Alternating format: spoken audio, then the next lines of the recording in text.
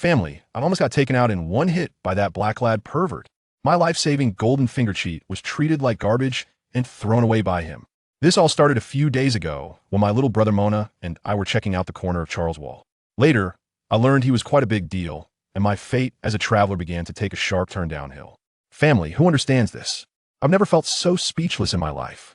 Just as I was about to be taken out by that black-clad pervert, my last life-saving medicine, my only golden finger cheat, was thrown away like trash. Thrown. He even mocked me, saying, "What good is healing medicine at a time like this?" I really want to thank him. Let me tell you, this all started a few days ago when I was still a carefree kid who only knew how to climb walls and watch the fun. That day, I was bored, so I dragged my ironhead little brother Mona to check out that weird old man Charles Wall in the village. This old man, a greasy giant, went to the newly opened bathhouse in the village every day. We squeezed our little heads through the window gap, our butts up high, just wanted to see what was good inside. Wow, there was a beautiful sister kneeling there, and opposite her was old man Charles. He tapped the table, and the sister stood up to pour him tea. Then the old man grinned and said, "Call one over for me. Today can't be the same." I was stunned. What a playboy, old man. The beautiful sister laughed and said, "My little pool doesn't have that many geishas. Besides, do you think you have time to enjoy?" There were hidden meanings in her words. But old man Charles didn't care at all and insisted on enjoying the moment. All right, the sister was also tough. She clapped her hands twice and said, "Okay, I'll call the last one for you, and it will be your last one in life." I sensed the atmosphere was off, and then the door opened, and in walked someone. How to say, looking a bit abstract, black and skinny like a monkey, very natural.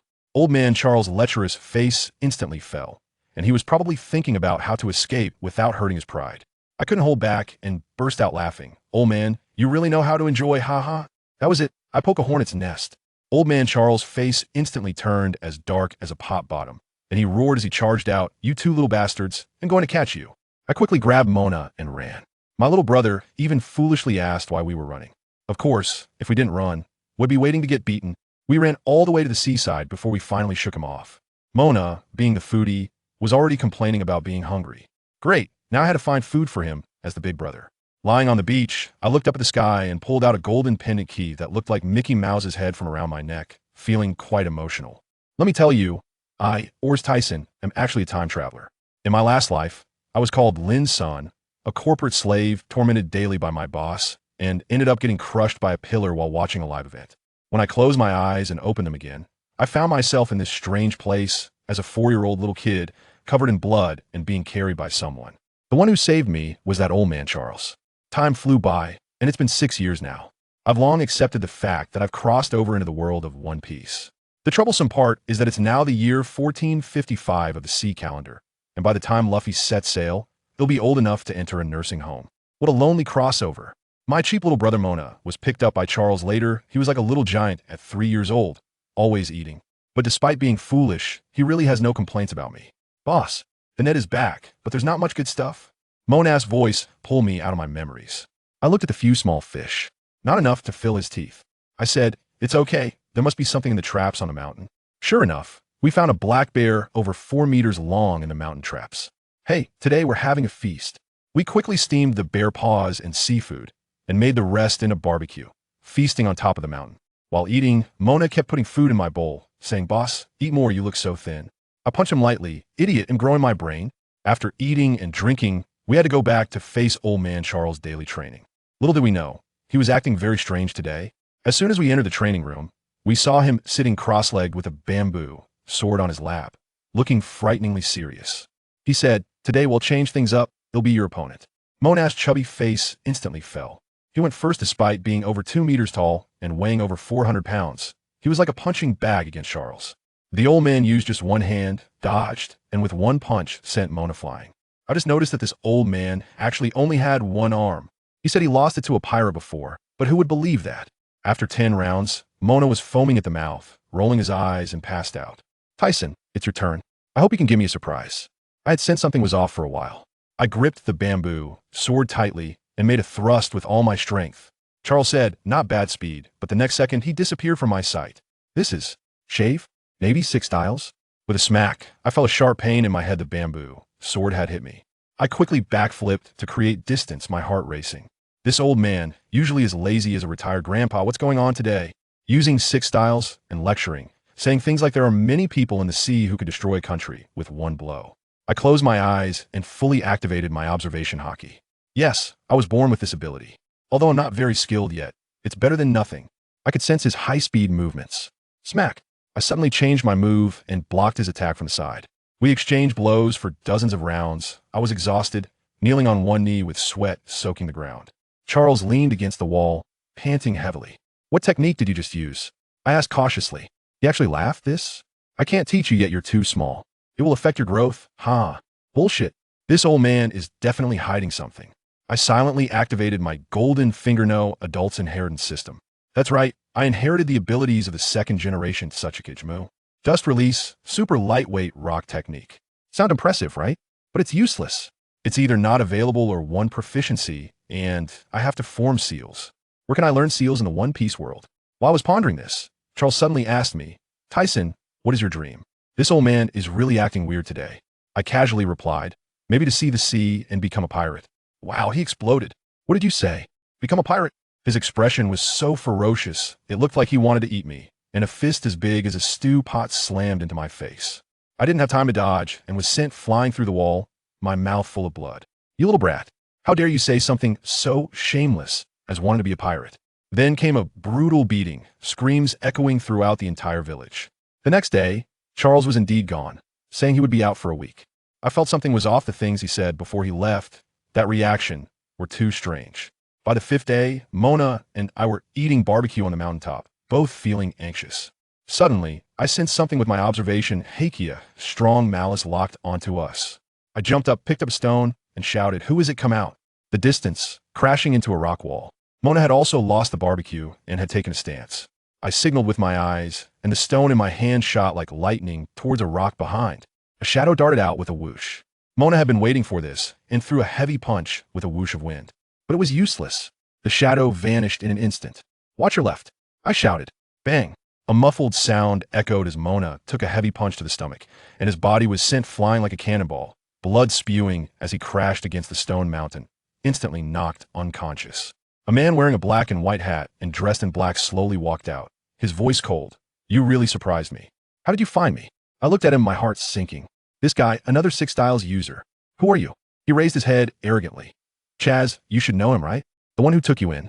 You're the fugitive from the All's family, who should have died long ago, aren't you?" My mind buzzed. Chaz, is it Charles Lee? A fugitive from the All's family? Me? In that moment, all the clues connected. Charles Lee is, with the world government adopting me, is definitely not as simple as picking me up. It seems that damn Chaz told you everything. The man in black sneered, "Then you can't be left alive. Die, criminal." As soon as he finished speaking, he disappeared with a shave. I focused all my attention, pushing my observation Haki to the limit. "Here he comes." I dodged to the side and swept my leg. "Shave." He dodged again. "What a genius," he said while attacking. But unfortunately, orders came down from above. "You can only be sent to your death." After several rounds, my stamina began to wane. One hand quietly reached into my pocket where there was a small bottle containing a starter pack from the system, a bottle of mysterious pills. The instructions said one thing: do not use lightly, may pose life risks. Who the hell would dare to take this? But now I had no choice. Just as I was distracted, preparing to take the pills, my pupils suddenly constricted. Not good. A wave of excruciating pain surged through my stomach, and I spat out a mouthful of blood, my body sent flying out. I charged forward, crashing violently into a massive boulder, and a vial of medicine in my grasp flew from my hands. As I lay sprawled on the ground, I coughed up blood along with the roasted meat I had recently consumed, feeling as though my bones had been shattered. I cursed my own carelessness, watching helplessly as the man in black approached me and picked up the vial from the ground. He opened it, peering inside to discover 10 green pills. And then a mocking smile crept across his lips as he casually tossed the vial behind him. How trivial. What use was a healing potion at a time like this? I tell you, just after that black-clad man finished his posturing, I felt darkness closing in. I could barely stand, my body swaying as if under the influence of strong alcohol, the world spinning around me. No, I cannot succumb here. Panic surged within me. My paradise had yet to be constructed. What secrets did my father, Charles Lee, hide, and what of the mysterious O'Er-Sea family? The answers remained shrouded in mystery. I could not simply give up. I shook my head vigorously, forcing my focus, a singular thought burning in my mind. I must fight. At this crucial juncture, I felt a surge of energy within me, something I had not fully grasped before.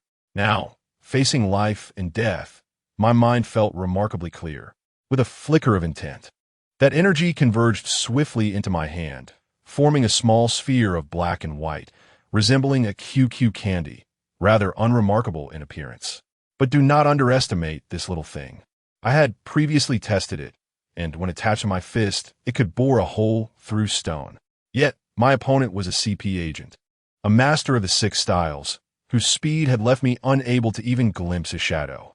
I had no certainty that my little candy could breach his so-called iron block defense. But what choice did I have? I could not merely stand and await my demise. I took the gamble. Concealing the energy-laden hand behind me, I poured all my strength into it.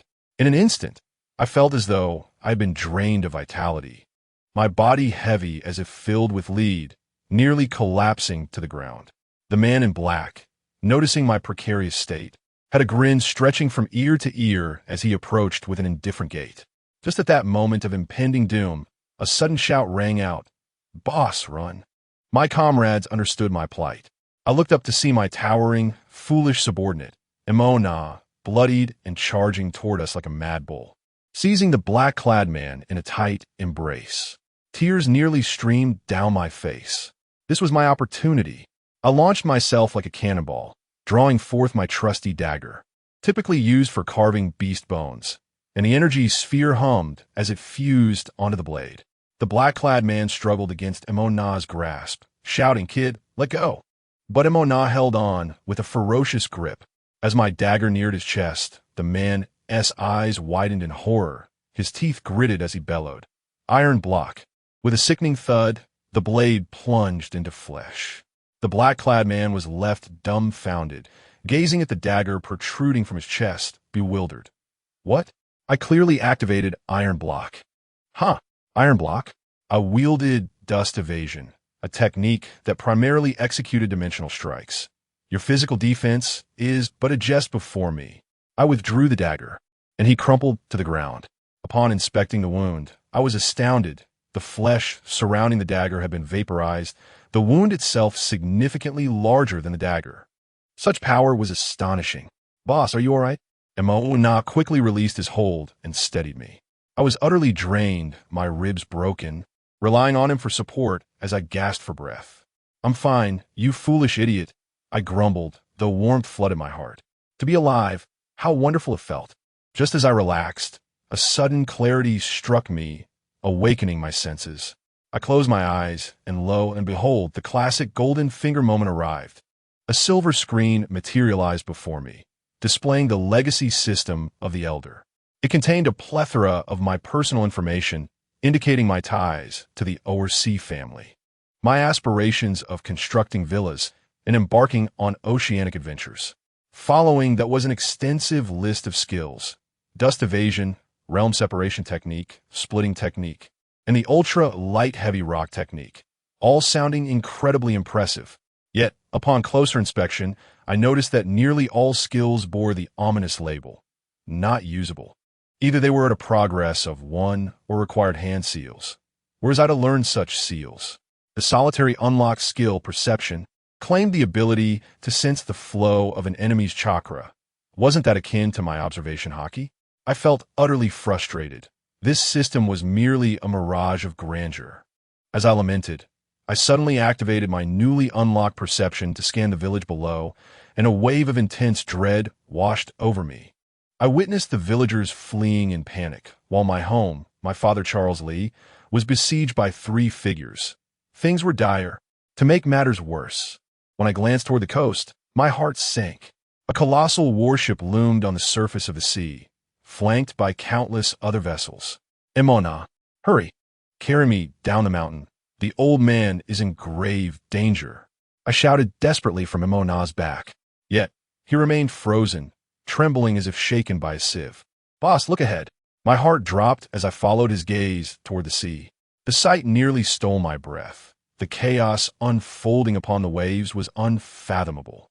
Admiral Fei Huang led a fleet of warships, engaging in a fierce battle with a pirate crew known as the Hao-Jia Pirates. Meanwhile, the CP agents of the world government were scheming via Den Den Mushi, some plotting to use the Navy and pirates to eradicate everyone on our island. Exposing a workplace betrayal, pirate Captain M.O. Lee, a user of the tonnage fruit, clashed fiercely with Admiral Fei Huang, both sides unleashing a torrent of skills amidst the cacophony of cannon fire. Yet, abruptly, both parties ceased their conflict. Why? Because the very island beneath our feet began to collapse. The ocean surged violently, flooding into the island's depths, triggering a mechanism that threatened to submerge the entire landmass. I must say, these pirates displayed a sense of camaraderie upon realizing the imminent peril to innocent lives. Captain M.O. Lee wasted no time abandoning the fight to rescue the people. Admiral Fei Huang, not one to lose face, promptly ordered a rescue as well. This surreal scene was lost on me. All I could see was the rising tide, the island tilting dangerously. M.O. Na screamed as the ground beneath us split open, and we plunged into the abyss. Just as I believed my fate was sealed, a massive hand seized us. It was my father, Charles Lee, bloodied and battered. He clutched me in one arm and M.O. Na, who was in tears, in the other, as he gracefully glided through the air. "I'm sorry for being late," he gasped. "T-son, you must live strong, according to your own will." His words felt like a final farewell. M.O. Na cried out, "Old man, what are you saying?" We're almost to the shore, but the pursuers were hot on our heels. As we neared the coastline, a massive rock, blotting out the sun and interspersed with ice, plummeted toward us from above. We all halted, despair etched upon our faces as we gazed upward. Charles Lee slowly lowered his gaze to us, revealing a radiant smile. "Farewell, T-son and M.O. Na." With that, I felt an immense force collide with my abdomen, launching both M.O. Na and me toward the pirate ship on the shore with his final effort. As I soared through the air, I glanced back, witnessing the colossal rock crashing down. No! In that moment, my mind erupted in chaos, an invisible wave emanating from my being, and then I fell into unconsciousness. When I awoke, 3 days had already passed. I abruptly sat up, gasping for breath. My mind flooded with the haunting image of my father being engulfed by a colossal boulder. As I surveyed my surroundings, I discovered myself reclining on a small red bed imbued with a distinctly feminine aura. Where am I? My head spun, and my throat was parched. The door swung open, and M.O. Na entered, carrying a bowl of porridge and clutching a ham thicker than his arm. "Big brother, you're awake. This is from Sister Gina." "Where are we?" I inquired. "On a pirate ship." "Sister Gina saved us," Mona replied. Suddenly, he plopped down onto the floor and burst into tears. "Big brother, the old man is gone. The village is gone. The island is gone." Watching him weep, my own tears began to flow uncontrollably. After a considerable time, I managed to compose myself, descending from the bed to pat his shoulder. "It's all right, you still have me, right? The old man wanted us to live well. We must grow stronger. Don't you wish to seek revenge?"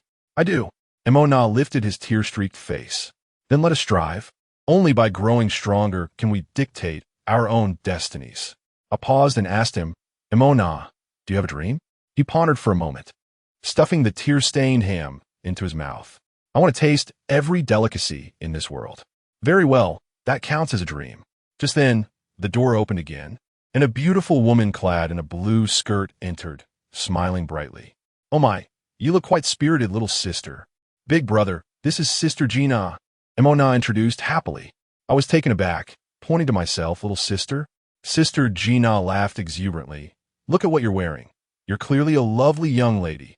Only then did I glance down, realizing with horror that I was donned in a pink dress. No wonder it felt so empty below. Who understands the plight of a man like me waking up in women's clothing? I exploded in indignation. Who dressed me in this skirt? I'm a man. Oh dear. U apologize. Yina chekeld coveting you hermout. It's just that you look so much like a girl. I helped you change clothes, and when I took off your trousers, I noticed a little worm had grown below, so I could only put you in this for now. My face turned pale. What do you mean by little worm? Can it talk? That was merely a result of my tension before I fainted. I took a deep breath, suppressing the urge to roar. Thank you for saving us. We will repay you in the future. It's nothing. Gina waved her hand dismissively. You should eat first, and once you're dressed, our captain wishes to meet you. After she left, I glared at Emona. Why didn't you laugh just now? Emona, pulling out yet another piece of ham from somewhere, mumbled, because I'm used to it. I was truly a loss for words. Moments later, I dressed and had a bite to eat before stepping outside with Emona. The deck was bustling with activity. Pirates feasted on meat and drank, engaging in training and rowdy antics, creating a cacophony. One pirate spotted me and raised his cup in greeting. Hey, little brother is awake. Care for a drink? Just ate. Thank you, I replied. Sister Gina is calling you. The captain is waiting for you. She beckoned. I nodded and followed her deeper into the ship. Upon entering, an uncanny feeling enveloped me. Who could comprehend this oppressive atmosphere? A long table filled with people sat before me, all gazing with unfriendly eyes as if preparing for an interrogation. At the center sat a brawny man with curly hair, clearly the captain. You must be A.O. Air CD son, he boomed. I am Jerizi Moli, captain of the How Jia Pirates. I quickly nodded and bowed. Yes, that's me. Thank you for rescuing me and Emona. He waved his hand for me to sit and got straight to the point. No need for thanks. I believe you're curious about the identity of the old man, Chaz, and how he ended up on that island. I thought to myself, how could I not be curious? I nodded vigorously. Captain Moli sighed and began his tale, which sent my mind racing. It turned out that the old man who had taken me in was once an operative for the world government SCP agency. For reasons unknown, he had been branded a criminal. Moli revealed that he was once a close friend of the old man, but their paths diverged. One became a pirate while the other remained within the system. 2 months ago, the old man had called him, asking to meet. They hurried over from the New World, yet were delayed by the Navy. Upon arriving at their meeting point, the old man was already gone, and they learned he had been at the giant rock island. Just as they were about to search for him, Admiral Fei Huang caught up with them. As he recounted this, Captain Moli's expression turned somber, and he bowed deeply.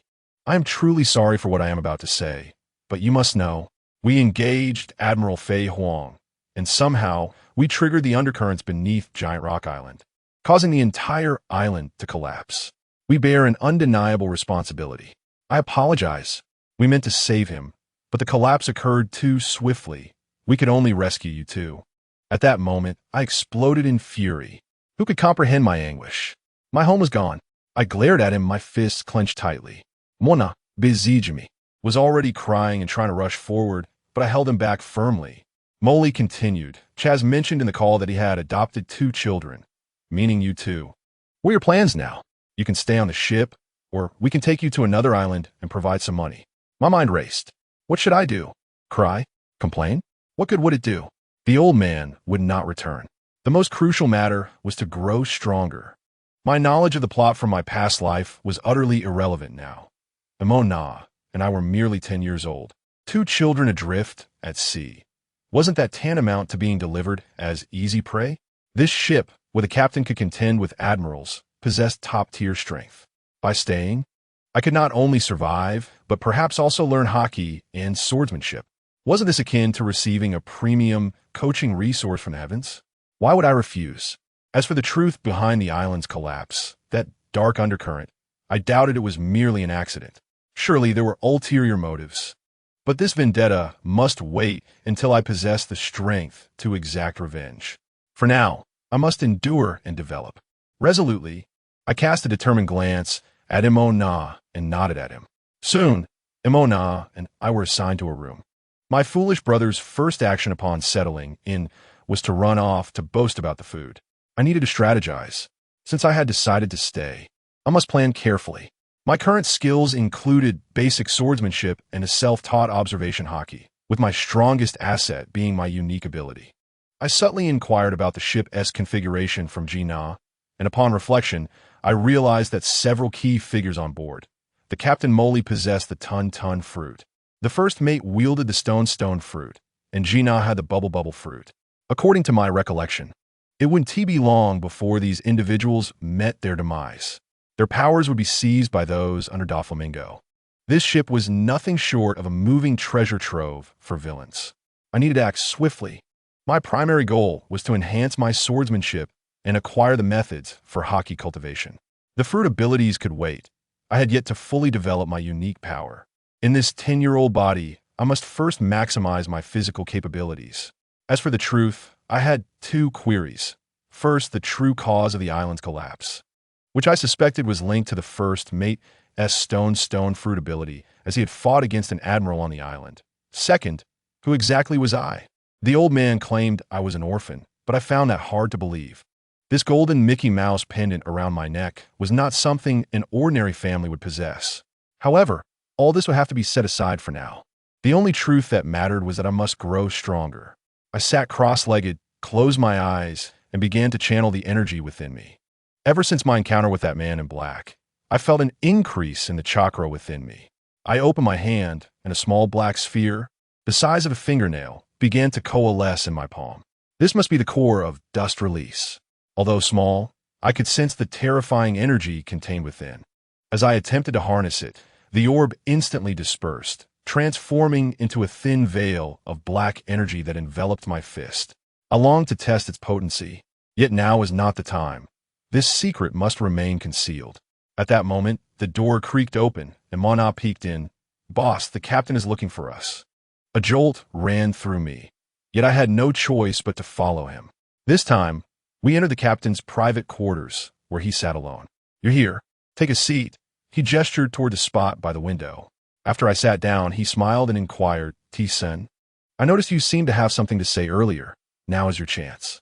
Gathering my courage, I tentatively replied, "I wish to know the true cause of the collapse of Jushu Dao, but it seems you are unaware." No sooner had the words left my mouth than Captain Ma Li's smile vanished, his gaze sharpening like a blade. "You must have heard some rumors, Haven T.U. However, without evidence, I shall not suspect my comrades. Do you understand?"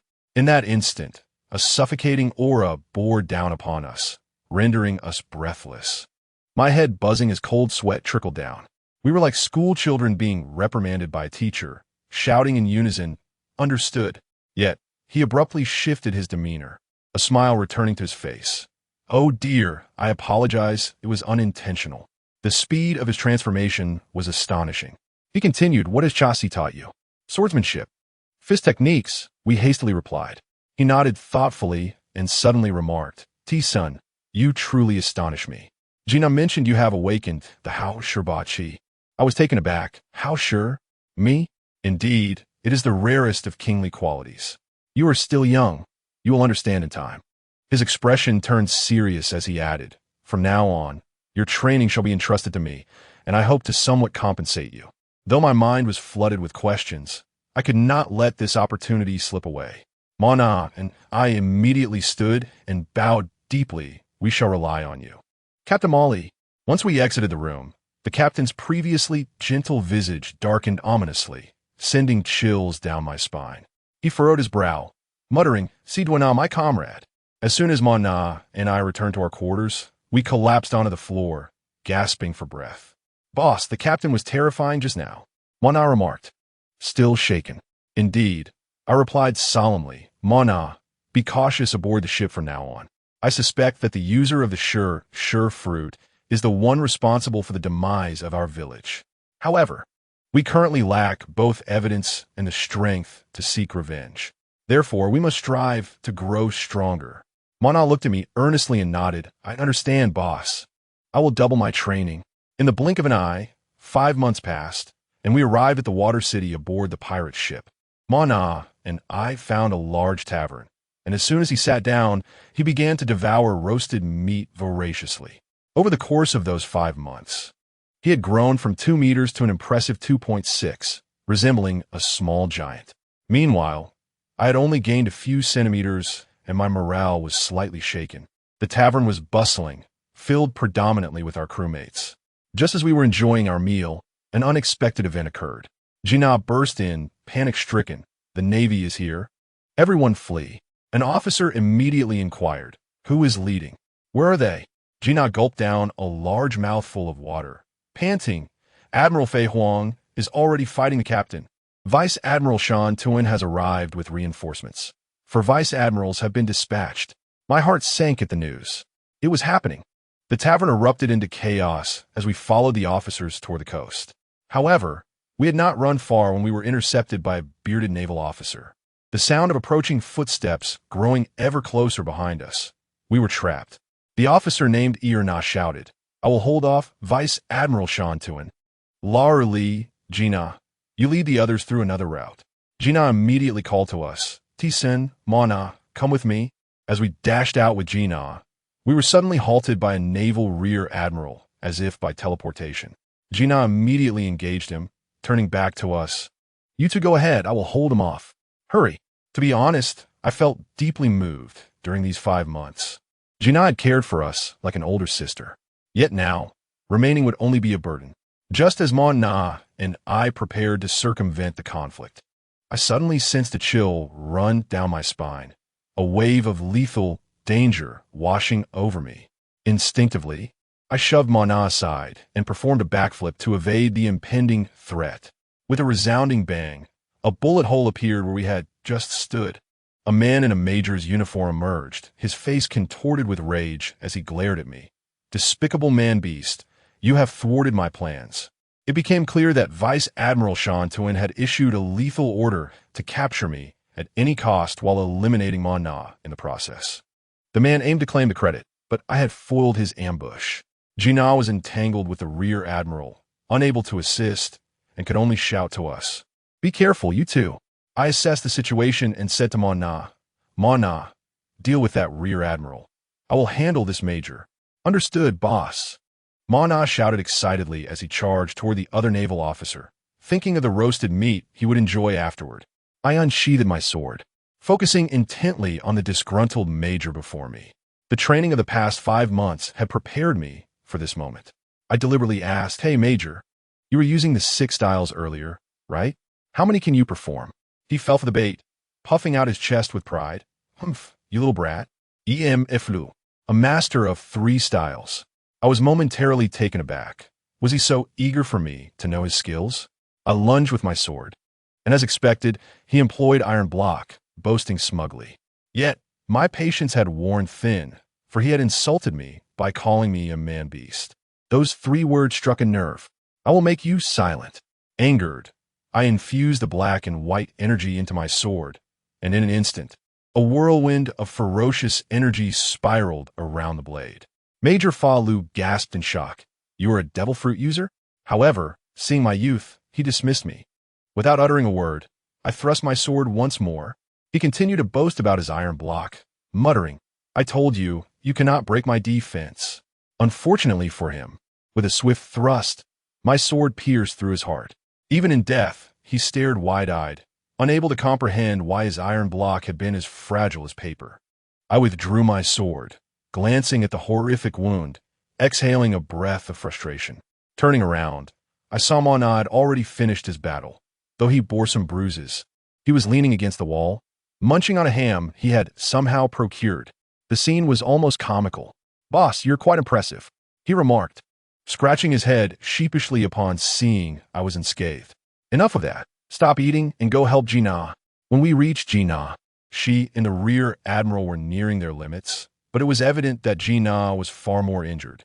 The rear admiral, seeing us, was taken aback. "Where Fa Lu and Fuer? You couldn't have truly defeated them, could you?" Without waiting for us to respond, he pulled out a transponder snail. From the other end, Vice Admiral Sean Tun's voice echoed clearly. "Then forget about them. Just kill them." The rear admiral hung up and instantly covered his arms with Haki, fixing his gaze on me. My mind reeled. Vice Admiral Sean Tun. He was undoubtedly linked to the incident at Jiushidao. Observing the glistening black Haki on his arm, I recognized he was a formidable foe. Yet he had also exhausted considerable energy. Perhaps I still had a chance. I took a deep breath and said to Mon Na, "Take Gina to the side to rest. I will deal with this one." "No way, you little brat. You cannot handle him," Gina urgently protested. However, Mon Na, without hesitation, grasped Gina and pulled her aside, saying, "Gina, trust my boss." I must tell you, the look in Sister Gina's eyes at that moment was an unmistakable manifestation of concern.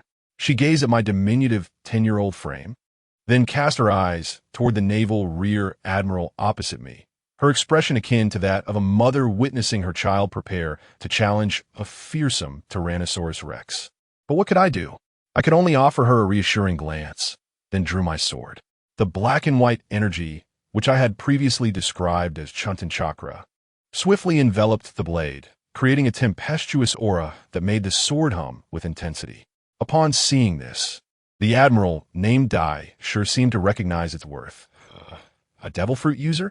No wonder he could defeat my two subordinates. Yet his tone was haughty, as if he believed he had me cornered.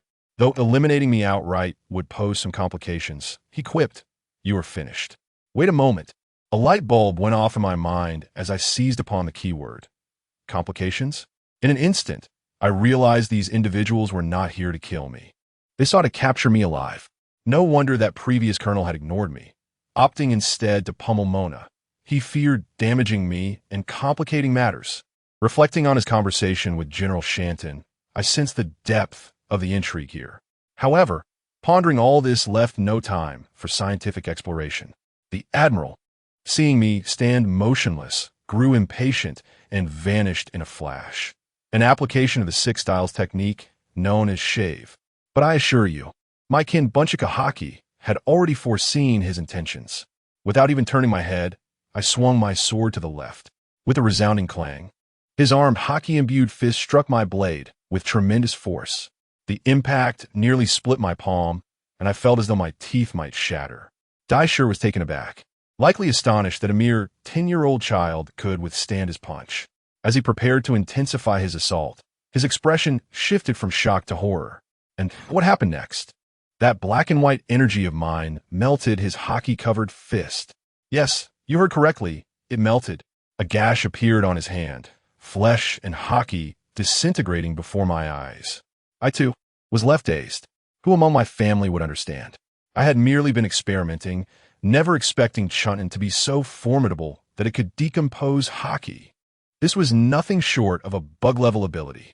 Of course, this technique drained my energy considerably, depleting much of the chakra from my sword as well. Yet, it was worth it. Daisher, now terrified, hastily withdrew, glancing at the shallow cut on his hand, undoubtedly shaken by the realization that had I been a moment later, his fingers would have bid me farewell. The dynamics of offense and defense had shifted dramatically. His gaze toward me transformed entirely, sweat pouring down his face.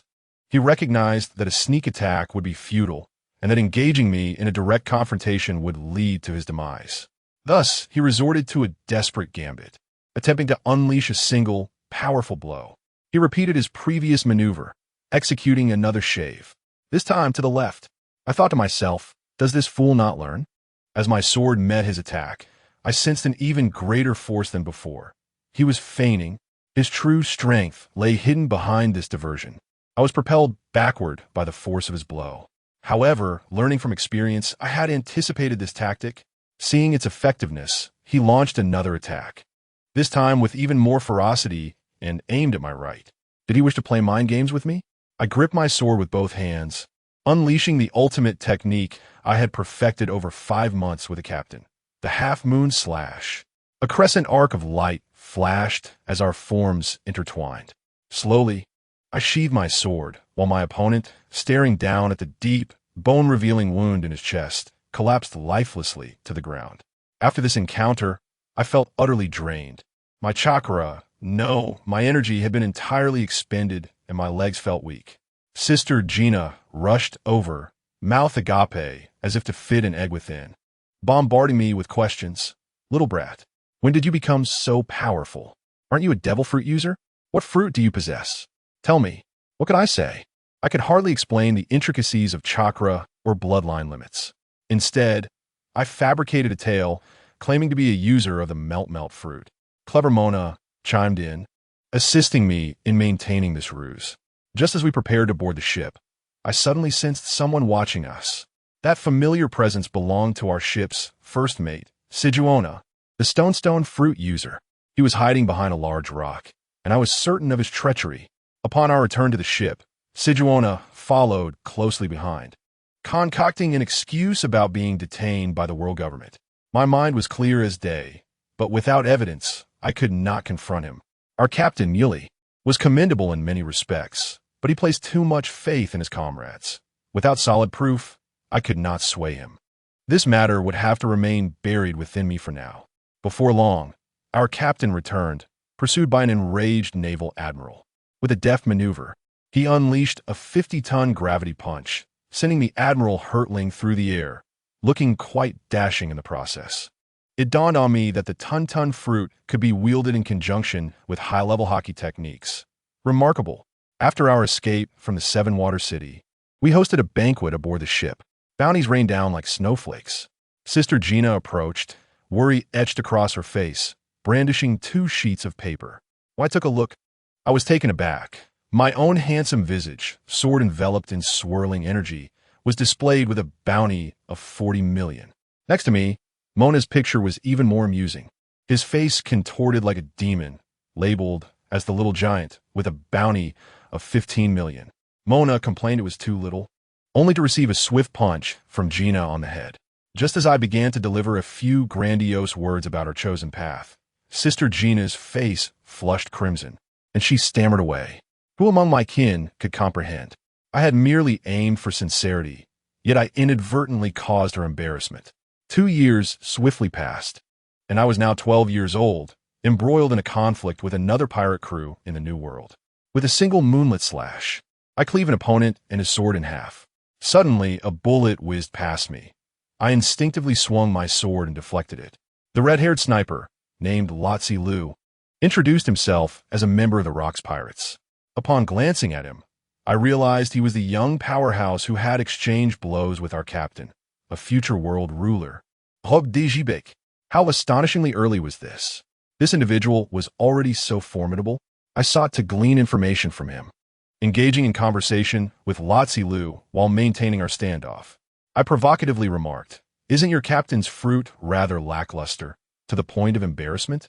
To my delight, he nearly broke down, almost revealing that our captain was a Logia user. His lips were sealed tight, which struck me as utterly amusing. So a Logia type, is it? Thank you, Redhead. Later, our captain and Rocks reached a stalemate, each retreating with their respective crews. Observing the captain's slightly despondent demeanor, I suddenly felt a wave of melancholy wash over me. I did not wish to end up like Whitebeard, publicly humiliated and ultimately betrayed by my own crew.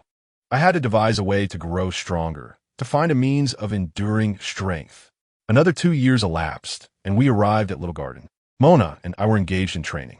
Now he had transformed into a muscular behemoth, nearing 4 meters tall, capable of exchanging blows with me. We unleashed our armed Haki, my half-moon slash clashing against his iron fists, creating shockwaves that uprooted the ground beneath us.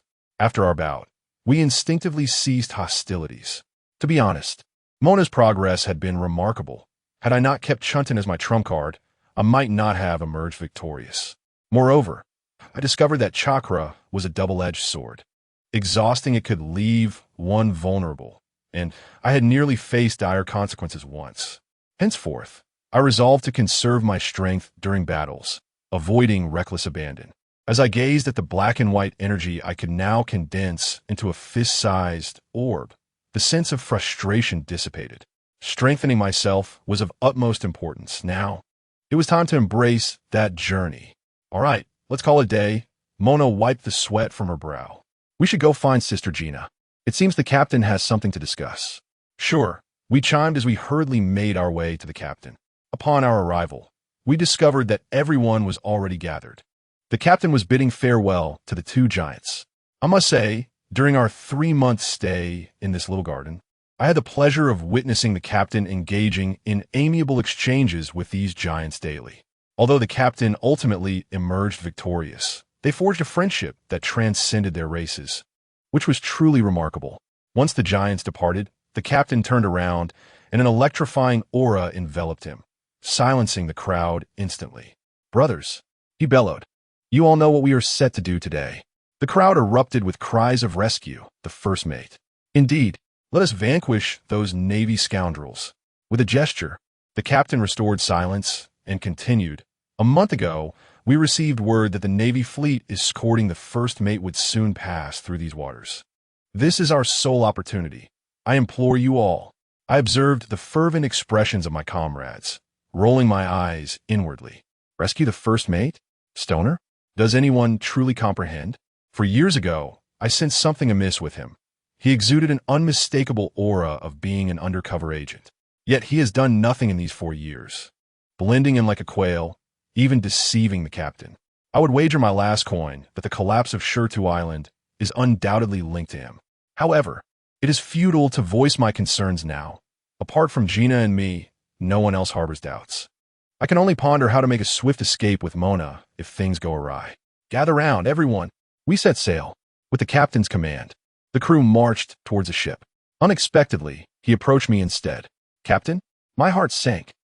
Tyson, he began, his tone heavy. I know you have suspicions regarding Stoner. Yet, those are merely your conjectures. He has remained idle for 4 years, has he not? He paused, gazing skyward as if to convince himself. He has been aboard for 6 years. If he truly were an undercover agent, I would personally eliminate him. But I refused to doubt any of my comrades. I regarded the aging man before me, his hair nearly white, though only 52, appearing more weathered than my father. Throughout these years, he had taught me swordsmanship and instilled in me a sense of authority, imparting his knowledge without reservation. I owed him so much. Forget it, I sighed inwardly. What else can I do but support him? At worst, if calamity strikes, I shall risk everything to rescue him. Rest assured, Captain, I assured him earnestly, as long as I remain a member of the Hauja pirate crew, I shall follow your lead without question. Thank you for your care over the years. Upon hearing this, the captain beamed with delight, laughing heartily as he patted my shoulder before rejoining the crew. Sister Gina approached us with a smile. You too. I shall take my leave now. All right, you go ahead. I'll bid them farewell. I turned to Mona and leaped onto the shoulder of the giant Dongli. Gaka gaka gaka. Uncle, we must depart. I will certainly return to visit you, bringing new weaponry. Ga ba ba ba. Good lad. A promise between men. We shall await your return. Meanwhile, as we shared our farewells, the Navy headquarters was in a frenzy, with drums beating and firecrackers exploding. Admiral Sauce was present, surrounded by a multitude of naval officers. Admiral Fei Huang is about to arrive. The Hauja pirate crew is in the Little Garden. The world government has laid out an elaborate strategy. We must not let them escape. 1 admiral and 8 vice admirals are not enough. In waifs, go and provide support. Ensure total annihilation. Not a single one shall escape. Such was the commotion that one might mistake it for a confrontation with the 4 emperors. Meanwhile, on the other side, a figure named Spandane, clad in black, swirled a glass of red wine in a secret base, uttering the standard villainous lines about promotion and pay raises upon successful execution of the plan. As the scene shifted back to our ship, the news arrived. The leader of the escort fleet was the captain's old rival, Admiral Fei Huang. To make matters worse, he was accompanied by 8 vice admirals. 8, not counting the other officer ranks. I swiftly pulled Mona to find Gina. Sister Gina, what do you think of this situation? Gina maintained her gentle demeanor, yet her eyes radiated determination. The captain saved my life. This time, even if it costs me my life, I shall fight to the bitter end. As for you two, if the opportunity arises, flee quickly. You are still young. Let's observe the situation first, I remarked, retrieving 3 small wooden barrels from behind me, distributing 1 to each of them. Hold on to these. They could save your life in a critical moment. Oh, what is this? Gina inquired curiously. Don't ask, just keep it hidden, I admonished. What are you so curious about at a time like this? The captain emerged from the cabin, shouting to all the brothers on deck. The Navy is stationed on the island ahead. Prepare for battle. Oh, our ship surged forward. I must say, the island was teeming with Navy personnel, swarming like ants. At the forefront stood Admiral Fei Huang, flanked by 8 vice admirals. At the rear, there sat our battered first mate, Stoner, with his head bowed, putting on a convincing act. They've arrived. Fei Huang signaled, everyone prepare yourselves. As our ship docked, the brothers erupted with battle cries, charging forth. The captain and the officers led the charge. Fei Huang, 2 years have passed, and you specifically laid an ambush for me here? The captain exuded confidence. Murray, this time you shall not escape. All naval forces advance. Fei Huang roared, launching himself into battle against the captain. In an instant, the entire island erupted in chaos. The officers engaged their respective opponents, but I sensed something amiss. It all felt too smooth. The Navy must have a backup plan. Just as I was warning Mona to be cautious, a bearded vice admiral appeared before us, as if teleporting. "You two little brats, there's no escape for you today." His expression was menacing. My heart sank. It was Vice Admiral Shanton. This man was no ordinary vice admiral. He was an elite-level monster. Gina had warned that he did not possess a devil fruit, but had perfected both the two-colored Haki and the six forms, even mastering life return. Together, Mona and I would not be enough to withstand a mere flick of his finger.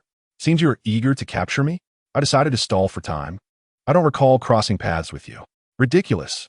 It is only natural for the Navy to capture pirates." He spat, then shifted his tone. "Moreover, the world government's possessions are not so easily acquired. What about the item that old man left for you before he died? Hand it over, and I shall go easy on you." I remained outwardly calm, but inwardly I was in turmoil. "Old man? How does he know?" "Before he passed, he had given me a map, but I had told no one." "What did you say?" "Oh, that? I sold it." I decided to feign ignorance. "What? What did you sell it?" He was evidently agitated. "I forgot." I scratched my head. "I will make you remember." He roared, launching a fist towards me. Anticipating his move, I sidestepped and shouted to Mona, "Mona, it's time to test the results of your 4 years of training. You take the left, I'll take the right. Hold him off. Do not try to withstand him directly." "Understood, Captain," Mona shouted. His towering frame launched a massive fist. I drew my sword, coating it with Haki, and charged in. But guess what? That Shanton fellow didn't even glance at Mona. He countered with a single punch, sending him flying, then effortlessly blocked my sword with his obsidian arm. The clash produced a resounding clang, sparks flying, as I felt as if my blade had struck diamond. I quickly jumped back, a chill running through me.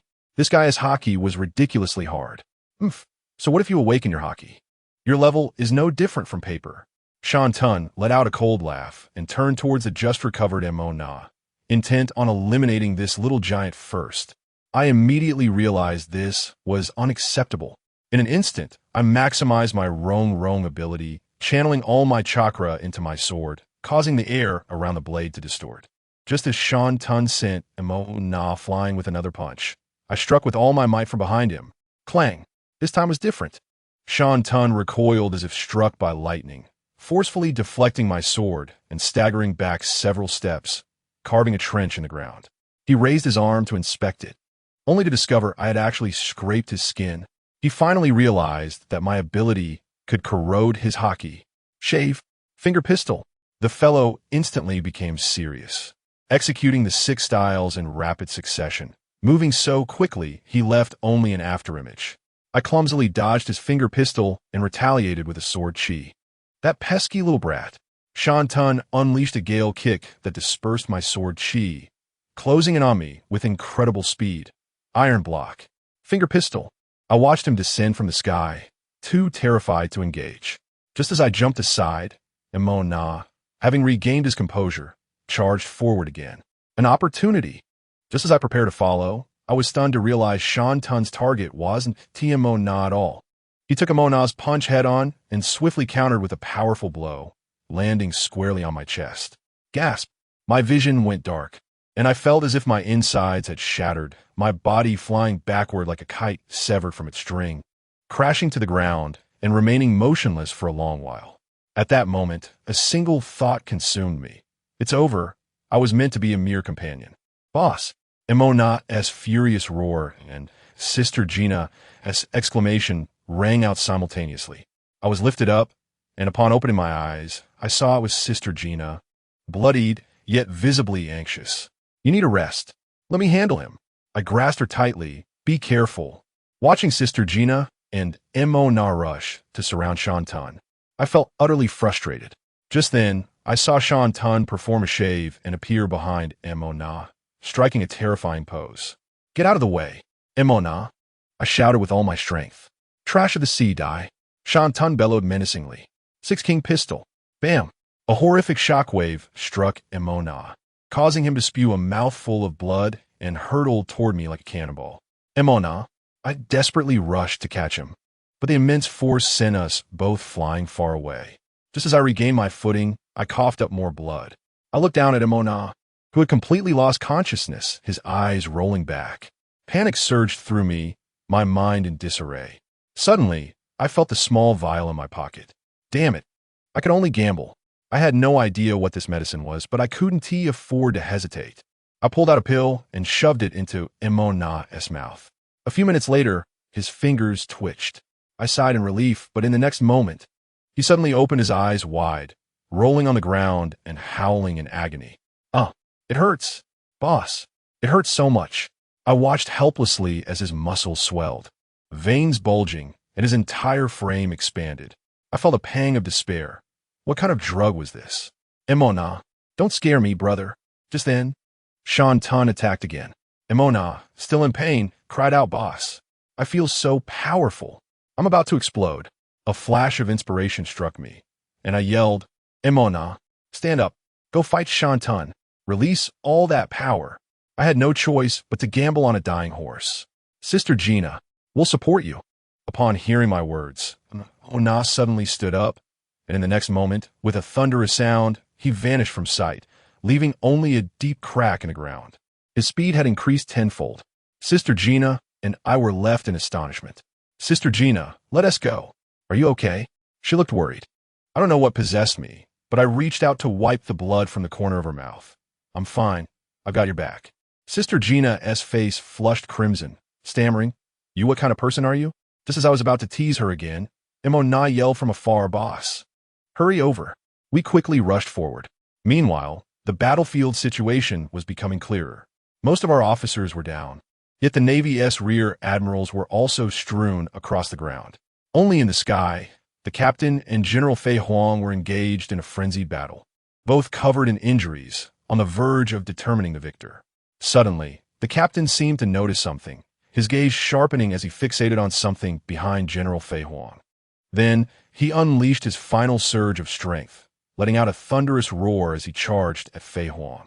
I thought the captain was going to confront Fei Huang head-on, but to my surprise, he feigned a move. He shot past Fei Huang like a cannonball, heading straight for the two junior officers who were holding the vice captain. This feint was executed flawlessly. The two junior officers were instantly petrified, scrambling backward in terror, their faces drained of color. The captain, witnessing their cowardice, burst into laughter, likely already beginning to celebrate. Brothers, I'm here to save you. Siduona, my good brother, are you all right? The captain shouted as he charged, his sincerity evident. Siduona lifted his head, his expression complex, yet he even managed to smile. Captain, I'm fine. Thank you for your trouble. I'm coming to save you. The captain laughed even more joyously, reaching out his hand, almost grasping Siduona's shoulder. Then, in a shocking turn of events, the most explosive moment occurred.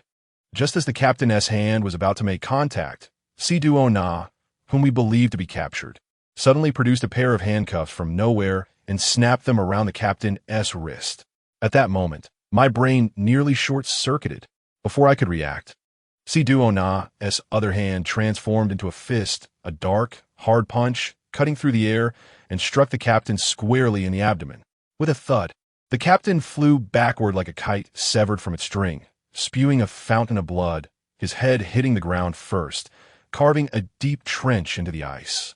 Everyone on our side was stunned, having cheered just a moment ago, now left speechless. The entire arena fell silent. Whether Navy or pirate, all ceased their movements. Ais glued to Siduona. Our crew went into a frenzy. A cacophony of curses erupted. Siduona, you traitor, what are you doing? Aren't you our vice captain? You betrayed us. Siduona slowly turned around, gazing at our enraged brothers, his face a mask of mockery and ridicule. He shouted wildly, Betrayal? Laughable. I have always been with the world government. Vice captain? Don't make me laugh, you bunch of sea trash. With that declaration, our side erupted into chaos, cries of anguish and curses filling the air. So, he was playing a double agent all along. Siduona was an undercover agent, lurking for 6 years, intending to bolster his master Spandam's KPIs. The collapse of the giant stone island was also his doing, orchestrating a workplace game of mafia to sabotage his boss's opponents. Now that he had completed his mission, he smugly addressed General Fei Huang. General Fei Huang, this group of trash is yours now. I'm off to report back. Just then, a staggering figure rose from the bloody ground. It was our captain. Covered in blood, he staggered toward Si-Do-O-Na, exerting a slight force with both hands, and with a crack, the handcuffs were shattered. Si-Do-O-Na, you one-T escape. The scene shifted back to our protagonist, D-Senator Goodness. There lay a half-dead rear admiral, Sean Tun. Yet our situation was dire. D-Sun knelt on one knee, propped up by his sword. Mo-Na and Gina were in even worse shape, having fainted and soaked in blood. Tyson, dragging his battered body, approached the mountain village step by step. A sword was pressed against his throat as a cold voice inquired, I wish to know about the Legacy family. Speak, and I shall spare your life. The old man, though nearing death, remained defiant, retorting, You wretched brat, do you think you can escape? The Legacy family? They obstructed the path of the world government and were all assassinated. It is said you are the sole survivor, but it matters not. You shall perish today. With that, he breathed his last. Upon hearing this, Tyson realized the truth was still elusive, and in a fit of rage, he ended the old man's life with a single stroke of his sword. He glanced back at the battlefield where the captain fought, closing his eyes in despair. At that moment, Tyson's mind was clear. To save the captain? Rushing back would be tantamount to suicide. It was evident this was a trap. Gritting his teeth, he hoisted the unconscious Gina and Mona and ran towards the ship. Preserving his life took precedence. Though he felt remorse towards the captain, he had done all he could. He could not sacrifice his life in vain. Meanwhile, the captain was on the brink of collapse, severely injured. He now faced the hidden strength of Stona and the formidable General Fei Huang. His age began to take its toll, and soon he could no longer stand. Stona, without a glance, instructed Fei Huang, I leave this to you. If you fail to capture him, trouble will ensue. Fei Huang swiftly retorted, What do you know about how the Navy operates? It is not for trash like you to instruct. Be gone. Stona left in disgrace. Fei Huang then ordered the area to be cleared and sat beside the captain, a sense of camaraderie evident. Murray, we have fought for over a decade. Who would have thought it would end this way? Do you have anything to say? The captain's eyes were hollow, betrayed by his most trusted comrade. His spirit was crushed. Slowly, he lifted his head and, in a whisper, asked, Is there any chance you could spare them? Fei Huang shook his head. You know it is impossible. The captain let out a bitter laugh, his head drooping heavily, murmuring, As a captain, I have truly failed. I should have listened to that brat. Yet, I have no regrets. Fei Huang, grant me a swift end. I do not wish to languish in the deep sea prison. Returning to Tyson, he carried the two back to the ship without pausing, immediately switching to a smaller boat and fleeing. Just as he thought he had escaped, he looked up to see a fleet of warships surrounding the island like a dark cloud. His heart sank. It was a net closing in on him. Before he could devise a plan, a boisterous voice from the flagship commanded, Fire! Someone has escaped. Do not let anyone get away. In the next moment, a barrage of cannon fire rained down. Tyson watched as his small boat was obliterated in an explosion, scattering debris like fireworks across the sky.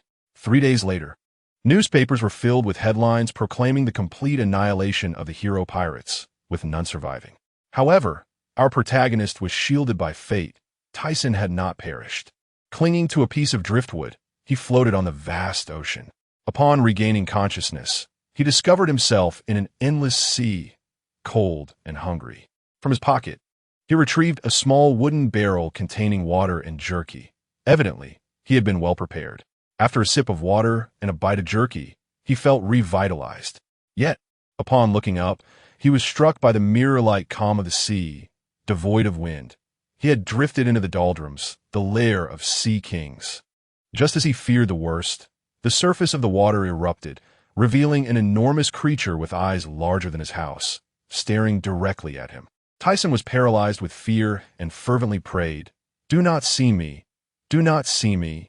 The creature, resembling a frog, slowly raised a clawed hand, poised to crush him into oblivion. In that moment of desperation, a clear, ringing voice broke through, Serpent fist. Suddenly, a woman appeared, breathtakingly beautiful. With a single punch, she sent the colossal sea king back into the depths of the ocean. Then, she effortlessly lifted Tyson from the water, and in a flash, they were aboard a large ship. Have you encountered misfortune? The stunning woman inquired. Tyson, embracing his theatrical flair, dramatically covered his eyes and began to perform. I am Lucy Tyson from the East Sea. My family and I set sail for trade, only to be caught in a storm.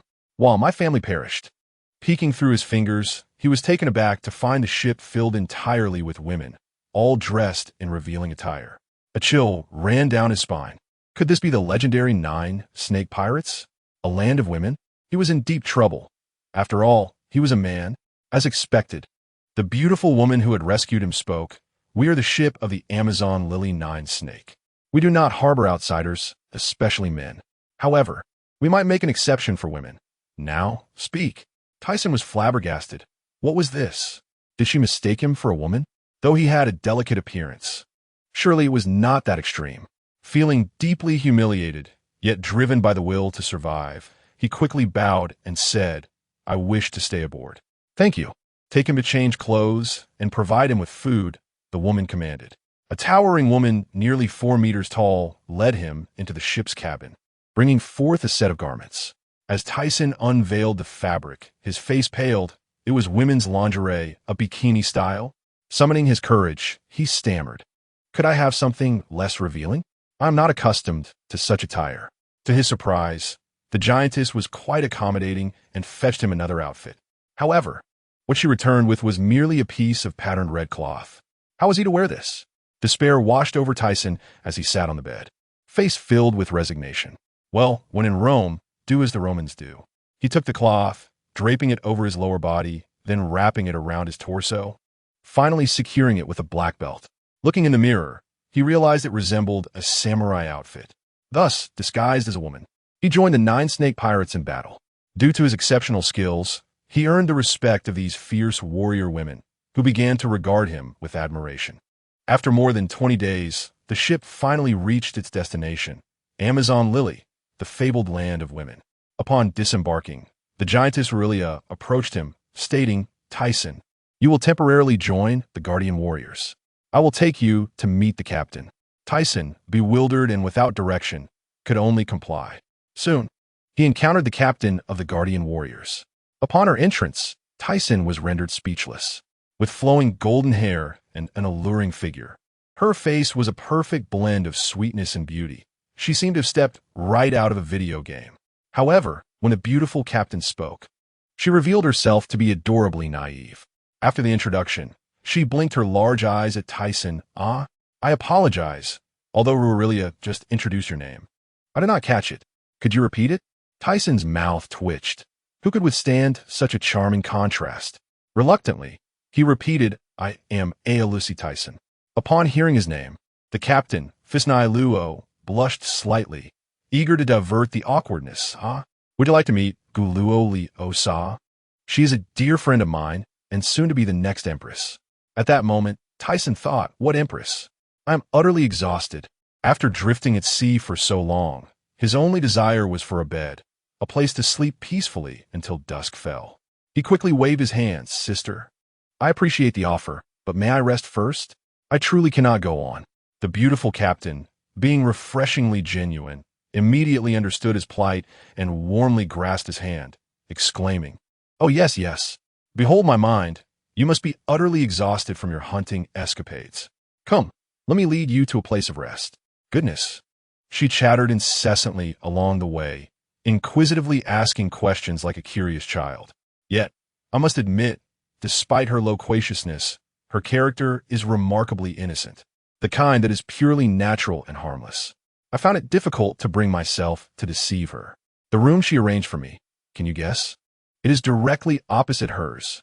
With her large, sparkling eyes and a pouting lip, she said to me, This way, I can come and play with you every day.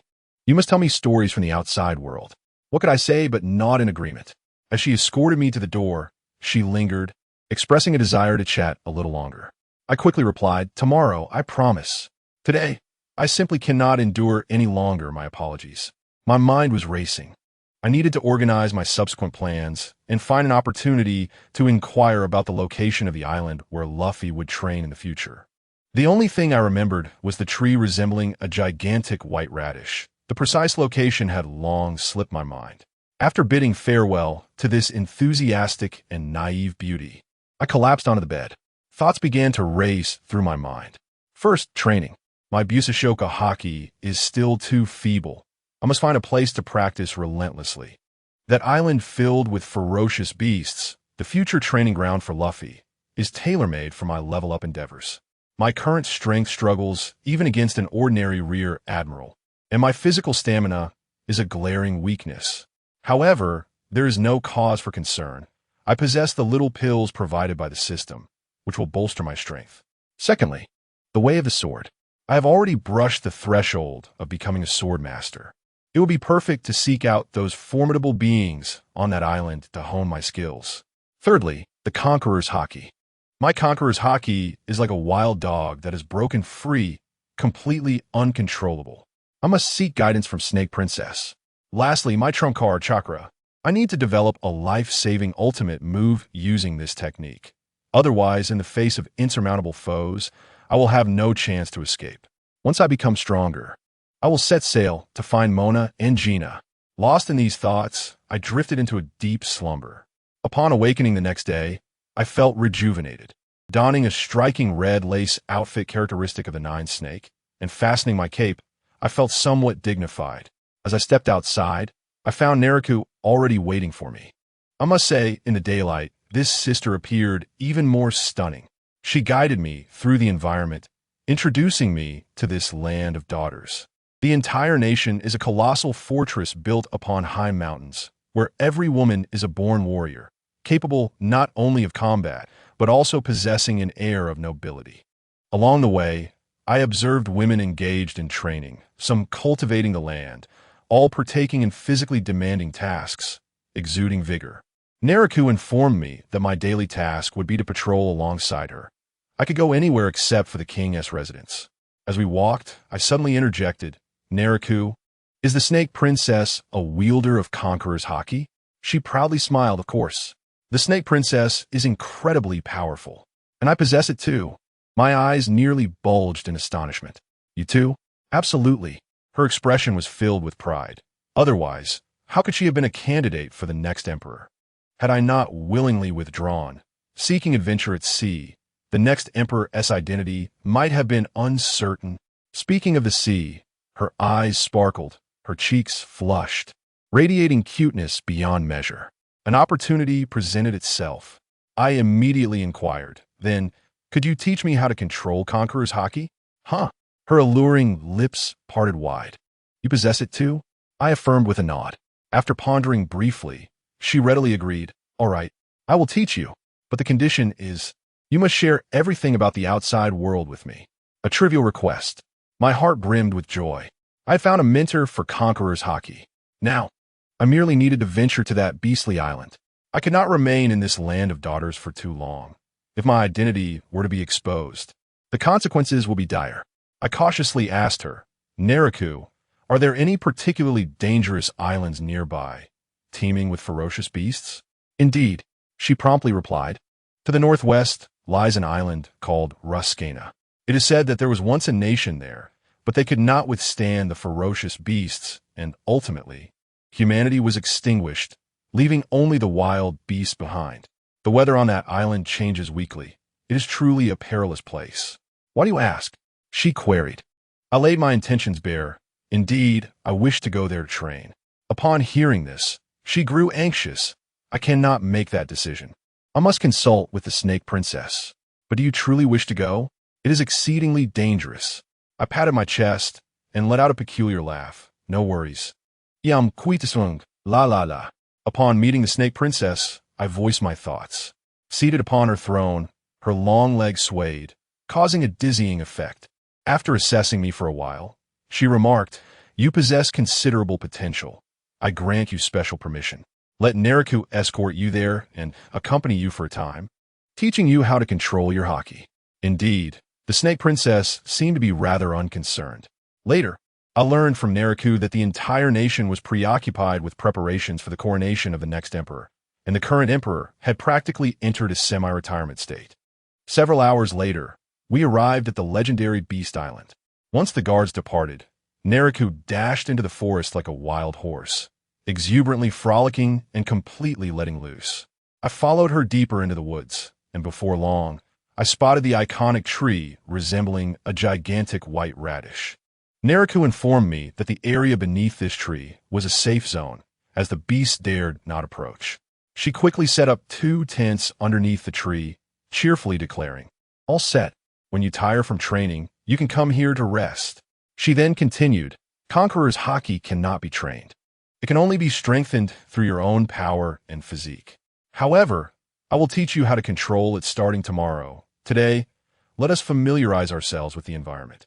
That night, while lying in the tent, a dreadful realization struck me. The pills provided by the system create a commotion akin to undergoing tribulation, with Nariku nearby.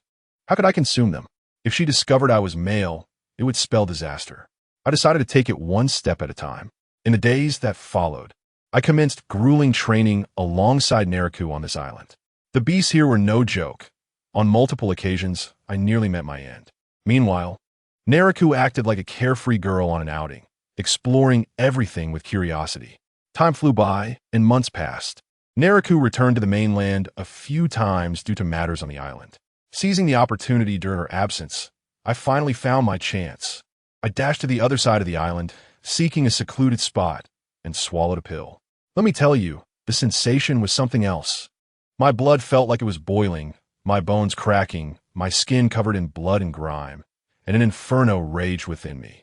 An overwhelming force surged, driving me to the brink of insanity, and my singular thought was to wreak havoc. Consequently, the beasts of the forest faced dire misfortune. I went wild, taking down a dozen giant beasts in quick succession, creating a commotion loud enough to be heard outside the island. Just as I lay there, basking in the aftermath of my destruction, Nariku returned. She had initially come back with food, but upon reaching the shore, she heard the earth-shattering roars from the island. Her heart sank, and she instantly deduced it was related to me. Panic-stricken, she rushed into the depths of the forest. When she finally located me, the scene was nothing short of catastrophic. The area within a radius of several hundred meters resembled a plowed field, with fallen trees and beasts lying with their eyes rolled back. After searching for a while, she finally unearthed my bloodied and battered form from beneath a beast carcass. Upon detecting a faint pulse, she breathed a sigh of relief, but seeing me covered in blood, she was horrified and hurriedly carried me back to the tent. She wanted to apply medicine, but with blood and dirt covering me, she could not find where the wounds were. Thus, she decided to first clean me up. Then, who among the family understands? The iconic moment arrived. As she wiped, she sensed something was amiss. She touched my chest, her face filled with curiosity. Why is it so hard? It's different from ours. After finishing the upper body, her gaze trailed downward, and she beheld something she had never encountered before. What is this? She became more bewildered, tossed aside the towel, and reached out to prod a few times. Just then, it seemed she suddenly recalled something. Her probing hand froze instantly, and her entire being blushed from her neck to her ears. She remembered that the sailor she had encountered at sea had spoken of the characteristics of men. This T-Sun is a male. How is that possible? Even Lady Shi-Ji has been deceived. Was this how a man's lower half looked? Her mind buzzed, as if her CPU had overheated.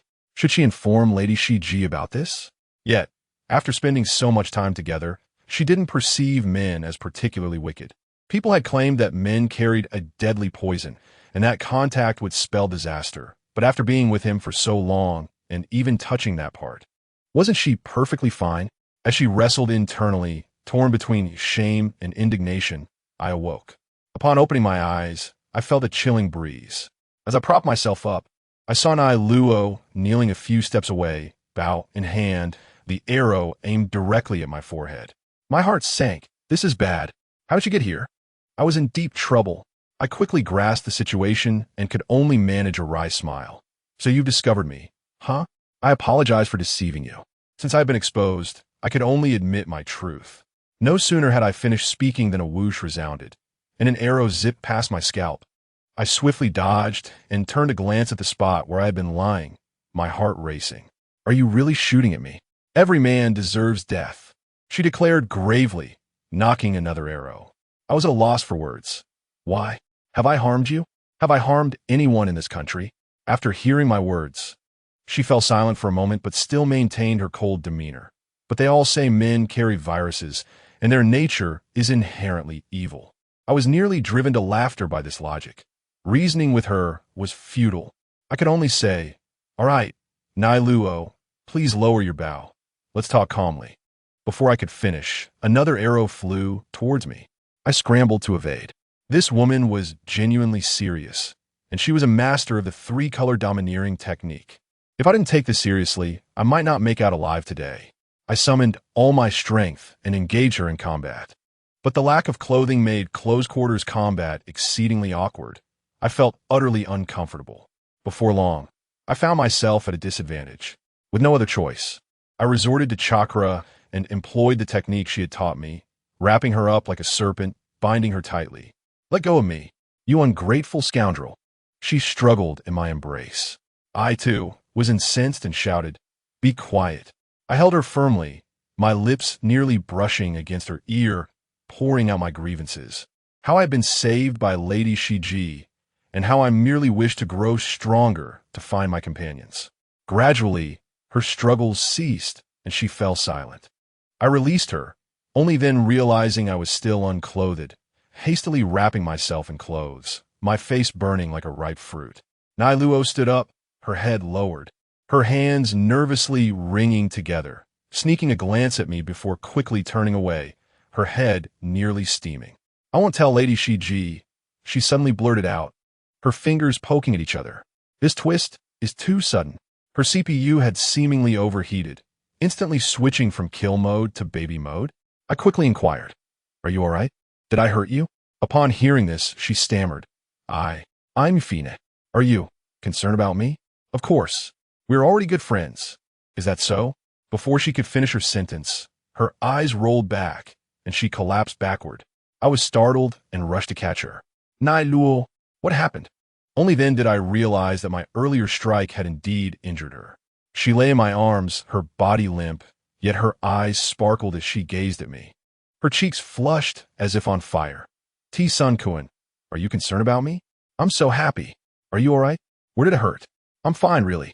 You, call me Nai Luo." As this melodramatic scene unfolded, my companions were also busy elsewhere. On another island in the Grand Line, a massive arena buzzed with excitement. "Kill him. Emona, I bet 5 million on you. Go."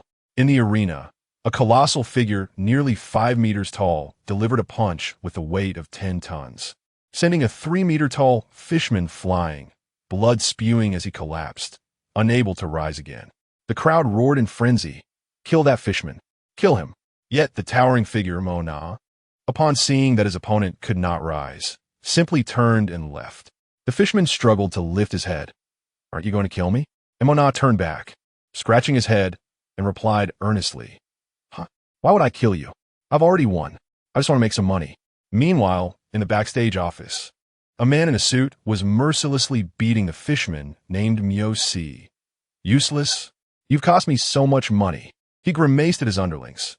"Take this guy away and sell him. And for the final match, summon the Navy. That Mo Na has a bounty of 55 million, right? The Navy must think he's dead. I want to recoup my losses." Back in his room, Mo Na munched on ham while scheming. He was fortunate. After his ship had been blown up, he drifted at sea on a wooden barrel for several days before reaching this island. Famished, he spent his last coins on fruit, accidentally consuming a strangely patterned fruit. The taste was indescribable. It was then he realized he had eaten a devil fruit, specifically the tonnage fruit of their former captain. His resolve to find me and Gina intensified. However, he had a voracious appetite, and he was dismissed from every job, ultimately resorting to underground fighting to earn money for a ship. At that moment, someone knocked on the door. It was the fishman Myo Si. He rushed to warn Emona. "Run. The boss has reported you. The Navy is coming." Emona remained unusually calm. "What about you? What are your plans?" "I snuck out while they weren't paying attention. They want to sell me." Emona looked at him and extended an invitation. "Would you like to join me? I'm planning to set sail to find my captain." He calculated in his mind. Now that he had powers, falling into the sea would be disastrous, and having a fishman as a companion would significantly increase his safety. This guy seemed simple, yet he was astute. Without hesitation, Miyoshi agreed. Of course. You spare my life in the arena. My life is yours. Shall we leave now? No, Emona grinned. Let's grab my 50 million bounty first. Meanwhile, at the auction house in the Chambord Islands, the atmosphere was even more frenzied. After auctioning off a fisherman's slave, a stunning woman in a blue skirt was brought forth. The auctioneer shouted hoarsely, "Ladies and gentlemen, the grand finale, the navigator of the renowned heroes pirates, with a bounty of 110 million, Gina. She is not only a top-notch navigator, but also a hypnotist. Starting bid, 1 million. The wealthy and kings in the audience were ablaze with greed, bidding frantically. Finally, a grotesque-looking king, Zui Feita, secured Gina for an exorbitant price. He smugly led Gina back to his ship, closed the door, and revealed a lecherous smile. "My little beauty, you are mine now." In the instant he lunged at her, he was met with Gina calmly producing a key and unlocking her shackles. Zwafeta screamed in horror. "How do you have a key?" Gina completely ignored him, turning back to snap her fingers.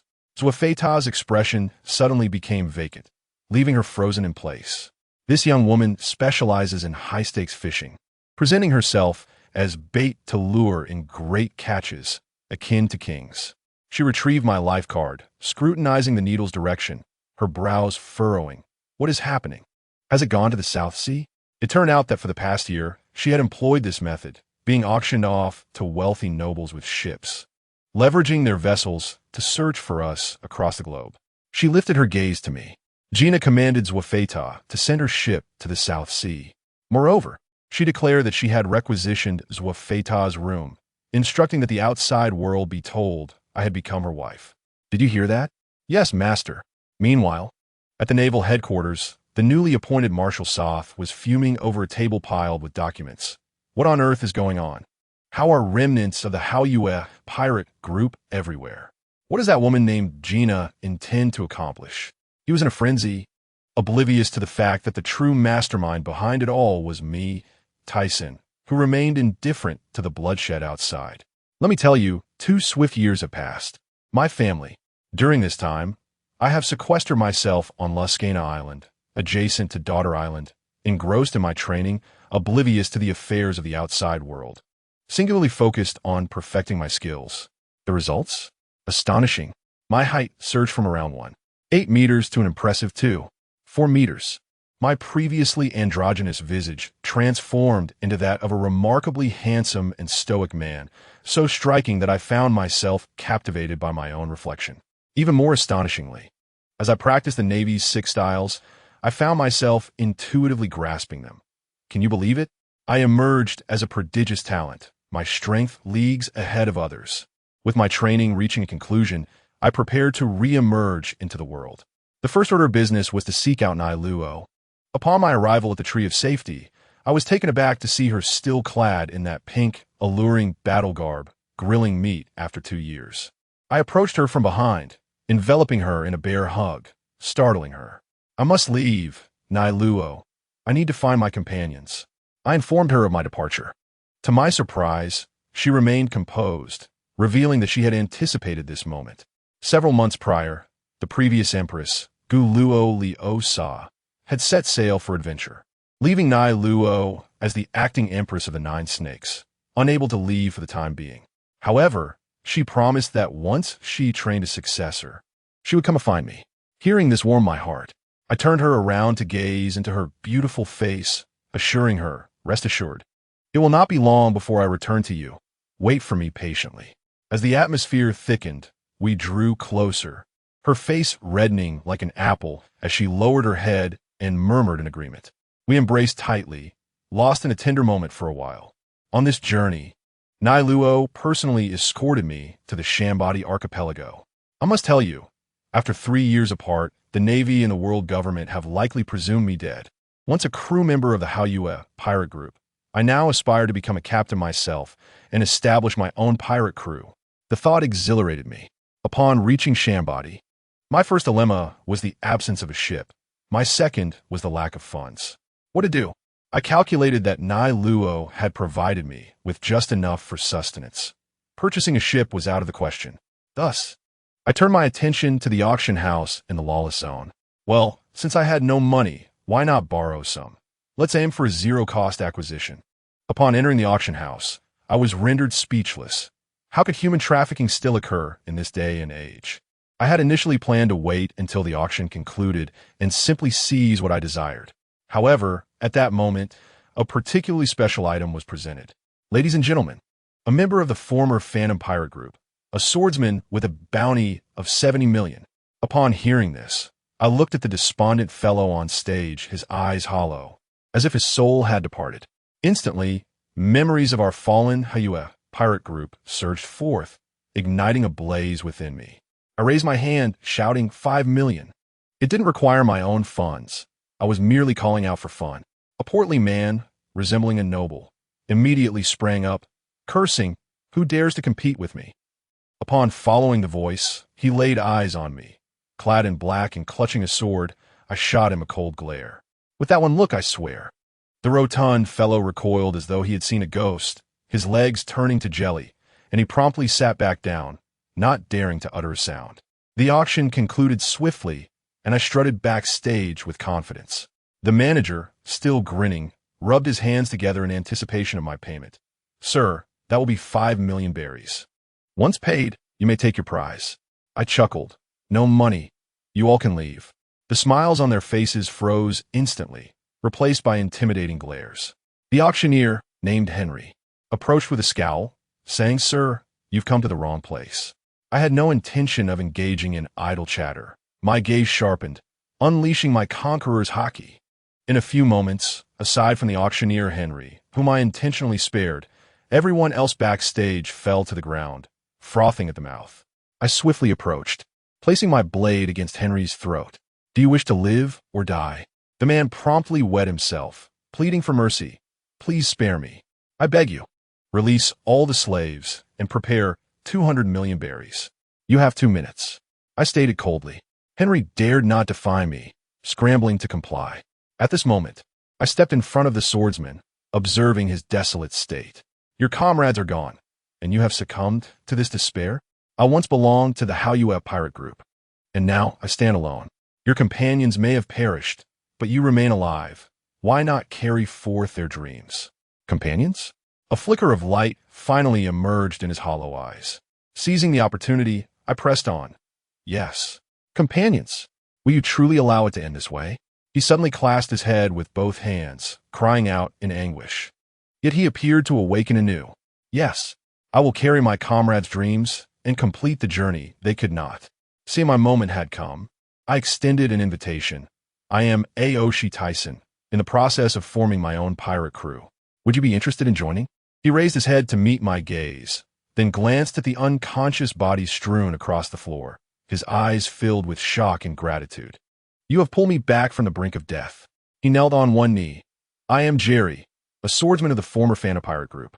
It is an honor to join you, Captain." What a stroke of fortune. My first crew member had been secured.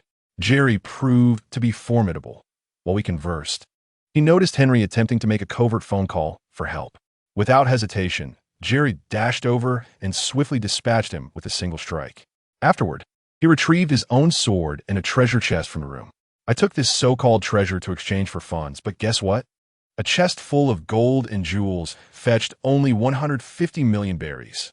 Goodness, how could such a grand auction house be so impoverished? Nonetheless, it was sufficient for my needs.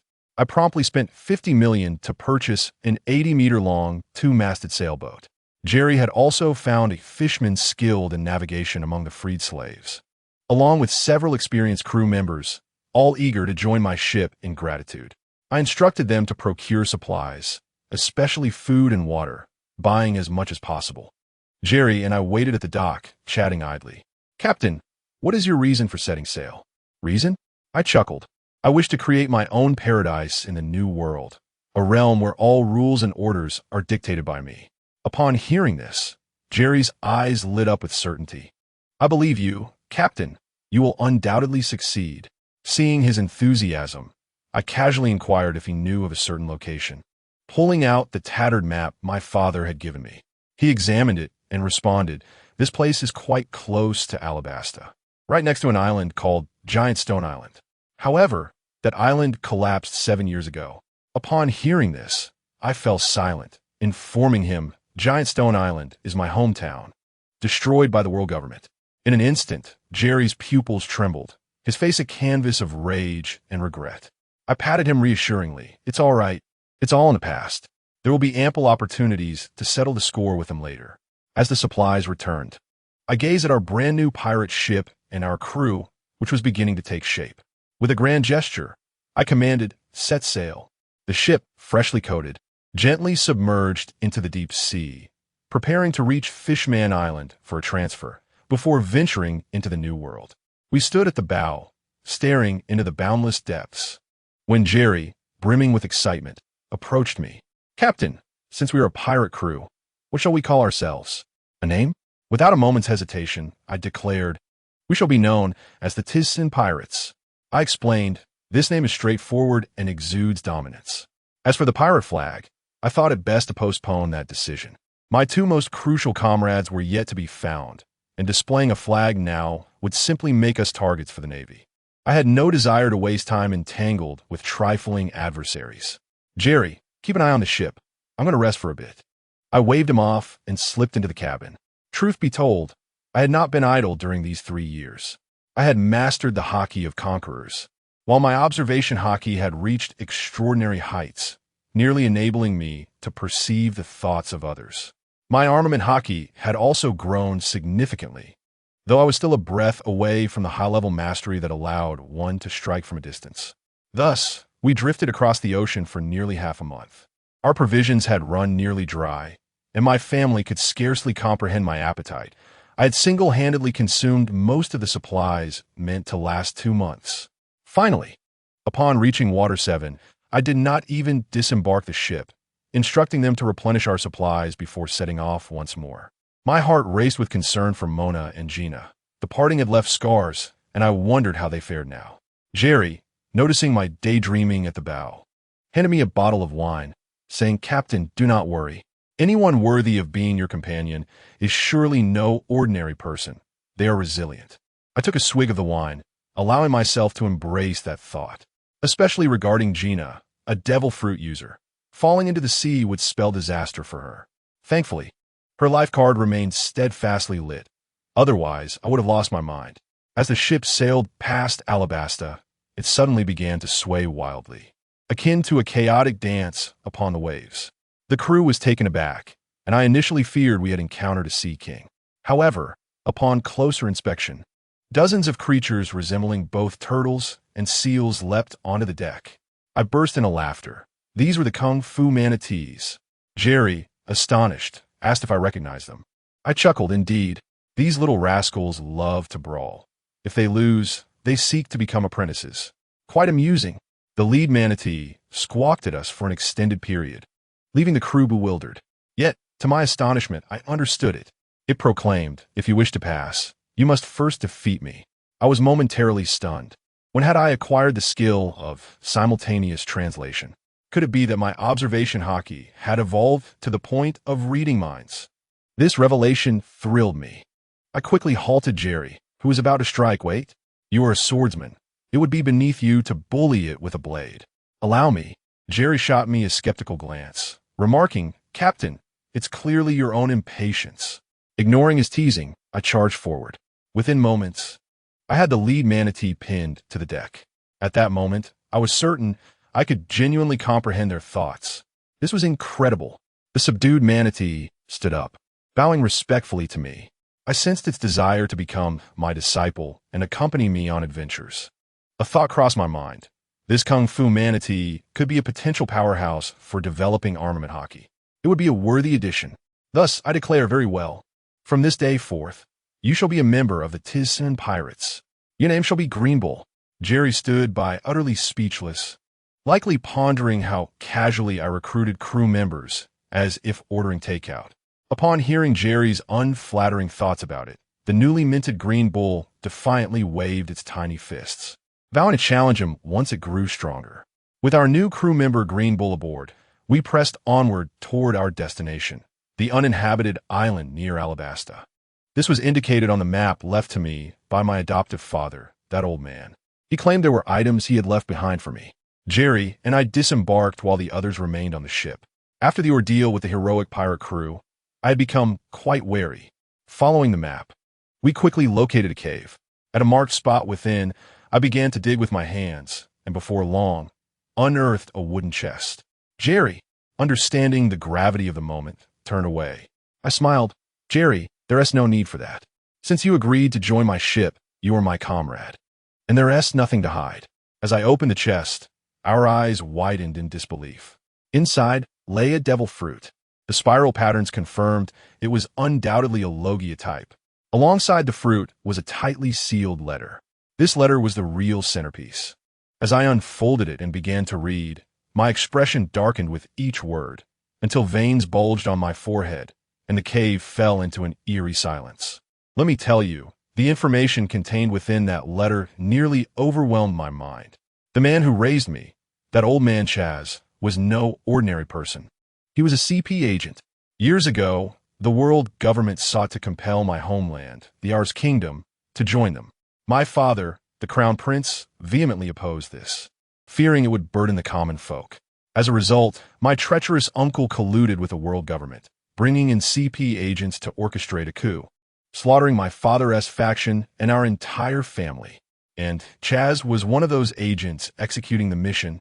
However, just as they were about to eliminate me, a 4-year-old child, Chaz inexplicably experienced a change of heart, rescuing me at the cost of his own arm. The Logia gas fruit within the chest was a token of allegiance my uncle provided to the world government. Who could understand my plight? My savior was also one of my family's murderers. The complexities of these relationships rivaled the tumultuous currents of the Grand Line. My mind buzzed, and I stood frozen, exiting the cave while forgetting to retrieve the precious Logia fruit. Jerry quietly picked it up and followed me back to the ship.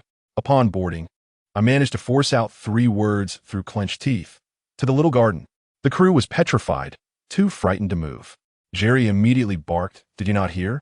Set sail for the little garden." Once back in my cabin, I felt ready to explode. The world government. It was them again. My continuous flights were all they're doing. Just wait. If they enjoyed wreaking havoc in others' lives, they should brace themselves for my retaliation. As my emotions settled slightly, I stepped out of the cabin, handing the letter to Jerry. After reading it, his gaze deepened, and he simply remarked, "Isn't it natural for comrades to deal with troubles like this?" I chuckled. Perhaps I had been overly dramatic. Just then, a sudden explosion echoed from the front. A ship bearing a peculiar flag was approaching us aggressively. Upon seeing that vessel, Jerry's eyes ignited with fury as he gritted his teeth. It's a slave ship. This had surely struck a nerve. "Do you need assistance?" I inquired. "No need, Captain. Watch me." Jerry leaped onto the enemy ship. The crew of miscreants rushed at him, only to be met with swift sword strikes that sent them tumbling. The scar-faced captain, witnessing his minions fall, did not flinch, but rather grinned menacingly, transforming into a massive bear. Goodness, an animal-type user. Unfortunately for him, he faced Jerry. My brother was a swordsman skilled in dual-color Haki. That brute bear stood no chance against Jerry and was swiftly dispatched with a single, formidable strike. Jerry swiftly and decisively resolved the battle and leaped back onto the ship. I gave him a thumbs up, exclaiming, "Impressive, Jerry." This victory had truly solidified his standing with me. We dealt with the slave traders aboard the ship, liberating the captives, and then made our way at full speed towards the Shaohuayuan.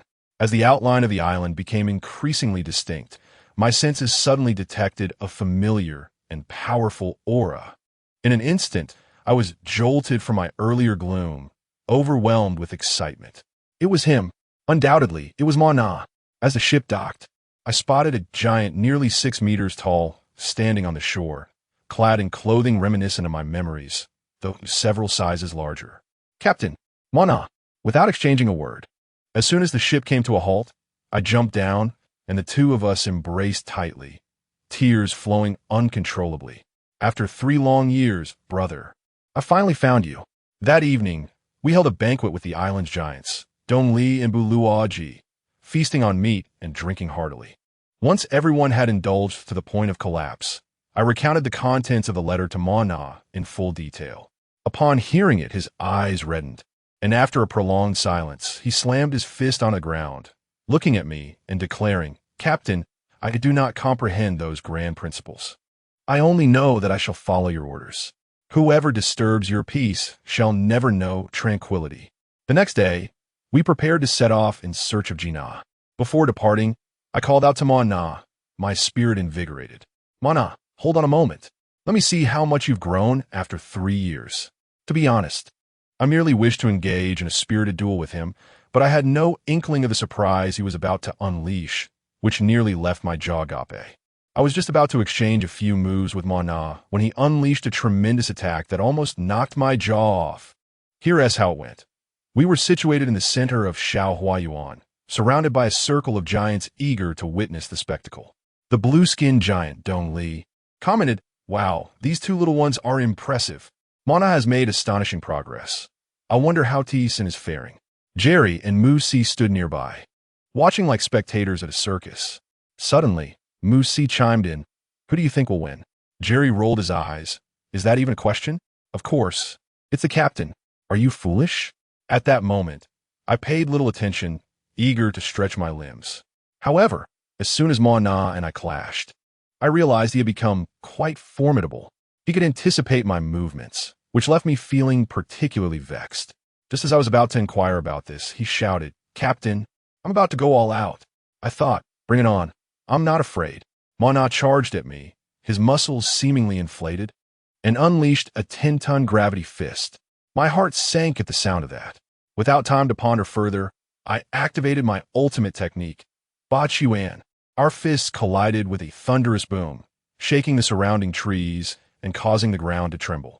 Once the shockwave subsided, I asked Mana, "Not bad. What kind of potion did you take?" To which he replied, "Captain, I was fortunate enough to consume the fruit that Captain Ma Li had eaten." Hearing this filled me with mixed emotions. Though Captain Ma Li was gone, Mana had inherited his legacy. Mana, it seems you must truly inherit Captain Ma Li's legacy. Now let us get serious. I drew my sword, ready to engage earnestly. Mana, equally excited, responded, "Bring it on, Captain." I swung my sword, unleashing the sword technique, Chi Flow Slash. Imbued with my formidable spirit, directly aimed at Mana. Undaunted, he retaliated with another 10-ton gravity fist. The impact was astounding. This young man had indeed grown immensely stronger. It was clear that without employing my true abilities, I could not best him. I released my chakra, feeling my power surge, as white energy enveloped my sword. Sword technique, White Dragon. A colossal white dragon emerged from my sword, soaring above my head, its presence utterly awe-inspiring. Mana, witnessing this spectacle, widened his eyes in astonishment but still charged at me, determined. 50-ton gravity fist. The dragon and his fist collided in an explosion of sound that nearly sent the onlookers flying. Once the dust settled, Mana fell from the sky, kneeling on one knee, panting heavily. I realized that he had withstood my attack, which left me genuinely impressed. "Mana, you have truly grown stronger," I exclaimed. "Ah, Captain, I have inherited Captain Ma Li's abilities. Let us go again." Mana insisted, still unwilling to concede. "You must be cautious. This next move is beyond my control." I turned to Dong Li and Bu Luoji. "Gentlemen, I kindly ask for your assistance should anything go awry with this next technique." Mana rose, knowing he would likely be outmatched, yet eager to test my limits. "100-ton gravity fist." His muscles tensed, bulging grotesquely, resembling a monster. Realizing he was going all out, I could no longer hold back. Secret technique, Realm Separation. I gripped my sword tightly, closed my eyes, and concentrated all my chakra into it. When I opened my eyes again, my sword was enveloped in a swirling black and white energy, ominous and terrifying. A massive sword shadow appeared above me, stretching over 50 meters long, pulsating with black and white energy fluctuations. "Be careful, Mona," I shouted, then swung down with all my might. I must tell you, that girl was quite perceptive. Before leaving, she handed me a mini transponder snail, claiming it was a token of our collaboration. Remarkably, it was no larger than my fingernail, adorably pink and quite charming. After bidding her farewell, we set sail for Rogatown. We found a hotel to rest while our ship was repaired, all arranged meticulously. I contemplated it was time to create a logo for our crew, and our pirate flag must be hoisted, although I had never formally studied art. My experience in urban planning had honed my aesthetic sensibilities. However, the following day, when I unveiled my masterpiece on board, everyone fell silent. Jerry's expression resembled that of someone who had encountered a glitch, his mouth agape as if he could fit an egg inside. He finally managed to utter, "Captain, are you serious?" Moosey looked at me in disbelief. "Captain T-Sen, is this truly our pirate flag?" Only the simple-minded Hours see, after 3 seconds of shock, burst into laughter. "Ah ha ha ha. Truly the captain. You have vision. I love it." I spent a full 3 hours crafting it. On the mainsail was a large skull with a long sword thrust through it. How magnificent! It was merely an addition of a small animal atop the skull. That was my pendant, the only remnant of my former self, a Mickey Mouse-shaped trinket, which I found quite meaningful. In response, Jerry covered his face, appearing utterly despondent. "Well, as long as you're happy, Captain. Family, who understands? This pirate flag is meant to embody a very charming style, right?" I mused, thinking it was rather trendy. Our C continued to laugh heartily. "Ah ha ha ha. Captain, this move has sparked inspiration within me. Once we reach our destination, you will see." Fine. I decided to ignore their reactions, and we set sail. Following Gina's life card, we navigated for 3 days, only to unexpectedly pass through a kingdom known as the Our Sea Kingdom. Upon hearing the name, my heart sank. Well, since we were here, we might as well take a look. As we docked, I was left speechless. This was no kingdom. It was a hellish nightmare. The port was littered with collapsed buildings, the air thick with the stench of mildew and smoke, and the ground was strewn with emaciated refugees. In the struggle for a morsel of food, 2 individuals were ready to resort to violence. As I led my crew forward, I witnessed a mother cradling her young child, lifeless in her arms, while the child wept inconsolably. A man, drenched in blood, staggered towards a woman lying on the ground, clutching a half-rotten bun in his hand. "Lily, I managed to get some food," he cried out desperately. Despite his frantic calls, the woman remained motionless. In an instant, he crumbled, weeping uncontrollably as he attempted to feed the bun to the child in his arms. The surrounding refugees, driven mad by hunger, surged forward like a swarm, seizing the bun from him. "Please give it back. My wife has starved to death, and the child needs to eat," he pleaded. "Who cares about you?" I stood there, my fists clenched, the sound echoing like thunder. Without hesitation, Emo dashed forward, delivering a flurry of punches that brought the thieves to the ground, then picked up the bun and handed it to me. I approached the man and pressed the bun into his trembling hands. "I apologize. We have no food with us. What has happened to your country?" The man, shivering, accepted the bun, repeatedly thanking me and whispering, "This is the civilian district. If you are here for tourism, you should go to the city." I scoffed. "We are not here for leisure. We are pirates." I gazed into his eyes, speaking slowly, "Rest assured, it will not be long before this place is liberated." With that, I turned and strode toward the city. Upon entering the city, I was momentarily taken aback, as if I had crossed into another realm. Outside lay a hell on earth, while inside, the atmosphere was vibrant and dazzlingly bright. I casually entered a tavern and instructed them to gather information while I sought an audience with the palace. It was imperative that I confront the true culprit behind this turmoil. A king who disregards the welfare of his own citizens is surely surrounded by equally vile officials. I had no intentions of being merciful to such beasts.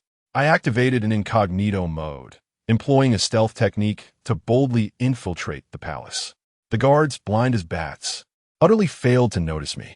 As I reached the entrance to the grand hall, I could hear the raucous noise within, reminiscent of a bustling marketplace. A corpulent figure, undoubtedly the king, pounded the table in anger. "What? We are still short on the celestial gold. If we lack it, just take from the commoners," he bellowed. "A bunch of gluttons. Their survival is of no concern to me."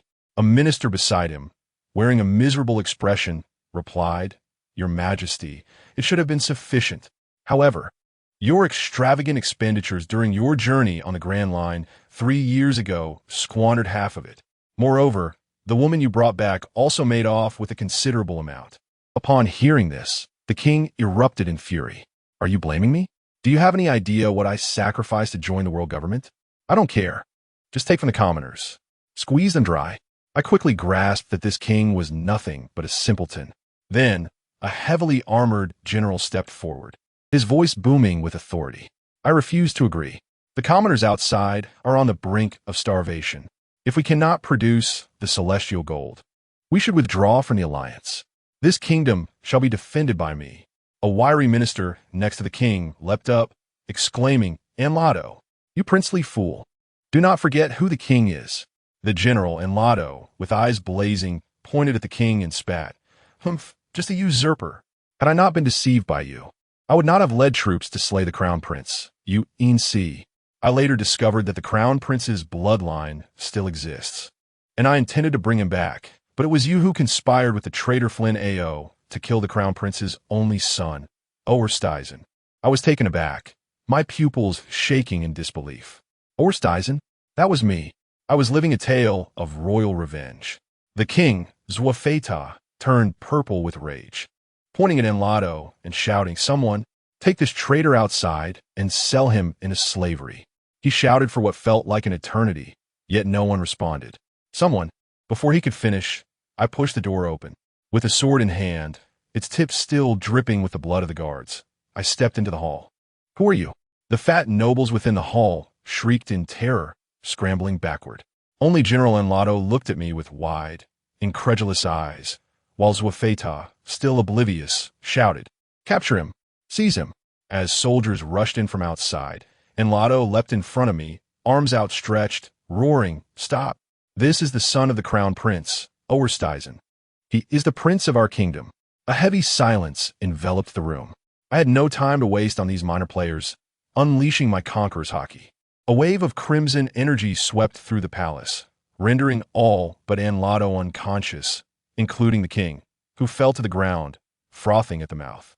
Soldiers outside collapsed in droves, my technique efficiently clearing the area. In the tavern, Imona and the others felt the shift in energy, their faces pale as they rushed towards the palace. Enlado knelt, gasping for breath. "I never expected you to have grown to this extent in just a few years." Using my observation Haki, I had already gleaned the thoughts of everyone in the hall, coldly regarding him. "I know everything you wish to say. Spare me the pleasantries." He looked up astonished. "Please do not harm the innocent soldiers and citizens." Just then, Imona and the others burst in, alarmed at the sight of the fallen. "Boss, are you all right?" I ignored them and focused on Enlado. "That's acceptable, but I have a condition. Gather all the officials involved in that incident, as well as every noble in this kingdom, in the palace." Enlado hesitated. "What do you intend to do?" I turned my head, the killing intent in my gaze likely freezing him in place. "You do not need to know. Simply follow my orders. Or would you prefer to have the entire Oer kingdom buried alongside you?"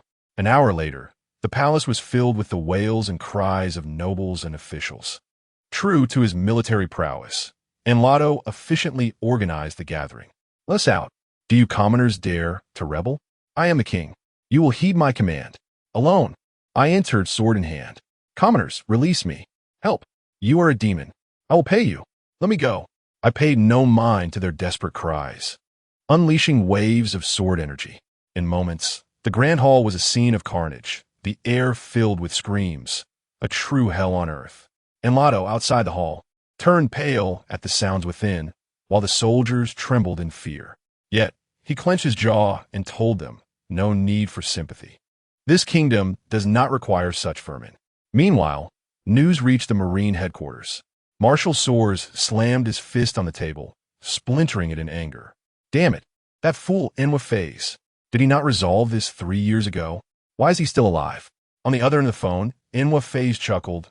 "Oh, Marshal, don't be angry. I'm currently pursuing the hypnotist Gina in the East Blue. Once I capture her, I'll bring that brat back too." "Humph, they wish to capture me?" Emerging from the sea of blood, covered in gore, I sat upon the throne, panting heavily.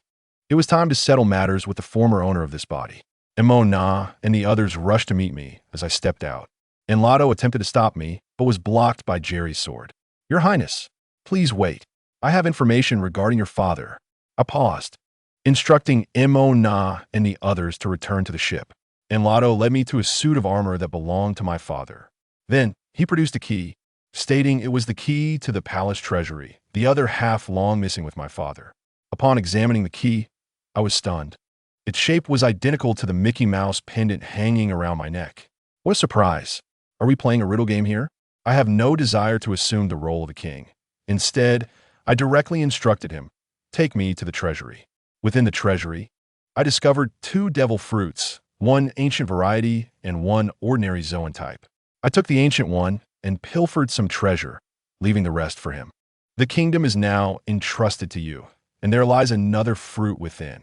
If you wish to protect this nation, you must find a way to become stronger. As soon as I left the island, Gina's life card suddenly ignited with fervent intensity. Moreover, its direction had completely shifted. My heart raced, and I promptly commanded muses to pursue at full speed. Dozens of nautical miles away, Gina was desperately fleeing on a small, rickety boat, pursued relentlessly by a warship unleashing a barrage of cannon fire. "Stop right there, you wretched woman!" shouted a portly general with braided hair aboard the warship, none other than Nwafis, who was beside himself with rage. Gina had initially been hiding well in the kingdom of Ols, but during her attempt to hypnotize the king, things went awry, drawing the ire of the Navy. She had intended to escape back to the Grand Line when she noticed my life card was moving towards her. Heaven knows how much effort she exerted to find me. Now overwhelmed with emotion, she wept and turned back, risking capture just to seek me out.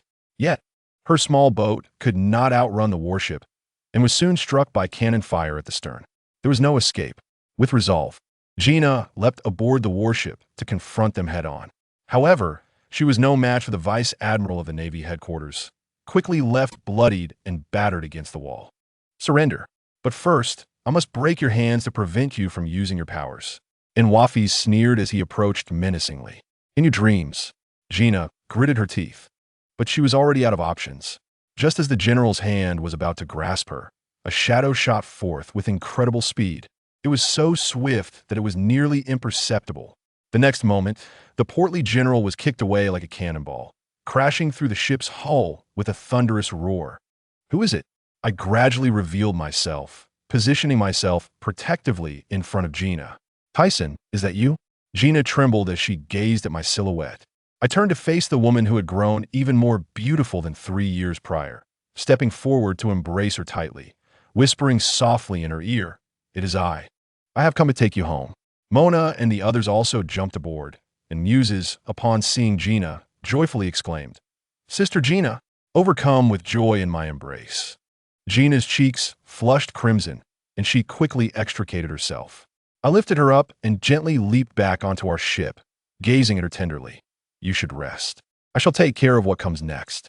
You little brat, do you think you can challenge me?" And Nwafis returned, using Jeppo to fly back. Furious that I was ignoring him, and he threw a punch my way, I sidestepped and countered with a slash of my sword against his arm, sparks flying. His Haki was decent, but alas, it was insufficient. After several exchanges, he realized he stood no chance in a one-on-one fight, and his demeanor shifted to one of madness. "Even if it costs me my life, I will eradicate you, the source of this threat." He was ready to fight to the death. Yet, I had no time to waste on him.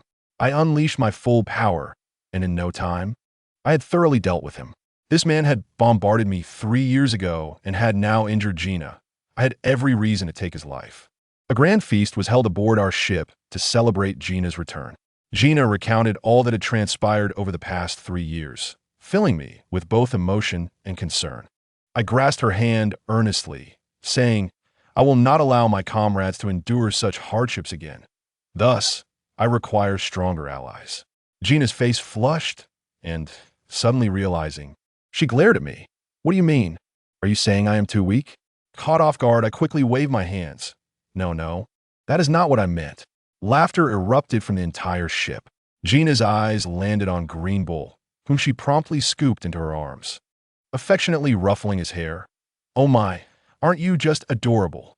Green Bull rolled his eyes in her embrace, feigning death. After the laughter subsided, I produced the devil fruit I had found in the treasury, the ancient dragon fruit, in the form of shark tooth dragon. "Does anyone wish to partake?" I inquired. Well, it's just you, Jerry, and Muse is aboard. The rest are no longer users of abilities. Such a rare fruit. Aren't you going to eat it yourself?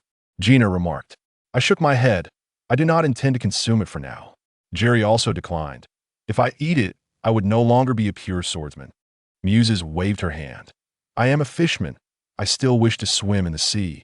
I suggested that since no one desired the two devil fruits, Tyson casually handed one to Gina, appointing her as the temporary custodian.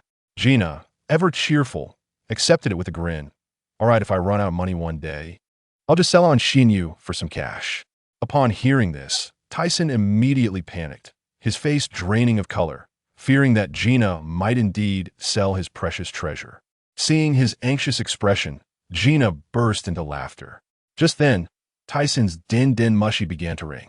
I recognized the sound and knew something was afoot. Tyson answered it, and a sultry voice came through, the din-din mushy even mimicking luscious red lips, stating, well, you dare to take down a vice admiral of the Navy headquarters. What a headline. Tyson, the epitome of a straight man, furrowed his brows. Is that why you called? The woman on the other end offered a warning. You may have defeated him, but you killed him too. The Navy headquarters will not let you off easily. And guess what? Tyson abruptly hung up the call. He hung up. My friends, you have no idea how stunned I was by this maneuver. The woman on the other end must have been rendered speechless, likely infuriated to the point of wanting to crawl through the phone line to strike him.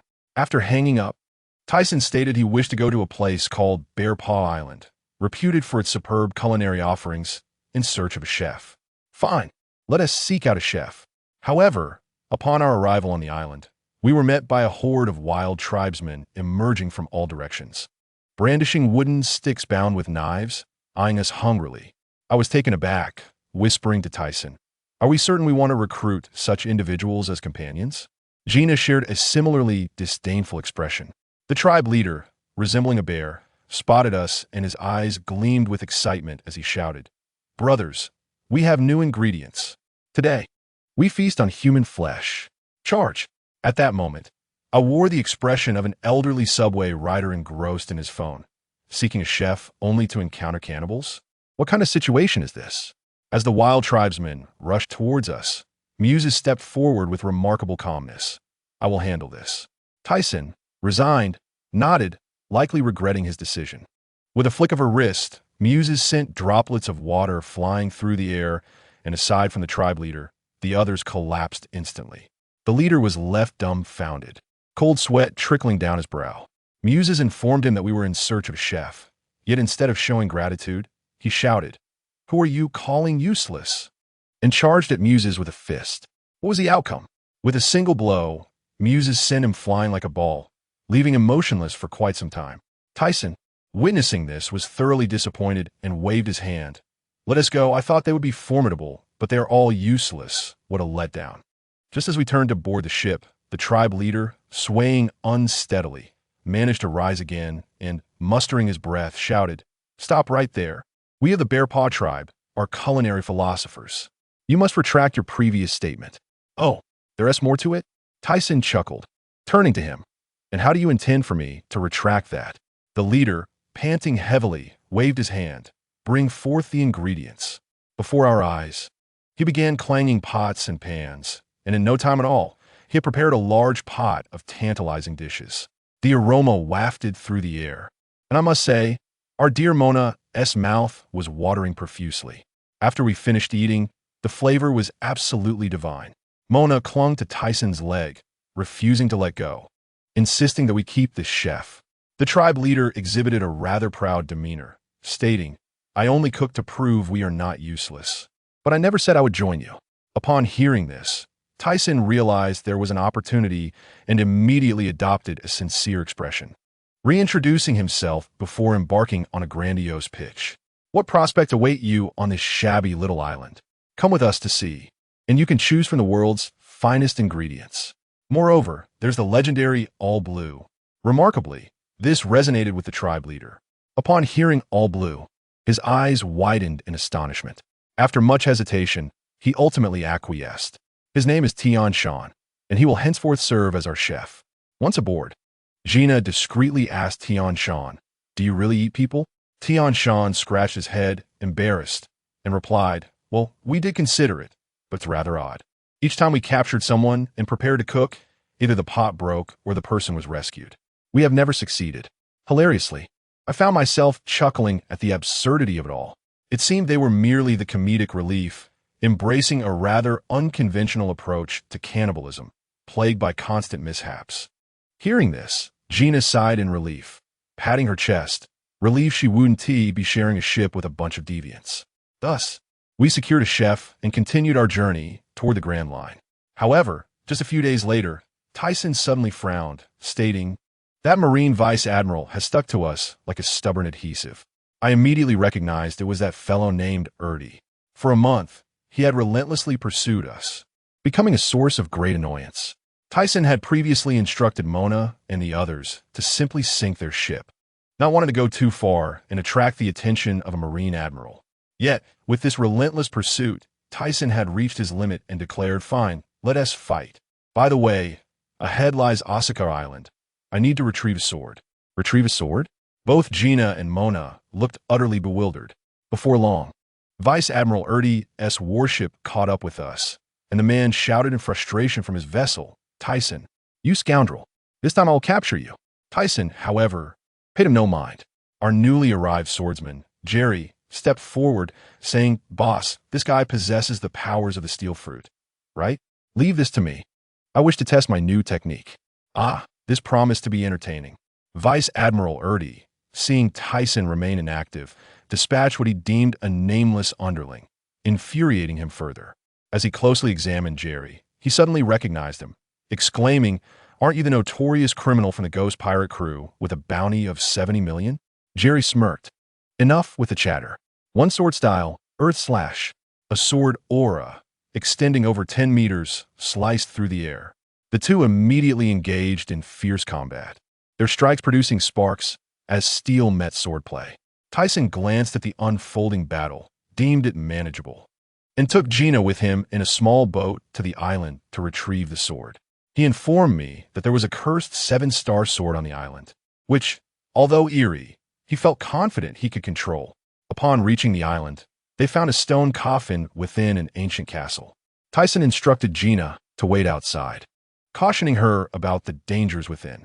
His corny romantic lines were nothing short of amusing, as he proclaimed to Gina, "My dream is to stand atop the world. How could I shrink back at a hint of peril? You wouldn't appreciate such a version of me, would you?" Remarkably, this caused Gina to blush and flee.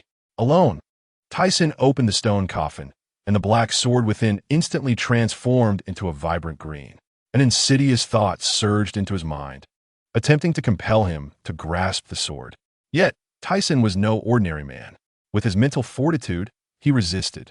The vengeful spirit within the sword, agitated, morphed into black mist and invaded Tyson's mind, attempting to seize control. Meanwhile, while Tyson battled the sword's spirit in the castle, the external skirmish reached its conclusion. Both Jerry and Vice Admiral Erdy sustained serious injuries. Jerry, gathering strength for a powerful move, shouted, "One sword style, earth slash." A massive wave of earth-colored sword energy surged forward, akin to a mountain descending. Although Vice Admiral Erdy attempted to withstand the blow with his armament Haki, he was utterly overpowered, suffering internal damage and collapsing while muttering, "This is the earth slash. I have lost." After defeating his opponent, Jerry also succumbed to exhaustion, prompting Mona to carry him back to the ship. Inside the castle, Tyson's eyes flickered between red and normal, clearly engaged in a mental struggle with a vengeful spirit. The spirit taunted him, "You cannot escape your own greed." Tyson retorted with a smirk, "You know nothing of power." With that, he conjured a massive blood-red hand in the mental realm, crushing the vengeful spirit in an instant. Suddenly, Tyson's eyes regained their clarity. He grasped the 7-star sword, and the green glow dissipated. Although the vengeful spirit was vanquished, a lingering bloodlust emanated from the sword. As soon as he lifted it, a terrifying aura caused his eyes to redden momentarily before he managed to suppress it. He attempted to channel his power, and the sword ignited with green demonic flames. It appeared the ability remained intact, but he would need time to acclimatize. When he emerged with the sword, Gina was on the verge of tears from anxiety. Upon returning to the ship, Tyson displayed the sword to everyone, and the chilling aura sent shivers down our spines. Tyson reassured us, stating he could manage it and would soon seek a blacksmith to forge a sheath, allowing him to temper it over the years. "All right, comrades." Tyson raised the sword high, declaring, "Onward to the Grand Line." Unbeknownst to us, on an island in the New World, Rox was holding a new bounty poster featuring Tyson's face, with a bounty of 300 million berries, accusing him of being a user of the melt fruit. He erupted in laughter, an intriguing little brat. Come to the New World. We ascended Reverse Mountain, finally returning to the Grand Line. Presently, we are resting in a town called Whiskey Peak, renowned for its wine and music. Tyson, sipping on a drink reminiscent of soda, contemplated our crew composition, with a navigator, chef, helmsman, swordsman, and combatant secured. We still required a ship's doctor, sniper, and musician, ideally a scientist as well, to assist in examining the extraordinary pills on his person. After all, the grand blueprint of my envisioned maritime paradise remains merely a draft, with many designs conjured from my imagination, reliant on a scientist's expertise for realization. That evening, Tyson summoned us all, and the spotlight fell squarely on Mona's face. None of us could contain our laughter, our faces nearly cramping from the effort. This fellow had actually branded himself with a steaming hot iron bearing the emblem of Mickey Mouse. He was so proud, waving the custom iron brand and offering to give us one for free. I couldn't help but laugh heartily at the absurdity of it all. Tyson, receiving the iron, wore a bemused expression, likely pondering how far Mona had gone to express his loyalty to our pirate crew. After the commotion settled, Tyson adopted a serious tone, stating, "All right, we are preparing to head to Sky Island. Having dispatched the Marine Vice Admiral, we can expect pursuers on our tail. Sky Island is the perfect place for you all to engage in intensive training." As he spoke, he produced several pills that could enhance physical attributes, which both Mona and I had previously ingested. The process was somewhat painful, but the results were remarkable. As soon as he finished speaking, Mona involuntarily shivered, his expression reflecting the trauma of past experiences. For Tyson, somewhat painful likely equated to a hellish ordeal for Mona, who now trembled at the mere mention of pills. Noticing his reaction, a sense of dread gripped us. Tyson, observing Gina's apprehensive demeanor, gently asked if she would partake. Although touched, Gina's gaze was resolute as she shook her head, indicating her resolve not to be a burden in the future. Ultimately, aside from Tyson and Mona, every one of us swallowed the pills. Each individual could only consume one, as additional doses would merely transform into healing medicine. Nevertheless, Tyson remarked that if these pills could be mass-produced, we wouldn't need to fear injury in battle, especially since Mona had recovered so rapidly after his severe wounds. The following morning, we each felt rejuvenated, our bodies light and strength amplified. Gina's transformation is astonishing. Her skin is now even more fair, delicate, and radiant, leaving her utterly elated. Jerry, gripping his sword, remarked that everything felt remarkably different. Musi clenched his fists, claiming that his Fishman Karate's power had doubled. Even our manatee, Lunyo, was fervently showcasing its meager muscles. Just yesterday, it had boldly swallowed the medicine without a second thought, enduring immense pain but reaping significant rewards. Upon witnessing our upgrades, Tyson contemplated the need to acquire the techniques of the Navy's 6 styles. With our current physical condition, learning would undoubtedly be swift. He had already mastered the Soru and Kamii, and was fixated on the Jeppo that allowed one to fly. Just as we were preparing to set sail for Jiao Island, the phone bug suddenly rang. Upon answering, Tyson was greeted by a sultry pair of lips on the screen, as a woman named Xuanai informed him that she had obtained intelligence regarding a ship transporting Tianshan Jin in the South Sea, close to Jiao Island. However, it was being escorted by Vice Admiral V.A. Air Dion and personnel from the world government. Tyson's eyes lit up with excitement. This information is perfectly timed. Xuanai, sensing the danger, exclaimed, "You madman, you aren't actually planning to rob it, are you? Stealing Tianshan Jin is a capital offense." Tyson dismissed her concerns, abruptly ending the call. He had long desired to exert pressure on the world government. believing that the escort team would likely include CP agents, potentially leading to clues about the traitors from the past. The pressing question arose: how could we instantaneously traverse from the Grand Line to the South Sea? Thiessen gathered us together to share his audacious plan. Mona was the first to explode with enthusiasm, her eyes turning red. "Boss, let us do it. I've been itching for revenge. That bastard Estiona better not cross my path." Upon hearing Estiona's name, Gina also felt an intense hatred, immediately pledging her allegiance to Thiessen. Jerry, filled with fervor, declared, "My greatest hatred lies with the celestial dragons and the world government. Captain, give the order." With unanimous consent, Thiessen decisively announced, "Let us go big. The quickest route is through the comm belt." Gina's face turned pale. "The comm belt? Does that render me, the navigator, useless? It's teeming with sea kings. It's far too perilous." Thiessen's determination was unyielding, and he was resolute about proceeding. The captain was indeed reckless. Yet I was equally curious to witness the scale of the sea kings in the comm belt. But how will we navigate through? We certainly couldn't abandon the ship to swim. Thiessen wore a mysterious smile. "La la la la. We'll use the old method." We exchanged glances, and a dreadful thought surged within us. Could it possibly be that? Meanwhile, chaos erupted within the Navy. Admiral Stede Bonkong, accompanied by the young Marine Sengoku with his voluminous hairstyle, was aboard a warship, preparing to intercept us at G Island. Midway, they received a call from the Marshal, stating that we had gone missing. Steel Bonkong was left dumbfounded, ordering full speed ahead to conduct a comprehensive search in the vicinity of G Island. Little did they realize that at that very moment, we were tethered to a massive sea creature, using it as our biological engine to propel our ship into the monster-infested comm belt. If outsiders were to witness this, they would undoubtedly label us as reckless lunatics. I must tell you, the scene was extraordinary. The surrounding sea kings had eyes larger than our vessel, resembling moving mountains. They emerged from all directions, and the creature pulling our ship was terrified, swimming for its life. We were all on deck, unleashing our ultimate moves: 100-ton gravity punch, one sword style, earth flow slash, tong, sao, wajung chuan.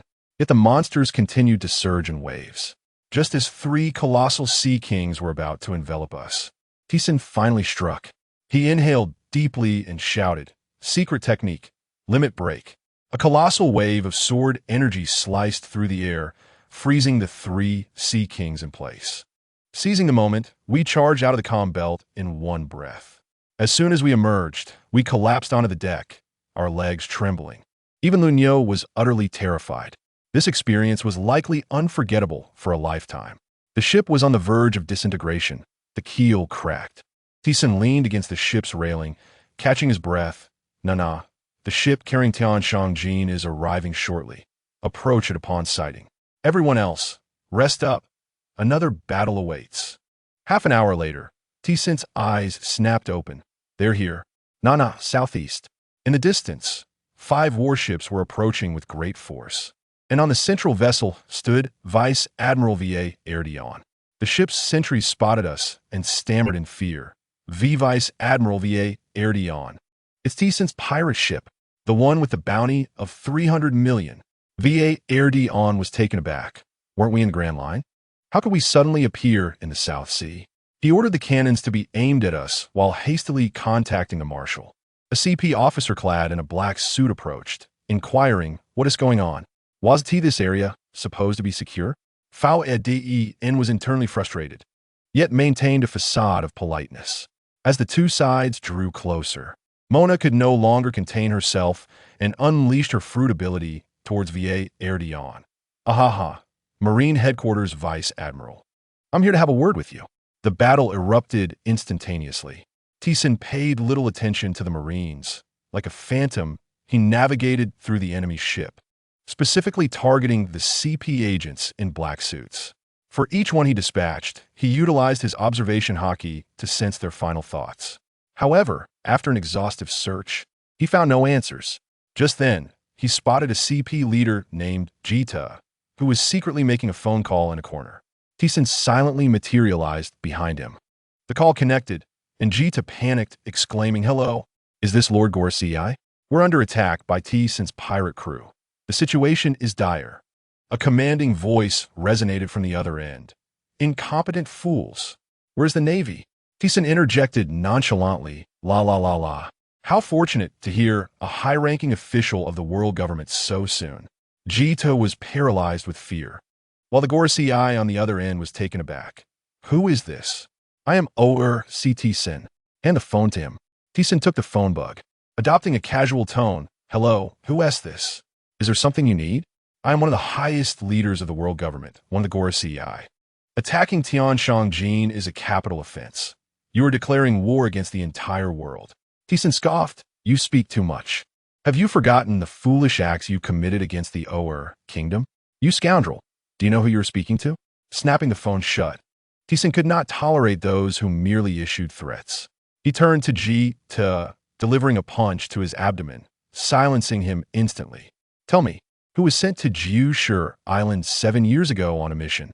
As T-Sin focused intently on Jita's thoughts, he discovered that the man was unaware of the specifics, only knowing that the matter fell under the jurisdiction of a CP commander. Great, no leads. T-Sin swiftly drew his Qixing Jian, eliminating him decisively. Clearly, to uncover the two traitors, a trip to Justice Island would be inevitable. Upon glancing back, the battlefield was nearly cleared, with Gina and the others busily transferring treasure onto the ship, while Mona was still engaged in combat with the Vice Admiral. On the other side, Admiral Steelbone's fleet finally reached the South Sea, only to find a scene of devastation. He seethed with rage, veins bulging, when his subordinate reported, "Admiral, their ship has been spotted on a nearby island." Steelbone exchanged glances with Sengoku, both wearing expressions of cold indignation. These little brats. After plundering, they dare to wait for us on the island? Truly audacious. At that moment, we were on that very island, celebrating our victory with a feast. T-Sin suddenly stood up, and we all looked at him, in confusion. He grinned widely. This is getting interesting. Coming towards us are Admiral Steelbone and Sengoku. Sengoku? I haven't heard of him. Who cares? Besides these two, the rest are merely junior officers. It seems they have underestimated us. A fleet of over a dozen warships swiftly encircled the small island, as General Gongu led the navy ashore. To his astonishment, he found us, a band of pirates, reveling in a boisterous celebration, which infuriated him beyond measure. We all rose to our feet and formed a line. Gongu gazed at us, beginning to read the bounty notices. Yumian Aoer Citizen, 300 million. Xiao Jiren Faisamona, 210 million. He continued until he reached our pet manatee, Luniu, who had a bounty of 300,000. Gua. Luniu protested immediately, deeply troubled by its bounty. Gongu paid it no mind, fixating instead on Tyson. Tyson Aoersi. Surrender at once. Tyson dug into his ear, visibly irritated. General Gongu, you traveled all this way just to spout such nonsense? As I finished speaking, a young man with a tousled hairstyle sprang forth beside Gongu, shouting at me, claiming I was an overly arrogant pirate. Upon closer inspection, I realized he was none other than the future warring states of Buddha. He looked rather youthful, clad in a black suit and tie, resembling a freshly graduated intern. When he caught sight of me, recognition dawned on his face, though he appeared utterly bewildered. Who could fathom that this future admiral of the Navy once exuded such naivety? However, I had no time for nostalgia. My blood surged with adrenaline, and I yearned to clash with this old fellow to gauge the true might of the Navy. The moment that thought crossed my mind, an unstoppable force surged within me, pulsating outward in a crimson wave. Suddenly, there were loud thuds as Navy personnel, both on the ships and on the island, collapsed in droves, rolling their eyes and frothing at the mouth. Those on my ship who had never witnessed such a spectacle were left agape, their mouths wide enough to fit an egg. Although Jerry and the others were aware of my capabilities, they were still taken aback by the sight. Even my manatee's eyes sparkled, almost ready to cheer me on. Warring States, standing closest to me, broke into a cold sweat, likely cursing under his breath. Embarrassed, I called out to him, "La la la la, my apologies." I couldn't restrain myself. I had initially intended for my crew to spar with the Navy, but now, thanks to my shout, Only a handful of junior officers remained on the opposing side, showcasing remarkable efficiency in clearing the field. Gangu's face darkened as he inquired about Vice Admiral Wardian. I retorted, "Curious? Defeat me first." His fury erupted, accusing me of heinous crimes against various vice admirals and threatening to imprison me in Impel Down. I must say, the moment he finished his sentence, he vanished. The speed was utterly absurd, and my eyes struggled to keep pace. Yet he was swift, but my Kinbunchika Haki was swifter. I sensed him approaching from the left, and, without hesitation, enveloped my fist in Busashoka Haki before retaliating with a punch of my own. The impact resonated with a thunderous boom. In that instant, I felt as if I were striking not with my fist, but with a mountain. A torrent of force surged from his punch, numbing my entire arm, nearly causing a fracture. I hastily exerted more strength to counter it, our fists colliding, black and red lightning crackling between us, the ground beneath us fracturing. After a brief stalemate, I found myself unable to hold my ground against his seemingly boundless strength. I swiftly retreated, creating distance. Good heavens, this old fellow was indeed formidable.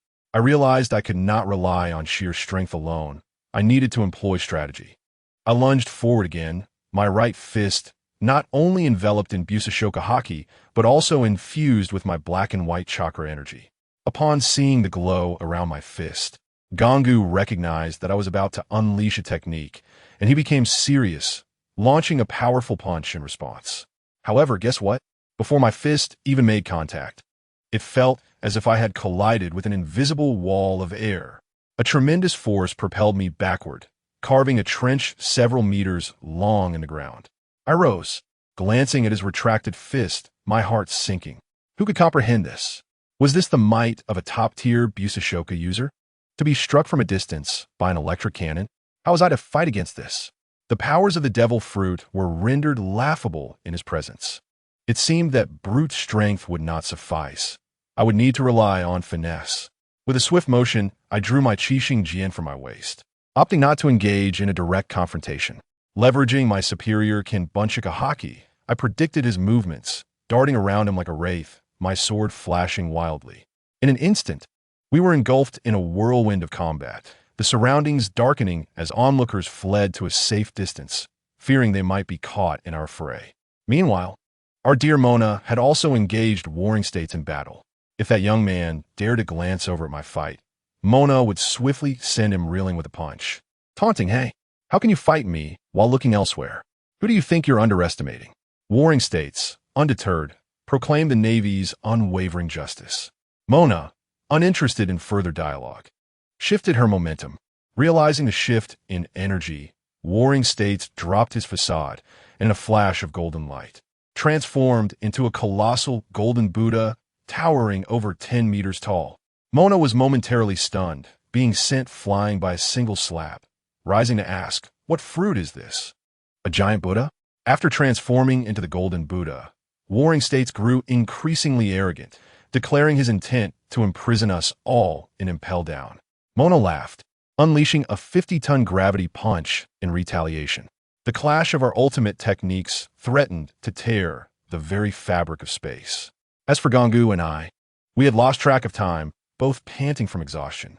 I had endured several of his long-range attacks, my insides churning painfully, blood seeping from the corners of my mouth.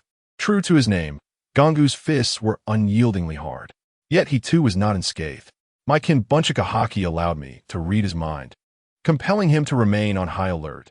Otherwise, I would anticipate his moves before he even executed them. Moreover, the black and white energy on my sword made him hesitant to confront it directly, draining his Busashoka Haki significantly. Thus, we engaged in a relentless back and forth, both of us feeling the weight of frustration. He could not land a hit on me, nor could I breach his defenses. Then, seizing an opening, I unleashed my ultimate technique. Sword technique, White Dragon. A massive white dragon, composed of energy and entwined with emerald flames, spiraled above my head, merging with my Qixing Jian as I charged toward Gangu. Gangu's expression shifted dramatically as he crossed his arms defensively, activating his Busashoka Haki to its maximum, its sheen reflecting darkly. The ground beneath him began to crack, With a resounding boom, I felt as though I had slammed into an indestructible metal wall. Gangu's power surged to new heights. My sword technique was instantly shattered, sending me hurtling backward, spewing blood mid-air. I understood then that I could not prevail through brute force alone.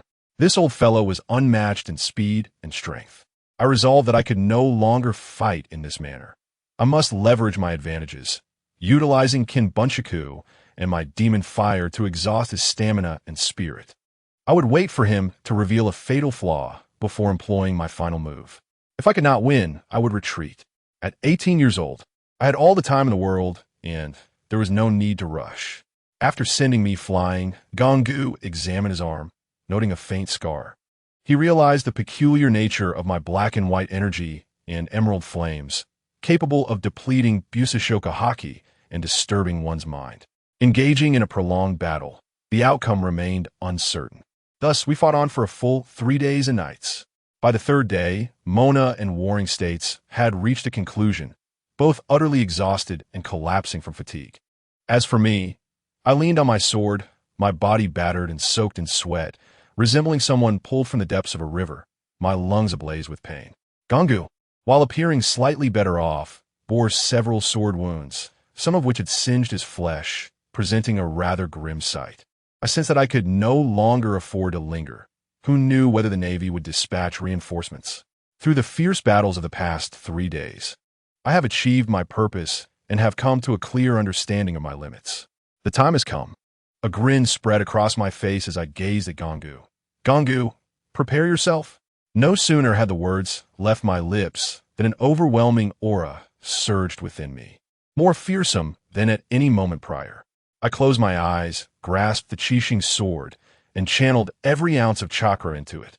Upon reopening my eyes, I leaped into the sky. The sight was nothing short of spectacular. A colossal energy sword, measuring over 100 meters, took form in the heavens. Its blade adorned with terrifying black and white energies, while emerald flames danced along its edge. Then came the most astonishing maneuver. A transparent cube enveloped the destructive sword, instantly containing its terrifying aura. The sky fell silent, yet anyone who cast a glance at that sword would feel their soul tremble. Gangu, that old fellow, turned pale, aware that there was no escaping this move. He could only brace himself for the impact. I looked at him and slowly swung the colossal sword down. Secret technique, limit disintegration. As the sword descended, the surrounding air was trapped, and Gangu felt as though he were ensnared in concrete, unable to move. He could only watch helplessly as the sword approached. The violent black and white energy had yet to touch him, yet his skin began to melt away. Desperately, he summoned his domineering aura to shield himself, but he felt his strength and vitality draining rapidly.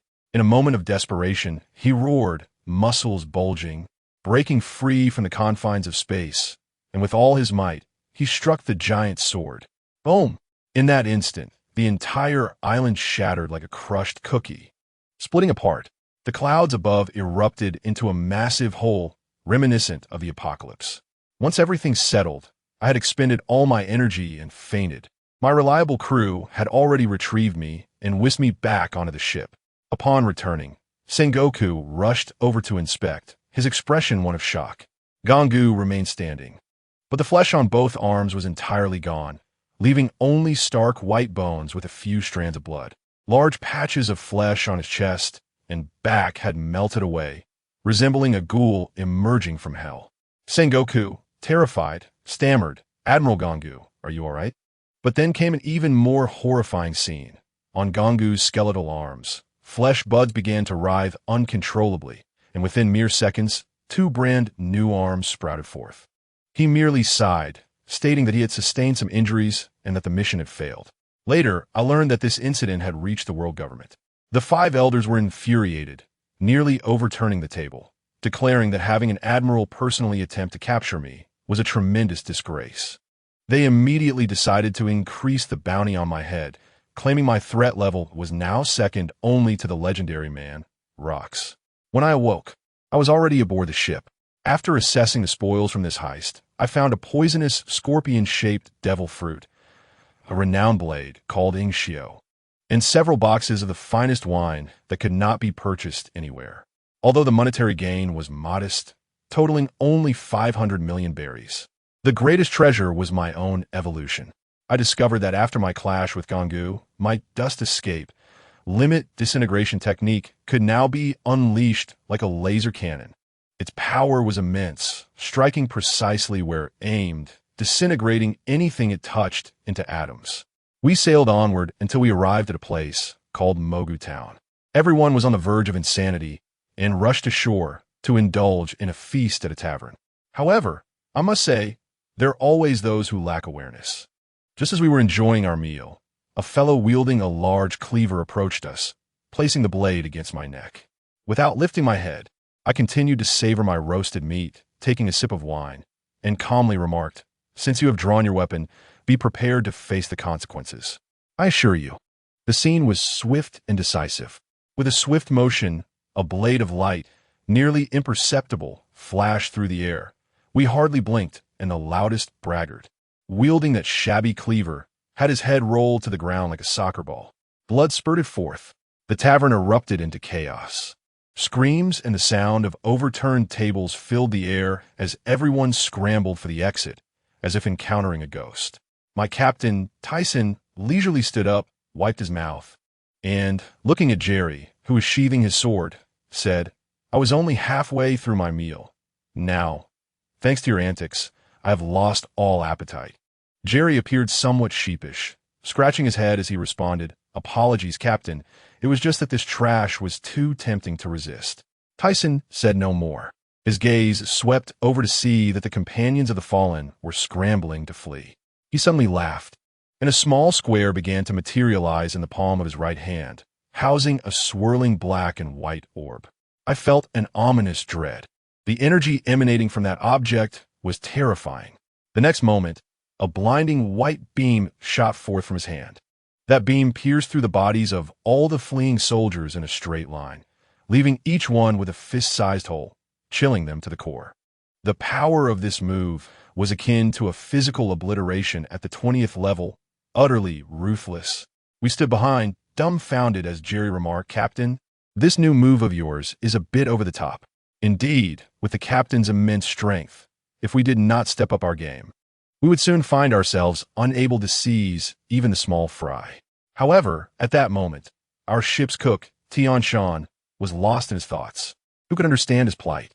He felt that apart from cooking, he was nothing aboard the ship, merely able to exchange a few blows with a cow. He had yet to awaken his domineering aura and felt he was falling behind the times. Who is the captain? He is a master with an innate ability to read minds. He undoubtedly sensed Tian Shan's thoughts and promptly called for a crew meeting. He declared, "Enough of this. Stop eating and get moving. I sense the Navy is preparing a major operation. We must hurry to ascend." Indeed, you heard correctly, ascend. The captain had long planned to venture to the Sky Island. The tasks were clearly assigned. Jerry, Tian Shan, and Levi were to capture a compass bird known as the Nanan Jian Yao. For once we ascended, the recorded pointers would become obsolete. Gina was responsible for observing the weather and identifying signs of the sky currents, while Mona and I were tasked with finding a coordinate point for departure. Meanwhile, chaos reigned at Navy headquarters. Fleet Admiral Soth, that old man, was infuriated after hearing the report from the God Valley, his beard practically standing on end. The young emperors in the New World were becoming increasingly difficult to manage, and now, with our captain causing a stir, the world government was incessantly calling to vent their frustrations. The stress was causing his blood pressure to soar. He slammed the table and commanded, "Gangu, you will lead the team, along with 8 vice admirals. Also, summon Sengoku, Garp, and Tsuru." I must say, this lineup was akin to a grand spectacle of the Spring Festival Gala. All to capture, just our captain. Fleet Admiral Soth roared, "The New World is already chaotic enough. I absolutely cannot allow another monster to be unleashed. He must be captured." At this moment, a young officer rushed in with a report.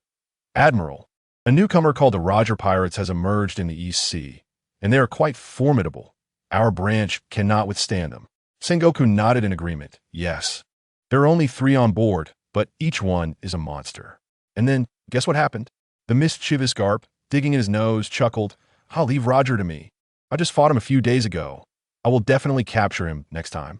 Upon hearing this, Fleet Admiral Soth conceded, "Fine. Given our strained forces and the New World-S troubles, Garp can handle the East Sea on his own." And then, the climax arrived. Gongu suddenly interjected, "Admiral, it seems that Vice Admiral Vardian is still aboard Tyson's ship as a captive." This sentence directly incinerated Marshal Soa's CPU. "What did you say? Our Vice Admiral has been captured by pirates. If this news gets out, where will the Navy's face be?" The old man was furious, his face flushed, pointing at Gongu's nose and shouting, "I don't care what methods you use. You must rescue him. Investigate. Where are they now?" Soon, someone reported, "Report, Marshal. The Tyson pirate crew is currently docked at Jaya Island." "Good. Gongu, you shall devise the plan. Before we engage in battle, rescue the hostage first. Additionally, raise the bounty for all members of the Tyson pirate crew." Meanwhile, in the East Sea, a man with a straw hat had just pulled off a significant heist. The future pirate king, Roger, annihilated an entire nation's army to avenge his comrades. Beside him, the bespectacled gentleman, the future Dark King Rayleigh, supported his forehead and remarked, "Roger, you really know how to stir up trouble. We initially aimed for a low-profile development." Roger grinned, his gaze sharp as a blade. "Rayleigh, anyone who dares to harm my friends, even if the heavens come down, I will still fight." Although Rayleigh complained, his heart swelled with warmth. This was the captain he chose to follow. As the two engaged in banter, another crew member approached with a bounty notice. Rayleigh took it and exclaimed, "Oh, isn't this the pirate who destroyed an entire nation? Sounds quite similar to what you did, Roger." Roger glanced at the bounty notice, his eyes brightened instantly, and he laughed heartily. "I like this guy's style. He must be an interesting character. I can't wait to meet him." In the New World, chaos reigned supreme. A young Whitebeard, Newgate, the future Yonko, was working for a ragtag pirate crew, wholly uninterested in treasure, simply drinking and gazing at the sea. Meanwhile, in another ocean, a formidable figure named Rox was recruiting subordinates worldwide. Having just defeated the future Golden Lion Shiki, he coerced the latter into submission. Rox aimed for world domination, gathering future legends like Whitebeard, Kaido, and Big Mom, all of whom were his apprentices. Most intriguingly, aboard Rock's ship was a mysterious man carrying a sniper rifle, his dark skin fixated on a bounty notice with an intense gaze. The individual depicted on the notice was none other than our captain, Tyson, returning to our side. After waiting 5 days in Magic Valley Town, the moment finally arrived. The sky turned dark, and an enormous whirlpool appeared on the sea. With a command from the captain, "Nana, set sail, charge in." The surging currents were akin to a natural water roller coaster, lifting our entire ship skyward. The tumultuous waves overwhelmed us, and we could only cling tightly to the ship's railing. After about a minute, the pressure suddenly vanished. When we opened our eyes again, dear comrades, the sea beneath us was no longer the blue ocean, but an endless expanse of white clouds. We had arrived at the Sky Island. This was the White Sea at an altitude of 7,000 meters. However, the captain stated that this was not our destination. Our goal was the lofty White Sea at 10,000 meters. Initially, everyone experienced altitude sickness, feeling dizzy and breathless, but after a while we acclimated. We navigated through the cloud sea and soon reached an entrance. At the entrance stood a winged girl who insisted on charging us 10 billion as an entry fee. The captain ignored her entirely and commanded the ship to sail through.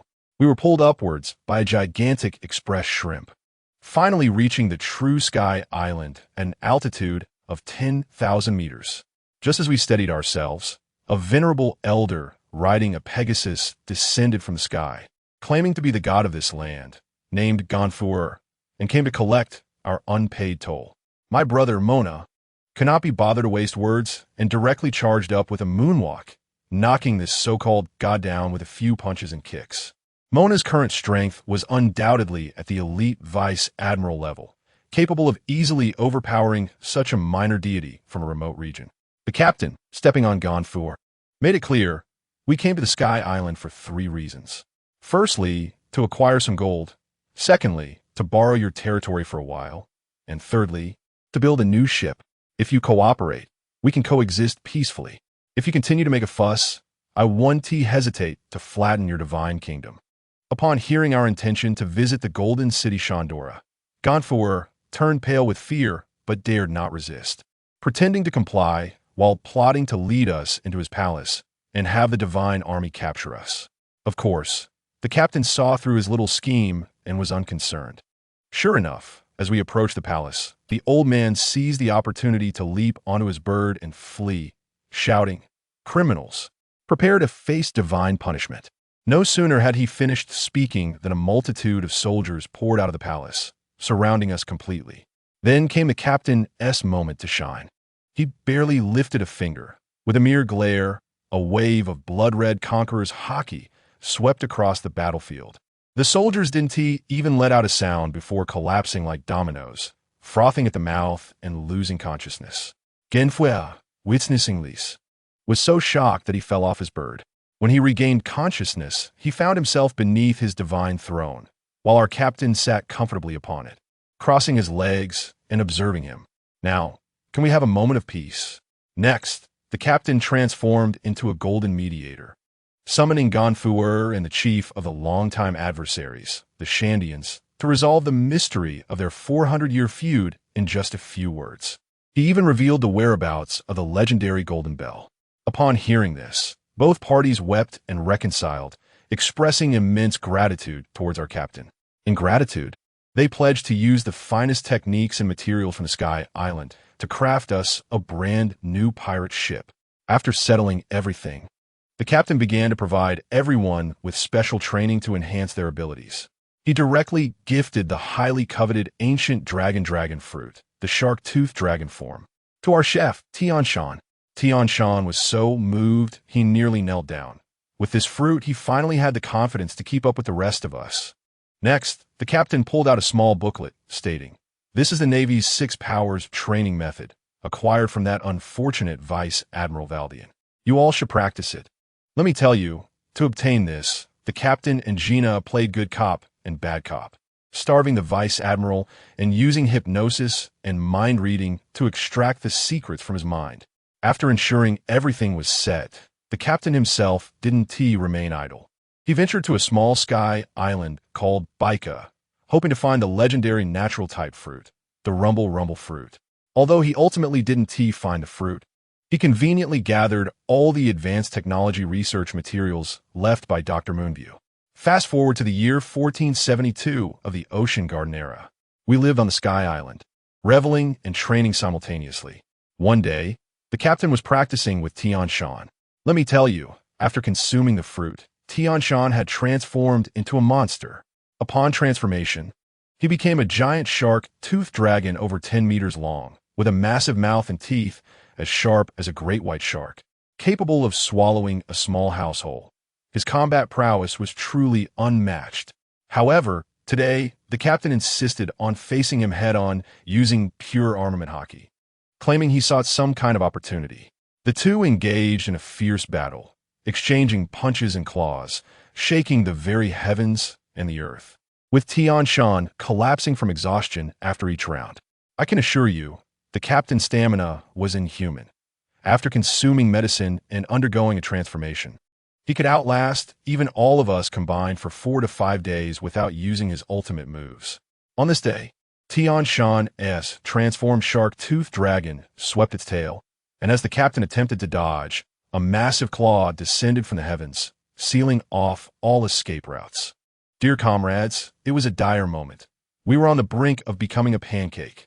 At this critical juncture, I watched in awe as the captain infused all his Kinbunchika Haki into his fist, the sheer force flowing like a torrent. Without hesitation, he unleashed a punch aimed at the belly of the shark-tooth dragon. In the next moment, something utterly astonishing occurred. The captain's fist never even touched Tianshan. The massive body, measuring over 10 meters, recoiled as if struck from afar, emitting a ghastly howl and spraying blood as it was sent flying, reverting to its human form. The captain withdrew his fist, gazing at the swirling Haki on his hand, visibly astonished. Is this the power of advanced Kinbunchaku? Tianshan, clutching his abdomen, staggered toward us, his face twisted in agony. "Captain, what on earth did you do? Why has your strength suddenly surged? I feel like my insides have been rearranged. It's unbearable." Upon hearing this, the captain chuckled, his signature laughter echoing. "Indeed, this is the power of advanced Kin Bunchaku. I never anticipated that fighting you would unleash it." He explained that this force could penetrate the body and cause internal destruction, a feat even Tian Shan's formidable defenses could not withstand. Tian Shan's eyes lit up at this revelation, declaring his intent to train, for a ship's cook must not lag behind. The captain, elated by his newfound skill, waved his hand grandly. "Brothers, pack your things. We are leaving the Sky Island and heading back to Qinghai.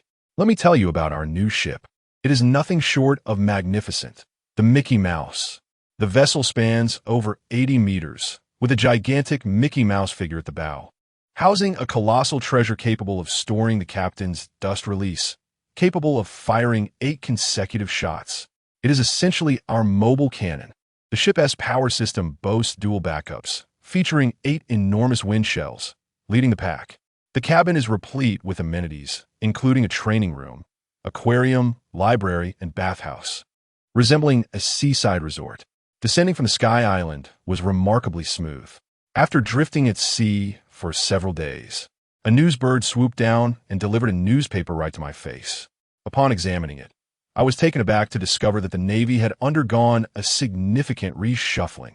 Steelbone Kong had ascended to the position of admiral, while Sengoku, Garp, and Tsuru had all been promoted to vice admirals. The captain's mood shifted upon seeing the newspaper, likely missing Sister Xuan and I. However, duty called, and we set our sights on the Water 7. Our objectives there were twofold: to convert the gold acquired from the Sky Island into cash, and to procure a sheath for the captain's stunning 7-star sword. Upon arriving at Water 7, the captain sought out a blacksmith. He casually entered a dilapidated shop, and when he revealed the sword, the young blacksmith's face drained of color, his hands trembling uncontrollably. "Well, what kind of sword is this? It looks terrifying." He hurriedly rushed inside to summon his grandfather. An old man emerged, smoking a pipe, initially appearing impatient, but upon seeing the captain's sword, his eyes widened in astonishment.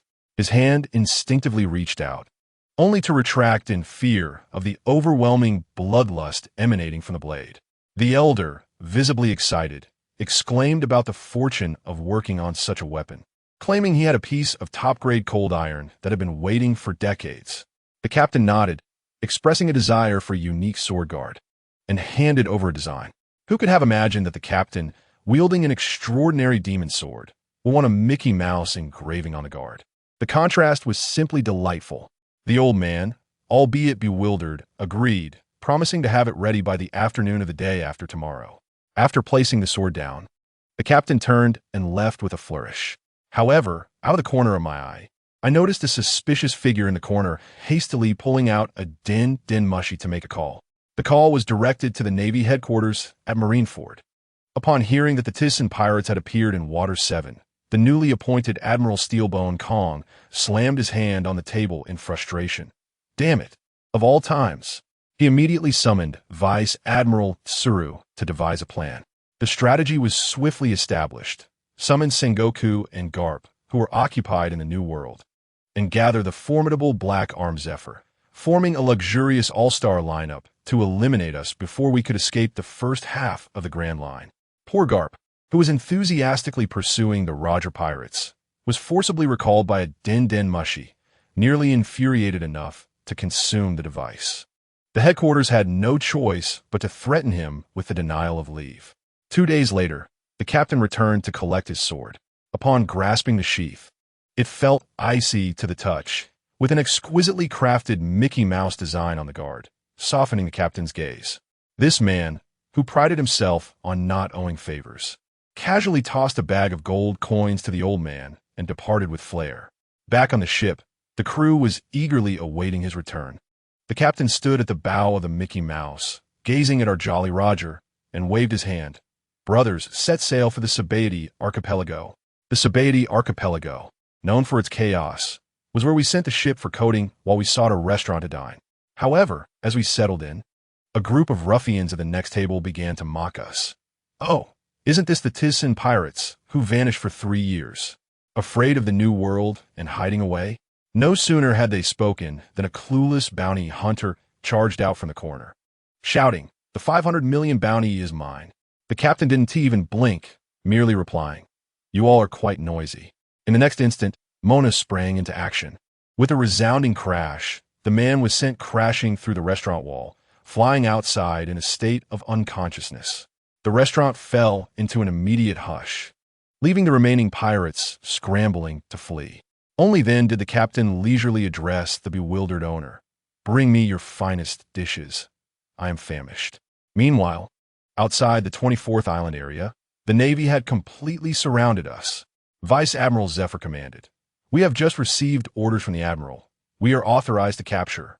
First, destroy their pirate ship." On the other side, the Navy's elite had also arrived. Garp, Sengoku, and Tsuru, the trio of Navy supernovas, gathered.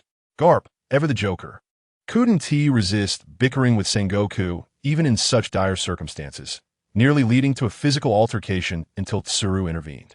As we exited the restaurant after finishing our meal, we were met by a sea of Navy personnel. Zephyr stood at the forefront, glaring fiercely. "Yumi Mion Rin Orus Tizsen, surrender immediately. This area has been completely sealed off." The captain responded with mockery. "La la la la.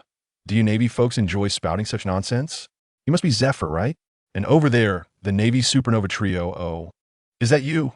Vice Admiral Waldiang, whom I let go last time. How dare you show your face here again?" The Vice Admiral's face turned a deep shade of crimson. Zephyr removed his admiral's coat, his arms enveloped in dark, gleaming Haki. "Since you have chosen the path of evil, I shall correct your misguided thoughts. Come at me." This time, the captain didn't even draw his sword, instead meeting Zephyr's challenge with a single fist. Boom! Attendre explosion ensuite. I witnessed their fists never actually collide, as if separated by an invisible barrier, yet the terrifying shockwave obliterated the surrounding buildings. Nearby Navy personnel were blown away like leaves in a storm.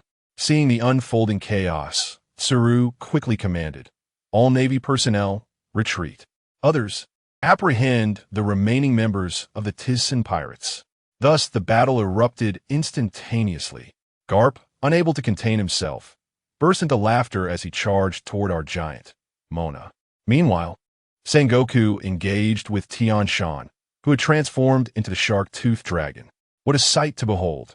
The Buddha of Sengoku facing off against an ancient beast. It was too beautiful for me to bear. Jerry squared off against his longtime rival, Vice Admiral Enwa Phase. Our Gina was the fiercest of all, directly confronting Vice Admiral Tsuru. However, upon their initial clash, Gina quickly realized something was amiss. Tsuru's wash-wash fruit ability seemed perfectly suited to nullify her bubbles, an absolute counter. The battlefield quickly fragmented into several sections. I must inform you that a skirmish also broke out on the Tizsen pirate ship. It turned out the Navy intended to ambush our vessel, but Green Bull swiftly dispatched the rookie gunners in mere moments. However, the sheer number of approaching Navy personnel was overwhelming, prompting Green Bull to take the situation seriously to protect the ship. Oh my! He had already cultivated his bocce 2 years ago and frequently sought practice with Tian Shan and Myosi, although he was merely in the hardening phase. Dealing with these petty foes was but a trivial matter. What is it saying? Can't understand? From its expression, it seems to be mocking us. How infuriating! What on earth is this creature that even possesses bocce? The bounty said this sea cow was only worth 3 million berries, yet it is so formidable. Furthermore, is this truly the ship of the TCN pirate crew? That flag is rather absurd. The Navy's words were barely uttered before being sent flying by a kick from Lunyo. Lunyo gazed at this group of weaklings, daring to covet our ship. Such audacity is truly laughable. They even dare to ridicule our pirate flag? Uncle can endure, but Aunt cannot. Though he too found that flag somewhat embarrassing. It was still his home.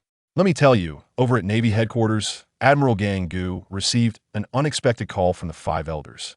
"Hello, this is Gangu. Has the jade-faced man Ao Air CT son been captured? Admiral Zay Fa is currently engaged with him. We will bring him to impel down." "No need." The 5 elders interrupted directly, since he dares to provoke the world government. Once captured, send him to Mariewa. I want him to become a slave, and then take a picture to show the pirates on the sea, demonstrating the consequences of offending the world government. Additionally, I will dispatch CP personnel to Sabaody Archipelago. After you capture AO Air CT Sun, hand him over to them. The expression on Gangu's face was exceedingly grim, veins bulging as he slammed his palm onto the table. What? Gangu, do you have any objections? Do not forget that the Navy is merely our facade. Your position as Admiral was secured thanks to us. Gangu's clenched fist loosened, his fury subdued. I will inform ZFA. The call abruptly ended. These bastards. Gangu see that his voice lowered, taking the honor we earned with our lives to bolster the world government's image. What do they think we are? The assistant beside him dared not breathe, beads of sweat forming on his forehead, his eyes filled with trepidation. Contact ZFA and instruct him to hand over the Jade Face Man AO Air CT Sun to the world government. Yes, Admiral. As for T Sun, ZFA, if this is the extent of your strength, you will not capture me. They have been clashing for half a day, although he was at a disadvantage without weapons. He sensed that ZFA had yet to unleash his full power. It seemed the time had come to take matters seriously. For justice, I must give it my all. Upon finishing his words, ZFA's aura surged, and his gaze transformed. The intensity of their battle escalated dramatically, with the 24th jar nearly dismantled. Realizing that ZFA was now serious, T-Sun thought that if he continued to hold back, he might end up in dire straits. He drew the Qixing sword, his aura shifting accordingly. T-Sun swung his sword, clashing directly with ZFA's fist. Both their energies unleashed, the shockwaves rippling outward, felt even on distant islands. Soir technique, Yao Yu Belon, a colossal white dragon, entwined with emerald flames, surged towards ZFA at breakneck speed. The collision of the white dragon and ZFA's dark arm produced a shower of sparks. Before ZFA could regain his composure, T-Sun struck again. Unfazed, ZFA blocked the white dragon with his right arm, extending his ebony limb just in time to intercept the descending sword. Their powers intensified once more. The surrounding winds swept away collapsed buildings and stone walls. The clouds above churned. Trees near the 24GR were on the verge of toppling, and the ground cracked and sank, rocks and grass flying. So strong. This guy, Biengua and Tian Shan, who had transformed into a shark-toothed dragon, were embroiled in fierce combat when they were suddenly caught off guard by this surge of power, astonished to find that after 3 years, the Jade-Faced Man T-Sun had grown even stronger. Tian Shan, relying on the abilities of ancient species, barely managed to hold his ground, yet knew he couldn't endure for long. He recalled that T-Sin's ship would take 3 more days to coat, meaning he had to withstand for at least that long. Biengua observed Tian Shan, furrowing his brow, sensing a change in his opponent's gaze. Gina and Crane were also nearly blown away by the residual force. With Gina seizing the opportunity to taunt, "Did you see that? It seems your Navy isn't a match for T-Sun." Nonsense. ZFA will not lose. How can evil triumph over justice? Ugh, justice? Evil? Hearing those words makes me want to vomit. Upon hearing the terms justice and evil, Gina was suddenly incensed. Having been a pirate for so long, she had long seen through the darkness of this world. Crane detected Gina's opening and launched an attack. But Gina was no pushover either, and they resumed their fierce exchange, although Gina appeared to be at a disadvantage. "Hey, little giant, I didn't expect you to be quite formidable, able to take my iron fist," Carp exclaimed with excitement. After battling Mona for some time, though he had not exerted his full strength, he had revealed some true skill in their previous exchanges. "Admiral Carp, are you underestimating me?" Mona retorted, growing irate at Carp's dismissive demeanor. "Since you look down on me so, today I shall teach you a lesson you won't soon forget. Andrait-on gravity feast." Mona leaped into the air, striking toward Carp. Carp retaliated with his fist, but this time the power behind his strike was markedly different, their fists colliding and sparking lightning. From a distance, they appeared evenly matched, yet up close, it was evident that Carp's strength seemed inferior to Mona's. "This guy, Such formidable power. He actually surpasses me. Yet, I won't concede easily. In that moment of collision, Karp trained his fist as if striking a small mountain. He would never allow anyone to outmatch him in strength. After a day's fierce battle, T-Sun and ZFA were exhausting each other with their relentless exchanges, from fists to weapons, and now it was becoming strenuous. T-Sun felt that if he did not utilize his dust escape technique soon, he might indeed be defeated. He had refrained from using it to test how long he could endure in this state, for dust escape had always been his strongest technique. However, it seemed that he had no choice now. After all, he was merely 20 years old, still growing, and to hold his own against ZFA with just his physical prowess was already impressive. If you don't employ your abilities soon, you shall be captured. You madman, are you still using me to hone your body? No wonder you are so outstanding at such a young age. But you chose the wrong side. How wonderful it would have been if you had joined the Navy from the start. ZFA, I do not wish to comment on the Navy, but I cannot endorse the actions of the world government. You want me to join the Navy and serve as a pawn for the world government, collaborating with the noble kingdoms to stage a coup for your own dominion. And you speak of the Navy protecting civilians, about justice? Those words are utterly laughable. After experiencing the previous events, I understand that only the strong have the power of choice. The weak can choose nothing but await slaughter. For years, the Oerwang kingdom has been in turmoil. You should see how those civilians live. To pay tribute to the heavens, the common folks suffer endlessly, countless starving to death. And you still dare to speak to me of justice? Don't be ridiculous. Does the Navy possess justice? Certainly, but only when one first joins. The longer one remains in the Navy, the more one realizes that it is not truly justice. ZFA, let me impart a message to you. Decades from now, if you still hold such beliefs, I shall personally turn myself in. But before that, I shall create a paradise in the new world, a land of utmost freedom. I will enact laws and establish order, crafting a world of my own. Do you wish to see such a world? Feeling somewhat moved. However, upon hearing T-Sin's desire to create a place where he alone enacts laws and establishes order, he was left speechless in astonishment. Indeed, you are a dangerously unpredictable individual. The Navy has long been oblivious to your intentions, but now the truth is revealed. Your thoughts are perilously dangerous. Do you comprehend how many lives could be lost because of this? And you even sent me a message? Do you truly believe you can escape? T-Sin exhaled slowly, calming his tumultuous emotions, and retracted the Qi Xing Jian. Do you think you can capture me? You underestimate me far too much, ZFA. No, it is precisely because we do not underestimate you that the Navy has dispatched such a formidable force to apprehend you. Until you are caught, I shall not relent. Then allow me to demonstrate my true abilities. My years of hellish training over the past 3 years. T-Sun extended a finger, summoning a white, cubic stream of energy. This is the pinnacle of my achievements over the last 3 years. Although I had learned it in Mo Gujun 3 years ago, my proficiency was lacking at that time. Now I have nearly mastered Chindan, able to determine the size of the energy sphere based on the amount of chakra, even altering its shape. If the chakra is sufficient, I could launch energy spheres that travel hundreds, even thousands of meters. However, I am not yet capable of such feats and must progress gradually. ZFA observed the changes at T-Sin's fingertip, his brow furrowing as he sensed the terrifying energy contained within that small sphere, not daring to underestimate it. The Navy headquarters intelligence contained no mention of such a technique. Yuan, Ye, Dundian. Just as ZFA speculated where the attack would originate, a minuscule energy sphere shot forth from T-Sin's fingertip at an astonishing speed. ZFA could only raise his arm for defense.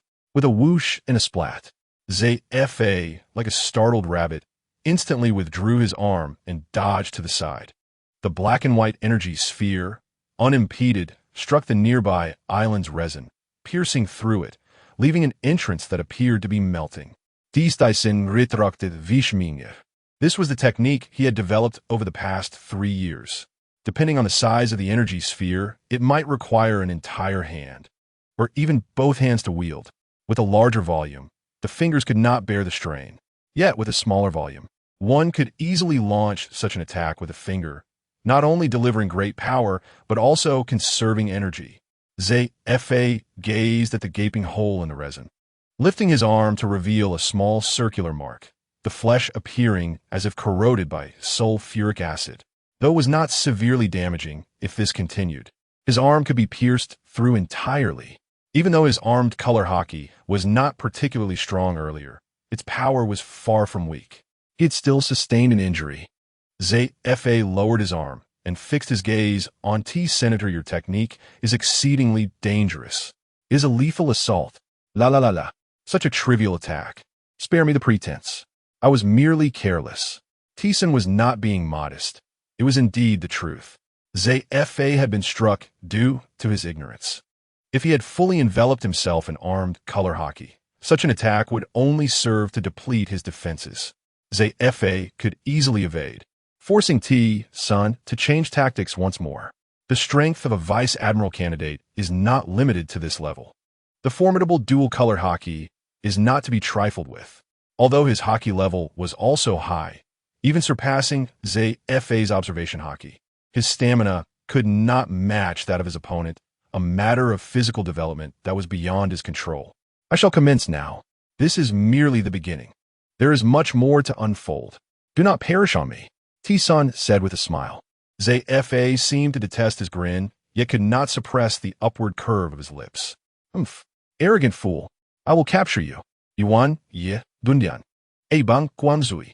ZFA struck at the white energy sphere emitted by Tsun with his obsidian fist, eager to test this attack once more. The intelligence from headquarters indicated that the opponent was a MO fruit user, yet he felt something was amiss. A MO fruit user could not possibly unleash such energy spheres. When his fist collided with the sphere, he did not experience a significant impact. Only a sensation of pain coursed through his hand as he observed the changes upon it.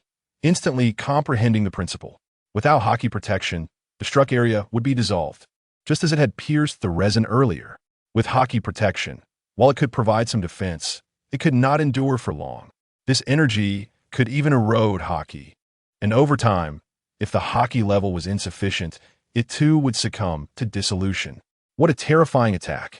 ZFA heightened the armed color Haki on his arm, seeking to ascertain how long his opponent could sustain this. Yet, the longer it continued, the longer the opponent's energy sphere remained unextinguished, and he found himself nearing his limit. Not wishing to waste his Haki in vain, he had no choice but to dodge.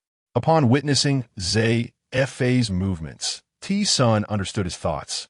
But ZFA was somewhat naive. He was uncertain how much chakra he currently possessed, yet if he could launch such a small energy sphere with merely a fingertip, it could likely last for several hours. ZFA's thinking was undoubtedly naive. However, he recognized that his opponent sought to probe his attack methods, and knowing this was of no consequence, for he was aware of ZFA's thoughts, and from the outset, the advantage in this battle lay with him. With the ability to hear his opponent's thoughts through top-tier observation Haki, combined with advanced armed color Haki and the power of Chindan, Tsun could scarcely fathom who could possibly defeat him in this brief span of 3 days. Thus, to ascertain the limits of his stamina, he resolved to unleash his full strength, striving to defeat ZFA within the remaining 2 days. After all, they were perilously close to Navy headquarters. The longer this dragged on, the more dangerous it became. Yuan Ye Dunguang. Yuan Jie Dunguang is an energy sphere launched with one hand, possessing greater power than Dunxian. ZFA could only evade, but due to Tsun's observation Haki, which enabled him to hear his opponent's thoughts, ZFA found dodging exceedingly arduous. Just as ZFA was unable to evade in time, Tsun executed an unexpected maneuver, retracting his technique and charging directly at him. Yuan Ye Dunguang. Bangs. ZFA intercepted the attack with his fist, witnessing Tsun unleash the energy within his palm while simultaneously attacking. The entire energy not being launched outward, but rather directed at ZFA's palm, forcing him to reinforce his armed color Haki and engage in a stalemate. Soon, a sizzling sound erupted from ZFA's fist and wrist, the sound of flesh being dissolved. Yet he quickly reinforced his Haki, and this phenomenon vanished. In that fleeting moment of distraction, T-Sun seized the opportunity, delivering a swift kick to ZFA's abdomen. ZFA was sent flying, crashing through two massive resin trees before finally coming to a stop. This spectacle drew the attention of all present, the focus of the entire arena shifting instantaneously. This, Vice Admiral ZFA, has been sent flying? How is this possible? Donotist. How could Vice Admiral ZFA possibly? Sengoku halted his assault, his eyes wide with disbelief. He also stopped, his gaze filled with incredulity. How could this be? Karp turned his attention toward the direction ZFA had been flung, his brow furrowing tightly, then relaxing as he declared loudly, ZFA cannot be defeated. Do not be deceived by what lies before you. Focus on your own tasks. Sengoku, and he also quickly responded, ZFA is their closest ally, and they are well aware of his strength. How could he be easily defeated? Upon hearing Karp's words, their tense emotions immediately eased.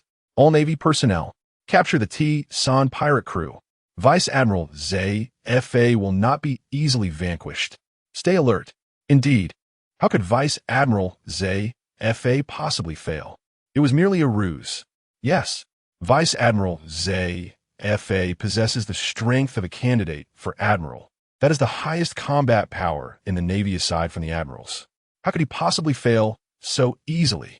Seize them. Vice Admiral ZFA has not yet failed. Oh, meanwhile, the kicked ZFA slowly rose from the rubble, blood trickling from the corner of his mouth, a testament to the immense force of that kick. Otherwise, he would not have sustained injury. What a powerful kick. ZFA spat out a mouthful of bloodied saliva, somewhat vexed. That kick was entirely due to carelessness. Yet, the opponent's observation Haki was exceedingly formidable. Having already reached the pinnacle of my abilities, I was taken aback to discover that Tyson had mastered the Kinbunchika Haki to such an extraordinary extent. Previously, when he clashed directly with me, it was evidently a means to hone his skills. Hence, he refrained from employing this particular ability. What an extraordinary individual. That energy sphere was already a formidable challenge. And now he has unveiled yet another troublesome power, observing the transformation in the Navy's morale from despair to fervent determination. I understood that the kick I delivered merely inflicted slight damage upon Zephyr. Defeating him is not something that can be achieved in a short span of time. However, it is not entirely impossible. I possess at least a 70% chance of success. It appears that before venturing into the new world, I must accomplish something significant. Otherwise, I shall be underestimated. If I remain obscure, how shall I secure my territory in the future? Even if I do conquer it, how can I defend it? Reputation is essential, whether it be infamy or glory. As long as it serves a purpose, it is sufficient. Since you all harbor such confidence in Vice Admiral Zephyr, allow me to shatter your faith today and let you taste the bitterness of despair. Only by experiencing suffering can one truly understand the pain of others. Zephyr stared in disbelief as Tyson's feet left the ground, and he began to ascend slowly, his eyes wide with incredulity. The sailors gaped in terror, their eyes filled with fear. What on earth is happening? Zephyr, do not perish now. Tyson brought his hands together in the air, forming a massive white cube of approximately 40 to 50 meters. This was Tyson's dust release technique, magnified to a colossal scale. And guess what? He did not release it. By the end of the battle, both of us were utterly exhausted. I must tell you, the scene was simply devastating. Tyson clutched his abdomen, several ribs broken. Grimacing in pain, Zephyr fared even worse. Kneeling on one knee, his body a patchwork of injuries, bloodied and bruised, with bones protruding from his flesh. His gaze beginning to lose focus. Just as the two of us prepared to muster our final breath, a group of interlopers appeared out of nowhere. 5 or 6 individuals clad in suits and white caps, strutting with an air of arrogance, clearly the high-handed bureaucrats of the world government. The leader cast a disdainful glance at the battlefield and remarked sarcastically to the barely conscious Zephyr, Is this the candidate for Admiral? The highest combat power? Unable to even handle a pirate, you are simply embarrassing the world government. The Steel Bone Admiral had sent us to take over. But it seems we must take matters into our own hands. Zephyr, on the verge of collapse, forced himself to lift his head. Take over what? The bureaucrat continued to mock. What? Did your admiral not inform you? It's likely he anticipated your inability to capture anyone. And in the end, we're the ones cleaning up after you, Navy. I thought to myself, how brazen they are, stealing credit right before our eyes. Even Tyson found it amusing, chuckling loudly. Hey, Zephyr, did you hear that? They're coming for your peach. The suited men were momentarily taken aback, then pointed at Tyson. You must be the criminal heiress citizen. Since the Navy has failed, we shall apprehend you ourselves. Enraged, Zephyr trembled. Yet he still clung to the hope of the Navy, unwilling to openly defy orders. He suddenly stood up, glaring fiercely at Tyson. I will capture him. You may leave. Leave us. The bureaucrat grew emboldened. If you truly had the capability, you would have captured the criminal by now. How embarrassing to say such things. I must tell you, Tyson was thoroughly annoyed. He detests it when others chatter incessantly during a fight. Hey, you lot, you're quite bothersome. No sooner had he spoken than a beam of white light shot forth. The individual who had been speaking felt a sudden impact, looking down to find a gaping hole in his chest. Unable to believe that a pirate would dare to attack a representative of the world government in front of a vice admiral candidate, he collapsed to the ground lifelessly. The remaining individuals were left in utter shock, their mouths agape in disbelief.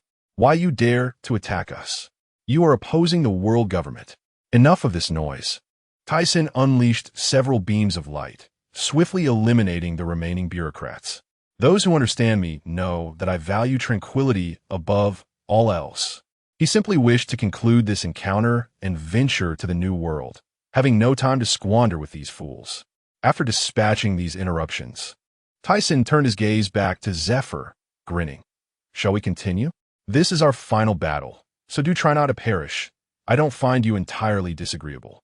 Zephyr surveyed the fallen bodies, surprisingly remaining silent, clearly relishing the moment. He flashed a row of white teeth.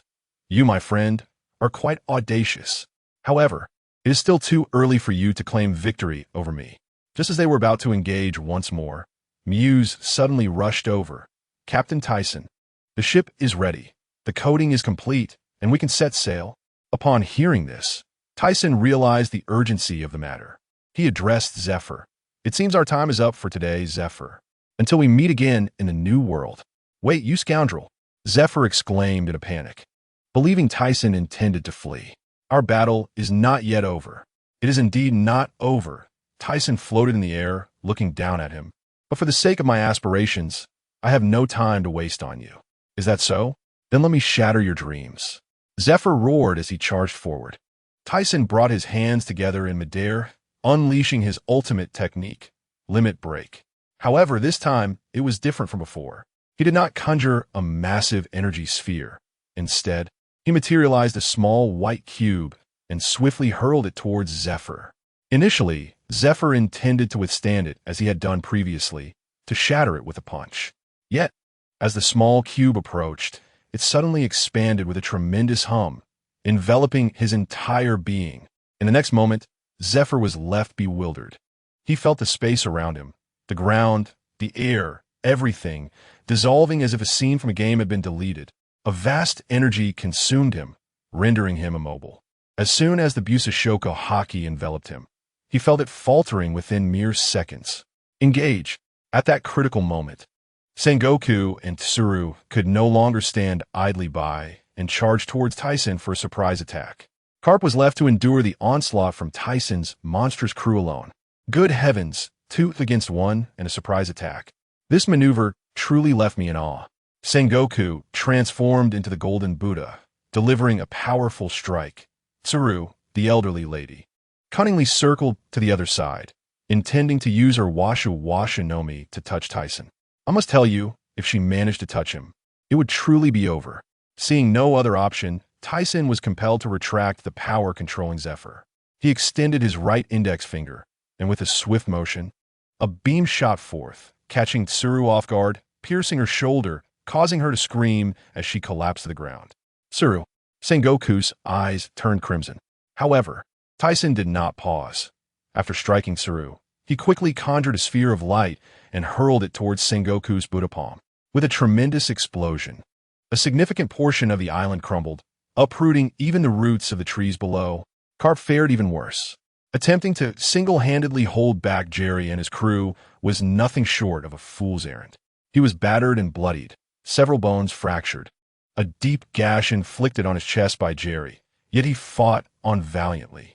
Just as Jerry and his crew prepared to deliver the final blow, a figure suddenly flew back from Tyson's direction, crashing into the ground and creating several craters before coming to a stop. Sengoku. Upon seeing that it was Sengoku, Carp abandoned his post to rush towards him. Tyson, having unleashed a series of powerful moves, was thoroughly exhausted, gasping for breath as he descended from the sky. Landing beside the collapsed Tsuru, she clutched her shoulder, drenched in sweat from the pain, and upon seeing Tyson standing before her, she trembled in fear. Tyson looked down at her coldly. Is this the justice of your navy, resorting to such despicable methods? However, I do not mind. For the sake of victory, I can accept any means. It is clear you have lost. What do you intend to do? Tsuru's voice quivered. Rest assured, I shall not kill you. My enmity lies with the world government. The Navy still holds some value. Tyson hesitated, yet warned, if you dare to obstruct me again, I shall not hold back. Just then, Kapu stumbled over, his injuries rendering his gait unsteady. Tyson, you scoundrel, let go of he. Tyson, upon noticing, chuckled and winked at he, saying, look, your admirer has arrived. I shall not intrude any further. Upon hearing this, his face flushed crimson as she spat. Shameless. With a hearty laugh, Tyson soared into the sky towards his ship, his voice resonating throughout the entirety of the Shamwood D Islands. Tyson, pirate crew, setting sail for the New World. His crew, filled with exhilaration, followed suit. I must tell you, the world erupted with this news. The Marine headquarters communication lines were overwhelmed, and Steelbone Kong received the report of his defeat, leaving him utterly stunned. Officials from the world government rushed in for accountability, only to be met with Tyson's commanding retort, I have already explained everything to the 5 elders. You may leave. Such audacity. Meanwhile, the Rocks pirates also caught wind of the news. The Golden Lion, with a tinge of jealousy, remarked, Humph, what is so impressive about defeating a few vice admirals? This prompted an immediate retort from Whitebeard, who shot back, Yellow-haired lion, can you not curb your envy? Just wait for the newspapers and bounties to be released. Their banter soon escalated into a quarrel. Even more astonishing was Roger. He discovered an ancient stone tablet left by Tyson on the Sky Island years ago, inscribed with the words, I have come to this world, uncertain of my path. If that is the case, let me witness the moment this world transforms. Signed, Alisai Tyson. Roger was instantly captivated, his eyes sparkling with excitement. Rayleigh, I sense there is something of interest within this tablet. We must seek out this individual. Rayleigh, bewildered, replied, Captain, do you really wish to confront him now? With our current strength, won't we be offering our heads on a platter? Roger laughed heartily. What is there to fear? I'm going to make a friend. Who knows? He might even offer me a drink. Rayleigh, gazing at his captain with incredulity, was left speechless. At this very moment, our protagonist Tyson had already arrived at a cursed place known as Latian Island. I must tell you, this fellow is utterly insane. He abstained from food and water on the island, enduring 3 days and nights of relentless lightning strikes. His body was charred, and I could almost smell the scent of roasted flesh. Just when I thought he would perish, he retrieved a miraculous elixir from a bottle and consumed it. Miraculously, mere seconds later, his wounds healed instantaneously, and the new skin that emerged was even smoother than before. He stood, brimming with strength, and delivered a powerful punch to the ground. Boom! The entire Latian Island was rent asunder. He nodded in satisfaction, reveling in his formidable physical prowess. This tribulation had not been endured in vain. The true ruler of the New World was finally poised to emerge. I assure you, this is no exaggeration. As soon as I opened my eyes, the entire world felt transformed. A panel materialized before me, reminiscent of a video game explosion of loot. Abilities such as perception and invisibility reached their zenith. Additionally, the dust escape technique displayed a completion rate of 95. Once unleashed, it would disassemble anything into a molecular state. It was akin to physical transcendence, perfectly suited for a lazy individual like me. However, one skill known as the separation technique had a completion rate of 0 and was labeled unusable. What nonsense is this? A half-finished product? Nevertheless, I had ample time to study it at my leisure. The most pressing matter now was to return and check on my old companions. As the thought crossed my mind, I soared into the air, racing towards the nearby island. I must tell you, those fellows were hosting a bonfire party, feasting and drinking, reveling in merriment. Yet, my dear Gina wore a worried expression, lamenting that I'd been missing for 3 days, threatening to storm Latian Island in search of me. Ah, family, who understands the weight of being missed? I descended from the sky, and the scene was heartwarming.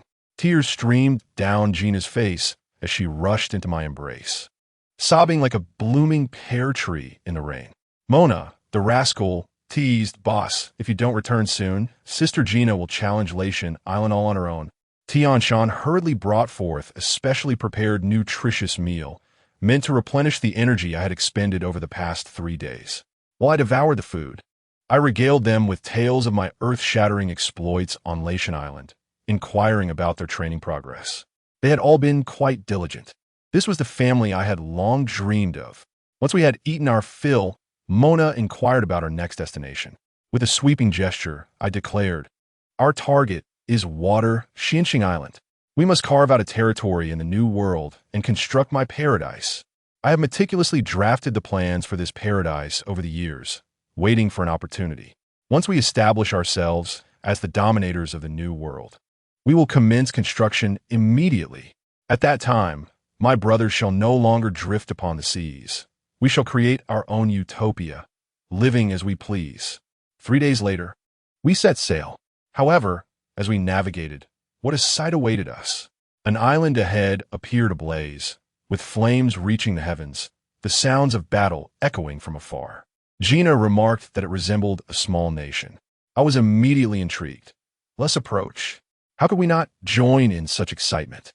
Upon landing on the island, the scene was nothing short of hellish. Corpses littered the ground, and the palaces stood charred, mere skeletons of their former selves. The air was thick with the stench of charred flesh and blood. I must tell you, these individuals were merciless, sparing not even the common folk. In an open area, a group of pirates surrounded a few defeated soldiers. Their leader, a general named De Chuan, was bloodied and furiously berating his opponents. The pirate captain across from him, known as AG, cackled maniacally. "Retribution? The wails of the weak are music to my ears. Men, kill them all. Slaughter the people of this nation." General De Chuan, his eyes aflame with fury, charged forward with his blade. Yet, AG easily kicked him aside like a rag doll, sending him crashing against a wall, blood spilling profusely. Just as AG prepared to deliver a finishing blow, a red-haired young man leaped from their ranks, wielding a sniper rifle, positioning himself to halt AG. This appearance, this sniper rifle, family, was this a bit beyond the scope of our story? I felt an eerie familiarity with this young man. His name was Lotzi Lu, and he admonished AG, declaring, "We are here for treasure, not to slaughter innocents." Yet, AG paid him no mind, boasting of his affiliation with the Rocks Pirates, declaring that Lotzi Lu's lower rank meant he could be easily disposed of. The two quickly fell into combat. Unfortunately, as a sniper, Lotzi Lu was no match for close combat, and was swiftly knocked down, several ribs broken. As AG readied himself to finish off Lotzi Lu, a subordinate rushed over, panic-stricken, exclaiming, "Captain, it's bad. The Tyson pirate cruise ship has arrived." I must tell you, AG's reasoning was rather peculiar. Upon hearing my name, instead of fleeing, he grew exhilarated. "Ha ha ha! If I can't eliminate Alisai Tyson, I shall rise through the ranks." His subordinate was nearly peeing himself, protesting, "I have a bounty of over 700 million. We cannot compete." AG, without hesitation, shot his own subordinate, berating him as useless. At that moment, I wore a single expression, the subway elder staring at his phone. He even turned to Lotzi Lu on the ground, taunting, "Did you see? I shall kill your captain right before your eyes." What a wealth of information. As we approached, the pirates had indeed formed a line awaiting our arrival. AG pointed a finger at me, demanding, "Are you Aalisai Taisentin?" I chuckled. "What gave you the audacity to stand your ground and not flee upon our arrival?" He remained defiant. "Humph, relying on bounties to intimidate? This is the new world. I cannot be bothered with his banter," my gaze shifting to Lotzi Lu on the ground, asking, "Did he do this to you?" AG, growing even more arrogant, replied, "Yes, I did it. And what of it? Once I finish tidying you up, I shall send him on his way." With that, he waved his hand dramatically. "Boys, charge for Captain Luokisi." The ruffians let out a rallying cry and surged forward. I could barely muster the energy to lift my eyelids. I unleashed a wave of Haki. In an instant, a crimson wave of energy swept across the battlefield, rendering the world serene. Over 100 adversaries fell like dominoes, foaming at the mouth and rolling their eyes. Only Eki remained standing, his legs trembling uncontrollably, his face drained of color, muttering in a stutter, such a level of Haoshiku. After a moment, this fellow even attempted to maintain his bravado. "Don't think being able to use Haoshiku makes you special. In the new world, there are plenty of powerful warriors who can do this." My great swordsman, Jerry, could no longer bear it and stepped forward, drawing his sword. "Captain, this fellow possesses a weapon fruit. Leave him to me." I nodded and turned to stride towards Lakalu, casually calling out to Gina, "Nana, extinguish the fire." "Leave it to me," Gina responded, activating her bubble fruit abilities to quell the flames. Upon seeing my indifference, Eki grew anxious, transforming his arm into a cannon and firing a shot at me. However, with a clang, Jerry's sword flashed, splitting the cannonball in midair. "Your opponent is me," Jerry stated calmly. Enraged, Eki transformed his arm into a blade, clashing with Jerry. As for me, I slipped up to Lakalu, observing his disheveled state, and couldn't help but chuckle. "Ha ha ha! Who would have thought that the once fiery red-haired lad has fallen so low now?" His face flushed. He shouted back, "Mind your own business." I was well aware that this fellow was likely struggling on the Luokisi ship due to ideological differences. However, my ship was in need of a sharpshooter. Yet with his temperament, he probably wouldn't leave as long as Luokisi remained unseated. He watched the battle with some concern. "Is that guy going to be okay?" "Eki is quite strong." I waved my hand dismissively. "Rest assured, my comrades will not be defeated by such scum." With that, I instructed Tianshan to bring out our supplies, and we commenced a feast amidst the ruins of the battlefield. Meanwhile, can you believe it? The true storm was just beginning to brew. In the seas west of Elbaf, the main crew of the Luokisi pirates was a dazzling spectacle. The young Golden Lion Shiki, the yet-to-be Whitebeard Edward Newgate, and Captain John were all present. They had received news of Luokisi's displeasure with Eki's audacity and sent the 3 formidable masters, along with their fleet, to assimilate us. Even more thrilling, the Navy had caught wind of the commotion. Admiral Sora, accompanied by Sengoku and Zephyr, with over 30 warships, initially aimed at Luokisi. However, upon intercepting intelligence midway, they discovered that the Golden Lion and the others had split their forces, targeting us.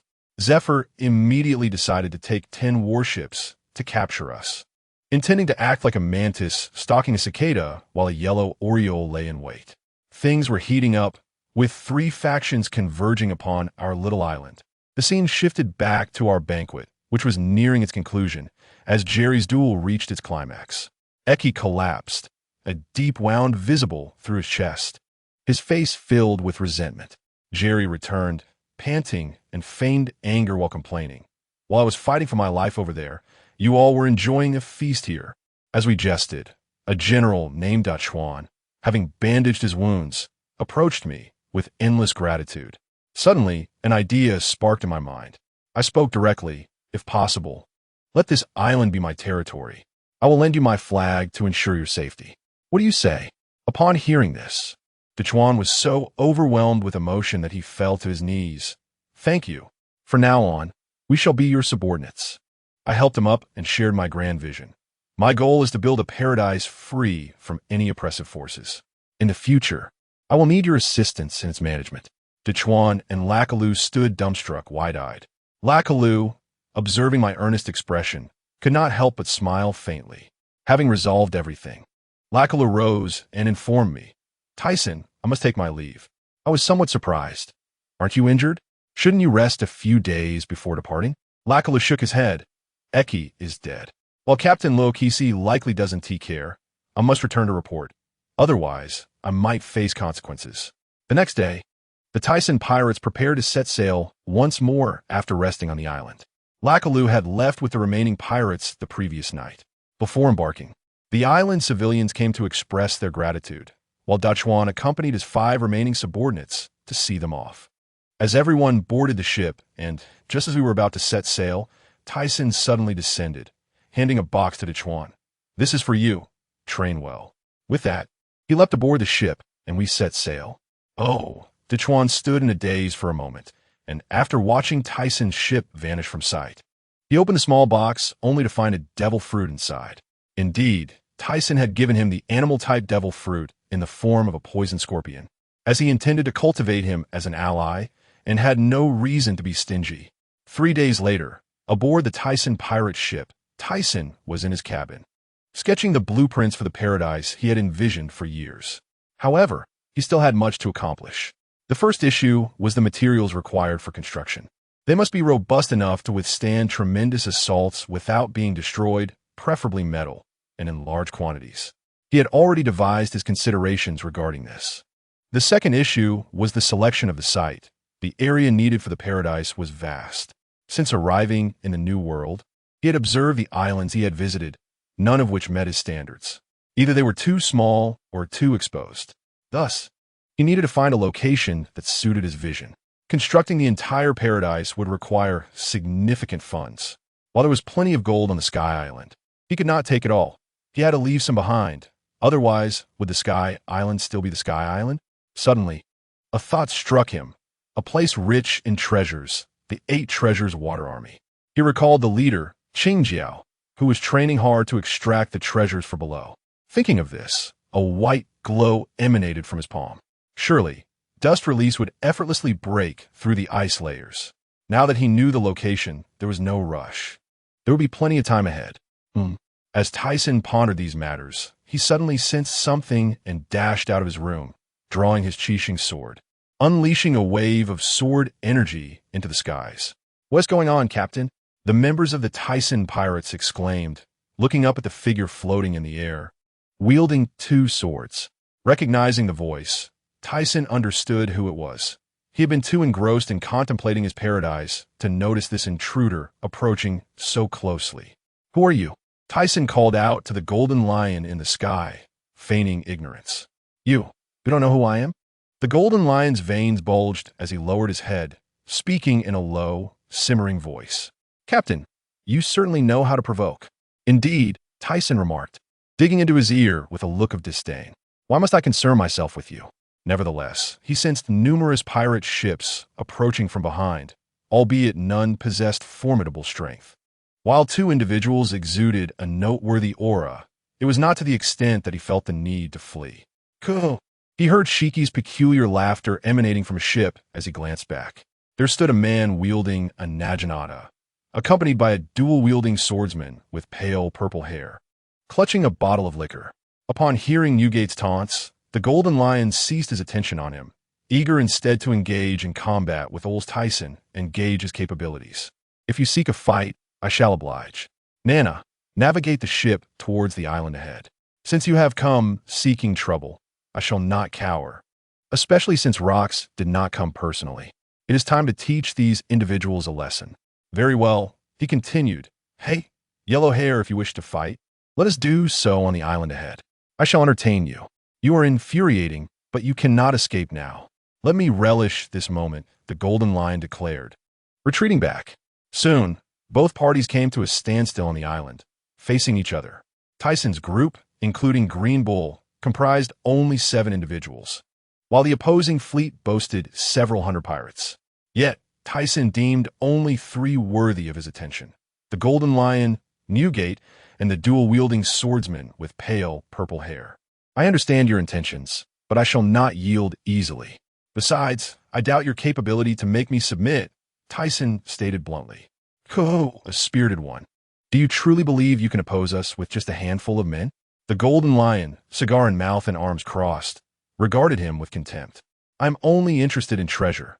Surrender your riches at once. I have already grown weary of killing today. The man with the pale, purple hair took a swig from his liquor bottle. Tyson directed his gaze towards this individual, his suspicions forming. You must be Captain John. I find your treasure most intriguing.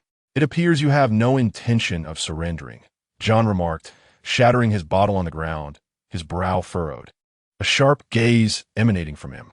How capable you are, Tyson acknowledged, as he felt his aura surge, blood-red waves radiating from him, engulfing the entire island, transforming the very atmosphere. This damned fellow possesses the aura of a king, which suits me just fine. Jaha. The Golden Lion laughed, a similar blood-red aura emanating from him, albeit lighter and less extensive than Tyson's. This man, Newgate observed, taken aback by Tyson's display of Conqueror's Haki, yet resolved not to be outdone. Buzz, John sera burst fort. A deep blue energy radiating as he released his own wave of power. In an instant, many pirates rolled their eyes. From the hundreds that had arrived, only 20 or 30 remained standing, though they struggled to maintain their footing. Tyson's overwhelming Haki had affected not only his foes, but also his own crew, forcing them to retreat, albeit not to the point of fainting. The island was dominated by 4 powerful energy waves, causing wildlife to collapse, and the waters nearby churned as schools of fish fled the vicinity. Not far off, 10 warships observed the unfolding scene. What a collection of monsters, Sengoku murmured, captivated by the spectacle above the island. Indeed, these ruffians, Carp commented, his expression carefree, though his seriousness lingered in his eyes. He remained optimistic, but he recognized the formidable nature of these individuals, knowing that subduing them would not be an easy task. Alas, such talents wasted, Crane lamented, feeling regretful for their abilities. If only these individuals would join the Navy, the seas would be cleansed of pirates in due time. Enough of this idle chatter. Pirates are inherently criminals, and their offenses cannot be absolved. Remain vigilant. Once they have battled sufficiently, we shall apprehend them. Their remaining lives will be spent in impel down. Ha, Zephyr. Do not be so serious. They cannot escape, Carp replied. Oh, you are truly unshakable, Zephyr retorted, feeling helpless against Carp's carefree disposition. As the energies of the 4 individuals retracted, only a handful remained. Tyson scrutinized the trio before him, acknowledging their strength through his earlier assessments. Yet, defeating him was an impossibility. Now that the numbers have dwindled, right? Yellow Hair, earlier Shiki claimed that with just a few of them, they could contend with us. Yet here he is, proven wrong. These fools are hardly a threat. La la la la, come to me all at once. Brats, you are forbidden from interfering. Allow me to handle him, the Golden Lion declared, unsheathing his twin swords and swiftly charging at Tyson. Without hesitation, Tyson gripped his 7-star sword, their weapons clashing with a resounding clang, the surrounding air swirling violently. Shiki, oblivious to Rock's earlier instructions, charged forth, while John recognized that the Golden Lion would not unite with them against a common foe. True warriors possess their own pride, or perhaps arrogance. Ho-ho-ho, splendid. Let me witness this fellow's prowess.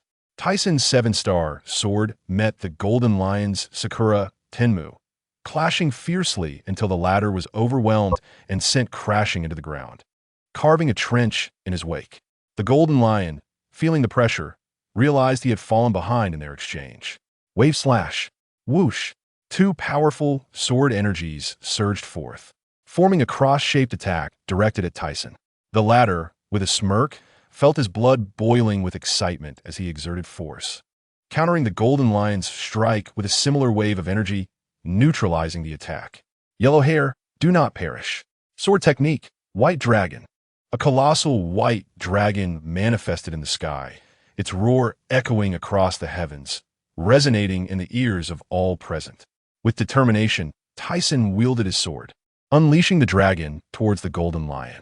The golden lion swiftly reacted, leaping into the air with a powerful thrust. Lion's thousand cuts. Swish. Their energies collided, sending shockwaves that uprooted trees and scattered stones, forcing onlookers to retreat to safety. In a sudden upheaval, the golden lion ascended, his gaze cold and determined. Jahaha perish. The ground beneath the island erupted, transforming into multiple earthen lions that charged at Tyson, their roars shaking the very earth. Is Shiki attempting to destroy this island? Newgate gazed upon the tumultuous ground of the island, which had taken on the form of a lion, filling the entire expanse and forcing them to retreat to their ship to observe. Tyson snorted coldly, his expression darkening. With a forceful stamp of his foot, a massive wave of sword energy surged into the sky, causing the heavens to tremble as if cleaved apart by a colossal sword. The secret technique, Yun Jiebwa Li, was unleashed, revealing a formidable and sharp sword energy, emanating a terrifying black and white aura, effortlessly tearing apart the lion-like forms conjured by the raging earth. This fellow, the earth-formed lions in the sky disintegrated under the onslaught of the sword energy, while the golden lion, witnessing this, brandished two renowned blades and charged forward to intercept Tyson's strike. With a resounding crash, the two famed swords collided with the sword energy, illuminating the sky. The golden lion's eyes widened in horror. A pain scream escaped him as a gaping wound appeared in his chest, blood gushing forth as he collapsed. He had never anticipated that this sword energy would prove so formidable. He had assumed that even if he managed to block the earlier attack, it would lack significant power. Little did he know that he had underestimated his opponent. Is it over? John furrowed his brows, questioning the situation. This opponent was clearly no match for Newgate, who felt a weight of gravity in his gaze, having not foreseen Tyson's remarkable strength. Newgate, should we intervene? If we fail this mission, it will be difficult to report back. I disdain collaborating with others, and that fellow is not yet defeated. The golden lion struggled to rise from the ground, his face pale and grim.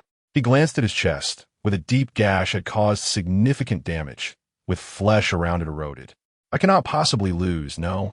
I refuse to accept that. Seeing himself so thoroughly bested, and realizing he was entirely outmatched, he found it hard to accept. Ignoring his injuries, he soared into the sky once more, glaring defiantly at Tyson. Alisai Tyson, I will never concede. Humph, a fool unaware of his own demise. If I allow you to win, then my nearly decade-long training would be in vain. He had endured countless hardships to survive in this world, escaping from danger time and again. If he lacked overwhelming strength, it would be indefensible.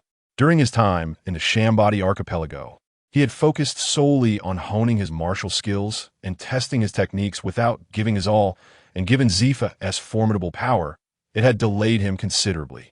Alisai Tyson.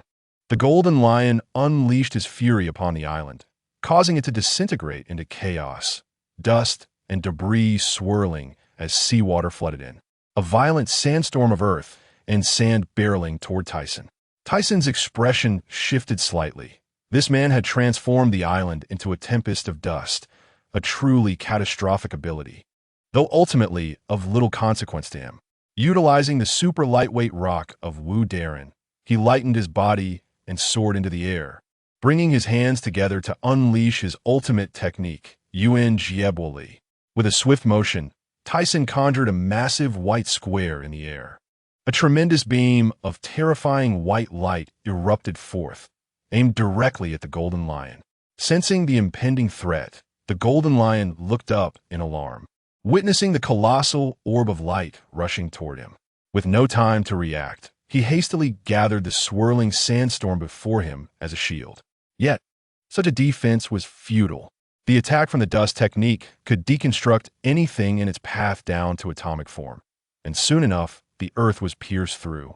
The golden lion let out a muffled groan, blood spilling from his mouth. Realizing he could not withstand the assault, he frantically wielded his two famed swords in defense, only to be enveloped by the immense beam of light. His already grievously wounded body became even more disfigured, drenched in blood and horrific injuries. The golden lion uttered indistinct sounds before plummeting downwards.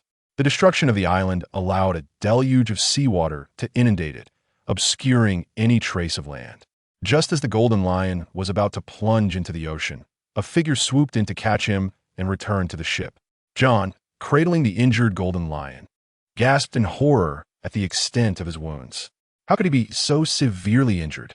Newgate, witnessing the golden lion's plight, felt a chill run down his spine.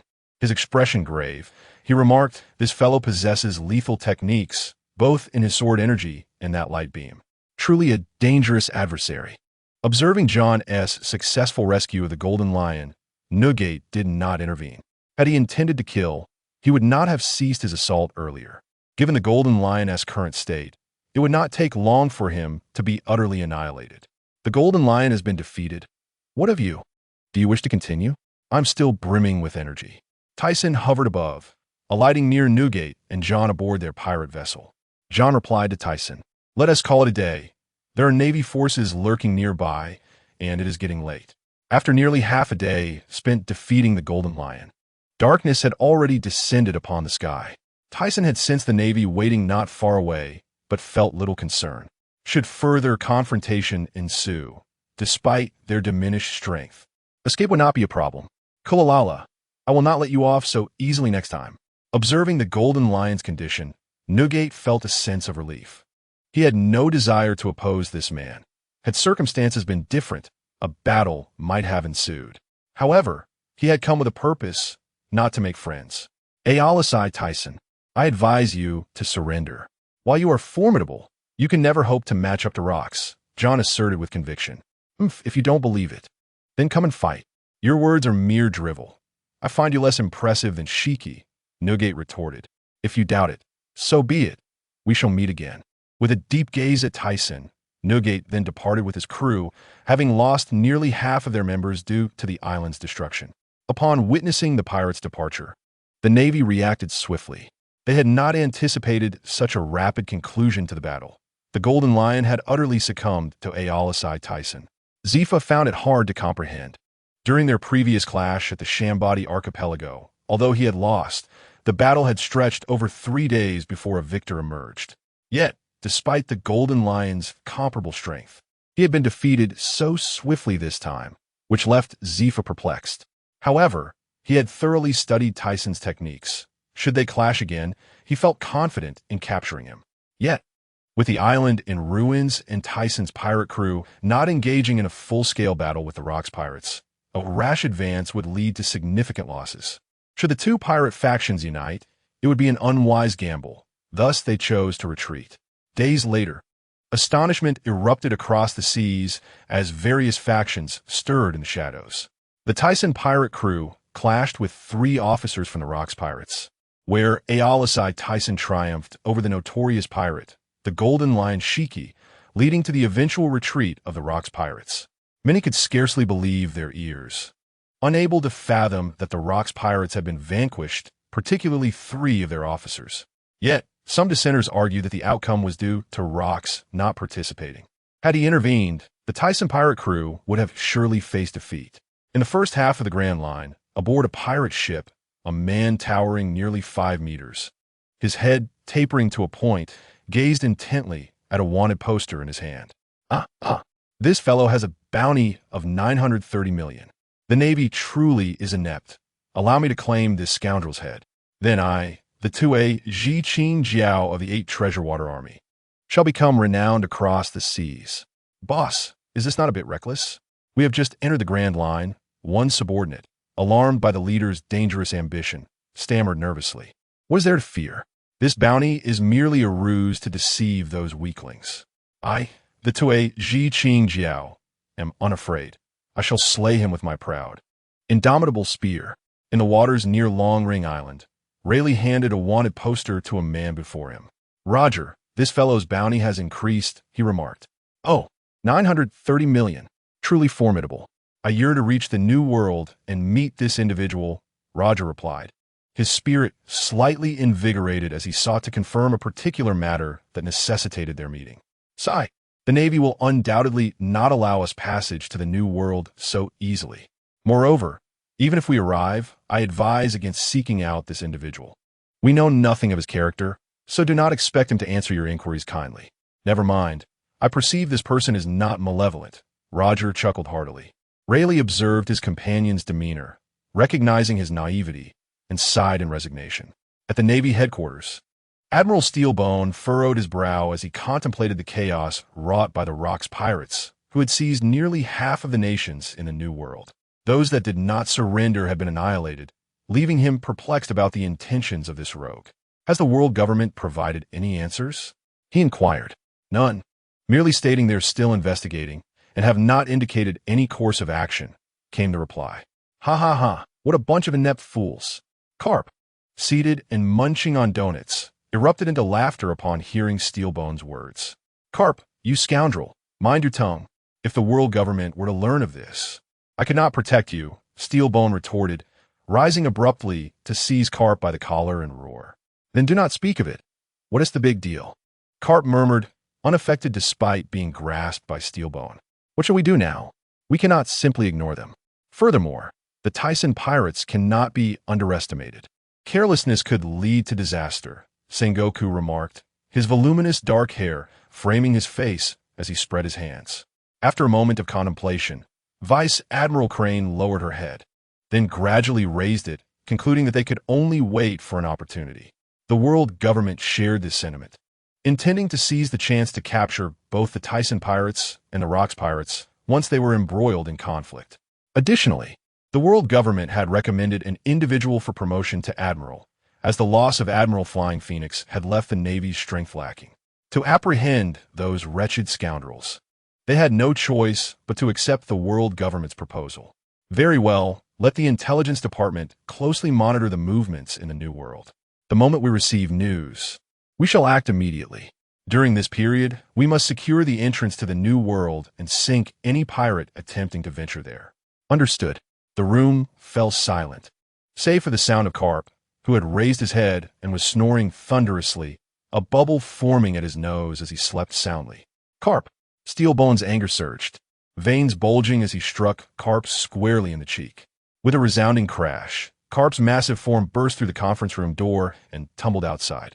On an island in the New World, Rocks expressed surprise at their failure to vanquish the Tyson pirates, a gleeful smile creeping onto his face instead. Indeed, we could not engage fully due to the Navy's presence. After rescuing this fellow, we retreated, John recounted, sipping his drink. I shall surely defeat him next time. That wretched scoundrel, he vowed. If we had not saved you, you would have perished in the sea, he boasted, glancing at the bandaged figure of the Golden Lion. Curse you, Newgate.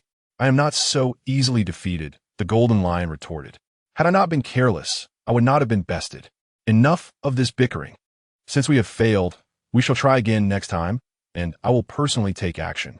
However, before that, we have pressing matters to attend to. Once we finish this task, we can seek him out. Should he join me, our chances of success will greatly increase. This world shall ultimately be mine, Rocks proclaimed, his laughter echoing with madness. Soon, the seas buzzed with speculation regarding the Rocks pirates' decision not to confront the Tyson pirates.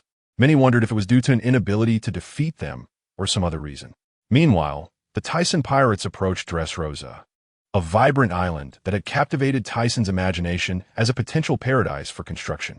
However, he quickly dismissed the notion, recognizing that the island lacked sufficient resources for development. As the Tyson pirates continued their voyage toward the final island, Tyson sensed the conflict unfolding ahead. Samurai, he murmured, spotting warriors engaged in battle. He instructed Gina to steer their ship closer. Not far from the Tyson pirate ship, a confrontation unfolded on another vessel. Xuanyuet Gung Sanlang, you traitor, prepare to meet your demise. Several samurai-clad warriors brandished their katanas, attacking another man who shielded a woman and child behind him. As the attack approached, the man remained unfazed, suddenly swinging his sword with blinding speed. A brilliant flash of blade illuminated the scene, and the foremost assailant was struck in the chest, collapsing lifelessly on the deck. Damn it! The remaining warriors exchanged glances, one producing a smoke bomb from his pocket, a sinister grin spreading across his face as he threw it. What is this? Xuanyuet Gung Samlang felt a surge of foreboding as the smoke enveloped him. This is bad. It's poison gas. The despicable scoundrels are bringing shame upon the samurai. He thought grimly, feeling his strength wane. Turning back, he called out, "Madam, are you all right?" Sanlang, the woman in a kimono, murmured, her eyes glazing over as she slumped into his arms. He gently laid her down on the deck, cradling the child protectively. That wretched traitor. Once the smoke clears, we shall eliminate them and claim victory. Our mission will be complete. Inda. As Xuan Yue Gung, Sanlang clutched the child in one arm. His sword hand began to tremble, his vision blurring. The smoke started to disperse with the sea breeze. And just as he prepared to strike at the assailants while his mind remained somewhat clear, he suddenly looked up to see several figures pierced by an unknown force. Lifeless and beyond salvation. In an instant, his instincts sharpened, and he raised his head to behold a figure floating in midair.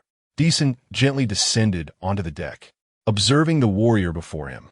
Though weakened, the man was not entirely unconscious. He understood that this intoxicating mist would only incapacitate him temporarily. "Are you all right? Who are you?" Xuan Yue Jingsenlang became cautious, brandishing his sword defensively. Seeing the man's wariness, Decent furrowed his brow slightly and remarked, "I saved you. Is it not customary to express gratitude? Must you point your weapon at me? Is this how a warrior behaves? You must have come from the land of Wa to capture me. Do not think you can ensnare me with such deceitful tactics." Upon hearing the hostility in Xuan Yue's words, he glanced down at his own attire and suddenly realized that he was clad in a black samurai outfit, which explained the misunderstanding. "I'm not from Wa. I am Gi-sun, captain of the D-Sun pirate crew, and I have no ties to your land." "Pirate?" Xuan Yue Jingsenling's suspicion lessened slightly at the revelation, though he remained guarded. "My apologies. I was mistaken. Thank you for saving my life." As he regained his composure, he straightened up and sheathed his weapon, bowing respectfully to Yi-sun. "There is no need for formality. Would you care to join me on my ship?" Xuan Yue looked up in surprise, evidently not expecting such cordiality. "Then I shall not impose." Inside the dining quarters of the pirate ship, Xuan Yue and his wife enjoyed a meal prepared by Tian Shan, finding amusement in his hearty appetite. "Forgive my rudeness. I have been fleeing from Wa and had no opportunity to eat." Simultaneously, a baby nestled in the arms of a woman clad in kimono cooed softly. Curiosity piqued. D-Sun gazed at the child and then nodded slightly, inquiring, "What is the name of this child?" "Xuan Yue Jingsura." As expected, he realized that this was indeed Xuan Yue Jingsenlang, who had escaped for Wa 50 years prior. "Where do you intend to go next?" "We aim to reach the East Sea, seeking a long-term residence there," Xuan Yue replied, scrutinizing Gi-sun with keen eyes. His gaze stopped abruptly, eyes widening in astonishment. Could it be?" Xuan Yue exclaimed, standing up in excitement. "Might I see your sword?" "Dear Captain?" Understanding the man's exhilaration, Di-sun willingly presented the Qixing sword from his waist. As Xuan Yue grasped the sword, his excitement surged. Slowly, he drew the blade halfway, but perspiration began to bead on his forehead, and fear flickered in his eyes as his hands trembled slightly. After a moment, unable to bear the sword's formidable presence, he placed it back down. Indeed, this is the Qixing sword of Asuka, the fabled curse blade, among the most revered in history. I cannot believe I have had the privilege to behold it. Even more astonishing is the fact that someone can wield it. Legend has it that this sword was sealed away many years ago. "Captain, you are truly remarkable." His eyes were alight with wonder as he returned the sword. Di-sun took the sword back, examining it anew. It was indeed a legendary blade, one of only 12 in existence. However, its prolonged confinement had diminished its original resilience. Just as he felt pride in possessing such a weapon, Xuan Yue's next words struck him with concern. "What shall we do now?" He was reluctant to lose such a valuable tool. "Ha! No weapon remains pristine if left unused. It will inevitably rust. Yet this sword has not lost its utility. It still belongs among the revered blades. As long as you, Captain, utilize it frequently and care for it with flowing sakura, it shall surely regain its former strength." Hearing this, he felt a slight relief, grateful there was a remedy after all. Shortly after Xuan Yue finished his meal aboard the ship, they bid farewell. with Shuangyue promising to assist whenever needed and leaving behind the emblem of the Shuangyue family. Though he might not require it, it would be wise to keep it as a memento. Decent, we need not search endlessly. I believe I have a suitable island in mind. After parting ways with Shuangyue, he pored over a map he had previously drawn, marking the islands they had traversed along their journey. Gina, observing this, suddenly spoke up, "Oh, what location do you have in mind?" Turning to Gina with a serious demeanor, he realized he had been preoccupied for some time trying to pinpoint an island, but had been met with dissatisfaction in most cases. "It is the Herb Island. Do you remember our previous visit? Herb Island?" "Yes, the child named Inoya who lived there. Do you not recall?" Instantly, he stood up, memories flooding back. During their time with the heroic pirate crew, they had journeyed in a new world for an extended period, causing many details to fade from memory. They had encountered pirates raiding the village on Herb Island and had vanquished them, saving the villagers in the process. He distinctly remembered a 3-year-old boy named Inoya, who idolized him, claiming he too wished to become a pirate when he grew up. "That is the place. Nana, we shall set forth to Herb Island." "Very well." The island was aptly named for the abundance of herbs present. It was densely forested, teeming with poisonous creatures and wild beasts. Many residents lived there, and he recalled their grateful expressions after the rescue. However, it was not the Herb Island he wished to discuss, but rather the adjacent island connected to it. This larger island was barren and desolate, devoid of any vegetation, an ideal location he sought. It could serve as the main district for his paradise, with the design of the paradise encompassing a central hub. He envisioned linking various islands together to create a vast expanse, interconnected by structures. The other islands were relatively easy to locate. However, finding a suitable main district proved challenging, as most large islands were kingdoms inhabited by many people. He could not simply eliminate or expel the inhabitants.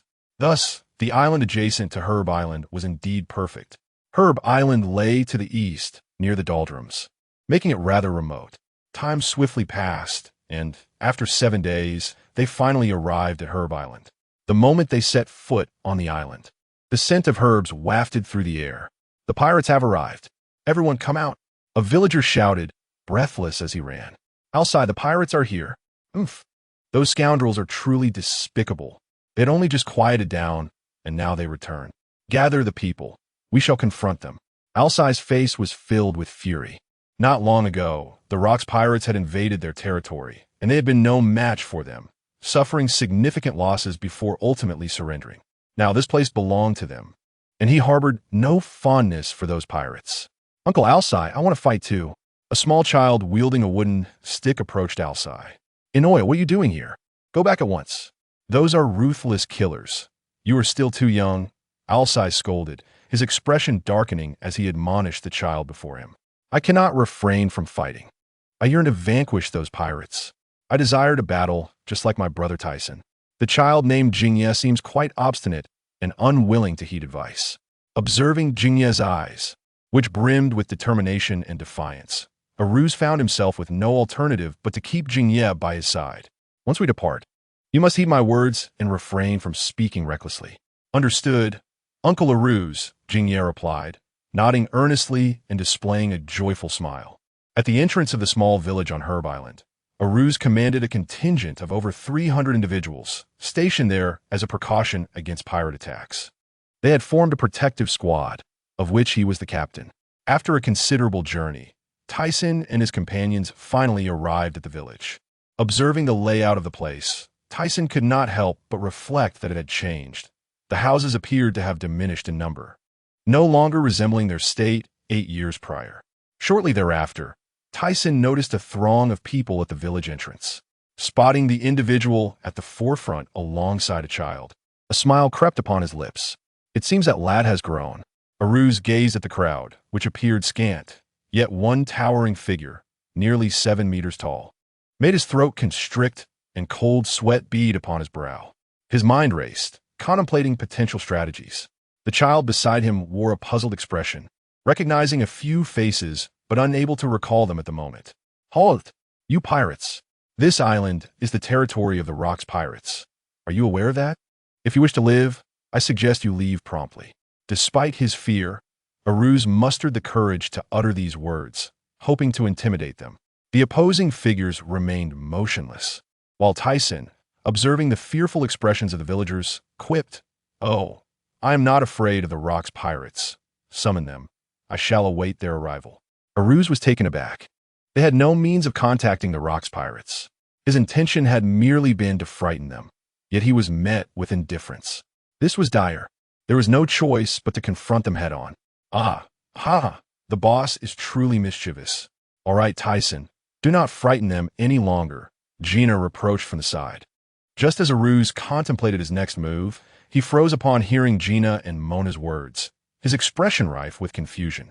"Tyson, brother, you are Tyson, aren't you?" Suddenly, Jingye's eyes widened in excitement. La, do you remember me?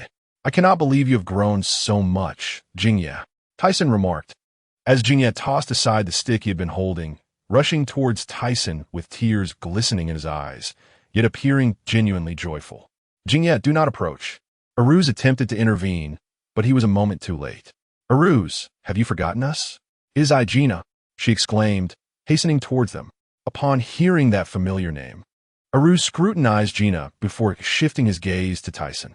You are Gina, and who is he?"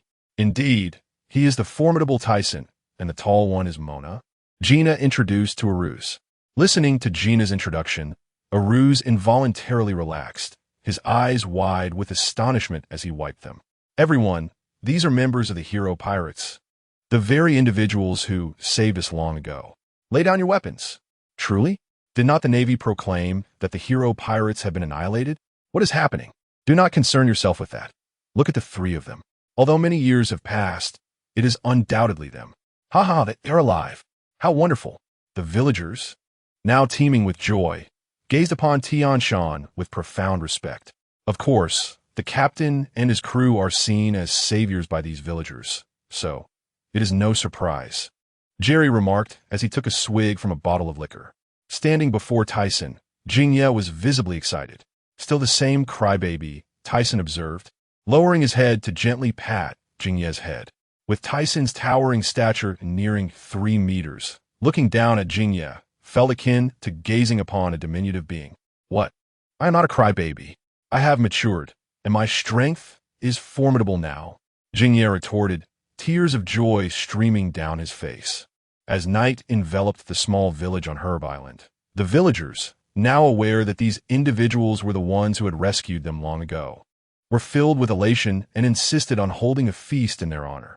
The village erupted into merriment, flames illuminating the remote hamlet. When villagers who had ventured out heard of the hero pirates' supposed destruction at the hands of the Navy, they mourned for days, with Jingye weeping inconsolably.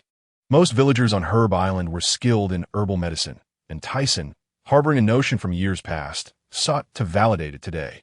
He approached Aruz, the island's most renowned herbalist. "Could you introduce me to someone? I require assistance."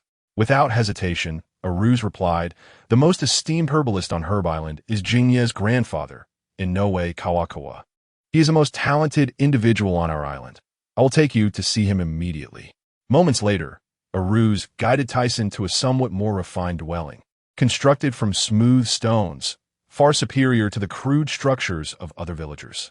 After knocking on the wooden door, it opened promptly to reveal a child who, upon seeing them, widened his eyes. "Tyson, brother, what brings you here?" And Uncle Aruz as well. "You reside here?" Tyson inquired, slightly taken aback.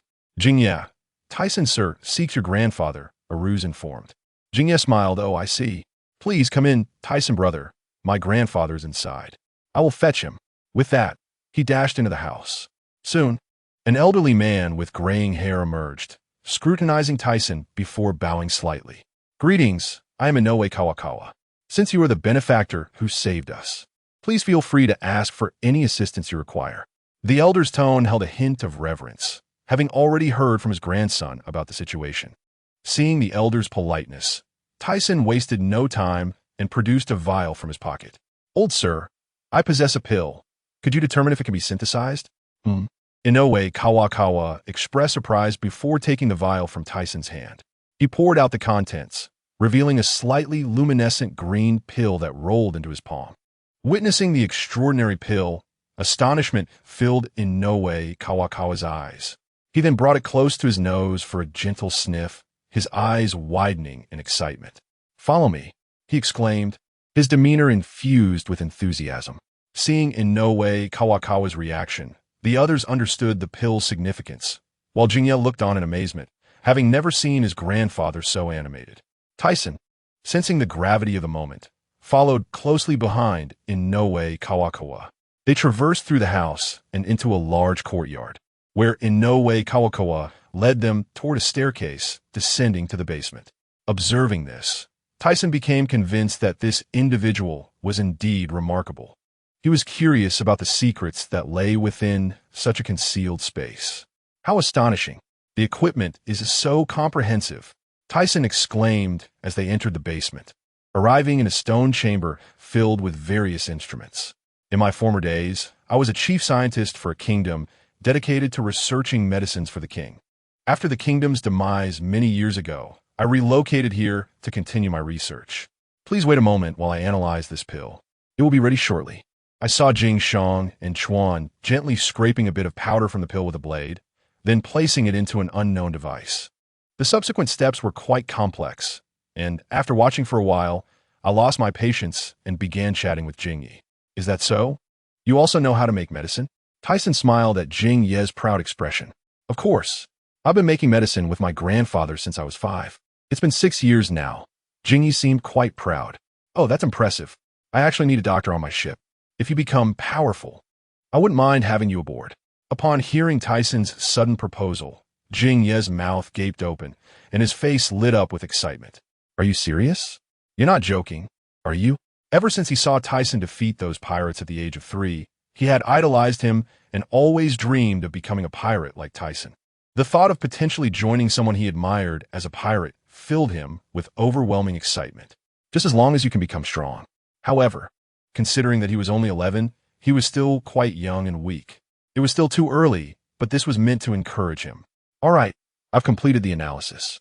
At that moment, Jing Shang and Chuan's voices reached us. I eagerly leaned closer, wanting to know the outcome. If they couldn't produce it, all efforts would have been in vain. "How is it? Can it be made?" Jing Shang and Chuan remained silent, instead handing me a vial containing the pill. This pill was crafted from dozens of medicinal herbs, many of which could be found on Chaoyao Island. However, there was one herb that was missing, and not only was it absent, but I had never even heard of it before. Upon hearing this, Tyson's initially excited mood was suddenly doused with cold water. It seemed the endeavor had ended in failure. Nevertheless, the old man could find a substitute herb. In this case, the pill would only exhibit about 80% of its original potency. Jing Shang and Chuan pinched their graying beards, their expressions reflecting a mix of disappointment and renewed excitement. "Is that true? Can the old gentleman help me create this pill? I need quite a large quantity, and once made, the villagers on the island could take it to greatly enhance their strength. However, this must remain confidential for now.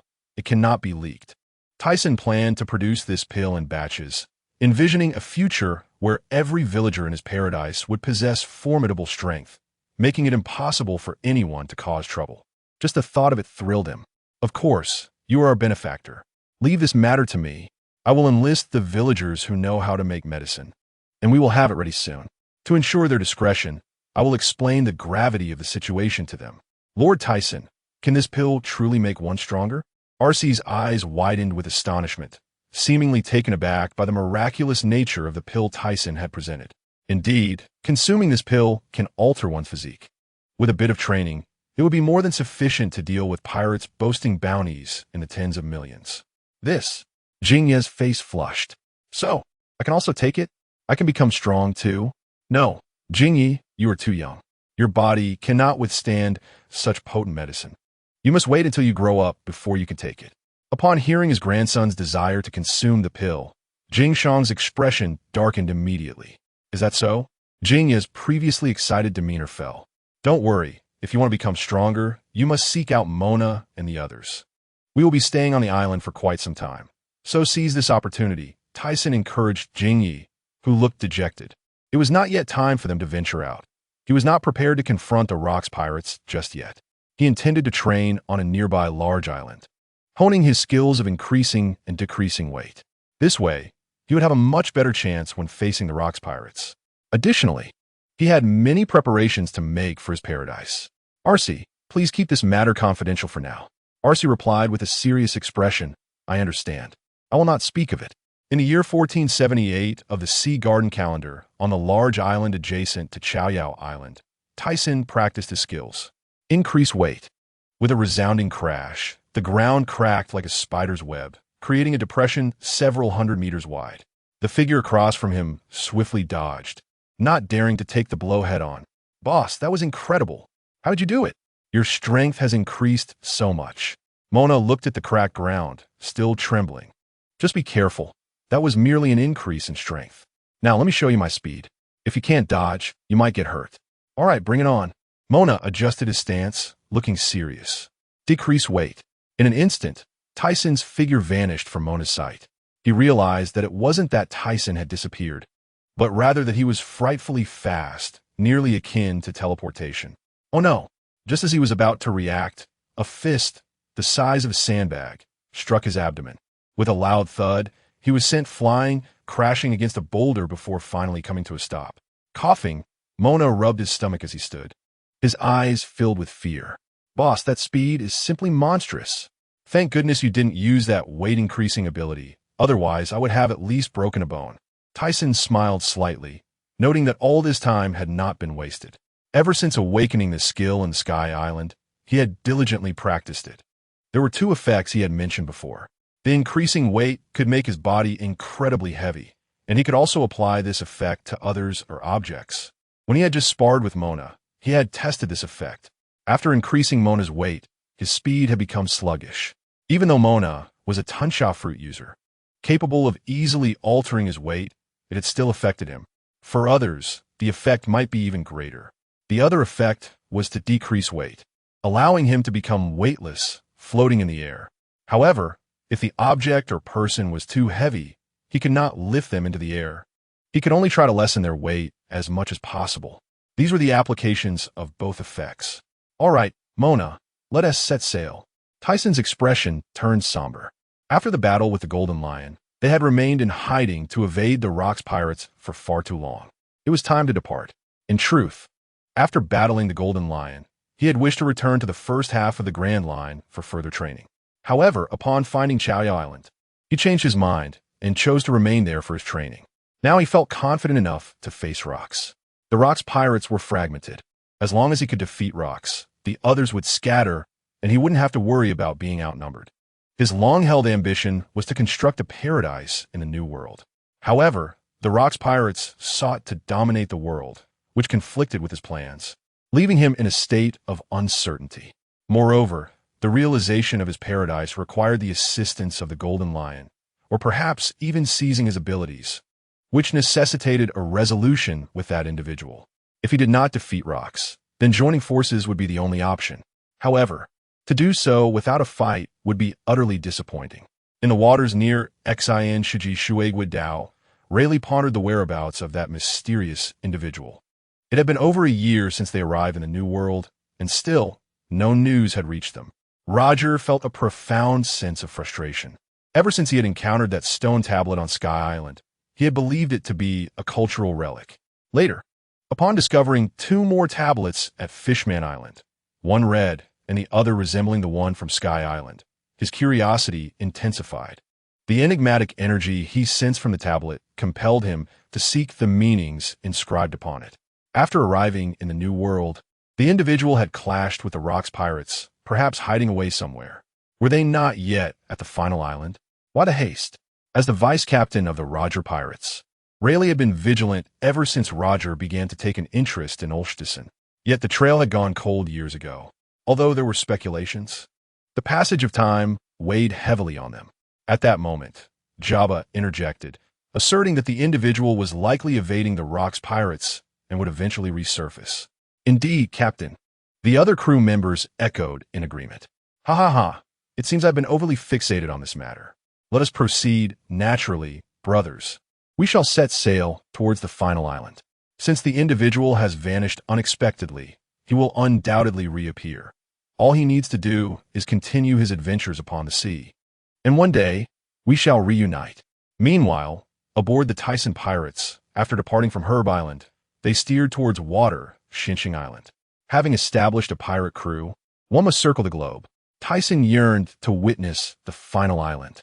In his memory, Roger had learned that water Xinqing Island was not the ultimate destination. What transpired during that journey remained a mystery. After 3 days of sailing, they arrived at the location of Hive Island. From a distance, Tyson sensed a formidable battle occurring on the island, and even before approaching, he observed the fish in the sea thrashing about in disarray. "Captain, it seems there are monsters battling on the island," he remarked, feeling a familiar presence among the chaos. Tyson resolved to ascend the island first while instructing the others to follow at a leisurely pace. "Here he goes again, leaving us behind," Gina muttered, hands on her hips, visibly annoyed. Ah. The captain must have sensed something intriguing," Jerry said, gripping his sword with anticipation, eager for a duel after their monotonous days of practice on Herb Island.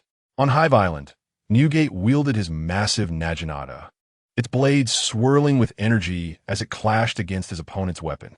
In that electrifying moment, the surrounding space twisted, and the resulting shockwave sent both combatants and their respective crews flying.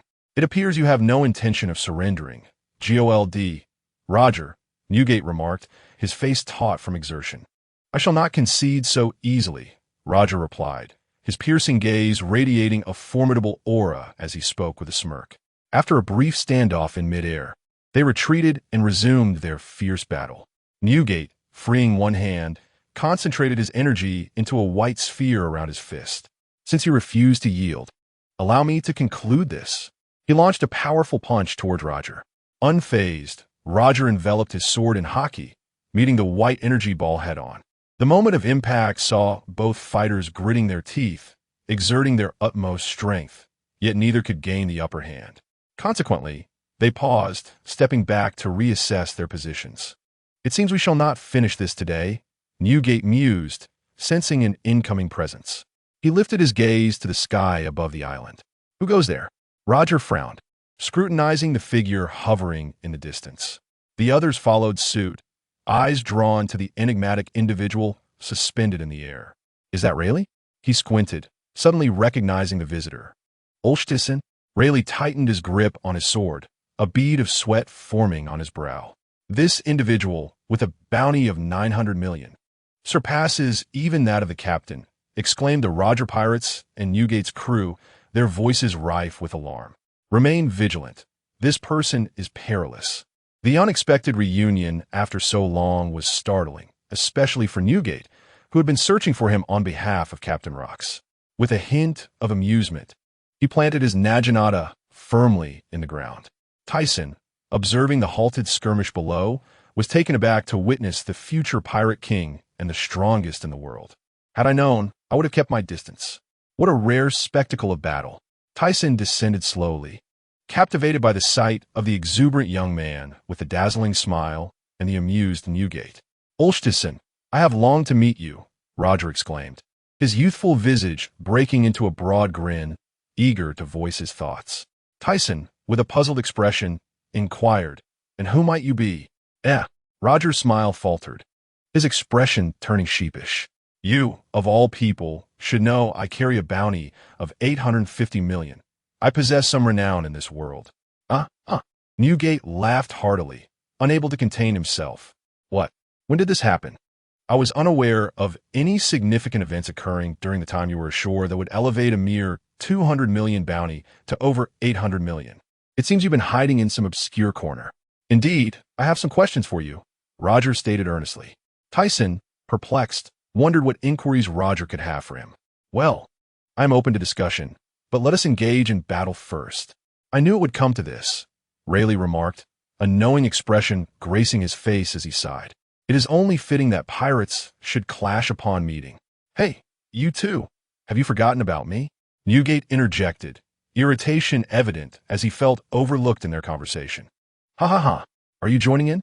Tyson teased, deliberately provoking Newgate, aware he was ill-equipped to confront either of the two titans. Uncertain whether they had mastered the Conqueror's Haki, he understood that facing one was already daunting, let alone two. "I disdain such tactics. However, you both should be cautious. Rox has been eyeing you for quite some time. Fear not. Should he arrive, we shall engage him. If we cannot prevail. Tyson feigned contemplation. Roger and Newgate's expressions lit up with anticipation, their eyes brimming with curiosity as they keenly observed Tyson, eager to discern what might unfold should he fail. After all, this was a question they themselves faced, particularly Newgate, who had joined precisely because he could not defeat Rox. He too yearned to know what choices would arise in the face of such adversity. Others around displayed expressions of curiosity, prompting them to join in. With a sudden slip, a collective gasp of disbelief arose. Such an unexpected response. Truly, you possess an audacity that is remarkable, Newgate remarked, his features twitching. Enough with the idle chatter, GOLD. Roger, let us engage with full force. I wish to experience what makes the D family unique, Tyson declared, his presence surging with intensity. His piercing gaze amplified the tension in the air, causing those nearby to instinctively retreat, leaving a vast space for the two combatants. Newgate also stepped back, contemplating Tyson's earlier words. Roger narrowed his eyes in astonishment, revealing a slightly excited grin that showcased his pristine white teeth. You indeed know something, he acknowledged. Very well. Defeat me first, he challenged, aware that losing would cost him his life. With a clang, Tyson unsheathed his Qixing Jian, standing nearly 3 meters tall, wielding a 6-foot-long sword. Observing from a distance, one would perceive an exquisite symmetry in their forms. As both warriors' energies peaked, they sprang into action with incredible speed. The clash of blade against sword resonated like thunder, a brilliant flash igniting the space around them, and a tremendous wave of force radiated outward. What is happening? Newgate turned to see many of his crew members rolling their eyes and fainting. Those lacking strength, step away, he bellowed, before returning his focus to the two formidable fighters. Nearby, Mona and her companions were caught off guard by the sudden surge of overwhelming aura, halting in their tracks to assess their surroundings. Rayleigh and Jabba glanced at the newly arrived members of Tyson's crew before refocusing on the battlefield. After their swords met, Tyson felt Roger's strength was formidable, a match for his own. However, upon uttering the word increase, Roger suddenly found himself at a disadvantage as Tyson's sword unleashed an unexpected gravitational force, contorting Roger's expression into one of grim determination as he struggled to hold his ground. Seeing Roger maintain his stance only fueled Tyson's respect for him. This man was indeed powerful. Even with his enhanced strength, Roger was still resisting. But now Tyson thought, let's escalate this. Super weight, he announced, unleashing an unprecedented force that sent Roger staggering backward, carving a deep trench into the ground beneath him. As Roger lowered his arms, a grave expression settled upon his face. He had not anticipated such strength from his opponent. Rayleigh felt a chill of fear, his eyes wide with disbelief. Incredible strength, he muttered, while Jabba's expression darkened. Newgate tightened his grip on his Naginata, his gaze serious as he observed the two fighters, pondering the sudden enhancement of Tyson's power. He continued to watch, hoping to glean some insight. With Qixing Jian in hand, Tyson thrust forward, his foot striking the ground with such force that it cracked like a spider's web, propelling him towards Roger with astonishing speed. Zulfust! Roger exclaimed as he quickly raised his sword to parry, the ensuing gust scattering dust around them. Under Tyson's immense power, Roger was forced back several steps, but promptly chose to counterattack, unwilling to remain on the defensive. Yet Tyson was not to be outmaneuvered. His speed rivaled that of teleportation, coupled with unparalleled observation skills.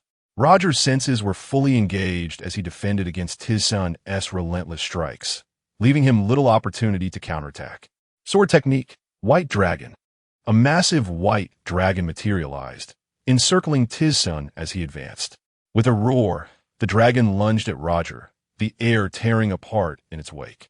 Roger stomped hard into the ground, his eyes glowing red as he struck out with his arm, clashing with Tyson's Qixing Jian. The ensuing shockwave shattered trees and rocks for hundreds of meters around. Moments later, the tumultuous winds began to settle over the island. Seeing Roger withstand his assault, Tyson swept his right foot in a rapid motion, the air crackling with energy as he executed another strike. Roger swiftly raised his left hand to block the blow, the two swords colliding again in a flurry of motion. Tyson's eyes sharpened, his expression darkening as he declared, "Superweight." With a resounding impact, Roger was once again propelled away, his body flipping in midair before he swiftly adjusted his stance, dashing towards Tyson with remarkable speed. Impressive, he managed to withstand the captain's strike, Mona observed, her expression a mixture of surprise and admiration, her tattoo animated with her astonishment. Jerry gripped his sword tightly, feeling the weight of the battle. Today was an eye-opening experience for him, as both warriors were undeniably powerful swordsmen. He realized he had much ground to cover to keep pace with his captain. 5 hours later, Tyson, panting heavily, bent over, acknowledging the immense effort required to battle such a formidable opponent.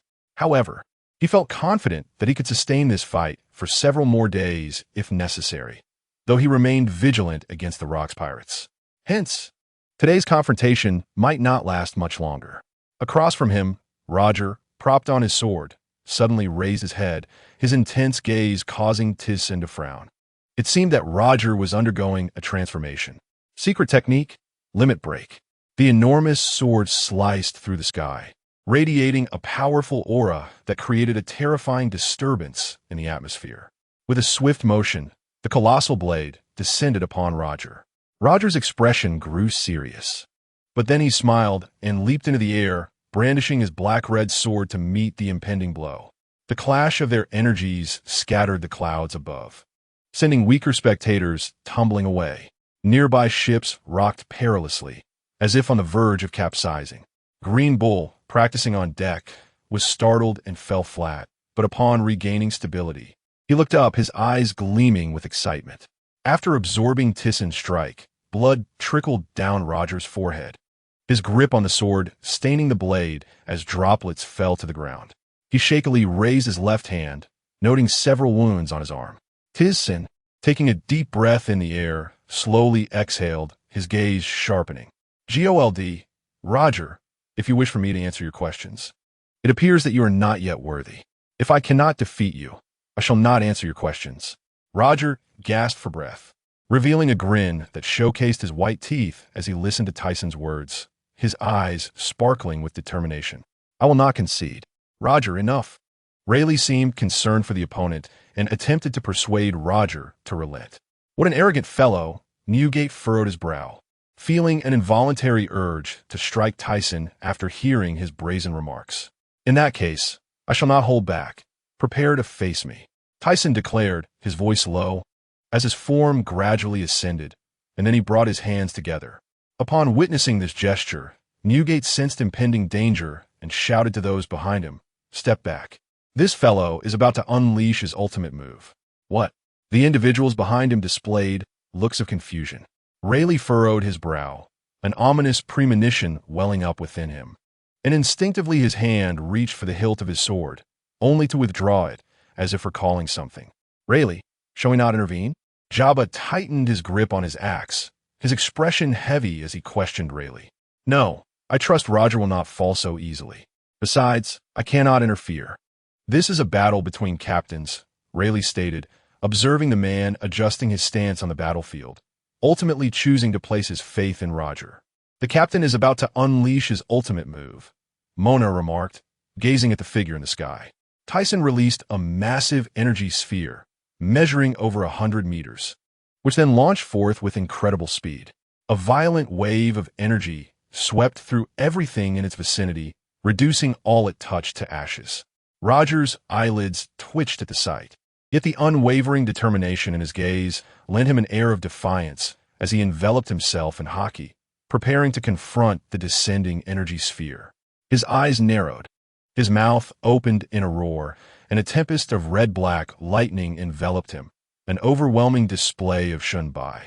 From a distance, Newgate looked on as the colossal white energy sphere enveloped the area ahead, obscuring all visibility save for the massive white pillar extending outward. Within the sphere, Roger was shrouded from sight, yet he could sense the unstable aura emanating from within. Suddenly, Newgate felt a familiar sensation, reminiscent of Captain Rock's. "Roger!" Rayleigh and Jabba shouted in unison, gripping their weapons tightly, their expressions dark and their eyes flickering with apprehension. "Captain Roger," Mona exclaimed, marveling at his resilience.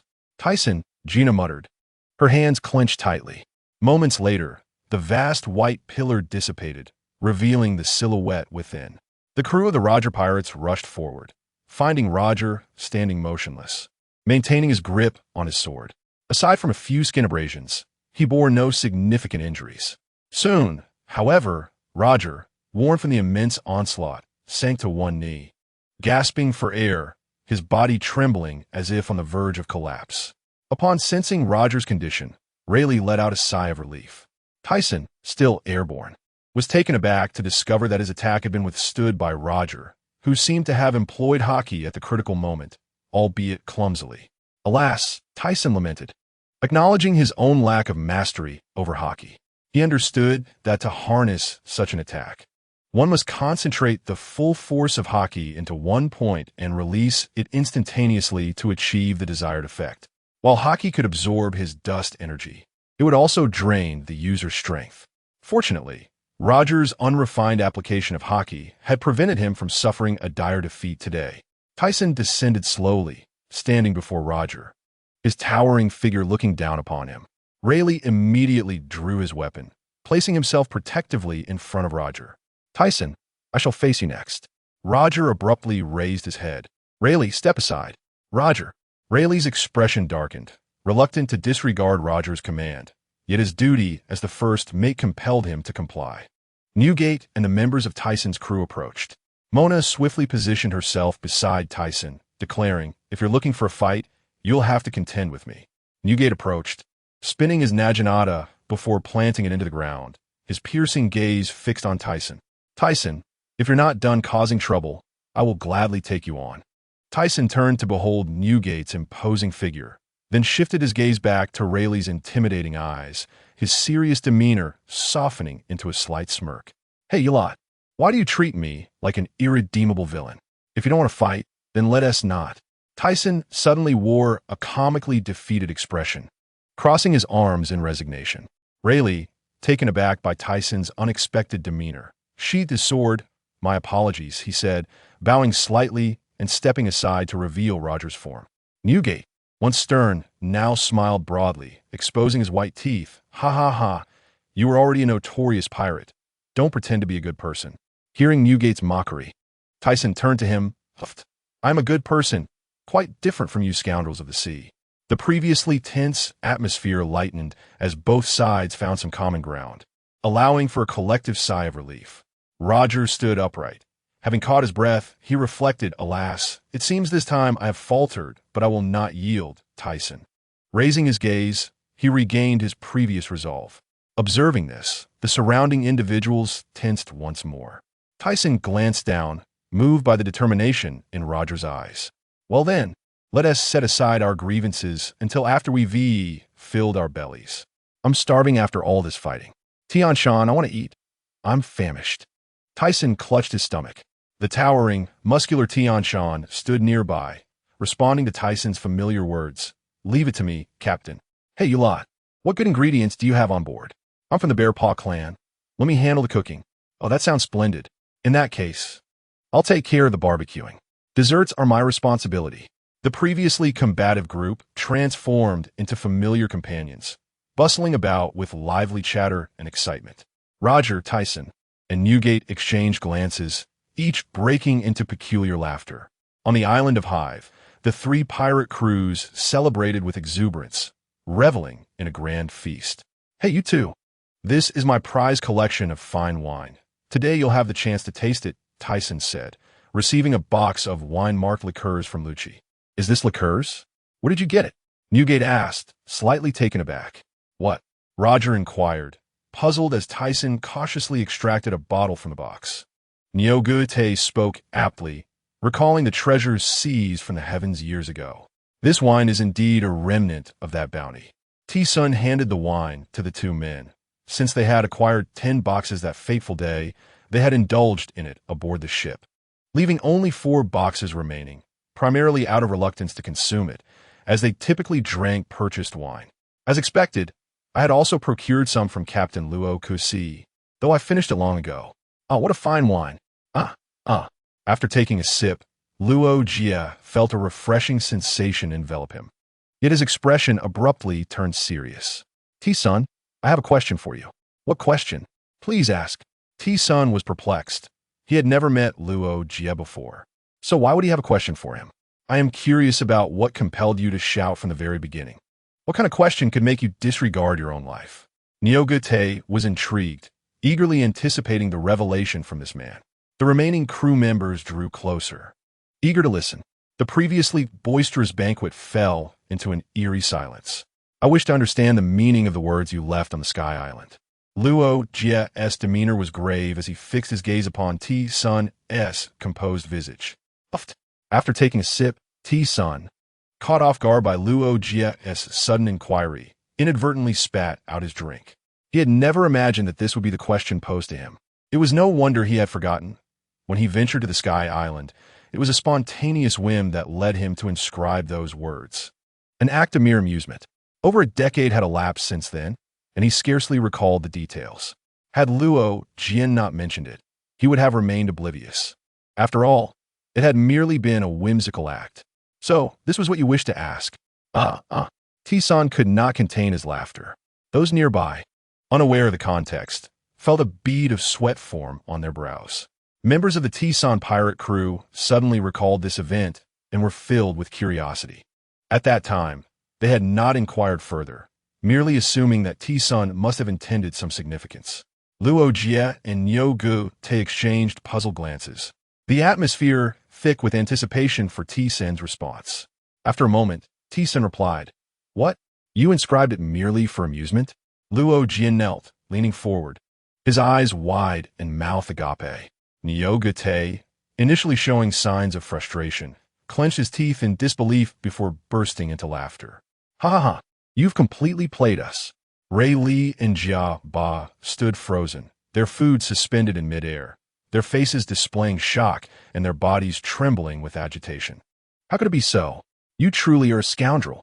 Luo Jia straightened, observing T-Sun's infuriating demeanor while his eyes twitched in irritation. However, I possess knowledge of everything in this world. I also know the question you wish to ask, T-Sun unexpectedly declared amidst the internal criticisms of the others. Really? Indeed. Then can you reveal to me the inscriptions upon the stone tablets of the Sky Island and the Fishman Island?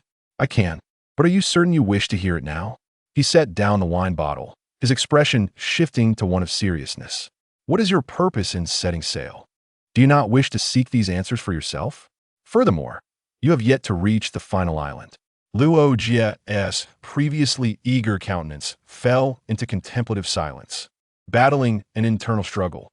Rayleigh took a sip of his drink, listening intently to Luo Jia's decision. After finishing a bottle of wine, Luo Jia declared, "No, I shall not hear it now. I have resolved to see it for myself." His eyes gleamed with anticipation. Rayleigh, upon hearing Luo Jia's determination, smiled faintly. I had thought it would be a pressing question. It turns out to be merely trivialities. Nyogu Te, seemingly indifferent to these matters, was instead curious about what inquiry Luo Jia might pose. If you still have questions later, feel free to seek me out. He recalled that Luo Jia would eventually discover that the final island was not what it seemed. He had learned from somewhere that the red inscriptions marked a navigational guide.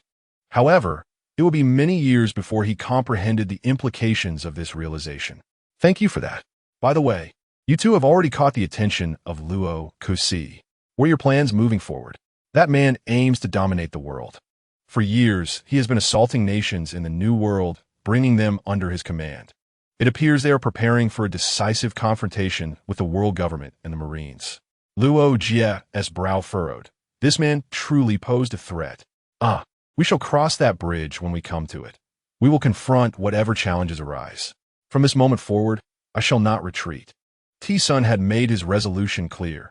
Even if a battle loomed on the horizon, he would not shy away. I was originally sent by Luo Kusi to recruit you, but it seems you will not ally with him. Of course, pirates are meant to be free. The following morning, the three parties set sail in different directions. Luo Jia's pirate ship continued its perilous journey towards water Xinqing Island with a similar objective. Yet their routes diverged completely. Meanwhile, Niogute returned to report to Luo Kusi. They had prepared ample supplies before departing from the Herb Island, allowing them to sail uninterrupted. T-Sun aimed to reach the final island in one go. Having visited many places in the New World during his time with the Hao Jia pirate crew. At Marine headquarters, Admiral Gang Gu was listening to a report from a communication snail. Admiral, the T-Sun pirate crew and the Luo Jia pirate crew have engaged in battle on Hive Island, and Edward Niogute from the Luo Kusi pirate crew is also present on the island. What is the situation? Unclear. All three parties have departed the island unscathed. I see. Continue monitoring them. Understood, Admiral. After hanging up, Gangu rubbed his temples, concerned about the recent intensification of Luo Kusi's movements, coupled with the world government's apparent inaction. Moreover, a pirate bearing a name similar to Luo Kusi, characterized by a D in his name, had captured the world government's attention. Yet, he found himself powerless. The enemy had entered the New World, and they were formidable adversaries, not easily subdued. Even deploying an admiral would not guarantee their capture, leaving the Marines in a particularly passive position. Many naval strongholds in the New World have been dismantled by the Luo Kusi pirate crew, and the purpose behind their actions remained ambiguous. Thus, the current goal of the Marines was to control the pirates within the first half of the Grand Line. 3 days later, the T-Sun pirate crew arrived at the final island, Water Xinqing Island, having swiftly made the journey from Hive Island. Nana, where is the log pointer directing us? T-Sun inquired, gazing at the seemingly endless expanse of the red Earth continent. Strangely, the 3 pointers spun erratically, unable to ascertain a direction. Stay here. I will ascend to investigate. After speaking with his companions, T-Sun soared into the sky above the red Earth continent. After an indeterminate duration of flight, he finally reached the skies above the red Earth continent, observing the 5 canals below. He formed 2 hypotheses. The first point of interest is that the final island lies beneath this canal, with 5 canals formed by 5 segments of red Earth, evidently a product of human intervention. The original creator's intention may have been to prevent the navigators of the Grand Line from returning to the 4 seas. This allowed many to enter the Grand Line, but the legend persists that none have ever returned. It is apparent that passage through the Holy Land of Maligieo is orchestrated by them. During the blank century of history, the clan known as D was eradicated, and 20 kingdoms established the world government, with the dwelling place of the D clan likely being the final island, situated beneath the red Earth. To access this place, one must consider the entry points. The constantly fluctuating compass suggests that the magnetic field around the 3 islands are highly unstable, indicating significant peril. The second speculation pertains to the Holy Land of Maligieo. After the annihilation of the D clan by the 20 formidable kingdoms, the island must harbor numerous secrets regarding this matter. They sought to keep this secret concealed, hence it was buried away. Yet, the safest location in the world is undoubtedly the territory under their control, which may very well be directly beneath Maligieo. It is also possible that the D clan was not completely exterminated, but rather imprisoned, with the entire island under their dominion, subsequently establishing the Holy Land above it. These are Tyson's 2 hypotheses. Furthermore, it is plausible that the D clan still exists at sea, having been caught off guard by the war, unable to return to the island, especially since the final island has vanished. Thus, they were compelled to survive outside. Sighing, Tyson dismissed these thoughts, for he harbored no interest in such matters. His dream was simply to create a paradise in the New World, inviting those dear to him to live a secure and blissful life. The truths of history mattered little to him, and since he was not a child of the world, he pondered why he should worry. The truth would eventually surface. Tyson descended towards the pirate ship, and upon returning, he announced, "Everyone, I need to go to the front half. You will steer the pirate ship back to Caoyao Island. If you wish to venture out, you may do so freely. However, exercise caution. If you happen to be captured, it could prove troublesome. Call me if anything arises." "Understood, Captain, be careful." They replied, "Tyson, we will await your return." He nodded and crossed over the red Earth, heading towards the front half. His destination was Magu Island, where he sought a crucial item necessary for building his paradise. While at Saoyao Island, Tyson had shared his thoughts with them. Upon reaching the final island, he would gather the materials needed for the paradise. Their task was to establish their own pirate fleet and recruit companions. Regardless of the imminent clash with the Locust pirate crew or the aftermath of Locust's era, he required formidable strength to safeguard their territory. The strength of the Tyson pirate crew was undisputed, yet their numbers were few. A vast paradise could not rely solely on a handful of individuals for management and protection. Hence, many more were needed. However, they could not simply recruit anyone. Trust could only be forged through shared battles among comrades on the same ship. Given a few years of development, the fleet would naturally form. With his exceptional observation Haki, he would easily discern those with ill intentions. Thus, it would be a futile endeavor for any spies from the world government or navy to infiltrate the paradise. A day later, the din din mushy rang, and Tyson answered, "Hello, Shu and I. Have you arrived?" "We arrived long ago. Where are you? Didn't you say you would be here?" Came the plaintive voice of a woman from the other end. "I will be there shortly, just a moment." He had previously instructed Shu and Ilalia to investigate the situation on Magu Island and to thoroughly understand the nature of the Tunten fruit. Indeed, his purpose this time was to acquire the Tunten fruit, which could devour anything, allowing the consumed objects or individuals to be fused together. What he required was the synthesis of metal, a durable metal necessary for constructing the paradise, and the quantity needed was substantial, making it infeasible to acquire through purchase. Even if possible, it would take decades to achieve. Thus, the power of the devil fruit was essential. The Tunten fruit could amalgamate various substances, including humans and metals. The strength of the metal would depend on what the wielder consumed. With sufficient experimentation, he believed he could synthesize the metal he desired. He had yet to decide who would consume the fruit, or whether he would partake himself. Although this fruit could enable the user to absorb others' abilities, he did not currently require such power to enhance his strength. Moreover, consuming the fruit would render him vulnerable to exploitation by others. Before long, he spotted 3 merchant ships near Magu Island, with the central vessel appearing quite large, flanked by 2 smaller ships, each bearing significant weaponry that occupied the merchant ship's deck. With a swift motion, he darted forward at an incredible speed. On the pirate ship, Shu and Ilalia lounged on a deck chair, sipping a drink while adorned in a deep red gown, her alluring figure creating a mesmerizing sight. Her bare, fair feet swayed gently, shaded by a parasol, exuding an aura of utter relaxation. Suddenly, the sound of footsteps echoed on the deck. "Who goes there?" The nearby guards, clad in black, immediately pointed their weapons at the intruder upon hearing the noise. Shu and I abruptly lifted her head, placing her drink on the table, and leapt forward, exclaiming, "You finally made it!" Tears of joy filled her eyes. It was indeed Tyson, the notorious pirate with a bounty of 930 million. Although the lady had mentioned it before, the guard were still incredulous at her association with such a formidable figure, their eyes wide with astonishment, trembling with fear. "Let us go inside and talk," Shu and I said, releasing his embrace and taking his hand to lead him into the room. "Remain vigilant," she instructed. "Yes, Mississippi." Who would have thought that the lady had formed a connection with such an influential figure? It was remarkable. Indeed, our merchant fleet will no longer fear being plundered. Mrs. Business in the underworld will undoubtedly flourish. Inside the room, Shu and I poured Tyson a glass of liqueur. "Oh, where did you procure this?" Tyson inquired, genuinely surprised that Shu and I could acquire such a drink. "You underestimate me. Who in the underworld does not know my name?" She replied, her surprise hidden beneath a calm facade. "Is that so?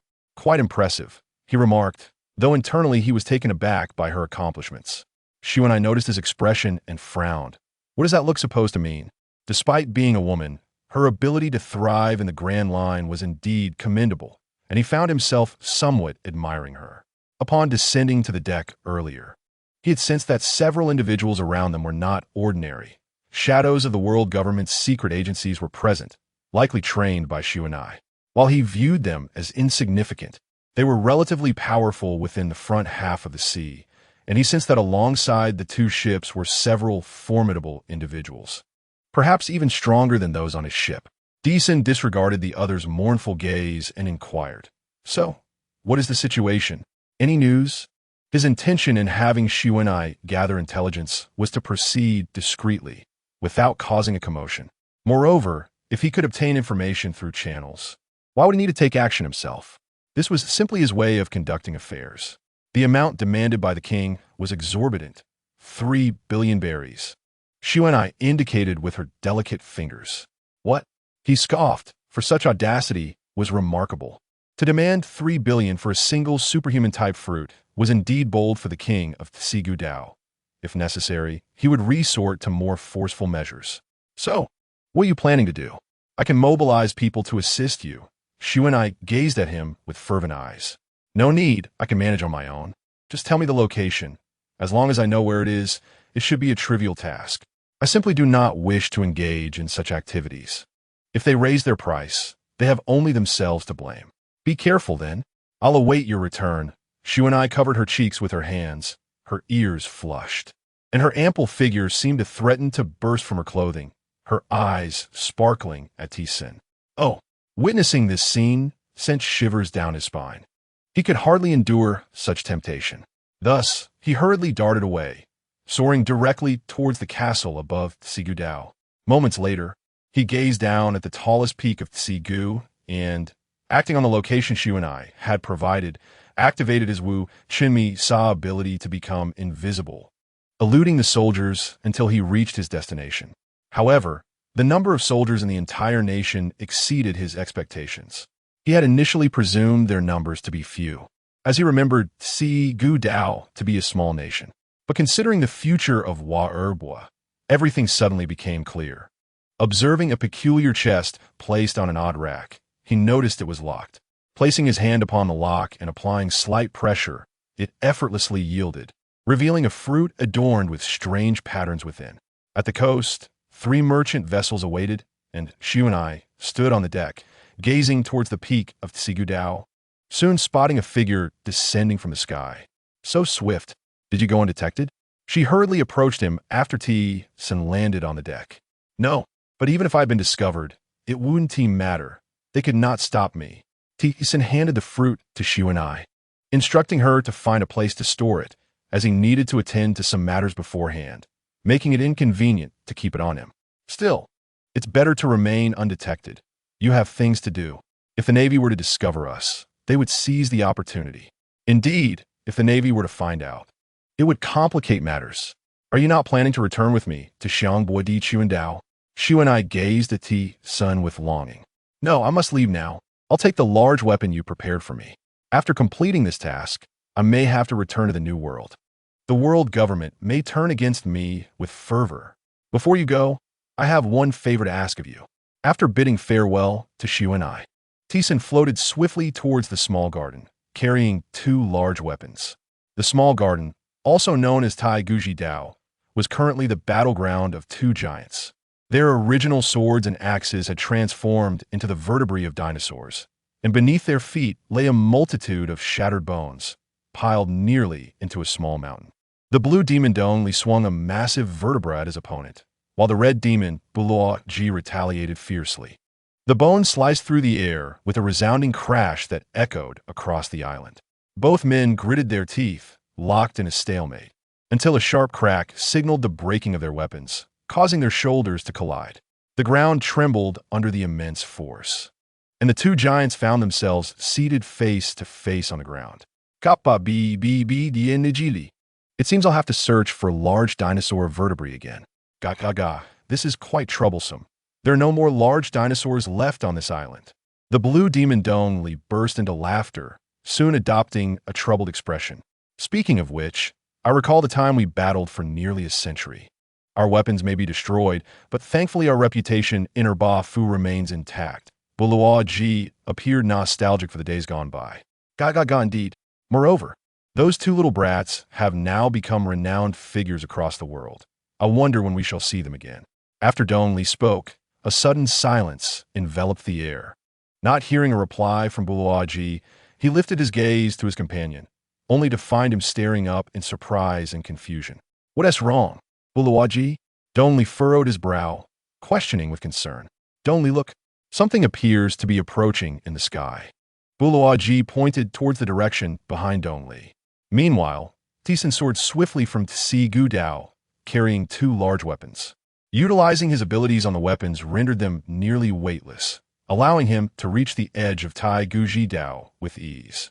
Before even landing on the island, he noticed two enormous figures rising to observe him. Clearly, they had spotted him. La la la la. It seems they've noticed. Let us speed up. He accelerated towards the two giants, the weapons in his hands slicing through the air with a tearing sound. La la la la la. My Jiruklis. It's been over a decade. How have you been? Is that you, T-Sin, little brat? It cannot be mistaken. That handsome face. I have come to fulfill my previous promise. This is for you. T-Sin tossed the weapons towards Dong Li and Buluaji. They extended their hands to catch them. Ga ga ga. I can't believe you remember. Kabababa. This weapon feels quite comfortable. Indeed. Dia Niji, Li replied. I was delayed along the way and arrived a bit late. T-Sin glanced at the mountain of broken bones below, feeling slightly guilty for having destroyed their weapons and for the long delay in delivering replacements. It's all right. You have come at last. We have been waiting for this moment. They soon enjoyed refreshing juice, freshly made on the island, reminiscent of the vibrant flavor from years past. Dear uncles, do you still remember my dream? T-Sin posed this question with intention, hoping to invite them to reside in his future paradise. However, he would not press if they were unwilling. Of course we remember. You wish to build a paradise free from constraints. So, how goes the construction? Not yet. I meant to say, once my paradise is completed, I would like to invite you to live there. What are your thoughts? Dong Li and Buluaji exchanged glances, then burst into peculiar laughter. After a moment, Dong Li remarked, T-Sin, little brat, we have been battling on this island for nearly a century, growing familiar with the surroundings. Besides, the victor has yet to be determined. How could we leave? Dong Li is right, but who knows when we might finally settle this score. When that time comes, we shall surely come. This is a pact between men, and we vow on the honor of our Ba Fu. All right, let this be our agreement. T-Sin smiled gently, knowing this would be their response. However, it mattered not. He respected their wishes, and who could predict the future? Perhaps one day, they would suddenly arrive. My current objective is to diligently prepare for everything pertaining to the amusement park. When the moment arrives, it will signal the commencement of our endeavors. This was precisely the purpose of my visit during the earlier part of my journey. Half a day later, as I was about to traverse the calm stretch of the sea, I unexpectedly encountered an individual. An intriguing figure aboard a pirate ship. Upon noticing my approach, a man cloaked in a voluminous blood-red cape maintained a tranquil gaze, a diabolical smile gracing his face as he tightened his grip on a bat-handle umbrella. A solitary pirate. How peculiar indeed. At that moment, I, Tyson, gracefully descended onto the deck of the pirate ship, facing this eccentric man whose hair was fashioned into two braids cascading over his shoulders. Being alone is quite commendable. Oddly enough, I find myself unable to decipher your thoughts. It appears you too possess an innate quality. So, what brings such a prominent figure to my vessel? The man with the sinister allure raised his crimson eyebrows, his expression finally betraying some interest. Observing his overly calm demeanor, I initially intended to merely exchange pleasantries, yet my intention abruptly shifted. Would you be interested in becoming my companion? Barrel-like Cladefire? A glint of astonishment flickered in Barrel-like's eyes, seemingly unprepared for such a proposition. I require no companions, even alone. I fear not the notorious pirates of the New World. If that is the case, I am eager to witness your prowess. Noticing that this man was unwilling to relent, Barrel-like adopted a serious demeanor, raising his bat-handle umbrella to perform a flourish of swordplay. I must apologize for this. With a sharp sound, the figure wrapped in a blood-red cloak vanished from sight. How swift! Tyson furrowed his brow. Logically, during this period, this individual's capabilities shouldn't be excessively formidable. However, witnessing the speed of a strike aimed at me, I was compelled to abandon my initial underestimation and respond earnestly. As I sensed Barrel-like's shifting energy, the atmosphere on the deck grew increasingly peculiar. Subsequently, I appeared to detect something, raising my hand from the hilt of my sword at my waist. In an instant, the Qixing sword was drawn, and the exposed blade intercepted Barrow-like's umbrella sword's thrust. Simultaneously, I returned his sinister smile with one of my own. Barrow-like seemed to grasp that his attack would yield no success. His gaze sharpened as he continued to thrust at me with rapid strikes. However, each was deftly deflected. I attempted to penetrate the depths of his mind, yet it felt as though a veil obscured my vision, rendering me unable to discern anything. While I could sense Barrow-like's intent, I too was unable to unveil his inner thoughts. Nevertheless, it was merely a contest of swordsmanship and physical prowess. In that regard, I would not falter. During several exchanges of skill, I noticed Barrow-like sought to make contact with me, indicating his unwillingness to abandon his quest for understanding my memories. Though I wouldn't mind if he touched me, I resolved to conclude the encounter swiftly. While Barrow-like's swordsmanship was indeed rapid and his physical abilities commendable, he still fell short compared to me.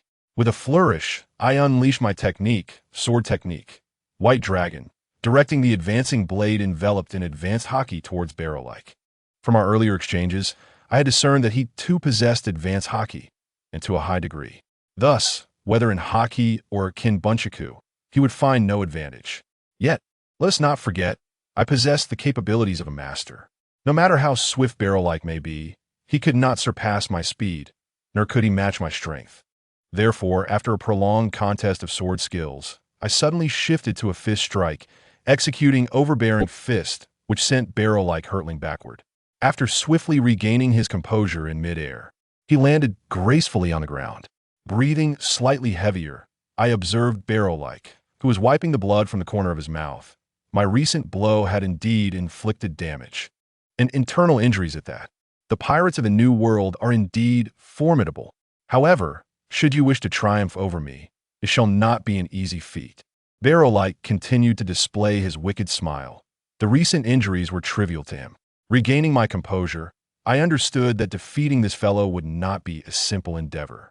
For someone of Barrow-like's caliber, a mere 2 or 3 days would be insufficient to determine a victor. After all, it was he who could engage in a 10-day battle against Steelbone Kong and ultimately emerge victorious. Are you certain you do not wish to join my pirate crew and become my comrade? Not every soul harbors a grotesque heart. Look beyond, and you may recognize that I too possess the ability to perceive the hearts of others. The ever-sinister Barrow-like's expression deepened upon hearing my words. What I articulated pierced his heart like a thorn.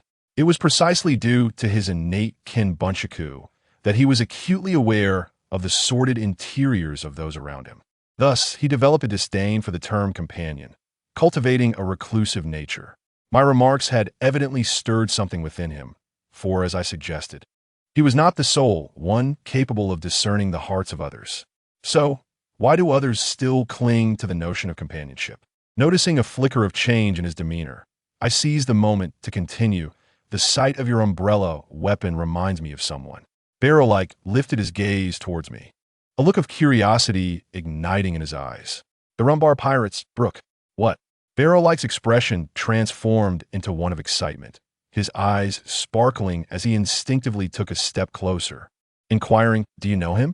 Witnessing his unexpected enthusiasm, I had assumed Barrow-like would remain perpetually aloof.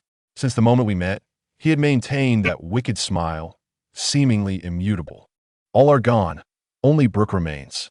What? Barrow-like's eyes widened, his mouth agape. Perhaps he had never displayed such a range of emotions in many years. I then recounted Brook's plight to him, emphasizing how he remained steeped in solitude and melancholy. Consider, if the roles were reversed, what would transpire? This. It has turned into such a state. Underneath Barrow-like's crimson eyebrows, his eyes danced with emotion, his grip on the umbrella handle tightening. Are you interested in accompanying me to find him? I wish to bring that fellow into my crew. I gazed intently at Barrow-like, eager to see how he would decide. After a prolonged silence, Barrow-like seemed to arrive at a resolution.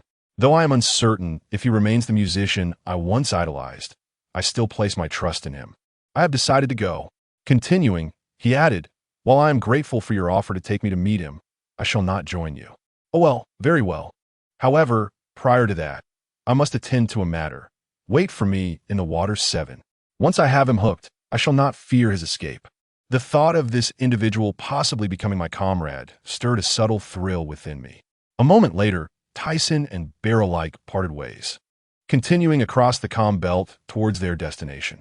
3 days later, we arrived at Tequila Wolf, a labor nation, also known as Taikalorpu, a bridge nation. The construction of this bridge commenced over 6 centuries ago, built by the outcasts from nations that refused to join the world government. They toiled daily, forced into arduous labor to erect the bridge. Upon his arrival at this place, Tyson floated in the sky, gazing down at the seemingly endless bridge below. His purpose for coming here was to seek out a distinguished architect renowned for their exceptional abilities, as he could not fathom where such a prominent figure might be found. Suddenly, the image of this magnificent bridge sprang to his mind. Anyone capable of designing such a grand creation must surely be extraordinary. In the realm of architecture, bridge structures are notoriously complex. Although he possessed some understanding of such constructions, he was merely capable of theoretical discussions. In his previous life, he had only sat in an office, using a computer to draft various design blueprints, and many concepts were difficult to translate into reality. When it came to actual construction, discrepancies often arose between the plans and execution. Furthermore, his knowledge of construction matters was limited, and he could only hope to find someone of merit in this location. He endeavored to float above the buildings, eventually settling on a relatively high rooftop, where he gradually became indistinct. It was so cold in this wretched place. Had he known, he would have dressed more warmly. Below him, many individuals clad in humble, burlap-like garments toiled laboriously, occasionally interrupted by soldiers who hovered nearby, wielding whips to strike those who had collapsed from exhaustion. While witnessing this scene incited a sense of indignation within him. He recognized that his purpose was not to liberate these individuals. The construction of this bridge had commenced long ago, and even if Tyson were to rescue all of them, what means would they have to survive? Moreover, even if they managed to escape, another batch would soon be captured and brought here, leading to an endless cycle of suffering. Thus, any thoughts of rescue would have to wait. His own paradise had yet to be established. With his eyes closed, he attuned himself to the activities below, soon discovering a man who seemed to be a commanding officer among the soldiers, seated at a desk poring over a list. It appeared this was not a residence for architects, so he resolved to inquire further, believing that even if he were discovered, it would pose no significant risk. Inside the upper-level office, a burly man with dark, curly hair scrutinized the list of prisoners, one hand gripping the document while the other held a pen. Upon confirming the names, he would strike through them, as if he were the judge of this laboring nation, determining life or death with a mere stroke. Suddenly, the man abruptly lifted his head, squinting toward the window with a look of confusion, sensing something amiss, though uncertain. After a moment of silence, he dismissed it as a mere illusion and returned to examining the list. The officer, engrossed in his tasks, was startled by a sudden voice, causing him to react like a startled wolf, afraid yet resolute. "Who goes there?" he exclaimed, turning sharply, only to feel a chilling sensation at his neck, accompanied by a menacing aura of violence. Realizing he had been taken hostage, he froze, unable to move, and cautiously tilted his head back to glimpse the audacious individual who dared to abduct him. "Please do not kill me. Who are you? What is your purpose here? We can discuss this rationally. I implore you, spare my life." The man trembled, his eyes wide with terror, as if fearing that Tyson would dispatch him with a single stroke of his sword. "What is your position?" Tyson inquired, brandishing his Qixing sword, its blade aimed at the man before him, commanding him to sit and respond to his questions. "Sir, I am the overseer of the soldiers on this bridge. You may ask me anything, and I shall answer, provided you do not take my life. You may turn around now." After uttering these words, Tyson slowly sheathed his sword and subtly activated his observation Haki, instantly perceiving the man's emotions and thoughts. Once the officer felt the chilling sensation at his neck dissipate, he cautiously turned to face Tyson. Upon recognizing him, his initial fear escalated into sheer horror, causing him to stumble backward, knocking over his desk in the process. "Are you all right, sir?" The loud commotion attracted the attention of soldiers outside, prompting them to call out, concerned that something had occurred inside the room. "If you wish to live, it would be wise to refrain from any sudden movements or loud cries. Otherwise, before the soldiers arrive, you'll find yourself dead. Test me if you doubt my words." Tyson slowly withdrew his sword, his piercing gaze fixed on the man, who appeared ready to act impulsively, whispering words audible only to him. "Calm down and leave me." The officer, feeling a surge of anxiety, initially desired to call for the soldiers below. However, upon hearing Tyson's words, he seemed to recall something, his anxiety intensifying. No longer willing to gamble with his life, he obediently sank to the floor, awaiting Tyson's scrutiny. Tyson adjusted the chair before him and took a seat, casting a cold gaze upon the officer. "Now, tell me the whereabouts of the architect responsible for this bridge's construction. I assure you, I will not kill you, but should you dare to withhold information, the consequences will not be favorable. You, an esteemed figure, have come all this way just to ask such a question?" The officer slowly raised his head, beads of sweat forming on his furrowed brow. "That is not your concern.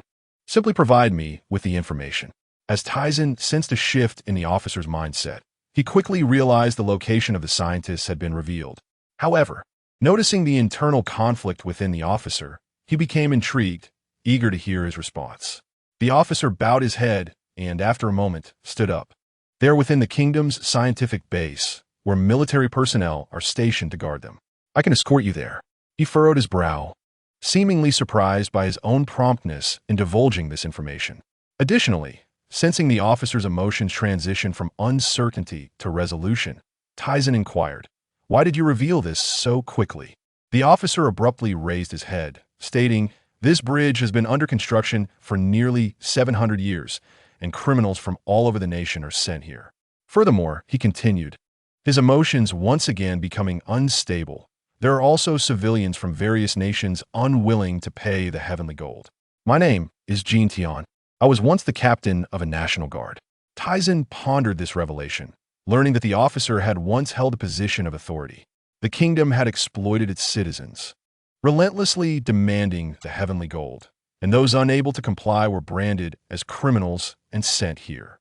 Out of compassion, he had refrained from allowing some offenders to escape. Ultimately, it seemed the king took pleasure in placing him in such a position, forcing him to witness the suffering of these individuals daily. Additionally, due to this predicament, his family had been imprisoned, with the king threatening that if construction fell behind schedule, his family would also be sent here. Thus, he found himself trapped in this dire situation. "I see. Please take me there." Tyson decided to first meet the architects before determining his next course of action. "Yes. Please wait a moment." Jean Tian retrieved a set of soldiers' attire from the room. "Sir, please put on this uniform, as we will need to enter the base, which is heavily guarded. Moreover, there existed but a single entrance, heavily guarded by numerous soldiers." Observing the unsightly garments clutched in the hands of the guards, Tyson felt a twinge of reluctance. Yet, for the sake of the grand scheme of the paradise, he endured, draping the coat over his shoulders and concealing his black samurai attire beneath it. "My lord, please follow me."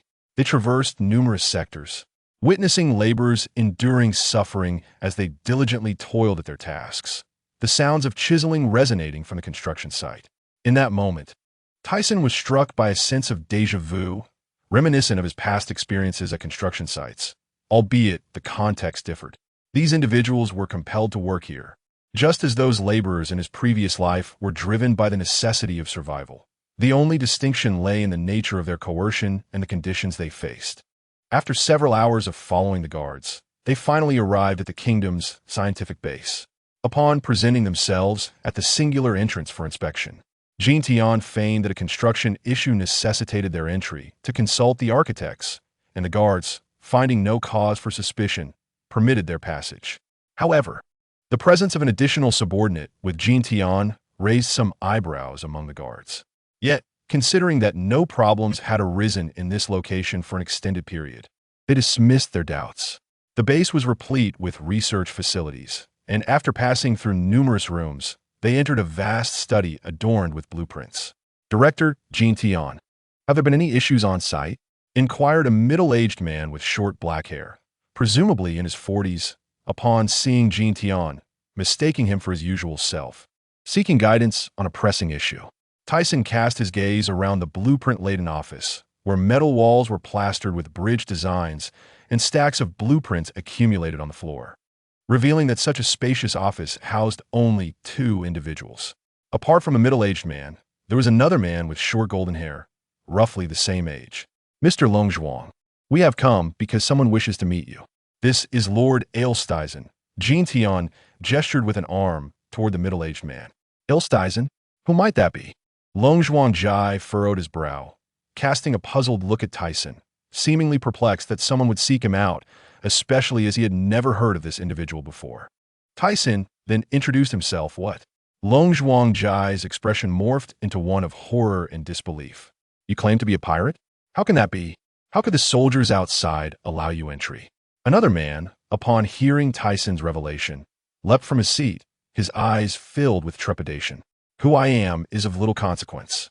What matters is that I require your assistance in constructing the Sky Paradise, Tyson declared, laying bare the purpose of his visit. The Sky Paradise? What is that? Both men in the room expressed curiosity, and even Jean Tian, who had accompanied Tyson, cast a curious glance in his direction. First, take a look at this blueprint. He produced the designs he had meticulously crafted over the past decade, gradually unfolding the creased sections. This was merely a rough outline.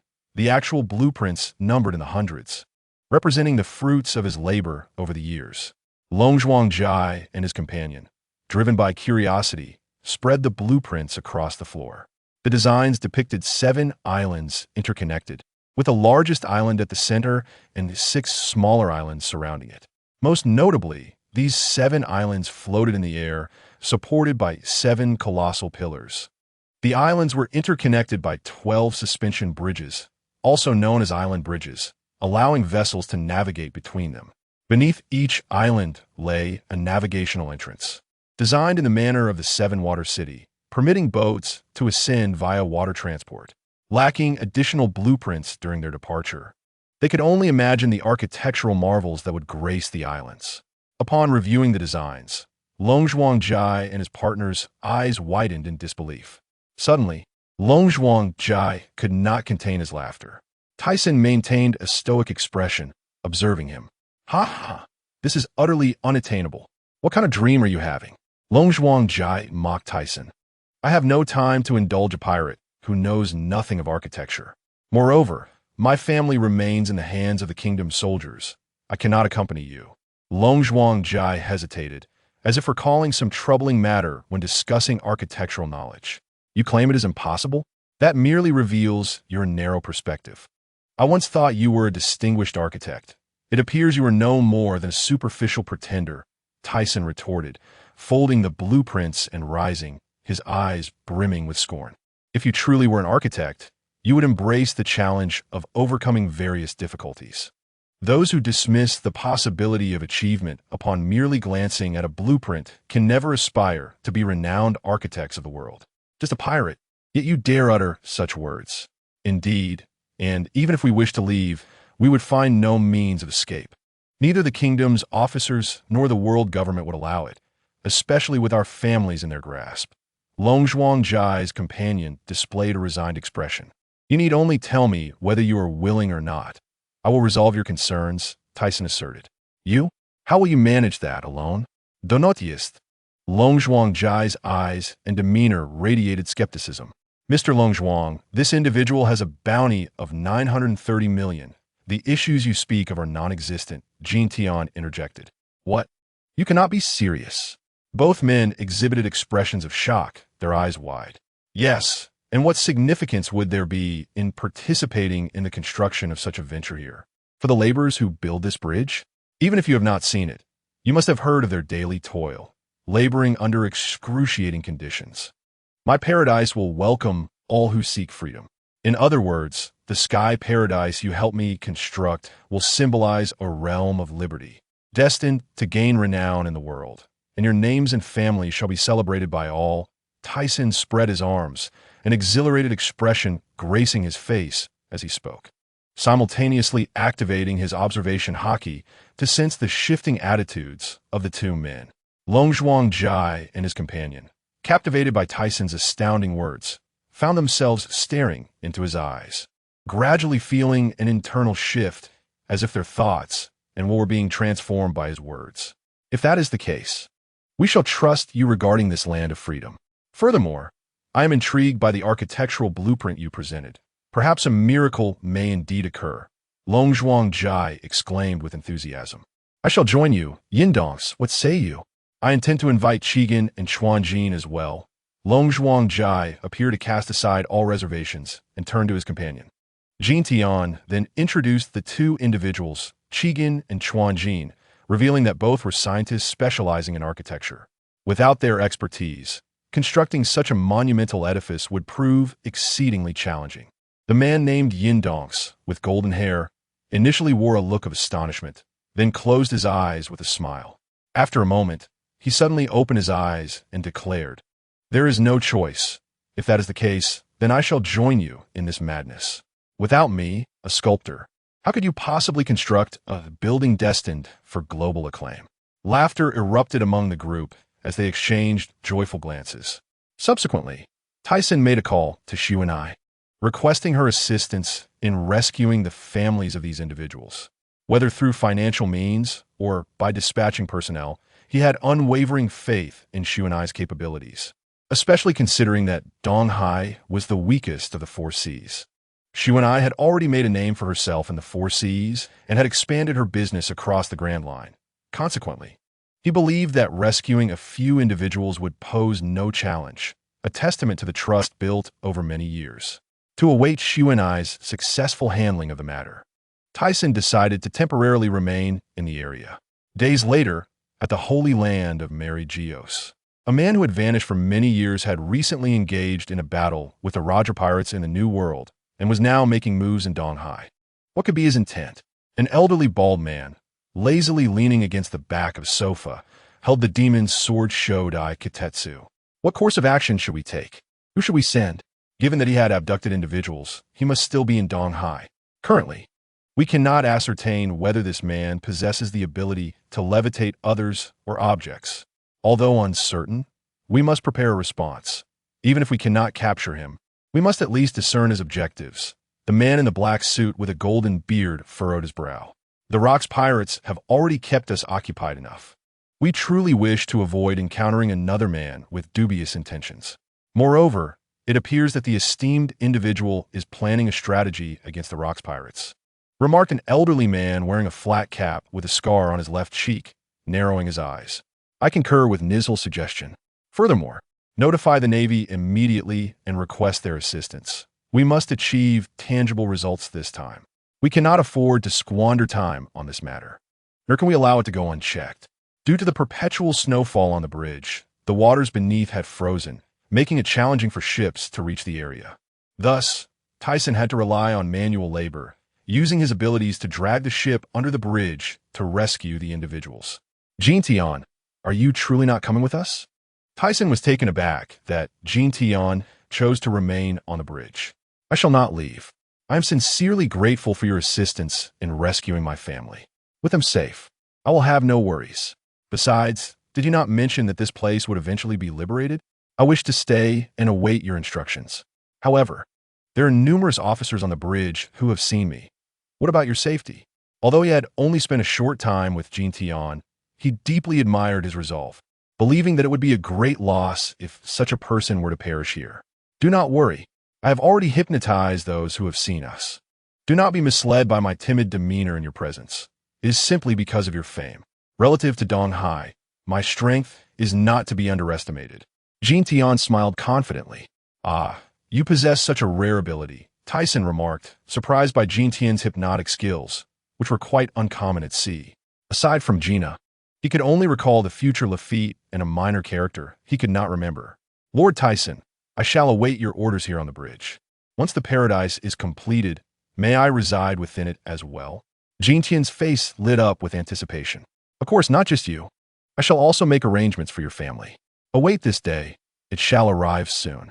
Do not let yourself perish, for this is a promise between men. He extended a hand, furrowing his brow and adopting a serious expression. With a firm handshake, Jin Tian and Tyson solidified their bond, a decision he would later cherish and find happiness in. although this realization would come much later. After bidding farewell to Jin Tian, Tyson departed with Xu Enai's caravan toward the Grand Line. His abilities had grown significantly, and he was now capable of levitating large sailing ships in the air. Nonetheless, he understood that fatigue would eventually set in, yet he believed that, with continuous practice, mastering this capability would become effortless, much like the art of dust manipulation. Having traversed from Donghai and passing through the doldrums, they halted just before reaching Water 7. Before parting ways, he entrusted Xu Enai with the task of escorting the four of them to Sabeti Archipelago. Once he completed his business, he would return to the New World. He could not rely on her for safe passage, considering the unpredictable weather and various potential dangers along the way. What if they encountered formidable foes? After all, he had painstakingly found an architect. Upon bidding farewell to Xu Enai, Tyson sensed Baloric's presence as he stepped into Water 7. Simultaneously, within a hotel, Baloric wore a charming smile. The journey had indeed been arduous. Merely holding a ship aloft in the sky for such an extended period had exhausted him. Upon reaching the hotel, he took a refreshing bath and slept for 2 days before finally awakening, while Baloric exhibited remarkable patience, waiting until the 3rd day to summon him. "It is time. We must act," Tyson declared, reclining in a chair with a glass of red wine in hand, observing Baloric finally making a move. He had anticipated that this individual would not be indifferent. If it came to a test of patience, Tyson knew he would prevail. The magical triangle, located merely half a day's journey from Water 7, was the destination of Tyson's quest to locate Brooke. Originally, his goal was to recruit Brooke into his pirate crew, as Sky Paradise required a sole musician. Now, with Baloric's involvement, the urgency to locate Brooke intensified. However, he was aware that Brooke had been lingering within the magical triangle, yet the precise location remained elusive. Ultimately, he decided to part ways with Baloric to search independently, tearing a portion of his life card to give to Baloric, ensuring he would not be lost. His observation Haki was not limited to a specific range. Nonetheless, it was not something ordinary individuals could match. Although the magical triangle was vast, Tyson's speed allowed him to perceive the flow of chakra within half a day.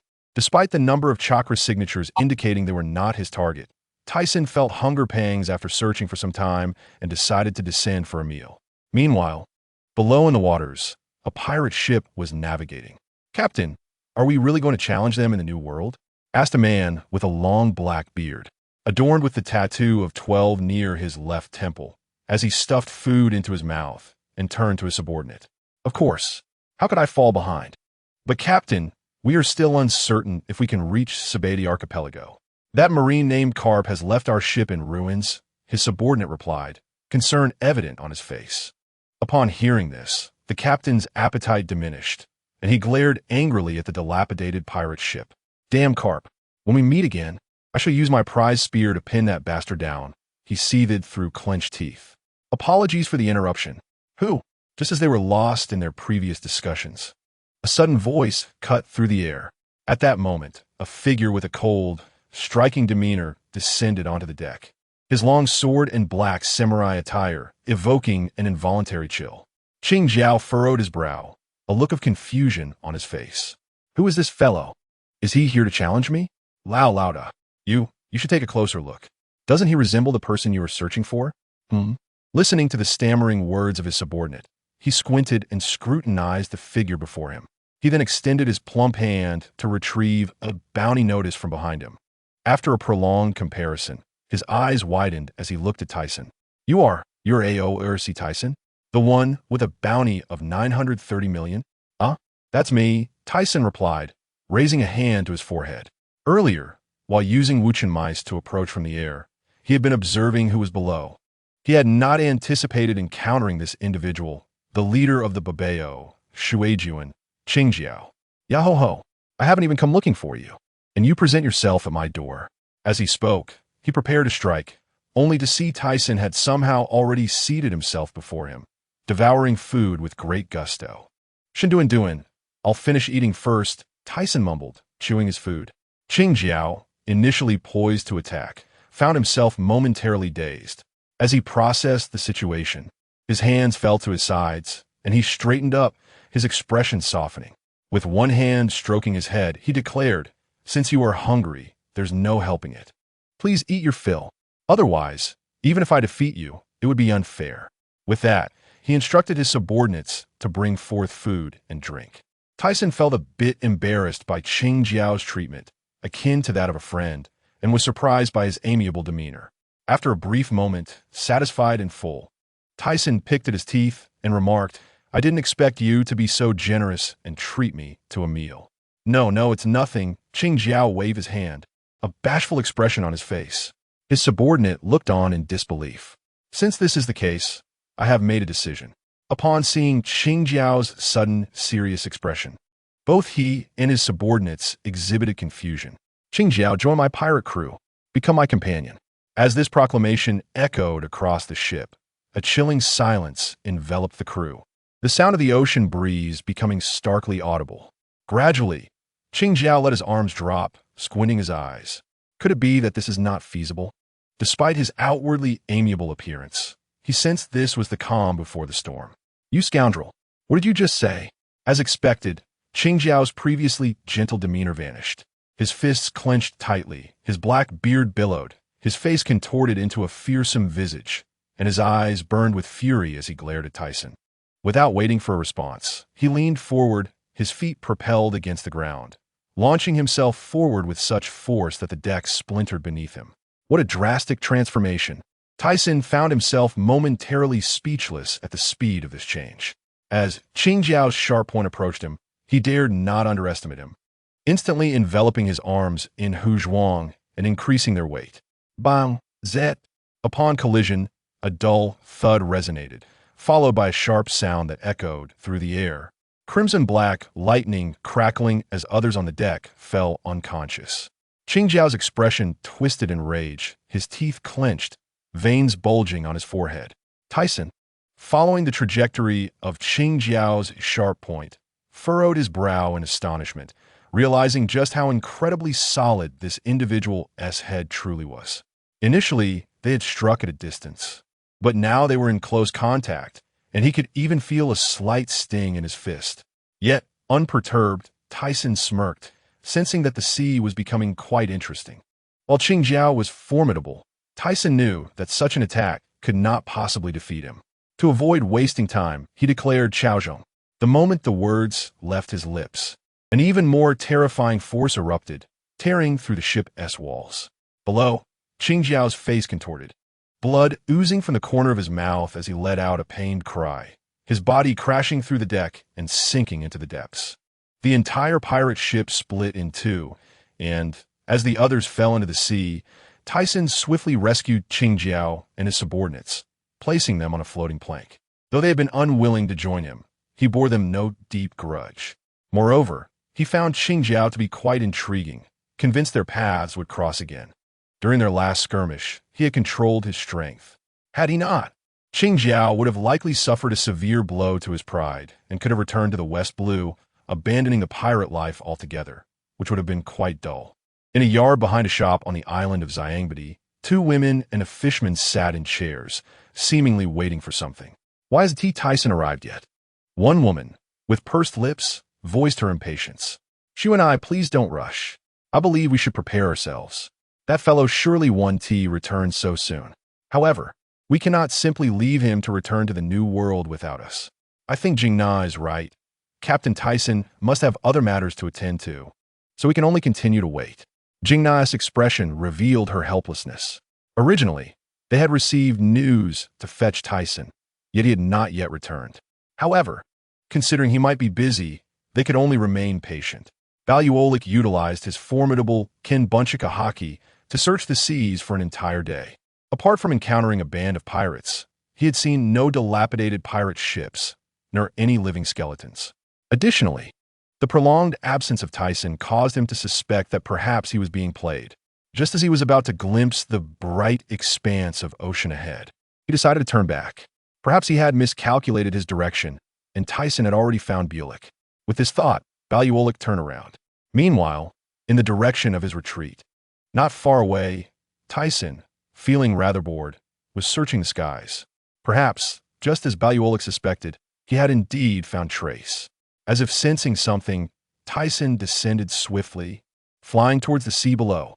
He had detected the flow of chakra, and it belonged to a single individual. Upon landing, he floated above a dilapidated pirate ship, observing a tattered pirate flag resembling horns. Looking down, he spotted a skeleton rolling about on the deck, muttering to itself. As he descended, a thud echoed across the deck. The rolling Bulik came to an abrupt halt, quickly righting himself and opening his mouth wide, exclaiming, "Ho, ho, ho! A person! No, a ghost!" The startled exclamation rang out.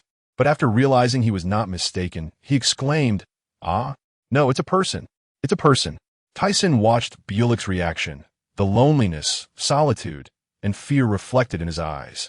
A sentiment only Bulik could truly comprehend, a feeling Tyson himself could not fully grasp. "Hello, I am AORC Tyson, captain of the Tyson pirate crew." Right? I apologize for my rudeness. I am Bulik, a skeleton left with nothing but bones. I never thought I would be so fortunate today to meet a person. It has been nearly 8 years since I last saw anyone," Bulik exclaimed excitedly, his skeletal mouth moving incessantly. While witnessing Bulik's exuberance, Tyson could also sense the underlying unease within him, the loneliness, the fear, and the disquietude that accompanied such isolation. In order to facilitate a quicker acquaintance, he proactively began to share his background and experiences. Thus, the two transitioned from chatting on the deck to leaning against the cabin wall. At that moment, Thiessen couldn't help but think how delightful it would be to have a bottle of wine. Unexpectedly, at that very instant, 2 bottles of wine flew towards him. Upon recognizing the source of this unexpected gesture, Thiessen swiftly caught them, noticing the label inscribed with dark rum. Then, to Brooke's astonishment, Thiessen gulped down several mouthfuls, as if he were a whale consuming its prey, exclaiming, "Ah, rum truly is delightful." He felt that this rum was even more exquisite than the pilfered liqueurs. "Is this your friend?" Mr. Brooke inquired, holding a bottle of rum, casting a puzzled glance at the figure that had suddenly appeared. "Ah, you mean him? He is my companion." "Who is your companion, you scoundrel?" Berlik, who had originally been wearing a sinister grin, suddenly erupted into foul language upon encountering Thiessen. In truth, he had been present for a while, eavesdropping on their conversation, and was captivated by their stories. Moments later, aboard Berlik's pirate ship, Thiessen and Brooke enjoyed the meals prepared by each other, feeling somewhat guilty for indulging in such exquisite dishes. Simultaneously, he couldn't help but think that this individual truly deserved the title of Solitary Red. For not only was his character exceptional, but his culinary skills were as well. "Ah, I never anticipated you would grow so much and create such delectable food," Brooke exclaimed, with remnants of food adorning his entire skull, while a toothpick maneuvered between his teeth. Berlik displayed a genuine and joyful smile, saying, "I never imagined I would encounter Mr. Brooke under such circumstances." Witnessing Brooke's unwavering dedication to his initial pursuits, unaffected by their current situation, filled him with happiness. He began to believe that perhaps the world was indeed as Thiessen had stated. Not everyone was as vile and filthy as he had thought. With this reflection, he turned his gaze aside. Just after finishing his meal and wiping his mouth, Thiessen suddenly noticed Berlik's attention directed towards him. Upon realizing that he had been caught, Berlik quickly averted his gaze. A smile crept onto Thiessen's lips, and he turned to Brooke, adopting a serious demeanor. "Brooke, I wish to invite you to join my pirate crew, to become my companion." "Oh, really? I accept." "Ah." Berlik's eyes widened, his face twitching slightly, filled with astonishment and disbelief. "Oh, by the way," Brooke was about to say something when Thiessen abruptly interrupted him, having already known about the matter concerning Lab. And after their earlier conversation, he directly informed Brooke that Lab was still waiting for them. Brooke's eyes brimmed with tears, and he formally joined Thiessen's pirate crew in a manner filled with ceremony, while Berlik wore a smile on his face. "And you, today I also extend an invitation to you," Thiessen said to Berlik after resolving matters with Brooke. After witnessing Brooke's transformation from tears to excitement, he turned to Berlik, thinking how wonderful it would be if Laidfield could join, allowing them to play together as they once did. Berlik's demeanor returned to normal, after pondering for a while. He raised his face with a charming smile. "I choose to join." Oh ha ho ho ho, splendid. Theson's previously stern countenance broke into a sincere smile. Since their first encounter, despite his outward indifference, a weight had been lifted from his heart, leaving him feeling invigorated. However, I have one request, and I hope the captain will agree. Theson felt puzzled by Berilic's serious request and gestured for him to continue. From the information in the newspapers, I understand that Theson's pirate crew has reached its endpoint. However, my journey is just beginning, so I hope to adventure on my own for a while. Upon completing my adventure, I will seek you all out. Upon hearing this, Theson suddenly chuckled, for Berilic was indeed correct. He could not expect this fellow to return to Herb Island with him at this moment. Mr. Theson, may I, like Ladefield, fulfill my promise to Lab to travel around the world and pursue the dream of the Rumbar Pirates? We have yet to achieve our goal, and I wish to carry the will of my companions to encircle the globe. Brooks suddenly bowed his head towards Theson, looking slightly anxious. I agree. However, I hope you remember one thing. You will always be my companions, forever members of Theson's pirate crew. The purpose of this journey to Judicial Island is to uncover the truth regarding the matters of Number 08 and Stona, to understand how they have survived for so long. It truly is a dereliction of duty on my part.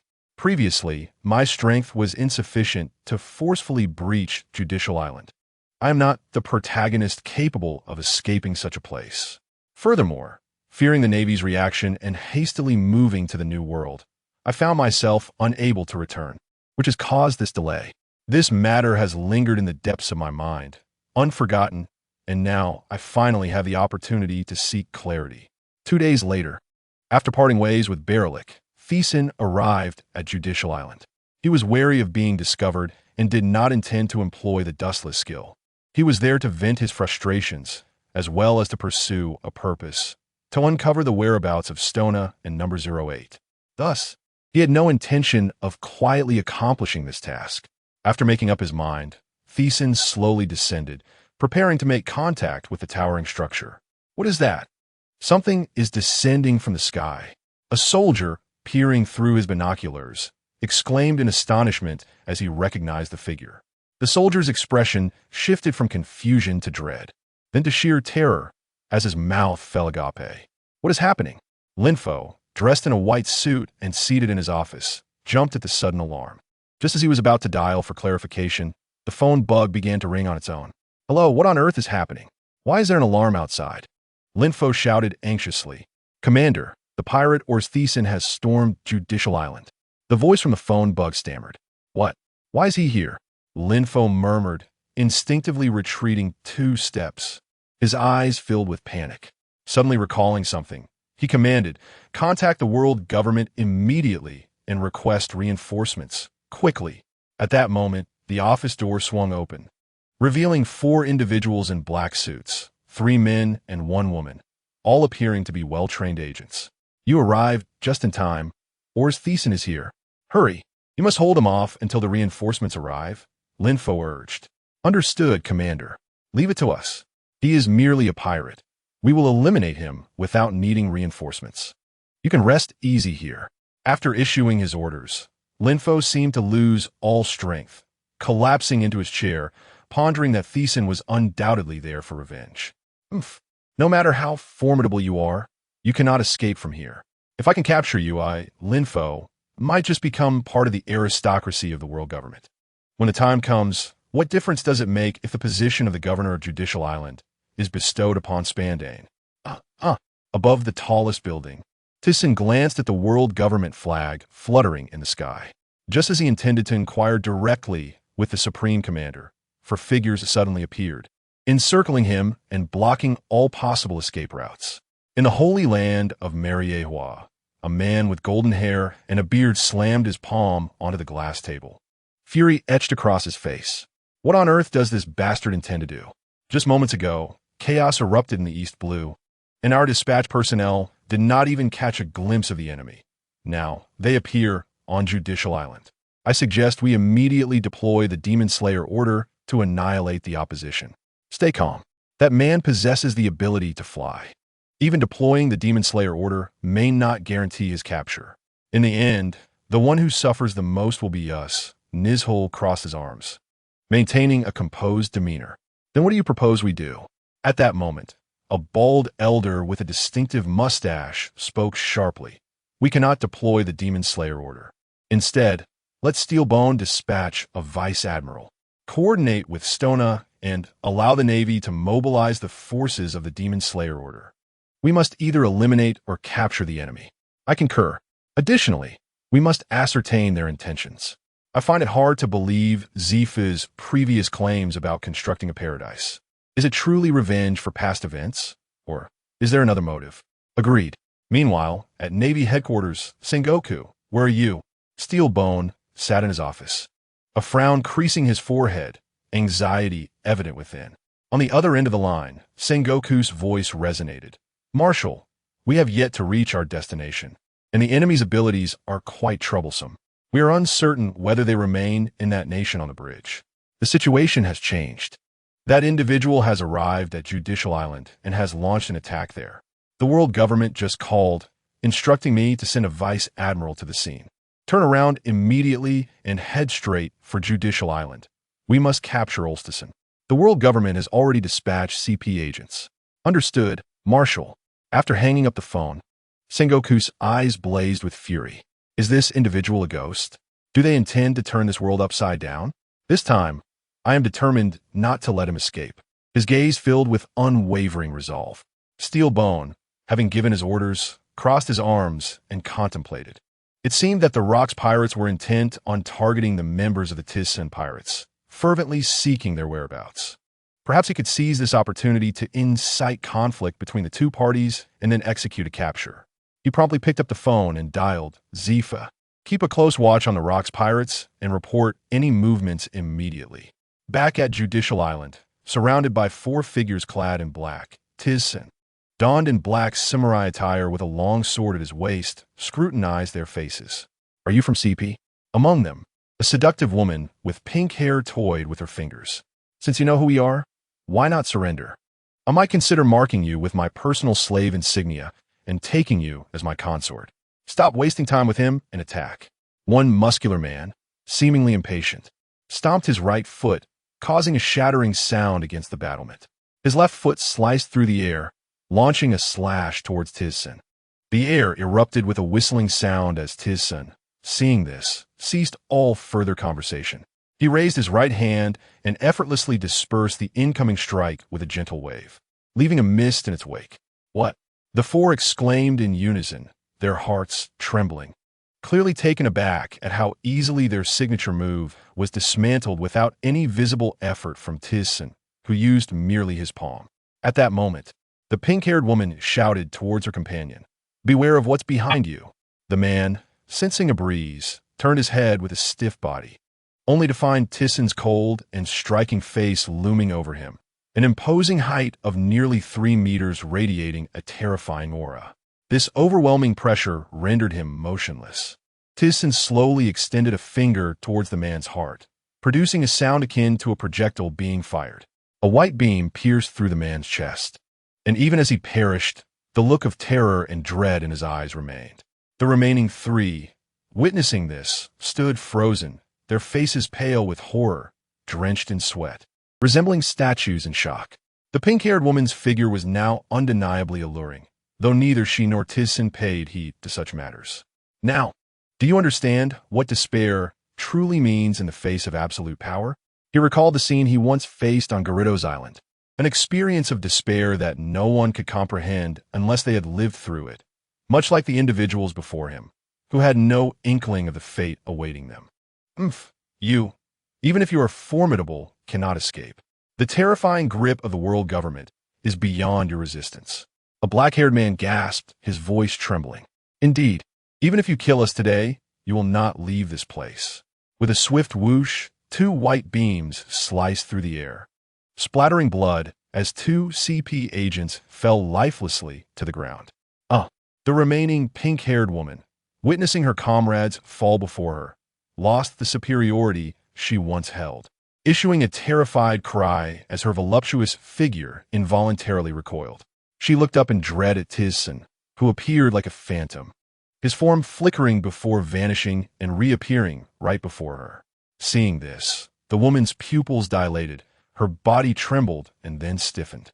Tizson, with a cool demeanor, gazed down at her, devoid of any emotion.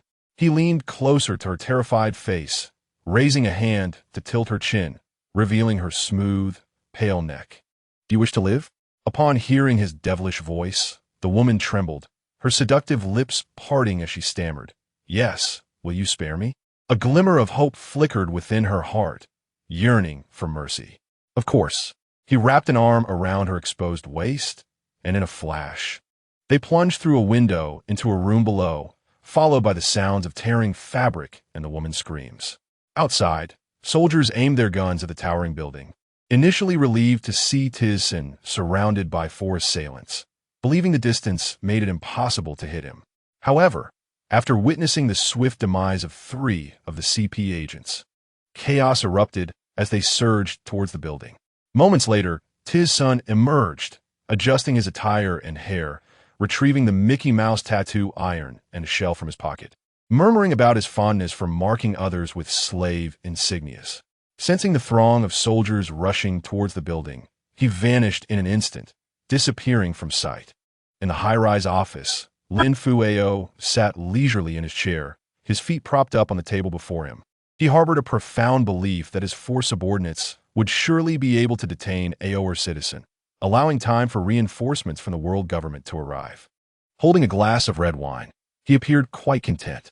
Suddenly, he stiffened, wine splattering on the floor as he jerked his head up, his pupils narrowing upon noticing the ghostly figure of Tizson standing behind him. Lin Fueo was startled by Tyson's abrupt appearance, hastily rising to his feet. He pulled a handgun from his drawer, firing 3 shots. The bullets sailed past Tyson's head with no apparent effect, causing Lin Fueo's hands to tremble around the weapon. "You damn fool. Do you realize who you are facing? Reinforcements from the world government are on their way. If you wish to live, you better get out of here." With a swift motion, a flash of white light illuminated the room, as a blade shadow danced on the office walls. Lin Fueo's grip on the gun fell onto the desk. "On my hand. It hurts." Clutching his right arm with his left, he let out a hoarse cry, excruciating pain coursing through his neural pathways. "If you wish to live, be quiet and answer my question." Tyson's voice, reminiscent of devil, pierced Lin Fueo's eardrums. The latter stiffened, trying to maintain composure while straightening up. "What do you wish to ask?" After an hour, he calmly exited the office, leaving behind Lin Fueo, whose head bore a gaping wound, eyes wide open in death. Tysson leapt outside to find the premises swarming with naval personnel, blocking every window and entrance. A naval officer rushed toward the office upon seeing Tysson emerge. "Commander Lin is dead, killed by AO Citizen." "What? This is disastrous. The world government will surely go mad." "Damn it, that wretched pirate opened fire." Tysson paid no heed to the chaos around him, appearing oblivious as he began to ascend into the sky. Yes, trying to escape. "Open fire." As Tysson mouthed softly, there is no longer any need for Judicial Island. He brought his hands together, then spread them apart, forming a massive white energy sphere approximately 50 meters in diameter. The soldiers below, witnessing this spectacle, recoiled in terror, their hands trembling around their weapons. "What is this? Damn it. Is he trying to destroy Judicial Island? Stop him. Run." In a panic, the soldiers fled, abandoning their weapons as the immense white wave in the sky instilled fear in their hearts, stripping them of the courage to stand and face their doom. At that moment, Stona, who had just arrived at the perimeter of Judicial Island, gazed at the unfolding scene with gritted teeth, realizing he was too late. With a powerful thrust, he propelled himself skyward, producing a resounding thunk in the air. "AO Citizen, you wretched little brat, stop this," Stona shouted, knowing that if the island were destroyed, he would face severe consequences, and even the Spandam family would suffer repercussions. His anger flared as he saw Tysson disregard him, realizing the vast distance between them was insurmountable. Upon noticing a figure escaping from the high rise, Tysson deemed it time to act. The white energy sphere rapidly sliced through the area surrounding Judicial Island, resulting in a thunderous explosion that echoed across the island. Everything within the sphere, be it structures or people, vanished at an alarming speed, leaving a barren wasteland in its wake. Not only was the immediate vicinity affected, but the destruction resembled the detonation of a colossal nuclear bomb, a sight both horrifying and awe-inspiring. Stona's eyes widened in disbelief as he watched, his expression shifting from shock to rage. "Aor citizen, you shall not leave unscathed. I will see to it that you meet your end here, just as I did with the previous heroic pirate crew." Yet, despite his bravado, the scene left him rattled, his emotions fluctuating. In the waters not far from Judicial Island, several naval vessels approached, helmed by Sengoku and Vice Admiral Tsuru. Initially, they believed that Judicial Island would withstand assault, but as if on cue, a deafening explosion resonated from afar. A sense of foreboding enveloped them. "Speed up, all ships. Full speed ahead," Sengoku urged, his anxiety mounting, eyes blazing with determination.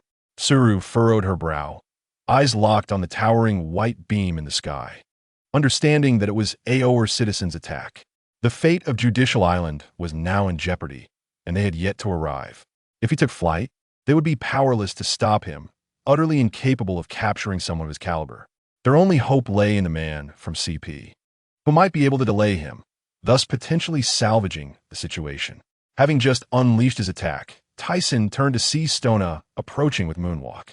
He had sensed Stona's arrival from the moment he set foot on the island and felt a surge of excitement, just as he was about to seek out this adversary. Stona delivered himself to him, and the words extracted from Lin Fueo's lips had ignited a deep-seated hatred within him. This man had not only ravaged his homeland, but had also disrupted his life after he had barely escaped the clutches of the heroic pirate crew. If not for the intervention of the Empress of the Daughter Nation, he might well have perished long ago. Being cornered time and again, he finally saw an opportunity to reclaim what had been taken from him. He intended to make this despicable wretch regret every single action he had ever taken. "Awirsichizing, you little bastard, do you even comprehend the magnitude of your actions?" Stona approached Tyson, teeth clenched and eyes ablaze with fury. Observing Stona's rage, Tyson felt a shiver run down his spine. This man had inflicted so much upon him, now presenting himself with such a formidable demeanor. "My first mate, you haven't forgotten what you've done to me, have you?" Tyson endeavored to calm himself, maintaining a stoic expression while gazing at Stona. "What have I done? You are merely a criminal. Your fate elicits not an ounce of remorse from me," Stona retorted, his age-worn visage twisting in disdain, punctuated with derisive laughter. Stona was now in his 50s, yet he still exuded an air of contempt. "Then what prompted you to destroy Stone Island, knowing full well that numerous villagers resided there? Is this how your world government operates?" Tyson provocatively questioned. Indeed, he had intentionally raised this matter to ascertain a crucial fact. For the sake of that esteemed individual's future, what did it matter if a few inconsequential lives were lost? Upon hearing Tyson's final remark, Stona's suspicions crystallized. He now understood who was orchestrating the chaos behind the scenes. Though he had scrutinized Lin Fueo earlier, the latter's confessions had been uncertain. Now, having discerned the shift in Tyson's emotions, the truth was finally within reach. As a result, the entire situation became clear. The geisha known as No. 08 had been identified through Lin Fueo's revelations, and it was now time to eliminate this pernicious nuisance. Thus, he ceased his idle chatter and declared, "You bastard, prepare to meet your end." With a swift motion, Tyson vanished from sight. Stona, who had previously displayed an air of nonchalance, was now engulfed in panic, unable to comprehend the swiftness of his opponent's movements. His thoughts were still anchored in the past, viewing Tyson as a mere insignificant character from the days of the Haoyua pirates. It was only moments ago that he realized his grave underestimation. Tyson was no longer the same juvenile he once knew, but rather one of the formidable sovereigns of the New World. As Stona felt the sweat trickling down his brow, assessing from where Tyson would strike, he suddenly found a shadow looming behind him. A fist, as large as a sandbag, appeared before his eyes. Reacting too late, he hastily raised his hand in defense, only to be met by a force akin to a mountain crashing down upon him. The sheer power overwhelmed him, pushing him back and carving a deep trench in the ground beneath his feet. Once he managed to regain his footing, he quickly examined the blood staining his arm.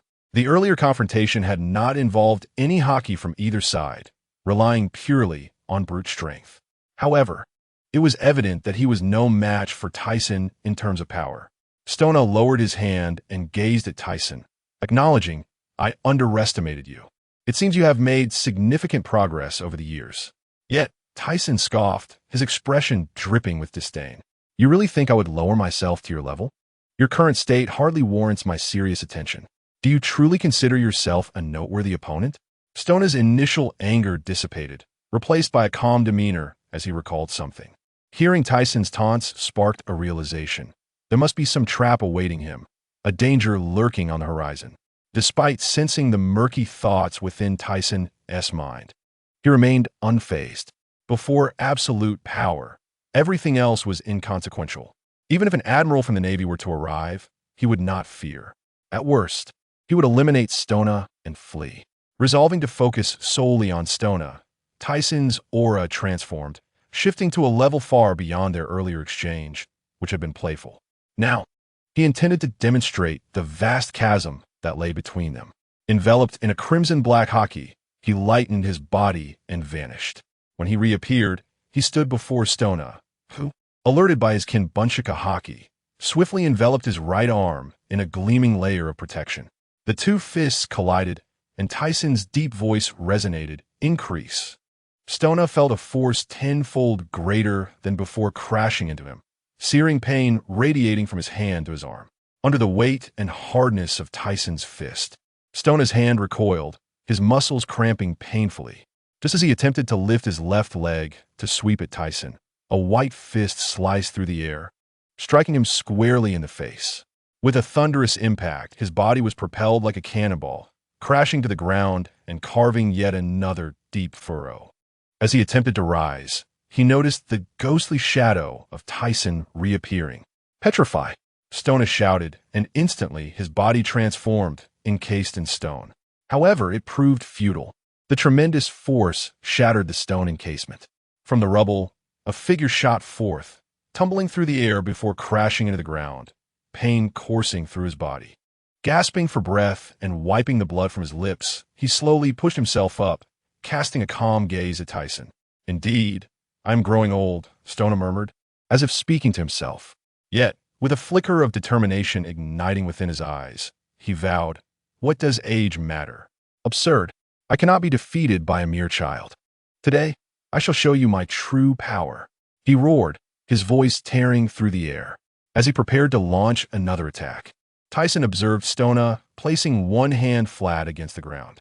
Instantly, the surrounding stones erupted, forming a colossal golem of rock, towering at approximately 200 meters. Realizing Stona's intentions, Tyson understood that his adversary was a user of the Ishi no Mi, a fact he had been aware of since their time in Hayua Pirates. Stona had likely awakened his powers long ago. Devil fruits could sometimes awaken, affecting elements beyond the user themselves. As Stona's palm met the earth, the barren landscape transformed into stone, merging into a giant golem. Moreover, the entirety of the colossal figure was cloaked in a deep black Haki, indicating Stona's strength exceeded Tyson's expectations.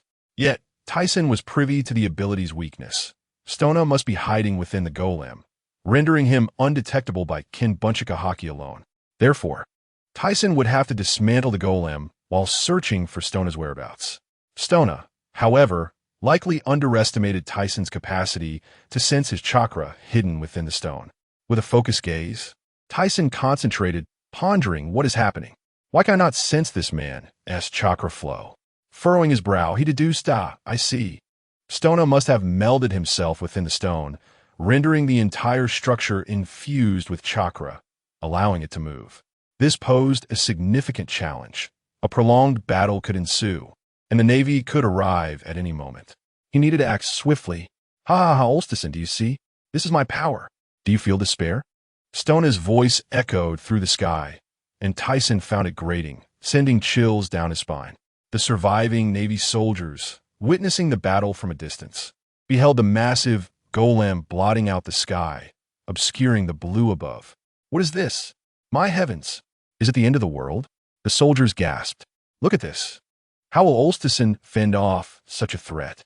Ha ha, they derided, relishing the prospect of finally capturing Tyson, who had previously exhibited such arrogance. Unfazed, Tyson raised his gaze toward the golem, his demeanor resolute. He ascended until he was level with the creature's stone head, preparing for a swift resolution. To hasten the battle, he would have to unleash his ultimate technique. Exhaling a deep breath, he revealed a gleam in his eyes, his expression solemn. Limit break.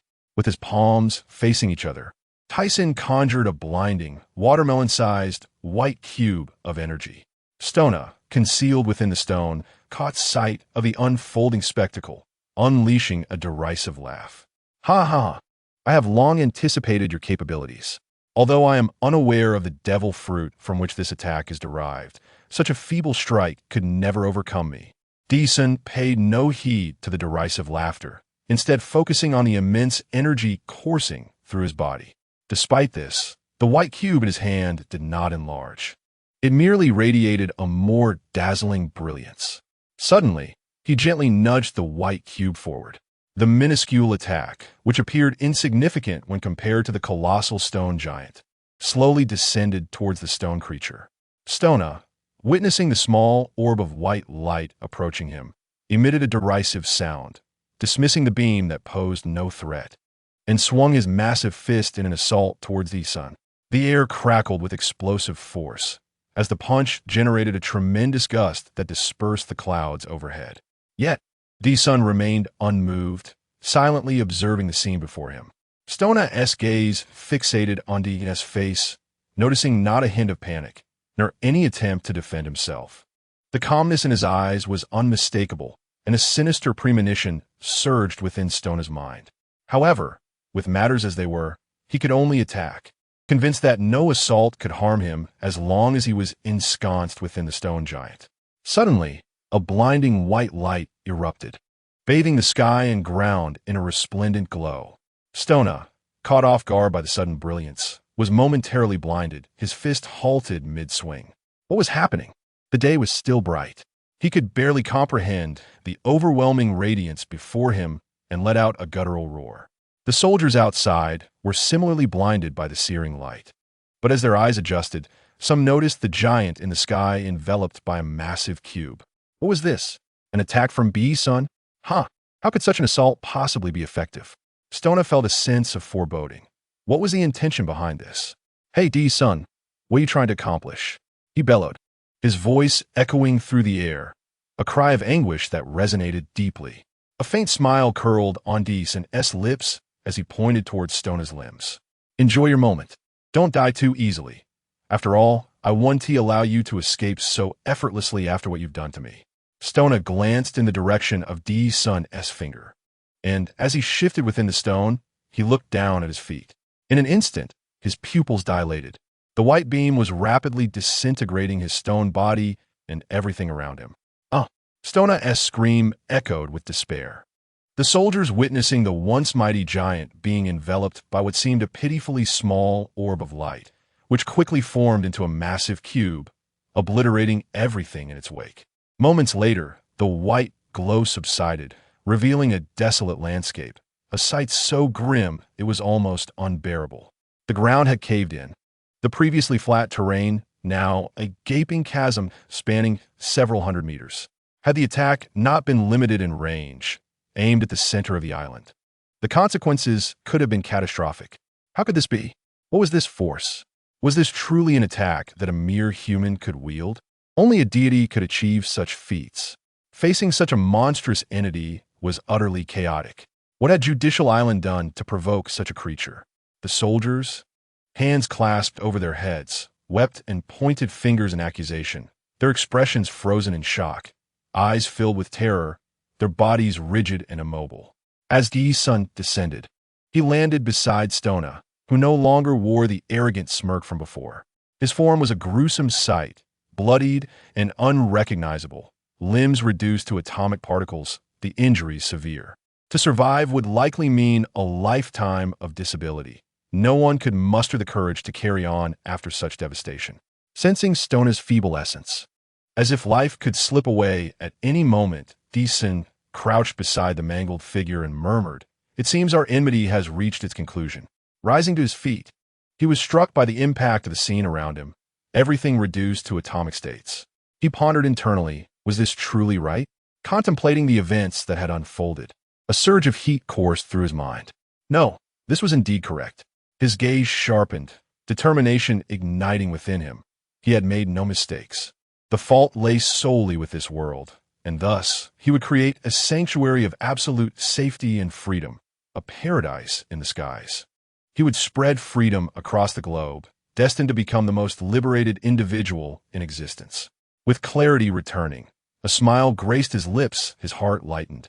The mental blockages dissipating, leaving only fluid control over his body. He gazed skyward, contemplating his return. What had become of the new world? Muse and Gina must have reached the Shambodi Islands by now. Just as he prepared to take flight, a flash of red flickered in his eyes, and a chill ran down his spine. Fuzhang Chongji, a gigantic Buddha figure, towering over 10 meters, appeared in the sky, surrounded by resonating chants. Its golden hand descending swiftly towards him. This was trouble. He had been so absorbed in thought that he failed to notice the impending threat. Reacting swiftly, he adjusted his stance and countered with a punch, Bachan. Due to the speed of the attack, he was unable to react in time, only managing to defend himself. The black-red aura enveloped his fist as it collided with the golden hand, electric currents crackling around them. The force of the impact revealed that Sengoku's strength had significantly increased. If he didn't employ some of his true abilities, he might find himself in dire straits, especially with Vice Admiral Tsuru and nearly 10 other rear admirals in tow. Just as he was about to intensify his counterattack, he sensed Vice Admiral Tsuru charging towards him from the side with incredible speed, forcing him to evade. Tsuru's ability was particularly perilous. Even he dared not engage. As he lightened his body, he dodged Tsuru's attack like a wisp of willow, vanishing like a phantom, reappearing several paces away. I knew it wouldn't be this simple. Tsuru's brow furrowed, seemingly lamenting the failure of their joint attack with Sengoku. If capturing him were so effortless, the Navy would have succeeded long ago. Complacency could prove fatal. Thank you for the compliment, Admiral Sengoku. And to you, Lady Tsuru, how about a date as romantic as the calm before storm? Deason teased as he observed their serious demeanor, reminiscent of formidable adversaries. Sengoku and Tsuru were also moved by the sight of Stona's tragic condition, recalling the devastating fates of Steelbone and Zephyr from years past. As their hearts were stirred, the two men seethed with fury. From afar, Zhangguo bellowed to the soldiers, "Bring him down for treatment. Though it may be futile, we cannot leave him here unattended. If we do so, the world government will undoubtedly raise questions.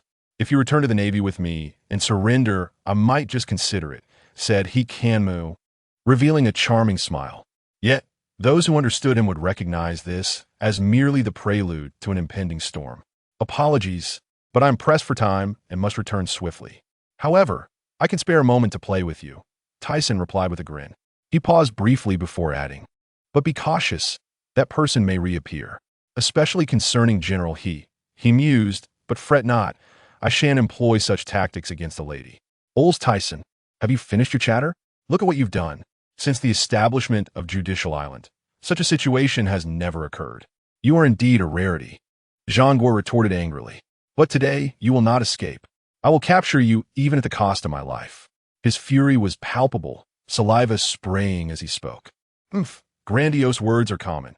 I've heard them countless times before, and they hold no weight," Tyson dismissed. "Ols Tyson, what is your true objective? Do you seek to unleash chaos upon the seas?"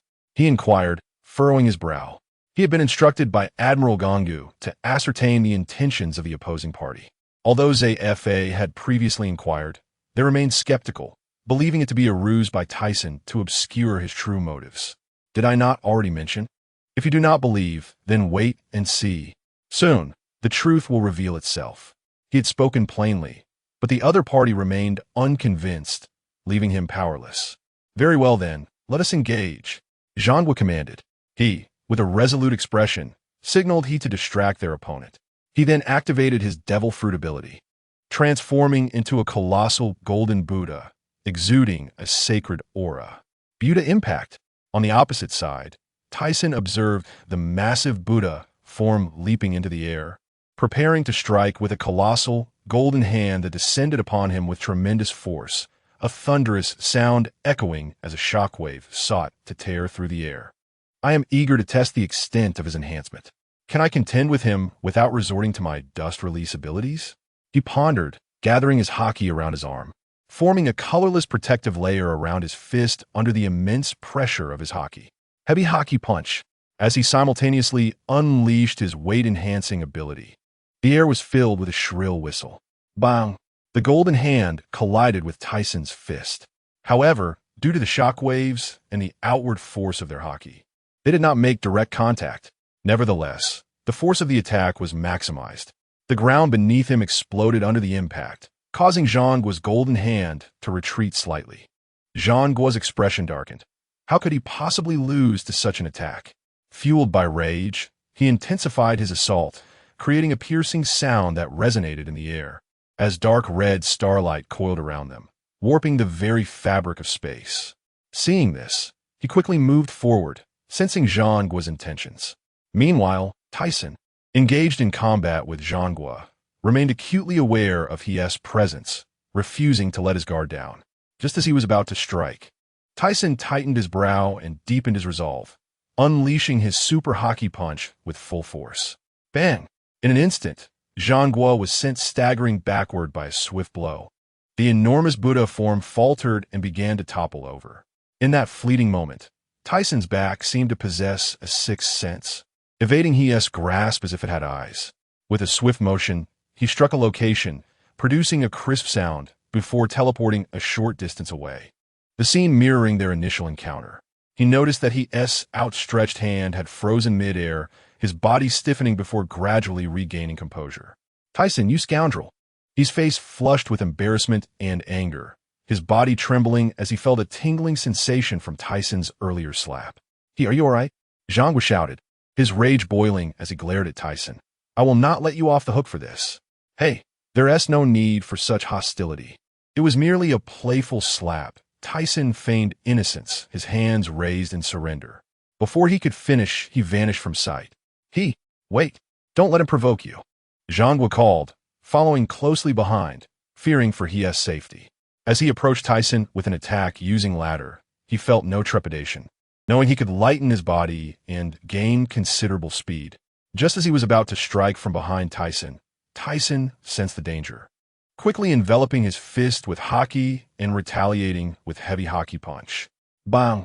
The sound of their clash erupted, sending black sparks flying like lightning. He felt a rush of heat on his face, unable to suppress a grunt of discomfort. In terms of raw power, he was no match for Tyson. However, it seemed he had successfully provoked Tyson, and he couldn't help but feel a sense of triumph at his cunning.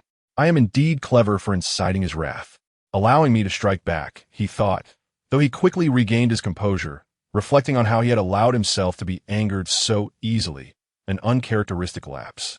Realizing he could not withstand Tyson's onslaught, he utilized Tyson's momentum to create distance before calming himself, exhaling deeply, his expression returning to its initial astuteness. On the other side, Tyson, having pushed he back, sensed Zhangguo descending from the sky. This time, he resolved to hold nothing back. Leaping into the air with a white sphere of light forming in his palm, unleashing super escape light, Tyson enveloped his colorless Haki around the escape light, striking down upon Zhangguo's descending golden hand with ferocity. Crack! A thunderous sound erupted as their powerful strikes collided in midair, sending shock waves rippling outward, the air becoming turbulent. He could feel the overwhelming energy from the ground, causing him to involuntarily squint against the ensuing gust. The air sliced through the sky, stirring the clouds above. Zhangguo gritted his teeth, feeling the crushing force of Tyson's golden arm bearing down like a thunderbolt. Tyson's expression was fierce as he amplified his dust release. Even if you are the Buddha, I am not the Monkey King. I will not yield. A new surge of power coalesced in his hand, preparing for the impending clash. Zhangguo's complexion reddened, gritting his teeth, but ultimately he was no match for Tyson. Under the sudden bestowal of extraordinary power, Zhangguo swiftly dissipated the shockwave. His body propelled like a cannonball, crashing down towards the ground and stirring up a cloud of dust and obscuring smoke. As Zhangguo, known as Zhangguo, fell to the earth, a flicker of concern crossed his mind regarding whether T-Sun would strike again. He hastened to approach his opponent, inspecting him closely. Noticing that apart from an injury on his palm, there were no other wounds on Zhangguo, his anxious heart began to ease slightly. However, as if recollecting something, he abruptly lifted his gaze towards T-Sun in the sky, his heart brimming with vigilance. This individual was surprisingly formidable, a talent wasted, he murmured to himself. In truth, if she had been observant, she would realize she had uttered this sentiment multiple times. The great General Zhangguo had been knocked away. This cannot be a jest. It is indeed true. 6 years ago, General Zhe Fa had been defeated by him. Unbelievable. What should we do? If even the general is no match for him, what use would it be for us to engage? The soldiers outside, along with the officers accompanying Zhangguo, began to chatter anxiously, their forms flustered, uncertain of how to proceed. What are you all fussing about? General Zhangguo has not yet been defeated. Maintain your guard, one of the colonels barked, turning to the crowd. He then glanced at Zhangguo, who was slowly rising, and furrowed his brow, realizing the dire situation. Hey, when they clash again, we will all rush in. I refuse to believe he is truly invincible. It must be so, for if the Navy is defeated, our reputation will be irreparably tarnished. In the sky, T-Sun gasped heavily, having engaged in 2 consecutive battles, nearly half of his chakra expended. Had he not unleashed the Conqueror's Haki, it would not have been so effortless to repel this individual. After spending considerable time on the Herb Island, he had learned to wield the Conqueror's Haki, albeit with limited proficiency, often unable to summon it, which was why he had refrained from using it until now. Yet in this critical moment he had called upon it. The earlier battle with Si Duo Na had drained considerable energy, especially as he had amplified its scope. Thus, after repelling his adversary, he intended to withdraw. In his mind, he could never afford to lose combat capability. Observing Zhangguo rising again, he concluded that defeating him would require a significant move or several days of continuous fighting. Victory would not come easily. Farewell, Zhangguo Mishi. Until next time, I am quite hungry. T-Sun waved his hand downwards, then adjusted his form, soaring towards the Chambered Islands. Hey, you rogue, stand still. Our battle is not yet decided, and you plan to flee? Zhangguo, seeing his opponent attempting to escape, erupted in fury, teeth clenched in frustration, trying to provoke T-Sun back with words. Ha ha ha, there will be many opportunities in the future. No need to rush. He observed T-Sun's figure receding into the distance, his cheerful words igniting a blend of anger and humiliation within him. The soldiers and colonels remained silent, their spirits dampened and expressions forlorn. Upon reaching the Chambered Islands, T-Sun arrived at Xuanai's shop after more than an hour's journey past Judicial Island. Although somewhat concealed, many had still spotted him. However, it mattered little, for he was soon to depart. He had previously informed Muse to come and fetch him by boat. Having engaged in 2 intense battles, his stamina was nearly depleted. He could not afford to drag a vessel across the Red Earth continent. Aside from the excessive physical toll, it would be beneath his dignity. Henceforth, unless under exceptional circumstances, he would not undertake such an endeavor. Not only Muse, but even Gina had been summoned. Others were busy recruiting companions in the new world. He wondered how they were faring. Xuanai, I entrust this matter to you. Muse and Gina awaited T-Sun on the ship as he reiterated his request to Xuanai. Rest assured, leave it to me. Xuanai displayed a reluctant expression. Previously, he had asked her to assist in gathering slaves, as constructing such a grand project would require numerous hands, coupled with the civilians from his territories in the New World. It should suffice. Before venturing to the New World, T-Sun had encountered the 16-year-old Fisher Tiger on Fishman Island. Thanks to Muse, many from Fisher Street had joined his ranks. Consequently, Muse could assume the role of a fleet captain. Fisher Tiger, desiring to embark on his own adventures, chose not to join Muse's crew. Thus, a full ship of fishmen set sail towards the New World. 2 days later, in a certain sea area of the New World, T-Sun pondered various matters aboard the ship. He had brought along 2 architects and 2 scientists from the East Blue, confident that their presence would resolve any construction issues. Given the opportunity, he desired to visit the future country, the homeland of Vegapunk, which should still be unaligned with the world government. If possible, he wished to invite him to join their cause. As he contemplated, his gaze fell upon a pile of bounty notices. These were the latest bounties for the Rocks pirates, and upon seeing the figures, he was taken aback, astonished by their rapid growth. Rocks D. Jibek, bounty of 3. 69 billion. Wang Ji, bounty of 1. 563 billion. Silver Axe, bounty of 1. 546 billion. John, bounty of 1. 45 billion. Gold Lion Shiki, bounty of 1. 389 billion. Edward Newgate, bounty of 1. 26 billion. Charlotte Linlin, bounty of 1. 08 billion. Additionally, he noticed 3 intriguing individuals who had joined the Rocks pirates at an unknown time. Kaido, bounty of 1. 8 billion. Shaki, bounty of 1. 11 billion. The chief scientist of the Rocks pirates, Miss Bakengamsu Tusi, bounty of 200 million. The inclusion of these 3 piqued his interest, especially the last one, a figure of considerable complexity he wished to engage with, should the opportunity arise. T-Sun, there's a pirate ship approaching us. Should we make way? Gina knocked on the door, interrupting T-Sin's thoughts. With a clang, the door swung open, and she entered. T-Sin smiled slightly. What pirate crew requires my deference? Let them come closer. In this era, aside from the Rocks pirates, he feared no one. How could he possibly yield? Do you recognize who it is? T-Sun raised his gaze to the lookout on the 2-masted ship, noting that over 30 fishmen had accompanied Muse.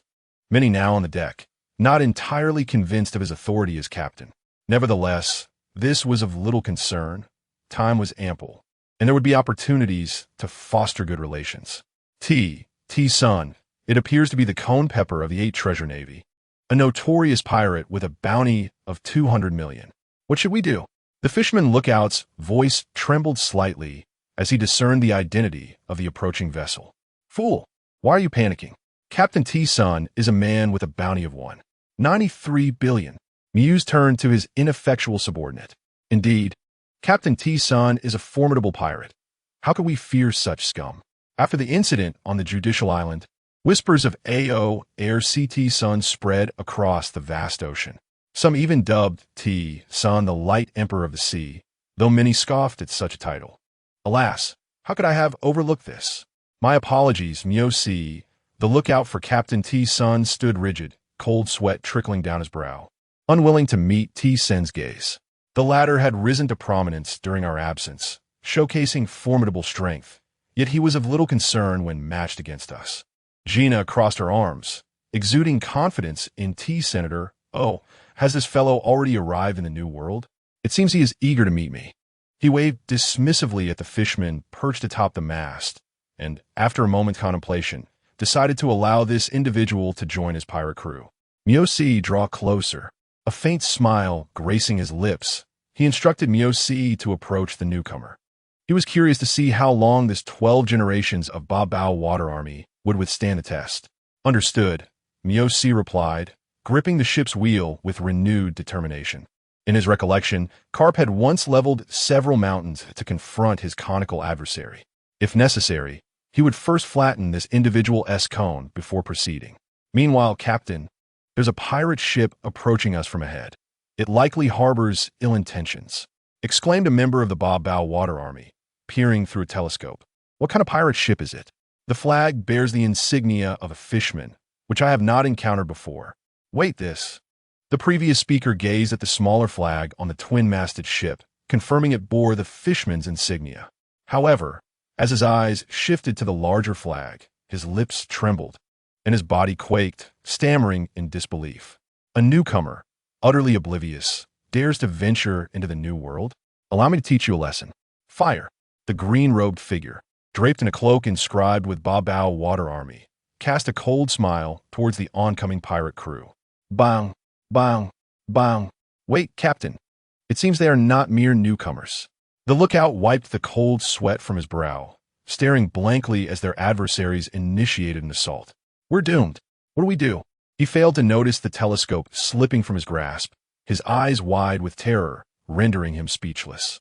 The green figure looked up in confusion. Huh? What did you just say?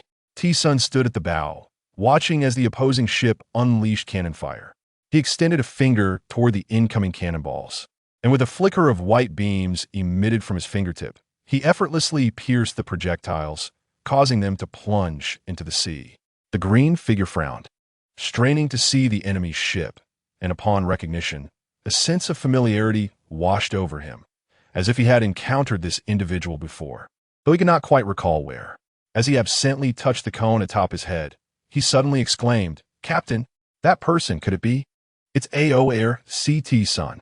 The member of the Ba Bao Water Army, clad in green military attire, widened his eyes, his facial muscles twitching. "What? Is this real? Why have we encountered this fellow again? Captain, we must flee. Otherwise, it may be too late." "Yes, Captain, we must escape quickly. Facing such a foe is far too reckless." The expressions of the other members turned pale, their bodies stiffened, gazing at the green figure in horror. What are you saying? You dare suggest I flee?" Snorting disdainfully, he declared, "Last time, I was careless.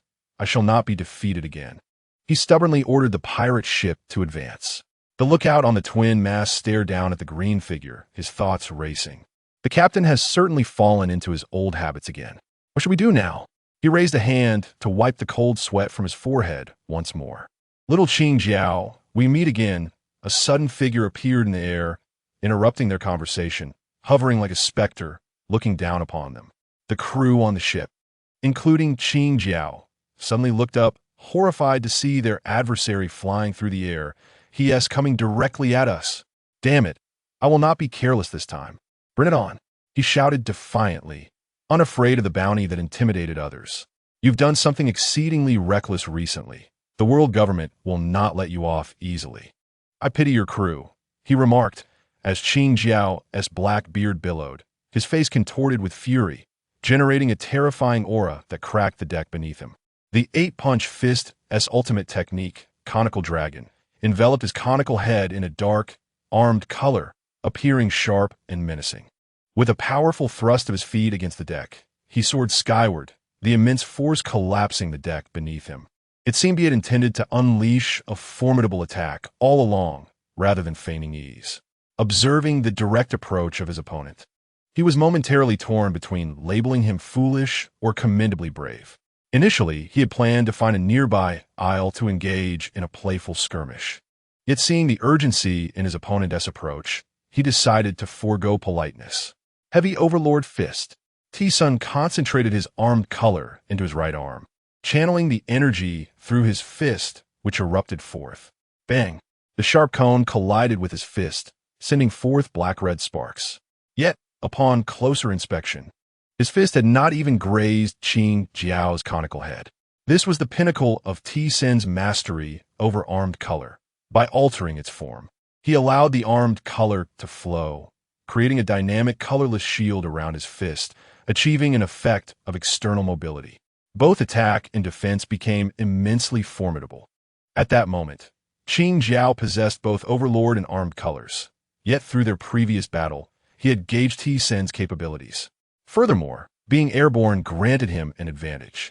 Though he felt a hint of pressure as the sharp cone threatened to breach T-Sun's flowing defense, he suddenly closed his eyes, summoning the power of the Overlord color.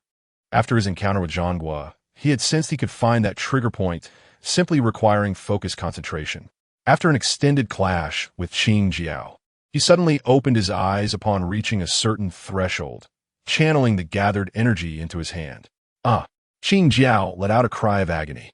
Unsurprisingly, under the assault of T-Sun's Overlord color, he was flung backward, crashing onto the deck, the tremendous force splitting the ship in two, sending the members of the Ba Bao Water Army tumbling into the sea. "Captain, save the captain. You scoundrel, don't come any closer." As Miao-Si maneuvered the ship closer, T-Sun descended, inspecting his bloodied fist, realizing he had sustained an injury. "I've been wounded," he mused, feeling the unyielding cone atop Qing Jiao's head, which had not been compromised by his attack. It seemed the previous encounter had indeed involved a degree of carelessness on his part.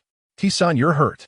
Gina rushed over, her eyes fixated on the droplets of blood falling from his palm, a pleasant fragrance wafting towards him. After steadying herself, Gina took out a piece of white cloth from seemingly nowhere and began to wrap his hand. Once finished, Gina looked up at T-Sun, offering him a reassuring smile. "You'll be fine." Indeed, it was merely a superficial injury. Tyson gently caressed her head with the other hand, a tender smile gracing his face. Gina turned her voluptuous figure, lowering her head, her ears instantly flushed, and her cheeks rosy, embodying an endearing charm. "How remarkable! Is this truly the captain of Myosi?" A group of fishmen stared in astonishment. Although they had anticipated that he would be a formidable captain, they remained unconvinced until they witnessed it firsthand. Their hearts began to quietly transform upon observing the scene. Tyson then glanced down at the Ba Bao Shui Jian, who were eagerly attempting to rescue Qing Jiao. These fellows were commendable, displaying a sense of camaraderie. They would make excellent companions. A smile played at the corners of his mouth. Meanwhile, Myosi and the slowly recovering Gina regarded Tyson's expression with curiosity, pondering what scheme he might be concocting, their hearts filled with pity for the group below. Cough, cough. Below, Qing Jiao was restrained by several individuals, struggling on the shattered wooden planks, coughing incessantly due to having swallowed too much water. "Captain, what should we do? It seems he won't let us off easily," the men flanking Qing Jiao exclaimed, their faces etched with resentment as they glared at Tyson atop the bow of the ship. After a prolonged bout of coughing, Qing Jiao finally steadied himself, abruptly lifting his head to fix a fierce gaze upon Tyson, clenching his teeth, silently challenging him to take his life if he dared. "Stop dawdling. After all, I am the leader of the Ba Bao Shui Jian." Unexpectedly, he found himself at the brink of death so soon after entering the new world, his expression riddled with discontent. They had only recently departed from the first half of the paradise, eager to showcase their prowess. Yet here he was, thwarted in such a manner. "Join me, and become my companion." Tyson floated down from the ship, landing before him, extending the invitation once more. Those still clinging to the splintered wood in the seawater felt a flicker of hope at Tyson's words, while Qing Jiao closed his eyes, bowing his head slightly, his body trembling ever so slightly. This fellow was so overwhelmed with joy at the invitation that he began to shake. Gina, with her arms crossed beneath her bosom, smiled as she observed Qing Jiao, who was clinging to the wooden planks in the water. "You bastard, just kill me." Qing Jiao seethed. "All of you are the same. I am Qing Jiao, the conical head, and there must be limits to your insults." The veins on his forehead bulged, and his previously trembling body suddenly shot up, glaring at Tyson with a countenance akin to a demon. Perplexed, Tyson exchanged a glance with Gina aboard the ship, seemingly piecing something together. He commanded a group of fishmen to retrieve those floundering in the water, steering the ship towards a nearby small island. An hour later, they arrived at the diminutive isle. Although labeled as a small island, it was indeed a tiny patch of land, densely adorned with trees. They roasted the meat of beasts hunted from the island on the shore, feasting while listening to Qing Jiao's tale. "So, you joined the Rocks Pirates?" Tyson bit into the beast meat vigorously, observing Qing Jiao as he sat on the ground, sipping from a flask. "Yes, I am the leader of the Ba Bao Shui Jian. I cannot perish so easily. However, being captured by you makes joining impossible," he retorted, glaring with his large, bell-like eyes. "Are you concerned about the Rocks Pirates? You need not worry. Once you join me, you are my comrade, and I would never stand idly by. No, I joined the Rocks Pirates, but I originally intended to return to the West Sea and set sail only after Rox's demise. Who would have thought I would encounter you? Disrupting my plans?" Qing Jiao's expression turned earnest as he brushed a hand over his conical head. Tyson halted his eating, fixing a steadfast gaze upon him. "You truly are a remarkable individual. Nonetheless, the Rocks Pirates will indeed disband in a few years. Furthermore, given this man's 30-year grudge against Carp stemming from the incident involving his conical head, he might very well act upon it." Finishing the last morsel of roasted meat, Tyson leisurely wiped his hands. "In that case, I shall have to kill you." His gaze sharpened as he placed his hand upon the hilt of his Qixing Jian, drawing it slowly. This sudden turn of events left those around him in shock. The other members of the Ba Bao Shui Juan had initially believed they could escape this predicament, as they were being treated to drinks and food, only to find the situation had turned against them in an instant. Please spare our captain. The Ba Bao Shui Juan cannot survive without him. In exchange, you may kill me. A man resembling Qing Jiao's right-hand man threw down his weapon, positioning himself between Tyson and Qing Jiao. And me. I too. Others echoed, each eager to offer themselves in exchange. Qing Jiao watched as his subordinates willingly sacrificed their lives to save him, tears welling in his eyes. After all, Qing Jiao was only around 30 years old. It was natural for him to be unable to contain his emotions upon witnessing such loyalty. Get away from me. I am the conical head. I do not need your help, you little brats. Qing Jiao initially wore a dazed expression, but quickly regained composure, glaring angrily at his comrades. Tyson furrowed his brows before relaxing. If they were still unwilling to join him after such loyalty, the situation became complicated. In that case, I can offer you a choice. Either you die, or they do. Make your decision. He remained undeterred, intent on trying again. This Qing Jiao possessed immense potential, and he hoped the man would join him, potentially serving as his right-hand man in the future. Though his current companions were capable, none possessed the caliber of a top-tier powerhouse. Mona and Jerry were only capable of reaching the level of a general at best. As for the others, they could barely attain the rank of a lieutenant or a candidate for general. Consequently, apart from Berlik, the rest could not surpass the general tier, which would hinder future plans.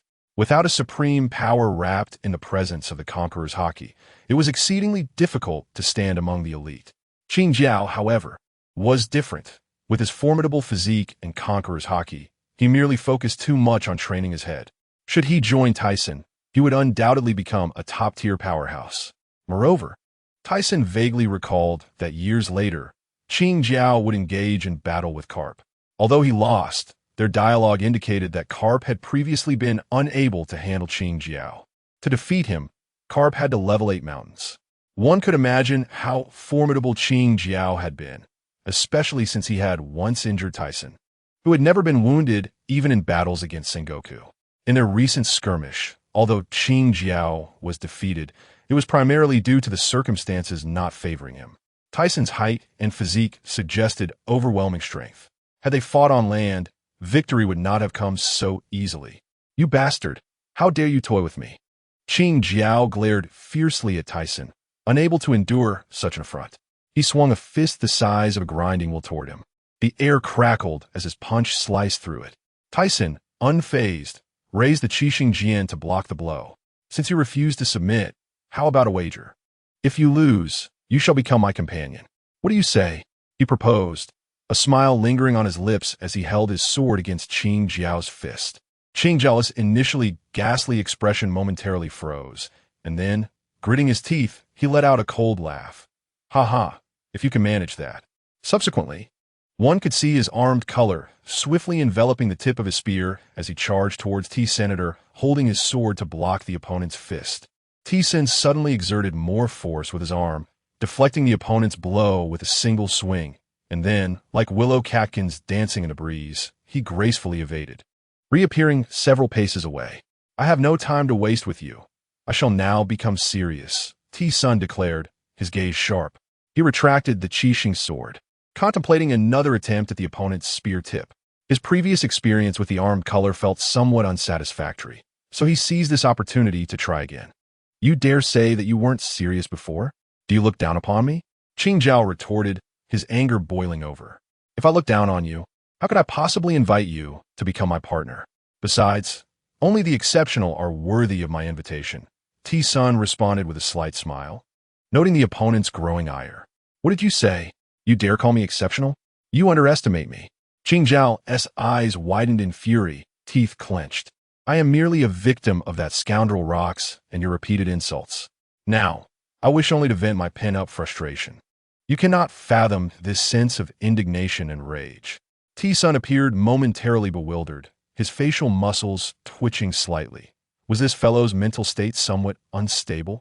If he were to bring him back, would he not go mad daily? Before he could ponder further, his opponent's whiskers bristled, and an aura of power surged around him. stirring up dust that swirled about. With a mighty push, he charged forward, the ground cracking beneath the force of his impact. T-Sun adjusted his stance, frowning slightly. This force seemed significantly greater than before. Yet he remained unfazed, closing his eyes to once again tap into the armed color's essence. A sense of fluidity enveloped him as he controlled it to flow into his fist. Excellent. This is the sensation I seek, he mused. Feeling this newfound fluidity, T-Sun relaxed momentarily, but his expression soon darkened as he eyed the incoming spear tip, muttering, super heavy fist. In an instant, black and crimson lightning entwined around both combatants. Qing Zhao felt as if he had collided with a mountain, a tremendous force coursing through his nerves, leaving him disoriented. He gritted his teeth, baring his fangs. T-Sun's face tightened as he struggled to maintain his grip on the overwhelming strength. Under this immense pressure, Qing Zhao's spear tip began to collapse under the strain. With a muffled thud, Qing Zhao's eyes bulged, and he rolled his eyes back before being propelled like a cannonball, crashing to the ground. Captain, he steadied himself, a smile breaking through as he examined his fist. His previous injuries had nearly healed, but the impact had drawn fresh blood. However, these were mere superficial wounds and of no concern. The armed color's potency could finally flow freely, a sensation that was both invigorating and refreshing. He turned to face the astonished muses and addressed them. Hey, you lot, bring them on board. We shall return. Aye, Captain T-Sun, the fisherman replied. Their demeanor transformed from initial apprehension to newfound respect. This was precisely what he sought. Strength commands respect in this world. Soon, the group reboarded the ship, heading towards Xiaoyao Island, while Qing, having been knocked unconscious by T-Sun, was reluctantly brought along by his subordinates, who had no choice but to comply with T-Sun's orders. At the Holy Land Mary Geos, the damages sustained at Judicial Island exceeded our expectations. A blatant affront to the world government. The repeated provocations against our dignity were met with a low, rumbling voice from an elderly man clad in a black suit, with white curls, a beard, and a flat cap, a scar running down his left cheek. Beside him, an older man with a bald head and a prominent birthmark on his forehead, sporting a pair of handlebar mustaches, seethed with barely contained anger. The losses we have incurred from intercepting the gold mint for God's Valley are unacceptable, that wretched scoundrel. The Rock's pirates have thrown the new world into disarray. We must prepare for the eventuality that they may target us as well. If they were to unite, it would be a dire situation. I propose we activate our pawns. Regardless of success, it is a result we desire. At least it can deter them from forming alliances or joining forces.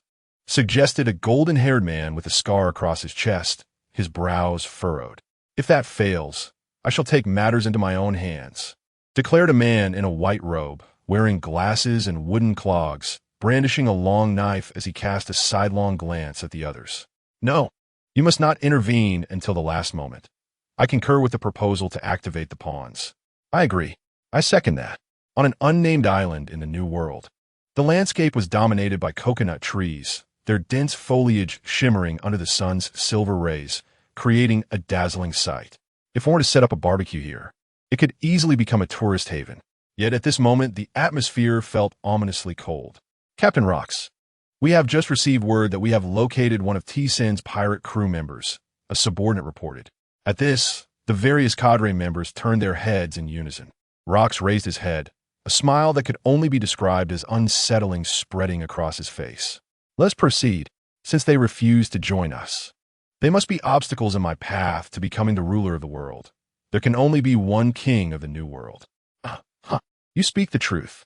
The Golden Lion's eyes sparkled with mirth as he followed closely behind Rox.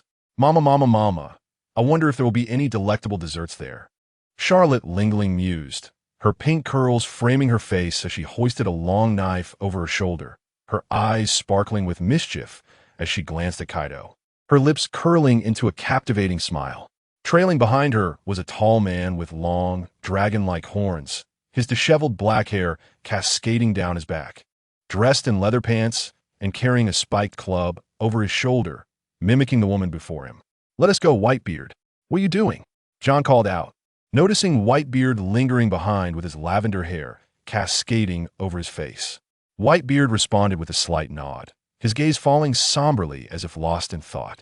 However, as John turned back, Whitebeard grasped his naginata and followed suit. It seemed this fellow truly desired a confrontation with rocks. Let's hope he does not perish, otherwise the seas would lose a most intriguing character. 3 days later, on Chow Island. What should I do? My power is gone. Without it, I cannot retrieve my treasure. What am I to do? Qing Jiao awoke to find his once proud spear tip transformed into a blunt end, tears streaming down his face. Droplets hitting the ground with a disheartening sound as he knelt, hands pressed against the earth, lost in despair. Boss, his subordinates could not bear to witness his anguish. Their eyes filled with concern, at a loss as to how to console him. T-Sun, observing the scene, found it simultaneously amusing and pitiful. Hey you, there's no need for such dramatics. The spear tip may be lost, but you can always practice your fists. Besides, that spear was utterly impractical. If you encounter someone like me again, what then? Now is the time to adapt your training methods. Shut up, you scoundrel. I will never forgive you. What do you know? As Qing Jiao observed his counterpart mocking him, he abruptly lifted his head, his visage resembling that of a malevolent spirit as he glared at T-Senator unfazed. T-Sun remained seated nearby, dismissing the jibes with a nonchalant air. Who says I am unaware? It is merely your clan's treasures accumulated over centuries that you fear to unlock. Qing Jiao, who had initially bowed his head, now raised it once more, his gaze vacant as he queried. How do you know?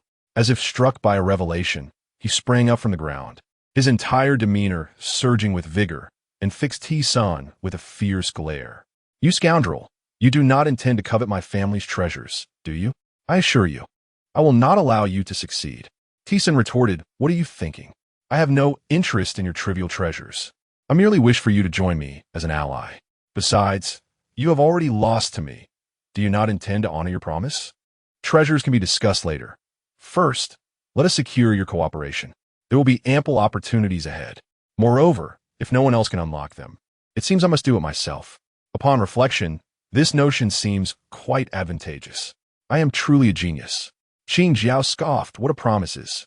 I currently lack power, and my spirit is crushed. You may either slay me or allow me to leave. As he lamented his lost strength, tears welled in his eyes, his towering frame of over 5 meters and pudgy hands creating a sight both comical and pitiable. Is it merely a small mishap that has shattered your resolve as a formidable warrior? T-Sun arched an eyebrow, pondering the fragility of his companion's spirit. This was not a favorable situation.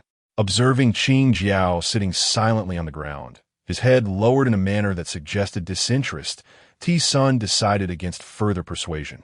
He had expressed his desires and fulfilled his obligations. Should Qing Jiao refuse to comply, there was little he could do. Consequently, T-Sun departed, venturing outside. During this period, he had recruited several companions for his pirate crew and intended to make their acquaintance, though only Gina and Muse's subordinates were present, as the others had yet to return. Upon arriving at Harbor Island, he had arranged for the 4 individuals he brought from the East Sea to occupy a room temporarily designated as their research base, providing them with the blueprints for Sky Paradise, confident that plans would soon materialize.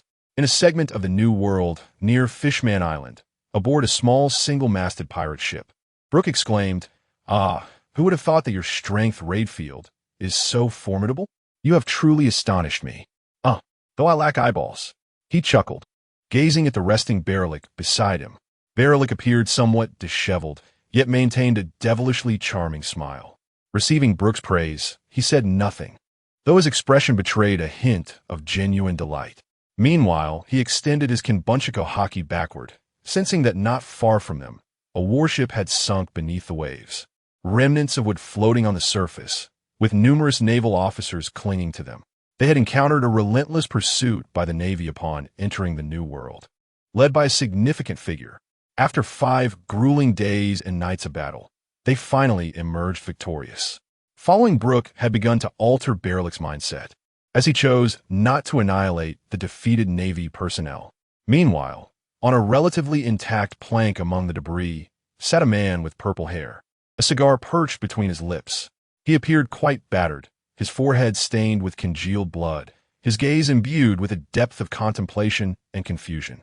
He fixated on the pirate flag of a ship that receded further into the distance. Could it be that this individual had truly joined T-Sin's pirate crew? If so, it would be a formidable development, heralding the emergence of two kings upon these waters. With this thought in mind, he felt compelled to report to Admiral Steelbone post-haste.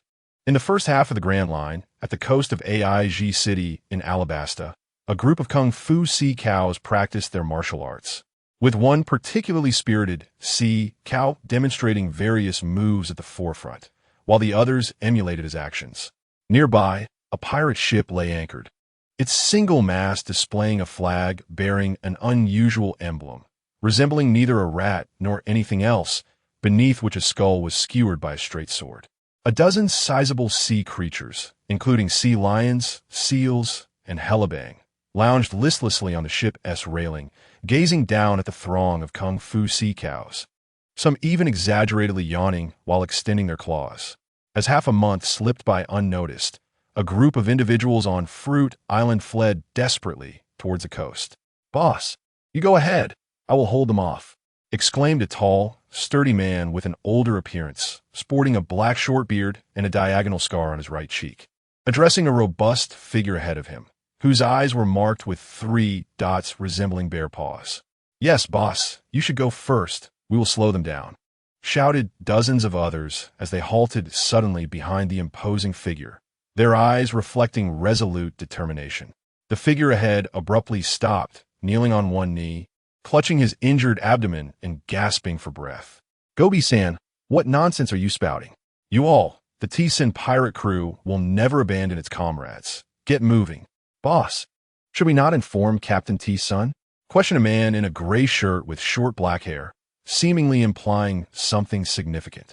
"No, we agreed to embark on our own journeys.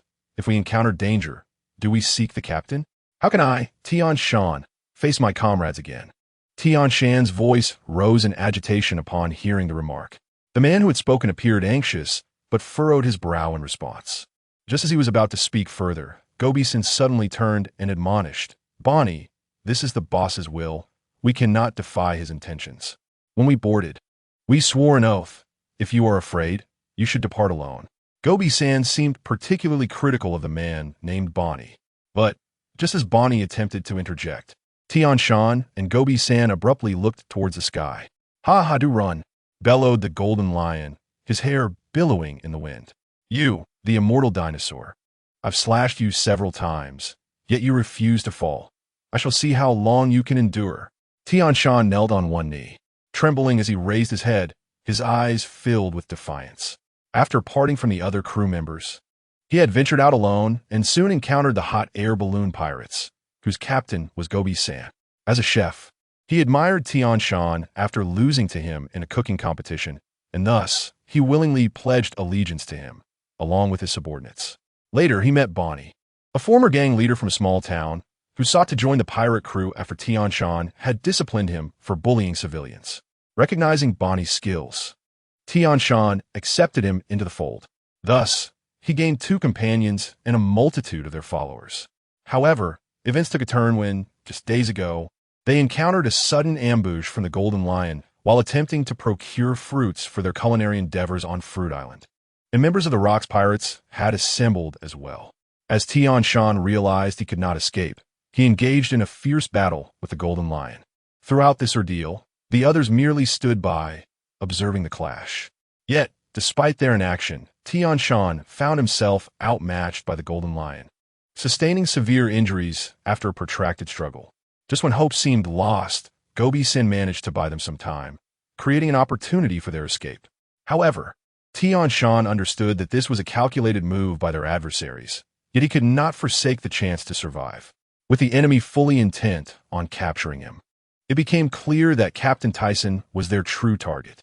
Thus, he resolved to evade capture at all costs, though the prospect of escape appeared grim, with foes both airborne and on the ground surrounding him. "Boss, I'll hold him off. You go first," declared Gobi-san, his body enveloped in steam, his eyes radiating determination. He had never regretted his decision to join the Tyson pirate crew, having found like-minded companions and relished the camaraderie during their time together.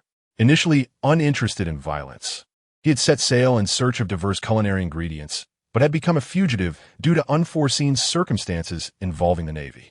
This time, however, he was prepared to fight earnestly. With a powerful steam jet, Gobi-san propelled himself skyward, leaving a vibrant trail in the air. Tian Shan, he murmured, as Tian Shan's vision began to blur. His injuries were grave, with damage to his internal organs, and he wished for the healing pills that had been created long ago, but prohibited for being taken beyond Herbal Island.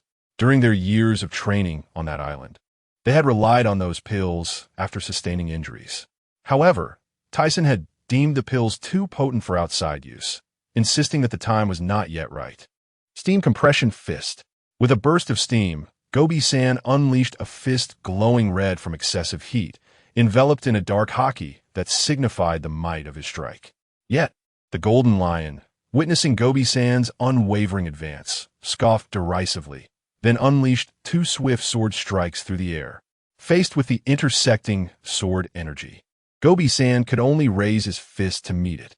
The impact resonated throughout the sky, and a sheer force coursed through him, causing him to grit his teeth and summon every ounce of strength.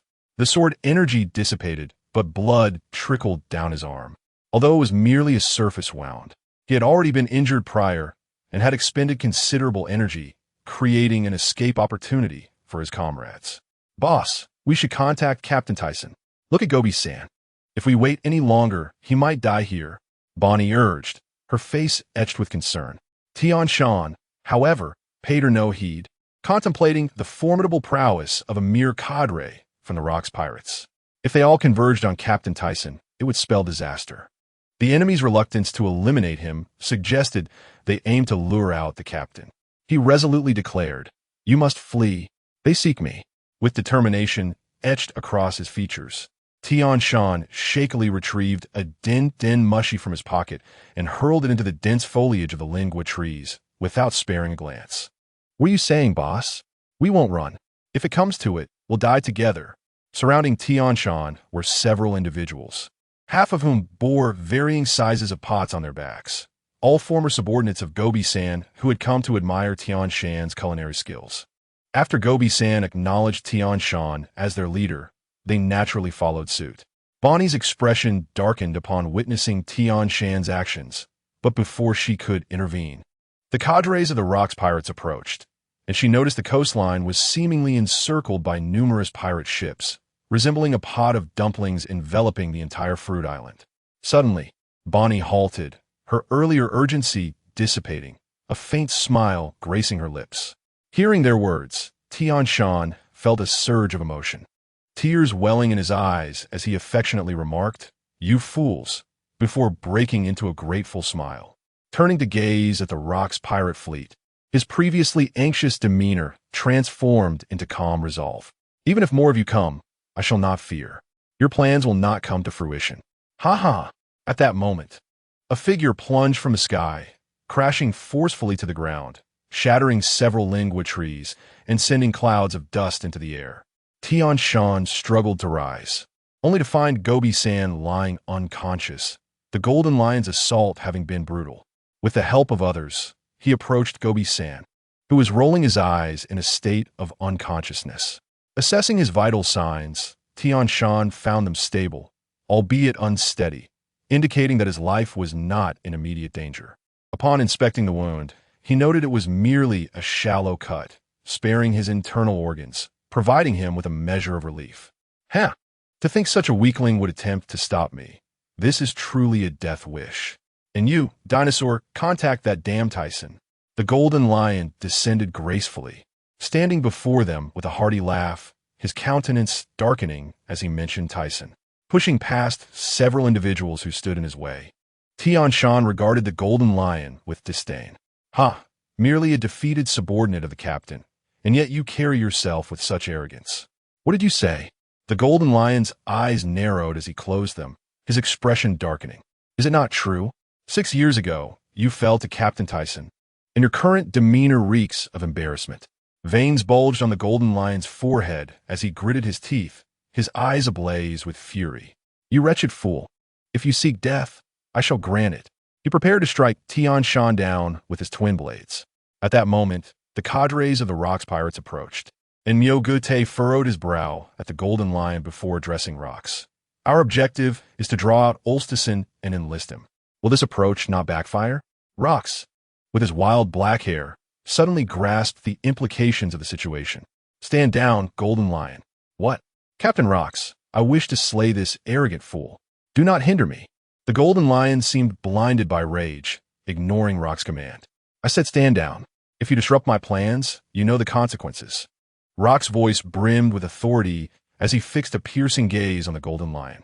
Feeling the weight of Rock's presence, the Golden Lion's body stiffened, his rage dissipating as he sheathed his blades, muttering, understood. Turning to Rocks, he inquired, then what do you propose we do? Rocks, however, did not respond to him, instead focusing on Tian Shan. As Tian Shan sensed the powerful aura emanating from the foremost figure approaching him, it felt as though a formidable deity was near, sending tremors through his very soul, making his hair stand on end. The fleeting aura he had previously sensed was enough to send chills down his spine, as if his spirit had been frozen in fear. This perilous individual remains uncertain whether Captain Tyson can contend with him. However, now that he is aware of the imminent danger posed by the opponent, he must not allow their schemes to succeed. After a momentary glance at Tian Shan, Lokes spoke in a deep voice. Chef Tian Shan, an officer of the Tyson pirate crew, possesses the ancient Zoan-type dragon fruit, specifically the shark-tooth dragon form, with a bounty of 680 million. Though he does not particularly impress me, there is no denying his formidable prowess. Yet, lacking an aura of kingship, he shall never reach the pinnacle of the world. Nevertheless, his presence will suffice. That man will surely come for you, and with his involvement, my plans will be halfway realized. Now, hurry and contact him. I have no time to waste with you if you wish to avoid death. After calming his restless emotions, Tian Shan exhaled a deep breath and, with an impassive expression, replied, You were correct to say that I lack the aura of a king and cannot attain the level of world-class strength. However, as he continued, his gaze sharpened. What need do I have for such things? One king within the Tyson pirate crew is sufficient for me. I was merely a small fry in the East Sea, and I feel fortunate to be a partner of Captain Tyson. What more could I desire? A smile crept upon Tian Shan's face, and he felt a sense of joy as his earlier agitation dissipated. Therefore, I must apologize. Since I know you are targeting Captain Tyson, I will never partake in such actions, even if it costs me my life. You may as well give up. Upon hearing Tian Shan's words, Newgate's eyes flickered with emotion, as if the words resonated deeply within him, causing him to subtly glance at Lokes beside him. Lokes remained expressionless after hearing the exchange, merely raising an eyebrow. Those familiar with him would know that this indicated an impending eruption of fury. Wait, I possess Captain Tyson's contact information. Just spare US, and I shall reveal it. Bonnie implored with a submissive expression, kneeling before Lokes, her hands cradling a din mushy and bowing her head. Watching his companion's actions, Tian Shan's pupils constricted, and his previously indifferent expression soured dramatically, resembling the color of pig liver as he bellowed. Bonnie, you scoundrel. I misjudged you. Bonnie, you traitor. How could you betray us after all the trust one placed in you? A chorus of indignation erupted from Bonnie's former subordinates and others nearby, their fury palpable. Lokes observed the kneeling figure before him, then fixed his gaze on the din mushy in her hands, reaching out to take it before turning to leave. First, confine them, then prepare for war. Especially keep an eye on the Navy's movements. I entrust this to you, Bakeen. Leave it to me, Bakeen replied with a mischievous grin. Adorned in sunglasses, a short stature, a fur coat, and numerous jewels adorning her hands and neck. Beside her, a woman with short black hair cast her a sidelong glance. At Holy Land Mariewa, the hope was to capture them all in one fell swoop. If matters became overwhelming, they would have no choice but to confront the Lokes pirate crew directly, as it was a directive from that esteemed individual. The elder with white, wavy hair, sporting a flat-brimmed hat, spoke solemnly. Just then, a golden-haired elder interjected, Indeed, Nizhul Shung. Initially, I believed that if the Tyson pirate crew clashed with the Lokes pirate crew, the latter would undoubtedly prevail. However, recent intelligence suggests otherwise. Damn it, why do uncertain factors continue to emerge? That esteemed individual had stated there was still time before the lights were to appear. The elder with a distinct pair of mustaches seethed, having learned through Navy channels and their own informants that the Tyson pirate crew had gained two formidable allies. Regardless of the circumstances, they stood opposed to us. To prevent them from disrupting the balance of this world and to ensure tranquility upon the seas, they must be eradicated. Then let us notify the Navy. It is time to act. Agreed, the elder with long, straight white hair and an extensive beard concluded, prompting the others to nod in unison. On Herb Island, Tyson sat in contemplation within his quarters, legs crossed upon the bed, hands resting naturally on his knees, his brows furrowed as he closed his eyes and regulated his breathing. Externally, he appeared tranquil, yet internally, tumultuous changes were unfolding. Since returning to Herb Island, he sensed a transformation within his essence. Occasionally, a sudden tremor would seize his soul, while at other times his perception sharpened dramatically, not merely sensing the presence of foes, but as if he could infiltrate the minds of others. Yet this state was ephemeral, akin to a fleeting blink, vanishing almost immediately thereafter. Previously, to test this phenomenon, he had sought Muse for an experiment. During a sparring session, the moment this state surfaced in his mind, he struck Muse, easily sending her flying. Afterward, he inquired about her experience. Muse's response astonished him. She claimed that just as she was about to defend against the attack, her mind went blank, leaving her unable to evade or muster strength. This state, though only lasting a moment, appeared more frequently during attacks. Tyson pondered whether it was an anomaly in his Kinbunchika Haki or perhaps a byproduct of Haoshiku. After much contemplation yielding no clarity, he resolved to meditate for tranquility. Thus, he settled upon the bed, attuning himself to the surrounding energies, the essence of the village, even that of the island. Gradually, this heightened state subsided. With a deep exhale, Tyson opened his eyes, releasing a breath of relief as the unsettling tremors faded, leaving him with a markedly sharper perception. Forget it.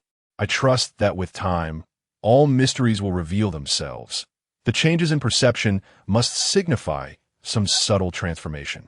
He decided to check on Qingjiao, uncertain of his current state. If matters proved untenable, he would have to let him go.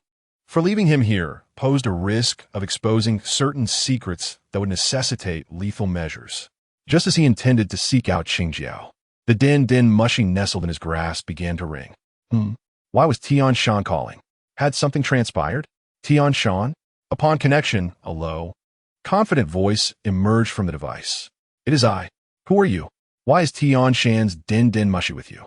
The voice did not initially reveal its identity, but instead adopted a tone of provocation, raising suspicions of a potential ransom scenario. I am Loksti Jibek.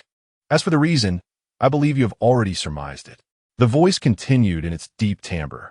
Upon hearing this, Tyson's spirit surged instantaneously. He straightened his posture, his gaze darkening as veins throbbed from his forehead to his neck. Have you harmed my comrades? Who knows?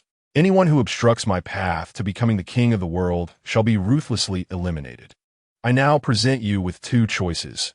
Either I will publish the corpse of your companion in the newspaper, or you shall come and find me within 3 days. Originally, I could have coerced you into joining, but to test your capabilities, a confrontation is indeed necessary. Ha ha ha. Location? On Fengchao Island, my lair. I await your arrival. Ha ha ha. I shall come, but you better ensure my companion's safety. Otherwise, prepare for the consequences, you scoundrel. Gajia, huffing, T-Sun concluded the call, his eyes ablaze with an uncontrollable fury. His cold, handsome visage appeared as though it had been frozen by frost, exuding an extreme chill. As he gasped for breath, the veins on his forehead bulged ominously. His sharp black eyes widened in anger, and with a furrowed brow, a wave of crimson energy radiated outward.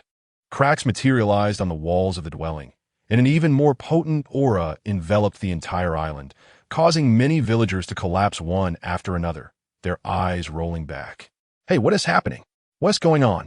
In the room, Gina and Muses quickly sensed the familiar energy. This aura belonged to T Senior. They dashed out of the house, while those who remained upright either knelt on one knee, drenched in cold sweat, or stood frozen, unable to move. "Sister, what is going on?" At that moment, a woman with waist-length golden hair, drenched in sweat, emerged, anxiously inquiring of Gina. She was a recent companion of Gina, having joined T-Sen's pirate crew due to their strong rapport. Muses' subordinate, a double-bun shark man, also stumbled out, his face pale and his steps unsteady. "It's the Captain's Conqueror's Haki. We must see what's happening." Muses charged toward T-Sen's dwelling. "Let us go, Jame, we must ask T-Sen," Gina instructed, following closely behind Muses with a woman named Jame. In the herbal research basement, a terrified Jing Yi knelt on the ground, watching his grandfather convulse on the floor, momentarily at a loss for what to do. Outside the village, Erc observed the fallen guards sprawled across the ground. Momentarily stunned, beads of cold sweat forming as he glanced toward the village. Meanwhile, in a corner of the village, Qing Jiao, who had been preoccupied with something on the ground, sensed the astonishing aura and staggered to his feet, blinking his large cowbell-like eyes, seemingly unfazed by the chaos surrounding him. "T-Sen, what is happening?" "Captain?" Upon seeing Gina and Muses, T-Sen relayed the situation to them. "What? That scoundrel, despite being a notorious pirate, resorts to such despicable acts. What should we do, Captain? Command us." "Enough. In this world, strength reigns supreme. There is no room for notions of decency or lack thereof. Please refrain from uttering such sentiments henceforth," T-Sen admonished Gina, who had become decisively stronger through their numerous trials at sea. Yet, such somewhat naive remarks still slipped from her lips. This left him somewhat dissatisfied, for while strength was essential for survival in these waters, a resilient heart was equally vital. Such a pace of growth was concerning. "Oh, I was wrong," Gina pouted, lowering her head, her fingers intertwining, her tone subdued. The woman named Jia Mei appeared momentarily dazed, then revealed a look of disbelief. In her impression, Gina was a formidable and ruthless woman. How could she suddenly appear so docile? She couldn't help but think. No wonder she is the captain's sister. She possesses both charisma and striking beauty, her fluttering eyelashes casting an enchanting gaze. Muses summoned them back. "A great battle is upon us." "Understood, Captain. I will notify them immediately," Muses replied hastily, rushing off. T-Sen's brow furrowed. He knew this battle would not be easy, and the possibility of total annihilation loomed large. Had it not been for Luokisi's preoccupation with other matters, they might have already succumbed to the opposing force. Although he believed they could avoid defeat, he still wished to test their mettle. If they were to falter, they would have to bide their time like Qing Jiao, waiting for the enemy to perish before resurfacing on the seas. A viable strategy, especially as the adversary seemed poised to strike at Goddess Valley in the near future. That location housed the majority of the celestial dragons. Following the incident at Goddess Valley, many celestial dragons perished, while some were relocated to Mary Geos, likely due to the world government's prior knowledge of the events. Should an opportunity arise, he too would desire a share of the spoils. In a corner of the herbal island, T-Sen approached a dwelling he had intended to visit earlier, only to be interrupted by Luokisi. Inside the corner house, although Qing Jiao had refrained from causing a ruckus recently, he had yet to come to terms with the loss of the spike on his head. Sensing T-Sen's arrival, he adjusted his posture, lowering his head to sit on the ground, feigning a somber demeanor. Upon entering, T-Sen observed Qing Jiao's despondent appearance, his brow slightly furrowing before relaxing. "You may leave. Staying on this island is too perilous. We are about to engage in battle with the Luokisi pirates." Given Qing Jiao's current disposition, T-Sen chose not to press further. Just as he prepared to turn away, words suddenly reached him from behind. "So that energy that erupted earlier was? That scoundrel has taken my companion," T-Sen replied without looking back. "Wait, take me with you. I too wish to settle matters with them." Hearing Qing Jiao's unexpected declaration, T-Sen halted, turning to see him standing resolutely, a smile gracing his lips. At the Marine headquarters, Marineford, Admiral Zfa had just intercepted the movements of the New World. The T-Sen pirate crew was set to clash with the Luokisi pirate crew. In an instant, the entire Marineford was thrown into turmoil. In the Admiral's office, A soldier entered the conference room with a report where a multitude of Navy officers, all at least of the rank of captain, were seated. Steelbone was perusing the documents in hand when he raised his head upon hearing the soldier from the communications department. Indeed, the world government has previously informed us, and they have provided a combat plan. I would like to hear your opinions. Crane, please begin. Crane, now approaching 30 years of age, had matured significantly, her figure graceful and alluring. After a moment of contemplation, she stood and slowly articulated, I believe that regardless of the world government has plans, we must formulate our own strategies. It is inevitable that both pirate crews will engage in battle. However, it is unlikely we can capture both entirely. Thus, I suggest we focus our efforts on one side for a comprehensive strike. Given their capabilities, the T-Sun pirate crew is undoubtedly the more manageable target. Having shared her thoughts, Crane glanced at Steelbone before taking her seat. Steelbone nodded and then turned to the others. Sengoku, what say you? Sengoku, maintaining a stoic demeanor, replied in a low voice, while I view the T-Sun pirate crew as a significant threat, the Luokisi pirate crew is far more nefarious. To date, countless individuals have fallen victim to their aggression. Therefore, I propose we prioritize capturing the Luokisi pirate crew. Crane regarded Steelbone with an expression devoid of emotion. Moreover, Elstison's prowess is equally formidable. After reviewing Zepha's report, I am convinced that looks will not secure victory so effortlessly. When their decisive battle reaches its climax, that will be our opportunity. At this juncture, Zhanghua abruptly raised his head, his eyes ablaze with an inner fire. After Zhanghua finished speaking, Gonggu rose from his seat and picked up the documents on the table. I am already aware of what you have discussed. Now I shall announce the combat plan. This strategy will be comprehensively directed against the Luke's pirate crew. Following the conclusion of their duel, we shall promptly apprehend Luxti Jaibike. Additionally, the Tyson pirate crew must not be overlooked. After engaging such a formidable adversary, they will surely be exhausted, akin to lambs awaiting slaughter. We will specifically dispatch 10 vice admirals to pursue them. With that, Gonggu concluded his remarks and closed the documents. Understood. In a certain maritime region of the Grand Line, a man filled with mirth, tears of laughter streaming down his face, waved while directing his ship to return. This scoundrel has finally departed, Roger thought, gazing at his newly constructed pirate ship, now marred by numerous cracks, a sight that filled him with sorrow, yet he felt utterly helpless. Roger, trouble is brewing. I just received a call. They're about to engage in battle. After hearing the voice emanating from the Den Mushi, Rayleigh's pupils constricted, and he hastily informed Roger. Is the information confirmed? There is no doubt. It was Haki who notified me. I wondered why that scoundrel Carp suddenly retreated. It turns out this was the reason. A pensive expression crossed Roger's face. Should we go and see? It may be too late if we head over now. Ha ha! A fight is underway. How could we possibly miss it? We must live to witness the carnage. If they perish, it will be quite dull. At this point, Roger's gaze deepened. Even if we miss their battle, I still have matters to inquire about.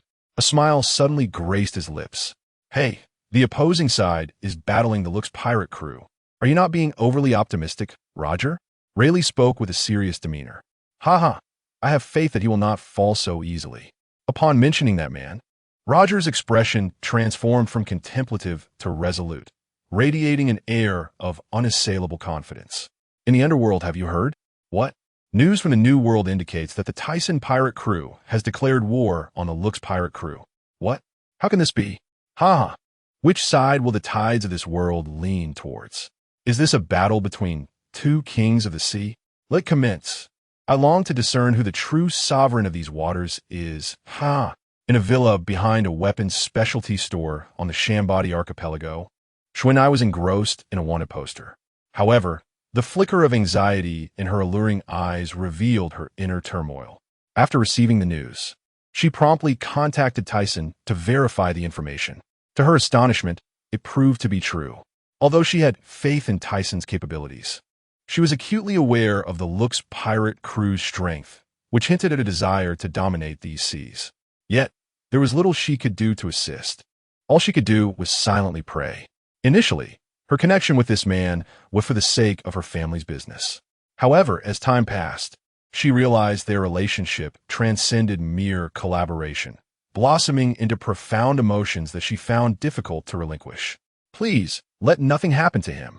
Worry filled Xuanai's eyes as she clutched the wanted poster tightly. At the outskirts of the Herb Island village, a towering man, approximately 2 meters tall with bronze skin and distinct facial features, gazed intently at the village, his eyes glimmering with brilliance, draped in a deep blue cloak. "Oh, Lord Jerry, you have returned.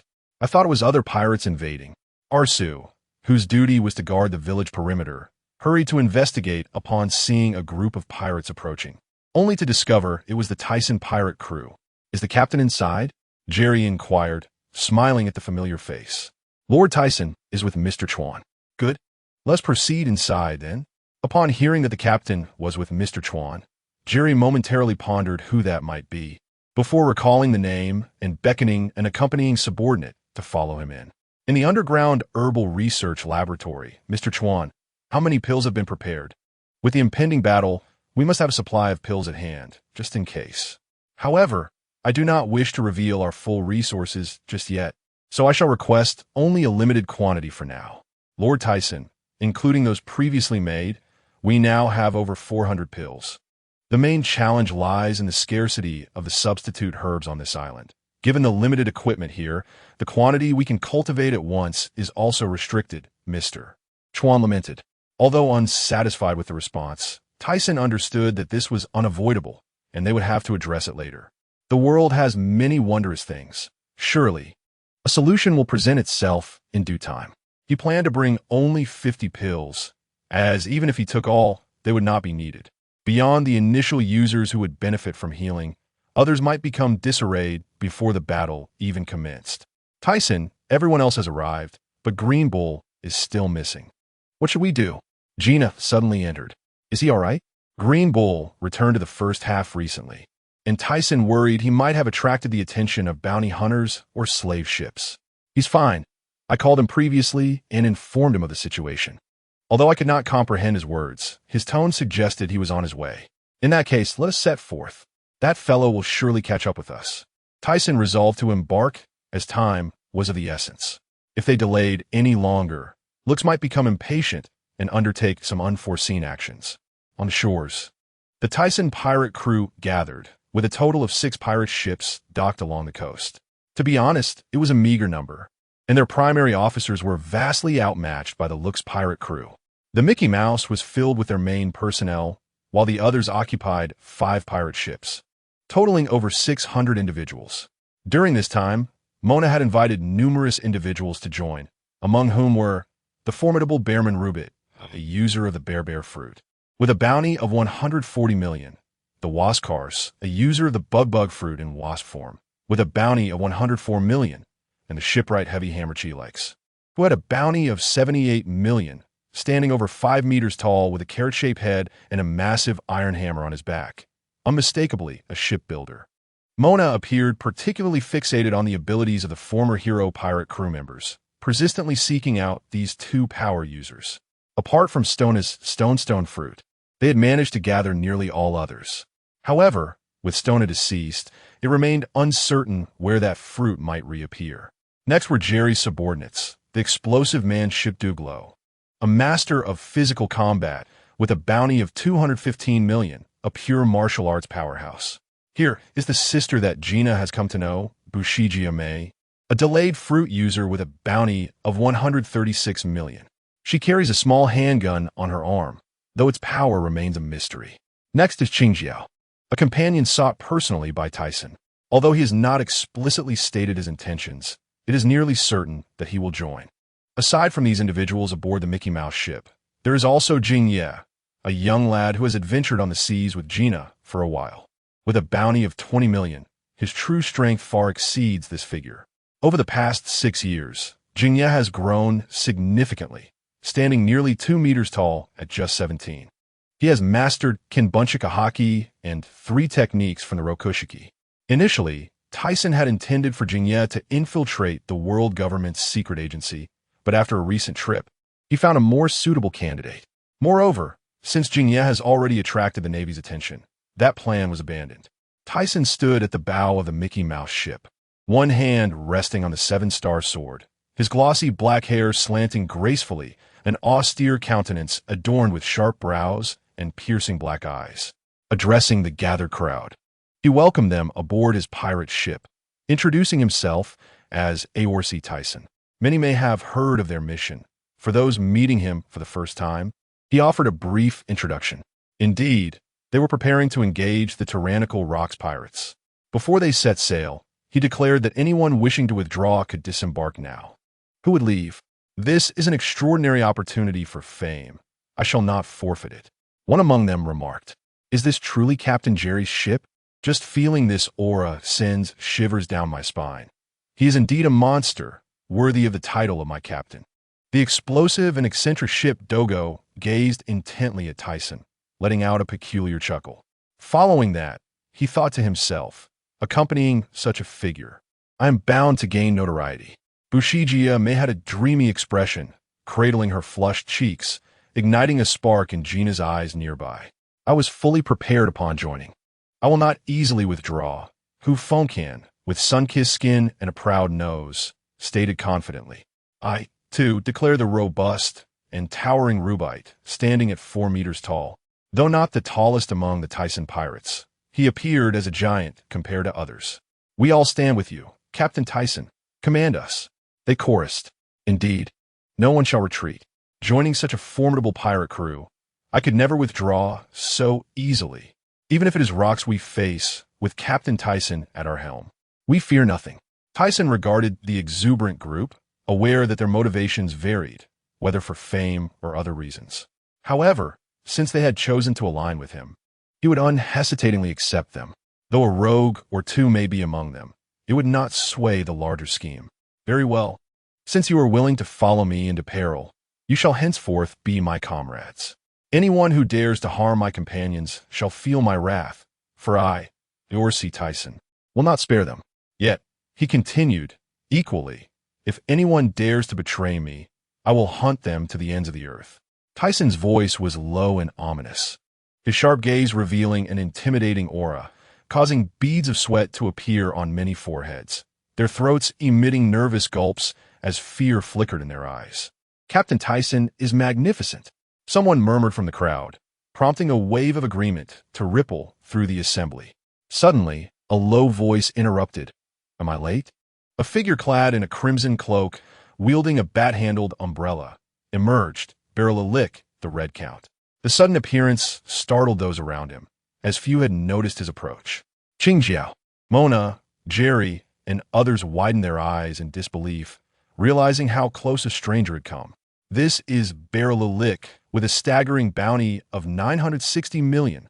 Why is he here? One pirate exclaimed in shock. I heard he recently defeated Admiral Zifa.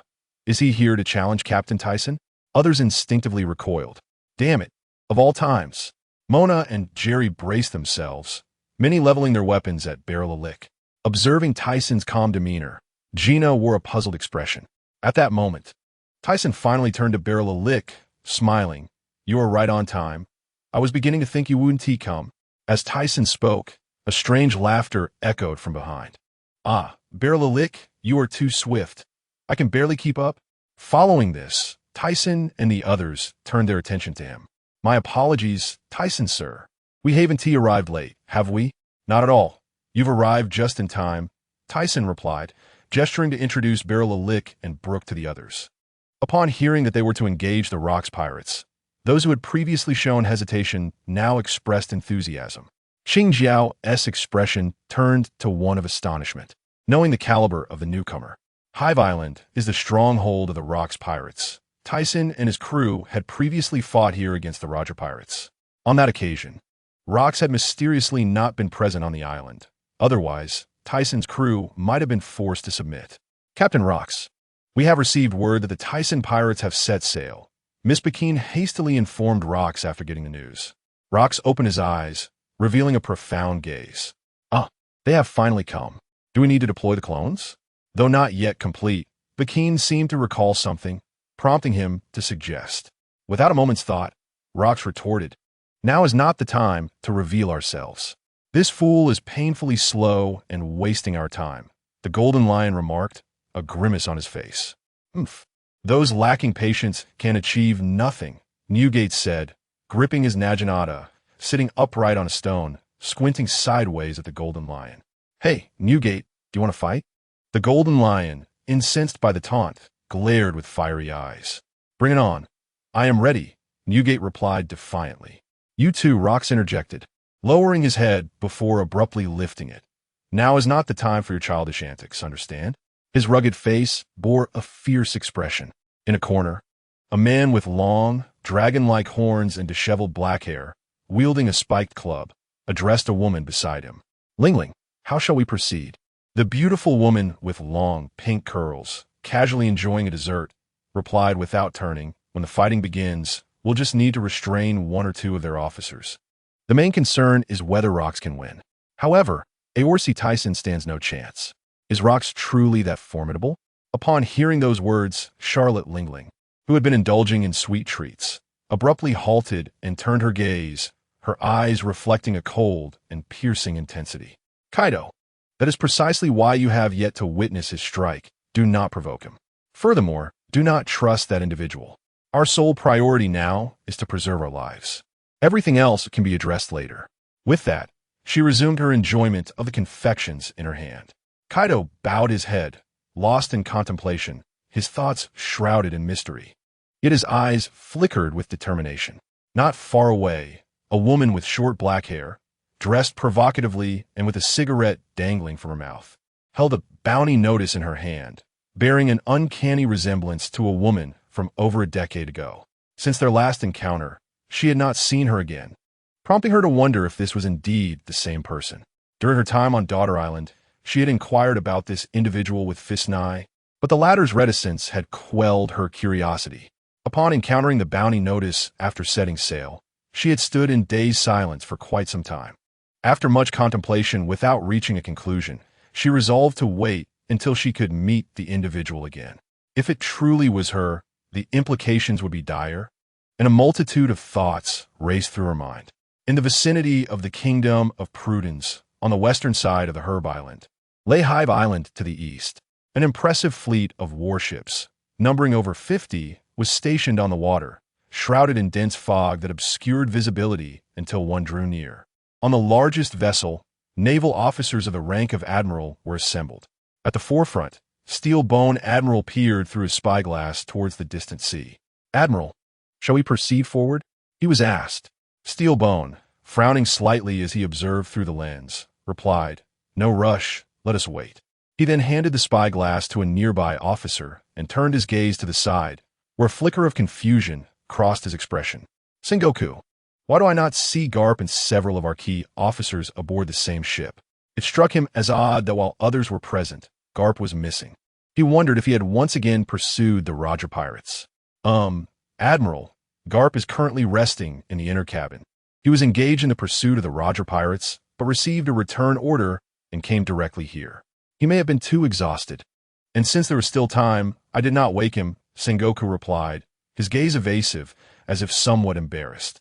Steelbone, initially inclined to express his frustration upon hearing Garp was asleep, sighed upon hearing the latter part of the explanation.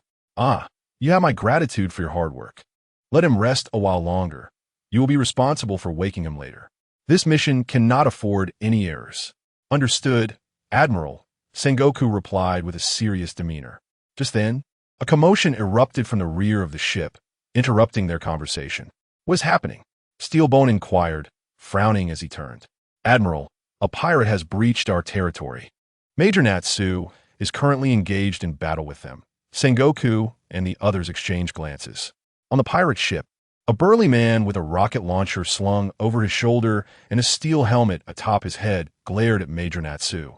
Damn Navy. Don't you know who I am to dare attempt to capture me? Indeed. Do you not recognize who our captain is? His crew chimed in unison. Oomph. I have no interest in knowing the identity of a pathetic pirate like you. Furthermore, you are merely a fish in a barrel. Hear this. Our captain is the infamous bounty of 66 million, the artillery ship Ironhead. A mere lieutenant like you is unworthy to challenge our captain. Oh, then you should take a good look around, the lieutenant retorted with a derisive laugh, motioning for his subordinates to follow his gaze. Upon hearing the pirates' taunt, the crew members turned to see numerous beams of light piercing through the fog towards their ship. Stunned, the artillery ship's captain dropped his rocket launcher, his mouth agape. The Tyson pirates had reached the coastal shores of the island, and from a distance, they spotted members of the Rocks pirates fleeing in anticipation of their arrival, likely to inform the inner sanctum of Rocks. The crew approached the island. Tyson fully activated his observation Haki, extending his senses inward, his expression darkening as he progressed. Mirrored by the other officers and squad leaders with heightened perception. Suddenly halting, Tyson's companions followed suit. Hey Tyson, it's not too late. Charging in like this is tantamount to seeking death. Qingjiao stepped forward, his expression grave. The others, apart from those already closely aligned with Tyson, felt their legs weaken. The deeper they ventured, the more unsteady their steps became. Captain, whatever decision you make, we will follow. Mona, standing over 7 meters tall, stepped forward to obscure the view of the others. Indeed, Tyson, it is time to decide. Gina encouraged with a smile. Tyson furrowed his brow, grappling with uncertainty. After a prolonged moment of deliberation, he turned to his crew and stated, "Those who wish to enter, come with me. It is a perilous journey, and only the fearless should follow." With that, he strode forward. The officers accompanying Tyson, along with Barolric, showed no hesitation and followed suit, as did a few latecomers. Observing Tyson's audacity, Qingjiao chuckled, "Ah, bold one indeed. If that is the case, I shall accompany you. If we survive, what would it matter if I became your subordinate?" He marched forth with small strides. "What shall we do?" "Of course we follow. Do you not recall our earlier resolve?" "Not exactly, but there are no buts. Choosing to board this ship, I have wagered my life. Such a grand opportunity for notoriety shall not be squandered," the explosive man, Zapuduo, declared resolutely, keeping pace with the front line. Ultimately, only a handful of small-time pirates fled in panic, while the rest followed suit. Upon noticing this, Tyson felt a surge of emotion. As for those who fled, they were either not affiliated with the Rocks faction or were agents of the world government and navy. In this situation, he would allow them to depart unhindered. Ah, so this is the Tyson pirates? They ventured down a path flanked by pirates, each casting sardonic and inquisitive glances. Tyson, at the forefront, remained unperturbed, as if oblivious to the attention. Earlier, he had sensed the presence of these individuals, which had prompted his earlier pause. The sheer number of Rocks pirates lining the sides was overwhelming, numbering in the tens of thousands, their combat prowess vastly superior. He wished to ensure that the newly joined members would not perish so easily.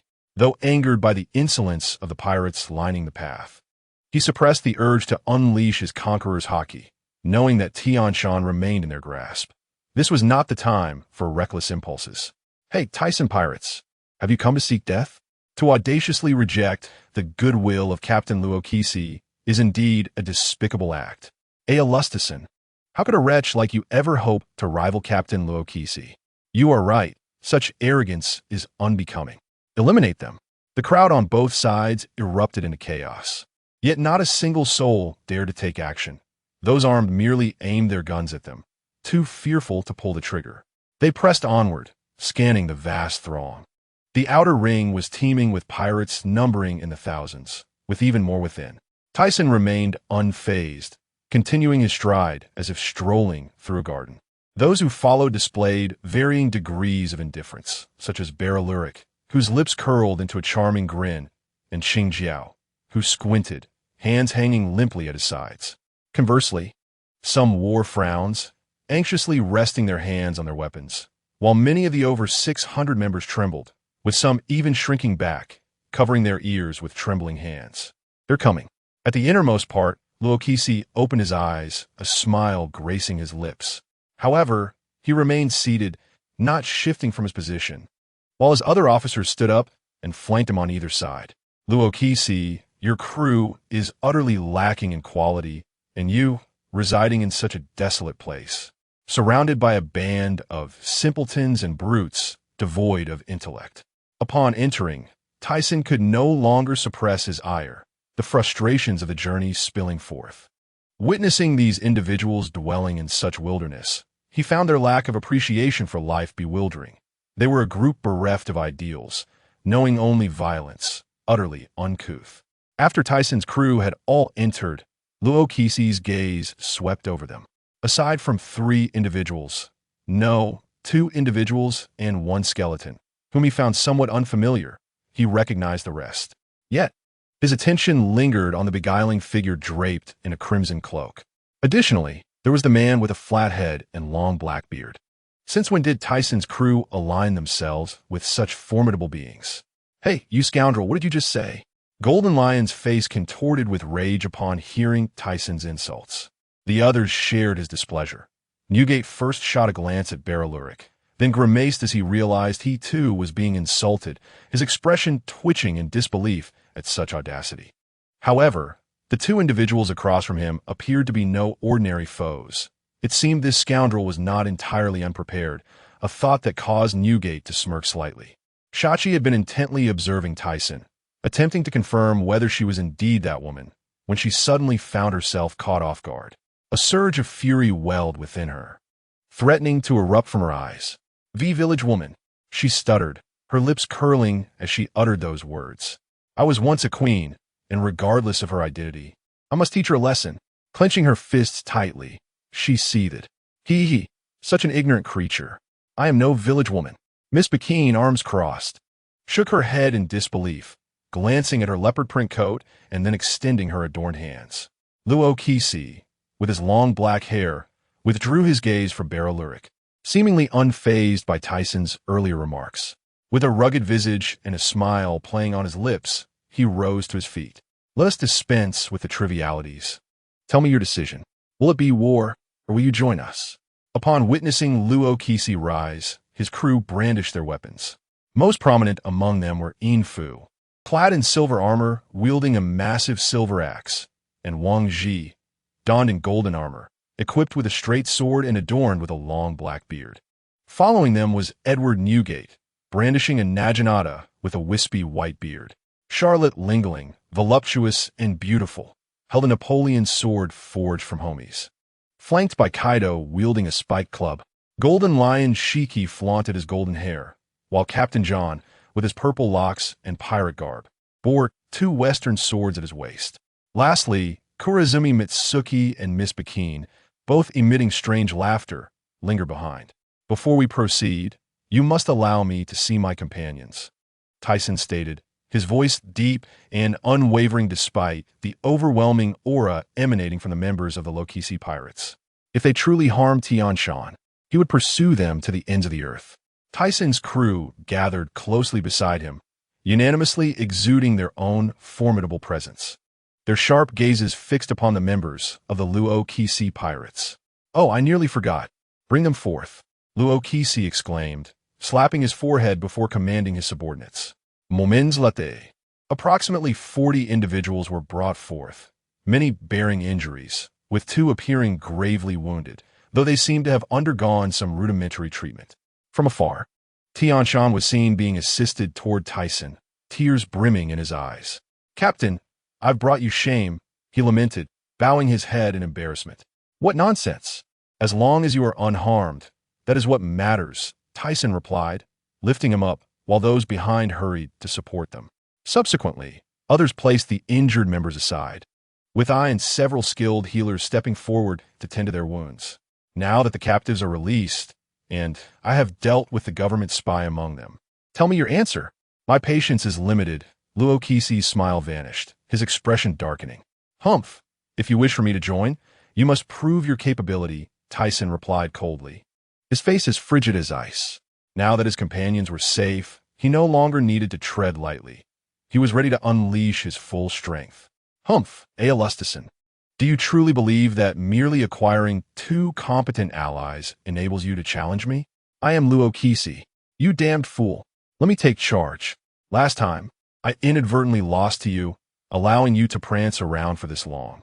My bounty has now soared to 1,300,000,000, and I will demonstrate today that I, Shiki, cannot be so easily defeated. Golden Lion seethed with lingering resentment over his previous defeat to Tyson, drawing his twin swords and charging forward. Luokisi remained silent, seemingly acquiescent. Humph, a wretch like you is not worthy of the captain's personal involvement, I shall handle you myself," declared Jerry, cloaked in deep blue, his eyes glinting with determination as he unsheathed his sword, confronting Golden Lion. Witnessing this, Tyson maintained an outwardly calm demeanor, yet inwardly worried for Jerry. However, given the circumstances, he had no choice but to place his trust in this individual. The great swordsman Jerry, with a bounty of 690 million, is impressive, but how could he possibly be a match for me, Shiki? Stand aside. I seek your captain. Golden Lion seethed, his anger inflamed upon realizing that his opponent was not Aelustison. Though Jerry was indeed a great swordsman, he was also a formidable ability user. He had not anticipated that Tyson would hold him in such contempt, allowing a subordinate to engage him in battle, which incited a fury within him. Humph! While your bounty may exceed mine, it does not equate to your strength, Jerry declared, launching a slashing attack toward Golden Lion. As the Golden Lion observed the opposing force, it appeared he had no intention of substituting anyone. Thus he was compelled to engage in this battle. Since you seek death, I shall oblige. He evaded Jerry's slashing strike and soared to a nearby location. Upon witnessing Jerry's attack miss, he executed several agile jumps in midair to keep pace. Noticing that Jerry had already clashed with the Golden Lion, Tyson cast a glance behind him, only to find himself encircled on all sides. He then turned back, casting a cold gaze at Rox, his entire aura swelling with intensity. Let me test what peculiar abilities the overlord of this new world possesses. With that, he drew the Qixing sword, enveloped in a layer of dark purple aura, and, like a phantom, he approached Rox before anyone could react. Rox, taken aback by the speed, thought to himself, how swift. Yet he smirked coldly, raising both arms to block the edge of the sword. A shower of sparks erupted in the air. Seeing that Rox effortlessly parried his assault, Tyson's expression hardened, and he unleashed his full presence, declaring, super heavy. Rox felt an immense force surge through his arms, nearly causing him to stumble. Quickly recovering, he stomped his right foot firmly on the ground, causing violent fissures to erupt beneath him. An overwhelming aura spread around them, as black and red lightning crackled in the air. With the two locked in confrontation, Tyson intensified his assault. Not only was the armed color present, but the Conqueror's Haki also enveloped the Qixing sword.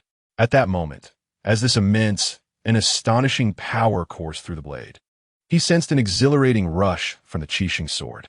Rox furrowed his brow, realizing he had underestimated his opponent. He decided to cease holding back. His muscles tensed as he unleashed his full might, overshadowing Tyson's aggression. The clouds above suddenly parted as if heralding the apocalypse, with black and red lightning shooting skyward, attempting to connect with the split clouds above. Just then, an unexpected force struck Rox like a colossal mountain, causing Tyson to emit a muffled groan and propel himself into the sky. Yet, before the momentum from their previous clash could dissipate, Tyson swiftly adjusted his form midair, his dark hair swirling wildly, eyes flashing with crimson light. As he gripped his sword, the earlier exhilaration surged back into his mind. With a thunderous strike, Tyson brought his sword down upon Rox.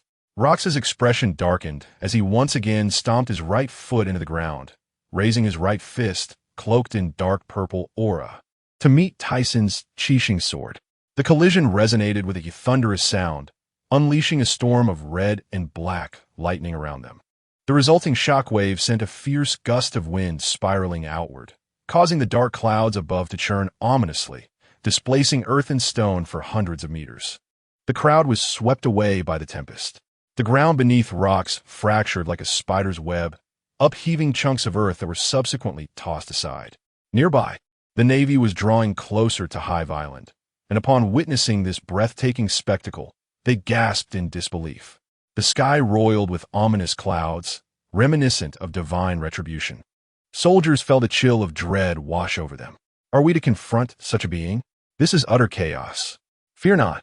It is likely only their captain who can unleash such a force, and we still have the Marshal and Admirals on our side. Indeed, we have the Marshal and Admirals. The soldiers, reassured by commanding officer's words, felt a slight easing of their tension, though their confidence appeared somewhat strained. Steelbone furrowed his brow, fixated on the sky. experiencing an icy dread that coursed through him. This individual had grown formidable enough to contend with rocks to such an extent. Having battled rocks several times, he had always faced defeat. Were it not for the other admirals, he might have perished countless times.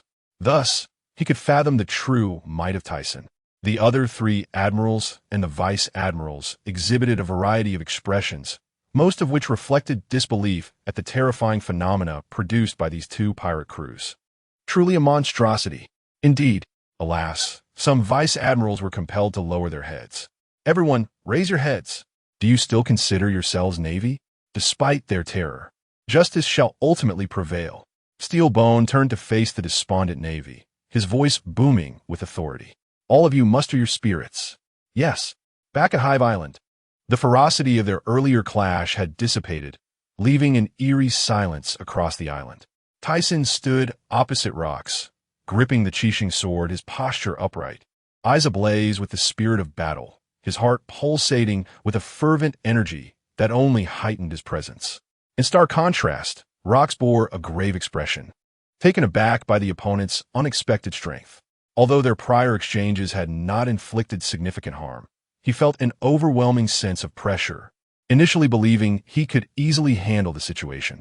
It now appeared that defeating Tyson would require considerable time and effort. His gaze swept the surroundings, noting that the previously agitated crowd had fallen silent, many lying unconscious on the ground, leaving only a few formidable individuals standing. Tyson likewise surveyed the area, realizing that although the enemy had diminished in number by 90%, his own side had only about 20 individuals remaining upright, with several kneeling, immobilized. It seemed imperative to conclude the battle swiftly. Nevertheless, given the circumstances, he was eager to discover the true nature of his opponent's abilities. Although he had his suspicions, he yearned for personal confirmation. With the crowd gasping in anticipation, Tyson launched himself at rocks once more, maintaining his momentum at its peak, requiring no further build-up. The captain has grown powerful beyond measure. Mona's eyes sparkled with excitement. He had always known his captain was no ordinary man, possessing an understanding of everything. As long as he followed closely behind, all problems would be effortlessly resolved. He was certain that the outcome would be no different now. Regardless of how strong the adversary was, victory would be theirs. Let's continue.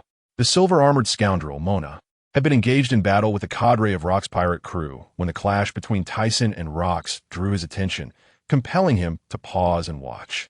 It seemed he had no need for concern. Curse be this fellow. He never unleashed his full potential against me. The conflict had left Green Pepper somewhat vexed. He was contending with Wang Ji, who, while challenging, was manageable. If only his spearhead were still intact, the fight would be even easier. In the prime of his youth, Green Pepper had not yet reached his peak, yet even now he was not to be underestimated.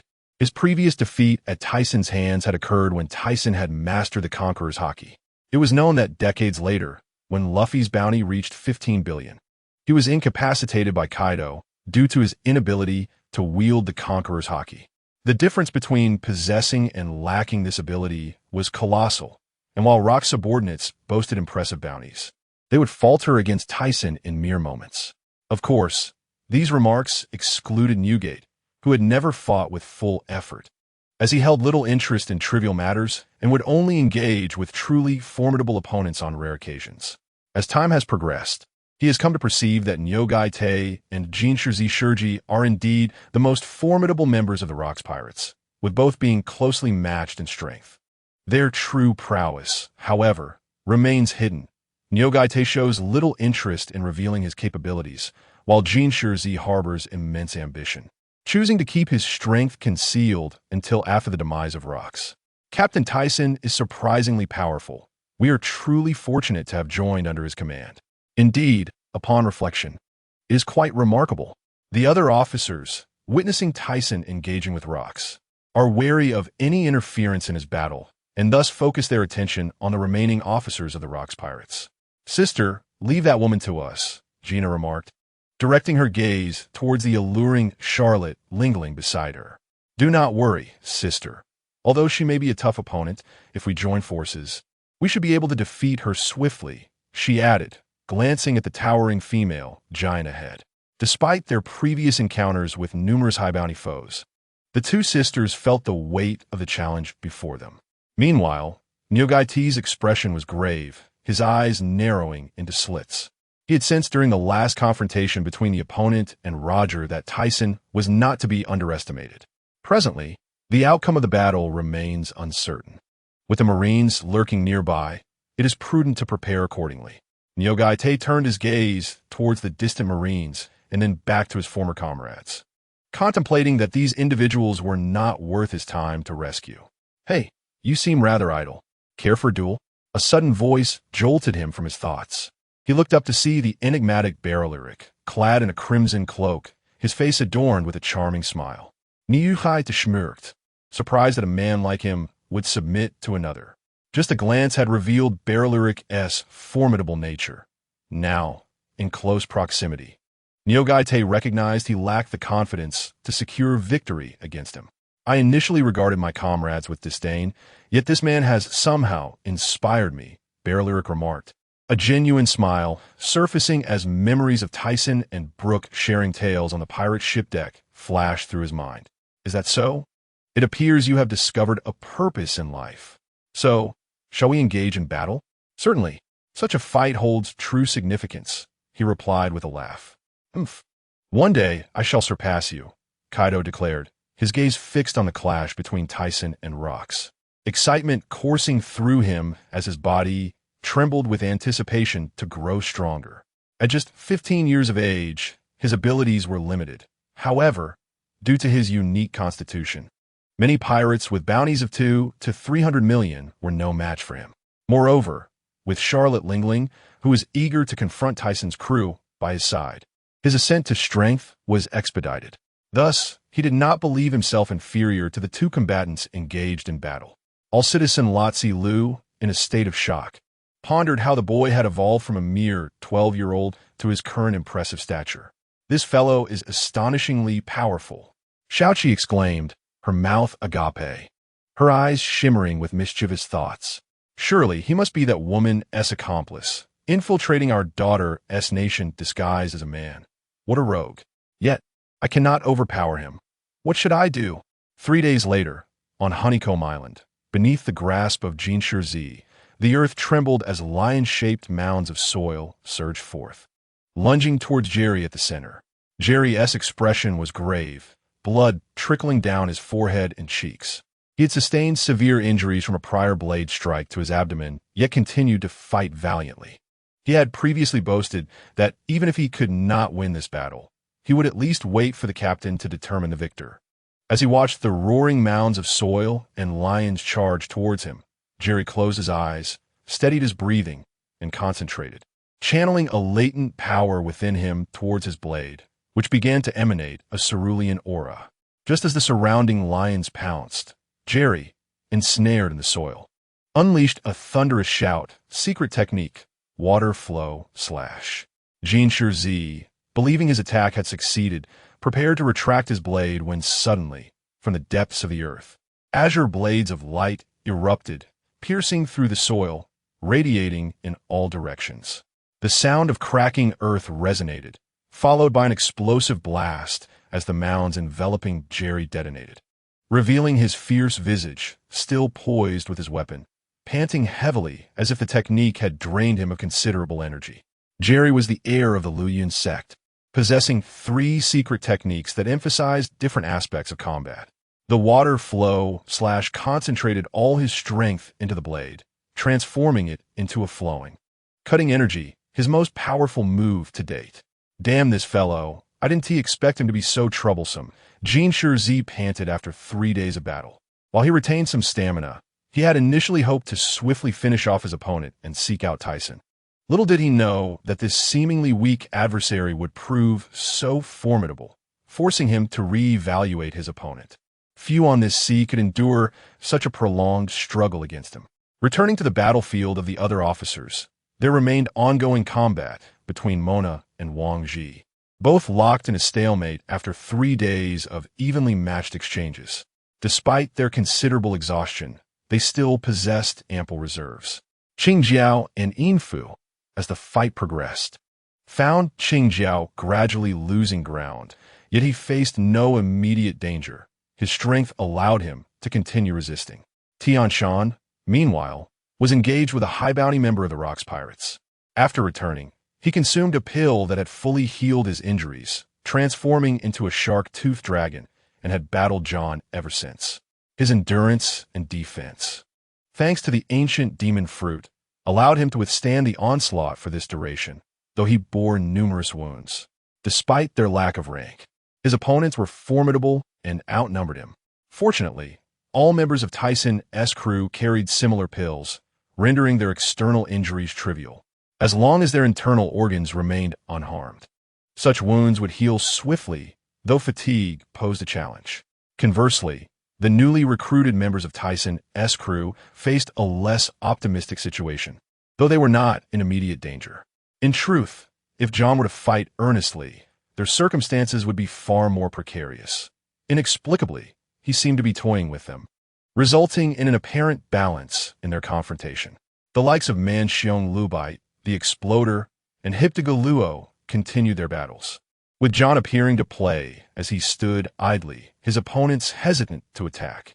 Now, with a smile, John observed the 5 individuals sprawled on the ground, gasping for breath. Meanwhile, Gina and Bush were occupied with Charlotte, Lingling, and Kaido. "Sister, what is this woman made of?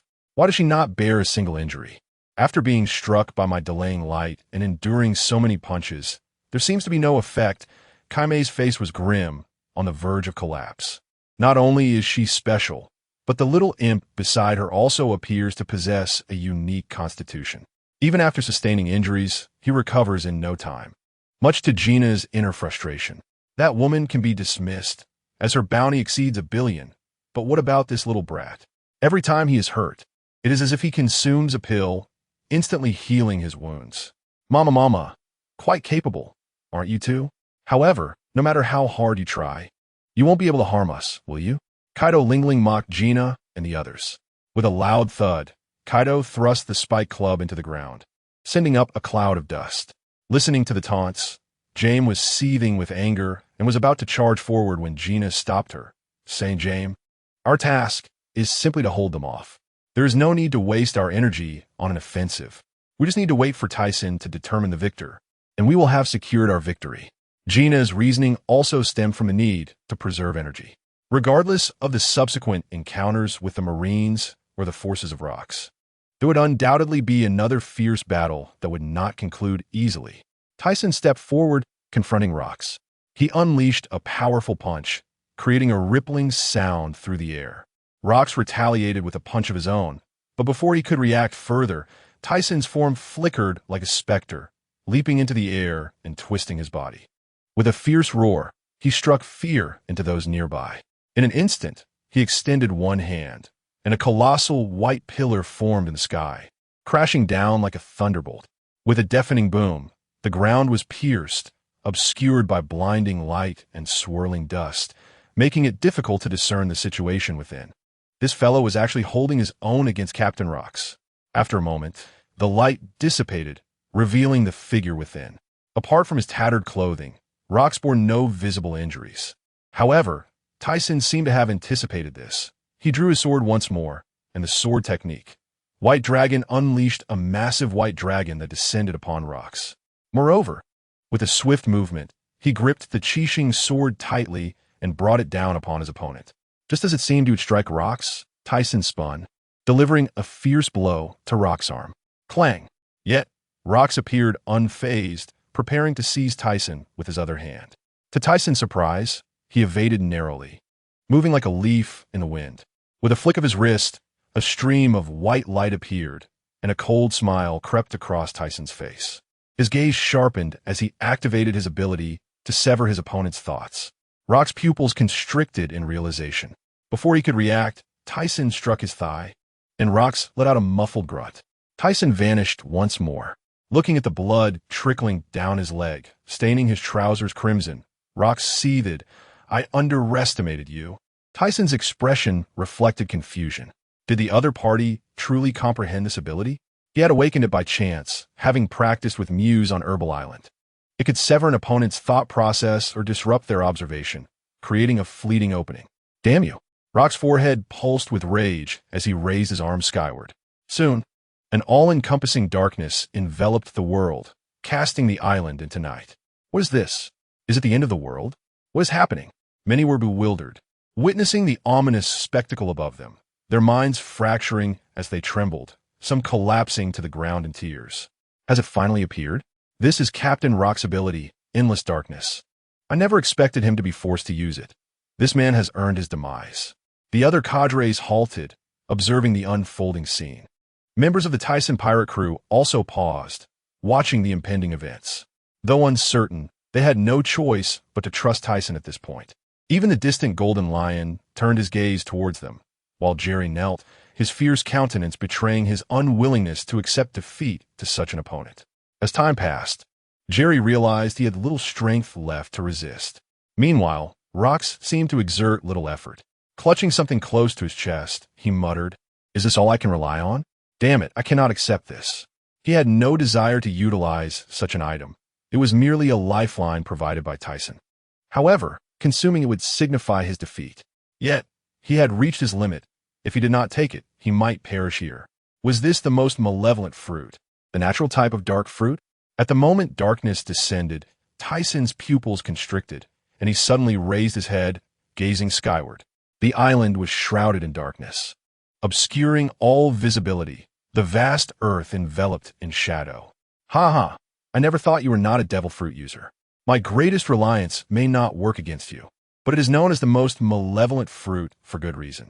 In previous battles, I attempted to devour the white beams emitted by you, only to discover they had no effect. This revelation shocked me, for I could consume attacks from the cadres of the Rocks Pirates and the Marines, yet now it was futile. Furthermore, the gravitational pull meant to affect devil fruit users was rendered ineffective. With this realization, I was startled. You are not merely a user of that peculiar white beam attack, but you can also fly. I cannot comprehend it, but watch. It will devour everything. Though you are not a devil fruit user, my power exceeds mere strength. Black mist surged forth from Rock's palms, gathering into the sky. The darkness not only consumed the island, but gradually extended beyond its shores. Moments later, Tyson felt an overwhelming gravitational force, recognizing it as he weighed himself down, his feet sinking into the ground. The cries of despair and anguish echoed around him. "Captain Rox, what are you doing? We are doomed." As if sensing something, Tyson looked up again. Where darkness had once reigned, a massive vortex resembling a black hole now formed at the center of the sky. This vortex exuded a powerful pull, drawing nearer, threatening to consume all within its reach like a mysterious maw, ready to shatter everything. Tyson exhaled deeply, extending his hands with calm determination. "Limit break," he proclaimed in a deep voice, his palms gradually pulling apart. The peculiar energy within him surged forth, coalescing into a tangible, small white cube. Known for its ability to deconstruct all, today he would see if it could dismantle these dark materials. "Go!" he shouted vehemently, and in an instant, the small white cube propelled itself at an astonishing speed toward the center of the black hole. The overwhelming consumption of chakra rendered him weak, causing him to kneel on one knee. At that moment, as the dust technique was unleashed, the onlookers felt a flicker of hope. Although ephemeral, it seemed to stretch into eternity, sustaining their lives and aspirations. With a thunderous roar, the sky transformed from darkness to light. The small white cube expanded instantaneously into a colossal white block, seemingly infinite, enveloping the darkness within, revealing the sky, the earth, and the people below. They gazed upward, their expressions blank, paralyzed by fear. Gradually, as comprehension dawned, their eyes ignited with fervor, and cries of joy filled the air. Rox gritted his teeth, his eyes seething with rage, yet he endeavored to temper his emotions. How could this individual possibly withstand the black hole's consuming force unleashed by Captain Rox? Any attack from a devil fruit user should be devoured. The members of the Rocks Pirates stared in disbelief at the vanishing black hole and the dissipating dark mist in the sky. Meanwhile, on the distant seas, countless warships filled with Navy personnel observed the unfolding events over Hive Island, their expressions frozen in shock, some even dropping their weapons in bewilderment. Was this a clash between light and darkness? Is this the deity of light? I had initially believed that the Tyson pirates would surely be defeated, as Tyson was a devil fruit user. However, it now appeared that their adversary possessed some form of support. Yet, I refuse to believe this is a divine miracle. It must be a specific type of devil fruit, Steelbone asserted with a tone of certainty that brooked no argument. Marshal, shall we proceed? It seems they are nearly spent, Zephyr remarked, initially taken aback by the scene before him, then turning his inquiry toward Steelbone. Simultaneously, he was astonished by Tyson's progress. 6 years had passed since their last confrontation, and it seemed that even in the new world his opponent had taken the time to accumulate strength, making him a formidable adversary. He recalled Tyson's words 6 years prior on Sabeti Archipelago. If decades from now you still hold such beliefs, I will surrender myself. Those words suddenly resurfaced in his mind.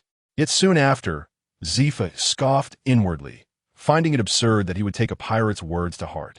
Meanwhile, within the confines of the battle, the thoughts of the other combatants lingered on the previous events on Judicial Island, where Tyson had executed a CP agent with this very technique. However, the scale of the attack just unleashed was undoubtedly far greater than that time, a different caliber altogether. Back on Hive Island, join me, Tyson. If you are willing, I shall grant you the position of first mate. Soon, I will dominate the world and share my ambitions with you. I know you will be intrigued. Rox called out, arms outstretched in invitation, his gaze filled with sincerity. He appeared disheveled, his clothes tattered, and blood trickled from his cheek where Tyson's sword had cut him. It seemed his stamina had waned considerably after such a prolonged confrontation. Having fought for so long, he recognized that Tyson matched him in strength, speed, defense, and Haki. Neither could claim a decisive victory. Furthermore, Tyson's peculiar abilities left him uncertain of his chances for triumph. Tyson pressed a hand against his ribs, bending slightly, blood seeping from his mouth, indicating his discomfort. His black warrior garb was in tatters, exposing his fair skin beneath, complemented by a stoic and handsome visage that could be mistaken for femininity. Yet compared to his appearance over a decade ago, he had transitioned more towards masculinity. In the previous skirmish, he had been careless, allowing Rox to land a blow that fractured 2 of his ribs. However, these were mere trifles. Let us not forget that he possessed pills that could heal his wounds instantaneously, albeit they were less effective against internal injuries. After 3 continuous days of battle, each of their moves had the weight of others' ultimate techniques, and the ground they stood upon on Hive Island was nearly obliterated. At that moment, as Rox extended yet another invitation, Tyson contemplated acquiescing. His dream was to construct a paradise in the sky, which did not conflict with Rox's ambitions, provided he did not interfere with his plans. There were 2 additional reasons. Continuing this conflict could prove detrimental to his companions, who might not withstand the strain, while the Navy awaited the opportunity to exploit their exhaustion. Moreover, he was curious about Rox's true intentions, pondering what could possibly motivate such effort. However, join you? How ludicrous. What I desire is entirely different from your aims. So think again, Tyson declared, his words resolute and unyielding. Although he did not aspire to conquer the world, his dream was to create a paradise in the sky, to be the freest individual. He despised being subjugated, to be the freest of all. He could not be shackled by any entity. Should he join Rox, how would others perceive him? You are so formidable, yet you are still a subordinate? Such remarks were not what he wished to hear. Then you refuse? Rox, who had initially raised his hands and smiled at Tyson, now bore a darkened expression, his demeanor shifting to one of anger. You are correct. If we must continue fighting, I shall oblige, but I trust you will not. The Navy has nearly all its forces mobilized, and you are surely aware of whom they target. He did not believe Rox would persist, as both had exhausted their strength. If they continued to battle, they might be captured by the Navy.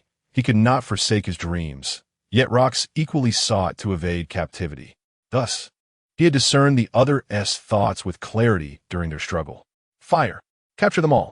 At that moment, numerous Navy warships encircled the island, and the sailors aboard began their assault on the pirates below. Tyson, I will seek you out again. Await my return. Rox's expression darkened as he cast a meaningful glance at Tyson, before turning away. Gina, gather everyone. We must leave. We cannot engage the Navy. As he turned to depart, a diminutive woman, her body jingling with the sound of metal, stealthily approached where he stood, seemingly collecting the bloodstains from the ground in some vessel. He, she chuckled maliciously. Damn it, cursed Navy. Gene Sheetsy's face darkened. Then he regarded Jerry, who had just departed. What had he consumed to heal so swiftly? However, it appeared he had not restored his stamina. In their recent encounter, he had clearly sustained significant injuries. Yet upon glancing back, he noted that Jerry's external wounds had healed, and it seemed even his internal injuries had improved considerably. Though his stamina was not restored, he remained a formidable opponent. And this revelation troubled Gene Sheetsy. On the coastline, Zifa, you confront rocks. Karp, handle Newgate. Sengoku, you take care of the other officers. Admiral says we'll lead some to pursue the Tyson pirates. The reason lies in the prowess of the ability users during the Warring States period, prompting Gongu to directly enlist Zifa as an ally. Meanwhile, they swept through their adversaries with ease. Baloric and Qingjiao led the charge, rendering the obstructing Navy forces utterly powerless. Although the group was nearing exhaustion, dispatching these minor foes was remarkably effortless. They inevitably encountered a few officers, yet under the assault of several of their comrades. These officers were swiftly sent flying. Tyson, having expended excessive energy, was being carried by Mona. His last move against rocks had nearly depleted his chakra reserves. Fortunately, he had not been completely drained, or today could have ended in peril. Nonetheless, he felt his body grow weak, primarily due to the overexertion that left him momentarily disoriented. Indeed, his physical capabilities paled in comparison to the monstrous rocks. As he lay on Mona's back, he slowly raised his head. This scene bore a striking resemblance to events from over a decade prior. Yet now, as he gazed upon his companions forging ahead, he realized he was no longer alone with Mona. Over the years, he had garnered many allies. This thought brought an involuntary smile to his lips. Just as he intended to turn back down, his gaze was drawn to a distant warship. His calm eyes widened in surprise. What is this? Hearing Tyson's sudden exclamation, Mona turned to inquire, while Gina and others nearby also focused their attention. The individuals at the front turned their heads in unison, noticing the unusual silence from Tyson, whose gaze had become somewhat dazed. Puzzled, Mona followed his line of sight. Upon seeing the ship, he stopped in his tracks, and the others, noticing Mona's strange behavior, halted as well. Mona's pupils constricted sharply as he stammered. Geisha? That geisha? Geisha? The others exclaimed in astonishment, their confusion palpable. At that moment, what could one even say? An infuriated Gina, her cheeks flushed, shouted at Mona. They were in a desperate flight for their lives, and here he was, rambling about geishas.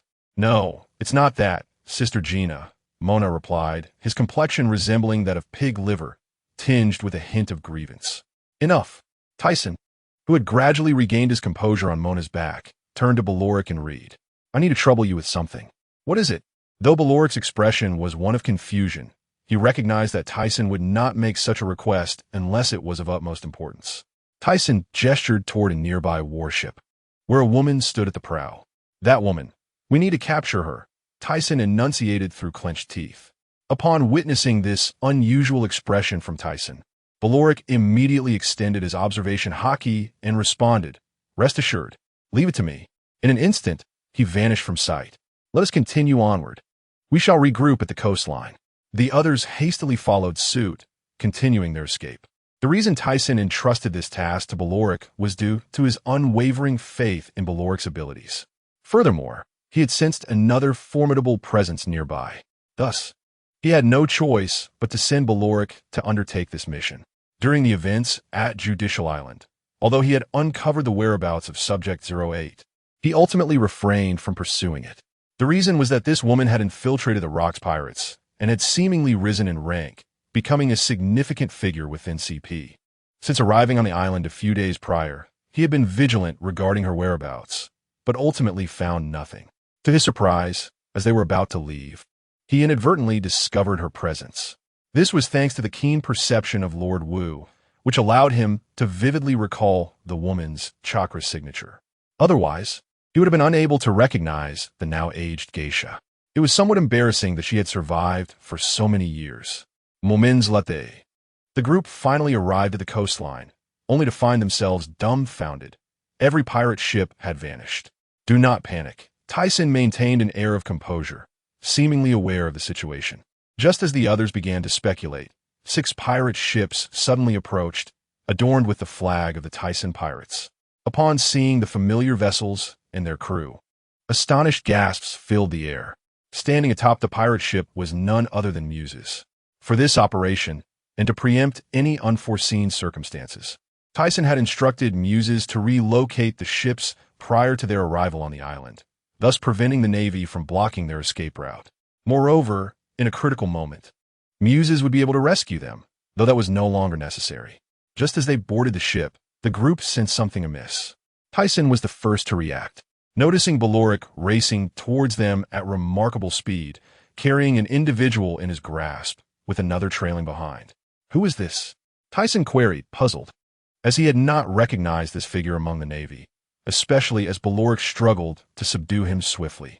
Captain, this is Admiral Sassy, the natural-type Shasha fruit user, specially dispatched by the world government to combat the Rocks pirates, Mogu explained to Tyson. What are your plans for this woman? As Beloric tossed the captured woman onto the deck, the rest turned their attention toward her. Thank you for your efforts, Reed. Tyson expressed heartfelt gratitude, acknowledging that without Beloric's intervention, he might have watched helplessly as the woman escaped. Given that both Qingjiao and Mona were severely injured, completing this task had posed considerable danger. I merely did what was necessary, Beloric replied with a smile. Gina, confine her for now. I am exhausted. I leave the rest to you, Muses. The adversary fears water, Tyson declared before retreating to the ship's cabin, having just battled Rocks and utterly depleted his energy. His principle was to avoid placing himself in a state devoid of combat capability. Otherwise, he might not know how he perished. Captain, let me attend to your wounds. Inoue, since joining them, had ceased to address Tyson as Brother Tyson. The others exchanged glances. Is that so? He is an admiral after all. They were astonished that Tyson instantly discerned the opponent's weakness, yet they trusted their captain's words. Stay right there, Oles. A man with unruly black hair, thick lips, and clad in the garb of a Navy admiral charged towards them, sand swirling around his lower body. Initially, he had intended to gather soldiers to encircle the Tyson pirates. But unexpectedly, someone had incapacitated and abducted the CP woman from his ship. This woman had made significant contributions to the world government and was on the brink of retirement after her undercover assignment within the Rocks pirates. To his dismay, she had been seized by this sudden intruder, and upon pursuing, he encountered Oles. Fishman Karate, gun wave. A water column resembling a water gun suddenly formed in the sea and shot towards Admiral Sassy. Upon witnessing the water gun transform into a massive water column, Admiral Sassy snorted dismissively, gathering a small sandstorm in his palm before sweeping his hand. Suddenly, a colossal sandstorm connected heaven and earth, scattering the water column. General Shaysai, witnessing the enemy's apparent attempt to flee, was poised to launch a direct assault on their pirate ship when he was confronted by an even larger water column surging towards him from sea. With a deft maneuver, he executed a shoulder throw to counter the powerful attack. Muse, undeterred by the previous engagement, immediately plunged into the depths of the ocean, channeling the water to unleash this formidable technique. After a strenuous effort to thwart Muse's assault, General Shaysai, unable to sustain prolonged flight in the air, reluctantly returned to the pursuing warship to continue the chase. This relentless pursuit was proving to be quite bothersome. The naval vessels continued their pursuit while firing cannons. Although their projectiles were deflected, the situation remained quite vexing. Moreover, due to the considerable distance, their abilities were rendered nearly useless, with only a rare few daring to engage directly.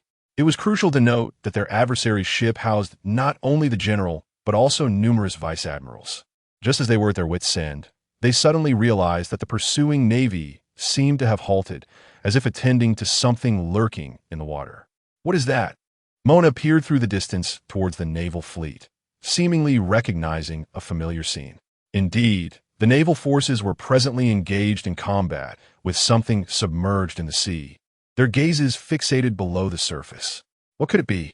Their ship had been breached. Water was flooding in. Quickly, stem the leak. This is a sea beast. The depths are teeming with these creatures. Fire at will. Damn it. Soon after, as the warships suffered severe damage, a creature resembling a turtle emitted a croaking sound.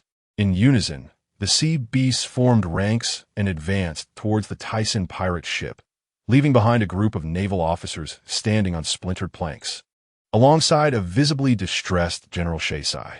3 days later, the journey from Hive Island to Herb Island would only take 5 or 6 hours, a remarkably short distance. Since their return, they had been recuperating. Apart from a few individuals with serious internal injuries, the rest had nearly fully recovered. The atmosphere on Herb Island was filled with joyous sounds as they celebrated a grand feast. Despite the significant losses, over 600 had set out, yet only a little more than 200 returned. Their spirits remained high due to the fierce battle against the formidable Rocks pirates. Moreover, they had not been vanquished, leading many to revel in excitement upon their return. A number of individuals had gained considerable renown from this conflict. Those who were already somewhat famous on the seas were now even more widely recognized. Most importantly, their understanding of their own strength had deepened through this encounter, instilling a firm belief that they would strive doubly hard to improve in the days ahead. Additionally, their bounties had seen substantial increases, with Tyson's bounty soaring by an astounding 1 billion, marking the second time such a dramatic rise had occurred. His current bounty now stood at 2,930,000,000. Other members had experienced increases ranging from tens of millions to hundreds of millions, with the most notable being Qingjiao, whose bounty had skyrocketed to 950 million after demonstrating his capability against the officers of the Rocks pirates. It is noteworthy that prior to this, his bounty had been around 200 million. His newfound notoriety was largely attributed to Tyson's reputation, which had significantly impacted his rise. Furthermore, the most dazzling figure was Berlik. After showcasing his strength, he astounded those at sea. Following the great battle, he even managed to seize a person from a naval admiral's grasp, emerging unscathed. Coupled with his prior victory over Zifa, he now held the second highest bounty within the Tyson pirate crew, just behind Tyson himself, standing at 1,760,000,000. All other members had also seen noteworthy increases in their bounties. He also realized that those who had recently joined his ranks were fundamentally promising. Among them, he was particularly impressed by Duagiluo, a pure martial arts practitioner. According to Jerry, he hailed from the ship family. Although unfamiliar with the ship family, this individual had frequently trained in their family's martial arts amidst the currents of the sea, achieving a level where he could unleash air currents with his punches, resulting in explosive effects upon impact. Previously, his bounty had been 215 million, which had now surged to 415 million, an increase of 200 million. Initially, he had taken down a member of the Rocks pirates with a 400 million bounty, and subsequently collaborated with others to confront John. Next were Bushijia and Gabison. The former wielded the powers of the slow fruit, while the latter possessed the heat fruit, both of which held immense potential. The remaining individuals were tall, robust, and physically capable. As long as they honed their Haki, they would not be weak in the future. After their escape from Hive Island, the Rocks pirates engaged in a fierce battle with the Navy. Rocks single-handedly repelled Zifa and Steelbones, demonstrating an unfathomable strength, while the other officers exhibited remarkable combat prowess, ultimately forcing the Navy to retreat and successfully defending their stronghold. This left him questioning whether Rocks had concealed unknown powers. Additionally, regarding the other officers, he had been slightly taken aback upon learning of this news. It could only be said that the physical capabilities of these officers were terrifyingly formidable. They were not yet at their peak. In a few years' time, their strength might very well allow them to contend with him in battle. On the coast of Herb Island, what is that? A pirate holding a telescope gazed intently at the sea in the distance. A companion approached. What is it? Let me see. Upon receiving the telescope, the individual looked through it, only to have their pupils constrict, eyes widening in terror. The Roger Pirates. The Roger Pirates have arrived. What? Damn it. We just faced a fierce battle not long ago. and now such a formidable enemy is upon us. The pirates' expression mirrored both fear and rage.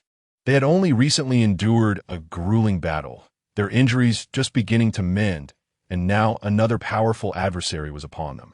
Before long, as the Roger pirates docked, a throng disembarked with Roger sporting a smile. It seems these folks anticipated my arrival and are here to greet us. Don't be ridiculous. It's obvious they're not here for pleasantries, the others retorted sarcastically. GOLD, Roger, what brings you here? Are you here to challenge us? One of the pirates raised his weapon towards them. Even so, the pirate's body trembled, and his pallor betrayed his fear. Although the pirates on the shore were frightened, they too raised their weapons in defiance. I am here to see your captain. Please relay the message. Roger maintained his smile. Having set sail for the New World upon hearing of the conflict between the Tyson pirates and the Rocks pirates, only to find that it had already concluded, the outcome left him utterly astonished. Not only he, but Rayleigh and the others also struggled to comprehend the strength of Oles Tyson. Although Roger had previously battled Tyson, he now felt confident that he would not be defeated. However, upon learning that Tyson had fought to a standstill with Rocks, his confidence waned. Soon, one of the pirates on the coast led a member of the Roger pirates into the villa. They were simply unable to stop them and lacked the courage to do so. Outside a grand villa in the small village, members of the Tyson pirate crew were indulging in a feast, having built this place for their convenience, serving as both their residence and banquet hall. Captain Tyson, the Roger pirates have arrived, shouted the pirate who had just entered the villa in a hurry. Upon their arrival, the eyes of those inside the villa turned towards them. What? The Roger pirates? My apologies for the interruption. As the others began to realize what was happening, Roger and his crew stepped in, maintaining smiles despite the scrutiny. The remaining members of the Tyson pirate crew immediately grew vigilant, their hands instinctively moving to their weapons. Notably, their strongest members were absent. Verilic and Brooke had gone on an adventure, while Qing Jiao had returned to the West Sea. All right, there's no need for concern. Mona stood up, signaling them to relax. You're here to see the boss, right? He is not here at the moment, but I can take you to him. She turned and began to walk away. Roger instructed the others to wait while he followed Mona. Rayleigh, come have a drink. Jerry raised a glass towards him, signaling with a nod. My apologies for the intrusion. At the back mountain of Herb Island, Tyson sat before a grave, sipping wine, the tombstone stained with blood. Old man, if you could see me now, you would surely be astonished, he murmured with a smile, reminiscing about certain cherished memories. The grave held a letter left by Charles, as nothing was salvaged when Rock Island sank. Not a single item remained from the old man. Yet, as the years passed, he found himself reflecting on the past more frequently. Time flies. He was now 29, nearing 30. Following the recent battle, he had carved out a place for himself on the seas, confident that Rocks would not easily provoke him, and the Navy was even less likely to do so. The Navy was preoccupied dealing with the Rocks pirates, leaving them with little time to concern themselves with him. After the confrontation with Rocks, he sensed an enhancement in his strength. The most evident improvement seemed to be the awakening of a new ability in his Kinbunchika Haki, or perhaps it was Haushika Haki, allowing him to disrupt an opponent's focus in battle, momentarily leaving their mind blank and exposing a fleeting vulnerability. This ability was also possessed by Rocks, who appeared to have mastered it long before him. Had he not been careless, he likely would not have sustained injuries. He recalled a moment decades later when Roger faced Kazuki, Odin, and Wano, as Odin drew his sword to attack Roger. His mind went blank until he was struck in the chest, still unaware of what had transpired. This ability seemed to only be ineffective against those with formidable Haki, and one must remain vigilant to avoid falling prey to it. This was his conclusion after the battle, though he remained uncertain of its accuracy. As long as the ability proved useful, that was sufficient, regardless of whether he was right or wrong. At that moment, Tyson sensed someone approaching and snapped back to reality. Boss, I'm heading back now. You all continue your discussion, Mona announced as she escorted the guests, leaving Roger, who looked on with a puzzled expression. His gaze shifted towards Tyson, then he noticed the inscription on the gravestone. What is this? Roger inquired of T Sr. This is my benefactor, my savior, Tyson replied, his eyes fixed on the gravestone. Is that so? My sincerest apologies. Roger's previously cheerful demeanor suddenly turned serious as he approached and sat beside T-Sun, clasping his hands in front of the gravestone in a gesture of respect. Don't dwell on it. It's all from over a decade ago. So what brings you here? T-Sun offered him a bottle of wine. As Roger accepted it, he took several swigs, his expression turning somber. Do you know, T-Sun, after we arrived at Water 7, we discovered that it is not the final island. I was already aware of that. What? Then do you know how to reach the final island? Roger's expression reflected his surprise. T-Sun turned to look at him, a hint of confusion in his eyes. Did you not already know? Not receiving a direct answer, Roger lowered his head and continued. I inadvertently learned how to get there, but I've searched for so long without success. We need to gather 4 red poneglyphs, but currently, I only know of one located on Fishman Island.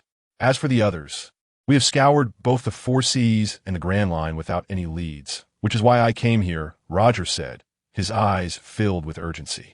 To be honest, I also do not know the whereabouts of the 4 red poneglyphs you mentioned. T-Sun admitted candidly, including the one on Fishman Island. He was only aware of 3, one in Wano, one in Zo, but he had no knowledge of the last.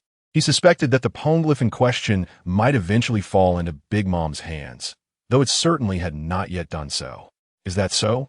Roger's expression fell into disappointment, his mood darkening. Do not be anxious, Roger. In due time, the truth shall surface, and I believe that time is approaching, T-Sun said, revealing an enigmatic gaze. He knew the locations of 3, yet he was not prepared to divulge that information. When the time came, not only would the 4 red poneglyphs be revealed, but even the century-long void in history would become clear. What did you just say? Roger's eyes widened in shock, his expression blank as he felt T-Sun's depth of knowledge now seemed even more inscrutable. Take your time to understand. You have not yet explored all the islands in this world, have you? T-Sun refrained from directly revealing the truth for 2 reasons. First, if he divulged this truth prematurely, it would complicate their future paths. His advantage lay in understanding the direction of the world.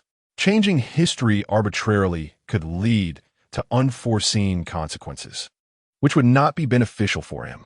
Even if he were to change it, it was not the right time. He lacked the power to dominate this world, and there was still an unknown force in the Holy Land. The second reason was that if he revealed this information too soon, it would not yield favorable outcomes. At most, it would merely hasten the onset of the Great Pirate Era by a decade or 2. This could result in the common people being thrust into chaos even sooner, with men setting sail one after another, thereby exacerbating the situation rather than resolving it. As Roger contemplated T-Sun's seemingly ambiguous words, his mind raced, yet he could not comprehend their meaning. He returned to his quarters and summoned Jingye to his room. Jingye, I would like to entrust you with the construction of Sky Paradise. Are you willing to accept this responsibility? What? Captain, you wish to assign such an important task to me, but I know nothing of this.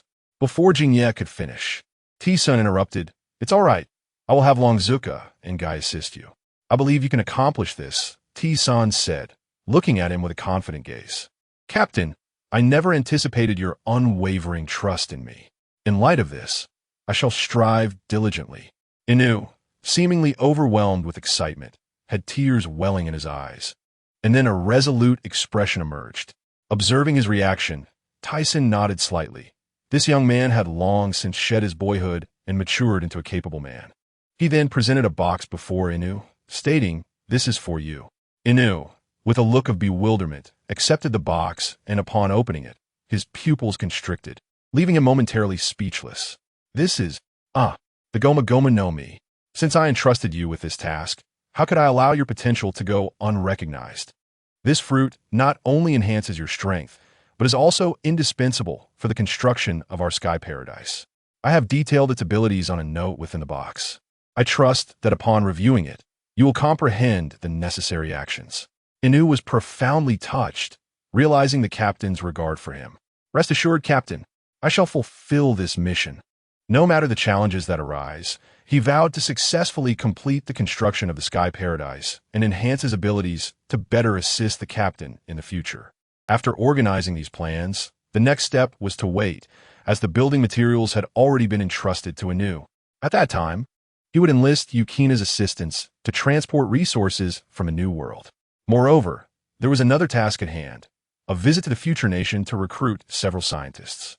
Although he had already acquired 2 architectural scientists, expertise in weaponry and daily necessities could only be secured through scientific minds. The future nation was undoubtedly the optimal choice. He would ascertain the whereabouts of Vegapunk.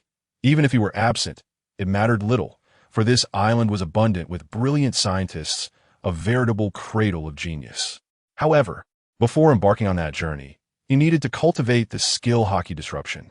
He had named his previous ability Haki disruption, which involved concentrating Conqueror's Haki at a single point to interrupt the enemy's targeting, sending a wave of energy into their mind, thereby exposing a fleeting vulnerability. This revelation had taken him considerable time to grasp.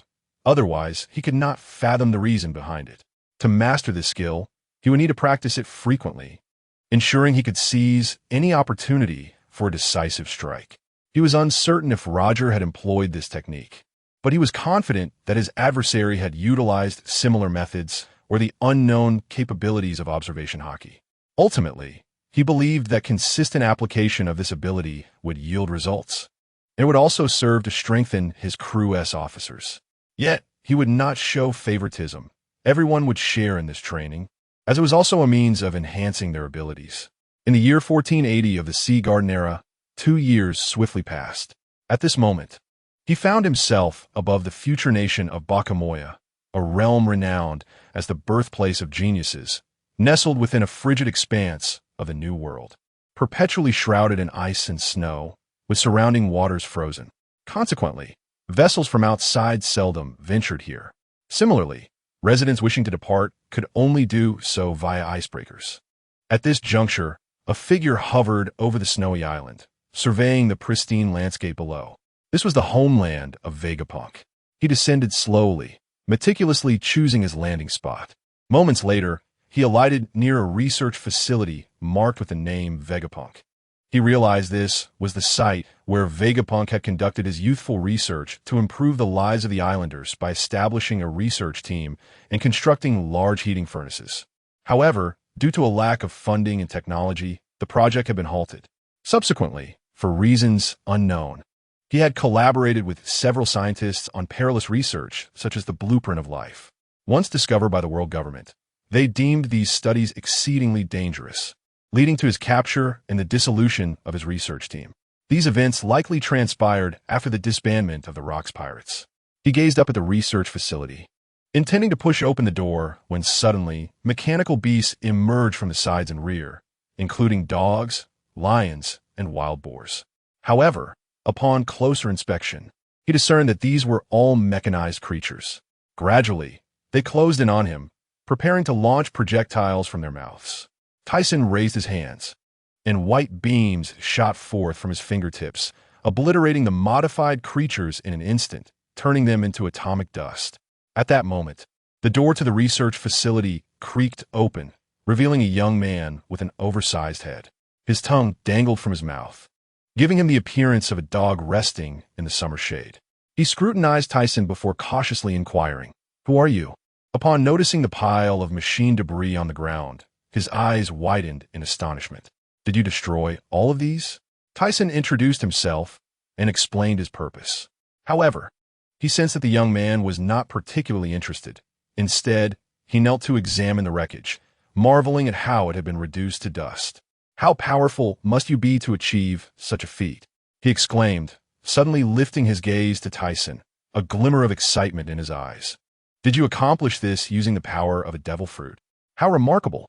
If I could replicate such a powerful attack, it would be extraordinary. Please, allow me to study you." After Tyson had spoken at length, the young man seemed oblivious, at once oblivious to the gravity of the situation, and now presented an absurd request, causing Tyson's expression to darken, veins throbbing on his forehead. "Get lost." The 5 or 6 scientists within the research facility regarded Tyson with curiosity, especially since Vegapunk himself had invited him in. They were eager to uncover the reason behind his visit. To their astonishment, they realized a significant figure had arrived. Their surprise was palpable. Upon learning of Tyson's identity, they were taken aback, pondering the purpose of his visit. "Compared to you genius types, I am but a mere shadow," he remarked, glancing at the rows of instruments and stacks of design blueprints, admiring those capable of creating extraordinary artifacts. After extending an invitation to Vegapunk, he was met with a refusal. Vegapunk replied, "Even if you can provide financial support, I cannot accompany you." "Why not?" Tyson asked, perplexed. Vegapunk needed research, and Tyson had ample means to secure substantial funding, more than sufficient for their needs. Furthermore, the future earnings from the Sky Paradise would ensure it became a luxurious destination, devoid of financial constraints. "I intend to research certain dangerous subjects that will attract the attention of the world government. I need to join them," he explained, pausing before continuing. "Many resources are only available through the world government. I require access to research materials that are strictly prohibited elsewhere, and that place is the world's largest repository of information." "I apologize." Understanding dawned upon Tyson. He had initially hoped to persuade Vegapunk, but observing the fervor in his expression as he spoke of his ambitions revealed an unmistakable obsession with research. "Alas, it seems this journey was in vain. I shall have to seek scientists elsewhere." As he pondered where he might find scientists, Vegapunk continued, "Although I cannot accompany you, you may consult the opinions of those scientists from my hometown. If I desire, I can elevate their technical prowess to match my own. Therefore, if they agree, your assistance would be equally valuable." Upon hearing this, he felt perplexed, yet he resolved to give it a try. After some deliberation, the 5 scientists expressed their willingness to accompany Tyson, motivated by the funding he could provide for their research, along with the assurance of their freedom. Upon learning of the financial support available for their continued research, the scientist's eyes sparkled with excitement. Truth be told, he feared that these individuals might inadvertently cause havoc while conducting experiments in Sky Paradise. Furthermore, he had grossly underestimated Vegapunk's capabilities. Being a user of the Nono fruit, he possessed the ability to transmit information based on his research, enabling him to achieve success even if the others did not join him. By conveying his research intentions through information transmission, the scientists would reciprocate with data. Moreover, they could manufacture the necessary equipment themselves, provided there was funding available. It was also worth noting that he possessed a wealth of knowledge. However, he queried, "Why should I assist you? This is our first encounter." Vegapunk suddenly posed this question. It was indeed a valid point. He had no obligation to help. After a moment of contemplation, Tyson replied, "Many common folk cannot afford the sky's gold. They either become slaves or fall prey to pirates. While I do not claim to be a virtuous person, I aspire to create the freest place in the world, offering hope to all. This requires formidable strength." He articulated his dream, uncertain of its feasibility, yet it was an endeavor he had long wished to pursue. Furthermore, with the evolution of history, the world would undergo drastic changes, and prior to that, he needed to make certain preparations. He cast forth another ambitious vision. After listening intently, Vegapunk regarded him with a stoic expression, and after a prolonged silence, he finally spoke, "Understood. Since it is also for the people of the world, I shall assist you." He then produced a chip-like device from his pocket. "This is an information transmitter I created. If inserted into the robot I designed, it will facilitate information transmission. They can all construct it." Observing the small chip in his hand, Tyson felt an overwhelming sense of disbelief. Was this truly within human capability? This realization seemed to open the door to the long-buried thoughts within him. He promptly took the transmitter. Having initially wondered how these 5 individuals could possess skills comparable to his own, now he understood. "Thank you." "Oh, by the way," Vegapunk interjected, rubbing his palms together, a sly grin spreading across his face, "you mentioned you're not a user of a devil fruit. May I study you? If I could produce a batch of clones like you, it would bring peace to this world. This has always been my hidden aspiration." "Get lost," Tyson retorted, ignoring him. There was no way he would expose his secrets. Only a fool would do such a thing.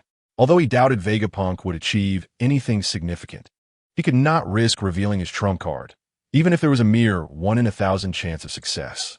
As for Vegapunk's idea of cloning, it indeed resonated with his previous thoughts, but the timing was not yet right. He then took flight with the 5 scientists and some equipment, heading towards Herb Island. Meanwhile, Vegapunk remained in his laboratory, gazing at an array of instruments. He slowly opened his hand, revealing a strand of hair, and with a slight smile at the corner of his mouth beneath his swollen head, he mused, if it isn't a devil fruit, then blood is unnecessary.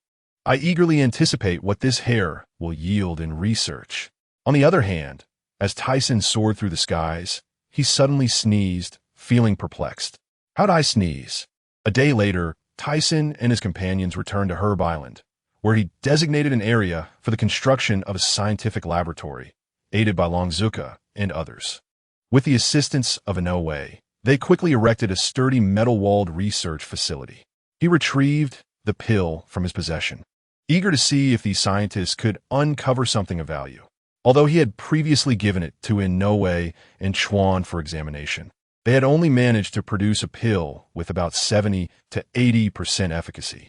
After a brief period of research, the scientists indeed discovered something remarkable. They asserted their ability to create a pill with perfect efficacy, demonstrating their prowess as scientists. Furthermore, through their observations, they believed that this pill could not only enhance physical constitution, but also extend lifespan by 10 to 20 years, which astonished him. While the lifespan increase was modest, he had never anticipated such an effect. It appeared that his earlier assumptions regarding the supernatural elements of cultivation were not entirely misguided. Although they could not identify the primary medicinal ingredient, they were able to achieve the desired effect through drug synthesis. Tyson was thrilled and gave him a thumbs up. This development not only addressed his concerns, but also granted him additional time. However, he reminded himself that such pills must not be used indiscriminately. The previous type of pill could be administered to them, but future creations should be reserved for the higher-ups and those close to him. If everyone consumed them or if they leaked out, it could spell chaos for the world. 2 months passed in the blink of an eye. In a certain sea region of the New World, a woman with short black hair and scant clothing was anxiously commanding the serpentine vessel to quicken its pace. While fending off incoming cannonballs from the sky, she cursed vehemently. She had been pursued for 3 days and was utterly exhausted. Originally intending to return to the earlier sea region, she encountered a naval branch along the way, sinking their warships.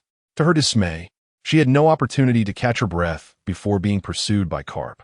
It seemed he was treating them as mere playthings, relentlessly bombarding them as if chasing ducks. Watching him revel in the chase fueled her anger, and she longed to retaliate, but she knew she was no match for him. She was well aware of Carp's strength. As they approached the calm zone, Xiaoqi felt a slight sense of relief. Once they reached the calm zone, even if Carp possessed the strength of an admiral, he would not continue the pursuit. "Ha! Don't think you can escape, pirates," Carp declared as he hurled cannonballs at the pirate ship ahead. Although the projectiles were often deflected, a few occasionally struck the vessel with devastating force. Watching the pirate ship sway and falter brought him great delight. Just as Carp was thoroughly enjoying himself, his expression suddenly shifted as he raised his gaze to the sky. Upon seeing something unexpected, his pupils constricted in surprise, clearly taken aback by the unforeseen encounter. In the sky, a silhouette slowly extended 5 fingers towards him. No, it would be more accurate to say it was aimed at the battleship. With a swift motion, 5 beams of white light shot forth, resembling a magnificent curtain of light, akin to twinkling stars cascading from the heavens. "Tyson, you bastard! How did you end up here?" Carp's eyes gleamed with fury, his expression grim as he bared his teeth. He leaped into the air, his fists enveloped in a glossy hue of Haki, striking at the descending beams of light. However, due to their scattered trajectory, 2 of the beams passed right by him. With a resounding explosion, the ship erupted, and the entire battleship began to sink. Since Tyson had targeted the lower edge of the vessel, no Navy personnel were harmed. Help! The sailors, struck and plunged into the sea, could only swim towards the shattered deck, lacking any foothold. Meanwhile, Xiaoqi, poised to enter the comm belt, was startled by the sudden explosion behind her.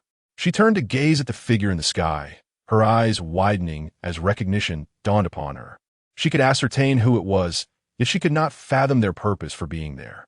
"Tyson, you bastard! What on earth are you doing here?" Carp exclaimed, witnessing the destruction of the battleship below. "I'm under no obligation to answer you. Farewell." Tyson had been waiting on Herbal Island for those scientists to produce the pills. He intended to return to Daughter Island, having not seen Nero for a long while. He wondered if she would complain about his absence. Reflecting on their prior parting, where he promised to visit often, he realized it had been over a decade since he last returned. If he delayed any longer, they would both grow old. You scoundrel. Do not think you can escape. Clarify your intentions.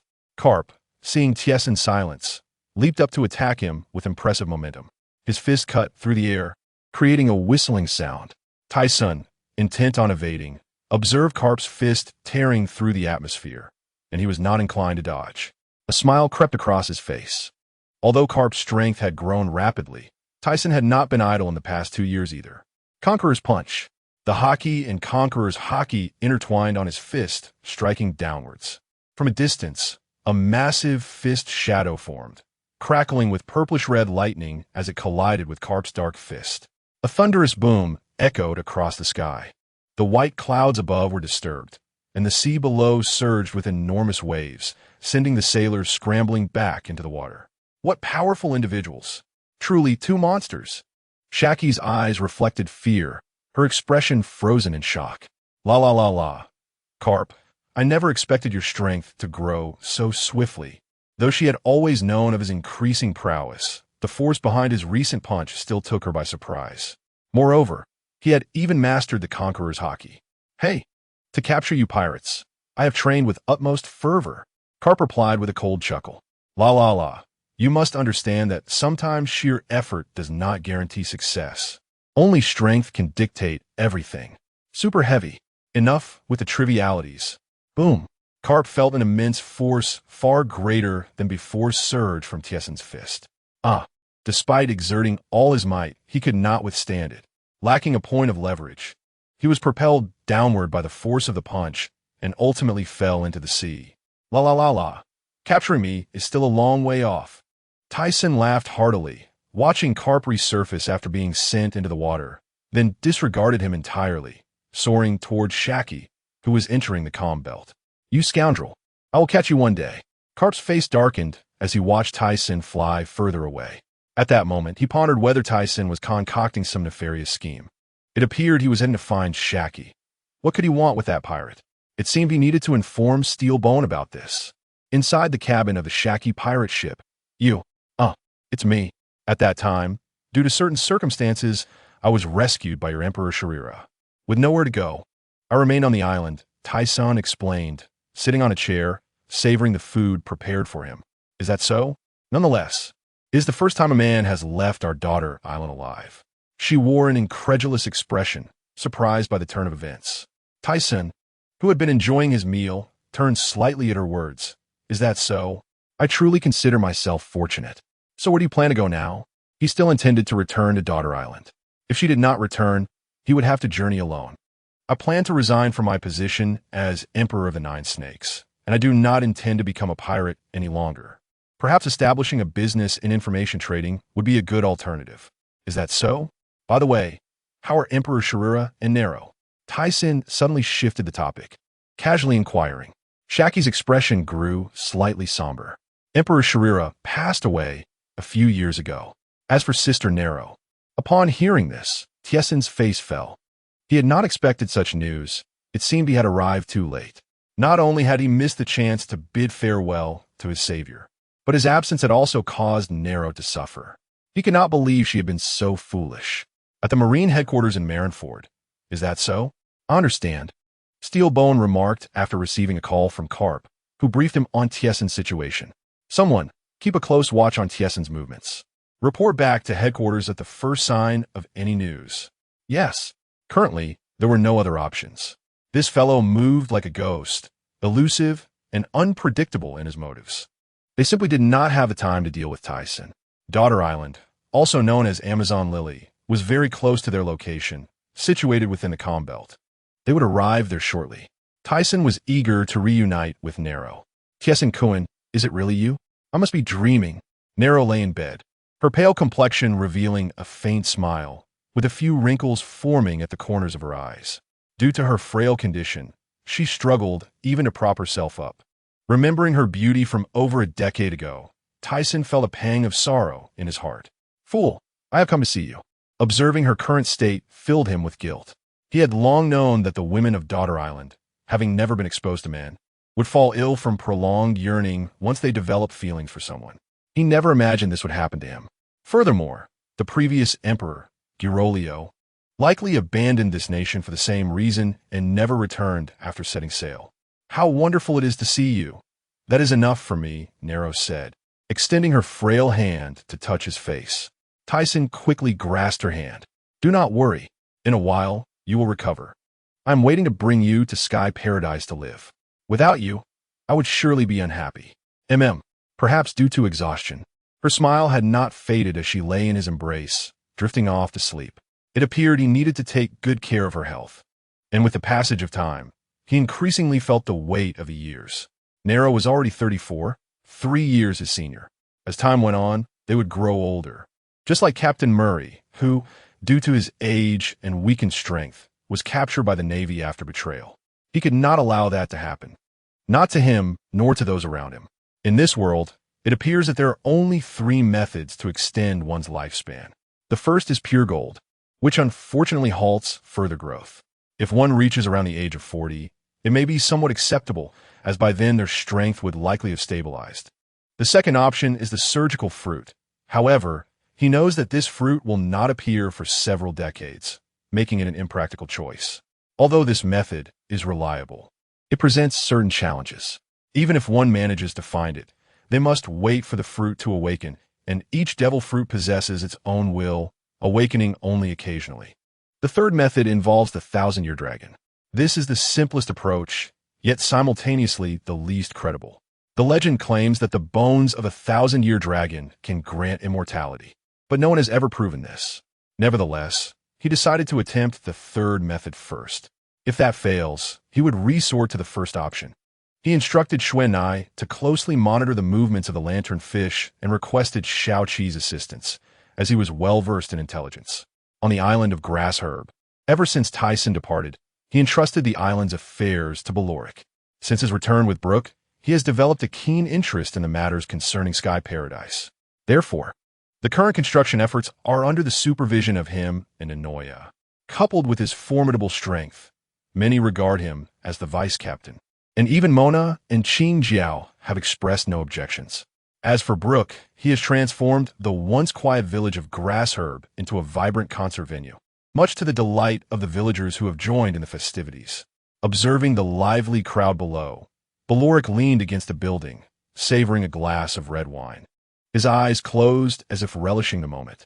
Suddenly, he opened his eyes wide, turning towards the coastal entrance with a wicked smile. To his surprise, a visitor had arrived. A foreign pirate ship anchored at the coast of Grassherb Island. The usual lookout scouts were now lying injured on the ground, with one seemingly barely conscious. He trembled as he lifted his head, his gaze fiery as he glared at the culprits who had harmed them. You bastards! Daring to lay a hand on the crew of Captain Tyson. You will pay dearly. Captain Tyson will not spare you, he exclaimed before collapsing due to his injuries. Huh? How could I possibly fear that man? Vald questioned, looking at the man beside him, who was bound in chains. Ben Jack, appearing somewhat puzzled and pale, glanced at Vald. Alongside them were 3 others who, while also uncertain about Vald's actions, would not dare to defy their captain's orders. At that moment, Vald turned and said, Brother, I merely wish to spar with that fellow. Rest assured, I have no intention of taking his life. With that, he prepared to advance further. Ben Jack, who was still attempting to dissuade him, fell silent upon seeing Vald's expression that suggested he already knew his objections. However, after taking a few steps, Vald suddenly halted. Sensing something, his eyes widened as he gazed ahead, and his companions followed suit, eyes agog. Before them stood a figure clad in red, exuding an unsettling aura, brandishing a parasol sword and performing an elegant flourish in the air. You're the Red Count? Vald recognized him instantly, recalling the obvious features and having seen the wanted poster before, which allowed him to maintain his composure. Yet, upon sensing the man's aura, he realized this individual was indeed formidable. Bonnie Vald, what brings you here? If you seek to challenge Captain Tyson, I can accommodate that now. This little village is quite the merry place. It would be best if you refrain from interrupting. Vold scoffed. How bothersome. Nevertheless, I shall first defeat you before proceeding. With a cold smirk, he set Ben Jack down and fixed his piercing gaze upon Beloric. As the pirates refused to retreat and opted for confrontation, Beloric felt a rush of excitement. Having been preoccupied with the construction of Tian Long Paradise alongside Anoia, he was eager for a diversion. Thus, the arrival of the Vold pirates was a welcome distraction. Soon, the two engaged in battle. During the fight, Beloric clearly sensed Vold's impressive prowess, especially his mastery of Haki. At this time, Vold was not yet renowned across the seas, but his strength was undeniable. His anonymity stemmed from their initial focus on adventure, and with Ben Jack's guidance. Even if he was not well known, he was indeed powerful. Notably, in Vold's later encounters, he would attract the attention of renowned figures such as Karp and Sengoku, indicating his strength. However, through their clash, it became apparent that Vold had not yet acquired the Momo fruit, significantly diminishing his power. He was also at a disadvantage in Haki, rendering him incapable of matching Beloric's skills. After several hours of combat, Vold fell to the ground, blood spilling from his mouth, his eyes bloodshot and filled with resentment and anger. If you cannot defeat me, how could you possibly stand against Captain Tyson? Beloric remarked, wiping the blood from his parasol sword before turning to leave. He believed Vold would recognize his own limitations and cease his futile struggle. Upon hearing Beloric's words and reflecting on his own actions, Vold felt a wave of shame wash over him, mixed with anger at his own weakness. Vold, Ben Jack approached cautiously, concern etched on his face. The others rallied around to offer comfort. Damn it! Vold ignored their reassurances, his mind consumed with thoughts of his earlier actions and Beloric's words. Ultimately, overwhelmed by frustration, he coughed up more blood and collapsed. Vold, Ben Jack urged, quick, carry Vold. We must leave. Back in the village, Mona and Jerry exchanged indifferent glances as they saw Beloric return unscathed. They were aware that trouble had arrived. But Beloric's enthusiasm was so palpable that they refrained from intervening. As they watched him excitedly head towards the coast, they chose to focus on their own training and recreation, pondering the remarkable but enigmatic steward Tyson had found. 1 month later, on Ruskina Island, Tiesenkoen, I have arrived. Come forth. As soon as he saw Nai Luo swing her fist, a wave of air surged towards him, prompting Tyson to raise his hand in defense. Then, his body turned with an almost ghostly grace as he flicked his fingers against her forehead. A crisp sound resonated through the air. Ah, that hurts, Nai Luo exclaimed, covering the spot where she had been struck with her delicate, snowy hands. You really need to train harder, Nai Luo. You can't continue like this. Since his arrival here, he had devoted the last month to helping her recuperate, and her body had returned to its former state. Moreover, after providing her with a medicinal pill, he felt a pang of sympathy as he watched her endure the pain upon ingestion. However, the results were undeniably maximized, and she now appeared even more youthful than before. Reflecting on this, he acknowledged that the pill indeed had the power to extend one's lifespan. This particular pill not only possessed the ability to cleanse the marrow, but also maintained one's youthful state. Considering this, he realized that he had not changed significantly in appearance over the past decade, only appearing more mature than before. This discovery had brought him considerable delight. Thus, he decided to wait and observe his bodily functions. Should they decline, he would seek methods to prolong his life. I'm not inheriting a kingdom or sailing the seas. Why must I be so formidable?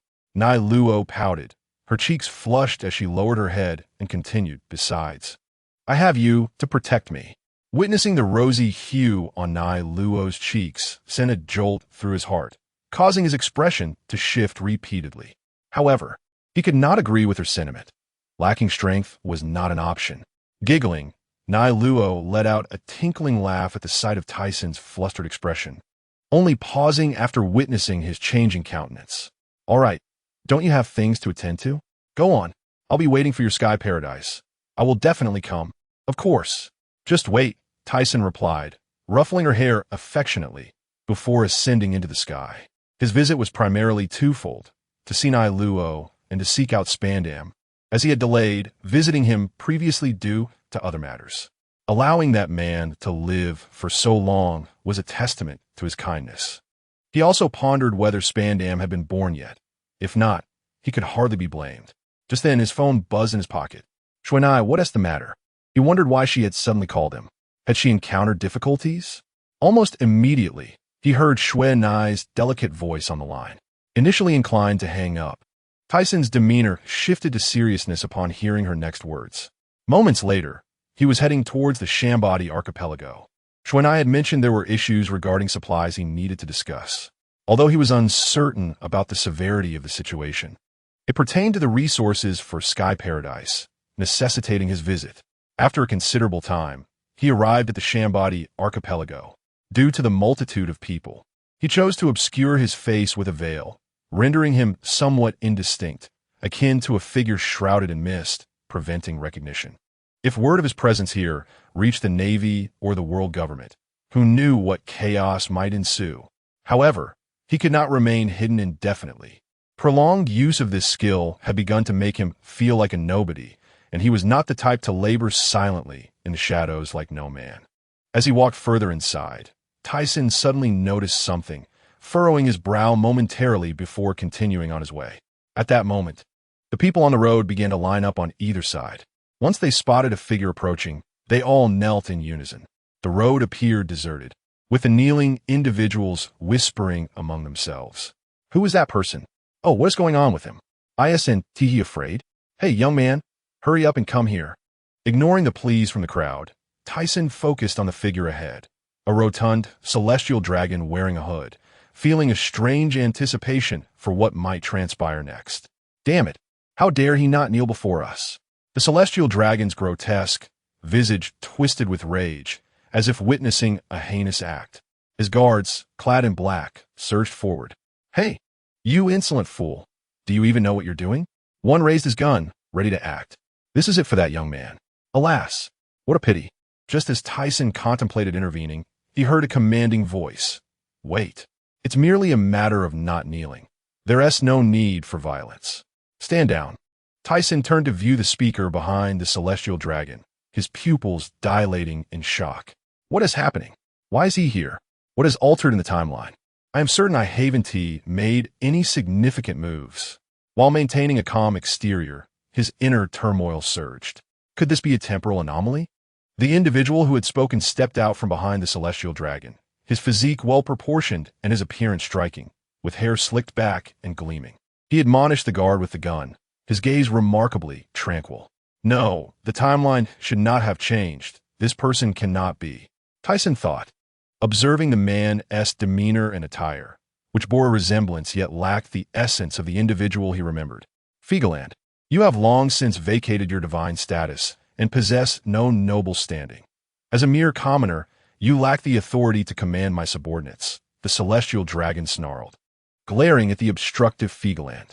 I have yet to formally depart from the royal domain. Strictly speaking, I still retain my rights. The red-haired man named Figaland turned his gentle visage towards Tyson, his voice resonating with clarity and kindness. Figaland, Tyson murmured, a smile creeping onto his lips as he advanced towards the celestial dragon. He walked past the wide-eyed, agape expressions of the celestial dragon and the others. As he brushed by, Figaland's eyes sparkled with surprise, observing Tyson. Just as Tyson crossed the threshold, the celestial dragon appeared to choke, struggling to produce sound. Yet, his facial expressions conveyed nothing but fury. Seize him. As he attempted to issue orders to capture the audacious man and subject him to torment, his pupils turned white, his body faltering, and he collapsed to the ground. What is happening? The remaining guards, about to voice their confusion, suddenly felt an ominous aura envelop them, their minds blanking out as they fell unconscious to the ground. What is going on? Why is this happening? The celestial dragon has been attacked. Run. The civilians on both sides erupted into chaos, fleeing in various directions. Meanwhile, Figaland stood frozen in place, his gaze filled with dread as he watched the retreating figure vanish. Dressed in a crimson cheapao, Shuenai leaned her voluptuous upper body against Tyson, her lips almost brushing against his face as she murmured, "Oh dear. It's all right, isn't it?" He turned his head aside and lifted a cup of tea from the table, drinking it in one swift motion. Now, let us discuss the matter at hand. What is it you wish to convey? Upon Tyson's inquiry about the serious topic, she ceased her previous queries, straightened her posture, and began to address the issue. After a brief pause, he remarked, "I see." He had anticipated that she would share something of great significance, but it turned out to be merely trivial matters. In essence, individuals from the world government had infiltrated the underground world, seeking to gather intelligence on Xuanai's underground enterprises. This was a situation she could have resolved herself. However, she was concerned about potential conflicts with the world government or inadvertently alerting them, which is why she sought Tyson's counsel. Immediately, Tyson rose to his feet. "Since you can handle this, do not hold back. Should anything arise, I am here to assist you. The world government does not intimidate me, so feel free to act decisively." With that, he vanished from sight, only to reappear in the sky. Xuanai gazed upward, her cheeks flushed as she cradled her face in her hands, exclaiming to herself, "This man grows more handsome by the day. What am I to do?" A day later, as the Navy and the world government speculated about the identity of the troublemakers on Shangbodi Islands, an unnamed isle within a secret base, a soldier knocked on the office door, inquiring, "Commander, are you still dining?" When silence ensued, he pushed the door open, only to be met with a sight that sent chills down his spine. The commander was dead. The impending succession of Spandane as the new chief of Judicial Island raised questions about the identity of the perpetrator. The white-bearded elder furrowed his brow, pondering if the culprit was connected to the chaos on Shangbodi Islands. It seemed implausible. The journey between the two locations would take at least 6 days by cruiser or warship, ruling out the possibility of a single assailant. As the others remained contemplative, a golden-haired man declared, "Allow me to investigate this matter. Ultimately, we must provide an explanation to the Spandane family."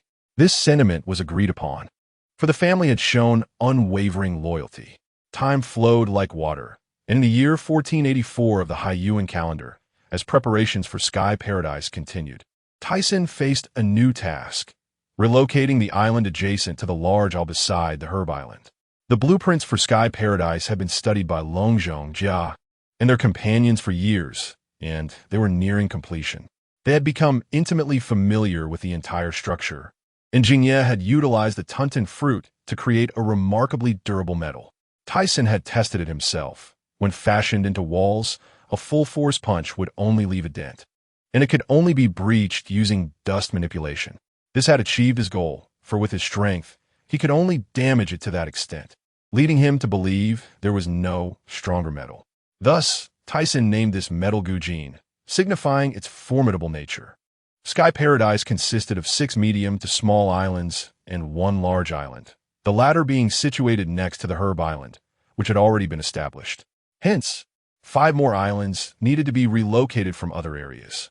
Although he had options, he had attempted this feat 4 years prior, managing to lift a small island by reducing its weight. However, he had yet to try lifting a medium-sized island and was uncertain if his current strength would suffice. Therefore, he resolved to attempt it. Soon, he arrived at the island of Shujio, once ravaged by the ruthless Rocks pirates, and later avenged by Mana, leading the surviving Shujiang to swear allegiance to him. Before departing, he had gifted them the scorpion fruit obtained from the heavens. Uncertain of their current status and the state of the island, it was time to consolidate their efforts.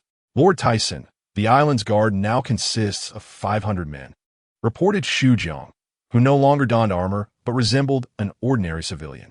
This island had once been a small nation, home to tens of thousands.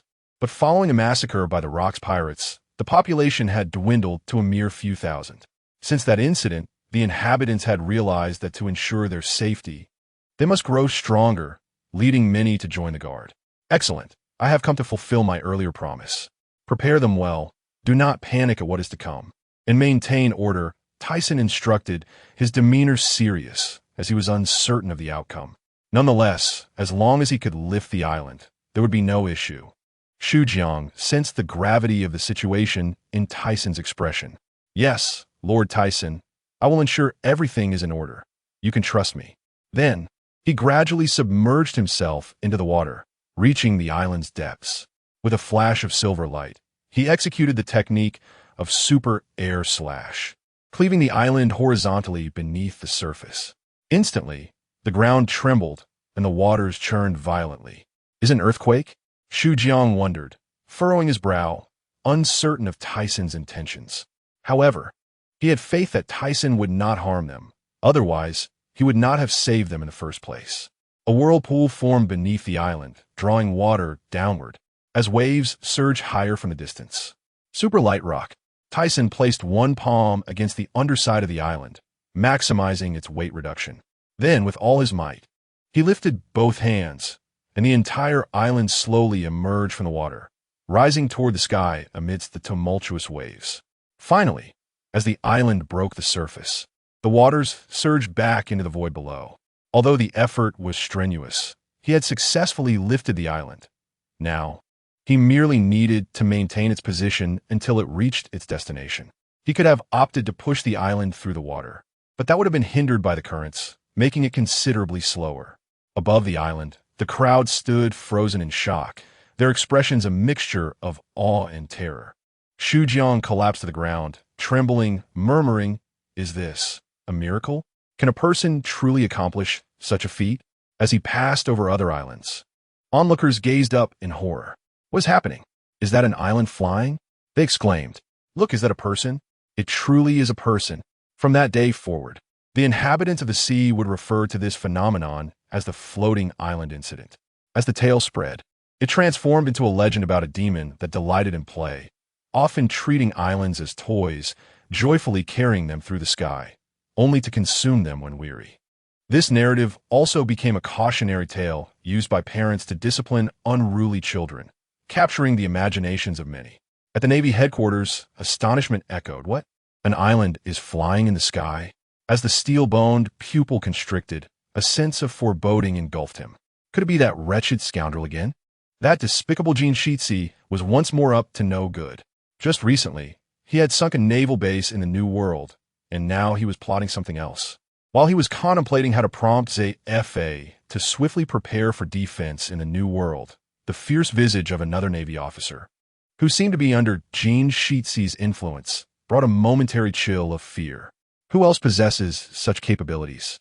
Indeed, aside from Gene Sheetsy, no one could suspend an island in the sky. Moreover, they had dealt with that character numerous times. It appeared to be the Radiant Emperor, AO Air CT Sr. What? When did he acquire such power? Steel Bones' expression darkened. He had no desire to dwell on these matters any longer. When T-Sen's new abilities first manifested, they had exerted considerable effort to deduce what kind of power it was. Yet before long, a new ability had emerged. Could it be that the opponent could consume multiple devil fruits? That was sheer nonsense. Meanwhile, on a large island adjacent to Chao Yao Island, members of the T-San pirate crew gathered, their heads raised towards the sky, eyes wide with disbelief. The boss has succeeded. It was truly astonishing. No wonder he could stand shoulder to shoulder with the likes of rocks. Baluolike displayed a sinister smile. As he gradually lowered the island, he had completed approximately 3/7 of the grand design for the paradise. For more islands remained, and T-San replicated his method, subsequently bringing over the Fruit Island and 3 nearby, smaller islands. To aid memory, he named the Nameless Islands, thereby indicating what future constructions might entail.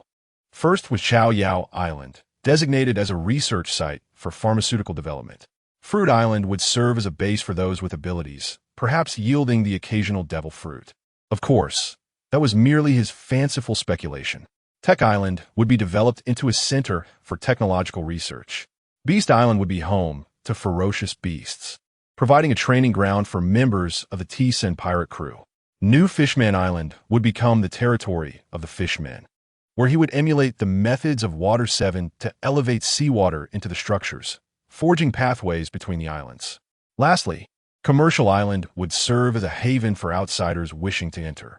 They would register and undergo inspections before gaining access, with long-term residents required to obtain residency permits, which would necessitate assessments to acquire. When Commercial Island would no longer accommodate such a multitude, additional housing could be constructed on the remaining islands. This outlined the overarching direction for constructing T-Sun's paradise, with a central large island designated as the main urban area, akin to a future golden city, albeit with subtle differences. He certainly did not wish for it to become a chaotic den. The task of constructing the paradise will be entrusted to the two of you, T-Sun remarked, glancing at the admiration etched on Jing Ye's face, and smiled faintly at Ba Luo Li Ku.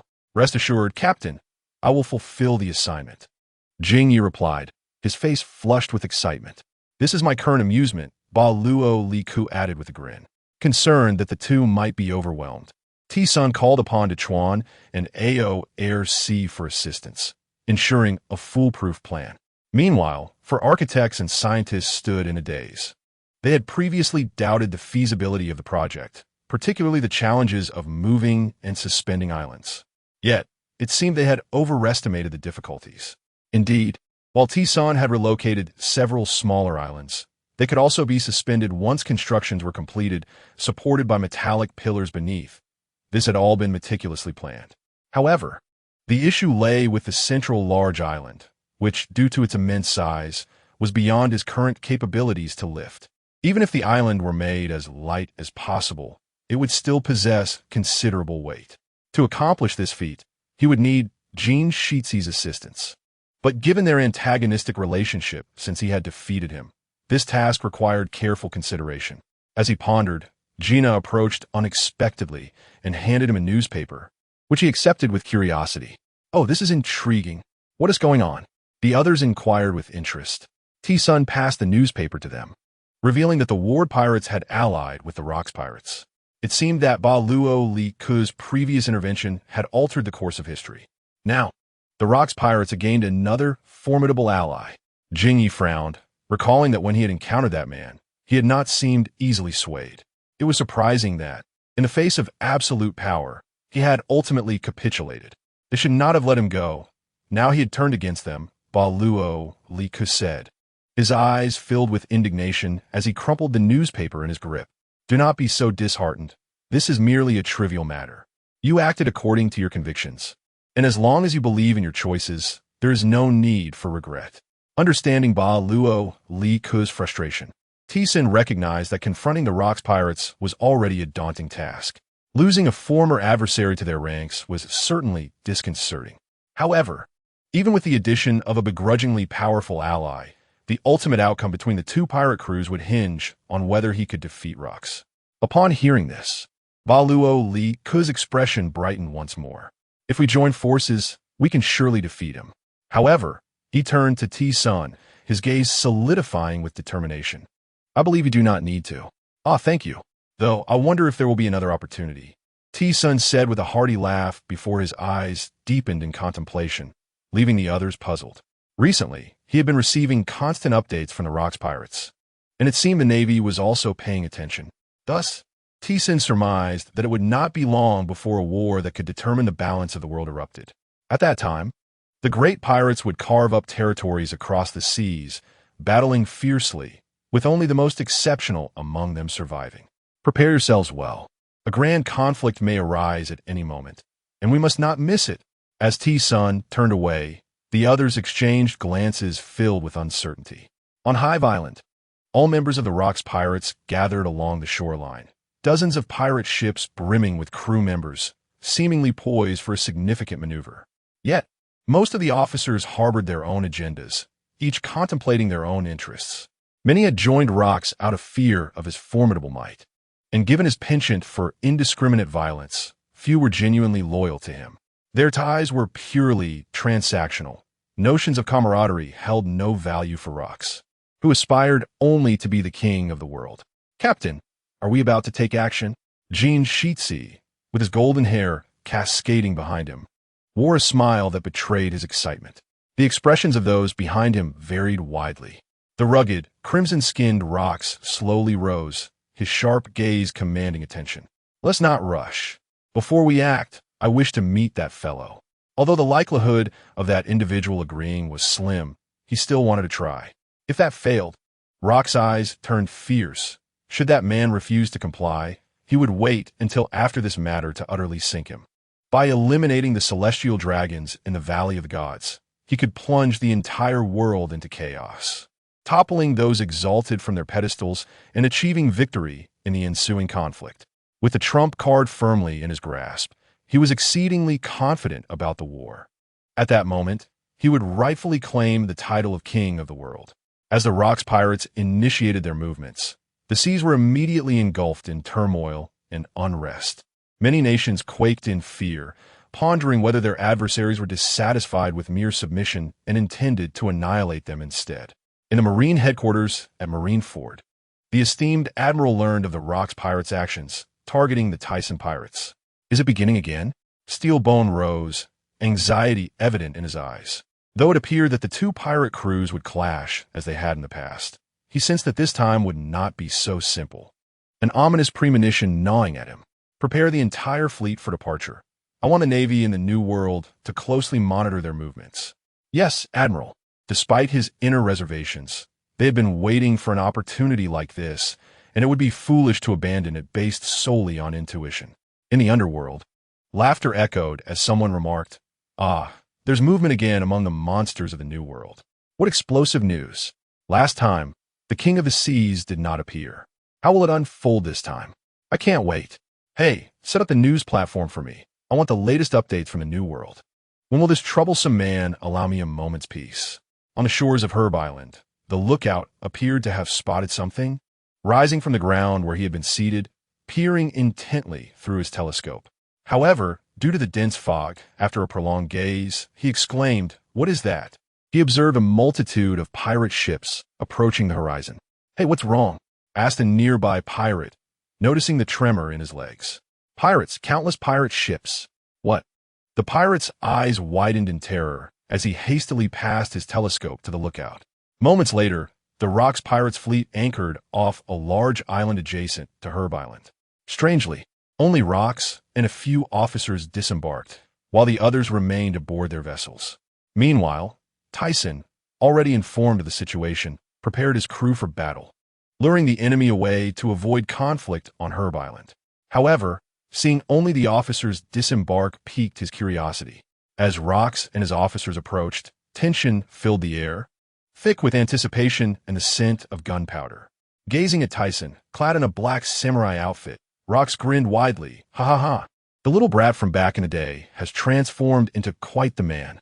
An ominous aura permeated the atmosphere, and after a brief pause, he continued, "Thus, you relics of a bygone era should retire. The title of King of the Seas belongs to me now." "Ha ha ha. You dare to say such a thing?" The sudden interjection from the Golden Lion elicited an expressionless glance from Tyson, who retorted, "You, a defeated foe, should remain silent. Can't you see I am conversing with your leader? You." The Golden Lion's face flushed with anger, nostrils flaring, but he was interrupted by Rocks. "Enough of your prattle. I have matters to discuss with you." As Rocks attempted to reveal his intentions, he suddenly noticed Tyson brandishing his sword. "I know what you wish to say, Rocks. While I also harbor disdain for the world government, my methods diverge from yours. Thus, you and your men may leave. Together, we could seize this world." Rock's presence surged with intensity, causing the air around them to ripple, compelling others to retreat. "I have my own methods. You despicable scoundrel." The clash of fist and sword reverberated, altering the very essence of the surroundings, the ground crumbling, clouds swirling, as onlookers gazed skyward, witnessing crimson lightning bridging the earth and the two combatants. Is this truly futile? Observing Tyson's resolute demeanor, Rock's eyes blazed with ferocity. "Damn you, prepare for death." With that, he turned and departed. The earlier tumult had arrived and dissipated swiftly, almost like an illusion. Watching Rock's retreating figure, Tyson furrowed his brow. This man likely had no inkling that he might not return alive. Suddenly, he felt a stirring within, recalling how he almost acquiesced in that fleeting moment. Why not agree? Sensing Tyson's emotional turmoil, Berlik inquired. As the Rocks pirates began to sail away, Tyson turned to him. "The world government is far more complex than you realize. If cornered, they could obliterate us. You seem to possess some knowledge." Noticing Tyson's silent smile, Berlik refrained from pressing further. "Although we shall not ally with the Rocks pirates, I can still partake in this affair. Our goals merely differ. While he seeks to eliminate those swine, I am solely interested in the treasures within. Indeed, the construction of Sky Paradise requires substantial funds. Our budget is nearing depletion. Nearby, in the waters not far from the island, Steel Bones' eyes express confusion. What is happening? Why have they suddenly retreated? Admiral, could it be that they have reached some agreement? Upon considering this, Sengoku's eyes widened in realization. Could they be collaborating? Damn it! Steel Bones' fist shattered the bulkhead, his gaze fixed intently on the retreating Rocks pirates.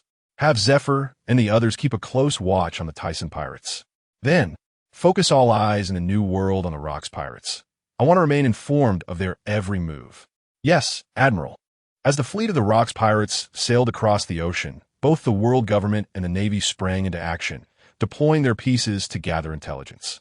Given Rock's evident secrecy regarding this operation, aside from select few officers, the majority remained in the dark, leading to mounting anxiety. 3 days later, at Mariehua, the 5 elders received alarming news. From the movements of the Rocks pirates, it appears their target is the Valley of the Gods. What did you say? The 4 elders, previously engrossed in their own affairs, sprang to their feet, their pupils dilating with alarm upon hearing this shocking revelation. What on earth is happening? Is this information credible? A golden-haired man stepped forward, addressing a visibly shaken CP agent. The information is confirmed, relayed from piece number 01. Should this prove true? The golden-haired man began, but was abruptly interrupted by another elder. This is dire. Nizar Saint and that fellow Figaland are heading there. What if they encounter each other? This is troubling. Despite their previous vexation over Figaland's actions, they recognized that his clan was among the few remaining rational factions. They could not afford to perish so easily. Not only that, but there was a possibility that Nizar Shung might also be implicated. Although we had made some preparations earlier, it turned out that the world government had long harbored suspicions. Consequently, they had relocated a portion of the inhabitants from the Valley of Gods to Mary Geos at the earliest opportunity. However, the dilemma lies in the fact that there are still some celestial dragons within the Valley of Gods who are unwilling to leave, which is why there is such panic. What should we do? Should we consult the Master? No, the primary objective now is to thwart them. I suggest we immediately notify the Navy and deploy all CP agents. We must intercept them and prevent them from approaching that location. Yet, at this moment, no one could halt his advance. As he spoke of his strengths, the other 4 elders fell silent. Just then, a man with golden hair spoke up. I propose we unite Roger and Tyson. Let them confront Rocks. We can afford to pay a price for this. I concur, and Tyson's strength is certainly on par with that of the opponent. Let's act swiftly. To be on the safe side, I shall personally undertake this mission. The bespectacled bald elder suddenly rose, wielding a seemingly ordinary long sword. However, the careful manner in which he held it indicated its extraordinary nature. Agreed. Seconded. Previously, when the elder with glasses expressed a desire to take action, they had disagreed. But now they spoke in unison. If their subordinates were to witness this urgent scene, they would surely be astonished. In a certain maritime region of the New World, rest assured, we have already set sail. Gagia, how long will it take to arrive? We will reach there in 3 days. The journey from Herb Island to the Valley of Gods requires at least 4 to 5 days of navigation. Yet they can reach their destination from the Red Line in just 3 days, thus time is of the essence.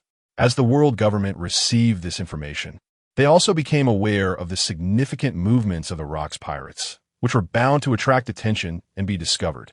Moreover, the Navy had been closely monitoring them. Due to the gravity of this situation, the Navy was mobilized entirely. Admiral Steelbone, Admiral Zifa, Admiral Sengoku, Admiral SARS, and also the approaching Garp. In another sea area of the New World, the Roger pirates, in a state of anxious navigation, suddenly noticed that Garp had not caught up with them. Thus, everyone let out a sigh of relief. This guy is too troublesome. At that moment, they seemed to sense something and were preparing to take action. Hold on, GOLD. Roger, I am here on behalf of the 5 elders to discuss matters with you, proclaimed a man in a white mask.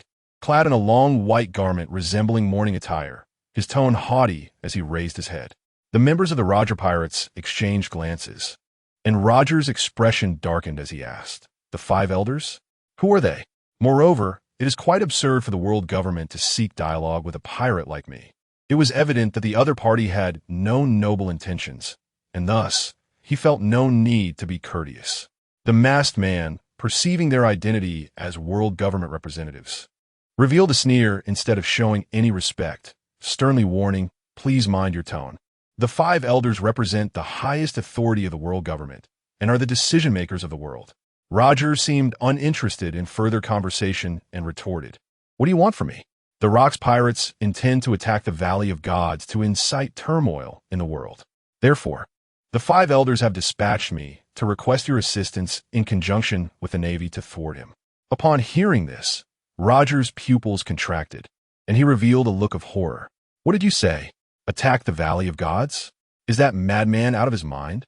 The other members of the pirate crew also appeared stunned, unable to comprehend. If war were to break out, countless lives would be lost.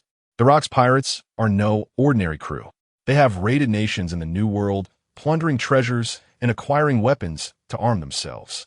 They are not merely pirates on the surface, and their hidden strength is even more formidable.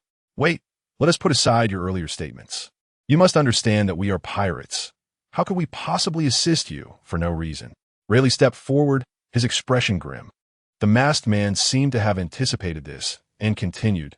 The five elders have stated that, in exchange, you may put forth some requests, though they must not be excessive. Ultimately, Roger did not wish to see the world descend into chaos. He had his own methods and thus agreed to the other party's request. Meanwhile, aboard the Mice Mouse, Tyson had already received word and was unwilling to miss out on this thrilling battle, which would also serve as the ultimate showdown against Rocks. As an adversary, he commanded respect, and, at the very least, he owed it to him to pay his respects. Furthermore, the treasures within the Valley of Gods had long piqued his interest. This time, apart from Tokugawa, and Aruz, he brought along the rest of his cadres, for unforeseen events could arise. Although he feared no one at present, caution is the mother of safety. Lying at the bow of the ship, Tyson suddenly opened his eyes. "Tyson, a ship has approached ahead. It appears to bear the insignia of the world government. Shall we attack?" "No, let us see what they are up to." He had no faith that they would dare to attack him. Firstly, it was a critical time, and secondly, even if they wished to apprehend him, they cannot do so with just one ship. As the vessel drew near, it came to a halt. "Old Tyson, I am from the world government's five elders." Before he could finish, Tyson impatiently interrupted him. "State your intentions directly. I have no time to listen to your nonsense." "You." Although the other party wore a mask, one could imagine the look of disbelief on their face. Just as this person was about to become enraged, they were stopped by a companion, reminding them that focusing on business was paramount, as they had little time left to complete their mission and return. "The five elders have commanded me to request your assistance, in conjunction with the Navy, against the Rocks pirates, who are attacking the Valley of Gods to incite upheaval in the world." "Oh, I see. But what does this have to do with me?" Tyson straightened up, resting his chin on his hand as he regarded the masked individual. "Old Tyson, do not be so arrogant. You must understand who you are dealing with." The masked man seemingly could no longer contain his anger, shouting loudly. A flash of white light crossed the scene. You." The masked individual stumbled as he looked down to see his body pierced, collapsing straight to the ground. He actually attacked. "This bastard, Old Tyson, do you wish to oppose the world government?" Another masked figure observed in fear as their companion had taken action. They instinctively stepped back, having not perceived any forewarning of the attack. "Enough of this chatter. If you do not wish to die," Tyson glared sharply at the individual. "The five elders have stated that as long as you can act, you may propose some requests." Witnessing the impatience of the other party, the masked person hastily replied, "If you want me to act, it is simple. Acknowledge the autonomous status of Sky Paradise, free from your control, and your personnel, including the Navy, are forbidden from entering there." Subsequently, Tyson laid out his demands. Though he held little hope, he felt it was worth a try.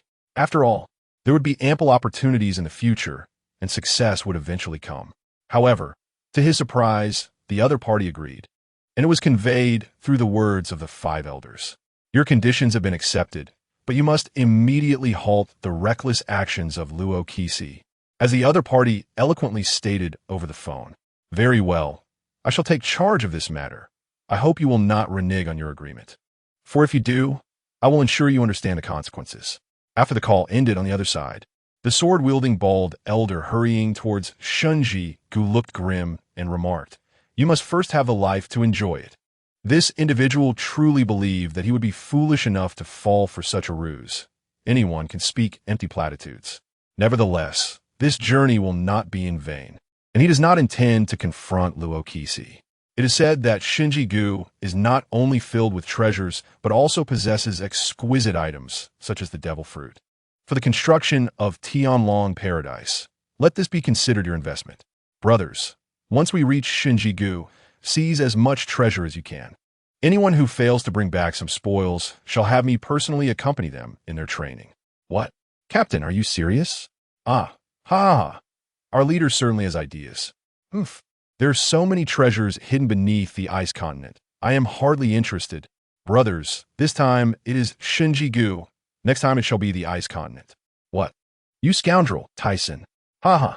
The island of Shinji-gu is surrounded by mountains on all sides, with a thick mist enveloping the center, while the coastal winds howl. At that moment, a warship slowly approached the shore, adorned with the flag of the world government.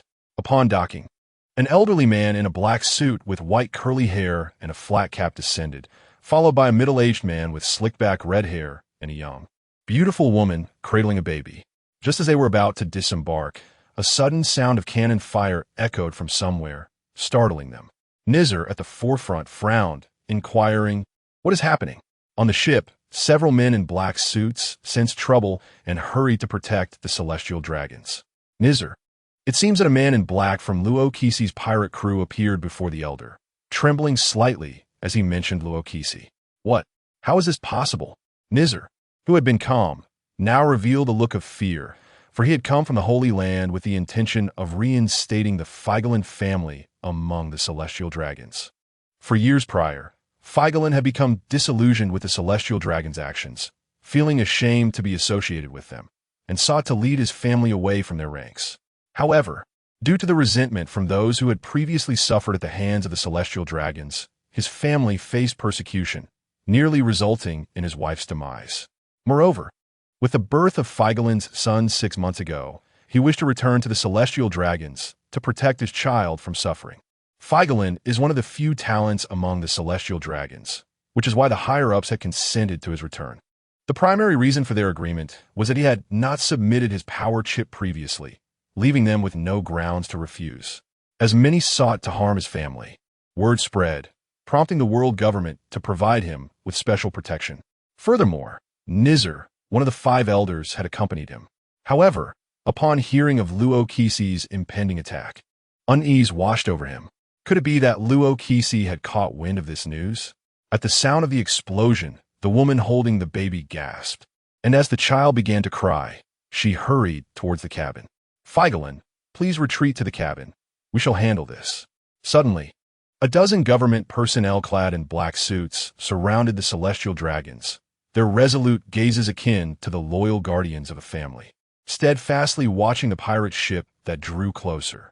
Just a few minutes later, as they beheld the multitude of pirate ships surrounding them, their bodies began to weaken. There were simply too many. Even if they wished to resist, they would likely be reduced to rubble in mere seconds. Feigelin, take your family and hide. Leave this to me. Nizar, with his white beard and furrowed brow, cast a sharp gaze toward the pirate ship ahead. The red-haired Feigelin nodded, urging caution before retreating into the cabin. Soon, from the encircling pirate ships, a figure leaped towards Nizar and his companions, the air resonating with the sound of footsteps. Ha! Like thunder crashing through darkness, the sound reverberated, causing their eardrums to ache. The figure moved with astonishing speed, in the eyes of Nizar and his companions in black. He laughed heartily as he reached the bow of the warship, his rugged face alight with a maniacal grin, his fierce gaze locked onto the individuals on the deck below. The aura emanating from him was akin to that of a demon, causing the black-clad men to tremble, instinctively taking a few steps back in fear.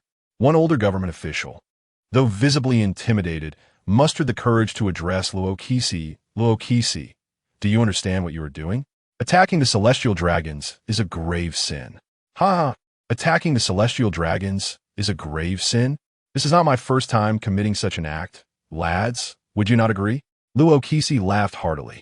Indeed. Ha. Captain Luokisi certainly does not take such matters to heart.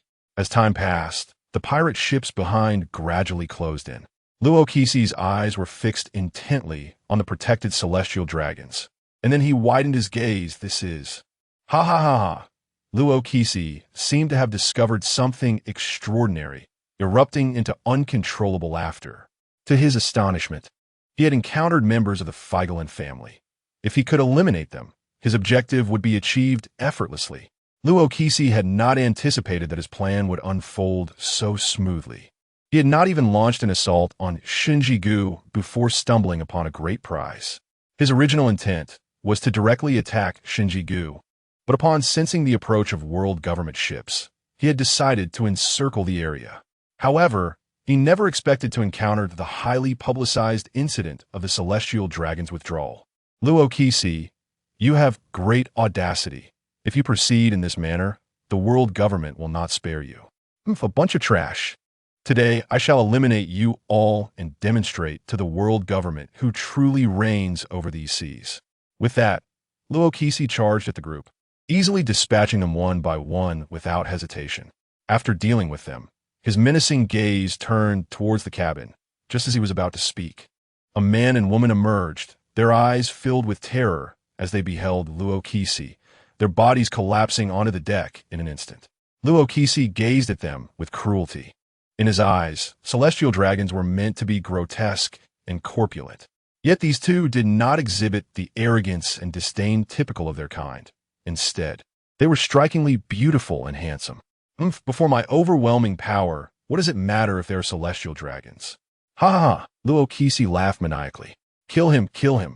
The crew aboard dozens of pirate ships echoed the cries, some even revealing expressions of fury, gritting their teeth in anger. The other cadre members stood by, watching in astonishment as Nyogute furrowed his brow, seemingly pondering the delay of the Navy's arrival. Just as Luokisi was poised to strike down the couple, he emitted a low grunt, as if sensing something amiss. His outstretched fist retracted instantly, and he retaliated with a swift punch.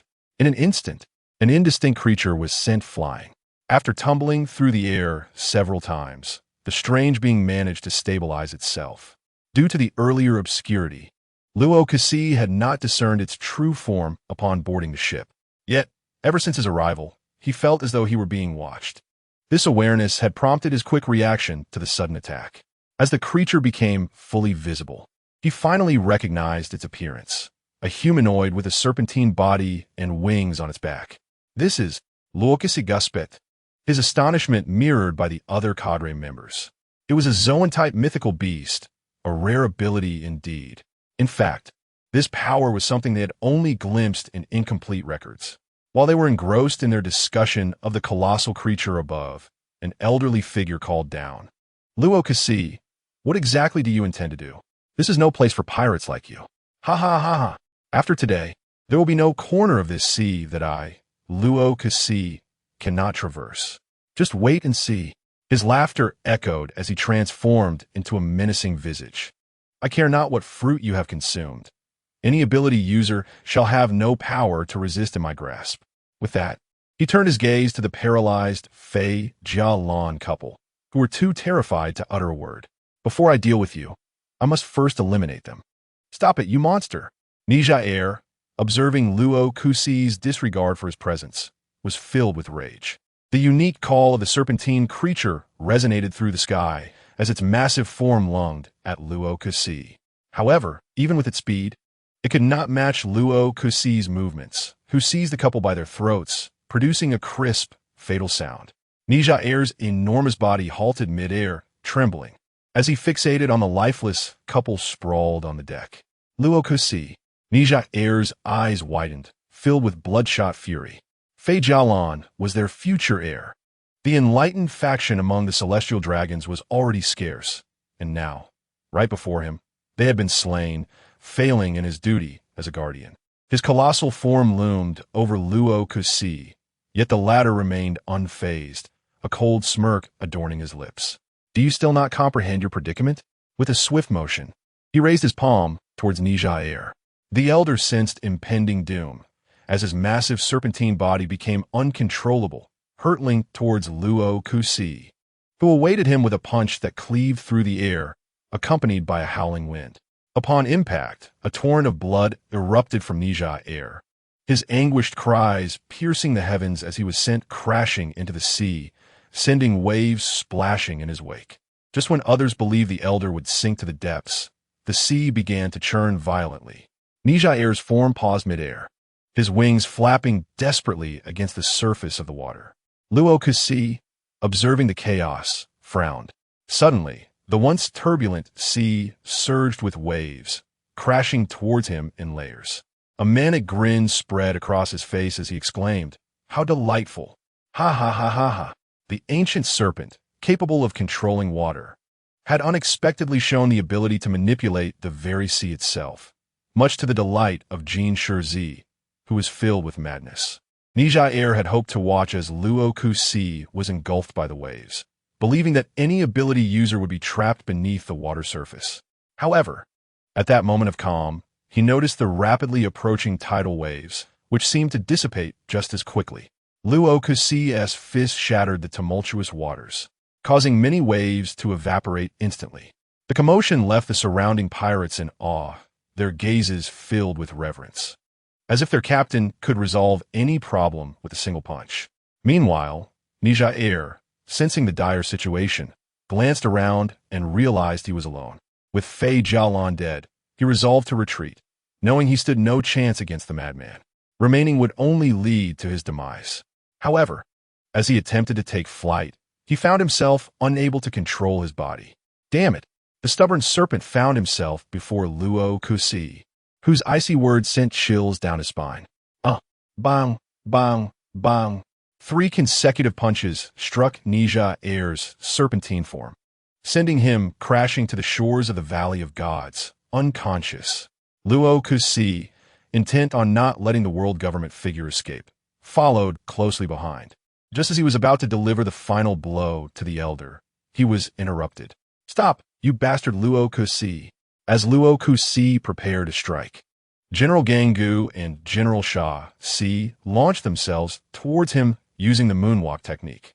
Yet, mid-flight, they were intercepted by Yin Fu and Wang Ji, leaving only General Sha Si to confront him. Sha Si, with dust swirling beneath his feet, advanced towards Luo Kusi, who was poised to strike Nija Air. Long ago, he had been assigned to the Navy, initially unwelcome among them. However, as time passed, he found himself increasingly integrated into his role.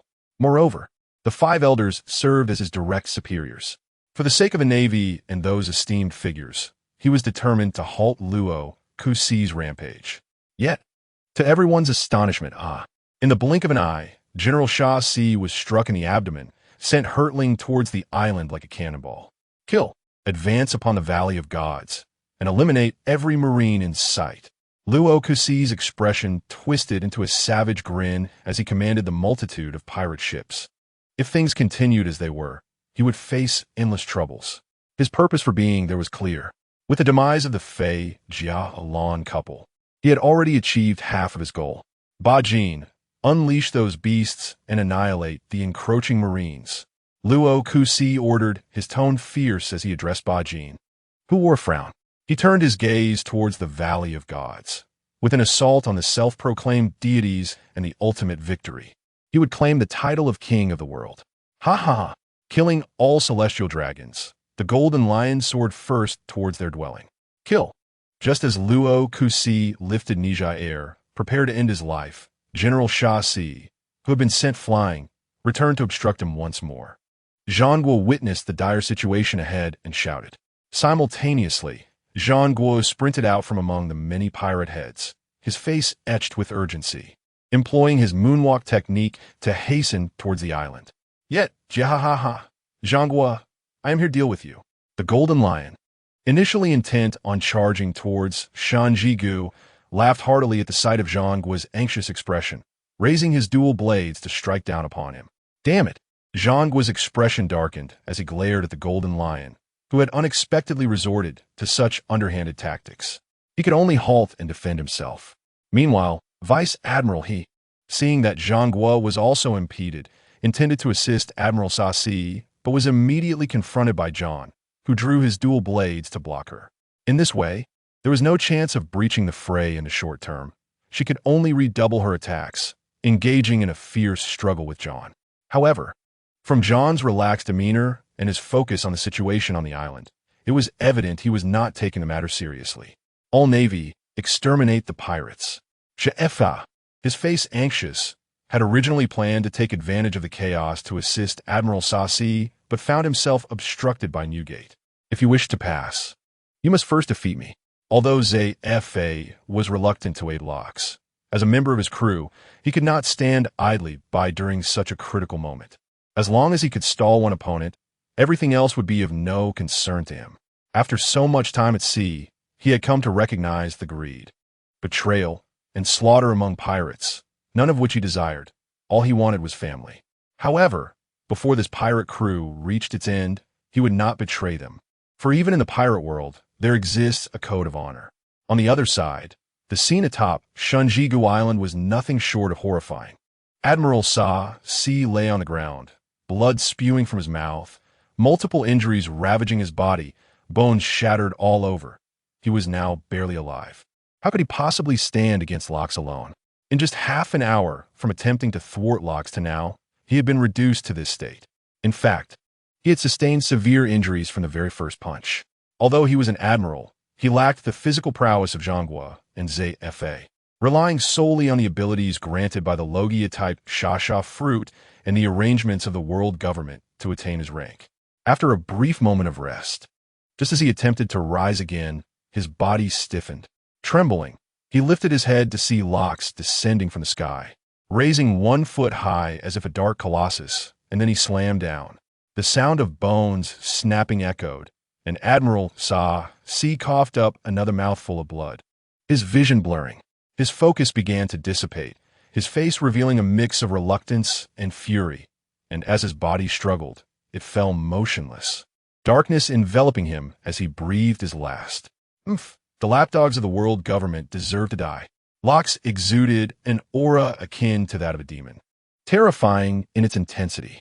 Upon confirming his opponent's demise, he turned his gaze towards the unconscious Inai. This time, he refrained from any grand gestures, merely producing a handgun from his person, raising it to aim at Inai, and uttering with cold malice, "You shall die as well." "Stop!" A booming voice rang out from behind. Bang! Bang! However, Locks seemed oblivious, as the gunfire ceased with the sharp contraction of the newcomer's pupils. Yet, the gunfire did not end there. Several sounds of blades clashing against hard objects followed. Locks' gaze locked onto the figure that had blocked his attack, surprised to see them as a new lapdog of the world government. "Locks, stand down." The voice of the earlier aggressor echoed from behind. It was Carp, his expression grim as he sensed the lifelessness aboard the warships at the coastline. As he turned to say something, his gaze fell upon the body beneath Locks. Realizing the absence of life there too, fury contorted his features, and he spat. "Locks, you despicable fiend, how could you commit such inhumane acts? I will ensure you sink here today." Witnessing Admiral Si die on the spot, the previously tense atmosphere erupted. Although Admiral Si was a pawn of the world government, the bonds forged through countless battles inevitably fostered feelings of camaraderie over time. Moreover, Carp had a certain fondness for him. "And you, Roger, do you intend to stop me as well?" Upon hearing Carp's fierce words, Locks did not turn back, but continued to face Roger, who stood poised with his sword. Roger lowered his blade, adjusting his straw hat. "Locks, cease your attacks. I am here to put an end to this conflict." As each side's intentions became clear, the air fell silent, a chilling atmosphere enveloping them. Is it just you two? Allow me to demonstrate my power. Those who seek to thwart me shall perish." Before his words could fully dissipate, Locks vanished from sight. Carp swiftly shed his navy cloak, tossing it aside, prepared for battle. "Locks, brace yourself." Locks' aura surged, his hands enveloped in a deep purple hue, and with a swift motion, he disappeared, only to reappear in a clash with Locks' fist. Boom! Zzz. As purple-red lightning crackled, the white clouds above morphed into darkness. the lightning appearing to connect with the ominous sky. The ships along the coastline creaked alarmingly under the pressure of the residual energy emanating from the island, tilting precariously. Yet, this even exchange of power did not last long. Carp was forced back, leaving deep grooves in the ground. Carp, I will assist you. Observing the earlier confrontation, he knew Carp alone could not handle Lox, so he readied himself to join the fray. No need, Roger, just watch. I can handle this one myself. Don't mind me. The credit is all yours. As a pirate, I cannot expect to be promoted by the Navy. You fool, Roger. That is not what I meant. Carp was already engaged with the enemy, and though GOLD, Roger was at his side, he could not shake the worry that something might go awry. The steel-boned figure wore a troubled expression as he muttered to himself. He had been stalled by 2 of the enemy's officers and could not break free, all while fearing that Carp might not be able to withstand Lox. As the chaos of battle raged on, most had already boarded Shunjigu Island. The pirates fought fiercely towards the residence of the Celestial Dragons, while the Navy desperately attempted to hold them back. Soon the island was littered with corpses. Steel Bones scanned the battlefield, and suddenly his attention was drawn to a peculiar group appearing not far away. From their movements, it was clear they were not weaker than the headquarters vice admirals. What on earth are these? A look of horror crossed Steel Bones' face, as the arrival of these individuals led to the sinking of Navy ships. Not only were they immensely powerful, but their bodies were astonishingly resilient. Bullets struck them as though they were hitting steel. Meanwhile, Zhanghua also noticed this scene, his gaze turning furiously towards the Golden Lion. Shurji, what on earth is going on with these people? Jiahaha. Zhanghua, these are the trump cards of the Lox pirates. What do you think? Impressive, isn't it? When I first learned of this, I was taken aback. At this point, Jean Shitzi turned his gaze towards Miss Bajin, who was not far away. When this woman first showcased her research findings, he had dismissed them with disdain. However, after engaging with those adversaries, he realized he had underestimated her. Furthermore, she had claimed that these were merely inferior products. It was difficult to fathom how formidable the finished products would be. Bajin observed the sinking warship in the distance, her alluring lips curling into a satisfied smile, her face radiating self-satisfaction. In truth, these were merely subpar creations, and many of her experimental ideas remained unrealized. Due to the involvement of bloodline factors, she found herself unable to achieve them. Meanwhile, at the residence of the Tenryubito, numerous personnel from the world government were urging the Tenryubito to board the vessels at the shore. Yet, the majority of the Tenryubito responded with furious insults, even brandishing their weapons at them. Born into a life of unrestrained freedom, they could never consider retreating in shame. In their eyes, those people were mere slaves, tools for their amusement. As time passed, some pirates began to infiltrate this area, including Charlotte Lingling and Kaido. Meanwhile, Vice Admiral He, who had been trying to stop them, also arrived unexpectedly. "You filthy mortals, you shall perish," shouted a Tenryubito adorned with a bubble helmet, aiming a pistol at the invading pirates. "Go on, kill the Tenryubito inside and seize the treasures." Seeing the arrogance still displayed by the heavenly figures in front of him, John could hardly contain his exhilaration.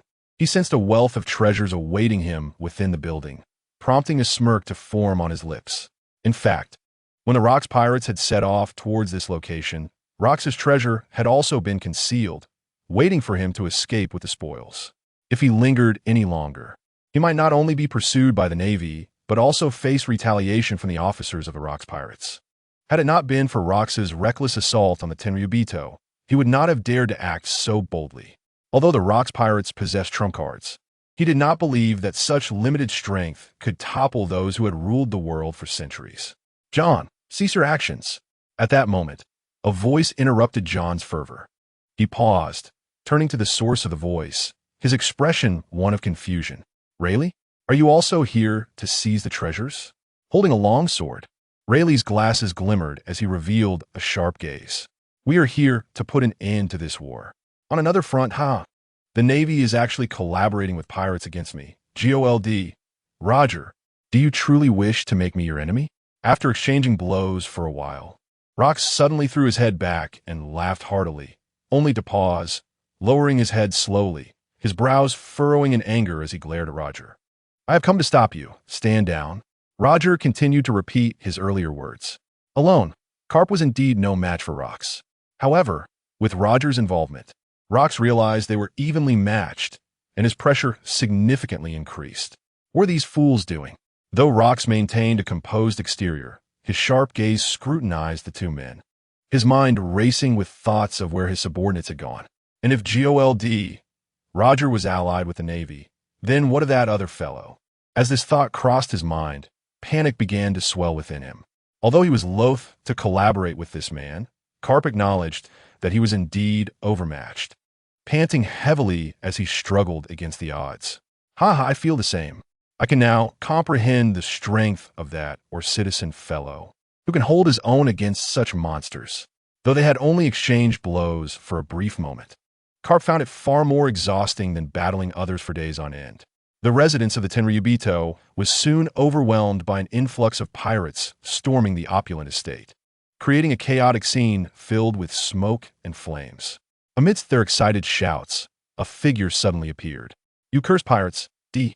shouted a bald elder wearing glasses as he unleashed a wave of black sword energy towards the intruding pirates.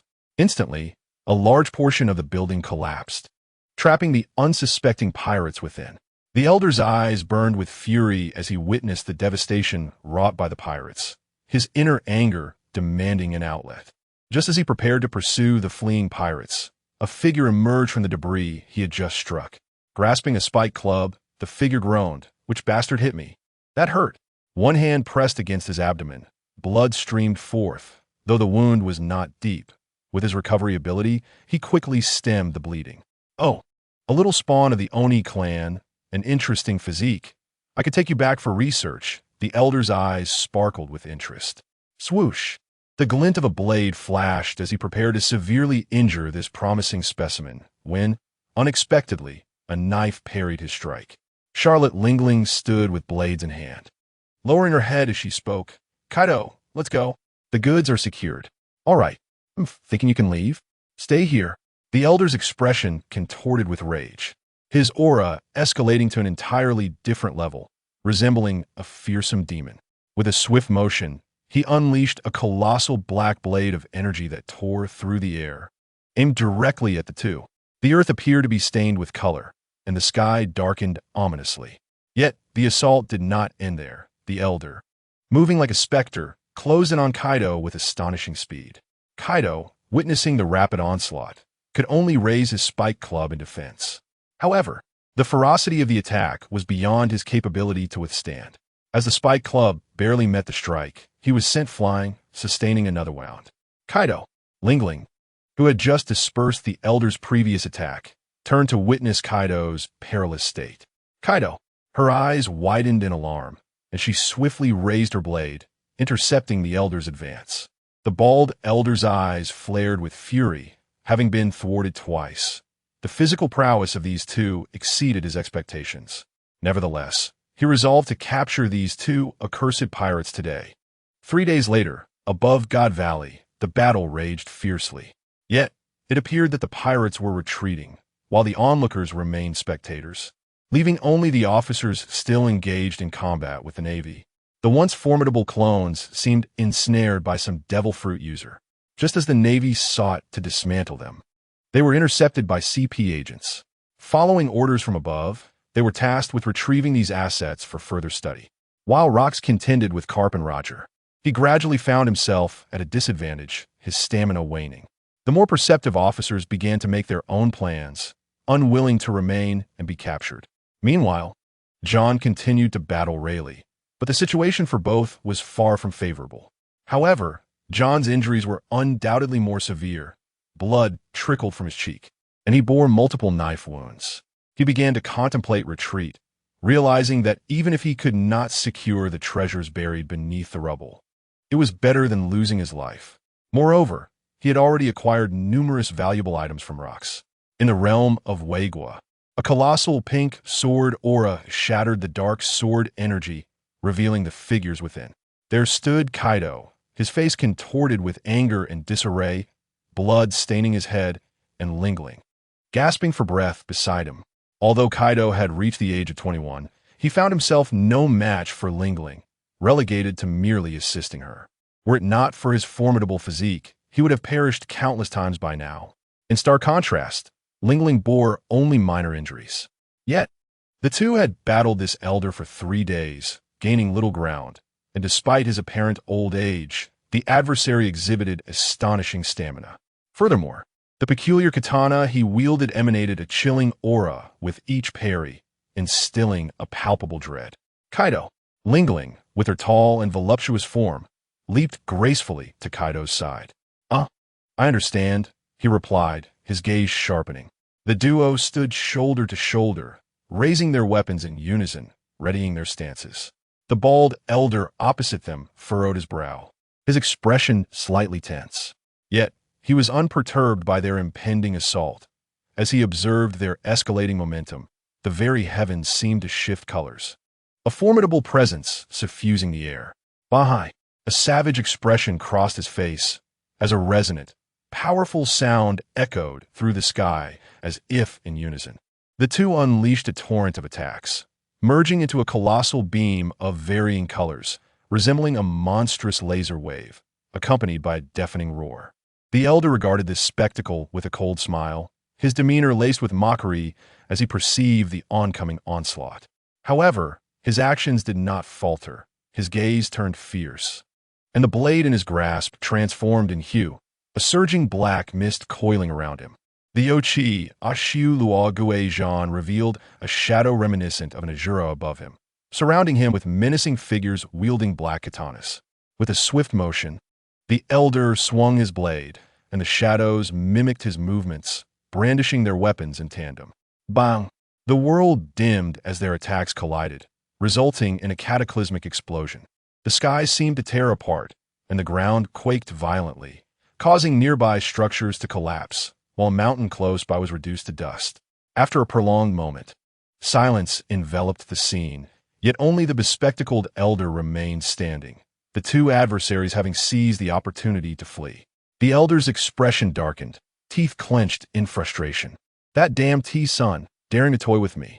After such a lengthy time, he is yet to provide support. It appears he is not a fool. Although my injuries from their prior assault are negligible, it has still taken considerable effort.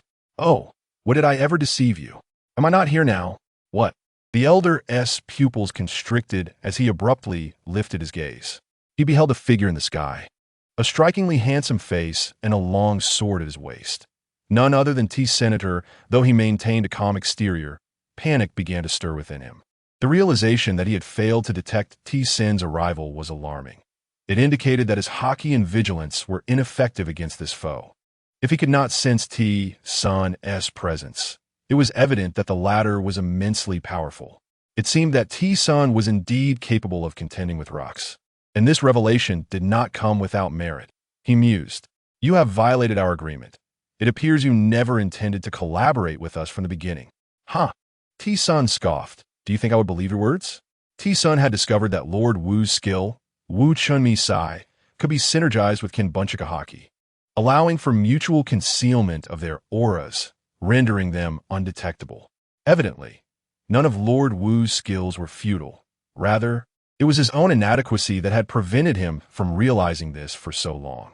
He then glanced towards the area inhabited by the celestial dragons, noting that while part of it had collapsed, many structures likely remained unsearched. Gradually, T-Sun descended and turned to his companion, Jerry. "Take them and investigate. Bring back anything of value." Understood. The elder, witnessing T-Sun's nonchalance and audacity to send others to loot, was seething with rage. "T-Sun, how dare you?" He raised his blade, pointing it defiantly. Humph! T-Sun vanished in a flash of black. The elder, on high alert, sensed the surrounding energy and was suddenly enveloped in an icy chill, his thoughts momentarily blank. Upon regaining his senses, he felt a jolt of fear. He turned to see T-Sun materialize behind him, sword poised at his throat. "Do not act recklessly." The elder's face paled in terror. Feeling the hairs on his body stand on end, a shiver coursing through him. "This blade is indeed a fine weapon," T-Sun remarked. one hand pressing the blade against the elder's neck while the other seized the weapon he held. The other members surged into the residence, eager to scavenge. Wait! The elder attempted to resist, but felt a sharp pain at his throat, forcing him to glare at T-Sun with a darkened expression. This must be the original Che, he thought, gazing at the simplistic scabbard, suddenly overwhelmed by an instinctual dread. Just with you? T-Sun thrust the blade into the ground, channeling his Haki into it, the katana voraciously absorbing the energy. Let us see how much you can consume, and if it can match the Haki expended by my long technique. Upon noticing T-Sun's unusual behavior, a smile crept across the elder's lips as he mused. Che has been my companion for many years, nurtured with utmost care. How could it possibly fall into another's hands so easily? Yet, as he finished his thought, he felt as if he had encountered a ghost, his pupils dilating in shock. How can this be? The elder gasped, witnessing the katana resonate with excitement as T-Sun infused it with Haki.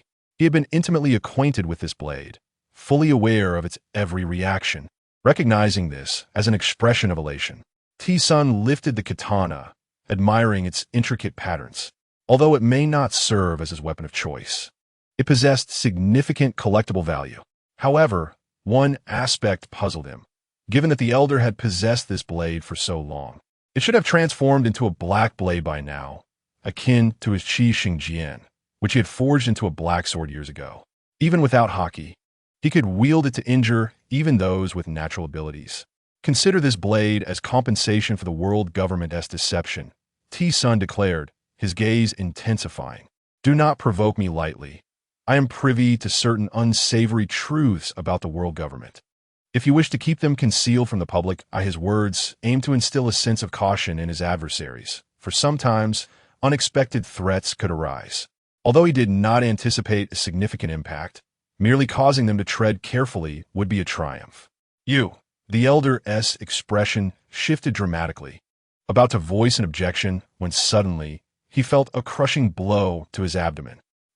Blood erupted from his mouth as the sound of broken ribs resounded. His body was propelled backward, crashing into a nearby wall. T-Sun retracted the hilt, having struck him with the hilt of Che. He deemed it unwise to slay him now, as doing so would hinder his future plans. His sky paradise would require the world government's recognition in due course.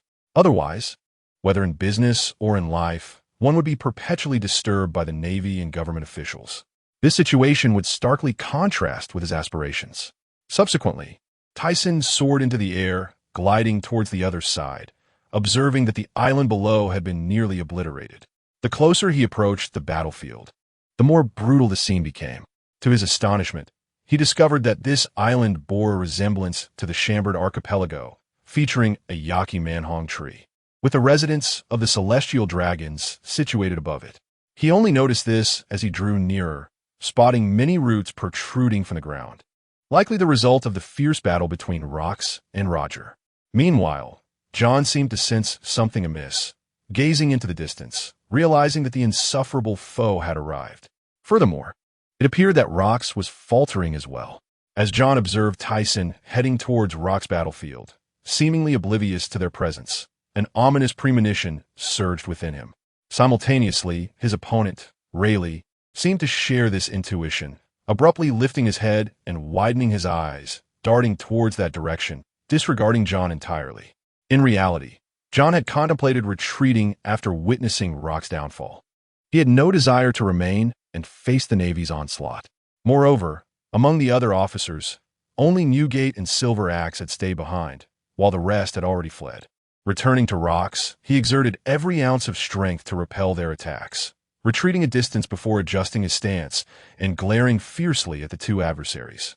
At that moment, he appeared rather disheveled, his body marred by blood, with numerous dents indicating the potential breakage of several bones. "Rox, are you still holding on? You have already lost," Carp remarked, blood streaming from his head, his muscles bulging as if ready to burst, his chest heaving violently. On the other side, Roger was also in dire straits, gripping a great sword with one hand, his body hunched over, suffering various injuries to differing extents. I am the king of the world. How could I possibly be defeated by you?" Rox gasped for breath before launching another attack towards the two, though his stamina was nearly depleted, and the pressure from their assaults weighed heavily upon him. Roger and Carp exchanged glances and instantaneously moved in opposite directions, the air resonating with the sound of tearing winds. As the remnants of the ground cracked open anew, not far off, the Navy remained, having secured victory in this battle, yet suffering considerable losses. Of the over 100 warships that had arrived, only around 20 remained, each battered and bruised. Most of these vessels had incurred damage from the clones, while their master, Bakeen, had long since vanished without a trace, as if indifferent to the fate of his creations. The officers of the Rox pirates engaged in battle with Steelbone had begun to flee upon witnessing Rox's struggle. Only Newgate, Silver Axe, and the airborne Golden Lion remained, all appearing grievously injured. The three stood together, with no one daring to approach them. Initially, Zifa had engaged in combat first, but as time passed, his stamina waned, forcing him a halt. Not only he, but Steelbone, Sengoku, and the others also ceased their movements, observing the battle, prepared to assist at a moment's notice. Suddenly, a laugh pierced through the tension, disrupting the spectators. "Who is it?" The crowd looked up towards the source of the sound, their expressions shifting to one of horror and disbelief. The Golden Lion was the first to react, his face darkening. That bastard. Steelbone and Sengoku narrowed their eyes, their gazes fixated on the figure in the sky. "Tyson, you have violated the agreement," Steelbone exclaimed, his eyes wide with anger. "Oh, Newgate, you are still here?" Tyson swooped down, casting a glance below before adjusting his trajectory and slowly descending towards Newgate's position. Upon raising his head, Newgate met Tyson's gaze, flashing a broad smile. "I knew you wouldn't miss such a spectacle. At present, I am solely interested in treasure. My sky paradise will soon be completed. Would you care to join me?" Although aware that the other party was unlikely to accept, he still wished to extend the invitation, envisioning the possibility of this individual joining his crew, which would render them invincible. "I have my own aspirations. I am preparing to form my own pirate crew." True to form, the other party was beginning to gather recruits. At this moment, Newgate's mustache had grown out, prompting many to refer to him as Whitebeard. However, Tyson remained unaccustomed to this moniker and continued to address him by name. "Tyson, you scoundrel, at least respond to me." Steelbone, his face darkened with frustration, barked.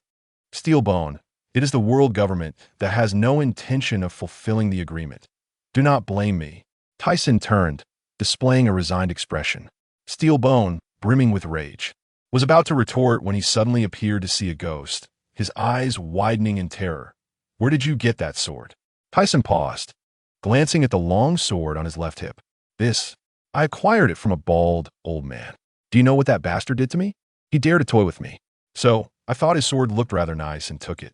His tone conveyed both grievance and fury, exuding an air of entitlement that made Whitebeard and the others roll their eyes. Steelbone and Sengoku glared at him. "You fool, do you even know who he is? And what have you done to him?" "I don't care who he is. He brought this upon himself for offending me. Rest assured, he is not dead.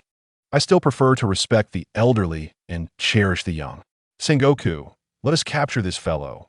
We cannot allow him to continue like this." Steelbone's aura surged as he addressed Sengoku. Upon hearing this, Sengoku's face twisted with a bitter expression. He had just fought a fierce battle and had little strength left. Yet he could not disobey the command of the admiral. The two instantly charged at Tyson. Unfazed, Tyson was prepared to entertain them for a while, knowing that his comrades would need a bit more time. Besides, he had not only come to gather treasure, but also had an important task at hand that pertained to an experimental issue.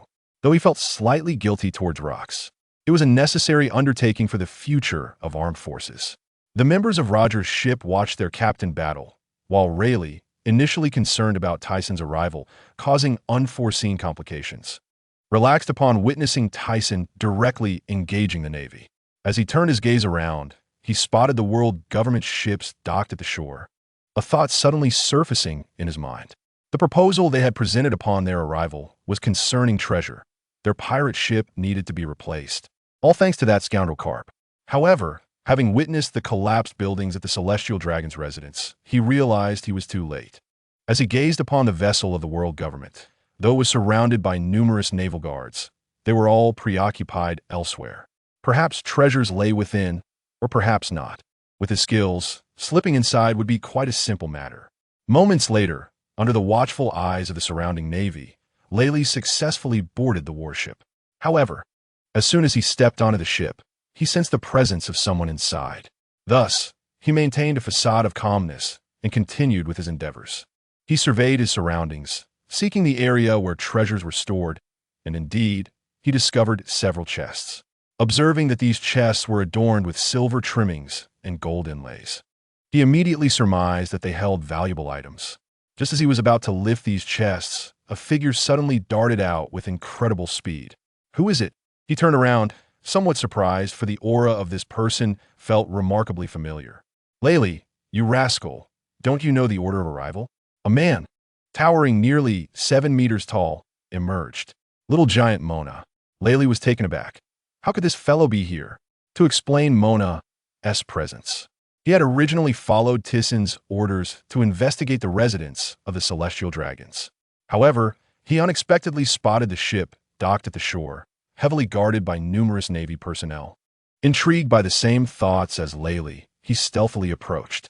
Just as he boarded, sensing the presence of someone, he decided to hide, hoping to uncover some secrets. "I arrived long before you. Those treasures are not yours," Mona declared as he reached out to seize the chests. Yet, Laley raised his hand to block him, smiling as he said, "Let's see whose skills prevail." With a powerful 100-ton gravity fist, an explosion suddenly erupted, startling the outer naval guards, who raised their weapons, demanding, "Who is it?" The commotion alerted Zifa and his crew.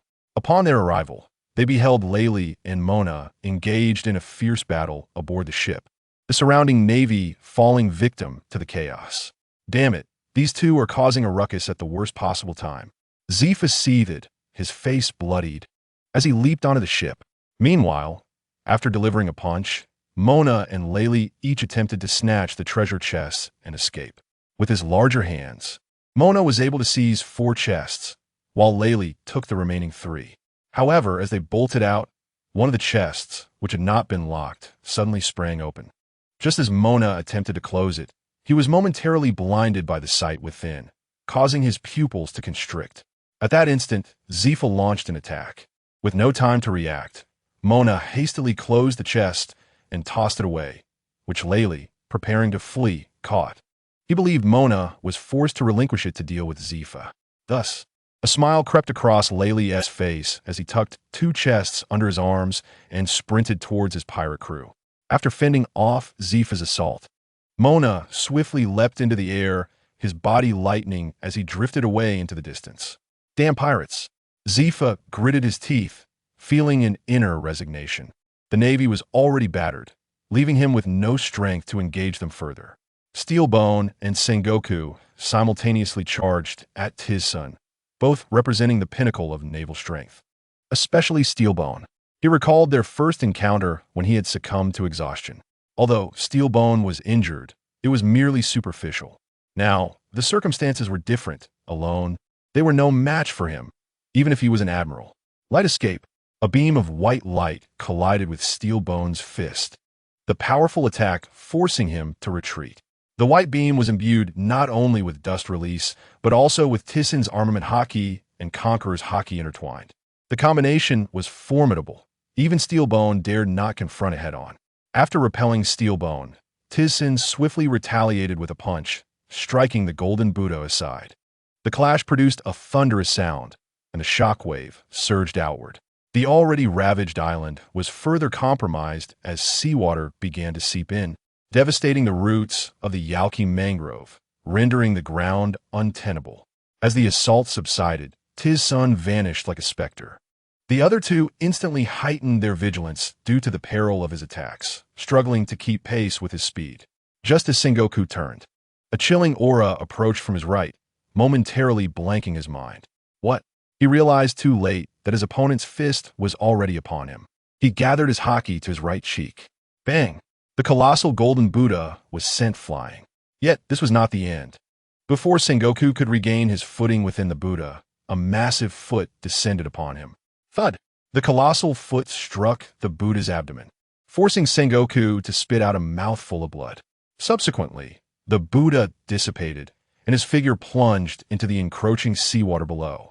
Sengoku, steel bone, filled with worry, dove down to catch him and placed him safely on the rear of the warship. This adversary had grown even stronger, a true monster. Newgate managed a bitter smile. He had initially thought that facing both an admiral and a general would compel Tiz-san to retreat. Now, it seemed he had underestimated the situation. Tiz-san, I will not let you go.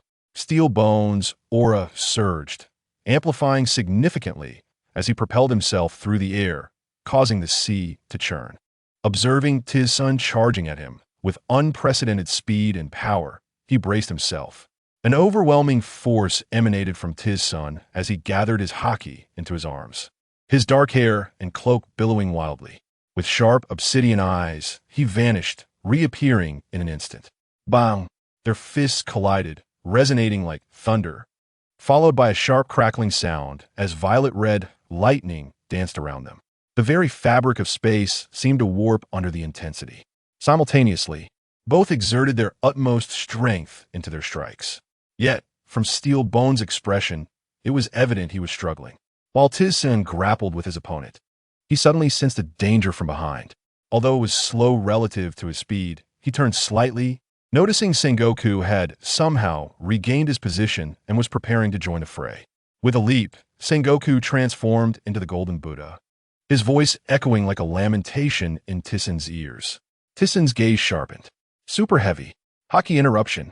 Instantly, both Steel Bone and Sengoku found their consciousness disrupted by the sudden surge of energy.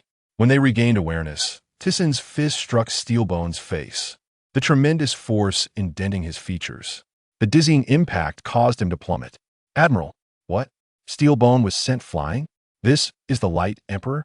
This fellow is indeed a monster. Buddha impact! Sengoku roared, his golden hand descending with radiant brilliance. Tiz-san, unable to withstand it, vanished in a flash. As Zhang Guo witnessed the opponent vanish like a specter, a surge of fury welled within him, compelling him to scan his surroundings in a desperate attempt to locate the elusive figure. Simultaneously, his heart raced, still shaken by the sudden aura that had invaded his mind moments ago. Yet, the swiftness of Tiz-san rivaled that of teleportation, even if he did discern the figure. How could he react in time? Before he could retract the Buddha palm, he had just unleashed. An excruciating pain coursed through his back, a torment that resonated throughout his entire being. A fresh spurt of blood erupted from his mouth, echoing the fate of Gangu. What were we to do about such a creature? The naval officers displayed expressions of terror and panic. This being was far from human. He was a veritable monster. The others nodded in solemn agreement. Zhang Guo, Crane, who had just managed to catch Gangu, was unable to lower him before witnessing Zhang plummet. Tiz-san gasped heavily in midair. The previous assault, though seemingly straightforward, had exhausted him completely. His Haki had been significantly depleted with every strike he delivered, each one a culmination of his strength. Almost all were devastating moves.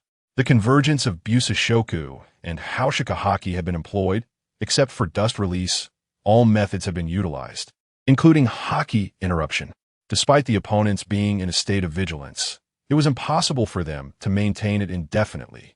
A single slip would result in their consciousness fading for an instant, leaving them completely unaware. This brief moment of vulnerability would ultimately determine the outcome of the battle. However, it seemed he had overexerted himself with the Haki interruption technique as dizziness and pressure enveloped his head.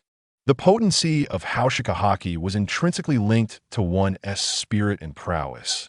In simpler terms, it was a manifestation of soul power. The excessive use of this power had induced his current state. Tiz-san shook his head slightly, feeling a sense of foreboding. It appeared he must refrain from employing this technique excessively in the future, lest he risk becoming a fool. What about the conflict over there? Below, Gangu and Zhang had gradually recovered after several minutes.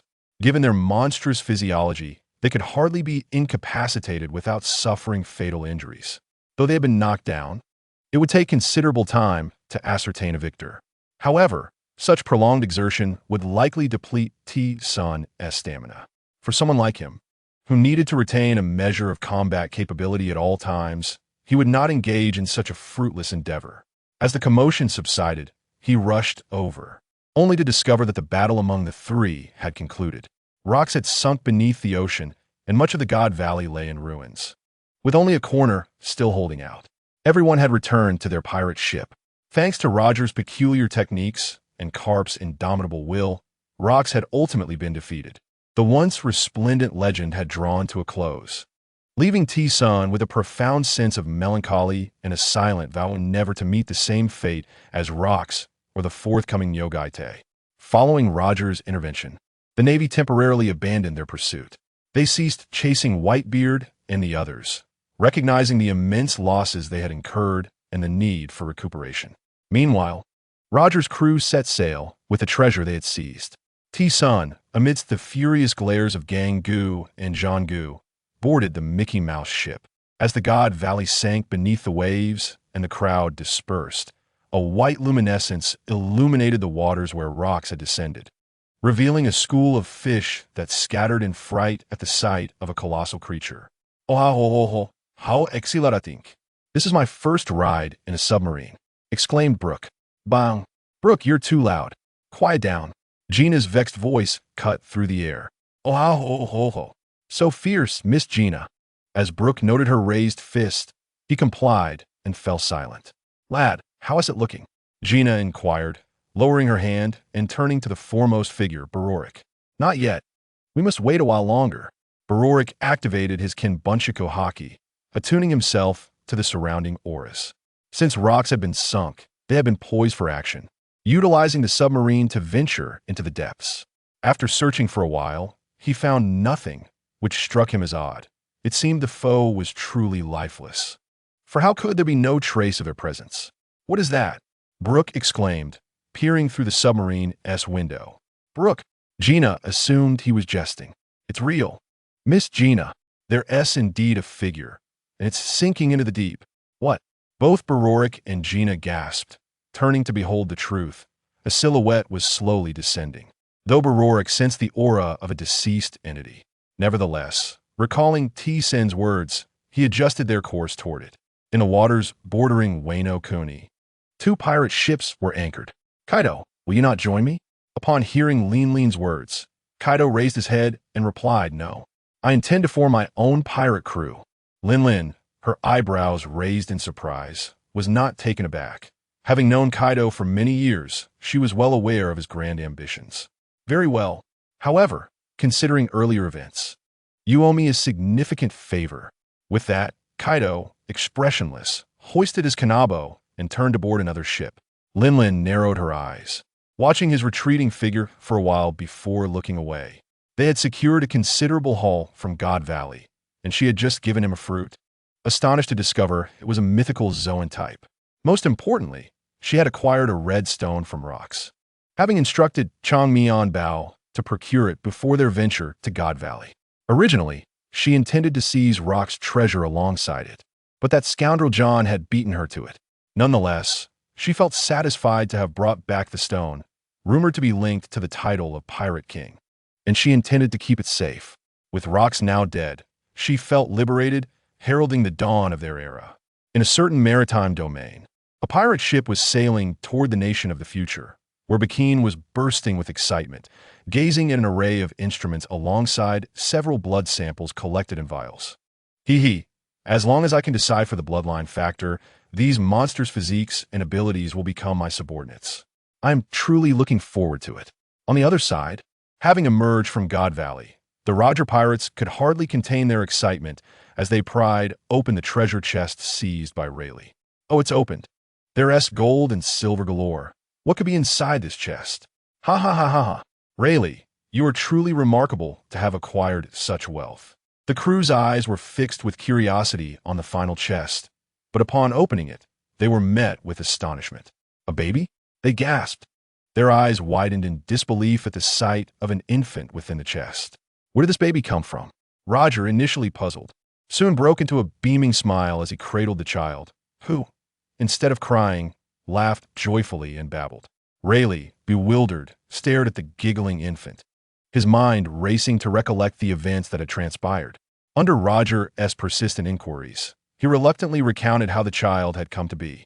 Ultimately, they resolved to find Karp and return the child to him, ensuring it would be returned to the world government.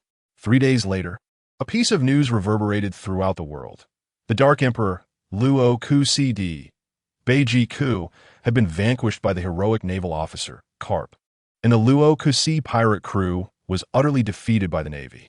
Simultaneously, another astonishing piece of news began to circulate across the seas, proclaiming the end of the Dark Emperor and the rise of the Light Emperor dominating the oceans.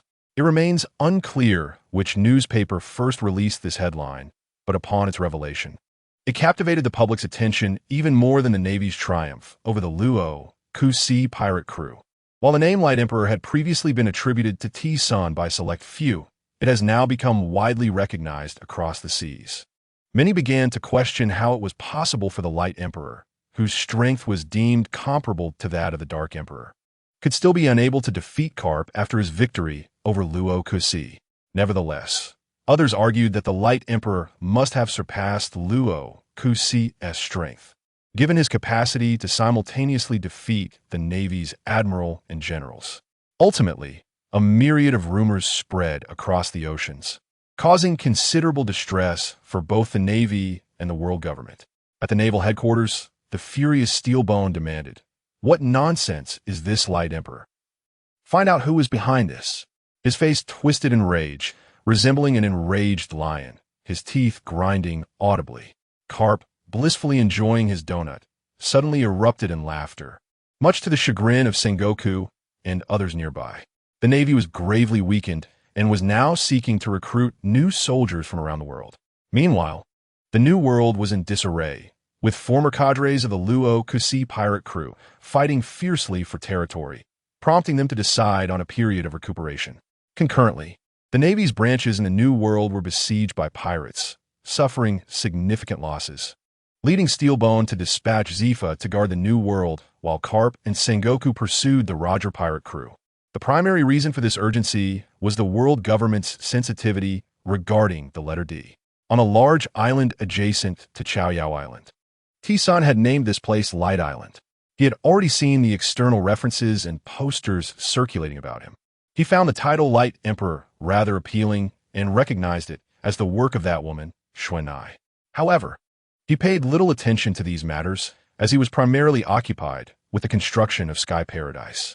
Due to a slowdown in progress and a severe shortage of labor, he sought ways to enhance efficiency and thus visited the scientific research facility. The 5 individuals he had brought over from the future kingdom had provided him with invaluable assistance, particularly in the production of perfect pills and the development of weaponry for the paradise, yielding significant results thus far. However, he was not here for these matters. "Lord T-Sun, you have arrived." The 5 greeted him enthusiastically, recognizing him as their benefactor in research, someone they could not afford to offend.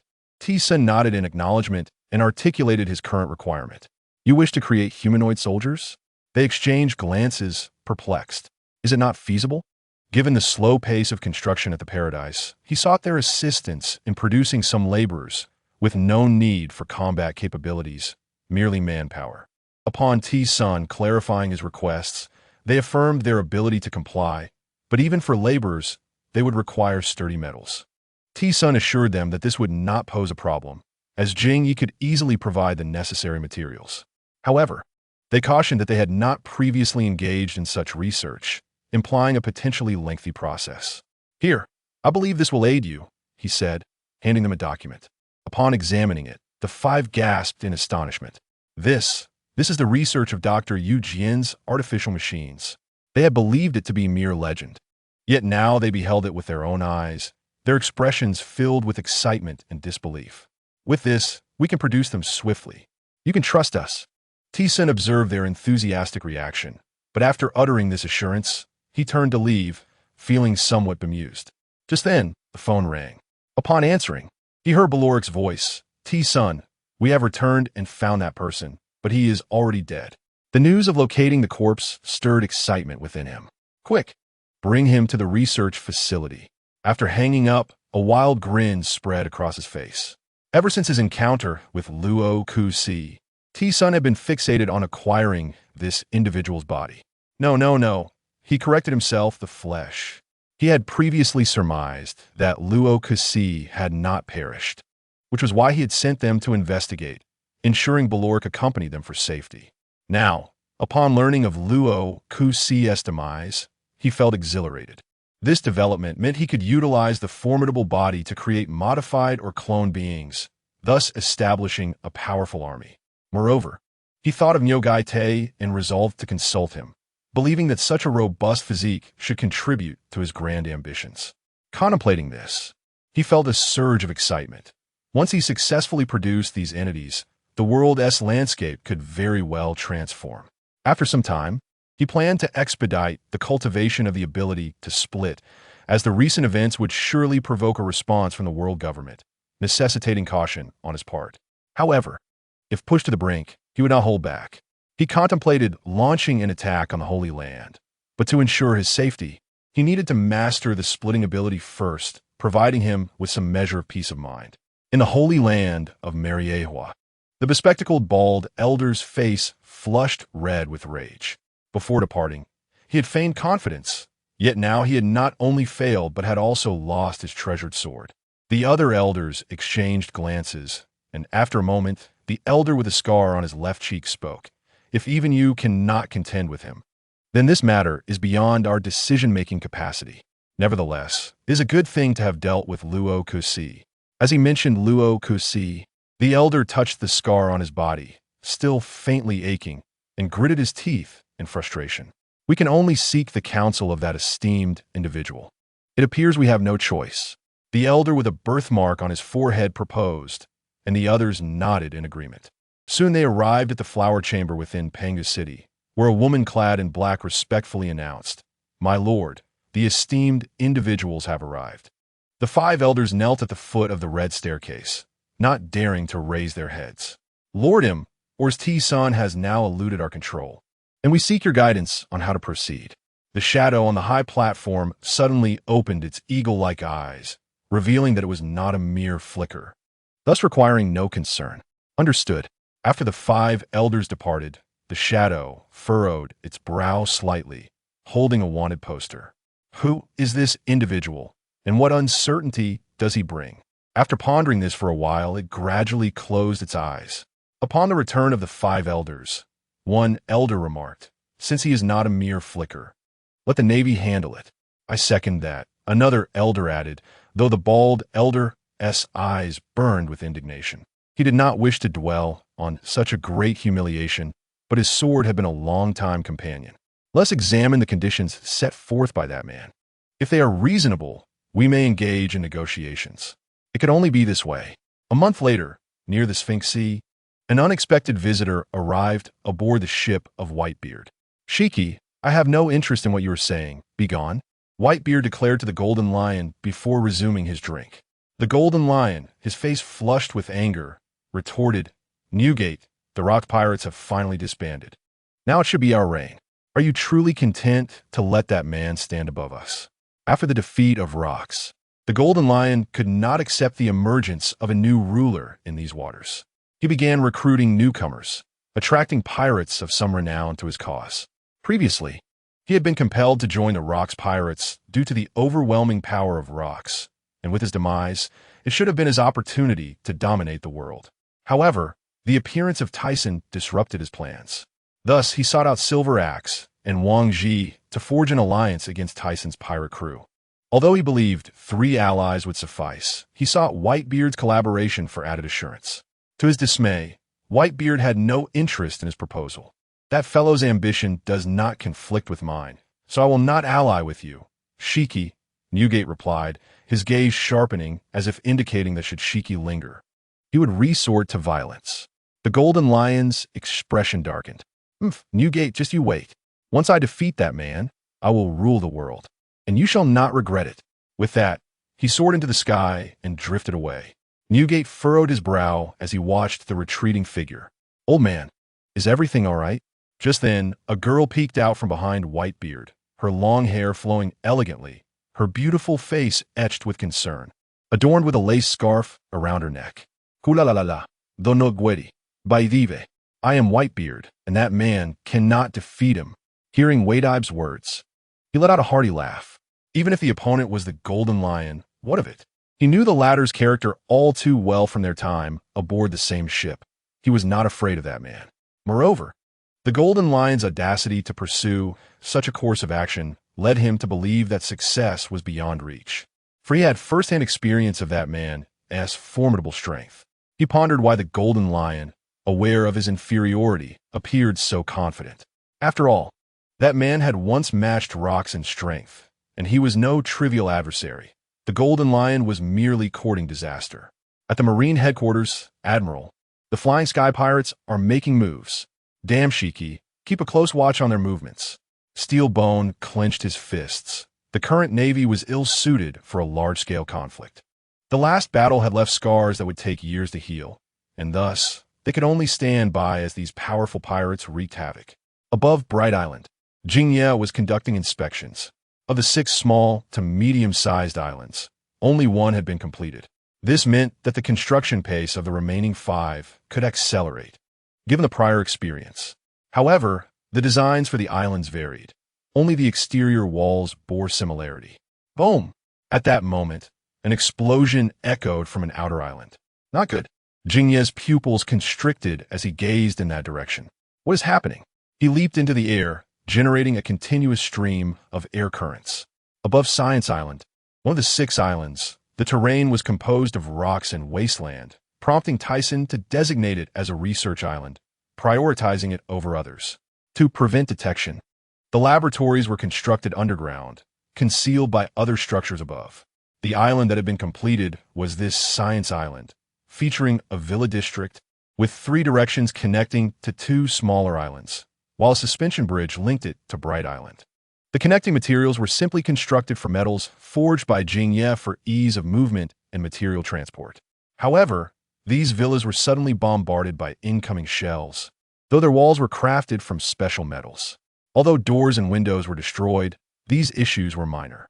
These strange houses are remarkably resilient. This is a splendid place. That man thought to connect the islands. What a clever idea, but this place now belongs to me. He envisioned how, with his ability, he could easily claim this floating island. However, that was not his primary concern. He was eager to witness Tyson's reaction upon discovering this event. Countless pirates swarmed the island, with at least 20 to 30 ships anchored at the shore. At the forefront stood the 3 main figures of this assault. The Golden Lion, arms crossed and a cigar clenched in his mouth, felt a surge of excitement, thinking today would be the day he avenged past humiliations. After such outrageous deeds, that man will surely not let us off the hook. A man clad in golden armor with a long black beard said, his hand resting on the hilt of his sword. Isn't that obvious? But we are not to be trifled with, replied another man in silver armor wielding a massive silver axe. Do not speak such pessimistic words. The 3 of us are more than enough to contend with him. I'm not the same as I was a decade ago. Just wait. Old Tyson. The Golden Lion's eyes gleamed with malice as he gritted his teeth, fixating on the approaching figure. The strength he had gained over the years bolstered his confidence in this plan. Meanwhile, Gabisin and Tokugawa, who were tasked with guarding this location, quickly sprinted toward the attackers upon hearing the commotion. Gabisin had been assigned here for a reason. His Horo no Mi provided an excellent source of energy. The island required the construction of offensive weaponry, and these factors were duly considered. At that very moment, far away on Herb Island, Mona and her crew received the news simultaneously. Let us head over first. The captain is still training. Let us not disturb him. Tyson had previously instructed them not to interrupt unless it was of utmost importance, as he had been dedicating significant time to mastering his ability, Split, without noticeable progress. Yet, to prepare for future dangers, he had to remain vigilant. Now, to counter the assault of the Golden Lion and his companions, Tyson and his pirate crew, apart from Tyson himself, had gathered at Science Island. Their numbers swelled as they confronted the Golden Lion and his allies, with the strongest 3 at the forefront: Qingjiao, Mona, and Jerry. Following them were Tian Shan, Muses, Gina, Rikairu, and Jingye. Next were Doagiluo, Tokugawa, and Gabisin. Lastly, the likes of Manbear Rubit, Hornet Carnes, and heavy hammer chi-likes joined in. Even Green Bull brought a host of sea beasts, having recently been engaged in battles against the monsters on Giant Beast Island while guarding the Mice Mouse ship. However, there are numerous formidable individuals above, and many beasts exhibit a dominant presence, rendering swift resolutions impossible. Yet, it is precisely this challenge that ignites their competitive spirit. Baralurk is absent from the scene, as he is engaged in the laboratory, collaborating with scientists to study the remains of Lux. Although he has made some discoveries regarding external affairs, he believes that those outside are capable of resolving the situation, hence his absence. Outside the laboratory, alongside the three of them, there are also many individuals with high bounties, some exceeding 500 million. Prior to this, to facilitate the recruitment of formidable talents after the dissolution of the Lux pirates, Gene Sheetsy had even stationed pirate ships at the entrance of the New World, leaving aspiring adventurers bewildered. Those familiar with Gene Sheetsy often remark that he has never undertaken a single humane act, although the Tyson pirates have recently welcomed several new recruits. Their total number is only slightly over 2,000. This is largely due to Tyson's stringent criteria for new members. Some individuals, disliking such constraints, have departed. Consequently, the disparity in numbers between the two factions appears quite pronounced. Ha ha ha! Gene Sheetsy, do you dare to assault us? Such audacity! Qing Jiao displayed a benevolent smile, making it seem as though the opponent had come merely as a guest. Qing Jiao, a person of royal potential has become someone else's dog. I have no desire to waste words with someone like you. Furthermore, where has Aeolustison gone? Is he too frightened to show himself? Ha ha ha! Since I chose to join, I shall have no regrets. How could someone like you possibly understand my sentiments? Gene Sheetsy retorted, we are sufficient to deal with you. No need for the boss. Prepare yourself. The arrogant Gene Sheetsy declared, his countenance revealing fury as he commanded his crew to attack Imo Na and the others. Kill them all, Tyson pirates. Imo Na's voice boomed like thunder, and in the blink of an eye, he vanished, reappearing before Yin Fu. With his mastery of advanced Haki, combined with the Tanya Fruit's ability to alter his body weight, Imo Na often trains by increasing his weight significantly. When he returns to his normal form, he feels remarkably light, with the Tanya Fruit bestowing upon him both speed and strength. Thus, he faces Yin Fu without concern. Gene Sheetsy, our previous battle is far from over. Let us continue. Jerry drew his long sword, unwilling to accept his prior defeat. Since that encounter, he has diligently practiced his swordsmanship, even seeking Tyson's guidance along the way, yielding commendable results. Conical Dragon Fist. At that moment, Qing Jiao confronted Wang Ji, both of their physiques comparable. After losing the spike atop his head, Qing Jiao shifted his focus to his hands and feet for combat. Additionally, having consumed a perfect pill, his physical attributes have notably increased, enhancing both his strength and speed. Tyson has also dedicated time to training him, elevating his Haki to a high level, with his advanced armament Haki allowing him to alter forms at will. Although his observation Haki has yet to reach the foresight of future events, it suffices against formidable foes. The only technique he has yet to master is the Conqueror's Haki, but his current prowess is incomparable to 6 years prior. Seeing that their strongest three could contend with the enemy, the remaining members of the Tyson pirates surged forward to engage the opposing pirates. The battlefield quickly descended into chaos. Although the enemy appeared to outnumber them significantly and possess considerable strength, nevertheless, members of the Tyson pirates had previously consumed pills. While not perfect, these pills enhanced their physiques, and some even awakened their armament Haki. Coupled with the assistance of Gina and others, they were holding their own against the adversary. Gina's bubble fruit, now awakened, allowed her to create a bubble sea upon contact with the ground, incapacitating many before they could even engage in combat. Bushijia's delay fruit also proved exceedingly advantageous. Ultimately, the decisive factor in the battle lay with Gene Sheetsy and the other two. Should they fall, the outcome would be nearly determined. However, as former officers of the Lux pirates, they would not easily succumb. With a swift motion, Jerry channeled his strength into a flowing cloud-like attack directed at Gene Sheetsy in the sky. The moment the flowing cloud detached from his sword, it soared with unparalleled speed, catching even Jin Shitsi off guard, who could only defensively raise his blade. The force of the attack sent him hurtling through the air, flipping him over, though he appeared unharmed, slightly taken aback as he adjusted his stance. Wave slash. Instantly, two waves of sword energy intersected, descending upon Jerry with remarkable velocity. Prepared, he gripped his sword firmly and struck upward against the cross-shaped sword energy, creating a tumultuous air current that dispersed Jin Shitsi's wave slash. However, before Jerry could look skyward, he sensed another attack descending upon him. Remaining composed, he braced himself as they transitioned from swordplay to close combat, neither side gaining the upper hand. Meanwhile, In Fu swung his massive silver axe down upon Mo Na's head. Reacting swiftly, Mo Na enveloped his fist in armament Haki and struck the axe with tremendous force, unleashing a burst of black lightning that engulfed the area, leaving no one within 100 meters unscathed. Tout gravity feast. This was one of Mo Na's signature techniques. It is noteworthy that the Tanya fruit can generate a maximum force of 10,000 tons, but such a technique is rarely employed lightly, as unleashing that much power would exceed his physical limits. Currently, he can only exert a few thousand tons of force. Nevertheless, his might is virtually unmatched. Few can rival Mo Na in raw power. Even Tyson must resort to his super heavy abilities to contend. It is essential to recognize that the weight gained from his fruit abilities does not diminish after the blow is struck, combined with his own strength. It amplifies the impact significantly. Thus, the punch he just delivered, although described as 1,000 tons, actually surpassed that threshold.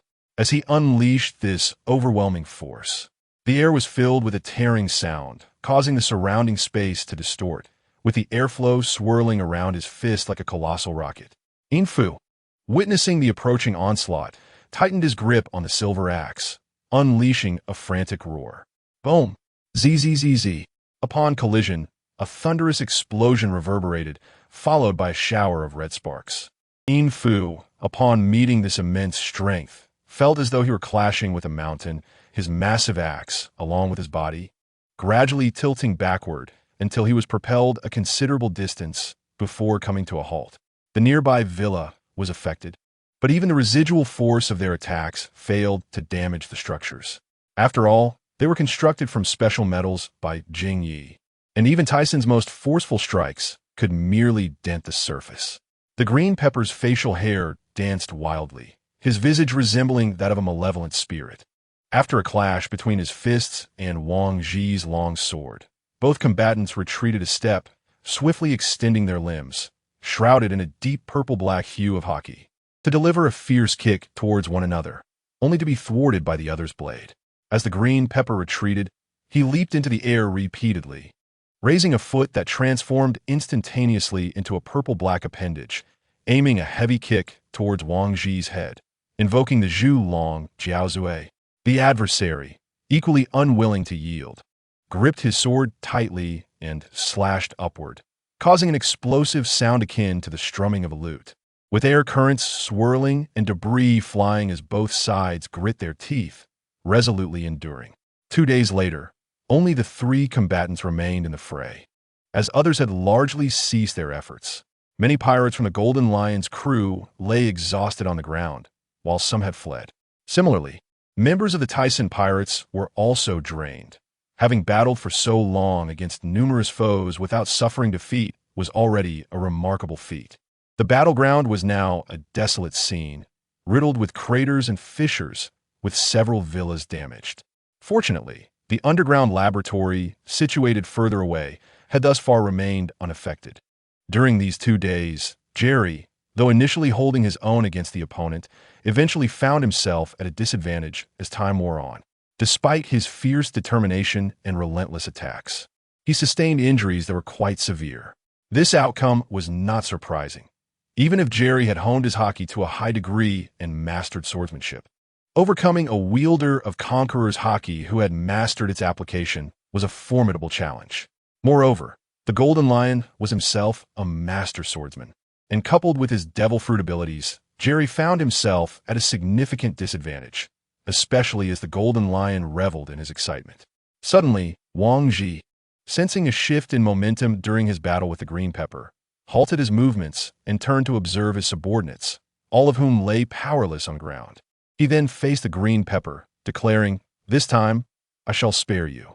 Next time, it will not be so easily resolved. Hey, what are you doing? Why have you stopped?"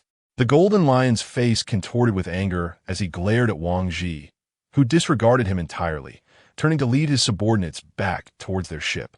Though the green pepper's countenance was filled with rage, he was compelled to relent, recognizing the devastation wrought upon their territory. Continuing the fight would surely result in the obliteration of this small island, which housed a crucial laboratory for Tyson. He could not allow his momentary impulse to jeopardize such an important endeavor.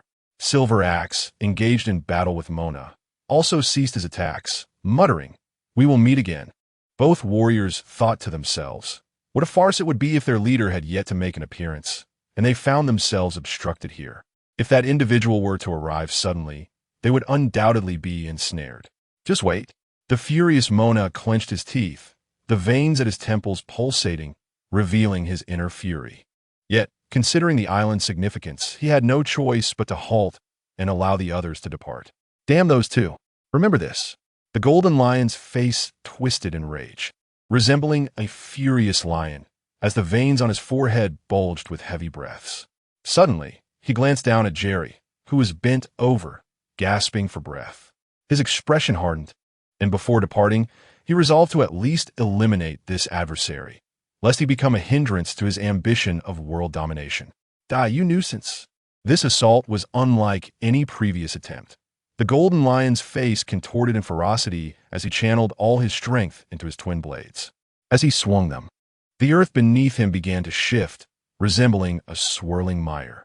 In an instant, the mud coalesced in the air, intertwining like a colossal lion's head, intent on annihilating its target. "Be careful, Jerry, you despicable fiend, golden lion." Others attempted to rush to Jerry's aid, but were intercepted. "Stay back," Jerry shouted, his eyes burning with determination as he stood tall, his right hand gripping his sword, gradually closing his eyes. As he sensed the monstrous earthen lion surging towards him, he focused on regulating his breath. Upon reaching a peak, he suddenly opened his eyes with piercing intensity. Flowing cloud, mystic slash. Instantly, the purple-black blade was enveloped in a triad of hues: ochre, azure, and white, representing defense, offense, and speed, respectively. These energies were the culmination of his insights gained during this period, having practiced daily under Tyson's abilities and even wielding his sword amidst the ocean currents. The three colors coalesced upon the blade, causing the very fabric of reality to shift. An expanse formed above him, a scene reminiscent of a tsunami, reverberating with a sense of overwhelming might that enveloped those nearby in three distinct atmospheric sensations: the tumultuous sea, the thunderous clouds, and the oppressive weight of the earth. As the ferocious lion's head lunged towards him, it appeared to freeze in midair, motionless. A smile crept upon Jerry's lips as he swung his hands forcefully, seemingly erasing the surrounding chaos. Both the lion-shaped earth and the clouds above vanished. Incredible! The onlookers gazed in disbelief, unable to fathom such a feat was possible for a human. In truth, Jerry had utilized this technique before, albeit in a less refined manner during his sparring sessions with Tyson. He exhaled heavily, slowly raising his gaze to meet the furious golden lion, a smile curling at the corners of his mouth as he declared, "Golden lion, you will not claim my life today." The airborne golden lion gripped his twin blades tightly, his head bowed, his body trembling slightly, and his chest heaving as if it were on the brink of explosion. "Damn you! You think you can withstand my attack and defeat me? You claim I cannot slay you. Let us see." Just as he prepared to launch another strike, he noticed Mona, the green pepper, and others had positioned themselves in front of Jerry, their expressions cold and their gazes sharp, as if to say, "Come down if you dare." Seeing this, the golden lion abruptly halted, his neck muscles tensing, his face flushed with rage. Ultimately, he dared not confront so many adversaries directly. He merely raised a hand and signaled. Soon, a pirate ship soared towards them, and even the vessels that had yet to board ascended into the air, disregarding the pirates still on the ground. However, in that fleeting moment, as he turned away, a sardonic smile crossed his lips. Consider this a warning. Next time, it will not be so simple. As the golden lion departed, his ominous words resonated, though the others initially dismissed them. Yet, as his fleet withdrew, the sky darkened unexpectedly. The group looked up in horror at the massive object plummeting from the heavens, their mouths agape in shock. It is the golden lion's power, that wretched fiend. What shall we do? None among us can contend with this behemoth. Just as despair threatened to engulf them, a figure burst forth from the underground laboratory, donning a crimson cloak and leaping into the air. Upon reaching the midpoint of the sky, he turned and shouted, "All together now, unleash your ultimate attack. Charge!" Despite their fatigue from the fierce battle, they prepared to rally once more. Yet, gazing upon the colossal entity in the sky, one would risk life itself to thwart its advance. Immediately, the crowd unleashed their formidable techniques. Meanwhile, within a naval branch, the marshal received news of the victory of the Tyson pirate crew over the remnants of the Gold Lion pirates. Azaldia, clutching at in den Mushi, reported anxiously. I understand. On the other end, Steelbone hung up the phone, contemplating the escalating prowess of these pirates. If left unchecked, they might evolve into a second Rocks pirates. No, perhaps they would be even more formidable, as their unity starkly contrasted with the disarray of their predecessors, rendering internal strife unlikely. Moreover, it seemed the world government was rather indifferent to this situation. Steelbone pondered this as he sat in his chair. 3 days had scarcely passed since the last piece of news, when a shocking report emerged. 3 executives from the former Rocks pirates, led by Gold Lion, had allied against the Tyson pirate crew, only to be defeated and forced to retreat, with even the Bright Emperor failing to make an appearance. Many speculated that the latter simply could not be bothered to intervene, while others suggested that he was intimidated, unwilling to confront 3 former executives simultaneously. The devastation on Tech Island indicated that a fierce battle had transpired.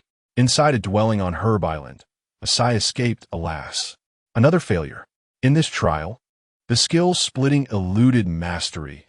Each attempt to evenly distribute chakra resulted in an imbalance, leading to inevitable failure at critical moments, causing frustration. It seemed that mastery would not come swiftly. Suddenly, Tyson sensed a surge of chakra activity on Herb Island.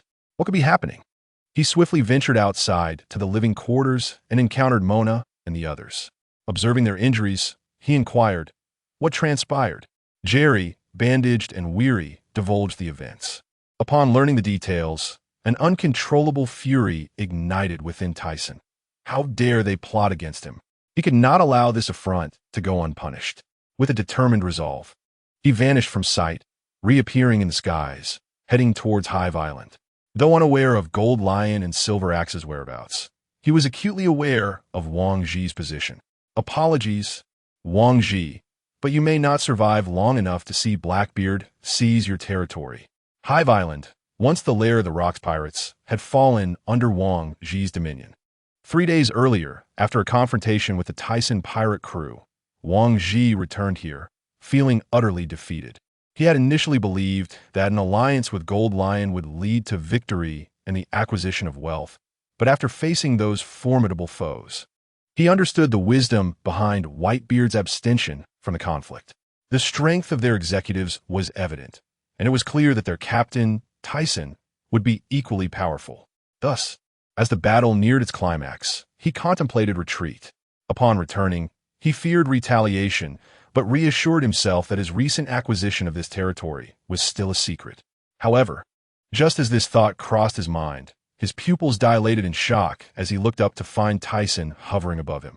Did he truly believe he could escape? Wang Ji, by provoking me, should brace himself for the consequences. Tyson, through his senses, pinpointed Wang Ji's location, the latter's chakra signature etched in his memory. Wang Ji, how did you discover my position? Wang Ji's expression revealed a flicker of fear, caught off guard by the exposure of his whereabouts. Could it be that Gold Lion or Silver Axe had betrayed him? This notion gnawed at him, fueling his anger. No one else could possibly know his location, and Tyson's rapid arrival suggested no reconnaissance had occurred. Who was this daring enough to encroach upon Wang Ji's territory? A figure, one of the Bright Emperor's subordinates, trembled with trepidation. Truly, this is the end. What shall I do? Tyson drew his 7-star sword, his expression devoid of emotion as he gazed down upon Wang Ji. Cease your thoughts. You are about to meet your demise. What purpose does this contemplation serve? With a sneer, Wang Ji gripped his long sword tightly, cold sweat beading on his brow, his eyes fixated on the sky above. The atmosphere fell into a tense silence. Moments later, Tyson vanished from view. Where'd he go? Wang Ji heightened his alertness, utilizing his observation Haki to anticipate an attack from that direction. From a front, with the utterance, his long sword was met with tremendous force, propelling him backward. Before he could regain his footing, a sense of impending danger surged from behind, causing his hair to stand on end. He caught sight of a headless body soaring away. What has happened? His vision spun chaotically, darkness enveloping him. So this is death? The realization of the vast disparity in power struck him. A lifeless head fell from the sky, landing with a thud, stirring up dust. Boss, he is dead. How could this be possible? Tyson sheathed his sword, surveying the remnants of roughly 40 individuals before him. After the dissolution of the Rocks Pirates, Wang Ji had struggled to recruit followers, dwindling from a previous count of 200.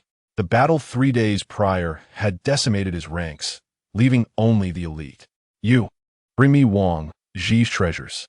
Should you dare to hide anything, you know the consequences. Tyson pointed at a dark-skinned man with a scar, his black hair standing out. The man, stunned into silence, nodded vigorously. Lord Bright, I shall retrieve them immediately. Observing the man's compliance, Tyson turned his gaze to the others, noting their expressions of fear. Is there anyone who wishes to join me? Of course, there are conditions. I am currently constructing Sky Paradise. Anyone who assists in its creation shall become my comrade. Alternatively, they may formally join the Tyson pirate crew. Initially exchanging glances, several individuals stepped forward. Lord, we are willing. Rather than drift aimlessly at sea, we desire a stable home. Lord, we are willing. The remaining crew members, inspired by their peers, soon followed suit. Ultimately, as Tyson examined the retrieved treasures, he was taken aback. What is this? Expecting mere gold and silver, he was surprised to discover a remarkable item, a paramecia-type devil fruit, the bomb fruit, resembling a bomb with a fuse. If one were not careful, they might genuinely mistake it for an explosive. He still remembers that this was the fruit consumed by the future Mr. Five, who did not comprehend the development of this particular fruit. However, among his companions, there was one who was exceptionally suitable for this fruit, Duo Guluo, known as the Explosive Man, for he could unleash explosive gusts with his fists. If he were to consume this fruit, he would certainly live up to his moniker. Furthermore, since joining, he had shown no other intentions. However, his infamous ambition was a mere trifling matter. After all, what kind of pirate would he be without ambition? In addition to this fruit, there were numerous treasures and fine wines, all of which were loaded onto the pirate ship before Tyson set sail towards Guangmingdao. Half a day later, as they passed Saifank Island, Tyson suddenly disembarked, instructing them to continue on to Guangmingdao without him. The reason he chose to land here was that he sensed a particularly familiar aura, and he had already deduced the identity of its source, prompting him to investigate further. In the waters near Saifank Island, a whale-like pirate ship was anchored, seemingly hosting a banquet, although the number of attendees was rather sparse, only 4 or 5 individuals. Yet, the cheerful laughter resonated as if they were a family. "Ah, old man, that is my wine," exclaimed a man with a white beard pirate's emblem tattooed on his right arm, suddenly rising from his seat and gritting his teeth. "Kohohu, Fasa, young people should drink less," interjected another. "Old man, you are too cunning." The others nodded in agreement. Just as Whitebeard was about to respond with a smile, he suddenly grew serious, towering at nearly 7 meters tall, and gazed toward the distant sky. The others were startled by this abrupt change and looked up at Whitebeard, asking, "What's wrong? What happened?" "A dangerous individual is approaching. You all step back," Whitebeard commanded, raising his naginata to shield those behind him, his gaze fixed on the impending figure. "La la la la, Newgate, is this how you welcome an old friend? I even brought fine wine." Tyson thought it somewhat unfortunate that he was met with such wariness, for he was a gentle soul, and it seemed utterly unreasonable to be treated in such a manner. "Indeed, you dangerous fellow," I cannot allow you to easily approach my family, Whitebeard remarked, though he did relax his grip on the weapon. Given that you brought fine wine, I shall let it slide this time. This was only to be expected. When pirates crossed paths, conflict was inevitable. Moreover, Tyson had approached without so much as a greeting, which was quite impolite. My apologies. I merely passed through to sample the fine wine I brought, Tyson said, diverting the topic of conversation and glancing at the four individuals behind Whitebeard. Although they were still young, he could recognize them. Boys, come out and welcome the guest. Whitebeard smiled, took the wine from Tyson's hands, and gulped down a hearty swig. What fine wine, although it feels somewhat familiar, akin to the one consumed aboard the previous ship. He promptly poured more into his mouth. I just returned from Wang Ji's place. This is what I brought back, Tyson stated, but before he could finish, Whitebeard suddenly spewed out the wine he had just swallowed, exclaiming pooh. After wiping his mouth, he stared wide-eyed at Tyson. Yes, he is dead. That fool dared to conspire with a golden lion and silver axe to attack my stronghold. How could I possibly let him off the hook? Tyson nonchalantly continued sipping his wine, while snatching food from Whitebeard's sons to eat. Sigh, I knew it would come to this. I just didn't expect you to be so decisive. When the golden lion sought him out, he had his suspicions, but he did not anticipate that one of them would fall so swiftly. Gradually, Tyson stayed with Whitebeard until nightfall, discussing various topics. However, he sensed a significant change in Whitebeard's mindset, shifting from indifference to one marked by the need for protection. This was only natural, as his long-held aspirations could finally be realized. Nonetheless, Tyson felt no envy. His own dreams were also nearing fruition. In time, his sky paradise would become the freest place in the world. Those who yearned for freedom would flock to his sky paradise, and at that moment, he would embody freedom itself. The notion that the Pirate King was the ultimate symbol of freedom was utterly impossible. He would never allow such a thing to transpire. He had initially intended to request some of Newgate's blood, but upon realizing that studying the body of rocks would require considerable time, he temporarily set that aside. Shortly thereafter, he returned to Guangmingdao.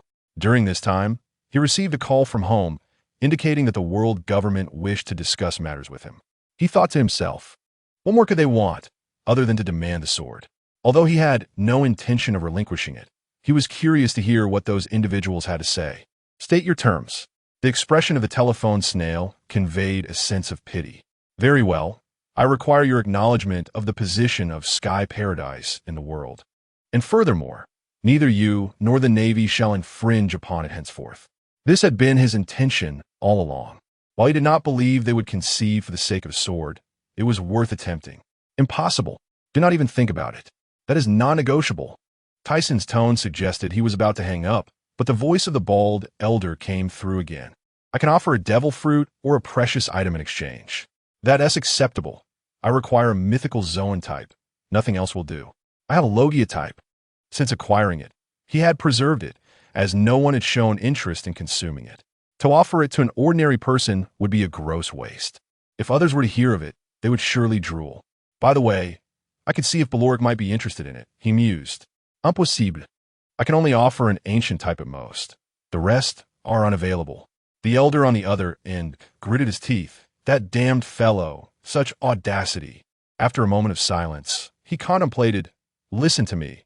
That fellow you call Nizhul is indeed a mythical Zoan type.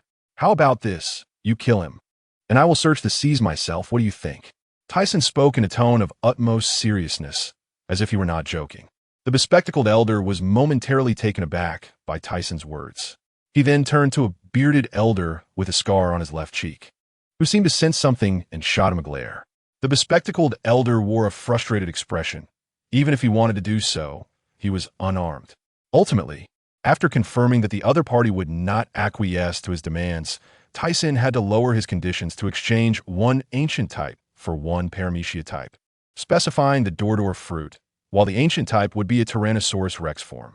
Although he acquired them, he found himself in a predicament, as no one was willing to consume them. Moreover, with these two fruits added to the one he already possessed, he now had three. If possible, he considered consuming the Dordor fruit himself, but decided to wait, as it would not spoil. A day later, the bald elder received the legendary sword. the initial generation of Guache, while Tyson obtained the 2 devil fruits. He then took the Logia-type gas fruit in hand and sought out Baloric. The 3 fruits possess remarkable abilities. Do give it some thought.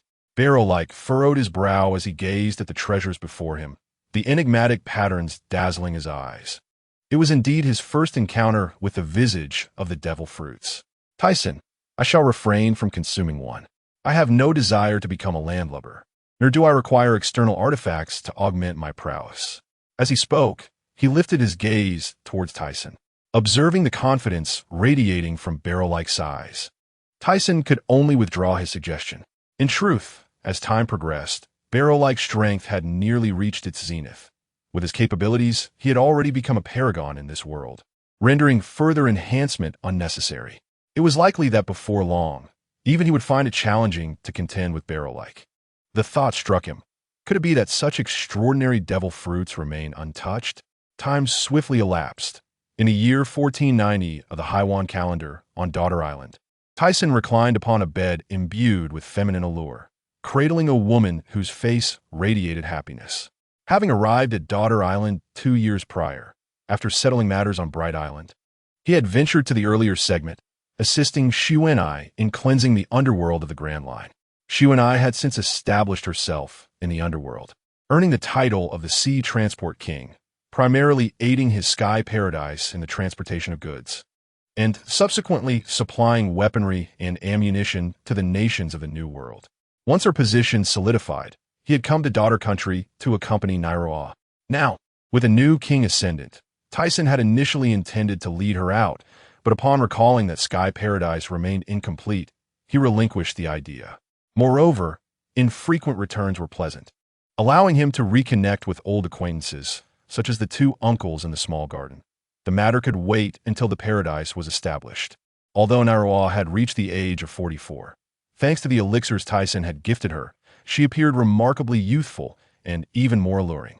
At that moment, Tyson's phone rang unexpectedly, and he recognized the caller. After answering, he listened to the other party before responding. Understood. I shall arrive shortly. Are you leaving? Nairoa lifted her head, her enchanting, bashful eyes fixed upon him. Yes, the cargo for transport is rather substantial, and fortuitously, I am currently in the earlier segment. Xiuenai is awaiting me. Xiuenai? A wave of anxiety washed over Tyson as he maintained his composure externally while his heart trembled. He had nearly forgotten. She is my partner. The construction of Sky Paradise requires a significant amount of resources, which I have entrusted to her. He endeavored to elucidate the situation, but the skepticism reflected in her eyes indicated that clarity was elusive. Nairoa leaned closer, her sparkling gaze locking onto his. Is that truly the case? Faced with this, Tyson found himself at a loss, hastily affirming her query before making a swift exit, only to overhear her murmur, "So you have learned to brush me off." Unable to linger any longer, he soared away from Daughter Island towards the Sango archipelago. Compared to before, his speed had notably increased, and after nearly 4 hours, he reached his destination. Prior to disembarking, he cloaked his visage in mist. While he harbored no fear of confrontation, he preferred to avoid unnecessary complications, aiming to complete his tasks safely. In a villa behind a weapons shop on the island, Xiuenai seemed to sense his arrival, quickly lifting her head. This rogue had finally come. Soon, Tyson encountered Xiuenai, and the men clad in black suits surrounding her were unfazed by his sudden appearance. Since she treated this place as her home, coming and going as she pleased, they dared not impede her. Moreover, their leader displayed a keen anticipation for Tyson's arrival. "Why have you arrived so late? Do you realize how long I have waited for you?" Xiuenai chided upon seeing Tyson, a stream of teasing remarks following. "I have pressing matters to attend to. I'm not here for leisure." After settling into a chair, Tyson lifted a cup of tea to his lips. At that moment, Xiuenai, clad in revealing attire, suddenly leaned into him, her voluptuous form pressing against him, as she playfully sniffed at his neck like a little lion cub, causing an uncomfortable itch. Tyson, unable to endure it any longer, gently pushed her away. "What are you doing? You are one of the underworld's sovereigns, yet still so childish." He resumed, sipping his tea.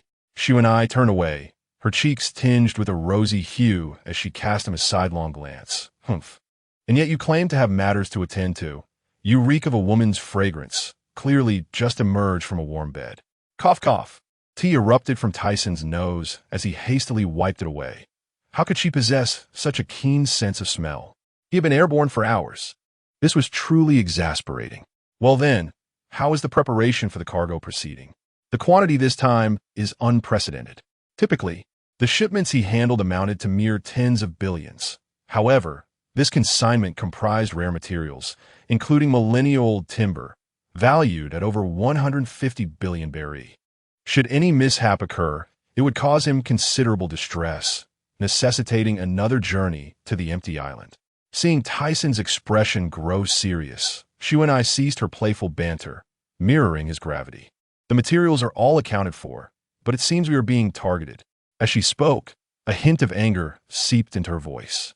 What is the situation?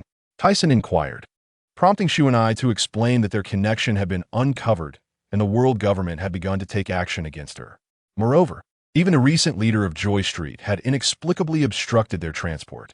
She remained unaware of the leader's identity or whether the world government had devised any perilous schemes regarding the shipment. Had Tyson not come personally, she would not have dared to expose this transport so recklessly. In that case, I shall pay a visit to the leader of Joy Street. To dare oppose me, they must be prepared for the consequences. You know their location, correct? He resolved to confront this individual, intrigued by the audacity to stand against you and I, and suddenly recalled, could it be that they have already produced it? A sense of alarm surged within him. Previously, during the conflict between the Rocks pirates and the Navy, he had aimed to seize that woman, Bakine. However, by the time he arrived, she had vanished without a trace. It appeared she had allied herself with Vegapunk and was indeed successful in her endeavors. The information regarding Rock's physical research required her transmission. I am aware of their approximate location. However, locating Shuai may prove challenging, she relayed. I have my methods. Simply await my return. With that, he vanished from sight, determined to investigate this first specimen himself.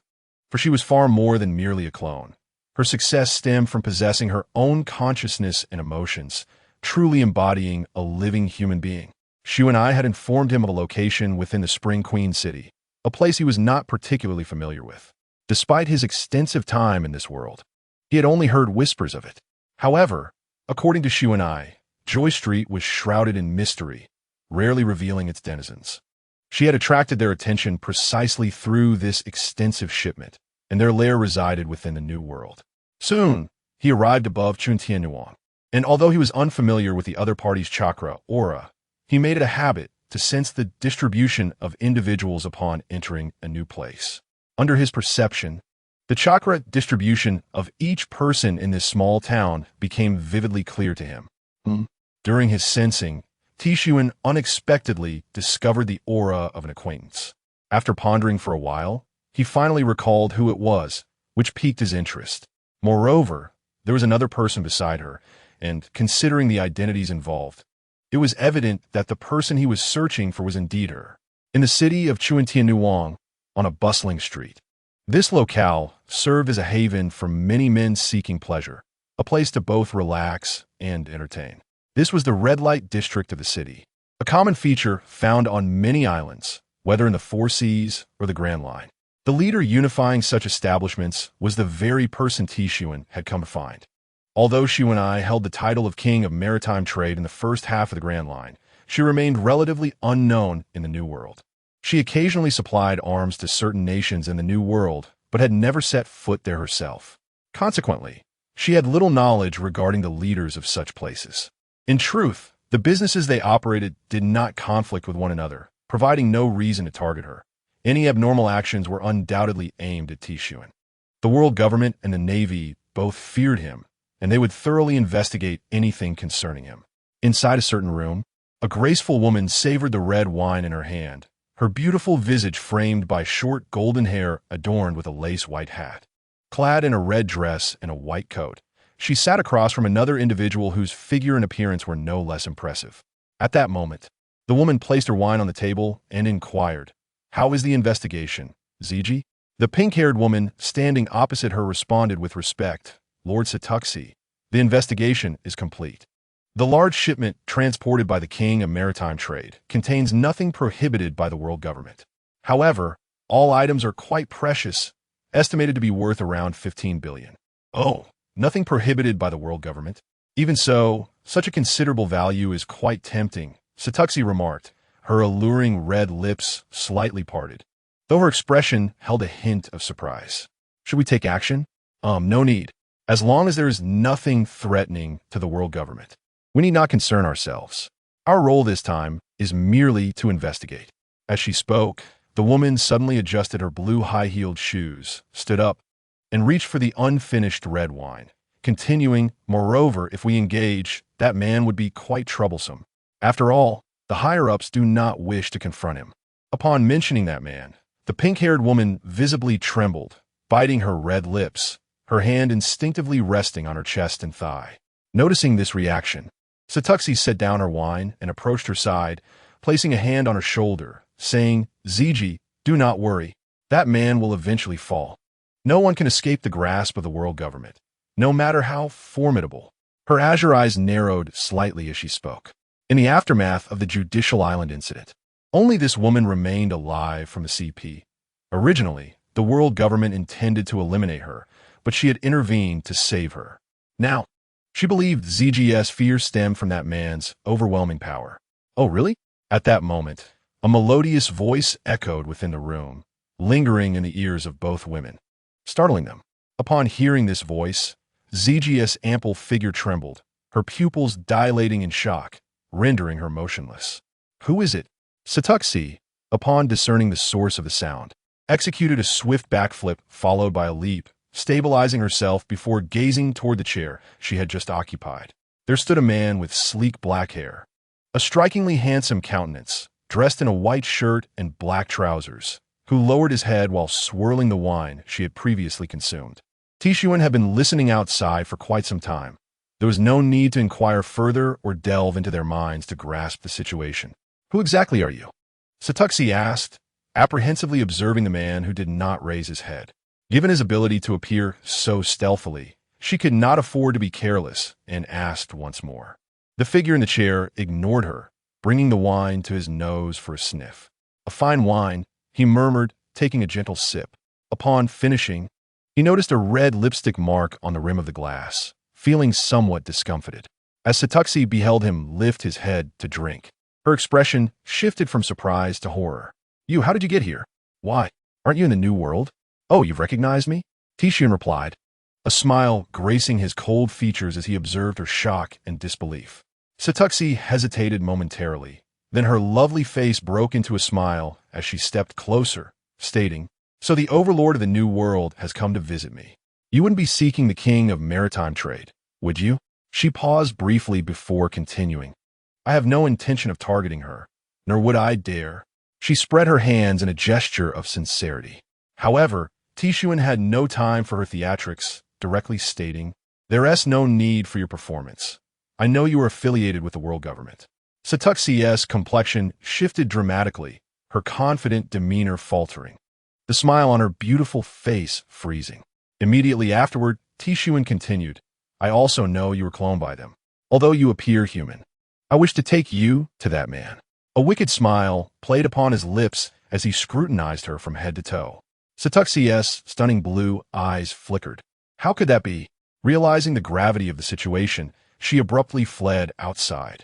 Today had already brought enough shock. First, an unfeeling figure intruded.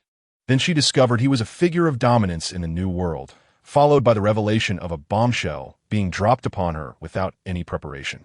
Watching her attempt to escape, Tishuan remained unfazed, simply stating, "Ziji, stop her." "What?" Satuxi's anxious expression morphed into one of terror as she observed Ziji's face contorted in struggle. Yet, moments later, Ziji's resolve solidified.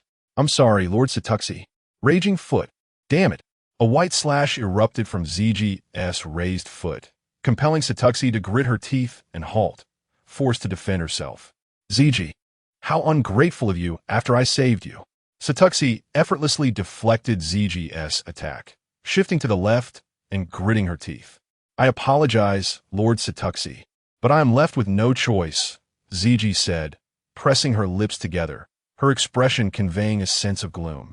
If that is the case, I shall eliminate you first. She glanced momentarily at Tishuan, who was seated with a chin resting on his hand, clearly enjoying the spectacle, before charging towards ZG.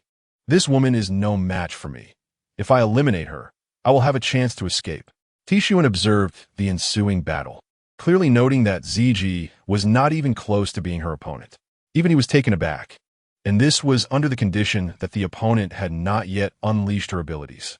He was well aware that this woman was a Mian fruit user, possessing the power to induce slumber.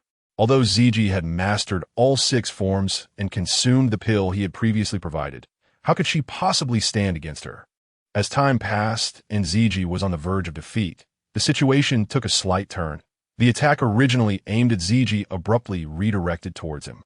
With a swift motion, Stussy utilized T to appear directly above Thiessen, a cold smirk gracing her beautiful features. No matter how formidable you are, this move would either result in death or severe injury. 6 King's Spear. The opponent positioned her hands in an unusual manner, pressing them toward his head. Just as Stussy anticipated a hit, she saw the opponent vanish from her sight. What? Then, in an instant, she felt a constriction around her neck, a suffocating sensation surging through her being. Standing 3 meters tall, Thiessen gripped Stussy's delicate neck with one hand. She struggled in pain, her long fingers clawing at his wrist, her blue high heels attempting to kick forward but constrained by distance. ZG, witnessing how swiftly Thiessen had captured her superior, felt her body give way to the ground, her eyes wide with fear, even more intense than before. It was important to note that Stussy was a high-ranking member of CP, significantly more powerful than her. Furthermore, she had taken the pill Thiessen had given her beforehand, enhancing her physical prowess considerably. Otherwise, it would have been impossible for her to endure so many moves under ZG's command. However, recalling the past incident where the entire judicial island was obliterated, it no longer seemed surprising. As Thiessen prepared to deliver a final blow, a faint smile finally appeared on her cold, handsome face. She relaxed her grip slightly, allowing Stussy to descend. Coughing and gasping for breath upon hitting the ground, Stussy struggled to regain composure, her face flushed from the lack of air, desperately inhaling the surrounding atmosphere. Thiessen knelt down, grasping Stussy's chin, observing the exquisite features now tinted with a crimson hue from asphyxiation. Do you wish to live? Her gaze locked on Stussy's azure eyes. Filled with terror, Stussy's complexion turned pale. In that fleeting moment, she felt as if she had danced with death, and now, realizing she might have a chance at survival, she fervently nodded. Even if it meant agreeing to some conditions, be it cooperation or manipulation, obtaining intelligence from her could prove advantageous. Despite the peculiarity of this individual knowing her identity, she had no immediate recourse and could only contact that man later. You must be prepared for the consequences. ZG, you may exit now. Startled by the sudden command, ZG, still prostrate on the ground, felt her heart tremble once more.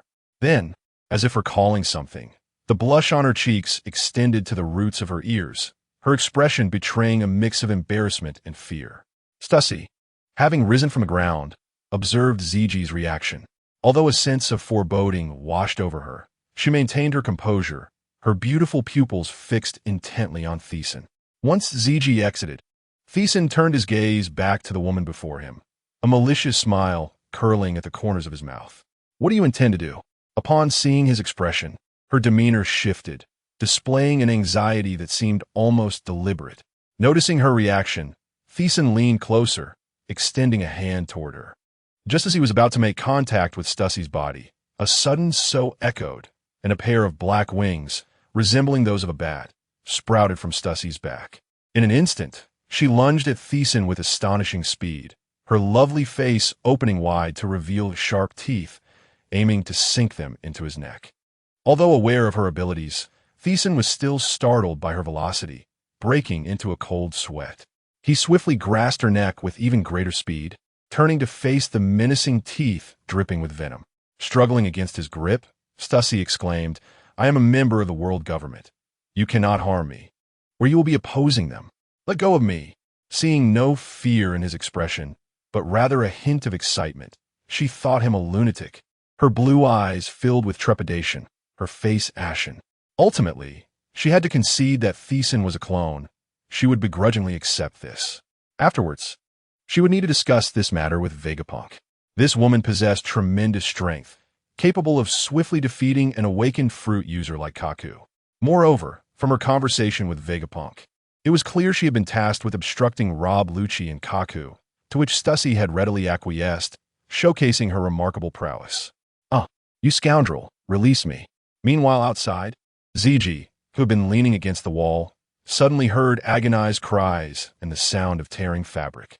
She clasped her hands over her crimson ears, slowly sliding down the wall. This scene brought back memories of her time on Judicial Island.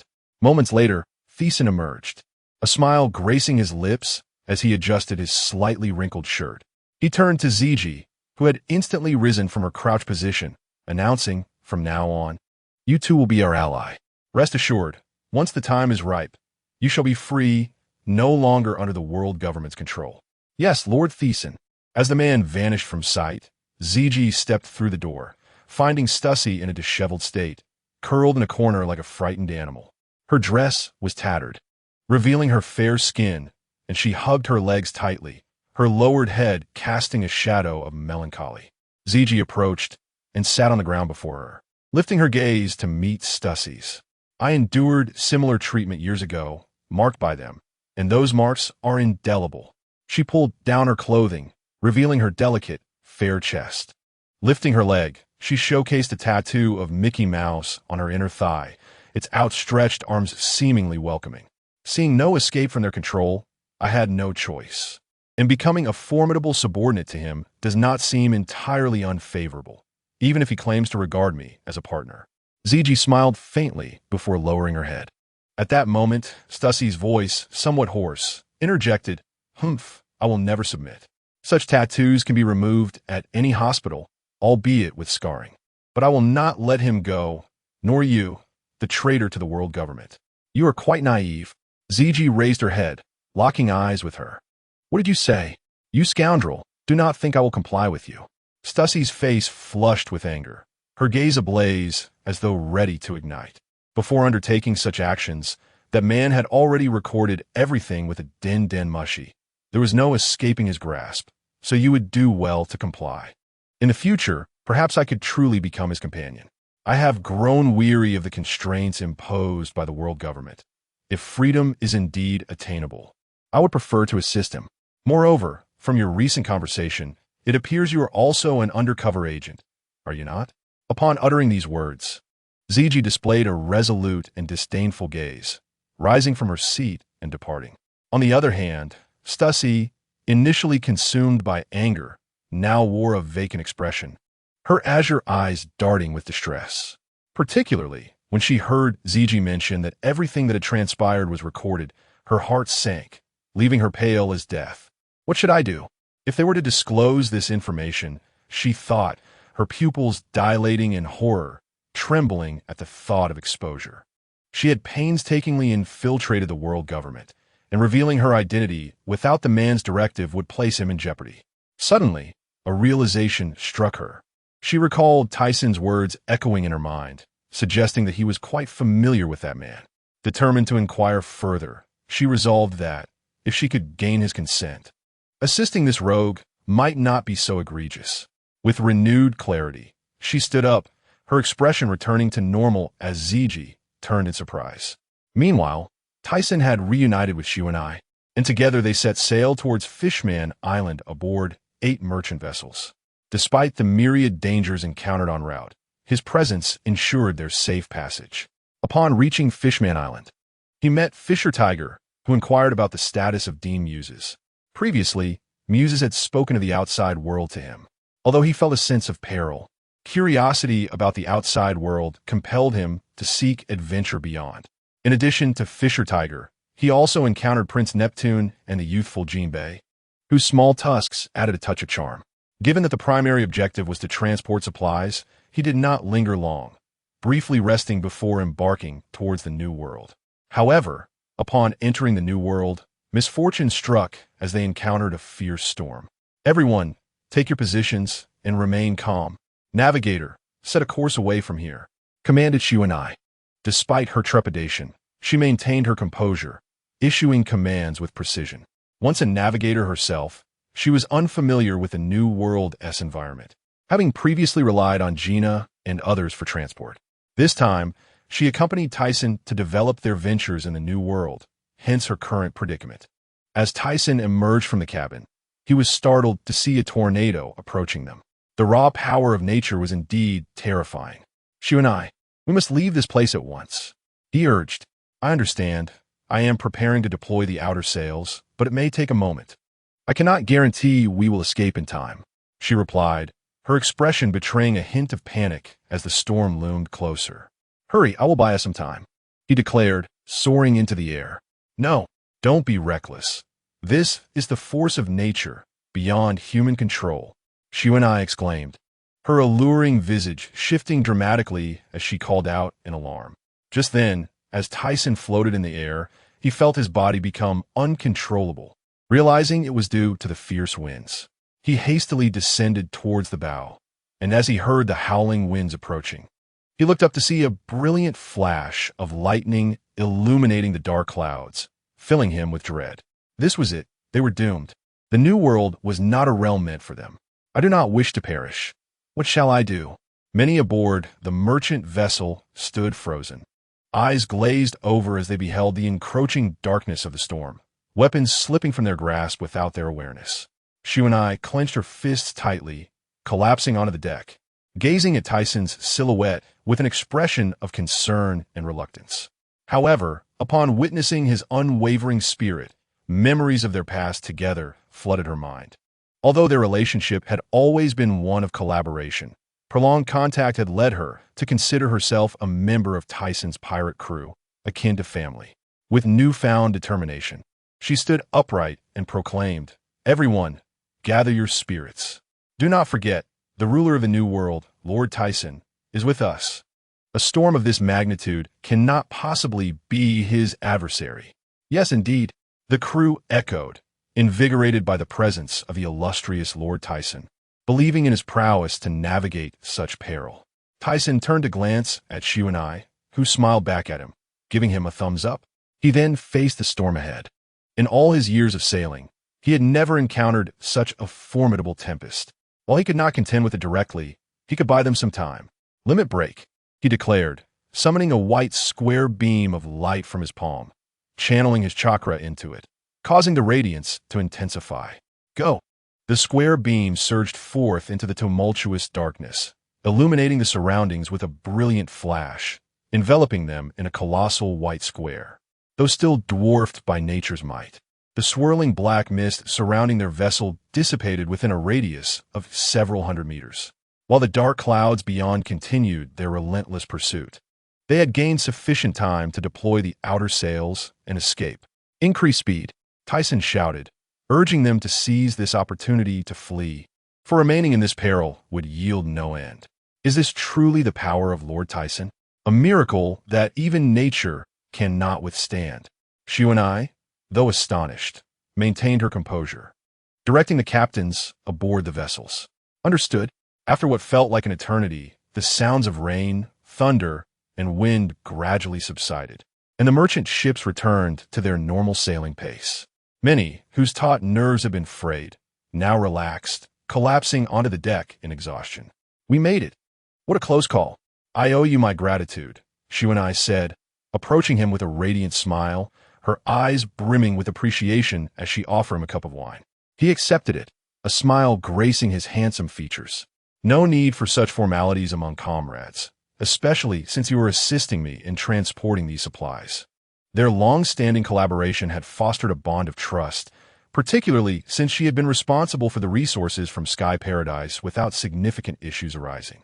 However, to avoid the storm, we have indeed deviated considerably, Shuanai remarked, examining the permanent log pose from Herb Island she held, producing another with 3 pointers. He had already noticed this discrepancy. They had initially been on a direct course for Herb Island. This detour would require some additional navigation, but such obstacles were trivial as long as the log pose remained intact. Ultimately, they adjusted the ship's course, deterring back to Guangmingdao. After nearly a day of navigating the vast ocean, Tyson, leaning at the bow, gazed at the crimson sun descending in the west. The dazzling light made it difficult for him to keep his eyes open, prompting him to turn his head aside. In that moment, as if seeing something remarkable, perhaps the sun's brilliance was simply too overwhelming, he raised his eyebrows and inquired, "Xuanai, do you know what that place is?" He extended a finger toward the island ahead, where billowing smoke and dark clouds emerged from the sky above. Please hold on a moment. Although I have traded with many from the New World, I have never been there myself. Let me check the map." Xuanai took the binoculars from a nearby individual, observing for a moment before consulting the map for an extended period. Eventually, she approached Tyson and remarked, "I am uncertain about the island directly ahead, but the one next to it is known as withObservation. The people of this nation have traded with us in the past." withObservation? withObservation is a nation located along the Grand Line, notorious for its scarcity of resources, relying on plundering neighboring lands for survival, and is perpetually embroiled in conflict. Upon hearing this, Xuanai's expression turned sympathetic, and she continued, "This nation frequently conscripts children to serve as suicide squads." Tieson's mind raced as he recalled that the notorious scion, Barrett, was born in withObservation. By this time, he must be at least 12 or 13 years of age. He directed Xuanai and the others to proceed while he made his way directly to withObservation. After all, Xuanai possessed a recording compass that would lead them there without concern for their safety. If trouble arose, communication was readily available. He held Xuanai's life card, enabling him to follow them at any moment. Initially intending to explore the adjacent island, his desire to find Barrett compelled him to venture directly into withObservation. Although Barrett might have lost faith in the strength of companionship by this stage, he believed there was still a chance for redemption. With such formidable combat prowess, Barrett was a vital asset for his sky paradise, and perhaps they could even forge a partnership. Should Barrett refuse or turn hostile, Tyson mused, he would welcome the challenge, believing that perhaps such an encounter could elicit a genuine allegiance. Upon landing on the island, he soon spotted a castle and a contingent of stationed troops. To expedite matters, he bypassed the nobility of the realm and headed straight for the military, where he hoped to locate Barrett more swiftly. Concealed from view, Tyson observed the throngs of soldiers below before gracefully descending onto an open space near a vast tent. Dressed in a white shirt with a black coat draped over it, his strikingly handsome visage appeared as he neared the encampment. From within the tent, anguished cries of women mingled with the raucous laughter of men, suggesting some cruel yet entertaining game was afoot. "Who goes there?" "Enemy attack." Instantly, the soldiers outside sprang into action, raising their weapons in his direction. The commotion roused those within the tent. What is happening? Desiring to avoid unnecessary chaos, Tyson focused intently, exuding a blood-red aura that intentionally avoided the tent's entrance. Soldiers began to fall as if reaped like wheat, and as those inside cursed while parting the tent flaps, the first thing they encountered was a pale hand, followed by an overwhelming sensation of suffocation. "Answer my question, and I shall spare you. Otherwise, death is your only fate." Tyson loomed over him, gripping his neck with piercing eyes. "Great sir, please do not kill me." The man, his expression twisted in anguish and eyes wide with terror, glanced around at his fallen comrades. "Where is Barrett?" "Barrett? You mean that underling of Douglas Gray?" Before he could finish, a sickening crack echoed as Tieson's grip tightened, rendering the man speechless. Tyson had gleaned all he needed from the man's thoughts in just a few brief moments. After discarding him to the ground, he entered the tent, only to find chaos within. In one corner, 4 or 5 women, devoid of attire, huddled together, their eyes filled with fear and tears, evoking a pang of compassion in him. The soldiers outside lie motionless. Your fate now rests on your own abilities to escape. With that, Tyson exited, realizing he could do no more here. He had pressing matters to attend to. The man whose neck he had snapped was merely a captain, one with an enmity against Douglas Gray, a commanding officer in this nation who specialized in adopting children to form a battalion known as Bullet. Barrett was one of his subordinates. However, Barrett had now become a celebrated figure, a hero on the battlefield at merely 13 years old. This posed a dilemma. Were he presently in a state of despair, Tyson could offer warmth and support, but clearly Barrett was thriving. The black smoke he observed rising from that island was undoubtedly the handiwork of the bullet child soldiers. He pondered whether the conflict on that island had concluded, and with that thought, his form vanished swiftly. Soon, he found himself hovering over the war-torn island, the blood-red twilight fading gradually. Below, the battlefield was engulfed in flames, spreading and intensifying with each moment. The ground lay littered with charred, mangled corpses, and a nauseating stench invaded Tieson's nostrils, prompting him to grimace slightly. For an ordinary person, such a sight might incite revulsion, yet for those who thrived on war, it was simply a matter of course. Whom could one blame for such madness? It could only be said that this world was utterly devoid of sanity, where iron and blood often served as the only means of resolution. Strength was indeed a powerful solution to all problems. Utilizing his perceptive abilities, he expanded his awareness across the entire island. Aside from the palace, where some semblance of life lingered, he found no signs of survival elsewhere. The people in the war zone were predominantly deceased. At that moment, Tyson sensed a faint chakra emanating from a concealed spot. He swiftly made his way there and discovered a cave. Beyond it lay a small forest, and he descended gradually. Following the trace of chakra, he was taken aback to find a man sprawled on the ground. The chakra, he sensed, had originated from him. Could this be Douglas Barrett? Gazing upon the robust figure lying there, clad in tattered black military attire, with golden curls and reddish skin, he had undoubtedly found the one he sought. Yet, despite his imposing stature, there remained a certain youthful naivete about him. Acknowledging Barrett's current condition, Tyson realized he lacked the formidable strength he would later possess as one of the four emperors. However, the abnormality of his physique was reminiscent of Mona. At just 13 years of age, Barrett stood nearly 4 meters tall. Yet, Tyson could sense his weakness, likely the result of prolonged combat and starvation. Furthermore, he bore numerous non-lethal injuries, though these were minor inconveniences. After confirming that the individual was Barrett, he lifted his head to survey the small forest, hoping to find something edible. Just as he was about to turn away, he was struck by an astonishing sight. A gigantic fruit hung beneath a tree in front of Barrett, suspended by a green vine. The fruit's appearance was peculiar, composed of numerous regular concave and convex shapes, adorned with mysterious patterns. Was this the Hati Guoshi? Hati Guoshi? This truly startled Tyson. Having encountered many devil fruits, he recognized at a glance. Everything that had transpired before seemed quite ordinary to him. After all, with his many years of piracy, he had witnessed countless scenes. However, such a melodramatic occurrence unfolding before him was unexpected. How fortunate was this creature lying on the ground? No, as this thought crossed his mind, Tyson's previously tumultuous emotions calmed abruptly. The so-called devil fruit embodies will. Each fruit's manifestation of will differs. Therefore, only those suited to the fruit's essence can harness its true power. This Hati Guoshi could only reveal its might if consumed by this individual.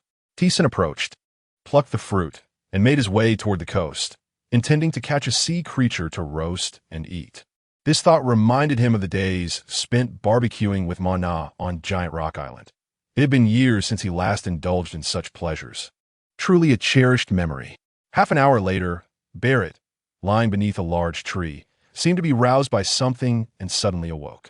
He struggled to open his eyelids, revealing weary eyes, and his nose twitched. What a delightful aroma! He murmured, and as if recalling something, his pupils dilated sharply, the firelight reflecting in his cowbell-sized irises. His robust, crimson body sprang upright, creating a trench in the ground before he halted. His gaze fixed intensely on the figure roasting meat before him and the enormous creature behind it. An enemy, Barrett instantly thought. Awake? Tyson, having deemed the meat nearly ready, directly placed it into his mouth. Ouch, it's scorching. He blew on the oily surface of the meat, deliberately performing a series of gestures. A rumble of hunger echoed from Barrett's stomach, causing him to instinctively cover his belly with one hand, his face flushing. Indeed, this fellow was starving. Despite this, Observing Barrett's alert demeanor and hearing the complaint from his own stomach made his ears redden. In truth, Barrett was merely a 13-year-old child. Had he not lived in such an environment, how could he possess strength that an ordinary person might never attain in a lifetime? It sounded like envy, yet deep down, it was a cruel reality. The unit named Bullet was, in essence, a group of young scouts.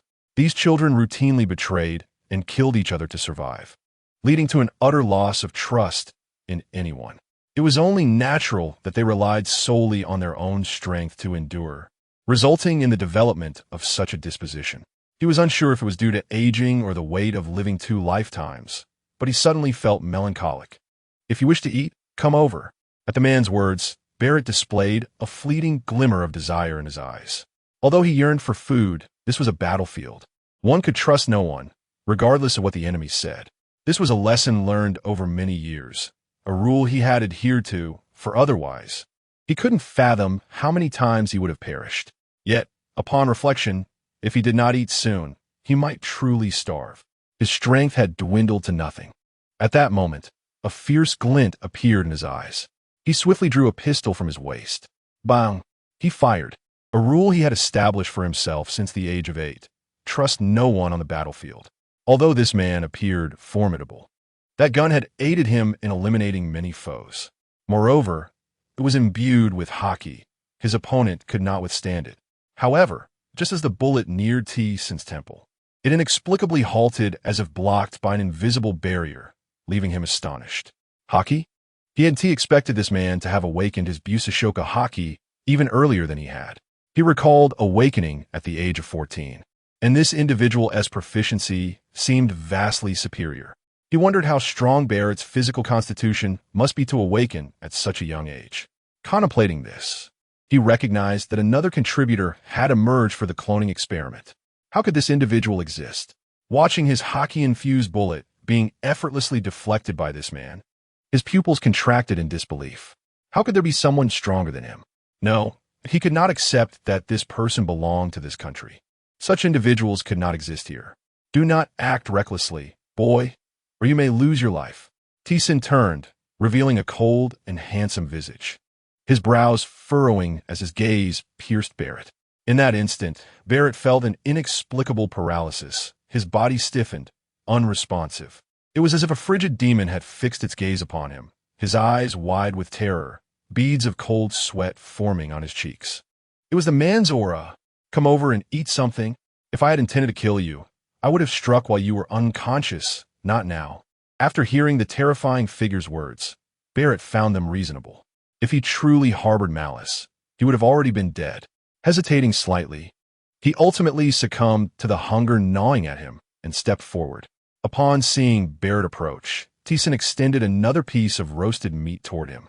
However, contrary to his expectations, Barrett bypassed him and tore a chunk of flesh from the sea creature behind him, immediately sinking his teeth into it. T-Sin shook his head. This level of wariness was excessive. He was denying others even the slightest chance to cause him harm. "Let me introduce myself. I am our CT's son, a pirate." As he spoke, T-Sin turned to face Barrett, who continued to ignore him, engrossed in devouring the raw meat. Undeterred, T-Sin continued to express his thoughts, sharing his dream of creating the freest place in the world and inviting Barrett to join his crew. Regardless of whether Barrett listened, he would leave the rest to fate. Noticing that Barrett paused only at the mention of freedom, treating the rest as if unheard, he continued, "Before I leave, let me share something with you. I know you're under Douglas Gray. However, that man merely views you as a tool for his own advancement, not someone who truly cares for you." "Shut up." Barrett suddenly erupted with rage, his face contorted like a demon as his dark fist swung toward T-Sin's head. The smile that had graced T-Sin's face gradually froze, and beneath his composed exterior, he slowly raised his hand, extending a finger to block the massive punch aimed at him. "What?" Barrett's expression shifted dramatically, his dark eyes narrowing in disbelief as he gazed at T-Sin. How could this man be so strong? No, he refused to acknowledge it. At that moment, a shadow flashed by, and he felt a fist collide with his abdomen.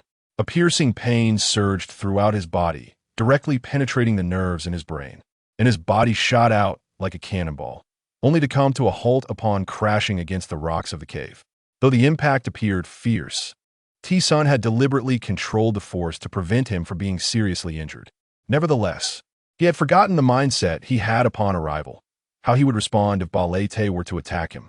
Despite the restraint, Balete still coughed up blood.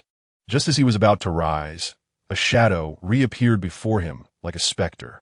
Trembling, he lifted his head and was met with T-Sin's cold, handsome visage and his icy gaze looking down at him. You may choose not to believe my words, but you cannot ignore them. As for whether or not to believe afterward, that is your own affair. Faced with the unyielding demeanor of the other, Balete had no choice but to pause and listen obediently. What else could he do against such an opponent? Noting Balete's silence, T-Sun continued. In any case, I wish for you to become my companion. I shall never be anyone's companion. I will not trust anyone. The commander promised me freedom once we achieve victory in this war, and we are nearing that goal. How could I possibly give it up? Balete lowered his head, his voice tinged with despair. Observing his steadfast resolve, T-Sun decided to refrain from pressing him too hastily. Perhaps with time, he would achieve the desired outcome. In truth, T-Sun understood that Balete did not genuinely seek freedom from Legu. He was merely searching for a purpose to continue living. Having grown up amidst war, he had no other aspirations beyond fighting. He had no desire to leave this war-torn existence. Had it not been for Legacy's betrayal, Balete might have remained loyal indefinitely. In that case, I shall not force you. Here are 3 items for you. T-Sun produced 3 objects and placed them before Balete. This devil fruit will grant you strength. The pill will heal your wounds. And as for the paper, I trust you know what it is. T-Sun returned the fruit to him, preparing for the future. Since he had resolved to make this man his partner, it was prudent to enhance his abilities sooner rather than later. As for the life card, once Balete was betrayed by Douglas Legu, he would likely lose his purpose, wandering the seas in search of battle. Should he encounter Luo Jie during that time, it would be an exercise in futility. Bestowing the life card upon him was merely to provide him with a target to strive towards. Why are you giving me these things?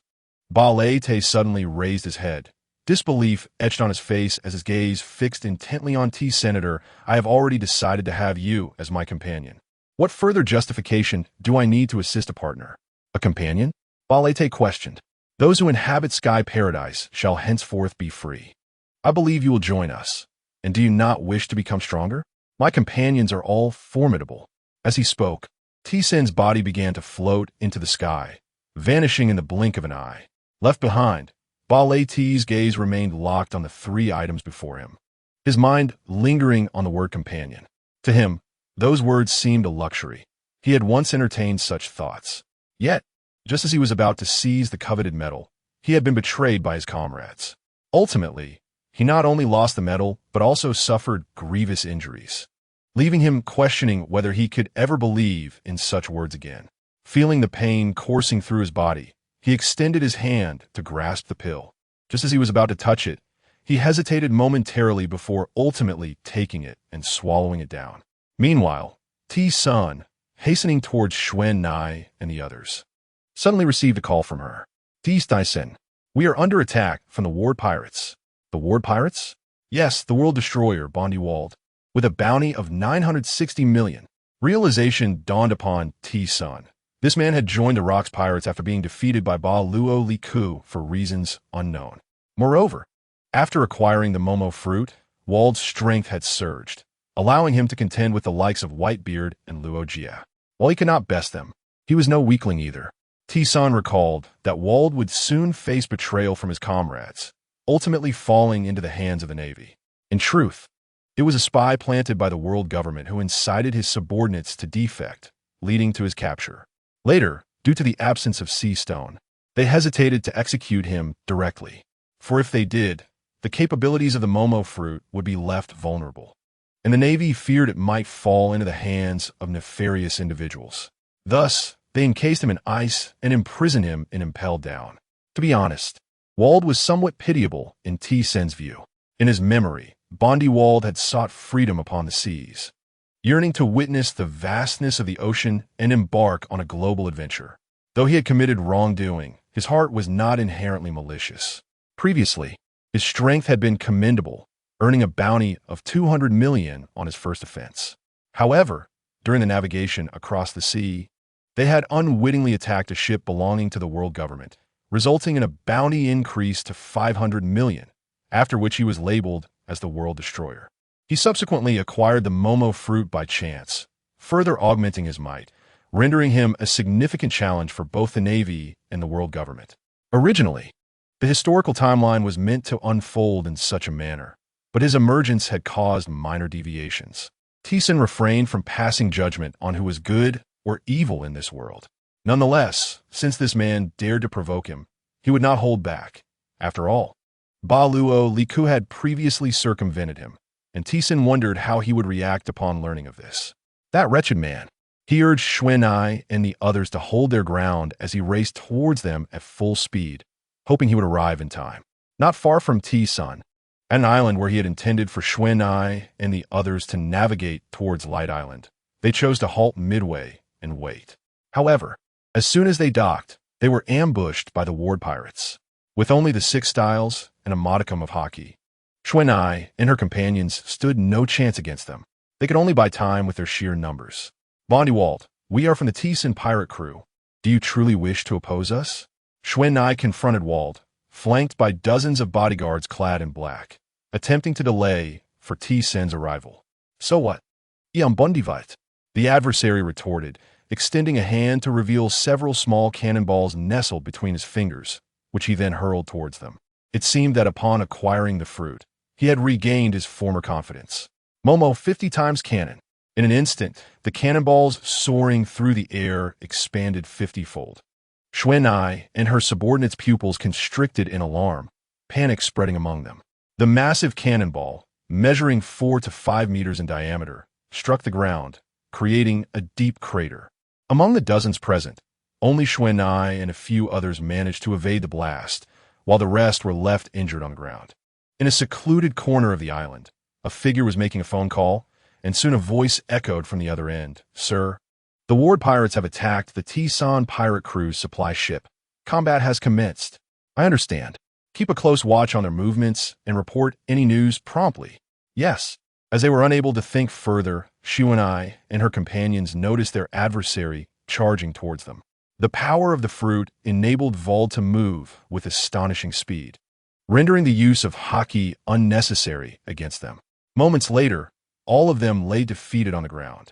Although Xuanai possessed the dual-color Haki, her level was insufficient, and she was brought down within 2 rounds, coughing up blood. Struggling to prop herself up, she glared with resentment at Wald ahead. Wald, now in his 40s, was at the peak of his strength. He was bound by a chain, wearing a horned hat missing 1 horn, a remnant of an incident where his elder brother had been kidnapped. To prevent further abductions, he had broken off the left horn, placing his brother upon his shoulder. Valda, we should not provoke them. They are subordinates of the Radiant Emperor. Have you forgotten what happened last time? Benjike, seated on his shoulder, spoke with evident concern. Do not worry, brother. That guy is no match for me. Should he dare to approach, I will surely defeat him. Despite his previous defeat at the hands of Wald's subordinates, he believed the power of the fruit would ensure his victory henceforth. Vice Captain, are you unaware of the captain's strength? Indeed, they cannot possibly be our rivals. The other companions appeared confident in Wald's abilities, urging Benjike to remain calm, seemingly oblivious to Wald's earlier defeat. In the realm of pirates, encounters inevitably lead to battle. The vanquished face only death, a rule of the seas that Wald fully understood. Yet, he was unwilling to accept this fate. Is that so? Wald had scarcely finished speaking when a sudden voice echoed. What? Both Wald and Benjike were startled by the unexpected sound. Upon sensing its origin, Wald swiftly turned, aiming to strike, but his opponent's speed eclipsed his own. In a moment of reflex, he could only cross his hands in a futile attempt to block. Bang! Captain! The force of Thiessen was astonishing, sending Wald hurtling backward. After executing a somersault in midair, he quickly regained his stance and looked up at him. Thiessen's sharp gaze and stern features exuded an ominous aura. He approached and helped Xuanai to her feet, then handed her a pill. Go tend to the others. I'll handle this. With Tyson's arrival, Shuanai's anxiety dissipated, and she turned towards the injured on the ground, clutching the pills Tyson had just given her. Though few in number, every bit of recovery was precious. "You are old Tyson? It seems you are not merely a name." Vald scoffed at the approaching Tyson, while Benjike's face paled in fear. "Why did you attack my companions? Be prepared to face death." A chilling glint flashed in his eyes, and his aura surged, radiating a palpable killing intent and an overwhelming despair. The blood-red Haki engulfed the area, causing the very earth to tremble and crack. Since he had begun honing his Haki disruption ability, he felt his Haki had enhanced tremendously. What? Only a few officers of the Vald pirate crew retained their senses, yet they were paralyzed by Tyson's aura, kneeling and sweating profusely as if a king had descended upon them. This guy. Vald's expression soured, beads of sweat forming on his forehead as he attempted to shield himself from Tyson's overwhelming energy. His earlier scoff replaced with a grimace as his feet struggled against the ground, sliding backward uncontrollably. Just then, he seemed to sense something. "Brother." His companion was about to collapse, but Vald caught him just in time. Upon seeing his brother faint, he placed him aside. His face contorted with rage as he glared at Tyson, his fists clenched, enveloped in a pitch-black Haki. The Momo fruit's ability activated, and Vald's speed surged. A shadow darted before Tyson, his fist cutting through the air with a fierce whistle aimed at Tyson's face. Haki fist. Tyson, unwilling to waste time, enveloped his fist in Haki and Conqueror's Haki. Just as Vald's fist was about to strike, Tyson vanished, akin to a specter, appearing at Vald's side. Bang! Vald was sent flying once more. Although his speed was remarkable, Tyson did not need to activate observation Haki to perceive Vald's chakra flow. He merely relied on his senses, dodging effortlessly and delivering a heavy blow before Vald could react. Vald's pupils contracted sharply. Impossible. The attack, infused with two forms of supreme Haki, was not something he could withstand. Even he would be injured by such force. Despite Vald's high level of armament Haki, it was inconceivable he could endure this onslaught. Momo double speed. Swish. Vald evaded at an even greater velocity, while Tyson's attack missed, earning Vald a newfound respect. He could have directly employed Haki disruption against the previous attack, but felt it unnecessary. However, it was evident that his opponent was no pushover. It seemed that after his encounter with Barolric, Vald had rapidly improved. He had heard news that Vald had fought against Whitebeard and Roger multiple times and was at the peak of his powers. Such strength was only to be expected. The situation had suddenly become intriguing, and Tyson found himself in no rush. It had been a long time since he had enjoyed a good fight. He decided to indulge Vald for a while longer. 3 hours later, Vald lay on the ground. Eyes rolled back. "Captain." His remaining companions rushed to assist, but they were swiftly knocked unconscious by Tyson. "Find them. We set sail." "Yes, Master Tyson." The others replied with respect in their demeanor. Although he had quickly secured victory, he had expended considerable energy and sustained some injuries. However, these were mere surface wounds that would heal swiftly. The fact that Vald could withstand him for so long was commendable, due not only to his high level of Haki, but also his formidable devil fruit ability. Nevertheless, no matter what powers his opponent possessed, Tyson was certain of his ultimate victory. A pressing question remained: how to deal with these individuals, especially as there seemed to be several undercover agents from the world government among them. Kill them. It would be a pity, as not only did Vald possess the Momo fruit, but Gala's cubic fruit was also quite remarkable. Tyson particularly valued this individual's abilities. He was a designer who would, decades later, create the Gelosia D ship, transforming an entire island into a submarine, a technology he greatly desired. In addition, that Sebison is also a commendable crew member. This individual is of mixed blood, a hybrid of giants and fishmen, boasting remarkable physical prowess. Not only does he possess immense strength, but he also wields the power of Haki, making him a valuable ally. However, it appears that both he and his companion are fiercely loyal to Wald, which suggests that persuading them may require considerable effort. A day later, the world government and the Navy swiftly received the shocking news of the defeat of the Wald pirates. The revelation that they had eliminated a notorious pirate like Wang Ji and subsequently defeated the Walled pirates single-handedly was astounding to them. The Navy had struggled to capture Walled, which had become a significant source of frustration. In their efforts to apprehend him, the world government had dispatched numerous spies aboard their ships, all of which now seemed futile. To make matters worse, even the spies had been captured, leaving them hesitant to act rashly. What nefarious schemes is that wretched man concocting? Steelbone's expression darkened as he pondered their predicament. Considering that Tyson had not slain the members of the Walled pirates, what could Wald's intentions be? Could it be that, akin to Qingjiao, he wishes to join the Tyson pirates? If that were the case, it would undoubtedly pose an even greater threat. Currently, on Guangming Island, the construction of Sky Paradise necessitated the initiation of building from the outer 6 small to medium-sized islands. Consequently, a considerable amount of supplies had accumulated over the central Guangming Island. Since their return, the members of the Walled pirates gradually regained their senses, and Wald displayed an expression of unwillingness to accept his defeat. "Please spare them. Take my life instead." Wald stepped forward, his countenance somber, appearing like a forlorn bachelor. "What?" exclaimed his captain. "What are you saying? We might as well die together." Before Wald stood Tyson and his comrades, with Tyson seated upon a chair, flanked by members of the Tyson pirates who had encircled the Walled pirates.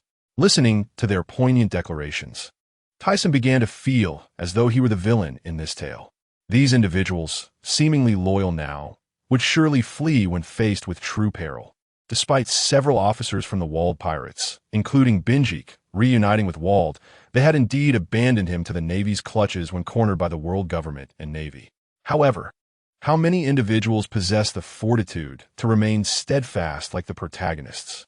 Furthermore, they lacked the protagonist's fortune to consistently evade calamity. Rising from his seat, Tyson approached Wald, towering slightly over him, though his physique was not as imposing. He fixed his gaze upon Wald. "Surely you understand that in the realm of pirates, the defeated must forfeit their lives. Did you think your provocations were mere amusement? Barilek spared you once, and now you dare to humiliate my comrades? Not to mention you have injured Shu and I. How could I possibly let you go?"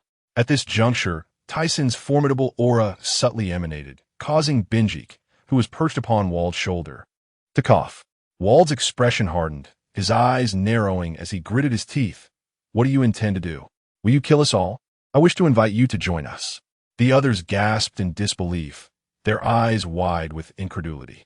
The Walled pirates, who had just been exuding menace, were now caught off guard by this sudden reversal. Binjik displayed signs of astonishment, contemplating that perhaps joining the Tyson pirates might not be a bad idea.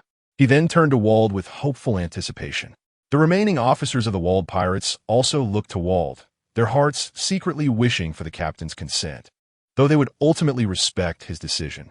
Wald's eyes widened in shock before his face turned a deep shade of anger, and he bellowed, "You should just kill me. You scoundrel. How could I ever become someone else's subordinate? What did you two brothers set out to sea for? I have learned of your pursuits, adventure, and freedom. And the Tyson pirates are a crew that champions freedom. You have seen the surroundings. This place will soon become the most liberated land in the world. Therefore, I need you to join me as my comrades and protect this place together." Upon hearing Tyson's words, many members of the Walled pirates, including the officers and Binjik, were taken aback, their mouths agape, their eyes reflecting desire. Many of them had ventured to sea seeking freedom, but now they were presented with such an opportunity. Nevertheless, they still awaited Wald's opinion to reach a decision. Wald first scanned the crowd, noting the smiles on the faces of those who had encircled them. He could feel their intentions. Yet, the heart of a longtime warrior could not permit him to act against his nature. He would never allow himself to be subordinate to others. Sensing the emotions of those around him, Tyson recognized that now was not the time to recruit them.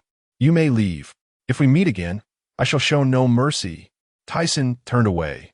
Though he had failed to secure their allegiance, he perceived their hesitance. It was merely a matter of time before they would come around. People remember their salvation most vividly when rescued in their darkest hour, and that opportunity would soon present itself. "Are you really letting us go?"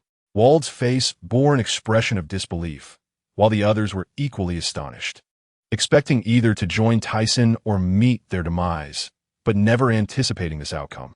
A few, however, exchanged furtive glances, their minds occupied with unspoken thoughts.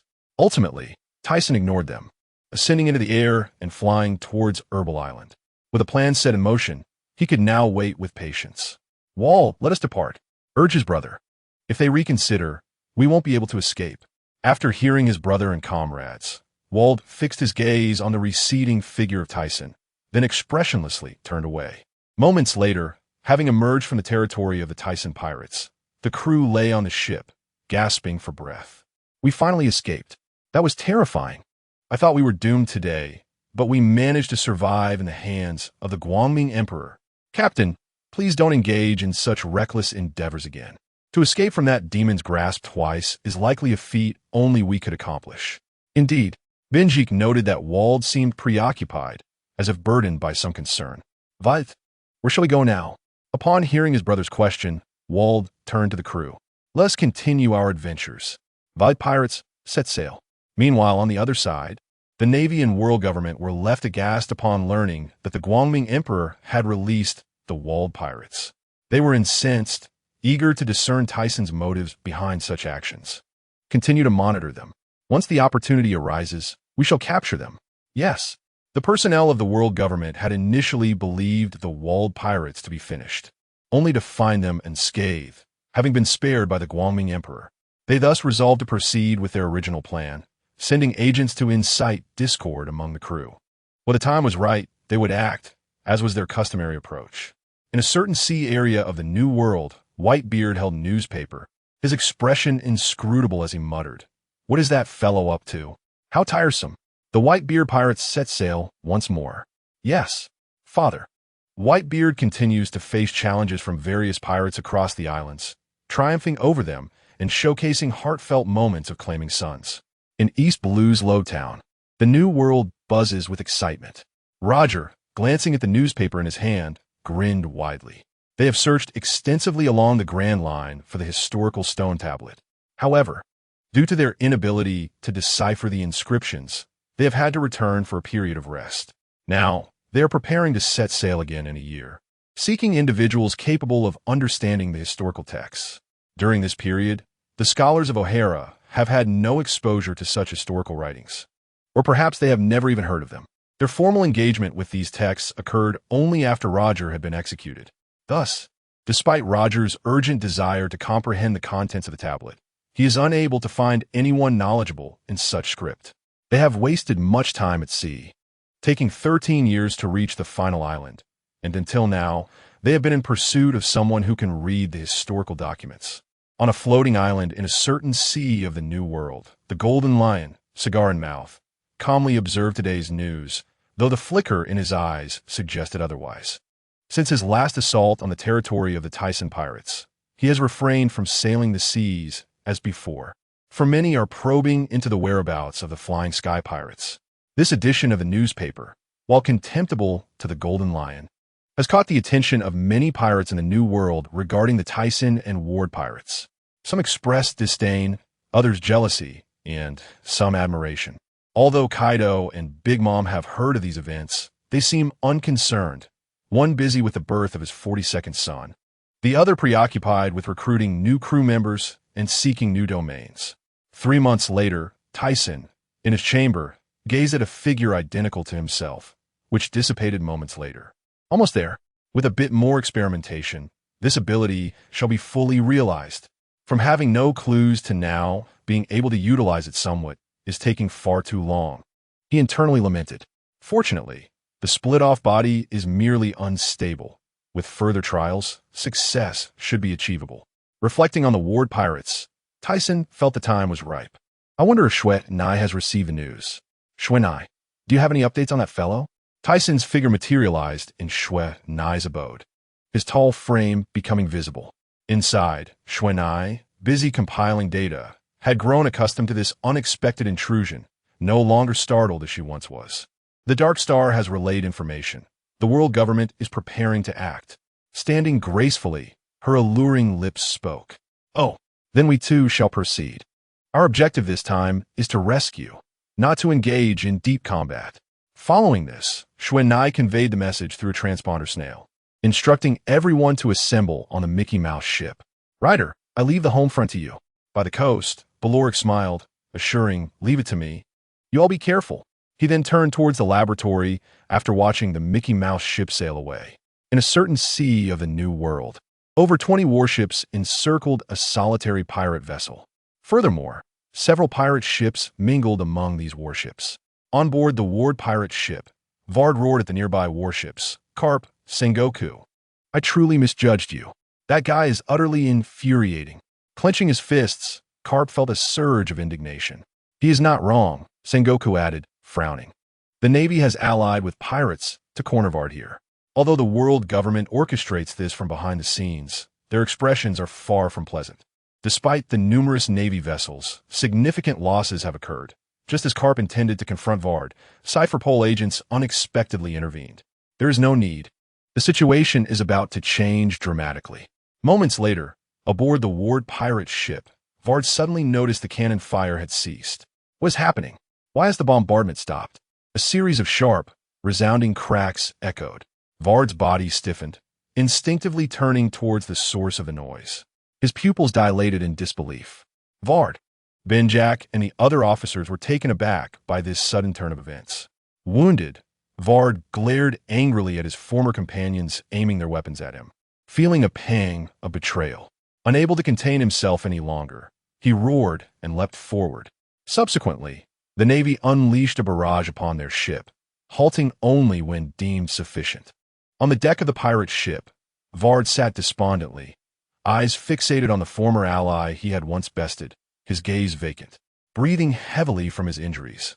He felt the weight of the situation. Indeed, formidable. "Captain." At that moment, an unfamiliar voice broke through, pulling Vard from his stupor. It was Cypherpole's Benjak, eyes wide with fear as he beheld several figures in black emerging behind Vard. "What is that?" Despite his wounds, Vard turned to face the black-clad figures. At this juncture, CP had not yet been divided into numerical teams, maintaining an air of mystery even to some great pirates. Benjak's knowledge stemmed from his role in handling intelligence for the Ward pirates. Though we have spent some time together as comrades, it has all been a mission. This is where it ends. One of the figures in black suddenly pointed a finger at Vard's chest, and instantly a gaping wound appeared. Vard collapsed to the floor, his ears catching Benjak's voice urging the others to flee. "What is happening? How dare you betray me? Are you all right?" A sudden voice roused him. Struggling to open his eyes, he found a strikingly handsome face leaning close, followed by the sensation of something being fed into his mouth. Gradually, his fading consciousness began to revive, and he finally discerned the identity of the visitor. "You? Why?" He widened his eyes in disbelief at the person before him. La la la. "If you don't come now, you will be captured. I have already rescued your comrades." With that, Tyson gestured for him to look around. Vard turned his gaze, seeing that the black-clad figures had been swiftly dispatched, lifeless on the deck. His attention then shifted to the Mickey Mouse ship, the flagship of the Tyson pirates, having navigated through the naval blockade and anchored beside his vessel. Not only were there Tyson pirates aboard, but also their allies. Memories flooded his mind, and his fiery gaze locked onto Benjak above, his face a mask of fury. "Now is not the time for grievances. Get on a ship. We will discuss this later once we escape," Tyson declared, launching himself towards the furious Carp and Sengoku. Vard lifted his head, his heart a tumultuous blend of emotions as he gazed at the figure in the sky. Ultimately, he did not board the ship, but rose resolutely, his eyes filled with determination. "Tyson, you scoundrel! What benefit is there for you in this course of action?" In the throes of battle, Zhangguo, adorned with his voluminous black hair, gritted his teeth and proclaimed, "La la la la la. I have come to rescue my comrades." Below on the deck, Wald's expression froze in disbelief. "Comrades?" Zhangguo and Carp exchanged glances, realizing the truth of the matter. They immediately leapt into action, their feet thrumming against the air as they launched an assault. Just as Tyson prepared to evade their strike, Wald's silhouette appeared before him, moving at an astonishing speed. With a powerful punch, he intercepted Carp's iron fist. Seeing this, Tyson halted his movements and counter Zhangguo's attack, yet he turned to Wald and queried, "Didn't I tell you to board the ship? Your injuries are not yet healed." Silence. "This is how I operate." Vitri taught it, bloodied yet determined as he struggled against Karp's onslaught, his breath heavy with exertion. Tyson, understanding his intent, chose not to press further. Wald's actions stemmed from a sense of pride and awkwardness. This was also a reason Tyson admired him. Turning his attention to the rest of the Tyson pirate crew engaged in combat with the Navy, he dismissed them from his mind. The fleet of warships outside would soon be dealt with. Thus, he resolved to conclude his own battle swiftly. If Wald could hold Karp at bay for a while. Once he subdued Zhanggua, Karp would undoubtedly retreat. At Navy headquarters, the furious steel-boned general slammed his fist on the table, veins throbbing at his temples. Crane, seated to his left, wore a look of resignation. The enemy had previously fought Wald and captured them, and logically they should have been foes, though they had released their captives. No, he intends for Wald to join him. This realization struck Crane suddenly. Tyson's motives were far from simple rescue. Coupled with the earlier release of their prisoners, did Tyson foresee Wald's defeat or had information leaked? Even if we comprehend his intentions, we cannot thwart him now. Steelbone lamented. With a sigh, Crane acknowledged their lack of available reinforcements. Confronting such a formidable adversary necessitated the deployment of an admiral. However, Zepho was currently leading the new Navy recruits in training, leaving Steelbone to hold the fort amid unrest from the new personnel. A day later, as several Navy warships lay in ruins, Zhanggua and Karp, hearts heavy with the pain of loss, could only call for backup from their base. They sought to exert their full strength to capture Tyson, yet despite Karp's formidable prowess, Wald had managed to delay him significantly. Tyson glanced at Karp, his body marred with wounds. The previous gunshot and stab wounds remained unhealed, now exacerbated by Karp's relentless punches. He felt a surge of concern. This reckless behavior could lead to dire consequences. The battle needed to conclude swiftly. Turning to the panting Zhanggua nearby, Tyson brought his hands together. Limit break. A flash of white enveloped Zhanggua, who saw his transformed Buddha form begin to dissolve. Instinctively, he infused his Haki into his hands and struck against the white barrier, causing cracks to form. With another blow, he could escape, but Tyson was prepared to thwart his desires. As Zhanggua unleashed his final strike, Tyson materialized before him and delivered a powerful punch to the golden Buddha. Zhanggua's pupils dilated in shock, hastily crossing his arms in defense. The force of Tyson's attack obliterated Zhanggua's form, revealing his true self. After spitting out blood, he retreated, wiping the blood from his mouth while remaining vigilant of Tyson's presence. Meanwhile, Wald was sent flying by Karp's punch. As he plummeted toward the sea, he desperately maneuvered his body, regaining stability in midair. However, the blood on his face indicated a dire situation. "Savenda, Vard. You cannot defeat me," Karp stated. Despite his wounds, Vard turned to face the black-clad figures, blood trickling down his forehead as he gazed impassively at the panting Wald below. "Watch out, Karp." At this juncture, a thunderous voice rang out. "What?" Karp spun around, feeling the hair on the back of his neck stand on end. Without hesitation, he retaliated with a punch. The hasty blow could not withstand Tyson's fierce strike. In that moment of collision, Karp was sent reeling through the air, flipping several times before regaining his footing. "Damn it!" A furious Zhanggua seethed, realizing that Tyson had vanished the moment he had lowered his guard. "Karp, are you all right?" Zhanggua hurriedly inquired. The perplexing abilities of Tyson were truly troublesome. Karp rubbed his arm, feeling the strain from the encounter. Approaching Wald, Tyson offered, "This is for you.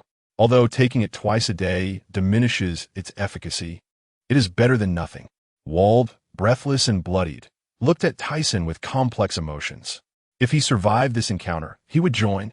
With a bloodstained hand, he accepted the pill, feeling a wave of warmth radiate throughout his body.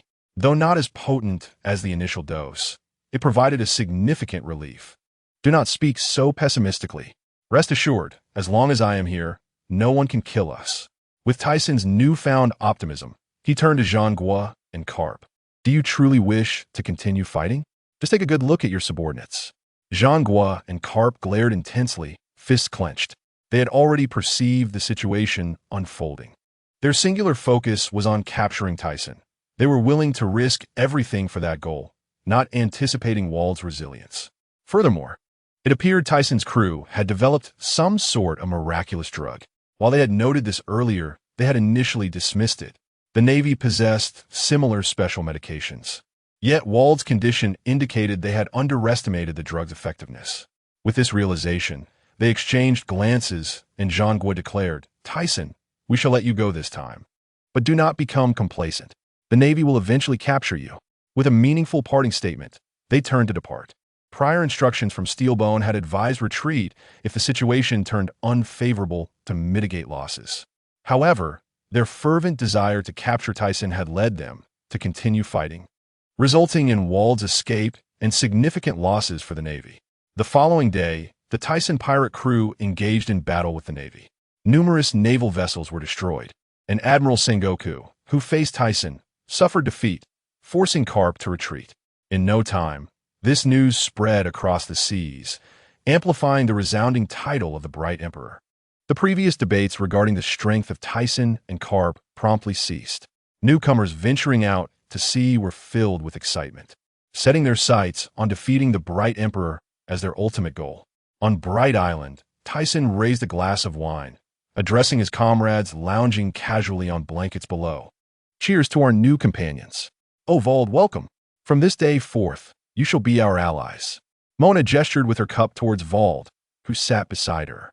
Barorik also raised his cup with a smile, seemingly dismissive of past grievances. Wald, after a moment's hesitation, lifted his glass and drank. However, he sat far from the former members of the Ward pirate crew, with the other cadres unwilling to meet his gaze. Although Benjak longed for the camaraderie of old, he understood that their relationship could never revert to its former state after recent events. After downing his drink, Tyson's gaze flitted between Wald and Benjak, contemplating that perhaps this was for the best. Benjak simply did not fit in with them.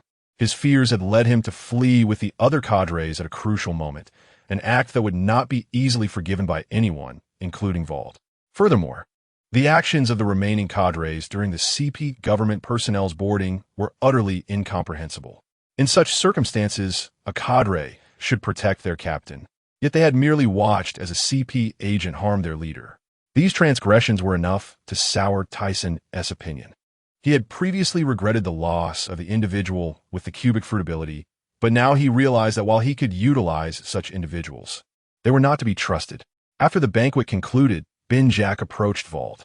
"Wald, are your injuries all right?" he inquired, leaning against the fore stand, concern etched on his face. The other three cadres stood quietly behind him, heads bowed. Wald turned with an expressionless face, devoid of emotion. "The Ward pirate crew has disbanded. From now on, we are all members of the Tyson pirate crew, so you need not follow me." As he spoke, his emotions flickered slightly, as if he had more to say, yet he ultimately chose silence. "Wald, how can you say that? Don't you remember our previous agreement?" Benjak reached out to grasp Wald's arm, but Wald ignored him, turning away instead. His eyes flickered momentarily, but upon recalling Wald's past actions, they hardened. What agreements? What significance do such words hold now? In a certain region of the New World, a man with golden hair, draped in locks behind him, scoffed that scoundrel Wald has actually joined the Tyson pirate crew. I once thought he was a man of principle. It seems he is nothing more than that. 2 months later, a grave incident befell the Navy. Admiral Zifa's family was slain by pirates. The Navy High Command managed to keep this matter under wraps, with only a select few privy to the truth. Within the marshal's office, Steelbone urged Zifa, "You should reconsider. Perhaps you could continue as an instructor while retaining your rank as admiral." He was reluctant to lose such a talented individual so young, making every effort to retain him. Let us heed the marshal's words. Zifa ultimately decided to stay, at least to contribute something to the Navy, especially since this cohort of recruits had yet to graduate, with 2 among them showing exceptional potential. Yet, the memory of his family's murder at the hands of pirates haunted him, and his hatred for them grew. He picked up a newspaper from the table, its headline declaring the Navy's battle with the Tyson pirate crew, detailing the Bright Emperor's victory over the Navy and the eventual retreat of the fleet, alongside the announcement that the notorious pirate Wald had joined Tyson's ranks. He could hardly believe that this troublesome individual had willingly become someone else's subordinate. Along with Barorik, who had previously interacted with Vald, the Tyson pirate crew seemed truly unstoppable now. Indeed, times are becoming increasingly difficult for the Navy. This sentiment seemed directed at Zifa. Rest assured, I shall bring a new wave of strength to the Navy. Zifa's resolve began to solidify. Even if he could no longer partake in battles, he would at least train a new generation of recruits. Then I can rest easy. Moments later, Steelbone received a call from the world government. Following an update on the operational intelligence, the 5 elders expressed great interest in the pills used by the Tyson pirate crew. Despite his desire to acquire samples, Steelbone felt a headache coming on at the thought of Tyson's ability to perceive others' inner thoughts and, as rumors suggested, even directly access their memories. He suddenly felt that the Tyson pirate crew was gradually approaching the level of the Rock's pirate crew, leading him to ponder whether another crew akin to Rock's would emerge. Although on the surface, this individual showed no interest in world domination, he could not shake the feeling that things were far more complex than they appeared. As time swiftly passed, a year elapsed. In the year 1490, one of the Sea Garden era, the construction of the Celestial Dragon Paradise encountered a financial shortfall, prompting Tyson to consider a journey to Sky Island. Prior to this, an amusing incident transpired. The fellow known as Qing Jiao insisted that Tyson retrieve treasures from beneath the ice continent. Despite his previous refusals, Qing Jiao now seemed to have had a change of heart. Keeping such treasures is of no use. Taking a few is no problem. In the grand hall of a hastily erected building on Bright Island, Qing Jiao asserted, this structure was merely a temporary abode for the Tyson pirate crew. As a final construction of Bright Island would occur later, it was not a pressing matter. Is this for real? This guy has such determination, Mona exclaimed, staring incredulously at Qing Jiao. Absolutely impossible. The others chimed in agreement. You lot, do you truly think so little of my resolve? Qing Jiao glared at the others, eyes wide. Vald, won't you stand up for me? He turned to Vald, who was preoccupied with his drink. Vald merely glanced at him before returning to his cup. Do you have any resolve? Curiously, since Vald joined the Tyson pirate crew, his relationship with Qing Jiao had gradually improved. Although Vald rarely spoke to others, he bore no malice. Most intriguingly, Qing Jiao had fought Vald several times years ago, with no clear victor emerging. Since entering the New World, they had not encountered one another again. La. Qing Jiao, how could I possibly use your family's money? Let's just forget it. Tyson feigned embarrassment. Nonsense. It's merely a trifling sum, and there are countless treasures within. If you can retrieve them, taking a little is no issue. Since you insist, Mona, prepare 10 ships to the ice continent and await my arrival. Upon seeing Qing Jiao's determination, Tyson decided to set aside his reservations. It was rare for a companion to offer such goodwill, and he could not disappoint their earnest efforts. Moreover, they were in dire need of substantial funds at this moment. 10 ships? Mona widened her eyes as she gazed at Tyson. Qing Jiao's expression momentarily dulled, seemingly taken aback. But after a brief pause, he exclaimed, You rascal, I didn't ask you to take them all out. 10 ships? Not a single one will do. In that case, 5 ships then. 2, for it cannot be any less. 3, it cannot be any more. All right, 3 it is. Mona, prepare the ships. After finalizing their agreement, Tyson soared away, intending to visit the Sky Island first. Although the treasures beneath the ice continent were plentiful, he felt reluctant to take too much, considering it was the result of centuries of savings from others. Meanwhile, Qing Jiao remained rooted in place, blinking in confusion, his dazed expression directed towards the direction Tyson had flown off. Then, he extended his chubby hand to scratch his sunken head, seemingly struggling to comprehend what had just transpired. After a hearty laugh from the others who were all staring at him, Qing Jiao finally snapped back to reality. You bunch of scoundrels. Enraged, his beard bristled as he glared at them and shouted. Valder stood by dumbfounded, watching him. After so many years, Tyson once again arrived at the Sky Island. Although he had previously lacked funds, he had always sent others to collect. This time, in addition to retrieving gold, he also wished to acquire a glimpse of Baika. By this point, Ainalu should have aged several years, and, considering the surrounding circumstances, he might even discover the Raijin fruit. However, before proceeding with that, he needed to ensure the gold was properly arranged. Soon enough, he found Ganfuer and explained the situation, leading him to gather the gold. Since the establishment of the Sky Paradise, they had visited thrice, each time retrieving approximately 2 billion gold. The abundance of gold on the Sky Island was truly staggering. Even a single pillar could be exchanged for hundreds of billions. Moreover, the inhabitants of the Sky Island had no need for such wealth, so he felt no guilt in taking it.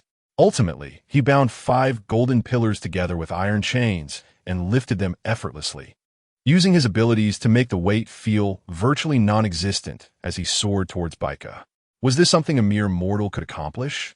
Ganfuer and the others stood rooted, their faces etched with horror as they watched Tizsin carry away the massive golden pillars. While it would typically take a dozen individuals to move one, Tizsin appeared to do so with effortless ease, leaving them in disbelief. The small Sky Island in the southern lands was Ainalu's homeland, and it was Tizsin's destination this time. In the skies, Tizsin swiftly enveloped the entire island with his perception, utilizing the flow of chakra to discern whether he was an adult or a child, thus allowing him to locate Ainalu with ease. Moments later, despite the island's sparse population, there were still quite a few children. However, Ainalu's characteristics were glaringly distinct. He lacked wings on his back, which was the most apparent difference. Eventually, he found him, a child who appeared to be around 5 or 6 years old, sitting in a secluded corner, dressed in a white coat, tapered pants, and a pair of slippers. His long earlobes and lifeless, fish-like eyes made him look somewhat comical, though his demeanor seemed rather despondent as he lowered his head. Tizsin intended to observe him for a while without startling him, wanting to track his daily activities and discover the places he frequented. After 2 days of observation, however, it became clear that Ainalu remained confined to his home and that secluded spot, enduring ridicule and bullying from the village children daily. Yet, he was no pushover. Whenever the children came to torment him, he would wield the wooden stick in his hand, retaliating fiercely and leaving them battered. Although he would later face reprimands from the parents of those children, his expression suggested he bore no regrets for his actions. On the 3rd day, he resolved to observe once more, planning to abandon the effort if nothing materialized. Ainalu, clutching a wooden stick, exited his home as usual. However, this time, he did not head towards the secluded corner, but instead made his way to the village market. Along the way, many people cast strange glances in his direction. Eventually, he stopped at a fruit stall, fixating his gaze on a large red apple. A glimmer of longing sparkled in his eyes, prompting the stall owner to hurl an apple at him. The apple struck Ainalu's forehead, leaving a red mark, yet he expressionlessly caught the apple and promptly turned to flee.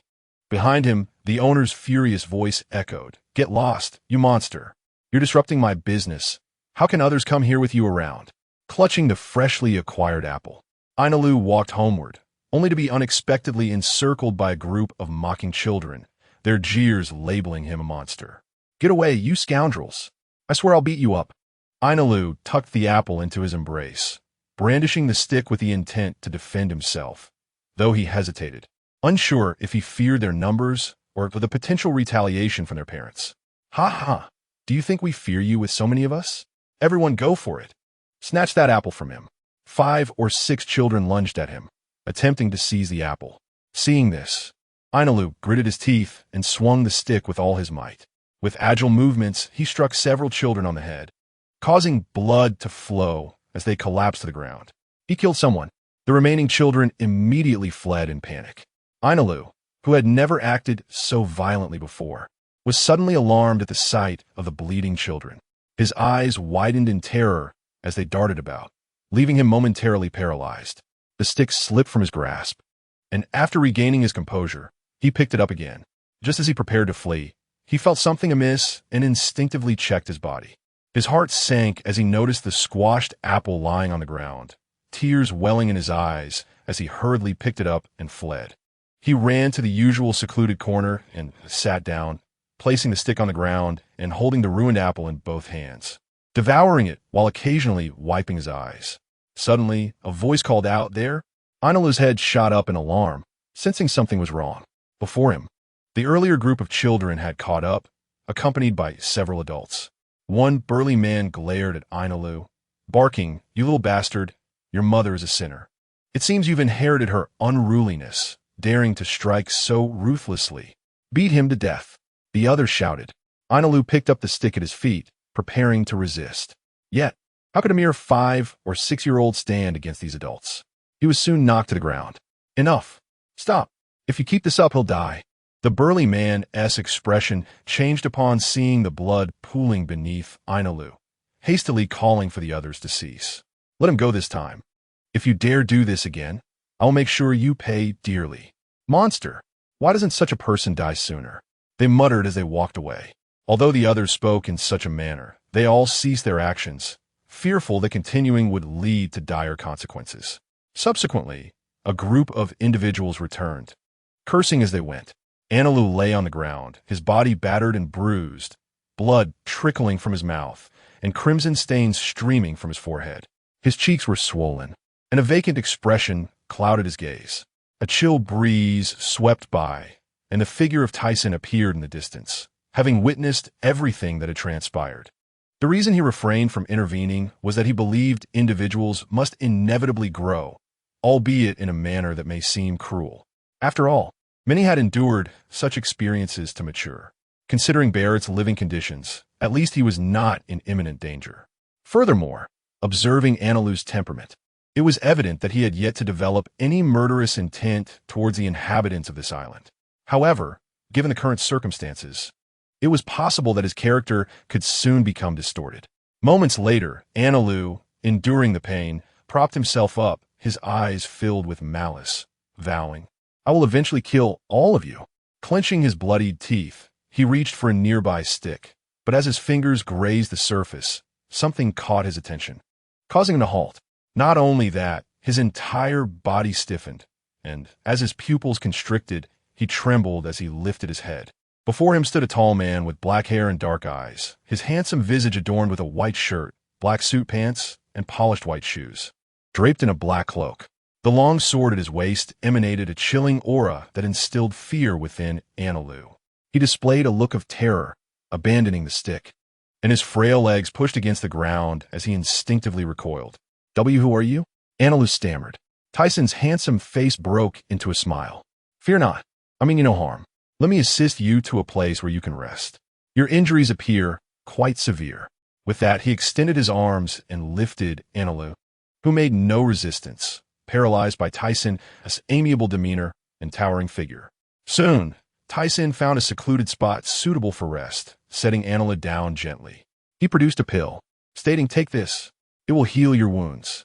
Despite the look of skepticism on Ainalu's face, he accepted the pill and swallowed it. After a few moments, the effects began to take hold, and Ainalu's external injuries started to mend. The pill did not enhance his physique, but merely facilitated the healing of his wounds. Since bringing the scientists over, they had merely served as small experimental subjects. While the adults were despicable, they had not resorted to lethal measures. "My injuries, they are all healed," he exclaimed in astonishment, feeling the absence of pain. A warm sensation coursed through his body, providing immense comfort, and he realized he was entirely restored. Of course, this pill is equivalent to 100 billion ISQ coins. Tyson smiled. This is merely 60% of the pill's original efficacy, and it only serves to heal. He planned to sell such pills at 1 million berries each once Sky Paradise was completed, confident that many would purchase them. 100 billion ISQ coins? Ainalu's mouth fell agape. Disbelief etched across his face. He soon became puzzled, wondering how much that amount was. But it seemed to be of considerable value. Why would this man gift him something so precious? "Wait, why do you lack wings just like me? Do you know who I am?" Ainalu had not noticed Tyson's lack of wings until now, and as clarity dawned upon him, his eyes widened in astonishment. "Sir, why do you not have wings? Where do you come from? Are there many like you?" Ainalu bombarded him with questions, overwhelmed by the day's revelations. However, above all, he yearned to comprehend why he lacked wings. Tyson observed Ainalu's wide-eyed gaze, recognizing the urgency in his expression. He decided to reveal everything about Shanghai, encompassing pirates, the Navy, and more. "I never imagined such a place existed. Can you take me there, sir? Anilu pleaded, his hands gripping Tyson's arm, eyes filled with hope and desire. Tyson contemplated the request, but realized the timing was not right. He could not leave, for the sound thunder fruit awaited him. Although the fruit held little significance for him, it could provide a formidable ally among his companions. Suddenly, a thought struck Tyson, considering how Anilu would choose to respond. I'm sorry, Anilu, but I cannot take you with me. Anilu's previously excited expression shifted to one of urgency as he shouted, Why? I can do anything. I possess many skills. Just please take me to that place. Tears welled in his eyes as he expressed his disdain for his current surroundings. I cannot take you now, but if you agree to one request of mine, I may take you there in the future and allow you to become part of my family.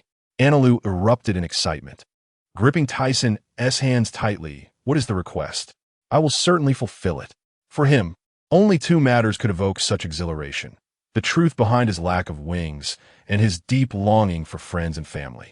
Having been unaware of his father's identity and having lost his mother recently, he harbored a desire for vengeance against those responsible.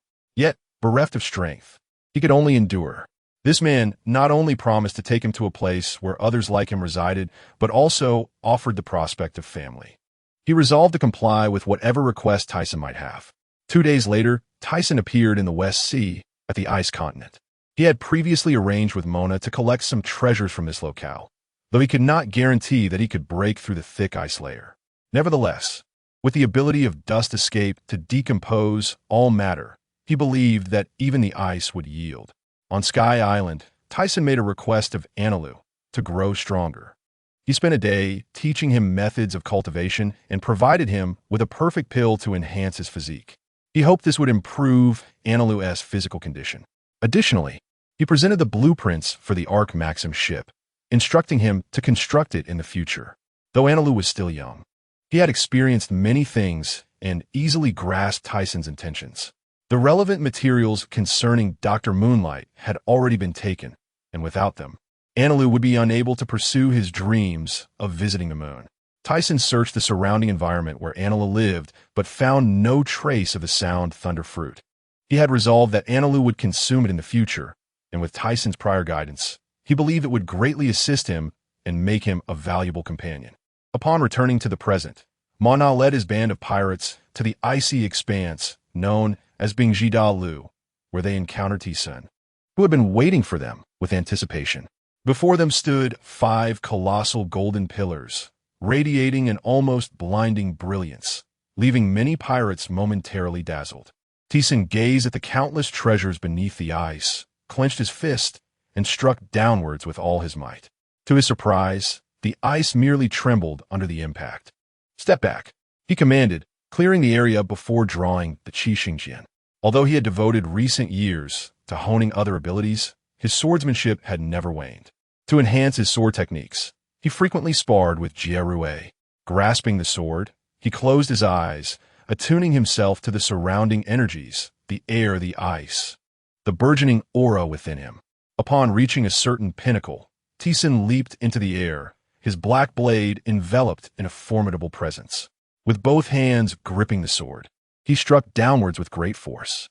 Instantly, a powerful white sword aura erupted from the blade, causing those standing on the icy surface to shut their eyes against its dazzling brilliance.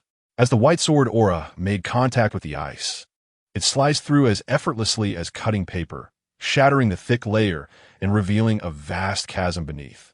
Mona marveled at Tyson's enhanced swordsmanship, which, though devoid of unnecessary flourishes, felt significantly sharper than before. Once the radiant sword light subsided, the treasures beneath the ice glimmered with a golden luster, captivating all who beheld them. Tyson sheathed his sword and descended into the chasm, gazing at the seemingly infinite wealth, pondering his earlier conversation with Qing Jiao, reflecting that 3 ships had indeed been an insufficient request. He wondered how his clan had amassed such riches. With the 5 golden pillars taken from the Sky Island and the treasures from the 3 ships, he estimated they possessed over 100 billion Baili, sufficient for the construction behind the paradise. Summoning Ma Na, he instructed, take these treasures and exchange them for Baili. then rendezvous with Shu and I to gather supplies for our return. I have other matters to attend to. Leave it to me, Manar replied confidently, aware of the importance of safeguarding such a fortune. He doubted anyone would dare to seize it, especially considering that even the Navy and world government were not yet prepared to confront Tisin.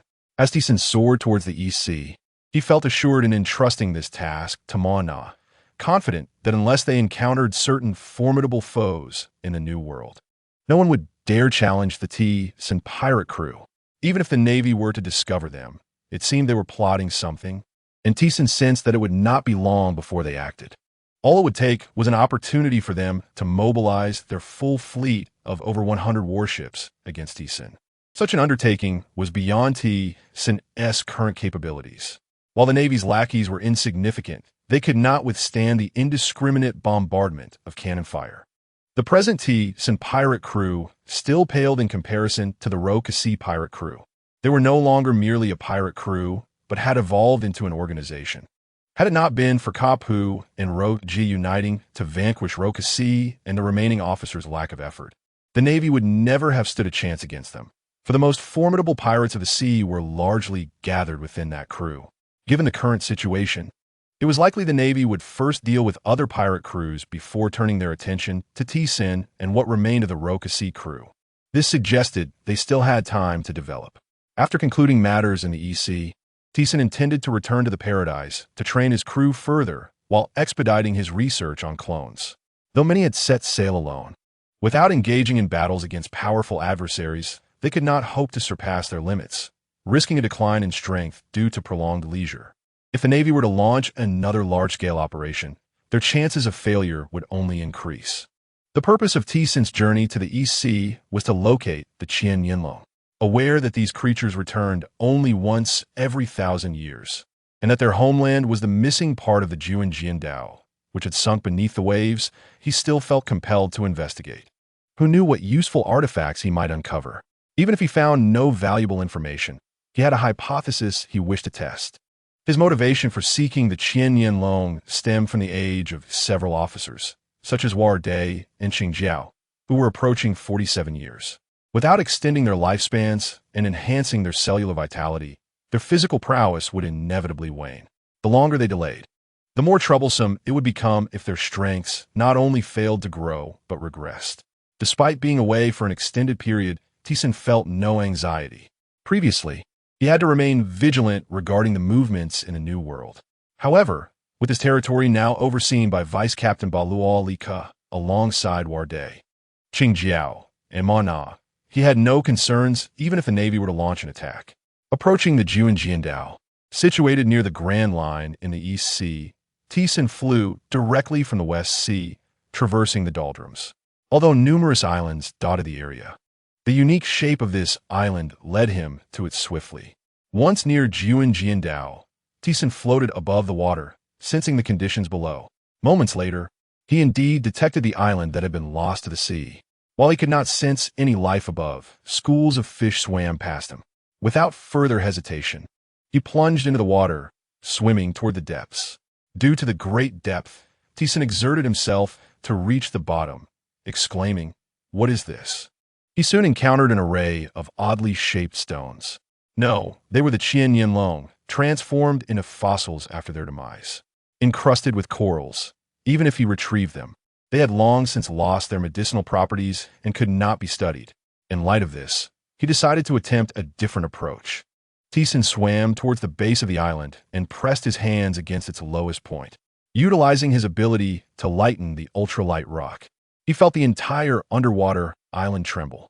The currents surged and water pressure intensified. Enduring the pressure, he exerted all his strength to lift the island, believing that the Qian Yinlong would return to their homeland based on two premises. First, they would return every 1,000 years, and second, they could sense the essence of their homeland. Thus, he wished to see if he could attract the Qian Yinlong by lifting the island. However, despite his utmost efforts, he could only move the island slightly upwards, utterly unable to overcome the immense pressure of the ocean to elevate it. Alas, what a futile endeavor. Tisin sighed, realizing that his previous assumptions had been overly naive. Even without the water pressure, It would be exceedingly difficult to raise such a large island. Suddenly, his demeanor shifted. His expression darkened. Jean Sherzi, if you do not perish, who will? After abandoning this attempt, Tyson swam upwards. Just as he was about to ascend beyond the island, he abruptly halted. This was the presence of life. He suddenly sensed a faint trace of life. Although it was quite weak, he was certain that life existed on the island. Consequently, Tyson swiftly swam over, following this life force, and soon found its source. An egg? He had not anticipated discovering an egg on the island, and not just one. There were many buried in the ground, though most had already lost their vitality. This time, his visit was not in vain. Tyson intended to take one egg back to the laboratory and present it to Shilib, one of the scientists he had brought back from the future nation of Beijiapanka, for them to employ some technology to incubate the dragon egg in advance. Then, using some life research techniques, he would clone the 1,000-year-old dragon, a task that was undoubtedly feasible. Whether it would be successful or not was inconsequential. If all else failed, he could resort to slaying the golden lion and utilize its abilities to bring the island to him. Having contemplated this, he picked up the dragon egg that had emitted the life force and swam towards the surface. In the military nation of GRC Bowl on the Grand Line, the entire country and its army had been obliterated. Being a member of the world government, it had prompted them to dispatch personnel to hunt down the perpetrator. When the world government and the Navy learned that the individual responsible for the destruction of this nation was merely a 14-year-old child, they were utterly astonished. At that moment, the destroyer of the nation had already reached the coastline. If one were to glimpse this figure, it would be hard to believe he was just a boy of 14. He was bare-chested, tall, and his gaze resembled that of a demon, leaving onlookers in shock. However, he was also severely injured, appearing somewhat disheveled, even stumbling as he walked. Upon turning his head, he spotted 3 individuals approaching, their eyes gleaming like malevolent spirits. Surely, all capable fighters in this country should have been eliminated by him. The approaching figures were clad in black suits and draped in dark cloaks, their skin a deep shade. You must be Douglas Barrett. We are from the world government's Cypherpol. You have committed grave crimes. Come with us. One of them said with an arrogant tone, raising his chin. Having just emerged from this nation, Barrett had no idea who these individuals were, but he knew they were his enemies.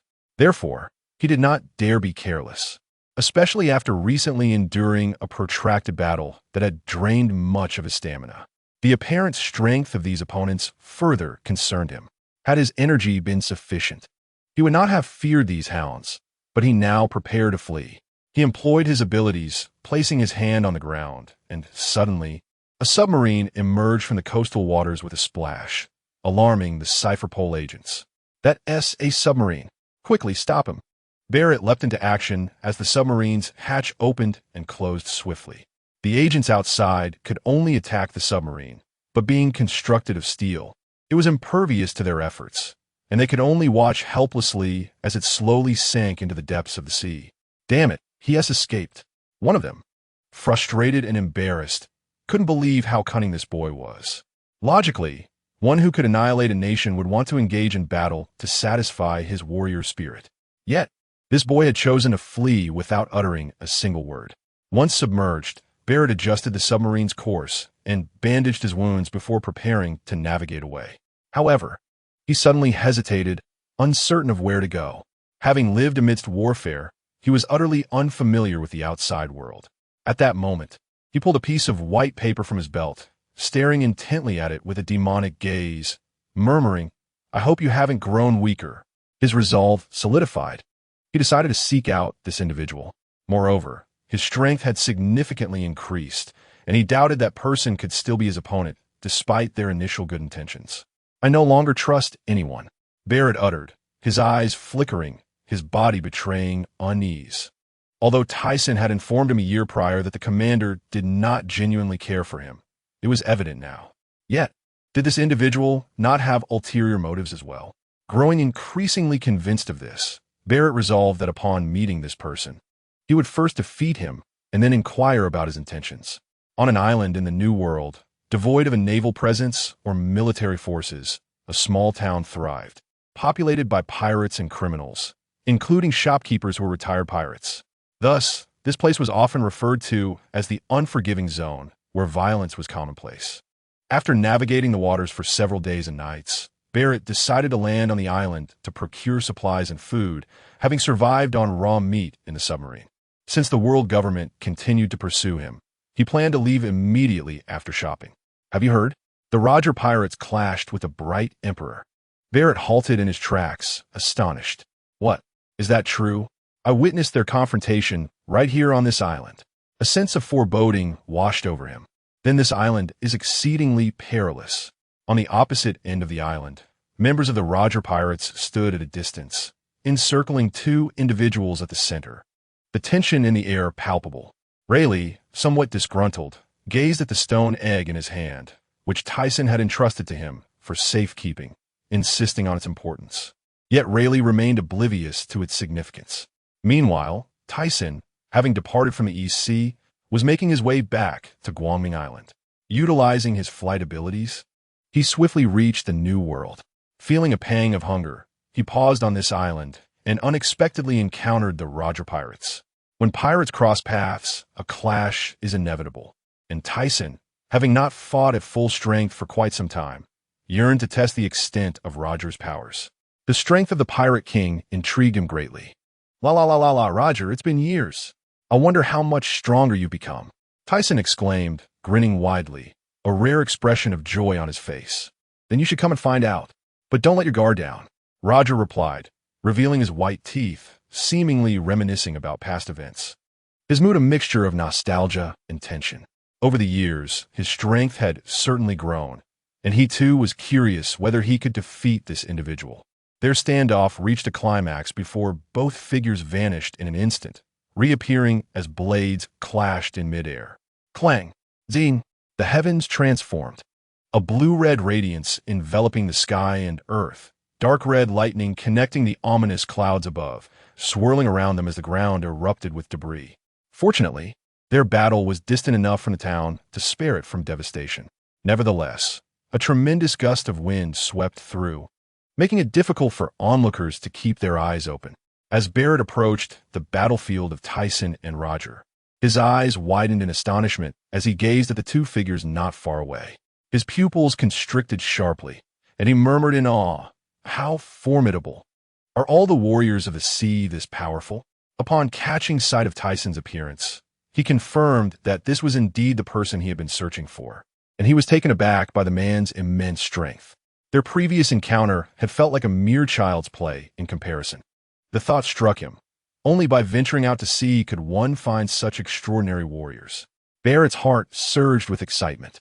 He was resolute in his ambition to surpass these individuals and become the strongest in the world. The sky split open.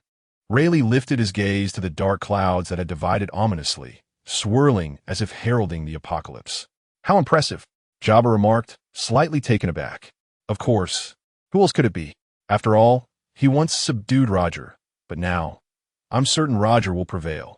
HM, as Rayleigh finished speaking, he turned to see a tall man clad in black military attire with crimson skin standing nearby. A slight frown creased his brow. It was said that strong warriors could sense one another, and this man was undoubtedly a formidable opponent.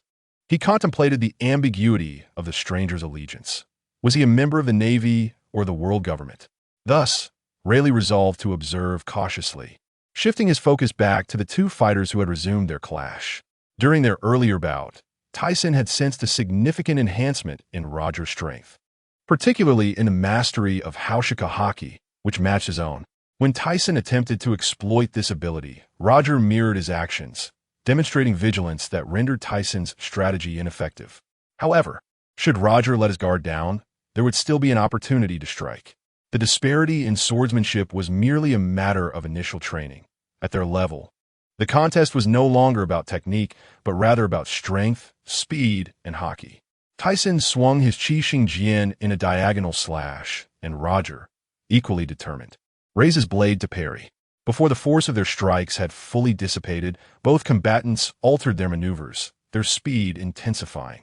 The spectators could barely discern their figures, with only those possessing some degree of strength able to catch fleeting glimpses through Kinbunchika Haki. Although Roger's speed was impressive, it was of little consequence against Tyson, who could perceive the fluctuations of chakra flowing through his opponent's body. Coupled with his unique Kinbunshaku, Roger's movements appeared distinctly clear to Tyson, allowing him to grasp the intentions behind Roger's tactics. The fierce battle persisted for 3 days before reaching a halt.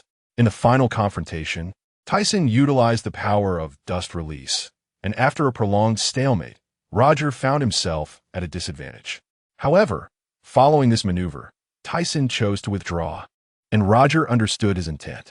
Continuing would no longer be a sparring match, but a deadly confrontation, which would sever their bond and yield no benefits. Despite this, Rayleigh sensed the underlying tension. He had not anticipated Roger's eventual downfall. The arena of their duel lay in utter ruin, with the ground stripped bare for hundreds of meters. The flora and fauna obliterated, and deep fissures marred the landscape. Were this island not a large landmass, it might have split apart entirely. "Ah, I am famished," Tyson exclaimed, reclining on the ground as his stomach growled. "Roger, have your crew prepare some food." Roger, similarly sprawled on the ground, felt refreshed after their vigorous bout. Upon hearing Tyson's request, a smile graced his face as he turned to his crew and called out, "The Roger pirate crew is hosting a feast. Moments latte." Tyson and the members of the Roger pirate crew commenced their banquet, and the onlookers gradually dispersed.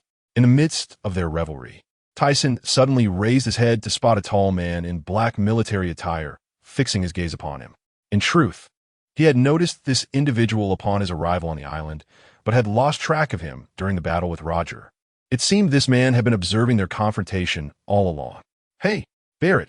Tyson's sudden shout drew the attention of Roger's crew, who followed his gaze to see an unfamiliar, towering figure. None of them recognized him. "Is this the guy?"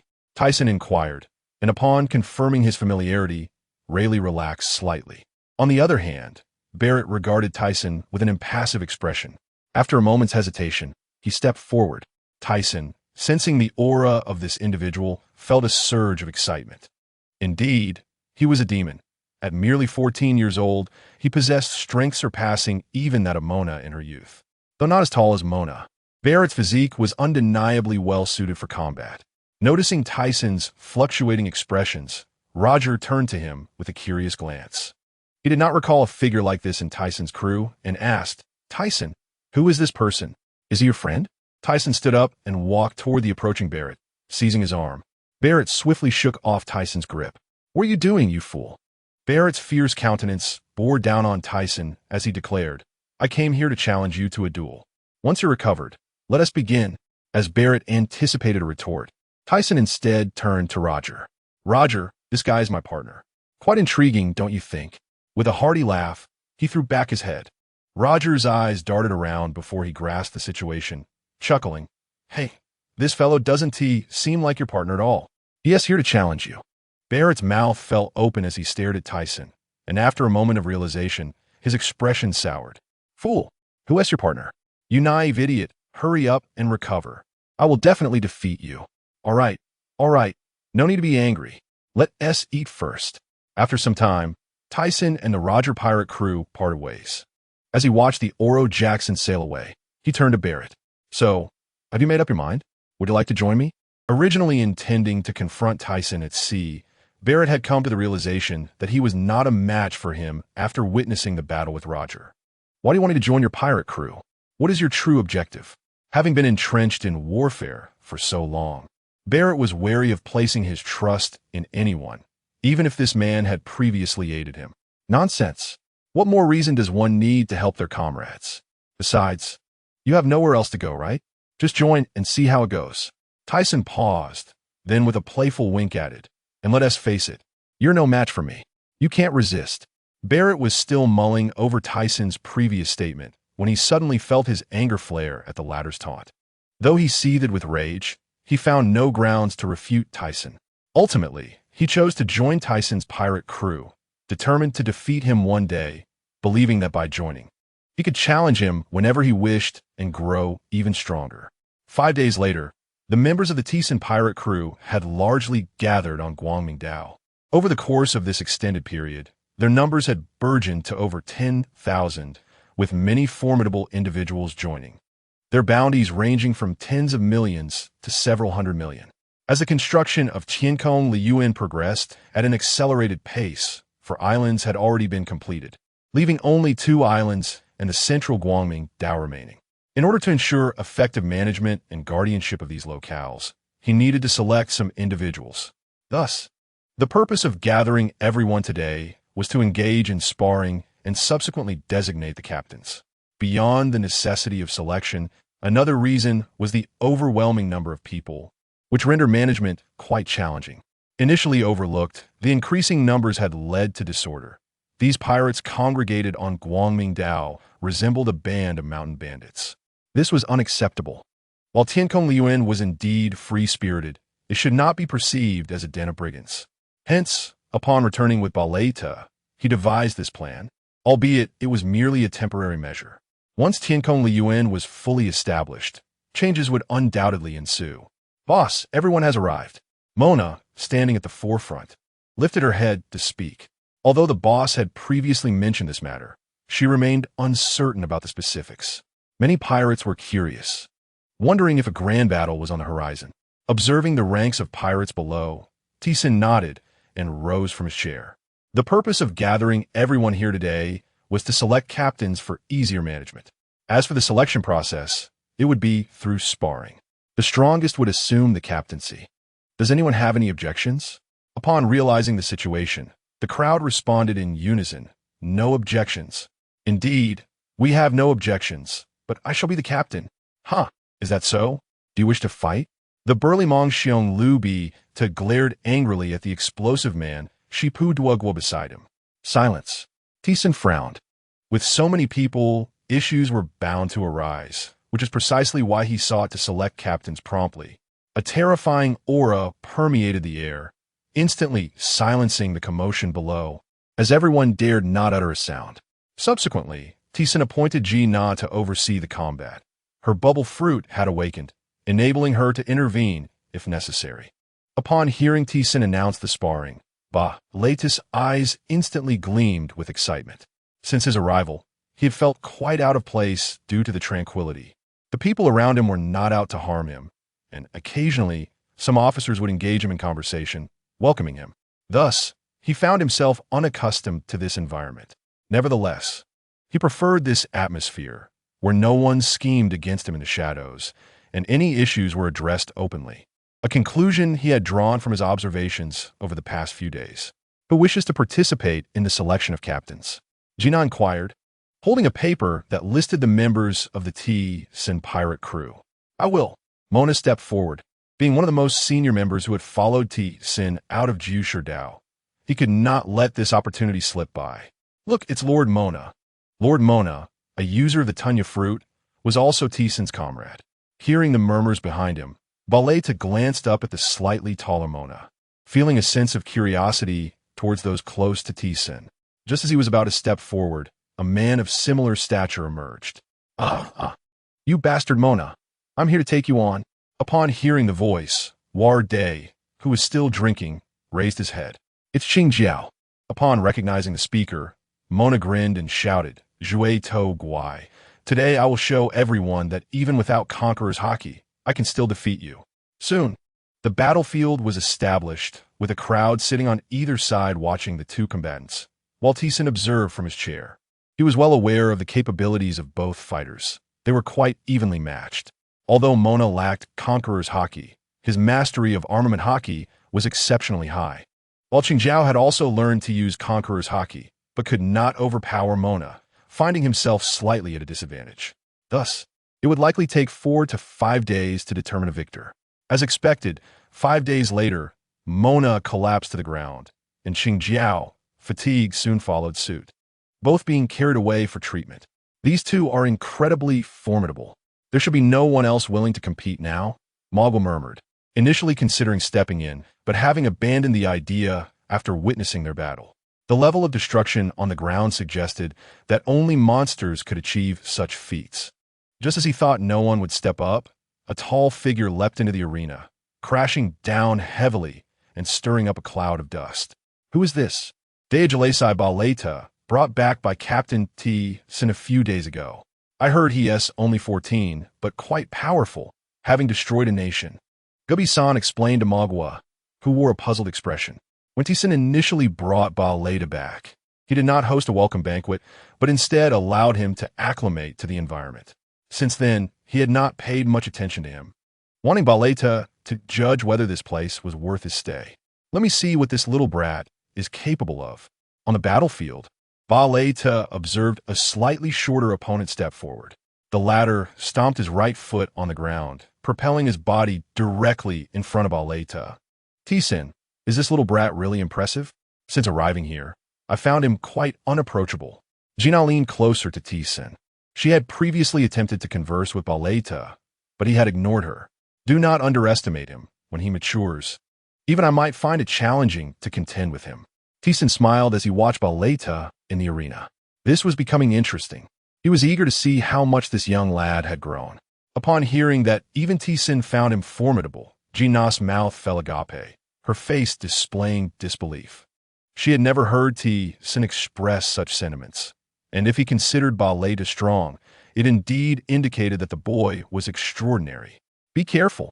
The towering Liu Bi did not initially employ his abilities, but instead enveloped his dark fists with armament Haki before launching himself toward Baleta with remarkable speed. Though his mastery of armament Haki was not high, when combined with the effects of his Zoan-type devil fruit and pills, his physical prowess was extraordinary.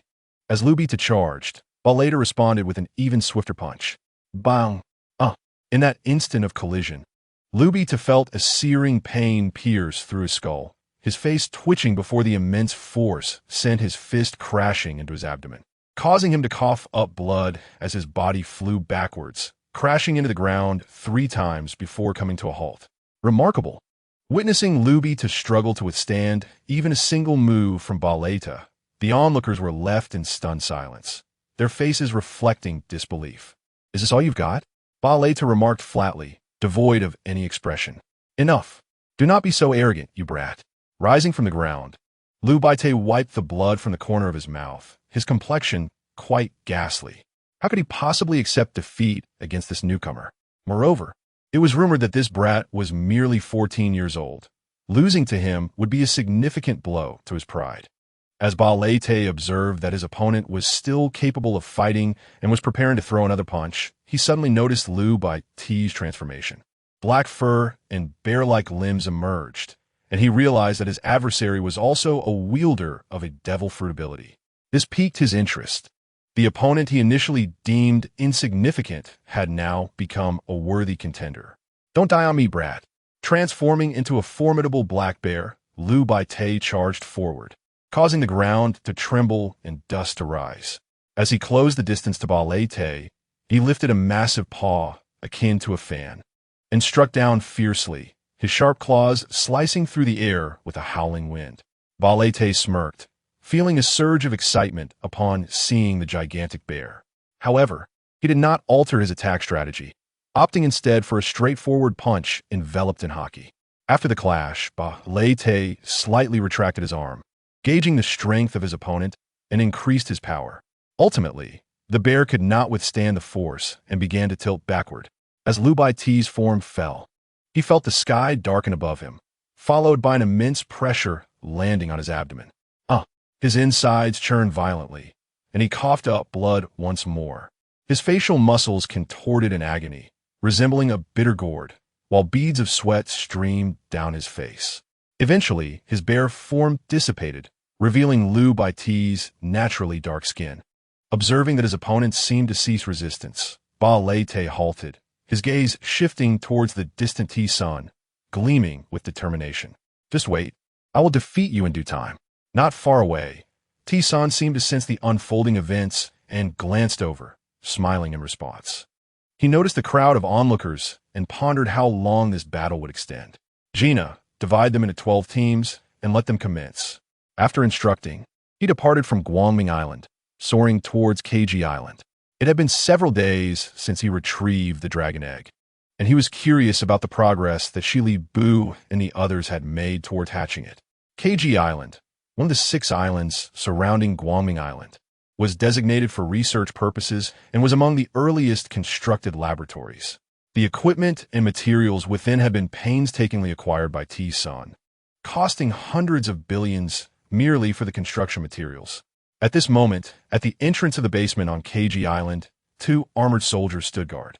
Suddenly, noticing a shadow on the ground, they quickly raised their heads. "Who goes there?" they inquired, their expressions tense as they lifted their rifles. Upon recognizing the figure, they were taken aback and respectfully exclaimed, "Lord T-Sun, we apologize for not realizing it was you. Where's Dechuan?" T-Sun gestured. "Captain Dechuan is patrolling the vicinity of the villa. Should we summon him?" "No need," T-Sun replied, having sensed his location and proceeded into the basement.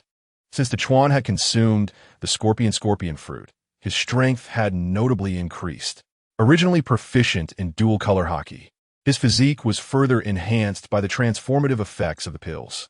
To express his gratitude for T-Sun's life-saving intervention, he willingly accepted the role of captain to safeguard this place, earning T-Sun's trust. The entire basement was constructed from a special metal, rendering it exceptionally robust. Even if the island were split in two, the interior would remain intact.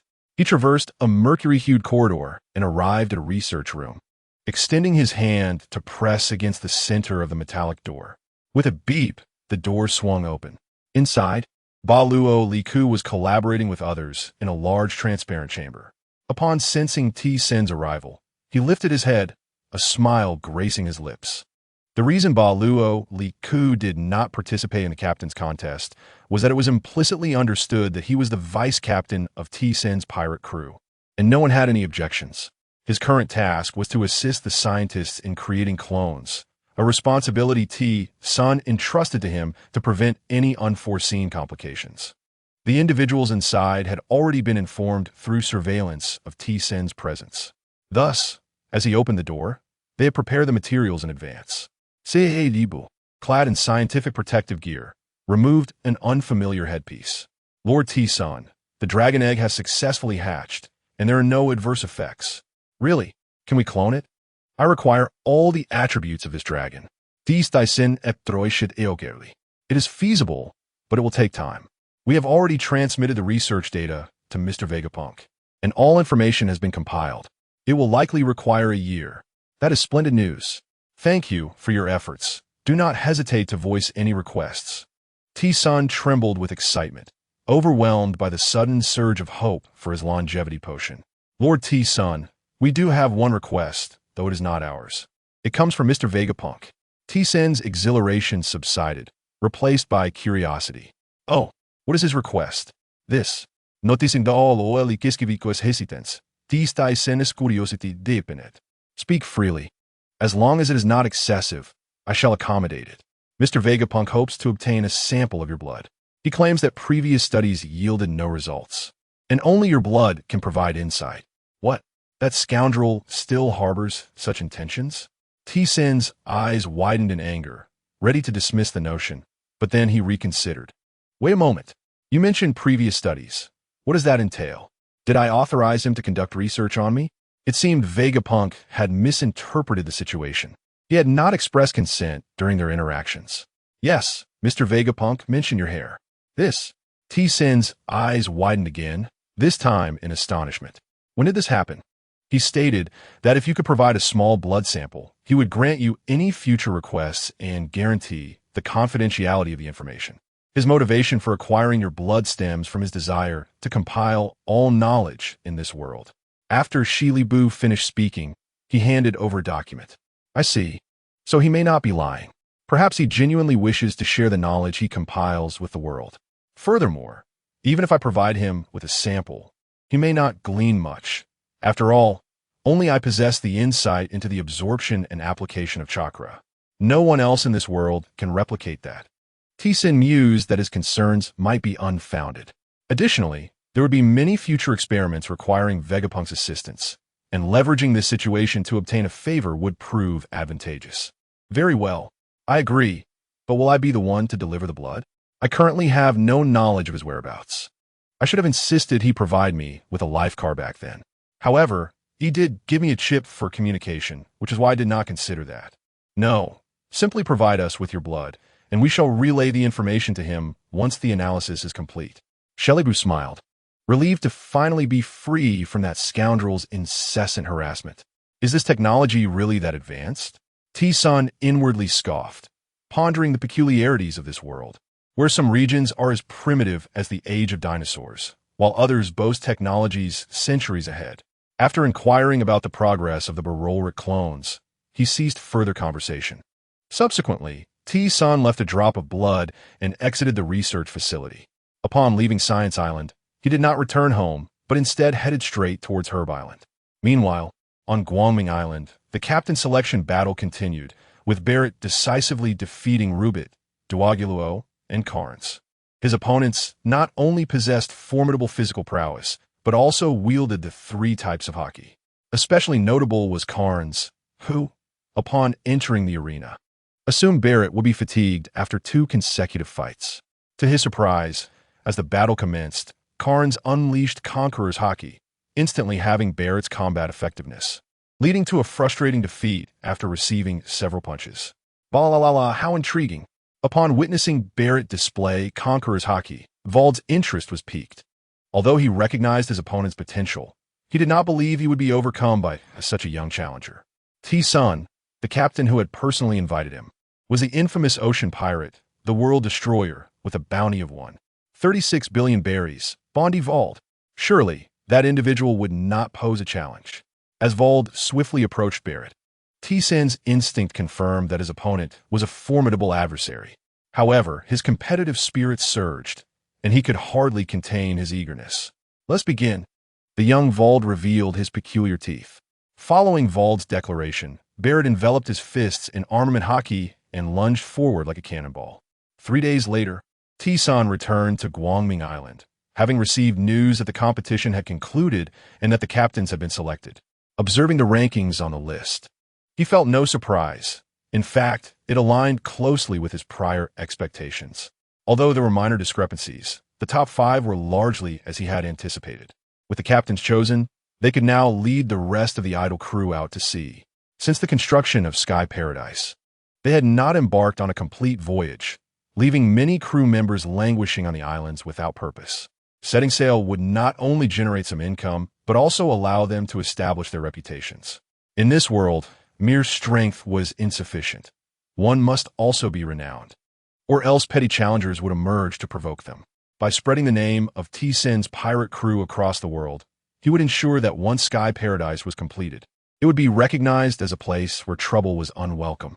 First team, Jouet Green Pepper second team, Little Giant Fistmona third team, World Destroyer Bondi Vald fourth team, Devil's Heir Douglas Barrett fifth team, Swordsman Jerry sixth team, Shark Tooth Ren Tian Shan seventh team, Bubble Person Gina eighth team, Snapper Muse ninth team, Explosive Person Ship Duagiluo 10th team, Heat Person Gobi Sang 11th team, Savage Bear Rubit 12th team, Rainbow Person Bushijia May in the Underground Pharmaceutical Laboratory of Science Island.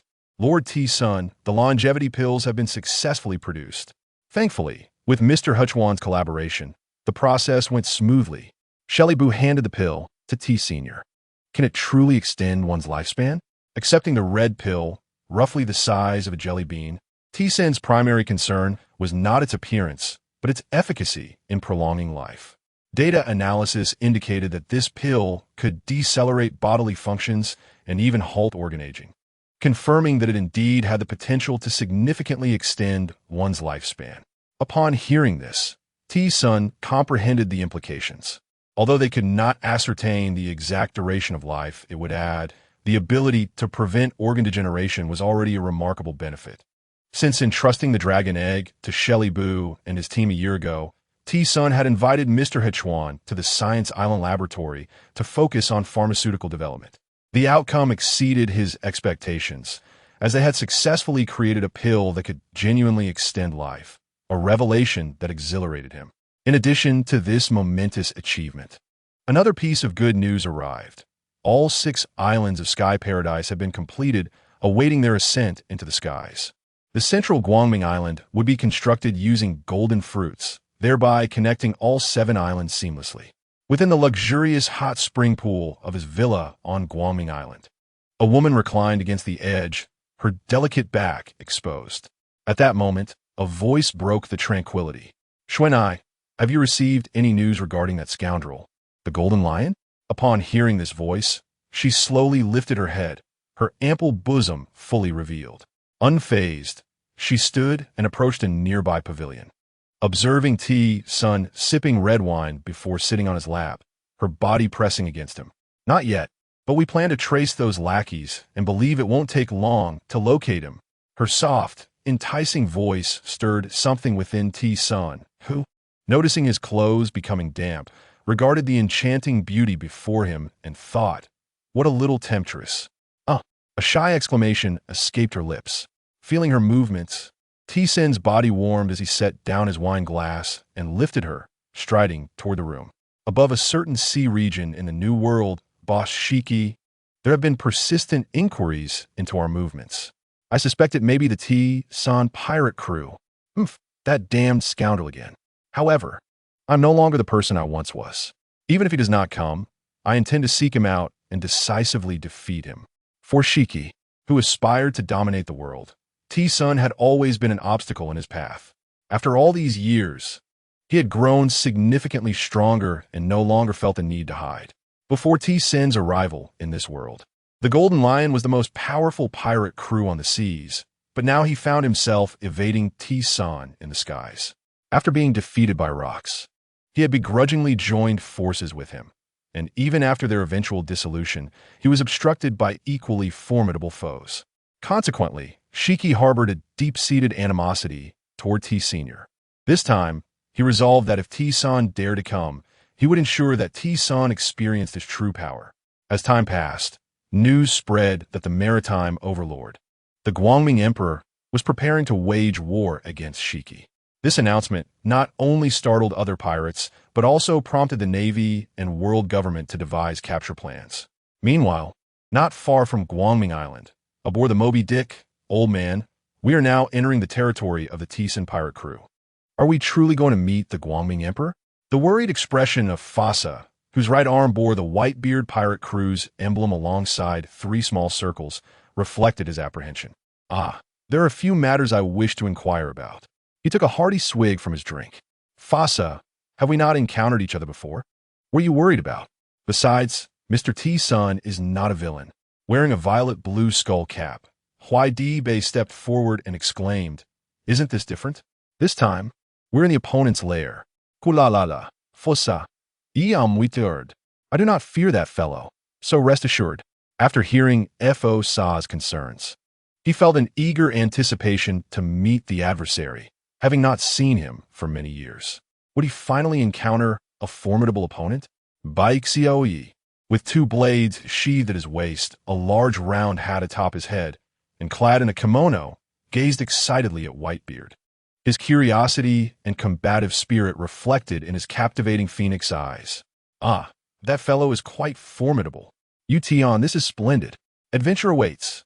Before Whitebeard could finish his words, he noticed Tion dancing with exuberance nearby. Alas, this fellow was completely unheeding. He displayed a look of helplessness, but, considering Tion's nature, decided to let it be. Dad, what kind of person is that bright emperor?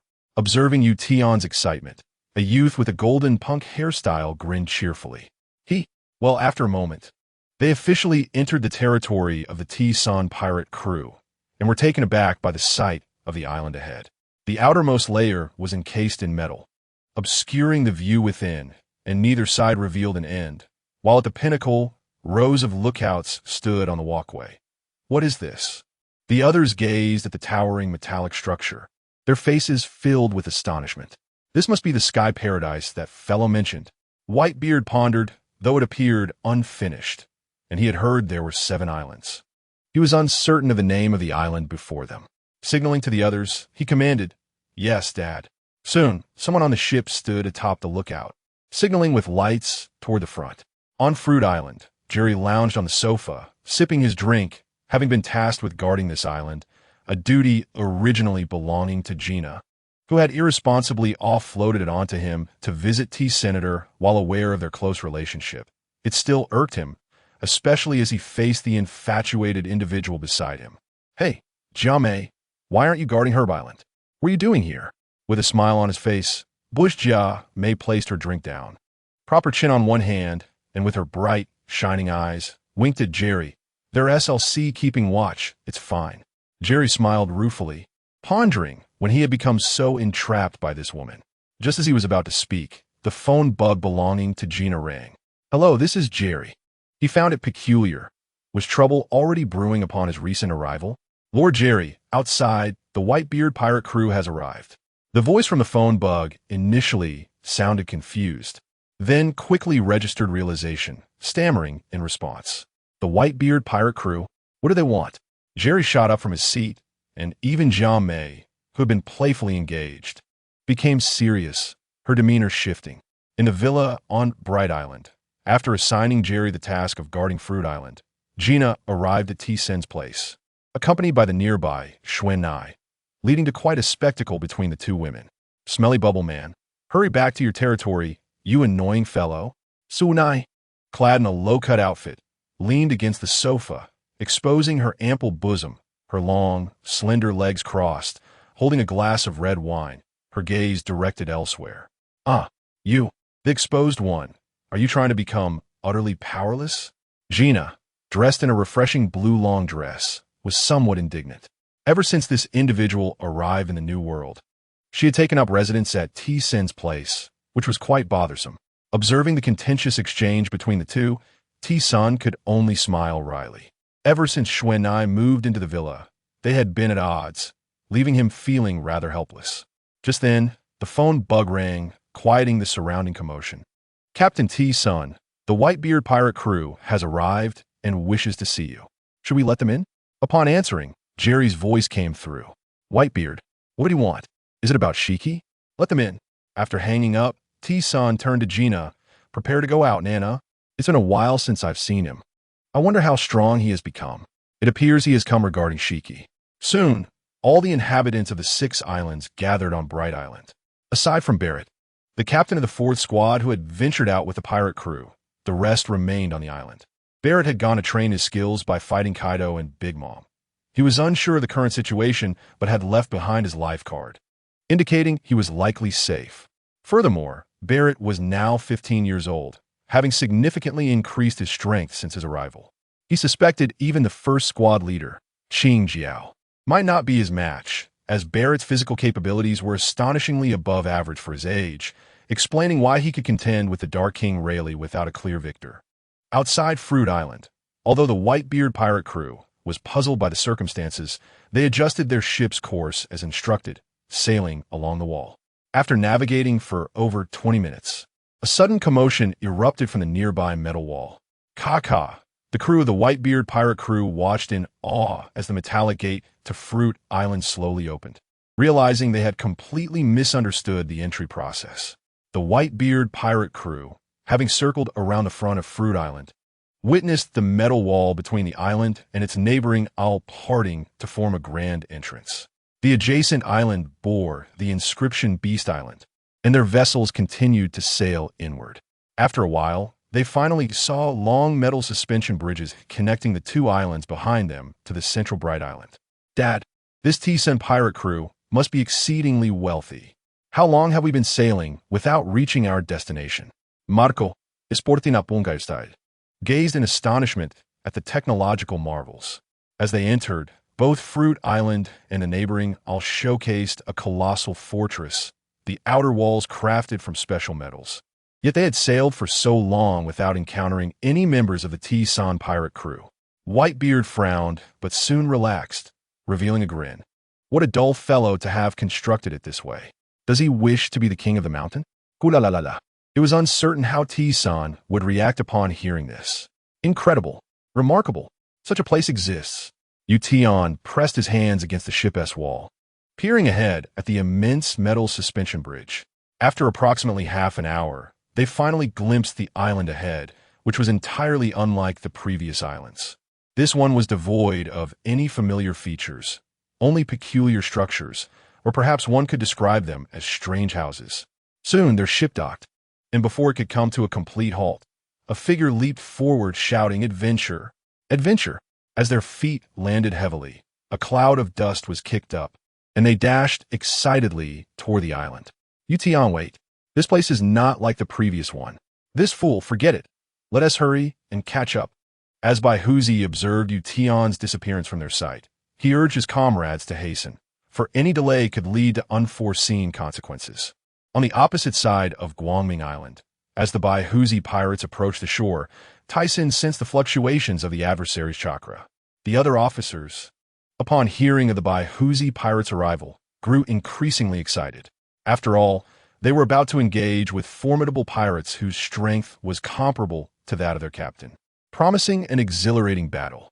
Sitting in the midst of the eager crew, Tyson noted their fervor for combat against powerful foes.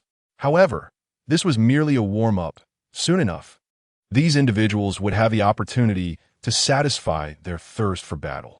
Suddenly, Tyson detected an unfamiliar chakra rapidly approaching, and he surmised its identity, coinciding perfectly with the enemy's arrival. A swordsman? An expert swordsman? Jerry instinctively sensed a menacing aura and opened his eyes to see a man clad in samurai attire wielding blades with formidable presence, clearly not a benign visitor. "Who dares to challenge me?" Jerry exclaimed, drawing his sword, filled with the spirit of combat, aware of his inability to best the Golden Lion. Though he had endured a period of despondency, he had come to terms with it. If he could not win, he would strive to become stronger. The outcome would be left to fate. "Enough of your bickering. I shall confront him." With that declaration, Tyson vanished from sight, and the sound of a sword being drawn echoed through the air as he materialized before Yution.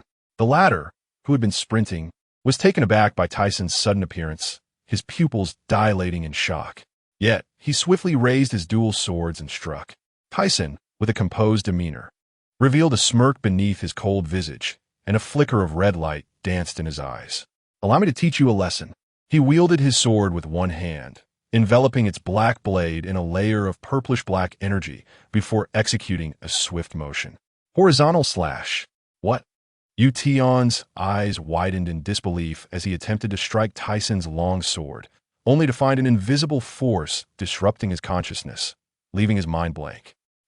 By the time he regained his wits, he realized he had been wounded by Tyson's blade.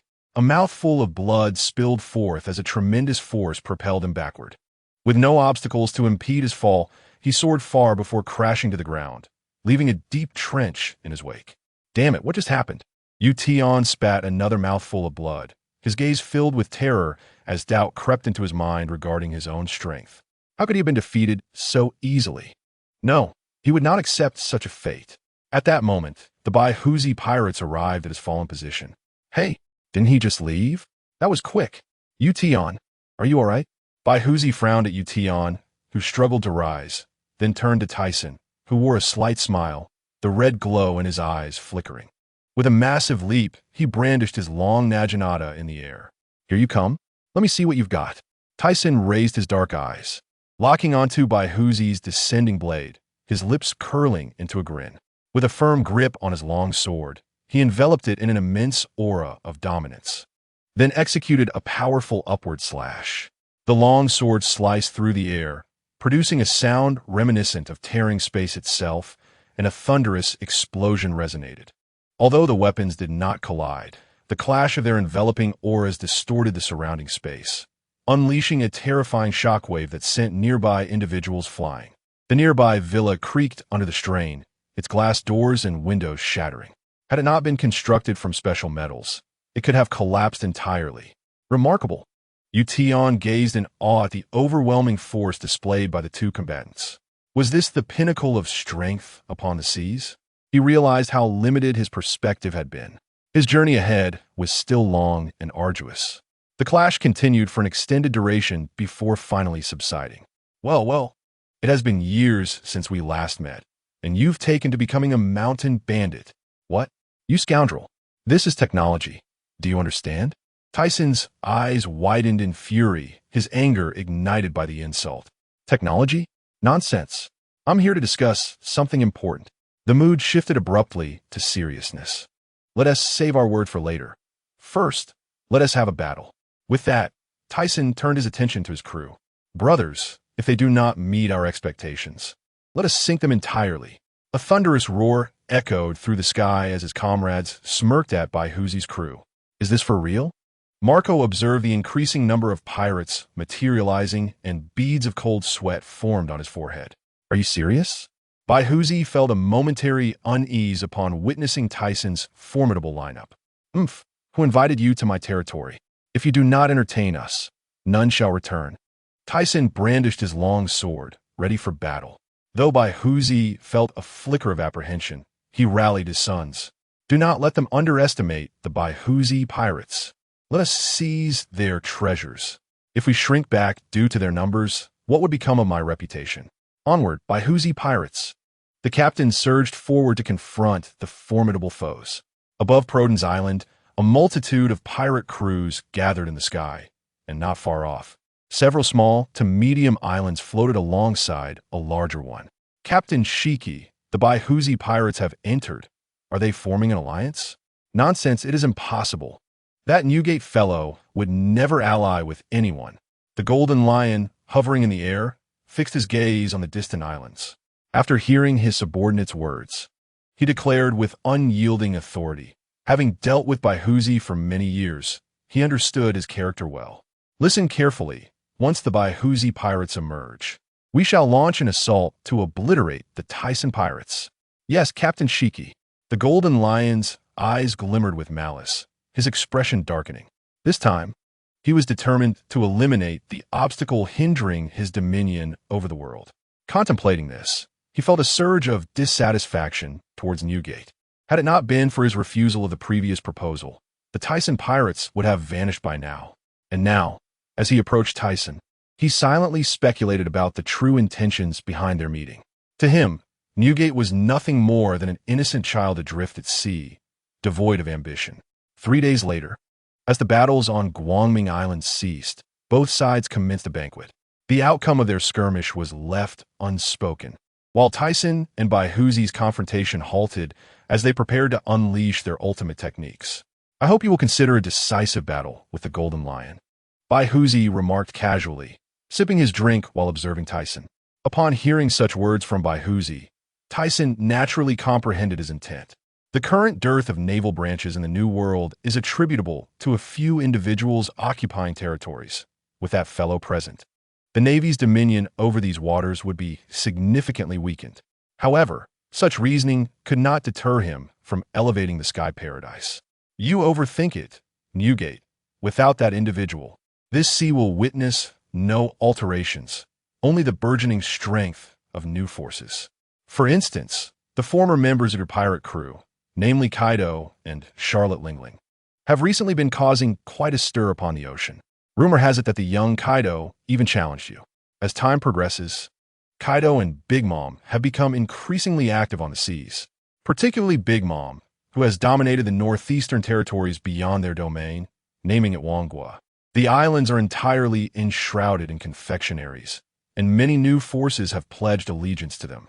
Upon witnessing the metallic structures covering the islands, I surmise that you would not cease your endeavors. Yet, your aspirations are indeed peculiar. Your actions will not go unpunished by the world government and the Navy. As he uttered these words, Baihuzi displayed a serene demeanor. If I were to fear, I would never have ventured out to become a pirate. Moreover, the world government possesses its own concerns. Were he oblivious to this world, he would not dare confront the world government so openly. Certainly, conflict with the Navy is inevitable. However, by demonstrating his supremacy and strength in the New World, he would instill a sense of caution within them, thus facilitating future negotiations with the world government. This was his initial thought. Ultimately, this world is governed by power. Hence, he yearned to expedite the creation of those clones. While it is true that I am confident you will not falter, you must remain vigilant. That individual would never undertake an endeavor without assurance, and his strength has undoubtedly grown more formidable. Many, including the Navy, surely find his abilities quite vexing.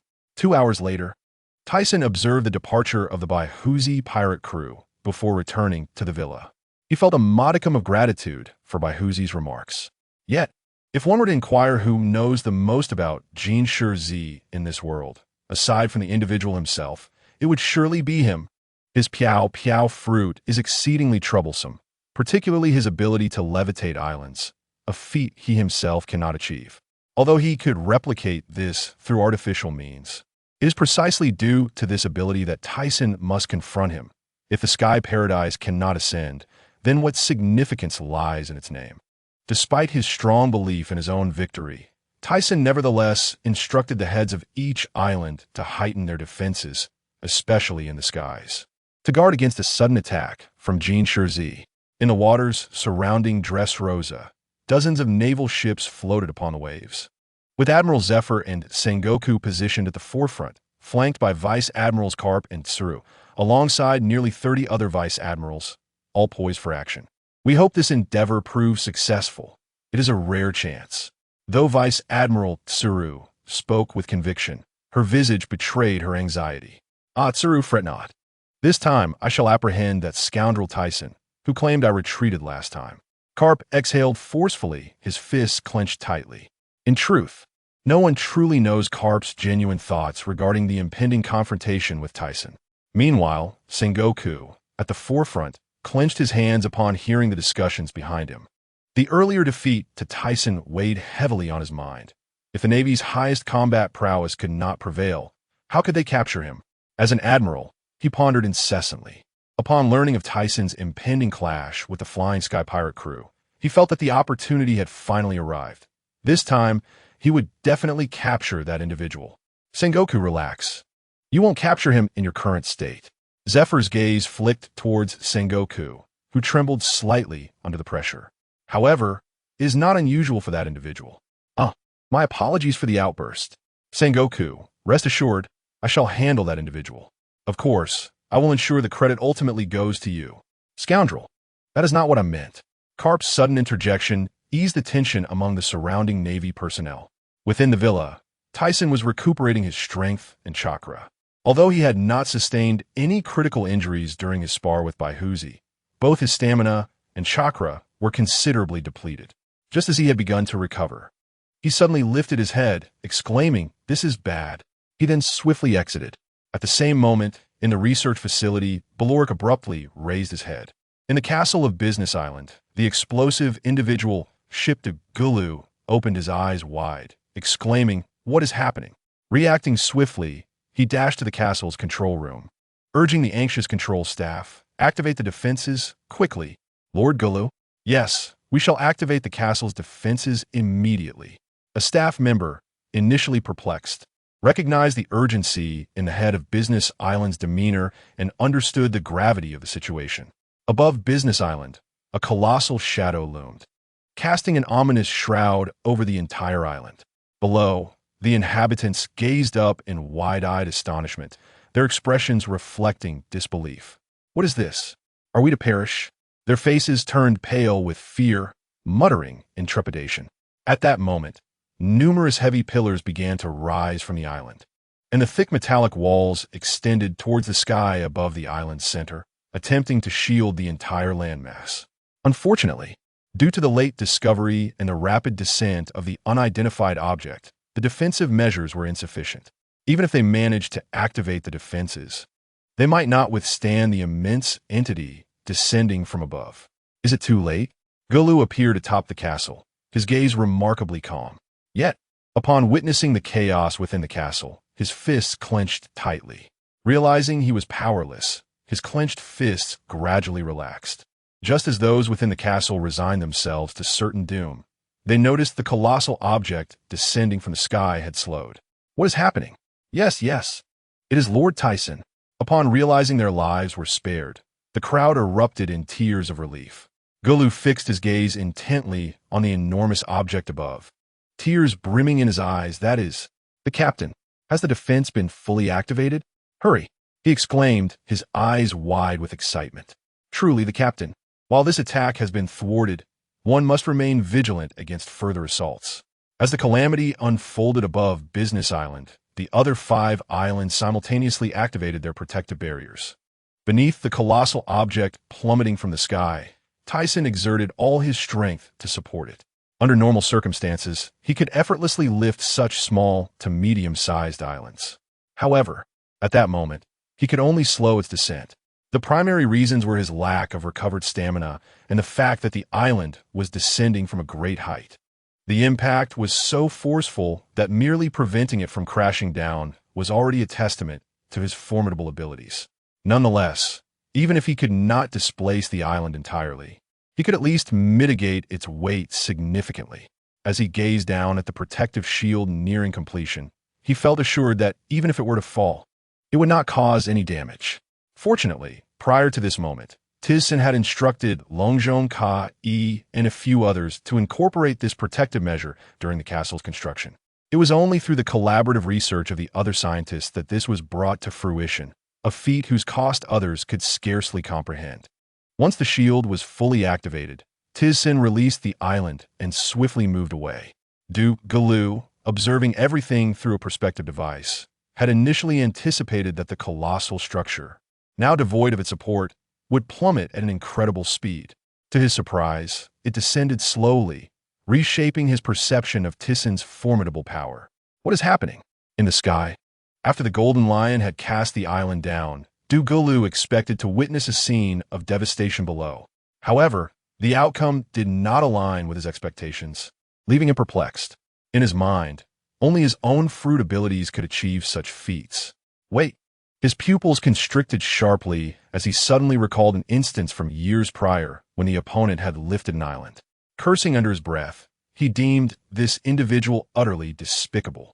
However, he realized that the recent attack had merely served as a warning. After battling with Newgate, how much stamina could he possibly have left? He let out a hearty laugh at the thought. Moments later, as all 6 islands activated their shields, only specific areas remained accessible, while the rest were entirely sealed off. Aside from select few key personnel, the combatants emerged, gathering on the Light Island. This strategy was to transform the island into a battlefield. All 12 commanders, except for Barrett, convened. Barelik rushed out from the laboratory, witnessing the earlier scene, and approached Mona with a serious expression directed towards the sky. Tizsen floated above, observing the pirate fleet descending from greater heights. He had suspected that Shiki might attack at any moment, but he did not anticipate such swiftness. Clearly, the opponent had gathered intelligence quite effectively. Ha ha ha. Tizsen, did you expect this? I would arrive at such a moment. Shiki, with his golden hair cascading behind him, floated down from his ship, a cigar clamped between his teeth. Yet, I find your earlier warning unsatisfactory. A look of regret crossed his face as he spoke. Despite feeling a surge of anger, Tizsen maintained his composure and replied leisurely, Shiki, you won't escape this time. Prepare to meet your end. As he spoke, the Golden Lion commanded dozens of pirate ships to descend. Shiki widened his eyes, drawing his twin swords. You shall perish, Tizsen, he shouted, rushing towards Tizsen with remarkable speed. Oof. Though my stamina is lacking, eliminating Shiki will be effortless. As Shiki charged at him, Tizsen unleashed the 7-star sword, a crimson aura flickering in his eyes. The sound of the blade slicing through the air resonating as they clashed. After the Golden Lion's fleet landed, crew members from dozens of pirate ships surged forth. Kill them, Tissen's crew shouted, determined to annihilate their foes.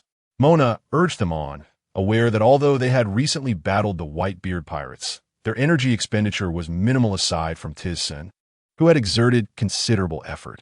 Especially with formidable allies like Qingjiao and Wald among them, their strength was unparalleled.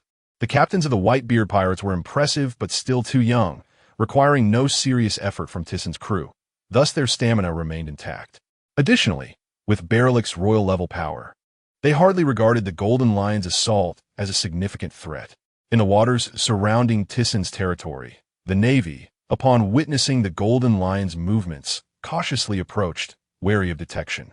Zeef peered through binoculars at the metallic walls surrounding the paradise, questioning, how do we breach this barrier? We just need to be ready. Cypher Pole will open the door shortly, Sengoku replied, frowning at the massive fortress ahead. Without government personnel assisting, they would never breach the metallic walls. His thoughts on Tissen's ambitions escalated. Not only was he intelligent and powerful, but he also wielded technological prowess. Such a dangerous entity must be eliminated at any cost. Sengoku resolved. Meanwhile, the Whitebeard pirates had been at sea for half a day since departing from the paradise. Upon feeling tremors from behind, they halted their ship. Old man, The Golden Lion is truly despicable. The Tizen pirates just battled us. Marco, with his punk hairstyle, expressed his displeasure. This guy seems to have been plotting for a while. Even using me. Newgate, with his long white mustache, leaned on his naginata, facing the direction of the paradise. He was not surprised by the Golden Lion's actions. After spending so much time on the same ship, he understood that the Golden Lion not only despised the weak, but often resorted to underhanded tactics to mock them. This was why, despite being on the same ship, they could not get along. "Old man, should we help them?" Whitey Bay asked, her small face betraying concern. Whitebeard turned to her. "Fool, does that guy need my help?" After a pause, he continued, "However, we can obstruct any unpredictable factors. The Navy will undoubtedly make a move." He commanded the Whitebeard pirates to remain vigilant regarding the Navy's movements. "Yes, old man." Returning to the light island, Tizen cleaved through the encroaching earth lions with his sword, then unleashed a sword chi spanning over 100 meters towards the sky, striking at the figure opposite him. He panted slightly, appearing fatigued, after such a brief skirmish. His stamina was waning. Indeed, the energy expended in his battle with Whitebeard was considerable, and he could not afford a prolonged confrontation. He needed to conclude matters swiftly. "Tizen, you just battled Newgate. Allow me to take over." A crimson figure appeared beside him, concern lacing their voice. He turned towards the direction of the technological island, gasping, "No, you stay and guard the entrance to the laboratory. I cannot allow its contents to be discovered." A shadow crossed his face as he added, "I must personally capture this scoundrel. He is crucial to the construction of our paradise." Barilek glanced at the influx of personnel towards the technological island, including members of the world government, before turning back to see Tizen's resolute expression. Acknowledging Tizen's strength, he ceased to press the matter. "Then be careful." As Tizen made his way towards the laboratory, he finally felt a moment of relief, only to sense Shiki's attack approaching from the sky once more. "Slashwave. Awadzuron, Tizen. Has your attack power diminished so significantly?" The Golden Lion effortlessly dispelled the massive white sword chi, savoring the moment as he realized he could finally defeat this adversary. Do not get ahead of yourself. Since you are so eager to meet your demise, I shall oblige." Instantly, I unleash my full power with a vast array of dust release clinging to the Qixing's sword, producing a cacophony of black and white energy crackling through the air. Accompanied by an imposing aura, the atmosphere surrounding Tizen becomes increasingly formidable. Perceiving the seriousness of his opponent, the Golden Lion's expression grows grave. He has long recognized that this adversary possesses a particularly troublesome ability, one that can contend with that of rocks in battle. Thus, he ignites his own formidable aura, which expands around him. In their first encounter, he had been overly complacent, failing to adequately employ his aura for protection. Now, fortified by this aura, he feels confident he shall not be defeated again. The one-sword flow's realm-severing slash, the most potent of his strikes, is unleashed from Tizen's longsword, manifesting as a violent black and white sword energy that cleaves through the heavens. The sky is transformed as crimson lightning dances ominously, slicing through the dark clouds above, while the sea is carved into a deep trench. What is this? Many members of the Golden Lion fleet, armed and poised for battle, stand transfixed, gazing at the blinding light reflecting in the sky, as if the very daylight has been illuminated. Awestruck by such a heart-stopping assault, the Golden Lion momentarily loses focus, but quickly regains his resolve, his gaze sharpening as he raises a hand towards the heavens. "If you have the audacity, then cleave the entire island in two, serpent." Above the Golden Lion, an island of seemingly endless expanse obscures the sky, casting a shadow over the daylight, with only the colossal sword energy visible as it is halted by the island. The crowd below halts their actions, mesmerized by this stunning spectacle. Just as the Golden Lion believes he can withstand the impending attack, he witnesses the island disintegrating at a visibly alarming rate, starting from the severed section. As the sword energy spreads forth, in no time, the two halves of the island dissipate, leaving only the shattered fragments plummeting down. Is this something a mere human could achieve? This fellow is indeed astonishingly powerful. Vald, having just eliminated another of the Golden Lion's subordinates, stares in disbelief at Tyson. After being betrayed by his comrades, he had envisioned constructing a colossal cannon capable of annihilating an island. Yet, in light of this display, his aspirations seem utterly ludicrous. What use is such a cannon against an assault of this magnitude? Is this the Radiant Emperor? Many emit involuntary gulps as daylight returns, revealing the Golden Lion suspended in the air, his arms stained with blood and his visage grim. Although he has not sustained grave injuries, the sheer potency with which the adversary has nearly obliterated the island fills him with dread.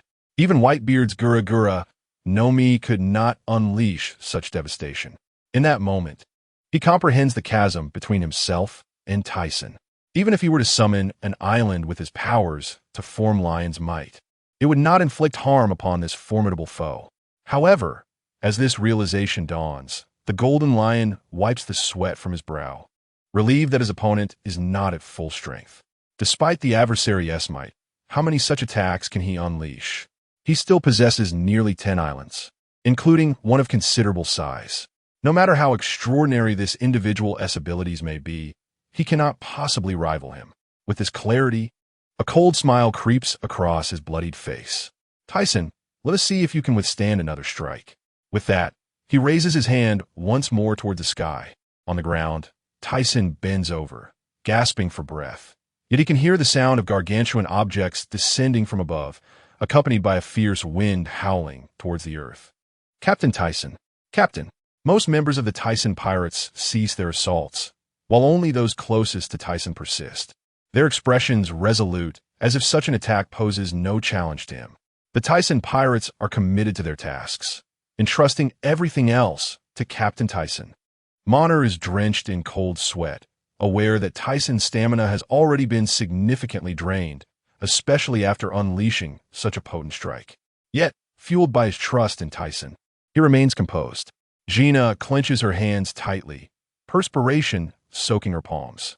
Clad in a flowing red gown, Shinai stands guard beside the villa, surrounded by a pile of pirates eager to breach the stronghold. Her beautiful eyes are fixed on the distant figure, silently wishing for his safety, yearning to bear his children.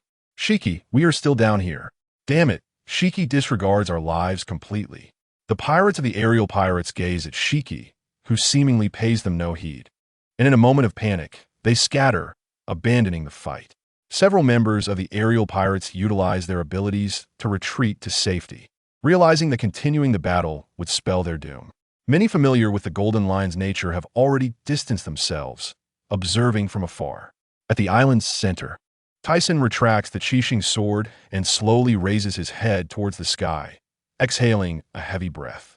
He brings his hands together, forming a small white cube in his palms. The overwhelming chakra emanates a brilliant white light that is almost blinding. He murmurs to himself, "My chakra is nearly depleted. This strike may determine everything."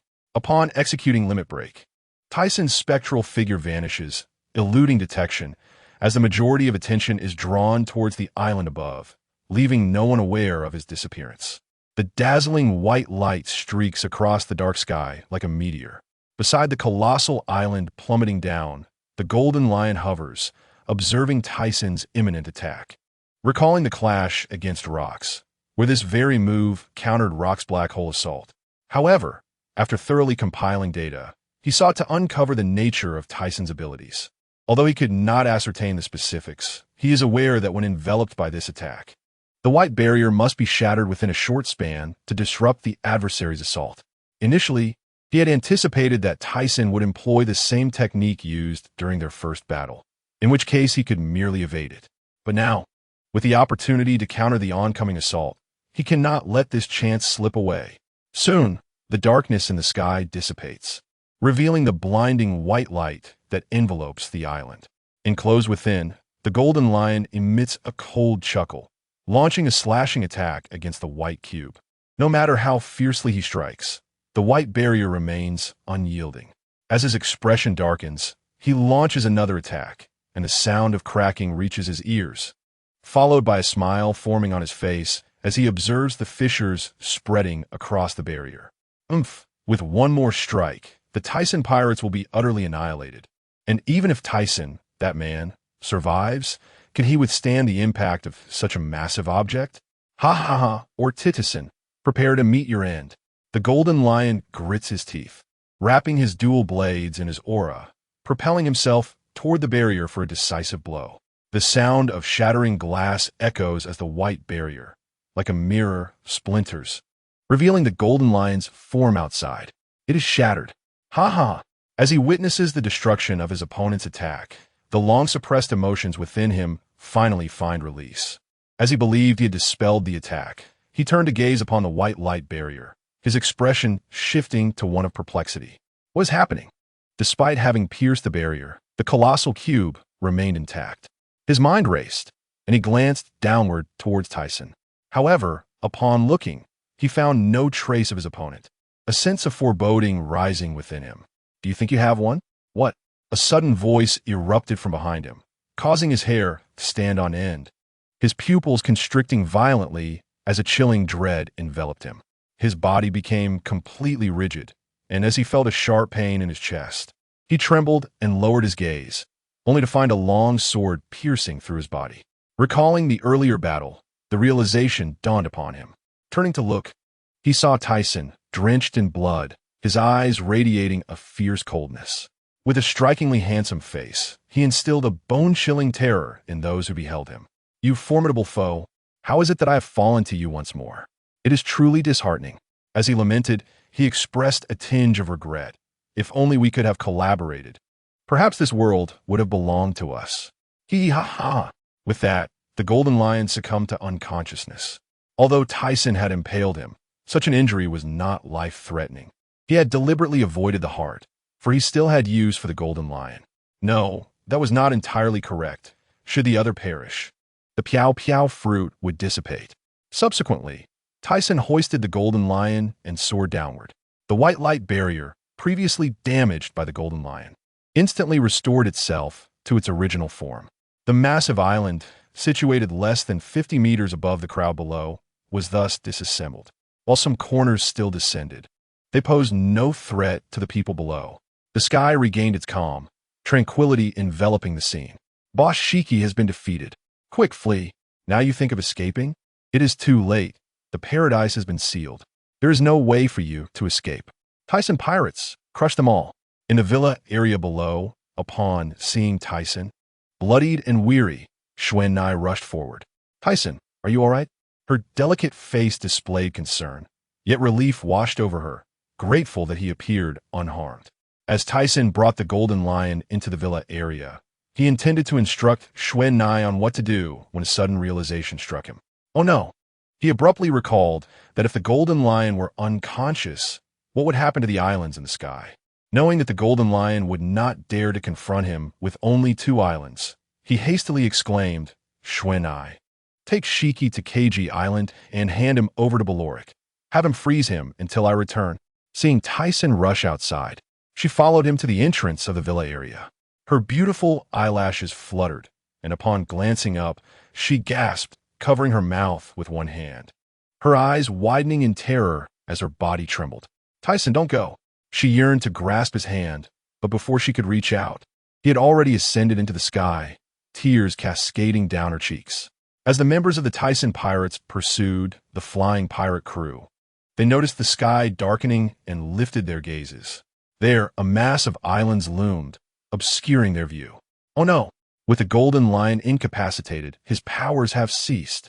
Mona's eyes widened in fear, and as she spotted a figure moving swiftly in the sky, she reacted urgently, shouting, Everyone, head to Light Island.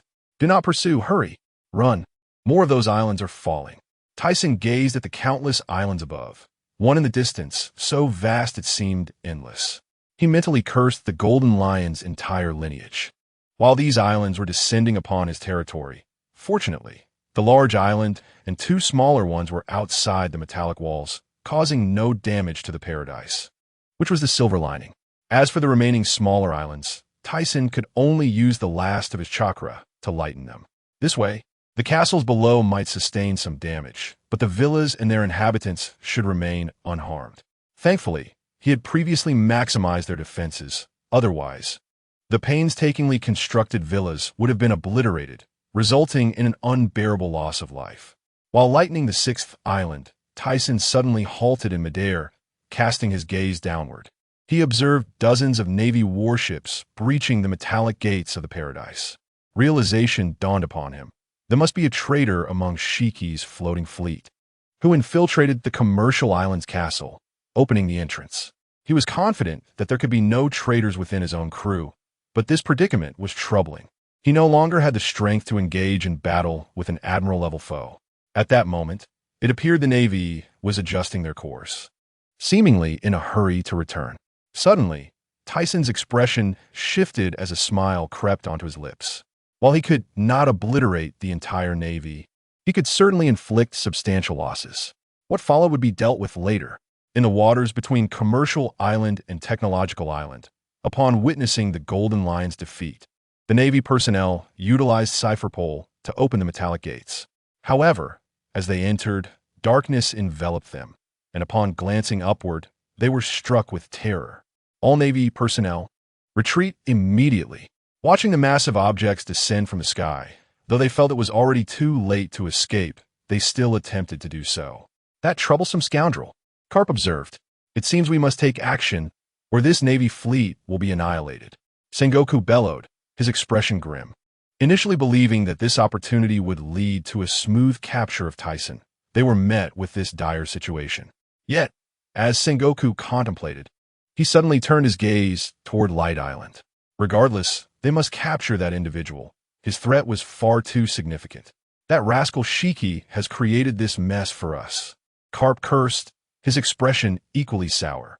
Moments later, the Navy fleet had departed the paradise, sailing outward. As Sengoku and the others observed, the islands in the sky, which should have been descending at a steady pace, suddenly accelerated after leaving the paradise, the gravitational winds crashing against the sea surface, causing the Navy ships to sway violently. What is happening? Sengoku stared, dumbfounded, at the islands plummeting at an alarming speed. This is not the time to find out why.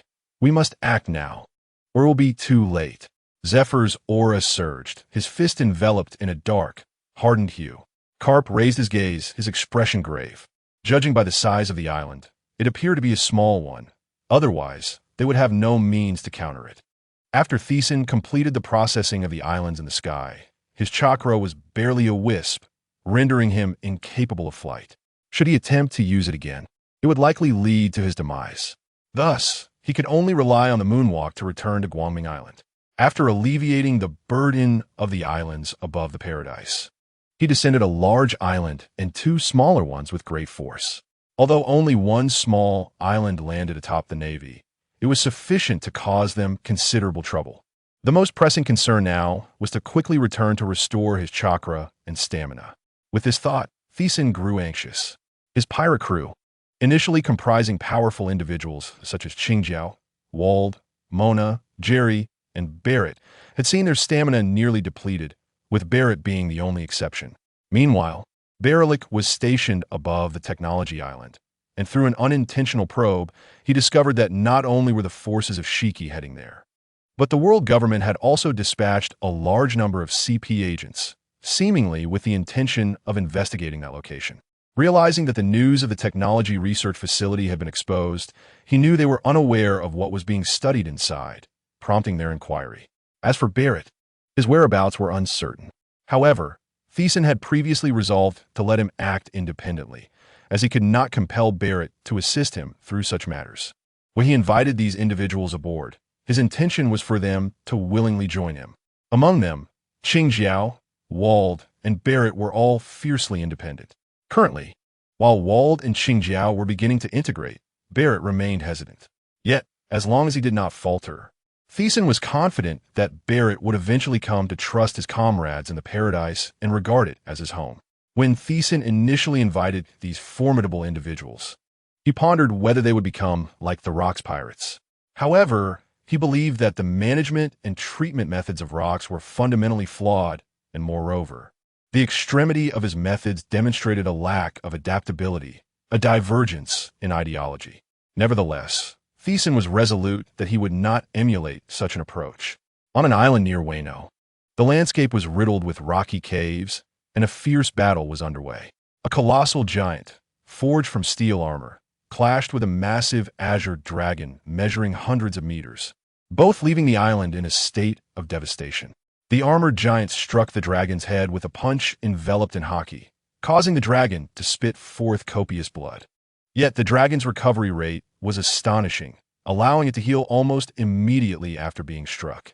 After battling for half a day, neither side seemed to gain the upper hand. "You despicable amalgamation," the azure dragon cursed, unleashing a breath of scorching heat. The armored giant promptly raised its Haki-clad fist to defend against the onslaught. "Kaido, is this all the strength you possess? Your recovery is impressive," the giant, whose appearance resembled that of a devil with crimson skin, remarked with a grin. Gazing at the azure dragon, the dragon's prideful expression indicated a sense of challenge, as it transformed back into human form, wielding a spiked club aimed at the giant's head. Despite his initial reluctance to provoke Theson's crew due to the nascent stage of his pirate career and the disparity in strength, the recent disruptions caused by this newcomer compelled him to retaliate. He was perplexed, as he believed Theson's crew was engaged in battle with a flying pirate fleet. Had this individual withdrawn from the crew, or was there another reason? The Haki-imbued club met the armored fist once more, while the giant's other fist swept through the air, striking Kaido with tremendous force, sending him hurtling towards the ground like a cannonball. Kaido's body pierced through the earth, causing rocks and soil to churn. Moments later, he emerged from the collapsed ground, shaking his head, appearing somewhat disheveled, with traces of blood at the corners of his mouth, though not severely injured. "What's the matter, Kaido? Is this all you can do?" The giant's voice echoed mockingly across the sky. Kaido's expression darkened with anger. "If you wish for death, I shall oblige." With that, Kaido transformed into a half-beast, half-human form, the most formidable state of his power. Yet, at this moment, he had yet to unleash any devastating techniques, relying solely on his physical prowess and the extraordinary recovery rate granted by his mythical Zoan fruit to engage in battle. "Ah, interesting. Come forth, I can hardly wait." Barrett, within the armored giant, beamed with excitement, sensing a shift in Kaido's aura. The dragon, now in his beastly form, found a peculiar kinship with this giant, both sharing a thirst for strength. The notion of recruiting such a powerful ally crossed his mind. With a subordinate of that caliber, he could contend with several formidable foes. "Amalgamation, would you consider becoming my subordinate?" Kaido declared, resting his spiked club on his shoulder and revealing his fangs with a wide grin. "What did you say, you scoundrel?" The armored giant roared, his fury evident. Almost immediately, a violet-black fist slammed into the ground. Kaido calmly lifted his club and struck back, stating, "You have effectively exited Theson's crew. You might as well join me. We are the harbingers of a new era. While those old fools will inevitably be vanquished by me in due course." Barrett, within the armored giant, was taken aback. "When did I exit the crew?" he questioned, his voice echoing with incredulity. Meanwhile, on the outskirts of the Sky Paradise, despite the Navy's formidable forces shattering the islands descending from the sky, numerous warships were still obliterated. Only a handful of vessels remained, marking a significant loss. However, the prospect of capturing Theson's crew made Sengoku feel that the endeavor was worthwhile. Just as they prepared to capture Theson, an unexpected event unfolded. "Newgate, you scoundrel! Have you allied with Theson?" Sengoku's body tensed, realizing that if this alliance were true, the Navy would be in dire straits. "Ha ha ha! You Navy are still as incompetent as ever, seizing opportunities. But I am not allied with them. I simply disapprove of your methods." Upon witnessing the defeat of the Golden Lion, Whitebeard advanced towards the Navy, fully aware they would not let this opportunity slip away. However, he felt responsible for the arduous battle Theson's crew faced, believing that by stalling the Navy, even if he couldn't stop them entirely, he could at least retain a powerful admiral to alleviate some of Theson's burdens. In doing so, perhaps his heart would feel a little lighter. Jean Gua gritted his teeth, but upon realizing that there was only one opponent, he swiftly adjusted his strategy. He turned to ZFA and declared, "ZFA, this fellow is now your responsibility. I will join Kapu in capturing Tyson." Listening to the arrangement, Baihu Z frowned, but after some contemplation, he concluded that this might indeed be the best possible scenario. That individual possessed numerous formidable subordinates. As long as they did not act foolishly and choose to engage in a one-on-one duel, he believed the two of them would not be able to capture him. Meanwhile, back in the Villa district, Tyson quickly summoned Jingyi. Swallow it. Upon hearing the order, Jingyi initially appeared stunned, but upon witnessing Tyson's earnest expression, which betrayed no hint of jest, he chose to obey the command.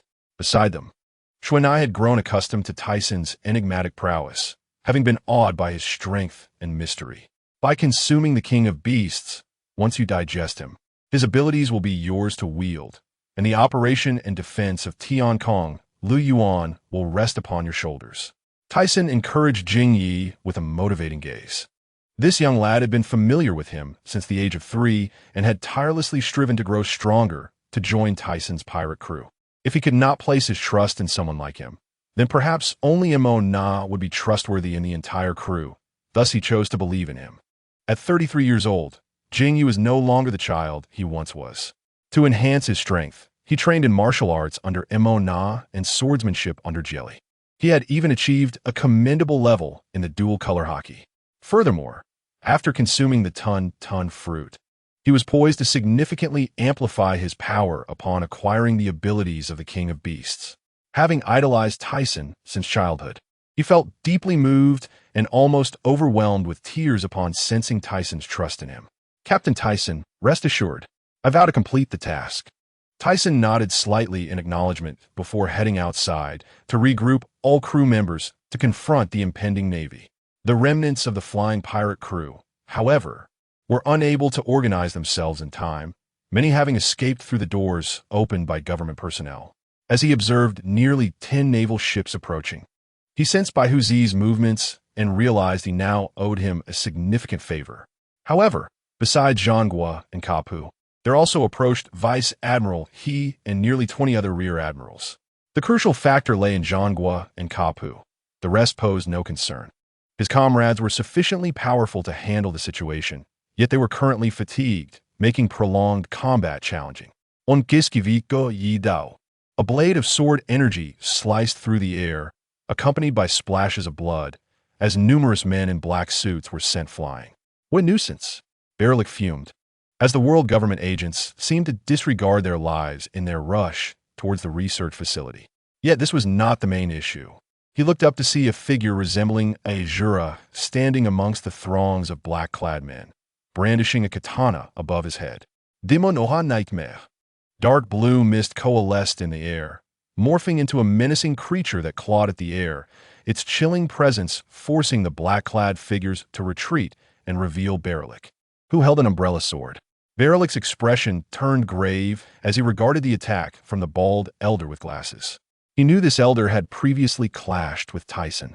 Though not his equal, the elder was still a formidable opponent, prompting Berlik to alter his tactics. Blood mist swirled around his umbrella sword as he executed a demon mist thrust. Instantly, the atmosphere felt stained with blood. The colors of the elder's attack contrasting sharply with his own, reminiscent of a black-blue Azura versus a blood-red demon, sending chills down the spine. Moments later, damn it, as the attack dissipated, the bald elder's face darkened. Originally, this operation was meant for the Navy to capture Tyson's crew while they infiltrated the enemy's technological research facility.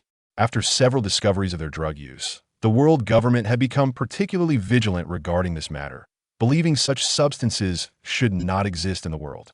Should it continue unchecked, dire consequences could ensue. What he had not anticipated was the gravity with which Tyson regarded the situation. The world government's lapdogs engage in petty schemes. But as long as I am here, even the highest decision-makers of the world government cannot breach this place. At this point, Berlik began to worry about Tyson's situation. Meanwhile, Tyson, who had been waiting above Guangming Island for the Navy's arrival, was also aware of the events unfolding on Kuji Dao. He understood that Berlik was in a precarious position, with CP agents rushing towards the island like madmen. Though formidable, Berlik could not withstand such overwhelming numbers, especially since the current CP agents were far more competent than in the future. Moreover, that damned bald elder should have had his throat cut with a single stroke. However, considering his plans, Tyson refrained from taking action, knowing that such a move might drive the world government into a frenzy. Thus, to conclude this battle, he needed to severely injure either Zhangguo or Kapu. Yet, given his current state, this seemed utterly unrealistic. Therefore, his only course of action was to prolong the fight. Even if he were injured, it would not be of great consequence, for they still possessed their ultimate trump card. Tyson, this time you cannot escape. Surrender. As Zhangguo and Kapu leapt from their ship, discarding their outer garments to reveal their black suits, they clenched their fists, and the remaining officers readied themselves. Observing their confident demeanor, Tyson raised an eyebrow, feeling somewhat troubled. Taking on one adversary was already a challenge, let alone two. Tyson, I will face Zhangguo with Walt. The other one is yours. Qin Jiao stepped forward. Though fatigued, he believed that together they could withstand the opposition. He glanced at the duo, their unwavering spirits evident, and smiled. Just be careful. I will do my utmost to deal with this fellow swiftly. Subsequently, Wald and Qin Jiao charged at Zhangguo. Understanding the weight of Tyson's prior words, they were acutely aware that continuous battles against Baihu Zi and the King of Beasts would drain not only their stamina, but also their mental acuity. Thus, they had agreed to unleash their full strength from the outset, intending to defeat Zhangguo and then assist Tyson. As he watched them engage Zhangguo, Tyson turned his gaze to Kapu, who wore a serious expression. Tyson, while this may seem dishonorable, I do not care how others perceive me if I can eliminate such a significant threat. Ha ha ha, that remains to be seen. Although Tyson maintained an outwardly indifferent demeanor, he regarded Kapu as a formidable foe. He could sense the feral intensity emanating from him. Suddenly, Kapu's gaze sharpened, and he unleashed a brutally powerful punch the size of a sandbag toward Tyson, the sound of tearing wind accompanying it. At this moment, Tyson certainly would not choose to clash head-on with him. Instead, he employed his observation Haki and sensory abilities to discern his opponent's movements and intentions. Although his chakra was depleted, he still had some physical strength left, allowing him to endure for a while. Once his chakra recovered, he firmly believed that victory would ultimately be his. That detestable fellow, the longer Karp fought, the more suffocating it became. And internally, he could not help but criticize the opponent's observation Haki, which was simply extraordinary, capable of monitoring and predicting everything without a blind spot. Even his inner thoughts were laid bare to the adversary, making it nearly impossible to land a strike. This was all thanks to Tyson's chakra sensing ability. For even if his own observation Haki was exceptional, it was impossible to evade someone of Karp's formidable strength entirely. The recovery speed of chakra was exceedingly slow. After applying weight and lightness to the islands of the sky, he had regained only a little. He could merely manage to adjust his body's weight. And to unleash the grand technique of dust release, it would take at least 3 days. 2 days later, Tyson's chakra had recovered enough for him to attach a bit of dust release to his sword. However, by this time, his stamina was nearly exhausted, and he could only rely on chakra to sustain himself. His mind was weary. It was the first time he had engaged in such a prolonged battle, and even he could not withstand it. Observing Tyson's precarious state, the others attempted to assist him, but were fiercely obstructed by the numerous rear admirals. The 20 or so admirals were no trifling matter. Gina, who fought alongside Rear Admiral He, appeared somewhat pale. Previously, she had been alone against the opponent, and had it not been for Jamie's timely aid, she might have been defeated long ago.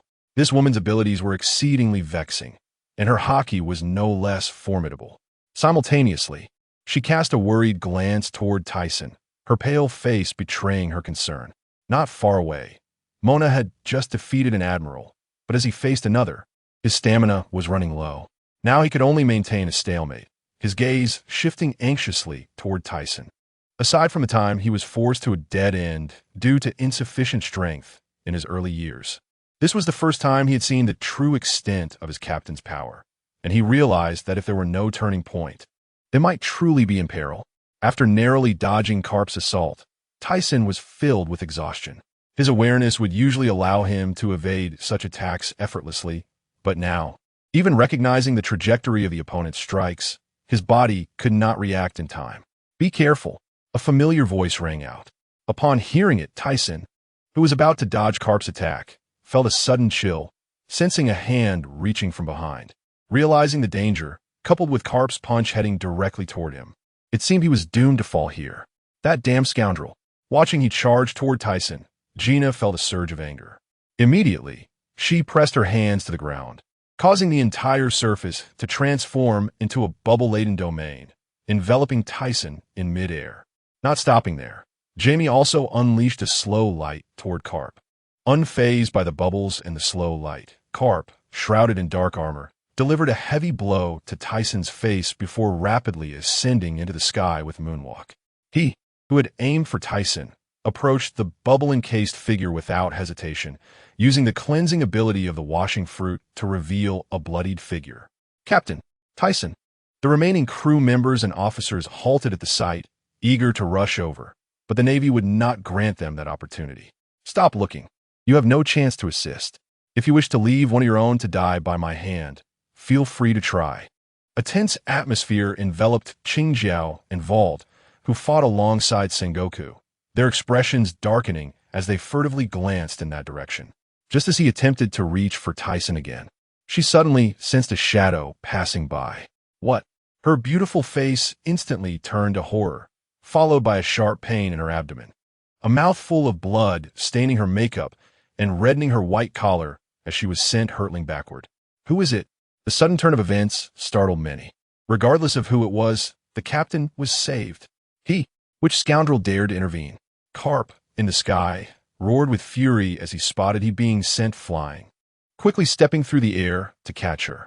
Upon seeing her injuries, Karp inhaled sharply, realizing that she had likely broken 3 or 4 ribs.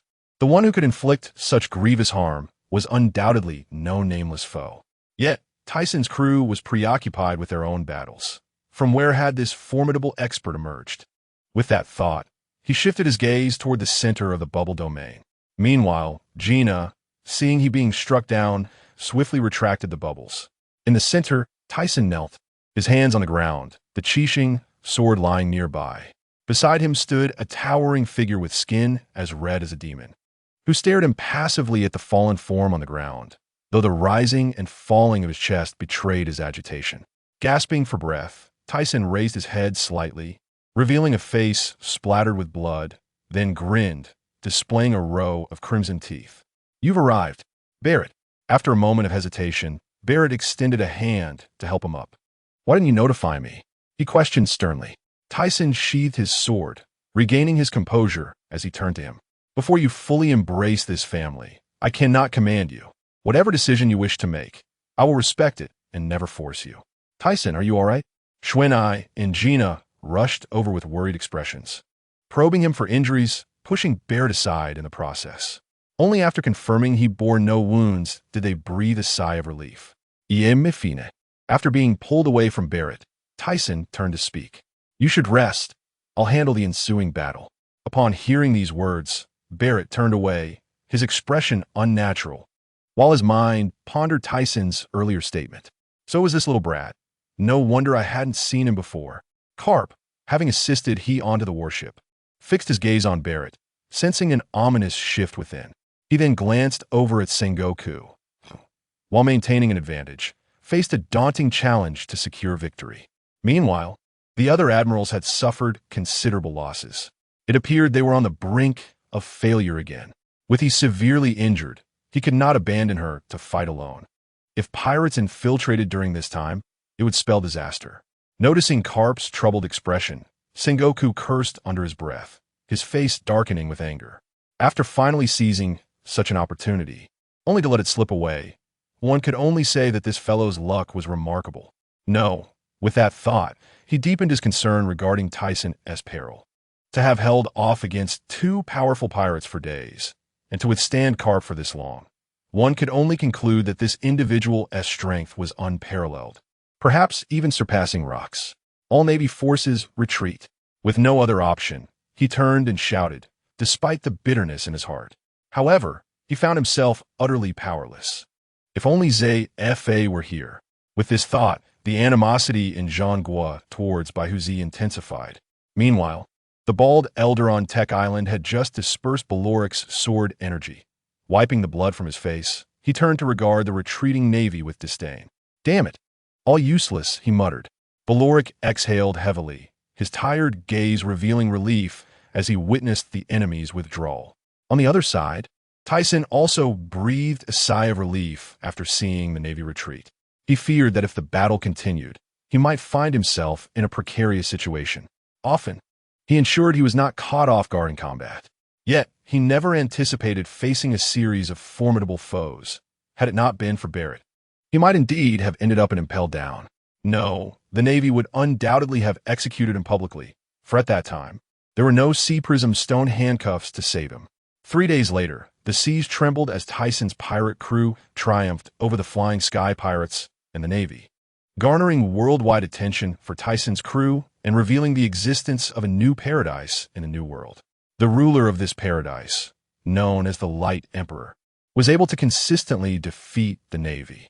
This formidable figure, who had vanquished the Flying Sky Fleet, was dubbed the world's strongest. Unbeknownst to him, a newspaper had proclaimed this era to be the age of the Light Emperor. If Tyson were to learn of this, he might even feel grateful.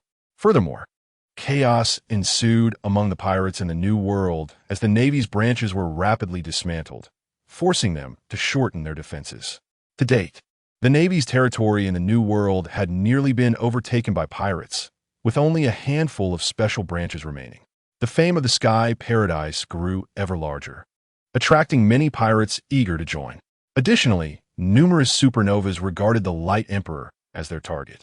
In a certain maritime region of the New World, a massive ship resembling a whale hosted a grand feast. "Hee, old man, you truly helped Mr. Tyson this time," Marco with punk hair remarked, leaning against the cabin wall to gaze at the towering figure before him. "What help? The newspaper only reported a bit about you, while that guy garnered all the fame."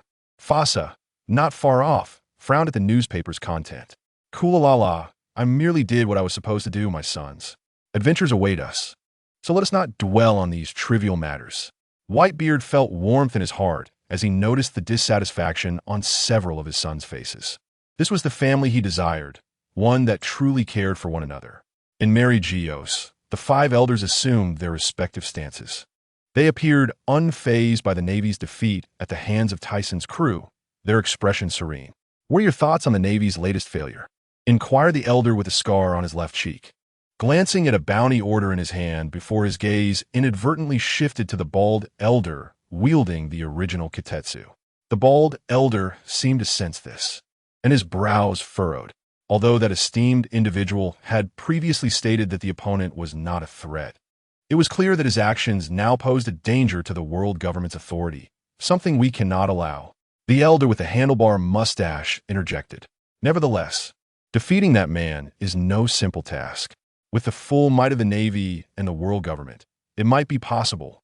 However, such a move would be counterproductive, for there are other powerful figures in the New World. I suggest we allow some time to pass. Through this conflict, we have learned of Tyson's crew's strength. If we continue to pursue them, the Navy may suffer significant losses. While we may not care for these individuals, they are still the face of the world government." Another elder concurred. "Additionally, I will create opportunities. After prolonged efforts, we may be able to ensnare them all." The blonde-haired man furrowed his brow. "I second that." The others agreed regarding his plan for creating opportunities. The individual in charge of the intelligence system had previously dismantled even the most powerful pirates through meticulous planning, striking their core before allowing the Navy to join in for complete destruction. In the northeast waters of Sky Paradise, a multitude of islands filled with sweets lay scattered.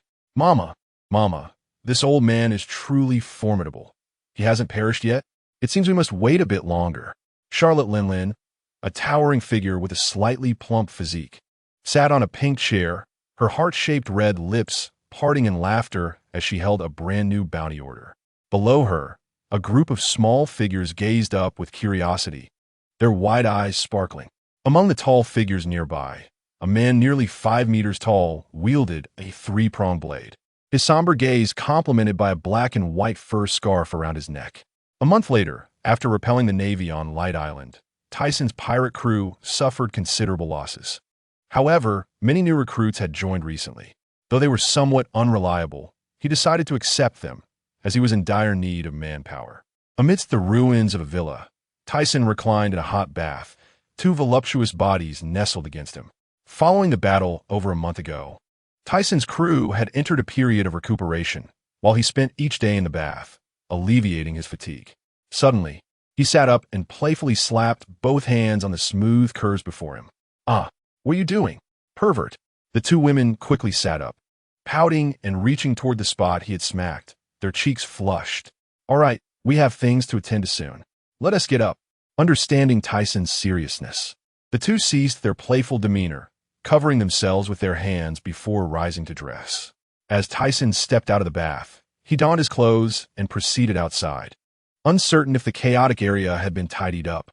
"Captain, a message from a Navy." Just as he exited the villa, Tyson heard Mona's voice. Approaching her, he took the newspaper from her hands. The headline read that the Navy's supernova duo had successfully graduated from the Naval Academy and would lead the Navy in combating pirates. Upon reading this, he understood what had transpired. Moreover, there was a segment stating that the Naval Academy would gain yet another monster this year. What a pity. Such a talented individual has joined the Navy. The two graduates had boasted during their commissioning ceremony that they would capture them. How amusing. Let them come. Mona, gather them all. It is time to witness the rise of Sky Paradise. After speaking to Mona, Tyson soared into the air, his gaze surveying the entirety of the paradise, attuning himself to its essence. Although the islands above the paradise had been removed by Jing-Ye's abilities, the castle's metallic defense system had been destroyed, coupled with the extensive damage, resulting in significant losses with no benefits to speak of. Originally, the intention was to uncover the lair of the Golden Lion, but it turned out that his stronghold was situated above a certain expanse of sea in the New World. Previously, Tyson had assumed that the adversary had relocated to the skies only after severing his own legs. Thus, everything pertaining to the Sky Pirates sank beneath the waves after the Golden Lion fell into a stupor, compelling them to abandon their pursuit. However, it would be inaccurate to assert that there were no gains. At the very least, the numerous pirate ships brought by the Golden Lion still docked within his paradise. Although some had been damaged, and a few had been commandeered by fleeing pirates, among the remaining vessels, they had managed to salvage a considerable amount of valuable items. An hour later, apart from a select few, all members of the Tyson pirate crew gathered on Guaming Island. Standing atop a platform, Tyson surveyed the crowd filling the metallic floor below, his countenance alight with joy. "Thank you all," he exclaimed. "In our previous battle, your valiant efforts in resisting the enemy have led us to the point where the entire Sky Paradise is about to ascend. Captain, what are you saying? We did this willingly. Indeed, it was our choice. Such a splendid place, I would never allow others to claim it. Don't you agree?" "Absolutely." Wald and Barrett, positioned at the forefront, raised their heads to gaze at Tyson, then turned to observe the exuberant crowd behind them. Suddenly, they felt an increased sense of responsibility. Unsure if this was good or bad, they resolved to let time reveal the truth. As he watched the crowd's excitement, Tyson raised his hand to quiet them and proclaimed, "From this day forth, our territory shall be named Sky Paradise. Let's ascend." Upon uttering these words, Tyson glanced at Eno nearby. After receiving a nod of affirmation, Eno lifted his arm. Instantly, the ground trembled, and the sea erupted in a torrent of waves as 7 islands rose simultaneously. My heavens! The islands are flying. Is this the ability of the Moku no Mi? Many officers were filled with confusion, but upon remembering Tyson's enigmatic nature, their curiosity waned. They simply needed to place their trust in him. Tyson felt a slight moisture in his eyes. He was unaware of how much time had been spent creating this marvel. Up until now, he had felt little, but with Eno's ascent, his heart stirred.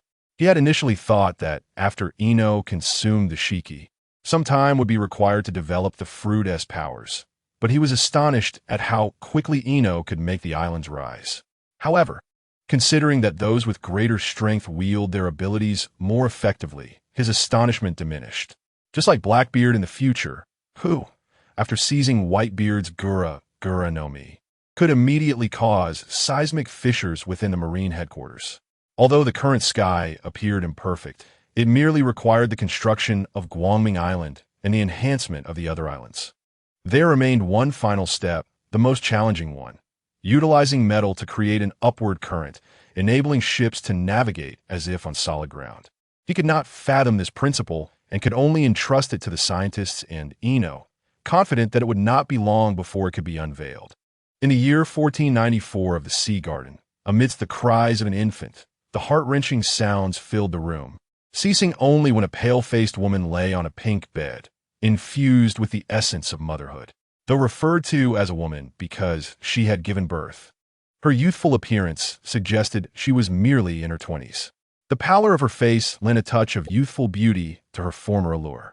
At that moment, an older woman nearby cradled the infant and said, "Lady Nero, it's a girl. Please give her a name." Struggling to turn her head towards the indescribable visage of the newborn, Nero displayed a look of disdain and turned away, her voice hoarse as she declared, "Quick, throw her away. She is utterly hideous." Following this, muffled sobs filled the air. "Lord Tyson is a handsome man. If he learns I bore him such an ugly child, he will surely never forgive me." The sounds of sobbing gradually enveloped the room, and the baby, seemingly startled, began to cry in unison. "Lady Nero, this?" The attending woman, initially taken aback, soon managed a wry smile. "What do you mean? Hurry and dispose of her. If Lord Tyson sees this ugly, dark creature, it might frighten him." She raised her hand to cover her face with a pillow, conjuring various fanciful scenarios in her mind. "My lady, newborns look like this. She will undoubtedly grow up to be as beautiful as you." The middle-aged woman attempted to reassure her. "Really?" The hands that were smushing the pillow froze, and a voice emerged from within. "Indeed, my lady, why not try raising her for a couple of years?" The woman's neck elongated like a giraffe as she earnestly persuaded. Only then did Nero lift the pillow, revealing a pair of enchanting eyes, before glancing aside. "Then, let us raise her for now." In the villa area of Guangming Island in the New World, a loud sneeze echoed through the room. Tyson rubbed his nose in confusion. "What is happening? Why am I sneezing? Am I getting sick?" No, he had never fallen ill throughout his life. After spending a year on Daughter Island 2 years ago, he had returned only recently. He had intended to bring Nero along, but the current emperor of the country had passed away, leaving Nero no choice but to remain. Moreover, Tyson sensed her reluctance to burden him. Additionally, he had promised to wait until the construction was completed before bringing her over. Although they had ascended, Guangming Island had yet to be built. Reflecting on this, Tyson sat up in bed. "Xuanai, what news of the Jean Nomi? Any updates?" In front of the vanity, a fair and beautiful woman dabbed her lips with rouge before casually replying, "Not yet. However, once it appears, it cannot escape my gaze." "Is that so? Then we must wait." Since Tyson conceived the idea of constructing the paradise, he had been keeping a close watch on this fruit. Yet, to date, he had received no information, leaving him feeling somewhat perplexed. Could it be that he would have to wait until that celestial dragon's spawn brought it forth for auction? If so, it will be many years hence. Yet, this was an unavoidable circumstance. Some fruits might remain undiscovered in certain locales, and he lacked the means to search every corner. Furthermore, the devil fruits possessed their own will, appearing when destined to do so, so he did not feel overly anxious. At that moment, the din mushy rang suddenly. "Hello, Mona, what is it?" "Boss, Mr. Roger wishes to pay you a visit." "Shall I let them in?" "Roger? Oh, please bring them over." After ending the call, Tyson suddenly recalled that they were likely searching for the red stone, heading toward the final island. Their visit at this time must pertain to that matter. Beneath the waters of New Fishman Island, the Roger pirates docked outside a colossal metallic pillar. The exterior of the metal was transparent, allowing glimpses of the seawater that occasionally surged upward. They gazed upward at the seemingly endless array of other pillars, with an island suspended above, supported by 6 enormous columns, each several hundred meters in diameter. Furthermore, in the distance, every other island was similarly propped up by 6 massive pillars, while the central large island was upheld by an unknown number of them. The sight from the depths of the sea was nothing short of breathtaking, evoking a deep yearning within the heart. "Captain, Are we truly going to meet such a terrifying individual? We have only just encountered Whitebeard, the child with the round red nose, his expression darkening, spoke as if on the verge of tears. Baki, if you are afraid, you may remain here. Damn Shanks, how could I possibly be afraid? The boy with red hair shot him a sidelong glance, immediately adopting a fierce demeanor. Rest assured, Hong Taolang, Tyson is not a malevolent person. A man with a large circular head interjected. Here they come. Just as Baki was about to voice another concern, Roger, standing at the bow of the ship, looked up, prompting the others to follow his gaze. They beheld a figure descending through the transparent exterior of the colossal pillar. Initially, they paid little heed, but as the figure drew closer, they recognized a tall man with whom they had previously interacted. Mr. Roger, the captain sent me to escort you. Upon seeing this long-absent acquaintance, Roger smiled broadly, exclaiming, "Oh, is that not Mona? It has been quite a while. This is the giant Mona, the man with a bounty of 1.5 billion. I'm truly terrified." Baki's eyes widened, his face pale with fear, tears glistening like ice crystals. Rayleigh and the others smiled at the sight of their familiar companion. Let's board first. Mona, nearly 7 meters tall, floated gracefully above the deck of the O'Jerkson ship, creating a striking spectacle. After hearing his words, curiosity took hold of the others as they wondered how he would bring them aboard. Mona produced a din-din mushi and, after establishing a connection, commanded, "Open the door." With a resounding clang, a seemingly seamless door in the metallic wall swung open. Mona gestured for them to steer the ship inside, and moments later, the pirate vessel was enveloped within the metallic pillar. However, upon noticing the absence of any visible passage ahead, they expressed their confusion. Just as they were about to speak, the exterior metal door abruptly closed. What is happening? They wouldn't intend to trap us all, would they? Baki exclaimed, jumping about in panic, tears streaming down his face. Fool! Quiet down. Rayleigh, visibly frustrated, landed a punch on Baki's head, then turned to Mona and apologized. "My apologies. This fellow is still a novice." "Baki, you're utterly embarrassing." Shanks, with his red hair, burst into laughter, prompting the others to cover their faces in amusement. "Ah, what a comical little brat." Mona suddenly recalled his childhood days spent with Tyson on Giant Stone Island, a smile creeping onto his face. "All right, we will ascend shortly." After Mona's announcement, they could hear the sound of flowing water, followed by the sensation of rising. Many began to realize what was happening. Rayleigh approached the bulkhead and gazed at the ascending water surface before turning to Mona, inquiring, "Is this an imitation of the rising currents found in Water City?" Mona scratched his head. "The principle should be similar, but it incorporates other technologies as well. I'm not entirely certain, as it was the captain who arranged it." Moments later, as the water continued to rise, they found themselves elevated into the skies, officially entering the paradise. Before them lay a stunning scene. On a nearby island, peculiar and fantastical houses dotted the landscape, interconnected by flowing seawater, with numerous fishmen and sea creatures swimming about. Additionally, corals emerged from the water, with many mermaids perched upon them. At this moment, the island had yet to raise its protective metallic barrier, allowing for a clear view of the surroundings. "Why are there so many fishmen?" Roger exclaimed in astonishment, noting not only the fishmen, but also the mermaids on the island. "Croak!" A creature leapt from the sea. "Is that a manatee?" The others were puzzled, but soon seemed to understand, ceasing their astonishment. "This island is called New Fishman Island, built specifically for the habitation of fishmen due to Muse's influence," Mona continued, elaborating on the structure of the paradise. After hearing Mona's explanation, everyone was filled with awe. "Mr. Tyson is truly an idealist." Roger, feeling slightly embarrassed, remarked, after hearing your words, "I feel like a mere slacker." "Ha ha ha." They laughed together. After over 20 minutes of sailing, they finally docked at Light Island. As construction had yet to commence, only the central area housed a large villa. Mona guided them into the villa's grand hall, where they found Tyson seated at the head of the table. Roger flashed a broad smile. "Tyson, it has been ages. You seem to grow younger by the day." Gazing at Tyson's ageless visage, he was momentarily taken aback. "This is the Light Emperor, the most powerful man in the world." Shanks stared wide-eyed at the man seated above, feeling a sense of longing to achieve such greatness himself. I'm truly terrified. Haki cowered behind Rayleigh, gripping his clothing tightly, his face a mask of fear. Tyson, clad in a white shirt, black slacks, and polished shoes, presented a businesslike appearance. Yet his strikingly handsome face and penetrating dark eyes instilled a sense of dread. La, rojeranti son begantorrais. And just as everyone expected a welcoming remark, Tyson unexpectedly drew the 7-star sword from beside his chair, his fierce gaze fixed on Roger. Hey, don't tell me. Wait, Mr. Tyson, this is inside the house. Rayleigh quickly intervened, alarmed at the apparent escalation. We're doomed.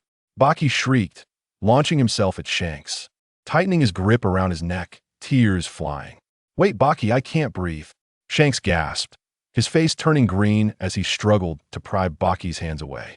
Before anyone could fully react, seeing Roger smile confidently as he also unsheathed his blade, Tyson leapt into action, brandishing the 7-star sword. Dark red, lightning enveloped him as he struck down toward Roger.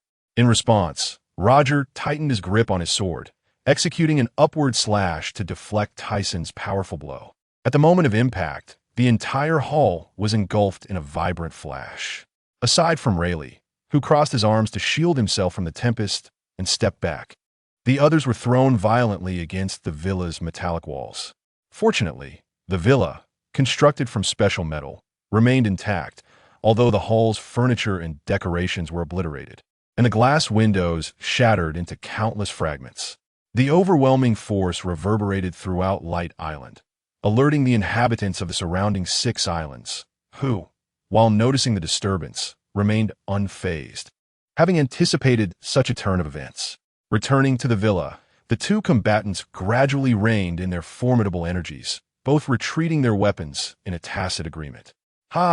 Still as formidable as ever, Tyson remarked with a smile, while Roger replied, You are not so shabby yourself. Despite this, he has already sensed the emotional fluctuations of his opponent and noticed some abnormalities during their confrontation, indicating that the latter may be unwell. Moreover, upon realizing this, he turned a glance at the figure of Yuqian, who was propped up in the corner, suggesting that they had indeed met with the Whitebeard pirates and brought Yuqian along to decipher the inscriptions on the stone tablet. Observing the disarray in the hall, Decent instructed his men to tidy up before commencing a banquet with them. After all, this was likely their final meeting, and they had known each other for many years. After several hearty gulps of drink, Roger, with a smile, turned to Decent and said, We are soon to embark for the final island. Perhaps I shall uncover the secrets of this world. Would you care for me to share them upon our return? No, thank you. I have no interest in that, and I believe I have mentioned my desire to you before. I merely wish to fulfill my own dreams and do not wish to involve myself in such matters. Upon hearing these words, Roger ceased to comment further. From their first encounter, he understood Decent's lack of interest in other affairs. When they boarded the Paradise, Rayleigh had remarked that this man was an idealist, which made him realize that Decent simply sought to live freely and relish what life had to offer. That little rascal must be the treasure Rayleigh found in the Valley of Gods. At this point, Decent nearly burst into laughter, recalling how Mana had initially mentioned this matter, leaving him somewhat taken aback. Indeed, a child of great potential. I plan to place the weight of the new era upon his shoulders. As the conversation turned to Shanks, a smile graced Roger's face. After acquiring this child, they returned to the East Blue, where they lingered for quite some time. Their voyages thereafter included frequent returns until recently, when he was brought aboard as an intern in the Roger Pirates. Ultimately, as long as you do not harbor regrets, I hope you can successfully reach the final island. With these words, Decent raised his bottle, a hint of melancholy flickering in his gaze. Sensing the underlying sentiment, Roger raised his own bottle, the creases at the corners of his eyes deepening slightly. At the moment their bottles clinked together, both men understood that this would be their last meeting, stirring emotions within them. The banquet lasted for 3 days, after which Decent bid farewell to the Roger Pirates. Feeling a sense of unease, he sought out Qingjiao and Day for some sparring. Ever since the Paradise had ascended, these two seemed to treat the place as a retirement home. Though they had consumed longevity pills and purification pills, preserving their appearance and extending their lifespans, they appear to have lost their fighting spirit. Thus, Deason would periodically seek them out. If they failed to meet his expectations, he would ensure they faced dire consequences.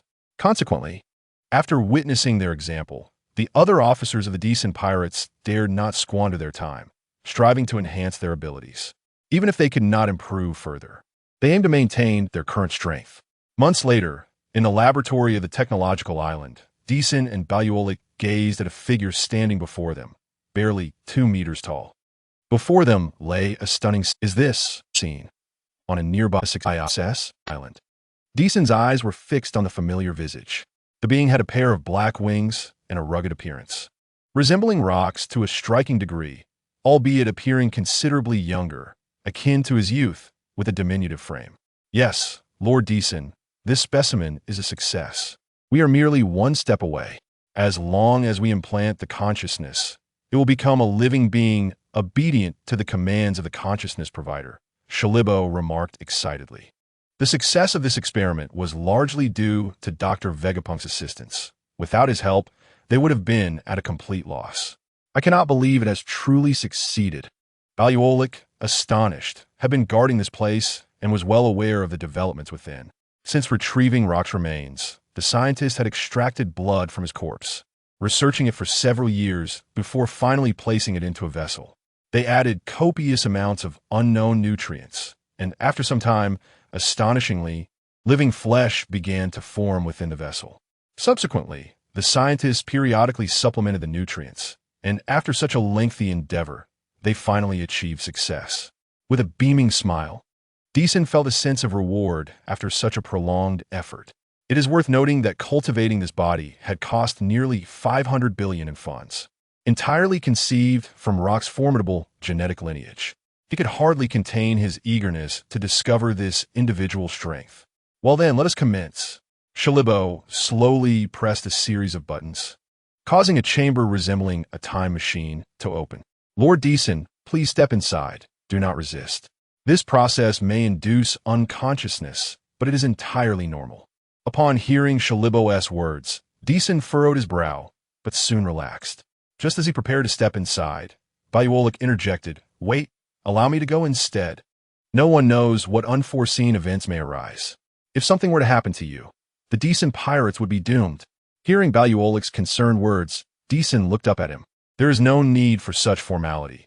The Deason pirates would be incomplete without you, and I trust Shalibo. You may step back. Mr. Baluolik, rest assured. There is no danger," Shalibo said with a smile, jesting that he would not let anything happen to their benefactor, for if something were to go awry, what would happen to their research? Do not worry. I'm not so easily defeated." After observing Baluolik hesitate momentarily, Deason took a stride and entered the chamber. Shalibo promptly pressed the buttons, sealing the door. The numerous colored wires connected to the chamber began to flicker. Initially, Deason felt nothing amiss inside the chamber. However, after a while, he sensed his consciousness gradually fading, as if being forcefully wrenched away, an exceedingly uncomfortable sensation. Yet this feeling arrived slowly and departed swiftly. In an instant, he perceived darkness enveloping him. Half a day later, in a room within the laboratory, Deason slowly opened his eyes, greeted by metallic silver walls. "You are awake." Baluolik, sensing movement, rose to extend a hand to assist him. "Are you all right?" "I'm fine, just a bit dizzy." Deason propped himself up with his hand and gradually sat up. Suddenly, as if realizing something, he quickly raised his head and asked, "What happened? Did it succeed?" "Yes, take a look for yourself. I have already tested it, and it is quite astonishing," Baluolik replied, a smile playing at his lips, as if he had discovered something immensely intriguing. Moments later, within Shalibo's laboratory, Deason's expression turned grim. "Damn world government, just wait. How dare they commit such acts? You wretched fools, prepare yourselves. Lord Deason, I shall ensure the obliteration of the world government." Deason stared at the clone of rocks before him, bewildered by the expression of deep disdain on its face.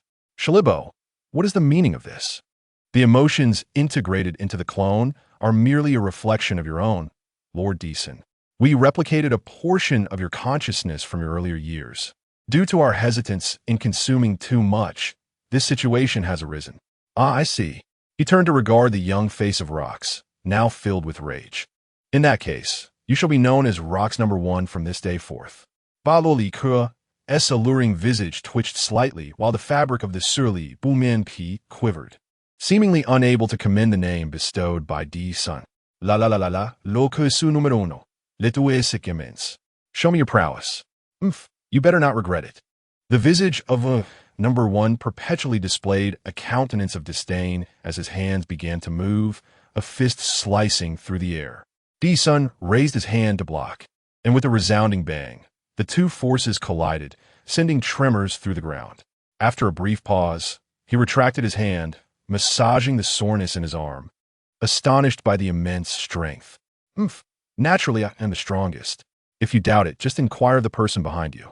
At this moment, Ba Lo Li Ku stepped forward, declaring that in terms of strength and speed, he was not inferior to an admiral-level figure. Oh, this is becoming intriguing. Such formidable physique, power, and speed, he pondered, suddenly conceiving a thought. What if he were to bestow the devil fruit in his possession upon him? Regrettably, he could not expand upon this formidable research.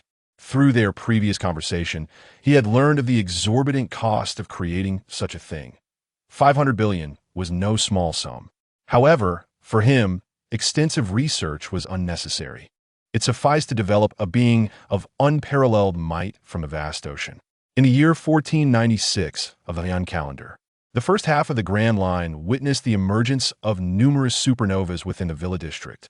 D Sun examined several bounty posters in his possession, among which the most striking was that of a natural type ability user, who not only demonstrated exceptional strength in the first half, but had also ventured into the New World.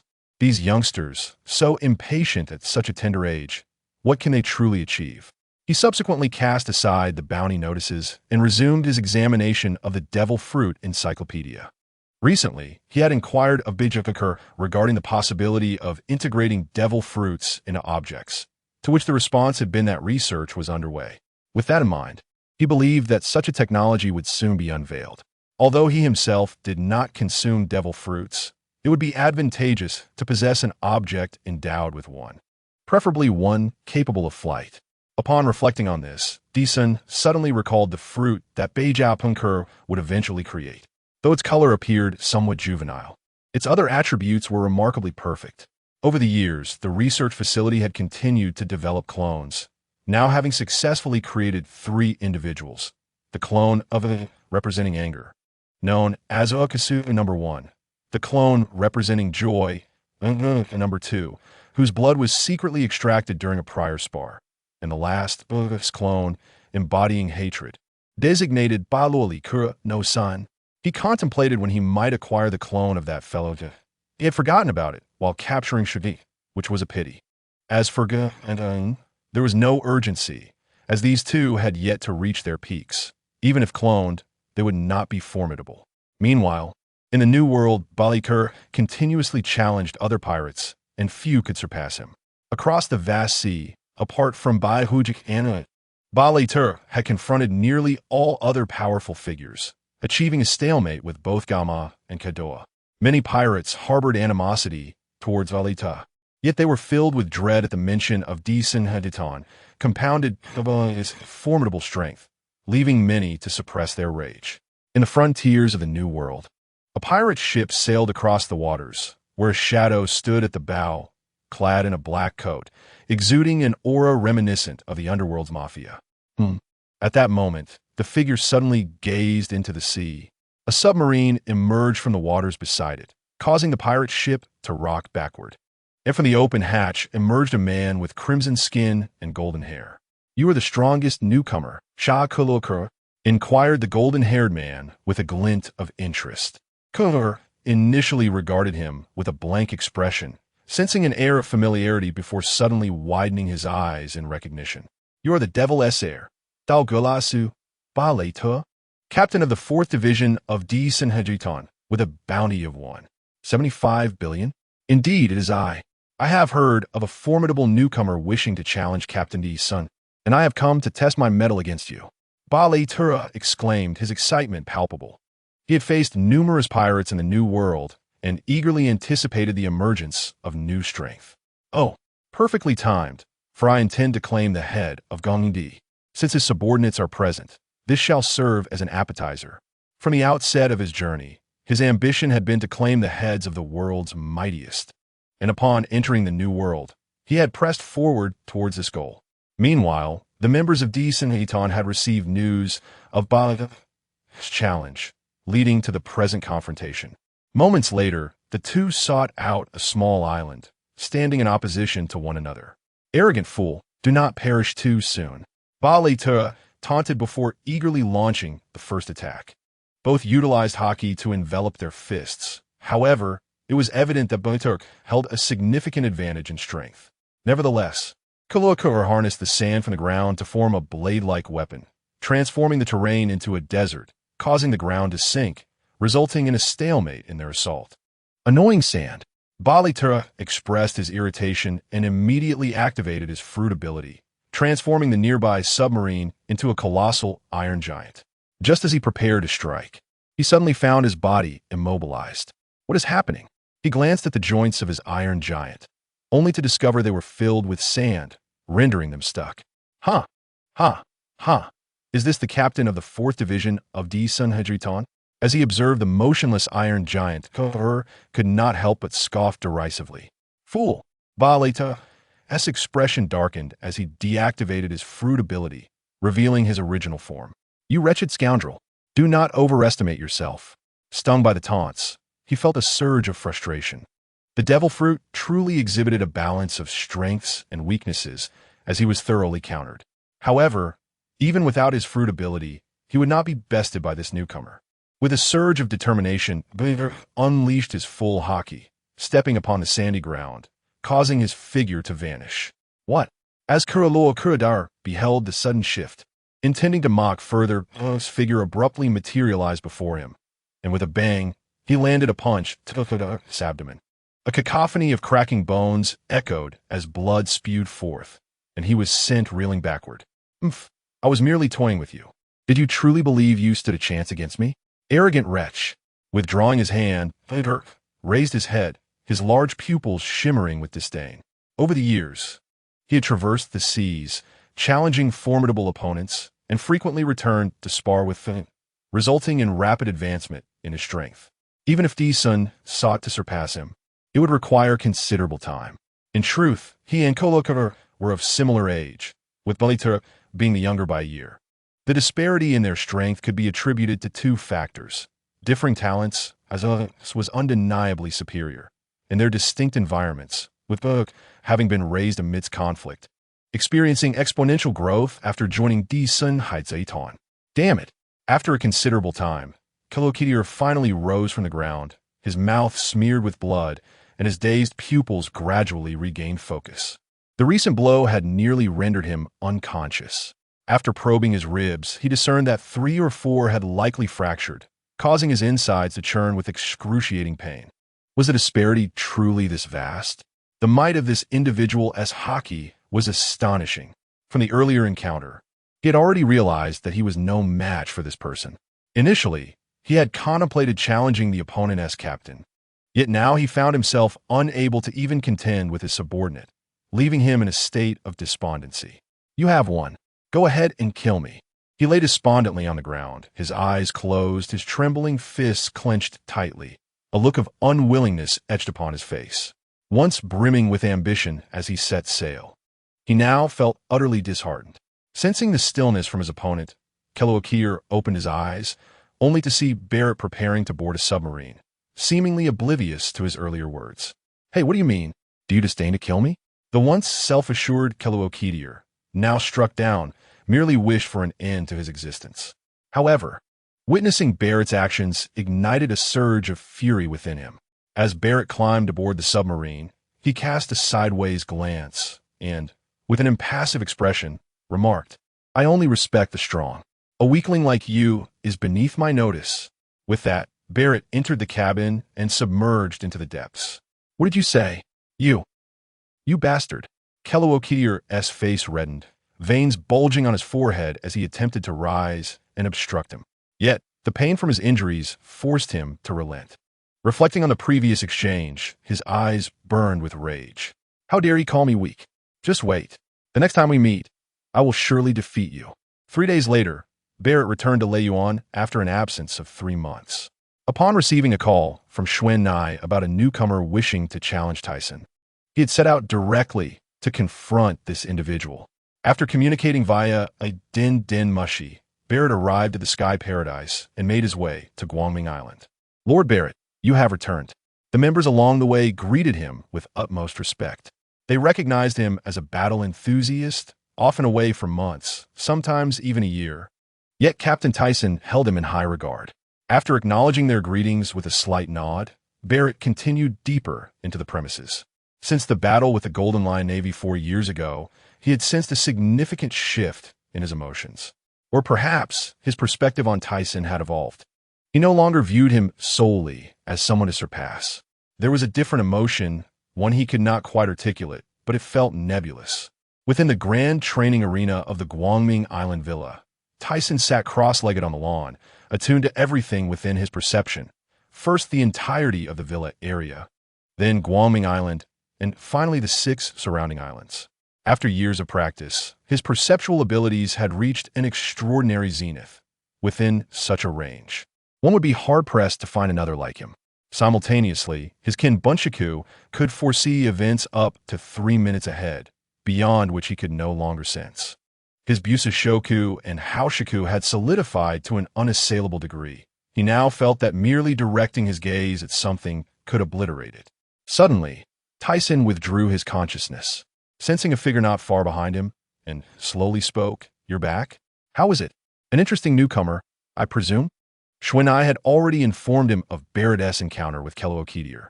He had originally intended to go himself, as the individual would eventually become a Shichibukai.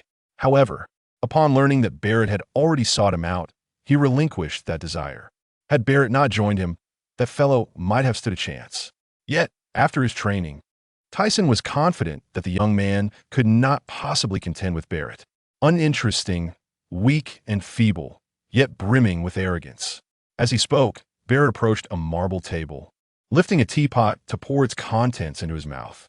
La, he is quite right about the arrogance. Tyson rose, allowing his aura to subtly reveal itself. Barrett halted his drinking, tilting his head, his pupils narrowing as he glanced at Tyson. "I've recently sensed some improvement in my strength. Shall we spar?" Tyson turned, a smile gracing his handsome face, his black shirt and white trousers accentuating his perfect physique. It's truly hard to imagine that someone as powerful as you could still grow stronger. Barrett placed the teapot back on the table, his expression one of astonishment. However, once the shock subsided, his blood began to boil. After every return for his bouts, he had sparred with Tyson, and though he had never been a match, these encounters undeniably elevated his power and narrowed the gap. Now, discovering that Tyson had also grown stronger, he felt a surge of anticipation.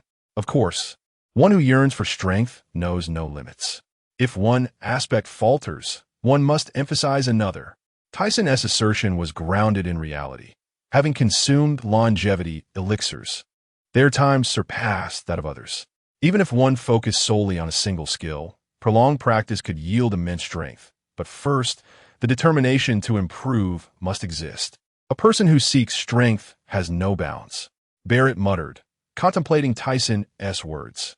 After some time, he suddenly widened his eyes.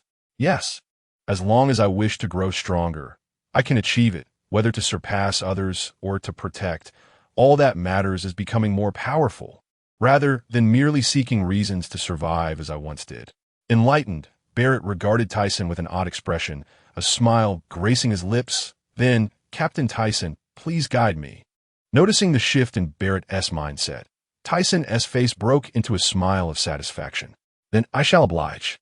Immediately, Barrett saw Tyson's gaze sharpen, his aura intensifying, exuding an even more potent presence than before, overwhelming Barrett and leaving him breathless. Remarkable, just the aura alone hampers my movements. What if he would unleash his Haki? The earlier released aura had merely hinted at Tyson's strength, combined with the formidable pressure of his chakra. creating an experience that even a powerful individual like Barrett could feel. Tyson had not unleashed his Haoshiku, as it was unnecessary. A day later, a somewhat breathless Tyson observed the motionless Barrett on the ground. Not bad. You've managed to endure for a whole day this time. Previously, he had felt his Haki had significantly strengthened. Yet, he was surprised that Barrett could still persist in his grasp for such a duration. Damn it, you bastard. The words were as infuriating as ever. After spending over 3 months outside, Barrett had felt his strength increase, and he had hoped to narrow the gap, only to find himself stagnant. Coupled with Tyson's remarks, he found them to be quite irritating. La, no need to ruse. You're still only 19. You have plenty of time. At the entrance to the New World, 2 naval ships were returning to the G1 branch where ZFA was stationed, with dozens of sailors maintaining vigilance on board. At the forefront stood 2 strikingly young naval officers. One was clad in a red open shirt, revealing intricate tattoos of cherry blossoms and roses beneath. He wore a naval cap and carried a long sword on his back, his expression dark and brooding. His companion was dressed in a yellow shirt and adorned with a white straw hat emblazoned with the naval insignia. He wore sunglasses, and his mouth was twisted in an uncertain grimace, leaving one to wonder if it was his natural expression or a deliberate affectation. Sakazuki, upon your return, let's indulge in a bath, the casually attired Palyasolino remarked, casting a sidelong glance at the visibly displeased Sakazuki. I have no time, Sakazuki retorted, his face a portrait of anger. How frightening, Palyasolino mused, his mouth twisting further. Even if you are angry, it serves no purpose. The Navy is not yet prepared to confront the monstrous entities of the New World. And for a bunch of useless, irritable faces, it's downright terrifying. He and Palyasolino had been part of the Navy for 4 years, during which time it had remained stagnant, merely apprehending petty criminals. Orders from above had prohibited any friction with those monsters. The memory of a fallen comrade ignited a flare of rage within him. Noticing Palyasolino's unusual demeanor, he lifted his gaze to follow his companion's line of sight. What is this? He exclaimed upon spotting a fleet of pirate ships slowly approaching, their bizarre emblems prominently displayed on their 3 masts. Is that the Tyson pirates? 2 rear admirals. We must change course. The soldiers behind them were visibly shaken, their eyes wide with fear. The Tyson pirates. How terrifying. How could we encounter such fiends? We must divert, Palyasolino declared as he prepared to issue commands to his subordinates. What nonsense are you spouting? The Navy should not evade pirates. It seems you are wasting your time as a naval officer. Better head home. Sakazuki roared, his eyes blazing with fury. Hey, Sakazuki, even if you rage at me, it is futile. We need the marshal's consent to engage the Tyson pirates, and Palyasolino paused. Glancing at the oncoming pirate vessels, we are not their match. It is far too soon for us to face such adversaries. I have no desire to meet my end alongside you. Despite his reluctance, Sakazuki remained silent, tacitly acquiescing. Adjust course, change our heading. Understood. Meanwhile, on the foremost pirate ship, a figure clad in a white shirt and sporting a head of black hair, known as Dorgos, wore a smile. I thought these fellows would not yield. Had it not been Captain Tyson's orders to avoid instigating trouble, I would have sunk them just now. This mission involved escorting some medicinal supplies and experimental goods, all prepared by Xuanai earlier. Captain Tyson has his own plans. Do not grumble. Well, you have a point, Dorgos replied, not disputing the words of the burly and dark-skinned Rubit. Since joining, he had come to realize the profound depths of Tyson's character, making him wary of frivolous thoughts. He felt he held a respectable position within the Tyson pirates. In the villa area of Sky Paradise's Bright Island, Tyson opened his eyes. Clenching his fists, his strength had been restored. He had recently re-examined his ability to split, and all seemed well.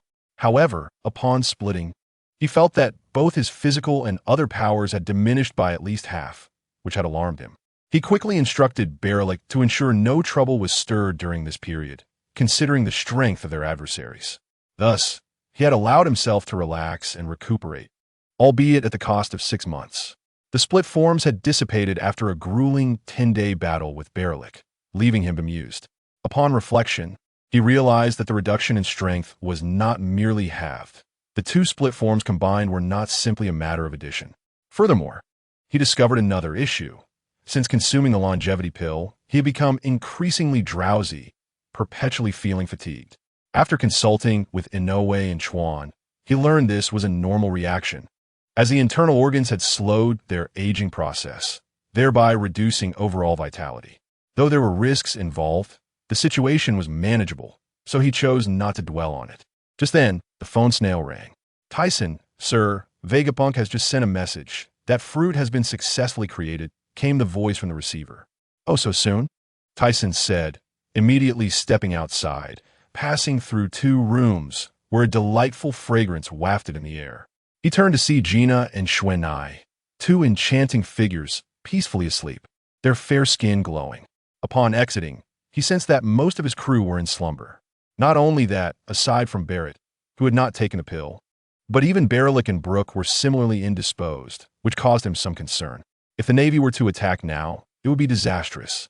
Just as he contemplated unleashing a wave of energy, he reconsidered, believing his crew should be aware of the situation, and thus chose to disregard it, heading directly towards Punk Hazard Island. The purpose of this expedition was to have Vegapunk incorporate the newly developed artificial devil fruit into his weapon. The new era was fast approaching. Sky Paradise was just 1 step away from completion and required prompt action. Half a day later, Tyson appeared above Punk Hazard, becoming invisible and following Vegapunk's instructions to enter. Along the way, he encountered numerous captive artificial beings, the products of Vegapunk's experiments, and arrived at a large laboratory. "Long time no see, Mr. Tyson," Vegapunk greeted him, his head appearing even larger than before, prompting Tyson to entertain the thought of wanting to reduce it. "Long time no see. Where's the fruit?" After Vegapunk gestured, he retrieved a pink, intricately patterned fruit from a glass vessel. "I recall warning you previously. Why is it still this color?" Tyson remarked, his tone laced with sarcasm. "Ugh, do you think I wanted this?" "It was unavoidable," Vegapunk replied. "By the way, this fruit is merely a failure. You are not planning to consume it yourself, are you?" "No, I intend for you to integrate this fruit into this pistol," Tyson stated, producing a golden handgun from his waist. This gun had been specially crafted by the crew, and while it lacked significant power, he felt uneasy without the 7-star sword he had previously set aside, as though something was missing. Upon examining the weapon, Vegapunk noted, "This technology is still immature. It may take a considerable amount of time." "Is that so?" After contemplating for a while, Tyson decided against it as a better idea struck him.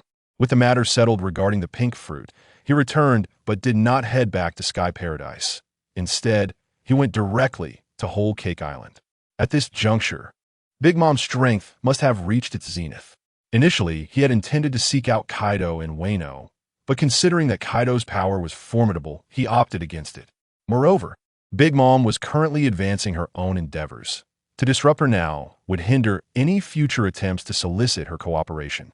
Thus, he resolved to avoid any disturbances. Whole Cake Island, viewed from above, resembled a confectionery paradise, with the extremely sweet-toothed Big Mom and her pirate crew's stronghold situated atop this cake-shaped island. As Tyson descended, a pair of suddenly opened eyes revealed themselves within the cake house, adorned with long lashes. Simultaneously, a figure approximately 5 meters tall, wielding a long trident, sprang forth from the nearby vicinity. "Lord of Light, what brings you here?" Katakuri raised his weapon, skeptical despite the opponent's formidable reputation, for he had not witnessed it firsthand. A thought crossed his mind. Could the visitor be here to challenge Mama? Yet, upon further reflection, that seemed improbable. Tyson scrutinized him, deciding that this fellow's strength was not extraordinary. Spending 500 billion to create him was hardly justifiable. It would be more prudent to seek Lingling. "I am here to see your mother, so kindly step aside, brat." He turned his gaze toward a nearby house, his eyes narrowing as he bellowed. "Are you not coming out?" Instantly, a crimson aura began to seep outward, causing numerous cake houses to collapse, and most of the crowd approaching from the island fell to the ground, while the few who remained standing found themselves immobilized, their bodies frozen in place. This guy, Katakuri, was taken aback, fear etched across his face. He raised one hand to shield himself from the overwhelming aura that blinded him, while his other hand drove the weapon into the ground to halt his retreat. Mama, Mama. Before she even arrived, a piercing voice echoed, accompanied by a pink aura that, despite her attempts to release it, merely swirled around her. A colossal figure descended from the sky, landing heavily on the ground, causing a tremor in the vicinity of several hundred meters. It was at this moment that Tyson clearly observed the newcomer's visage, compared to over a decade ago. Lingling had gained considerable weight, yet her face still bore an alluring charm. Coupled with her height of over 8 meters, the signs of her weight gain became less pronounced. Mama, be careful. Katakuri, having grasped the situation, recognized that he was no match for her. Even approaching her seemed nearly impossible. He could hardly fathom the existence of anyone more formidable than his mother. Mama, Mama. Tyson, what brings you here? You're not seeking a marriage proposal, are you? As she spoke, her long lashes fluttered, her eyes sparkling with intrigue. How splendid! Should we marry, we would surely bear the most powerful son. Though I have already gathered enough from the human race, I would not mind a contribution from you. Upon hearing such astonishing declarations, Tyson's countenance twitched in disbelief. To utter such words in front of numerous sons was rather shocking. As a well-educated individual, he found it somewhat uncomfortable. Let us not dwell on that. You and I seem ill-suited, and you do not align with my tastes. I have come to discuss a matter with you. Oh, what matter? Her towering height and radiant smile made it seem as if they were conversing like old acquaintances. I seek a donation of your blood. I have a use for it. Tyson's serious demeanor incited anger from Katakuri and the others who had regained their composure nearby. Lingling's pink cheeks widened in surprise, leaving her momentarily speechless. Then, as if recalling something, she exclaimed, "You do not intend to follow in the footsteps of Miss Baggingham Sudashi, do you? Collecting the blood of others for some nefarious purpose? Oomph. You know nothing. That is called science. Those who fail to embrace progress will inevitably meet their demise." Realizing that Tyson was here for trouble, she likened him to that damned Jold. Roger, do not think for a moment that I will cower before you, Napoleon. Zeus. Prometheus. Yes, Mama. Lingling's elongated face bore an expression of fury as the horns on her hat transformed into a katana, a white cloud, and a flame swirling beside her. Remembering Tyson's earlier words, she recalled how Roger had previously seized something from him, inscribing a redstone tablet. Observing the crowd around him, all exhibiting expressions of gritted teeth, he felt a pang of sympathy. A peaceful discussion was evidently off the table, and it seemed conflict was unavoidable. The Goku. Lingling launched a powerful attack, unleashing a massive pink blade of energy that descended upon Tyson. Shockwave. A beam of white light intercepted it instantaneously. Not only that, but after a few seconds of stalemate, the white beam shot towards Lingling, who quickly reacted, raising her katana, imbued with a domineering aura, to block it. After deflecting the white beam with one hand, she leapt into the air, gripping her katana tightly as flames instantly enveloped the blade, a red halo flickering in her eyes. Dark thunderclouds rumbled above, flames billowed, and the other two homies accompanied her. As the towering figure descended, Tyson clasped his hands together, compressing a diameter of 12 meters of white light waves, emitting a dazzling brilliance. It hurts like hell. Mama. Moments after enveloping Lingling, anguished cries emerged from within, not only her voice but those of the homies as well. Mama. The individuals nearby wore expressions filled with concern and rage. Damn the Lord of Light. Everyone charge. Katakuri, wielding his trident, was the first to rush toward Tyson, followed closely by Perispero and the others. As Tyson lowered his hands and the white beam dissipated, his gaze fixed on the approaching figures. In an instant, they felt a sharp pain in their abdomens, followed by darkness enveloping their vision. Ubastat, D.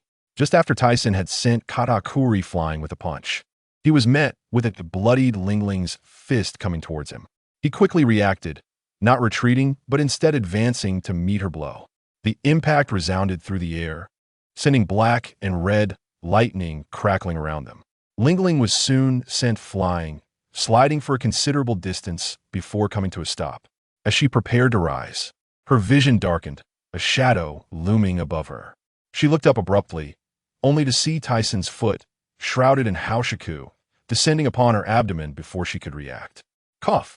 A mouthful of blood spewed forth as the ground caved beneath her, spiderweb-like fissures spreading outward. Simultaneously, Tyson waved his right hand, swiftly collecting the blood into a vessel.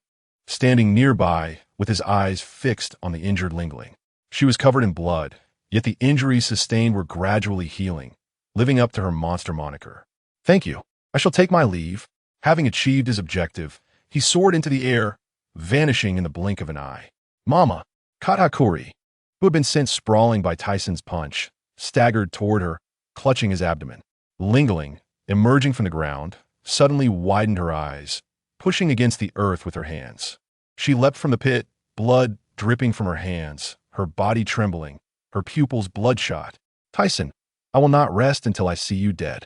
Her voice, filled with rage, pierced the air, coloring the world in shades of pink. Meanwhile, Tyson, who was making his way toward the sky paradise, felt a sense of foreboding but did not look back. In this world, only the strong survive. He felt no remorse for his actions. This woman was not to be trifled with. She was capable of betraying her own flesh and blood. Moreover, every resident within her domain was required to surrender a month of their lifespan every 6 months, a cruelty beyond measure. Thus, it is evident that this world harbors neither absolute heroes nor unequivocal villains. Each individual merely seeks their own goals and dreams for survival. Upon returning to the paradise, Tyson entrusted the blood to Shelly Boo and the others, initiating research on Ling Ling No. 4. Meanwhile, he returned to Guangming Island to delve into his dust release technique.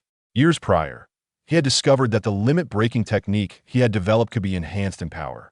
This involved continuously compressing the chakra amount, transforming the quantitative into qualitative change through dust release. Consequently, his attacks were augmented by over 3-fold, filling him with exhilaration. If possible, he wished to inquire with Vegapunk about the feasibility of transforming his own body into dust. Although it seemed unlikely, how could he know without attempting? To usher in the new era, he must swiftly amplify his strength to its utmost potential. The Navy and the world government, having dealt with the Roger pirates, were likely to commence their plans against him. Reports from the world government's informant Dark Star had already reached him.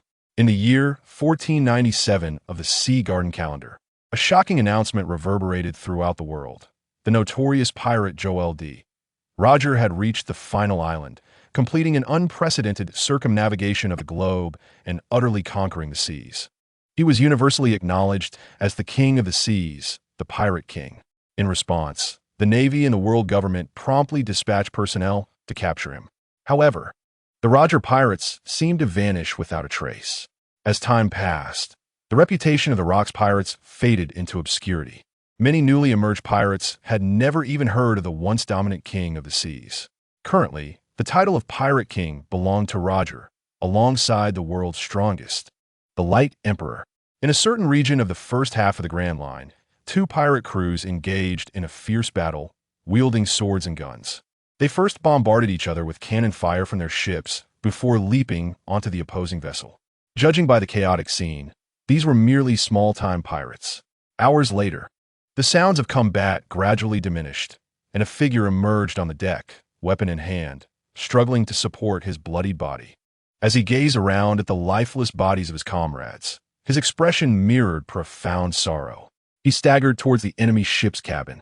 The conflict had arisen solely for the sake of seizing treasure from the rival ship.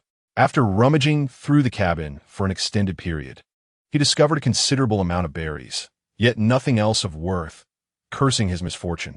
Eventually, he entered a room that, by its size and arrangement, could only belong to the ship's captain.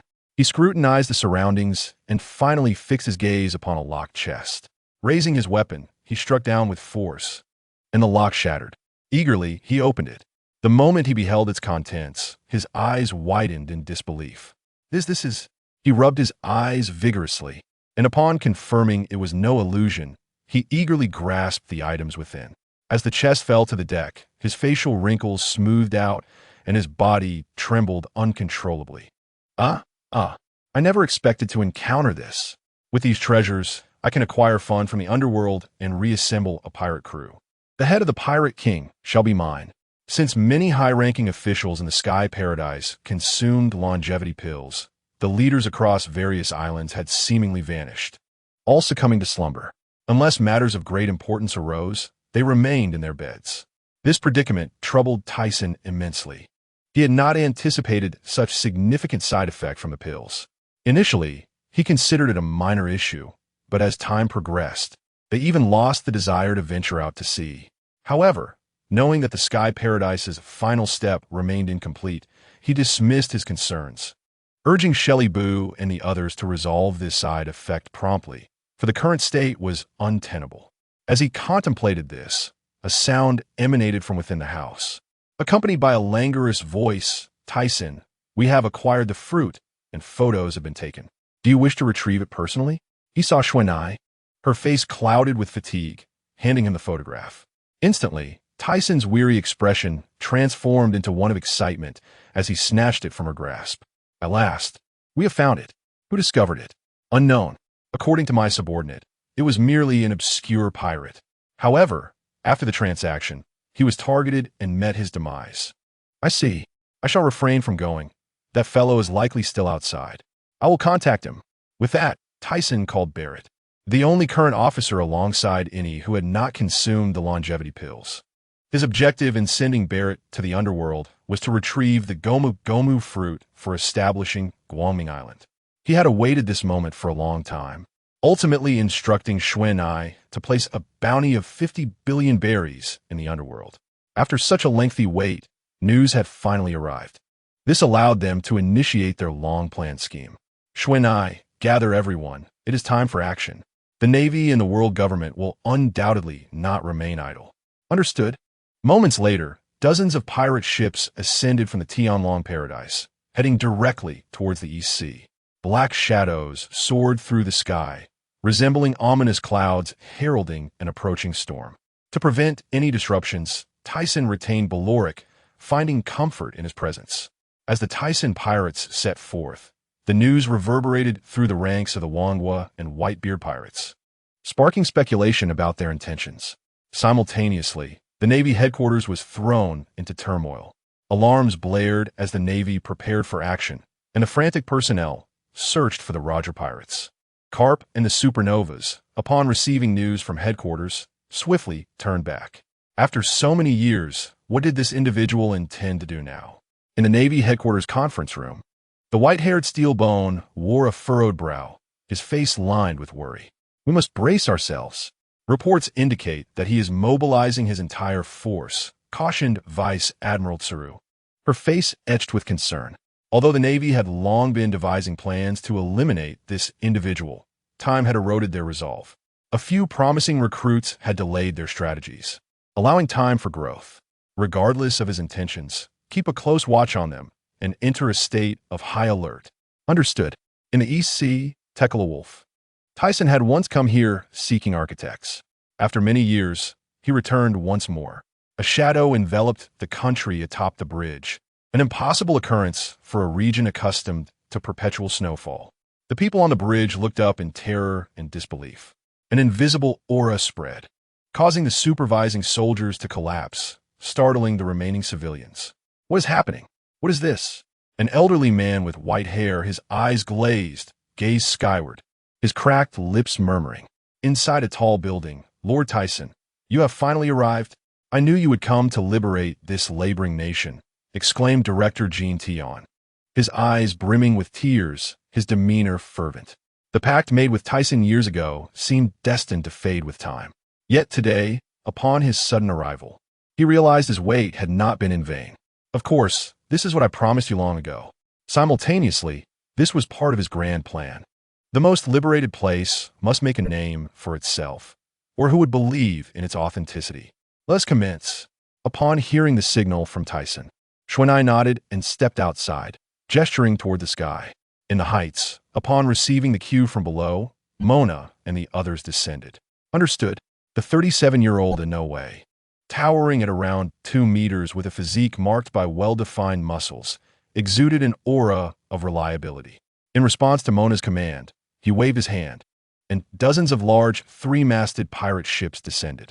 Among them, a smaller two-masted vessel, though diminutive, possessed an exceptionally striking appearance. What was happening? How could ships be descending from the sky? Had they lost their minds? This situation felt no different from death. It would be better to embrace the end sooner than later. At that moment, Kintian appeared atop a high building, observing the panicked and weeping civilians below. Do not panic. Everyone, liberation is imminent, and soon you shall be free.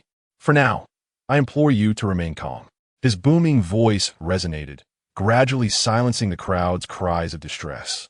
Could it be true what Director Kintian proclaimed? I trust in Director Kintian. Let us all settle down. The civilians raised their heads, their eyes filled with skepticism and doubt. Yet, the glimmer of hope began to shine through their fearful gazes, primarily due to Kintian's consistent kindness and support towards them. Remaining in such a bleak state seemed less appealing than taking a gamble on the promise of liberation. Once all had landed, figures clad in black suits emerged from the pirate ship, each wielding a den mushi, which they positioned in various corners, then stood guard. As a dozen den mushi activated simultaneously, individuals across the globe turned their gazes towards the illuminated screens before them. The first half of the Grand Line, particularly the Sabeti archipelago, drew the attention of countless pirates who had gathered in the area. Concurrently, journalists and photographers from around the world assembled, poised to relay the news to the masses. What is this? Observing the dismal environment, it appeared to be a sight of forced labor. Look at the sky. One person pointed excitedly towards the flickering screen, their eyes wide with terror. Not far behind this group, Rayleigh, donning glasses, and Haki, with her short black hair, were both taken aback by the scene unfolding on the screen. Mr. Tyson? Haki murmured, her cigarette dangling from her lips. What was this man planning? This location seemed to be a labor nation in the East Sea. Meanwhile, at the Marine Headquarters Plaza, the Marines previously gathered were drawn to the dazzling screen, bewildered by the sudden appearance of the den mushi. It dawned on them only after witnessing the floating objects in the sky. Did the Admiral anticipate this and summon us to witness it? One Marine timidly asked a comrade. Silence. The Admiral is coming out. Steelbone and a cadre of high-ranking officers stood on the platform, their gazes fixed intently ahead. This damn bastard. Steelbone's furious roar echoed, followed by the crack of his fist smashing into a nearby pillar. The expressions of Sengoku, Zephyr, and others turned solemn. Even the usually carefree Garp subdued his demeanor. Initially, upon receiving news of Tyson's pirate crew arriving in the East Sea, Garp had been anxious, especially after Steelbone ordered them to mobilize immediately. However, before they could board the warships, Steelbone called them back, stating that it would be too late to arrive now. Even if they departed from the Red Line, it would take at least a day to reach the location. Moreover, with Tyson's crew hovering in the air, there was little they could do. In the Holy Land, Mariehua, the five elders displayed varied expressions, their gazes fixed upon the large screen, occasionally accompanied by clenched teeth. It seemed imperative to exert every effort to eliminate this individual, and if necessary, to seek counsel from higher authorities. After a scarred elder voiced his opinion, the rest fell silent. In the New World, what is this fellow scheming now? Old man, look at their position. It appears to be that country. I know. Neo Gates' eyes narrowed, first erupting into laughter, then morphing into a cryptic smile. He was well aware of this nation, as the bridge had been under construction for nearly 7 centuries. On the island of Cake, Roger, revealing a row of gleaming teeth, laughed heartily, tears brimming in his eyes. Oh, Tyson, how I wish to continue battling you on the high seas. Alas, not far behind him stood a striking woman, her gaze tenderly fixed upon the figure ahead. Returning to the labor nation, as preparations were finalized, one of the den mushi pointed skyward, revealing Tyson, clad in a white suit with a serious demeanor. Greetings, I am Ols Tyson. The commotion I have caused is to demonstrate to you the lengths to which the celestial dragons have gone to construct bridges to other islands for nearly 7 centuries. The individuals who built this great bridge were unjustly branded as criminals, unable to pay the exorbitant tribute demanded by each nation. Continuing in a somber tone, Tyson declared, they enforced a corrupt and barbaric system of slavery, ruthlessly stripping many of their lives. I once harbored a dream of living quietly, casting nets, and hunting game each day. Such a life would have sufficed for me. Yet, the decay and brutality of this world rendered all my hopes void. Since the age of 4, I have fled across the seas, with no place to call home. Thus, I resolved that if such a place did not exist, I would create one for myself. After decades of toil, I have finally established the sky paradise in the new world. There shall be no chains, corruption, barbarity, or discrimination, only freedom. I hereby command and announce that all who are deemed slaves shall be granted immediate freedom and shall retain that freedom henceforth. Those yearning for freedom, come to the new world, come to the sky paradise. Set sail, whether pirate, civilian, or slave, all are welcome. You shall emerge from darkness into light, from confinement into openness. His impassioned voice reverberated through every corner of the world, and as his words concluded, an eerie silence enveloped the globe. Trembling individuals clenched their fists, their eyes fixated on the figure displayed on the screen. Moments later, a wave of astonishment swept across the world, igniting hope within their hearts. And every corner erupted into fervor. People rejoiced and danced before the screen, while journalists diligently captured the moment. In the new world, la la la la, la la la la, on board the massive white whale-like pirate ship, a figure resembling a small mountain lay back, their laughter causing nearby fish to stir restlessly in the water, scattering the clouds above. On Wano, roar, war is upon us. Let us rise together, old ones. The new era belongs to me. A colossal dragon's shadow soared upwards, piercing through the dark clouds towards the sky paradise. On the coast of a small village in the West Sea, Roger laughed heartily. How dare this fellow get ahead of me? His eyes fixed on a large screen along the village path, revealing a dazzling smile. Bei fu fu fu fu ha. I can already sense the dawn of a new era approaching. Monsters of the new world, let the battle commence. Ha. Only the victors shall wield dominion over all. Holy Land Mary Geos, damn it. This fellow shows utter disregard for us. At this juncture, there is no turning back. We must seek counsel from that esteemed individual. The 5 elders rose, their faces etched with fury. The commotion at the Navy headquarters spread across the square, leaving everyone in disbelief at what they were witnessing and hearing. Regardless of age, whether veterans or recruits, they had never encountered such events. The marshal actually arranged for us to witness this. Bastard, do not speak nonsense. Silence. Boomed a voice like steel, echoing through the square, instantly quelling the noise. Despite the hushed whispers, none could escape his ears. Yet he found himself at a loss for words to explain it all. Steelbone Marshal, what shall we do now? Sengoku's dazed expression was jolted back to reality by the outcry, unable to believe his own ears. Suddenly, memories of the words spoken during the Judiciary Island incident flooded back, momentarily leaving him speechless. You all maintain control here. I must make a trip to the Holy Land. This matter must be deliberated with them. After years of military service, he had never faced such a situation. Who would have thought that this individual would dare to take such actions? Zephyr's expression was frozen, recalling his first encounter with this person years ago.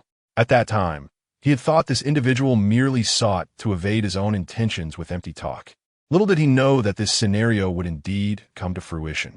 Not far behind him, a young figure stood agape, trembling, yet his eyes sparkled with excitement and fervor. A youthful, rugged face elongated as he thought, how unexpected it is that someone has outpaced me, and they have already accomplished such a feat. How foolish of me to remain indecisive. After a moment of self-deprecating laughter, the hesitation in his gaze solidified into determination. In Sky Paradise, Baloric and the others gazed at the screen, a smile gracing his face, recalling his first meeting with Tyson. Although he had been willing at that time, after spending so many years with the Tyson pirate crew, he had fully integrated into their ranks, no longer viewing them merely as a pirate crew. Instead, he had come to regard this place as home. Just as he was lost in thought, his eyes widened in sudden realization, turning to look at the sky nearby.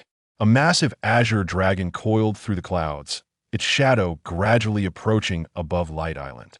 Tyson had indeed thought ahead, anticipating the arrival of pesky intruders. The 37-year-old in no way. Today marked the day Sky Paradise officially revealed itself to the world. Let us use you to ignite a celebratory spectacle. The common folk below in the labor nation cast aside their tools, slowly making their way to the pirate ship, their faces alight with joy and heartfelt gratitude. Ah ha ha ha, the captain has finally realized this dream. Mona wiped her eyes, her comrades behind her still surging with fervent emotion. Tyson, congratulations. Gina's beautiful visage was illuminated by a radiant smile. Tyson approached her, gently brushing his hand across her face. Isn't it a congratulations for us? Unable to contain her tears, Gina nodded vigorously, her watery eyes fixed upon him. Ah ha ha ha. Sister Gina, the captain was indeed speaking of us. Some of the officers behind them bore smiles. Even though they had not been with the crew as long as Gina and others, they undoubtedly regarded Sky Paradise as their own home. After a brief moment, Tyson, regaining his composure, gazed upon the weeping individuals aboard the pirate ship, pondering that after this, the Navy and world government would surely become desperate. However, he had already prepared for this eventuality.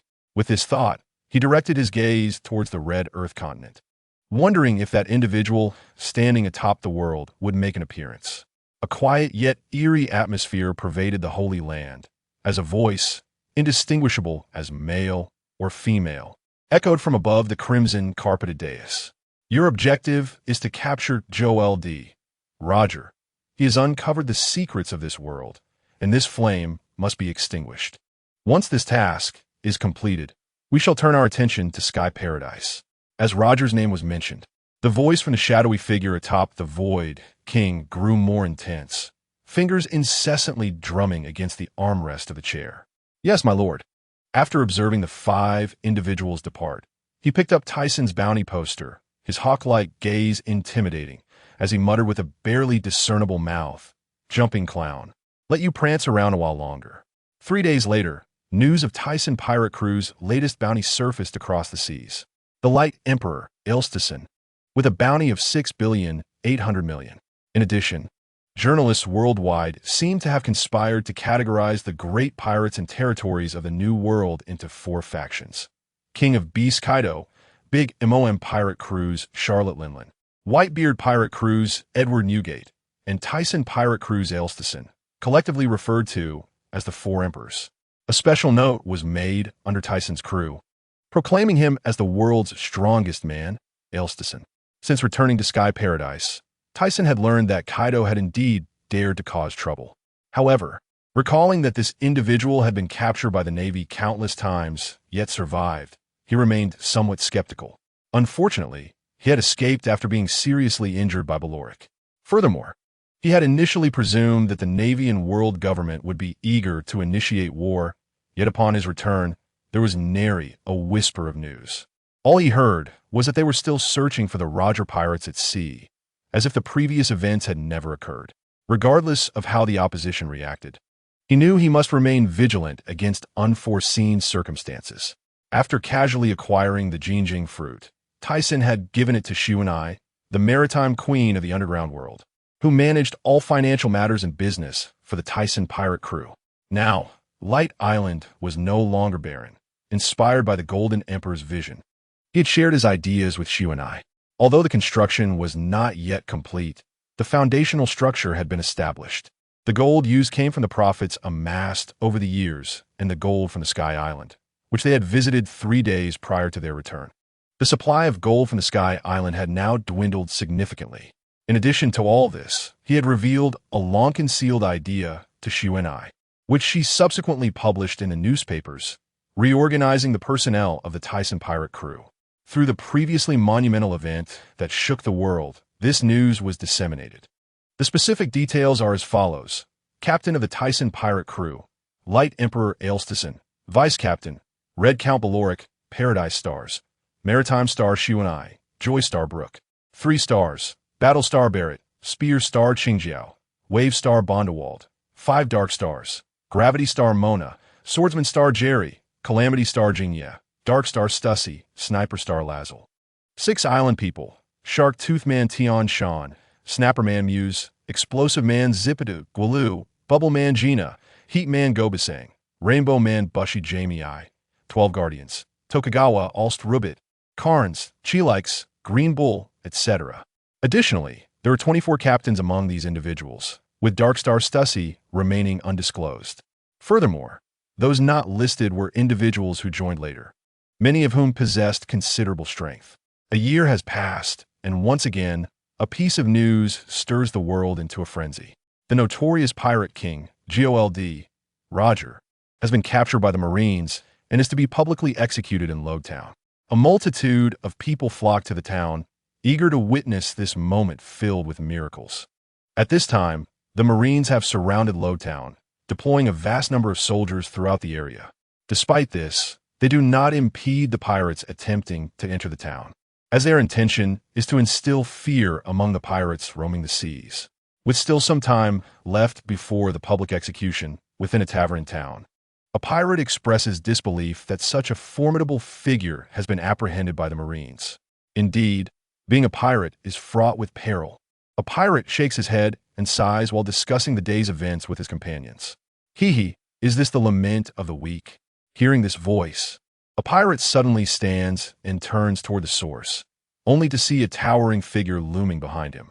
His eyes widen in shock, and as he raises his gaze, he finds himself looking up at a face that resembles a demon, adorned with 2 horns on the sides of his forehead. Sharp teeth are revealed as the figure's eyes gleam like cowbells. Yueyang Moliali. Upon recognizing the figure, the pirate's expression turns to one of terror and in a panic. He stumbles backward, knocking over tables and chairs, while his companions shrink back in fright. We're doomed. That's Yueyang Moliali, the fearsome newcomer with a bounty of 180 million. Others at the tavern gaze in fear at the intimidating figure before them. A peculiar laughter resonates from a corner of the tavern, prompting everyone to turn their heads. One individual, upon recognizing the face of the newcomer, gasps in shock. This is Don Quixote da Flamingo, another formidable character. Moliali, motionless, glances over at the commotion erupting nearby. In the corner, a figure rises, head held high, the red sunglasses reflecting a grin that showcases a perfect set of teeth. Are you going to make a move, Moliali? So it's you rascal. Da Flamingo disregards the group on the floor and instead turns his massive frame to face the man clad in a red feather coat. The tavern falls silent, the atmosphere becoming somewhat eerie. It seems this place is quite lively. Little flower boy, you're treating me to a drink, aren't you? As the attention of the patrons shifts to the two more individuals enter the tavern. One of them, with eagle-like eyes and dressed in a red floral shirt, displays a resigned expression. Please, do not address me in that manner. This is Mihawk the Eagle Eye. Who is the man beside Mihawk? They seem to share a familiarity. Da Flamingo and Moliali cast puzzled glances at the two, recognizing Mihawk, but unsure of the other figure shrouded in mist. Heeding Mihawk as protest, the other figure, Tyson, pays no mind and, with a hand over his eyes, peers around like a monkey, eventually spotting a suitable position. This is the spot, little flower boy. Hurry here. Before arriving at Lowtown, Mihawk had been alone on a small sailboat. However, the sudden appearance of a shadow heightened his alertness. Being approached silently was an unprecedented occurrence, confirming his suspicion that this individual was highly skilled. Just as he intended to draw his sword, the shadow appeared behind him, resting a hand on his shoulder. Suddenly immobilized, cold sweat broke out on his face. The figure then suggested accompanying him to Logtown, and realizing he was outmatched, Mihawk reluctantly complied. However, as he settled back down, the shadow finally revealed its face, causing his pupils to constrict in disbelief. Thus, the earlier scene unfolded. Alas, gazing at the man who bore no resemblance to his mental image and seemingly had no intention of abandoning the moniker, Mihawk sighed and, after a moment of hesitation, followed suit. All eyes were fixed on these two. Doflamingo's previously jovial expression suddenly grew somber for an unknown reason. As the man settled behind him, an eerie chill coursed through his body, a menacing aura enveloping him, and cold sweat dripped from his forehead. He turned his head slightly, glancing back at the figure behind him. After a prolonged moment of scrutiny and still unable to discern the identity, he resumed his seat, continuing to drink from the table. Similarly, Moliali mirrored his actions. At the instant Tyson entered, an inexplicable silence enveloped the tavern, an eerie stillness. "Boss, serve the best liquor quickly." Tyson raised his hand, waving toward the tavern's counter. The owner, initially startled, quickly regained composure and stammered, "Why, yes, coming right up, sir." As the owner hurried to prepare the drinks, Tyson turned to Myhawk and asked, "Little flower boy, what brings you to this place?" Myhawk's forehead twitched, unable to contain himself as the sudden noise reverberated through the otherwise quiet establishment. "Mr. Tyson, please refrain from calling me that. My name should suffice." His expression was serious. "Furthermore, like everyone else, my purpose here is merely to act as a witness. But you, surely your intentions extend beyond simply witnessing the execution of the Pirate King?" Myhawk scrutinized him with a hint of suspicion. "Is that so? I'm certainly not here to witness that rascal's execution." Tyson dismissed Myhawk's earlier statements as he opened a bottle of liquor the owner had just brought him and took a few hearty gulps. The tavern, which had just experienced a brief exchange of words, fell into silence once more. Doflamingo, maintaining his drinking posture, and Moliali, frozen in astonishment. Both pondered the identity of this man who could elicit such a serious reaction from Myhawk, who dared to refer to Joel D. Roger as a rascal. Who was this man? The others stared at Tyson with vacant expressions. Realizing he had inadvertently revealed too much, Tyson turned to the onlookers and sheepishly apologized. "My bad. Please, continue as if I hadn't said anything." While speaking, he raised his glass in a friendly gesture before redirecting his attention to Myhawk. "I hope I didn't reveal anything just now." That was close. He wiped imaginary sweat from his brow, his expression frantic. If discovered, he could no longer remain peacefully in this place. The Marines would undoubtedly take action, jeopardizing his plans. Myhawk's expression appeared slightly unnerved. Time passed swiftly, and the square outside quickly filled with countless spectators eager to observe the events unfolding. The crowd buzzed with excitement and noise. Emerging from the tavern, Tyson and Myhawk sought a more spacious area. "There are indeed many people here." Myhawk glanced at Tyson, pondering his motives.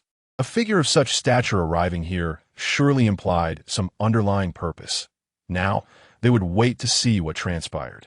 Tyson surveyed the Marines' arrangements, noting figures such as Admiral Sengoku and Admiral Zifa. Additionally, Karp and he were also present. The remaining individuals posed no threat to him, thus he paid them no heed. At the moment he sensed a familiar presence, he unexpectedly detected a concealed figure standing atop a structure in Luaga town. Upon opening his eyes and gazing over, he beheld a silhouette draped in a dark cloak. Even without discerning the visage, he could surmise the identity of this person. It must be the one heralded from this very era. Monkey D. Dragon. Has the revolution commenced? No, perhaps it never truly ended. It is merely that this individual has chosen to reveal it. As he utilized his Kinbunchika Haki to perceive the other, the figure atop the building abruptly turned, locking eyes with him. "Ah, has he sensed my presence?" Such vigilance is rather astonishing. Recognizing who he was, he averted his gaze and directed it towards the others in the square. "Shanks, this place is a tad less crowded. Hurry over." At that moment, a clownish figure with an exaggeratedly large red nose squeezed through the crowd, followed closely by a red-haired youth adorned with a straw hat. "Buggy, wait for me," exclaimed the youthful red-haired companion, trailing behind. "All right, this spot offers a clear view. Haha, just as expected of me." Buggy the clown, hands on his hips, burst into laughter, oblivious to the scrutinizing gazes surrounding them. Nearby, Myhawk fixated his attention on the red-haired boy who had just entered. His interest piqued upon sensing the boy's aura. Upon hearing that voice, Tyson immediately recognized who it was, momentarily at a loss for words, marveling at the coincidence. After the dissolution of the Roger Pirates, all members had scattered. Aside from these two youngsters, he had not noticed anyone else present. "Oh, what a coincidence to encounter you two rascals." Upon hearing the sudden voice, Shanks and Buggy raised their heads to look at the tall man beside them. But as they gazed at his appearance, they could only perceive an obscuring mist, rendering his face indistinct. "Who the hell are you?" Buggy stepped back, his expression shifting to one of caution, fingers clutching a dagger. Shanks, however, fixed his gaze intently on the shadowy figure, a sense of familiarity washing over him. After a moment of contemplation, his eyes darted to the tattoo between the figure's thumb and index finger. The unmistakable insignia of Mickey Mouse flashed in his mind. His eyes widened in disbelief. You must be Mr. Tyson." "What?" Buggy's face contorted in terror, and once he regained his composure, he turned to Shanks and bellowed. "You idiot! How could this guy possibly be that man? Don't scare me like that. Clown, how could I not be me?" Buggy's complexion darkened, his mouth agape in outrage. Yet before he could finish, he noticed the figure's face becoming clearer, rendering him momentarily speechless, a couple of shiny droplets of snot dangling from his nose. His dagger clattering to the ground. "T. Tyson, sir, why are you here?" After a prolonged stupor, Buggy finally reacted, realizing the gravity of the situation. "Oh no, I'm in deep trouble." Suddenly, a commotion erupted in the distance, pulling their attention. Just then, a path opened in the crowd, revealing a figure gradually coming into focus, and the once tumultuous square fell into an eerie silence. The sound of footsteps echoed, accompanied by the clinking of chains. Both Buggy and Shanks turned their gaze toward the approaching figure, tears streaming down their faces, rendered speechless. Roger ascended the platform, while Tyson's unwavering gaze remained fixed upon him. Sensing something, Roger cast a fleeting glance in Tyson's direction, revealing a broad grin.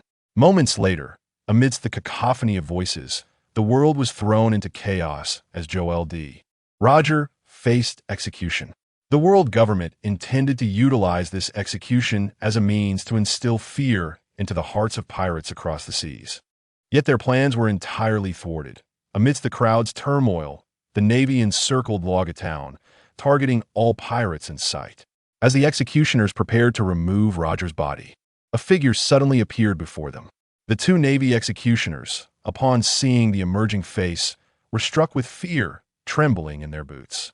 That is, Sengoku, commanding the Navy's actions, widened his eyes, quickly regaining his composure. "Kapu, forget about those people, capture this one." After sending a pirate flying, Kapu heard a voice behind him, following its gaze. He clenched his fists in fury. "Tyson, surrender now." On the platform, while attempting to carry away Roger's body, the executioner witnessed a black fist and a golden palm hurtling toward him. The sound of air being sliced through was deafening. La la la la. "I have no time to play with you." He was preoccupied with retrieving Roger's body. After all, Roger 5 was awaiting him. However, given the circumstances, he had no choice but to fend them off. He raised both hands toward the sky, unleashing a shockwave. Suddenly, two white beams shot forth, colliding with the impact of the two assailants. The colors black, red, and gold intertwined in the sky and on the ground.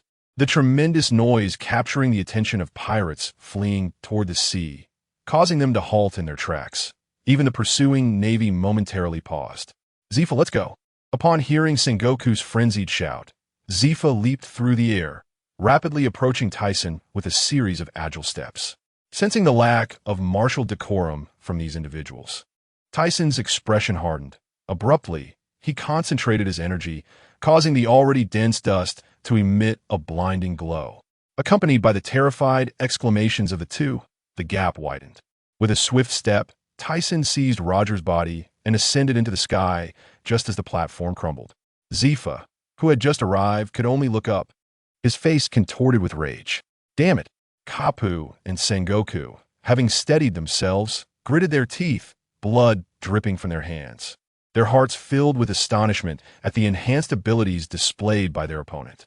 Below, Sakazuki bore a grim expression, roaring at those beside him. "Why didn't you stop him?" Borsellino raised his hands, exclaiming, "This is terrifying, Sakazuki. This is no joke. Even if I could catch up, I wouldn't stand a chance against that old man." "Umph." Sakazuki shot him a glare before charging toward the fleeing pirates. Nearby, Mihawk, after cleaving through a Navy officer obstructing his path, raised his head. I knew this man's intentions for coming here were not so simple. However, he did not anticipate that it was merely to retrieve the Pirate King's body. Could it be for a memorial? Meanwhile, Tyson, en route back to Sky Island, felt a fierce wind rush past him. He came to a halt, gently descending onto a merchant ship navigating below. "Mr. Tyson, I apologize for interrupting your journey." Upon seeing the figure standing on the deck, he instantly guessed who it was. "Unless you offer a compelling reason, I will sink your ship." As the black cloak slowly unfurled, revealing a ferocious countenance, Tyson couldn't help but think that this individual was inherently rebellious. "1 year ago, what you did left me deeply ashamed, Mr. Tyson. Since then, I have dedicated myself to the revolutionary tide, and today, I have come to ask you something." As soon as Monkey D. Long finished speaking, a gentle breeze brushed against his cheek, and a heavy presence settled upon his shoulder. Unbeknownst to him, Tyson had appeared behind him, placing a hand on his shoulder as he slowly began to speak. "I am aware of your concerns, but I do not possess such grand aspirations. My sole motivation for this endeavor is to enhance the reputation of Tiancong Liyuan." Upon hearing this, which contradicted his own inner thoughts, Long's eyes reflected disappointment. "Is that so? I understand." After saying this, as he prepared to depart, Tyson's voice resonated once more. "Nevertheless, the world government will undoubtedly not spare me. If you require my assistance against a common adversary, do not hesitate to ask, is this truly the case?" A fierce expression flickered across his face, leaving him uncertain whether to be elated or to weep. "Do not rejoice too soon. I shall not lend my aid until you have made some tangible accomplishments." A resolute expression graced Long's visage. "Of course, my determination is unwavering, and I shall not disappoint you, Mr. Tyson." Moments later, Long stood at the bow of the ship, one hand gripping a stoic-looking dinghua, while the other bore a wounded finger, blood trickling forth. He cast a grateful yet perplexed gaze towards a vanishing silhouette in the sky. Upon returning to KG Dao, Tyson gazed at the blood contained in the vessel before him. Now, not only had he acquired Roger number 5, but also Long Long No. 6. This thought gave rise to a notion. If only he could obtain the blood of that individual seated upon the throne of Void. "Lord Tyson, we have discovered a solution to the side effects of the longevity potion." "Oh, splendid. If these side effects remain unresolved, Tiancong Liyuan will be far from perfect. The cadre is slumbering, and matters will only grow more chaotic." Moreover, following his speech a year prior, the population within the park had doubled each day. While there was ample territory, managing such a large number of individuals proved to be exceedingly challenging. He entrusted this matter to Dechuan and Aorc and Lajuo. The former being a subordinate he had gathered upon entering the New World, a general from a nation annihilated by Lox's subordinates. The latter, if one were to delve into it, was actually his uncle. After the incident involving the Aorc kingdom, which had nearly led to its destruction, he had never harbored resentment towards him. Due to the limited number of individuals managing the island, Tyson had recently commanded for him to be brought over, along with all the officials and civilians from the Aorc kingdom. Upon their relocation, the Aorc kingdom had declared its dissolution. After Tyson had executed those nobles, the nation withdrew from the ranks of the allied nations, drawing little attention from the world government or the navy. 3 days later, a newspaper spread across the globe, announcing that Fleet Admiral Gang Dekong had stepped down from his position, succeeded by Admiral Zhanghua. Upon hearing this news, Tyson realized that a new era had truly dawned. In the year 1502 of the Haiyuan calendar, on Newer Island, resembling a natural fortress, Yixuina, "Hankook, you must not venture there. It is perilous, and you may provoke Lord Nailuos' wrath." In the forest behind, for girls around 10 years of age were chasing each other, with one girl sporting long yellow curls and another with long blue curls panting behind them. "Haha, Malajalud, Sangdajwania, you two are far too timid, aren't you?" Hankook, at the forefront, donned a pink low-cut top, her exquisite features suggesting she would grow into a beauty. Yet, when her flushed cheeks returned to normal, she exuded an icy demeanor, as if repelling others from her presence. "Yes, you two should hurry up." The girl beside her, slightly taller and resembling her, had 2 small braids adorning her cheeks and bright, lively eyes. Soon, the 4 of them ventured deeper into the woods. As the 4 girls disappeared from view, a slightly older woman and a middle-aged woman stood not far behind. Lord Nailuo, Do you truly intend to withhold from this child the identity of her father? The middle-aged woman's deep-set eyes revealed an age that contrasted sharply with her beautiful and alluring exterior. Her father is a remarkable man. Many outside seek his life. Should this child's identity be revealed, she would undoubtedly be exploited by others. Even so, you have not disclosed this child's lineage, and previously, you declined to journey to Tiancong Liyuan. Enough, Shani-san. Do not mention this matter again. I cannot abandon this nation without a suitable successor to inherit it.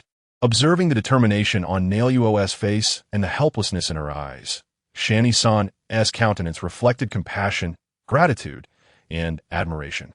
The tenures of successive kings have always been brief, a fact of which she is acutely aware. Yxuina ran through the woods to the seashore, her gaze fixed upon the vast ocean, filled with curiosity and longing. Hankook, I must see the world beyond. It must be wondrous beyond imagination. I wish to go as well, but those old fogies insist we are too young. Next time, we must sneak out, Hankook exclaimed, her proud little face displaying annoyance. On the first half of the Grand Line run, if we can escape here, we can reach Tiancong Liyuan. Child, do not cry. Grandfather will take you to Tiancong Liyuan. My dear, how shall we get there? Fear not. There are boats along the coast. The adults at Tiancong Liyuan are awaiting us. A throng of civilians flocked towards the coast, dragging their families with them, as a multitude of soldiers pursued them, brandishing their weapons. Yet, as they raised their firearms, blood splattered across their foreheads, leaving them uncertain of what had struck them. On a pirate ship moored at the coast, several figures stood upon the mast, their gazes fixed upon the gathered civilians below. Lakalu, your marksmanship has improved once more. A burly man with a beard chuckled. Oh, Jingye, how many nations is this now? The red-haired Lakalu brushed the smoke wafting from his gun aside. The 15th nation. Chaos reigns in many more places, and I cannot keep up. Ha ha. The capable shall bear more burdens. Atop the grand bathing area adorned with sun umbrellas in the Golden City, Tyson frequented this spot for leisure. At this moment, he lounged by the edge of the bath, donning sunglasses and relishing a leisurely moment. Just then, Shu and I approached with a platter of fruits and beverages. Tyson, I've received news from the first half.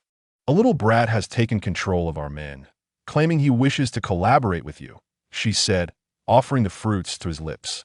Tyson opened his mouth and then widened his eyes. Who is this? Such an intriguing occurrence has been absent for quite some time. I believe his name is Du Fengming. He is said to be a formidable newcomer. Upon hearing this, the water in the bath splashed vigorously as he emerged, a playful smile gracing his features. You haven't mentioned this to Baylight, have you? Shu and I smirked. Knowing you would be restless, I decided to inform you directly. Previously, when numerous pirates had come to challenge them, she had relayed the information to Baylight outside. Tyson had even approached her regarding this matter, urging her not to pass everything off onto that fellow. In truth, she was aware this was merely an excuse. It was not boredom, but a desire to engage personally. In that case, I shall pay him a visit myself.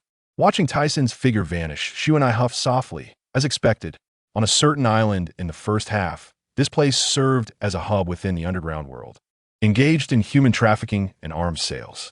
Logically, it should not belong to the New World, as the Navy's control over the first half should be quite stringent. The operations here bear similarities to the lawless zones of the Shangbodi Islands, with numerous businesses intricately linked to high-ranking officials within the world government. Thus, for the Navy, one can only turn a blind eye. At this moment, behind a weapons shop, in the hall of a mansion, dozens of men clad in black surrounded the interior. Yet all bore injuries. Doflamingo, you possess audacity beyond measure, daring to cause a ruckus on the territory of the King of the Seas? A middle-aged, rotund man sat in the foremost position, blood at the corner of his mouth, his face contorted with anger as he glared at several peculiar-looking individuals below. Among them was Diamante, adorned in a clownish visage, Pico with his cross-shaped helmet, Virgo with remnants of food stuck to his bowl-shaped head, and Tori Pole, leaning on a golden cane. Ha ha ha! Ernishad, who else can be blamed? Doflamingo, draped in a pink fur coat, rose and approached the rotund man, lowering his head and peering at him through his sunglasses. If you do not acquiesce, I shall have no choice but to take such measures. The middle-aged man recoiled slightly, but still mustered the courage to retort, "Humph, you think you can collaborate with the boss?" His face betrayed disdain. The counterpart was an exceptionally powerful newcomer, possessing a modicum of standing in the underworld. However, compared to the king of the seas, he was merely a drop in the ocean. Despite never having met this eminent figure, he was well aware of the connection between the king of the seas and that man. A foolhardy individual, Doflamingo, allow me to eliminate him. Humph. Ignoring his subordinate's words, Doflamingo placed a hand to his forehead and laughed heartily, eventually ceasing to gaze at him, his expression darkening. I am well aware of what the king of the seas signifies. Do you think you could still be seated here conversing with me if it were otherwise? The aura of a king began to permeate the air, rendering the middle-aged man pale, causing him to shrink back in fear, unable to utter another word. Xiaoming, I have heard you wish to collaborate with me? Who? Just as Doflamingo straightened, a deep, magnetic voice reached his ears. Doflamingo. Immediately after, Pika's sharp voice echoed from behind. Turning, he beheld a figure descending into the courtyard, clad in a white suit. The visage that met his gaze caused his eyes to widen. He has come in person. A sudden wave of foreboding washed over him. Although he sought to collaborate with the Tyson pirates, he had not grown so arrogant as to provoke the king upon arrival. Through the crowd, Tyson observed the situation within as the black-clad men parted to form two rows. He strode before Doflamingo's subordinates, stepping further inside, causing Virgo and the others to turn pale. Ultimately, several individuals knelt on one knee, bowing their heads, drenched in cold sweat. Hey, I'm not here to oppose you. I merely seek collaboration. Doflamingo's expression shifted, his composure faltering. Master, you have arrived. The middle-aged man, upon recognizing the newcomer, collapsed to the ground. Though he had never encountered him in person, the aged bounty notice still hung framed in his home. Tyson nodded, then seated himself in the chair previously occupied by the rotund man, crossing his legs as he regarded the retreating Doflamingo. What manner of collaboration do you propose? As he spoke, Tyson accepted the cup of tea offered by the middle-aged man, swished it in his mouth, then spat it out at his feet, splattering the liquid onto his loafers. The veins on Doflamingo's forehead bulged, the sound echoing in the eerily silent hall, and then, as if struck by a thought, a smirk crept upon his lips, revealing his white teeth. Humph. I trust your sky paradise conducts substantial daily transactions and expenditures. I can trade resources at my disposal for what you require. He spread his hands wide, a confident expression gracing his face, as though he could procure anything in this world. Tyson glanced up at him, his cold demeanor unchanged since his arrival. What do you think the king of the seas does? Do I need to form an alliance with a petty upstart like you? Nevertheless, observing the darkening expression of his counterpart, he continued, do not say, I have not afforded you an opportunity. If you can withstand a single blow from me, I shall consider it. You insolent fool, there are limits to underestimating others. Doflamingo's countenance elongated, his eyes blazing with fury, for he had never before endured such humiliation. Furthermore, the condescending gaze from the other reminded him of those in the Holy Land. Half an hour later, the original structure lay in ruins, the ground deeply scarred with 5 colossal craters. Ernishad approached the edge of one crater, gazing at the unconscious Doflamingo within. The battle that had just transpired was vividly etched in his mind, the entire ordeal lasting no more than 10 seconds. And he had been trembling for nearly half an hour since.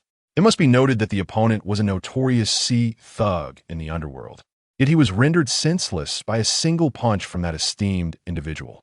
Cough. Hearing the cough emanating from the pit, Ernishad quickly looked down, witnessing Doflamingo laboriously rising, bloodied and missing several teeth. Doflamingo, congratulations. Listening to the taunts from the other, Doflamingo coughed once more, then leapt out of the crater. Observing that the other was unscathed, Ernishad continued, though you could not withstand the esteemed one's punch, he has still consented to allow you to contact the king of the seas directly. He handed Doflamingo Adindin Mushi. However, the esteemed one has stated he despises those who engage in human trafficking. So you must consider this carefully. Doflamingo's expression darkened, and after a moment's hesitation, he reached out to accept the Den Mushi. He stared at it intently, and after a brief silence, laughter erupted from him. Ha ha, indeed. The title of the world's strongest is not a mere fabrication. It is truly monstrous. Ha. The metallic outer walls of Technology Island enveloped the villa area within as a patrolling security team moved about. This island serves as the core territory of the Tyson pirates, and entry is forbidden for those commoners from outside. In the underground research facility, Tyson perused a newspaper, astonished that the O'Hara incident had been delayed for 2 years. Could it be due to my having killed Spandam? After pondering for a while, he cast it aside, feeling he had bought those individuals 2 years' time, beyond which he would not concern himself. They clearly lacked the strength for such endeavors, yet insisted on courting death. While courageous and noble, their actions were undeniably foolish. This was not his style. If one had no life, what hope remained? Subsequently, he glanced to the side. Just one more, Kaido number 7, and the 7 dwarves shall be assembled. 3 years prior, during the battle between Moria and Kaido, he had considered going to observe.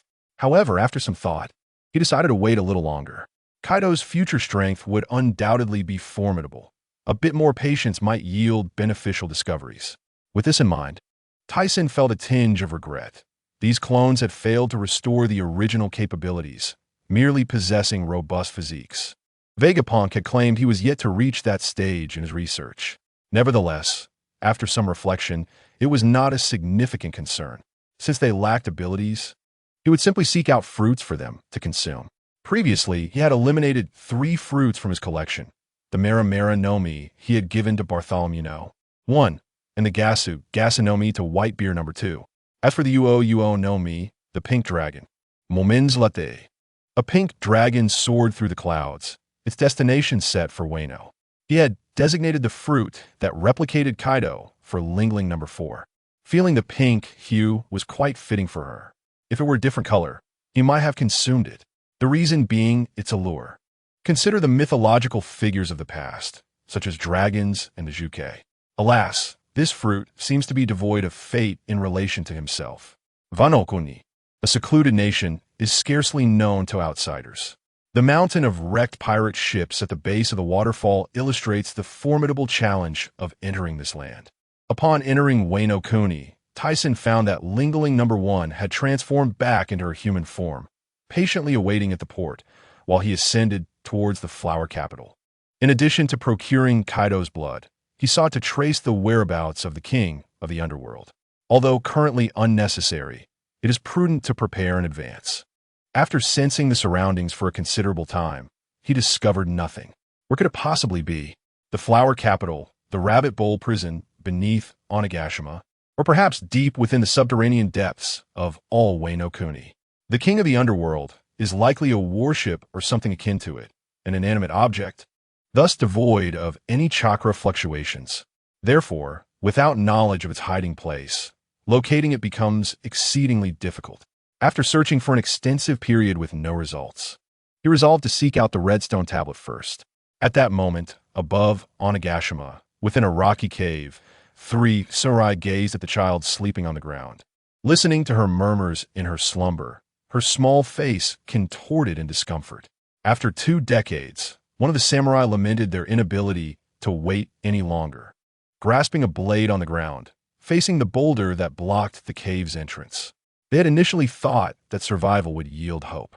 However, the sight of the child made them realize that rather than starve to death in this manner, it would be better to grant her a chance at life. Hearing the commotion, the child roused, her small face filled with urgency as she exclaimed, "Samurai-san, if you do this, my father will." She did not wish to weaken and perish in such a way.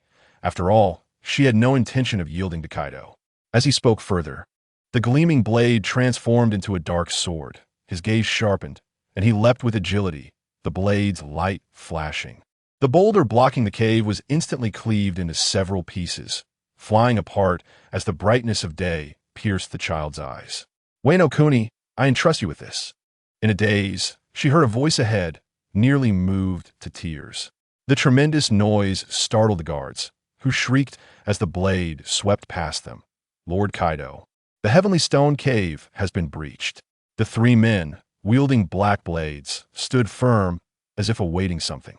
Suddenly, a figure approached, towering like a hill, causing the ground to tremble with each step. Adorned with two sharp horns atop a rugged face, his expression was grim. Behind him followed a mysterious man with wings and a mask, his eyes glowing with a predatory gaze. Well, since you seek death, I shall oblige, Kaido laughed menacingly, his demeanor shifting to darkness as he raised his right hand, the spiked club glistening ominously with his conqueror's Haki. The mysterious man leapt back, folding his arms, observing the imminent clash. There is nothing left to lose now. It is regrettable I cannot partake in the decisive battle 20 years hence. The three samurais' eyes shone with resolve and a determination to die, the black blades igniting with light as they leapt into the air, striking down fiercely. The spike club was swiftly raised to block their blades, and Kaido sneered, "You are no match for me.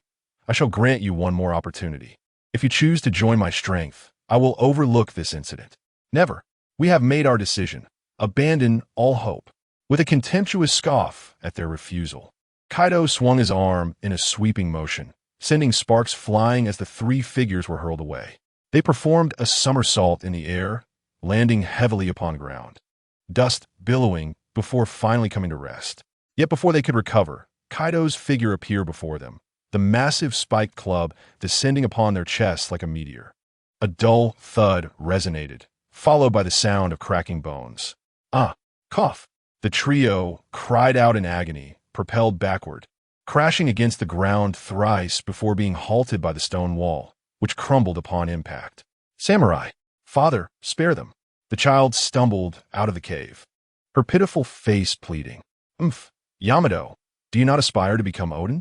Defying my will leads to this fate," Kaido remarked, turning to her, a serene expression masking his mockery. As he spoke, he lifted the club from the ground, advancing towards the three samurai. "Stop! Father, you cannot kill them. They're my friends." "Friends? Preposterous. Yamato, remember, you have always been alone, without friends." "No!" Yamato cried, attempting to rush forward to intervene, only to trip over debris, raising her head with blood trickling down her face. The three samurai, bloodied, had dropped their swords, propping themselves up as they regained composure, only to see the massive spike club descending from the sky. They closed their eyes, smiling faintly. Is this death? A slight regret indeed. Moments later, a gentle breeze swept through, and the anticipated pain did not manifest.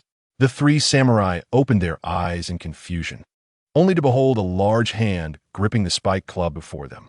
"Little one need not be so bloody to develop a career.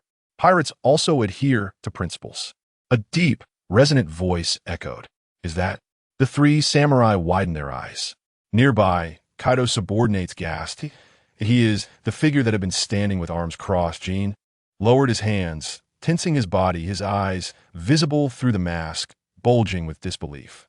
"Is that?" Kaido's eyes widened, followed by a derisive sneer.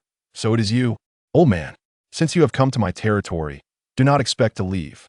His left hand, as thick as a millstone, formed a fist, unleashing a tempest of wind, unceremoniously aimed at Tyson's head. Tyson leisurely raised his left hand, producing a dull thud as the three samurai were sent tumbling away, rubble cascading and dust rising. Black-red lightning crackling with a sizzling sound. The crimson and dark blue waves of energy spread outwards, leaving all but Jean shielding his eyes, engulfed in darkness, their vision fading as they collapsed. Just when the others anticipated a prolonged confrontation, Tyson kicked forward, his foot imbued with conqueror's Haki, striking Kaido in the abdomen. The colossal body was propelled backward, crashing through several piles of stones. In the distance, Yamato's pupils sparkled with astonishment, her mouth agape. After a moment of realization, she sprinted towards the three samurai. "Kaido!" Jean glared with narrowed pupils, incredulous, aware of Kaido's immense strength, which was precisely why he had allied himself with him. However, recalling the peculiarities of that individual's physique, he felt reassured. "Samurai, are you all right?" Upon hearing Yamato's call, the three samurai remained transfixed. their gazes locked on the figure, standing resolutely, their pupils flickering with disbelief. Where did this formidable being originate? I too am unaware. The sheer intensity of his aura surpassed anyone he had ever encountered. Shuang Nyoan turned, his expression grave. Yamato, remember to achieve victory in the war 20 years hence. This person must be your target. Upon seeing the unwavering gaze of Shuangyu and Yowan, Yamato turned once more to the shadowy figure, as if to engrave him into the very fabric of her vision. The small head adorned with crimson horns nodded emphatically, affirming yes. I shall remember. In the distance, Kaido emerged from the rocky debris, spitting out a mouthful of blood. Old man, I never imagined your strength had not waned. You have only grown more formidable. Although he had never directly engaged this man, the memory of his encounter with rocks remained vividly etched in his mind. He had once vowed to surpass such individuals. Kaido, if you think I will weaken with age, you shall be sorely disappointed. Upon witnessing that this fellow had merely bled without sustaining any significant injuries, a flicker of surprise crossed his face. However, he understood that an attack imbued with Conqueror's Haki was no trifling matter. The opponent appeared unscathed, but Tyson knew full well that internal injuries were indeed severe. It seemed he had arrived at the perfect moment, his strength aligning with his expectations. Initially, he had contemplated allowing this man to cultivate for a few more years should he prove weak. Yet now, it appeared perfectly fitting. His journey had not been in vain. Old man, you aren't here for the same purpose as Ling Ling, are you? Like those dogs from the world government, you delight in scheming behind the scenes. Kaido's expression darkened with rage. He had previously caused a stir at Sky Island, but his attempts had been thwarted by the underlings of his adversaries. Ling Ling had already warned him via telephone to be cautious of this old coot. Your sources are quite reliable. Why didn't she inform you that this is science? Regardless, spare me the pleasantries and contribute what you must.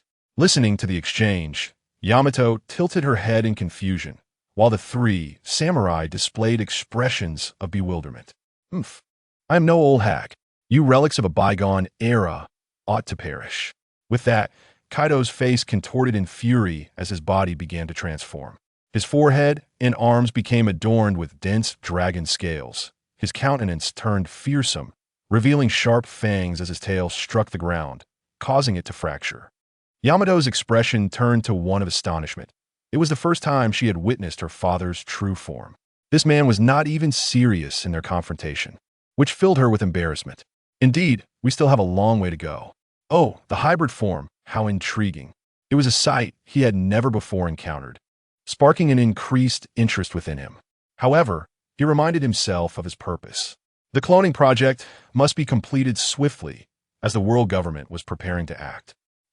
Kaido's feet, akin to those of a beast, propelled him off the ground as he leaped into the air, gripping his kanabo tightly, ready to strike down with ferocity. Shockwave. Tyson extended his right hand, swiftly retracting it after Kaido let out a wail as he concentrated dust release while simultaneously enveloping it in Conqueror's Haki, delivering a powerful punch to his abdomen. Cough. Kaido's mountainous form shot into the sky, blood erupting from his mouth. A shadow followed closely behind him, delivering another punch that shattered the dragon scales on his back, sending flesh and blood splattering to the ground. Bang! The compressed boundary was breached. Yet that was not the end. A colossal pillar, bathed in moonlight, descended, piercing through Kaido's already injured back. He had intentionally diverted its trajectory, sparing his heart. Since the moment he had condensed dust release to the point of qualitative change, its power had increased exponentially. Even with Haki for defense, it would only hold for mere moments. Unless the opponent utilized Haki to unleash a shockwave, it could only delay the inevitable. Much like when he faced Sengoku and Garp in Road Town, where they had to rely on shockwaves to buy themselves some time. Kaido. Jean swiftly swung his black wings, drawing his sword as he dashed forward, accompanied by the sound of wind howling. Tyson turned to face him, a cold smile gracing his lips.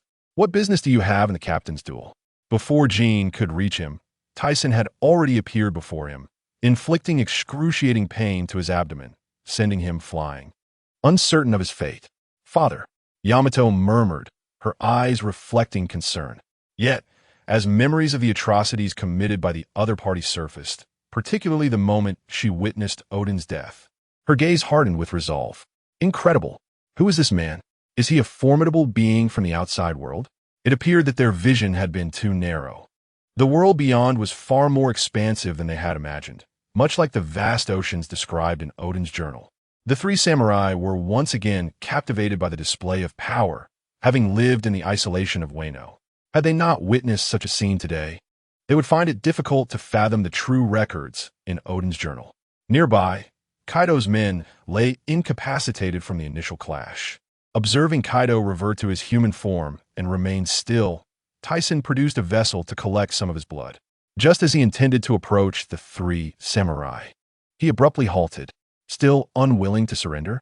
Isn't lying there quite agreeable? Turning back, he beheld Kaido, whose abdomen had been pierced, blood streaming forth as he hunched over. Panting heavily, "I shall never be defeated." A guttural roar resonated from him. Tyson watched as blue-black mist began to swirl around Kaido's form. What is this? A shock coursed through him. What he witnessed was not merely surprising. He observed the flesh around the gaping wound on Kaido's abdomen slowly writhing, emitting a sound reminiscent of sizzling as if it were cooking. Before long, the wounds had healed completely, yet the weariness in his eyes spoke volumes. This ability undoubtedly came at a cost. Truly, it was no surprise that he possessed a divine lineage fruit. The thought crossed Tyson's mind to witness the Nika fruit for himself, pondering whether his dust release could decompose it. Half an hour later, Kaido collapsed once more. This time his eyes glazed over, multiple punctures marring his body as blood flowed like a river beneath him.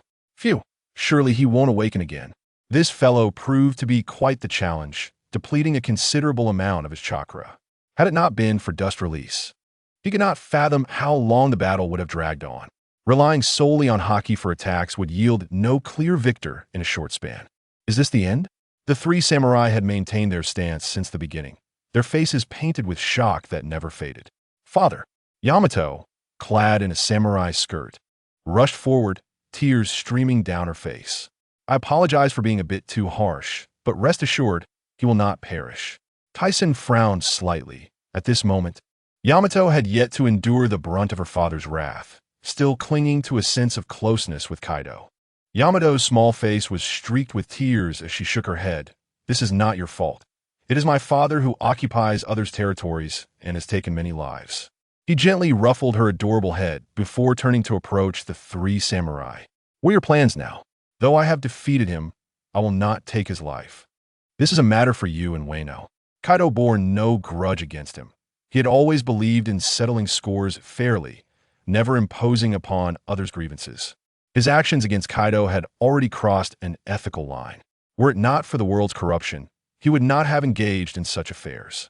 Furthermore, he had no personal ties to the people of Wano. Thank you immensely. You have saved our lives.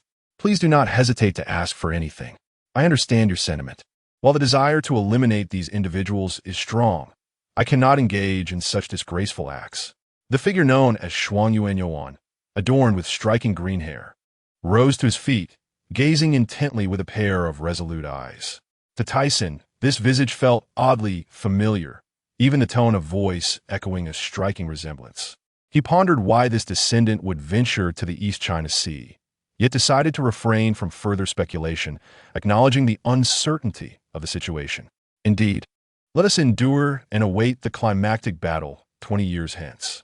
After listening to the words of these warriors, he smiled and nodded, recognizing a semblance of samurai spirit as they expressed their intentions openly.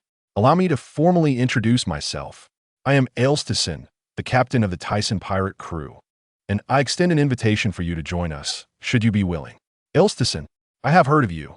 Your name is inscribed in Odin's journal, proclaiming you as the strongest man in the world, even surpassing the pirate king Roger.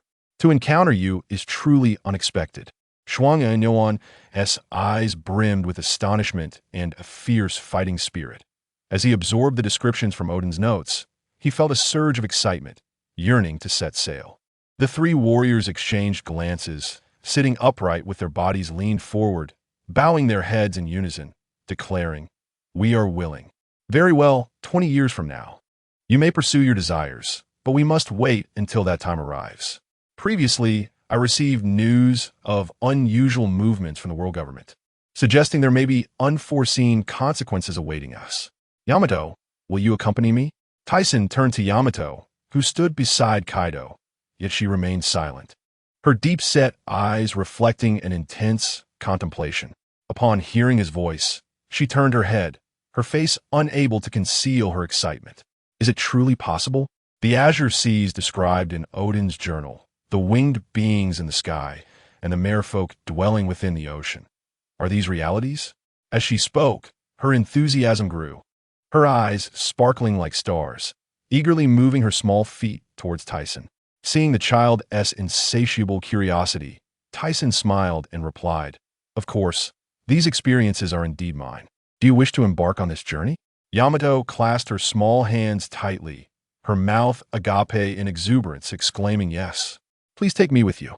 Just as he was about to respond to Yamato, he sensed the presence of a familiar figure and instantly vanished. After a few moments, he reappeared from behind the house, holding a person whose eyes were glazed, their mouth stained with blood, and many teeth missing. This individual had vanished since the dissolution of the Rocks Pirates. But this barrier fruit proved quite useful, resolving one of the abilities among the 7 clones. Moments latte.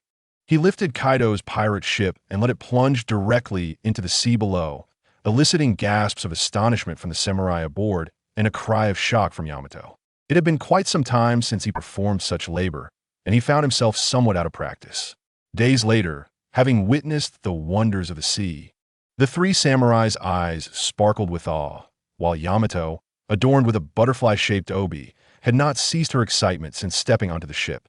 The vessel soon ascended into the sky paradise via a transparent giant pillar.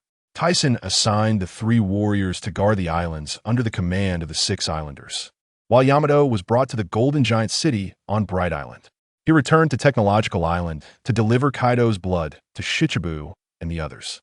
As turmoil erupted across various nations in this world, the world government began to feel the pressure. Notably, that fellow dragon had seized considerable advantages, inciting the populace of several nations to rebel and recruiting them into the Revolutionary Army. Upon seeing Bartholomew Kuma in the newspapers, he initially considered inviting him to join, but Dragon had already beaten him to it. After contemplation, he decided it was for the best. Without Kuma, the Revolutionary Army would face insurmountable challenges, particularly regarding food transportation. In the Holy Land of Mariawa, the 5 elders scrutinized the information laid upon the table, their brows furrowed and expressions grim. 24 nations had already withdrawn from the alliance, and the world was gradually slipping from their control. We can no longer wait. Let's expedite the plan.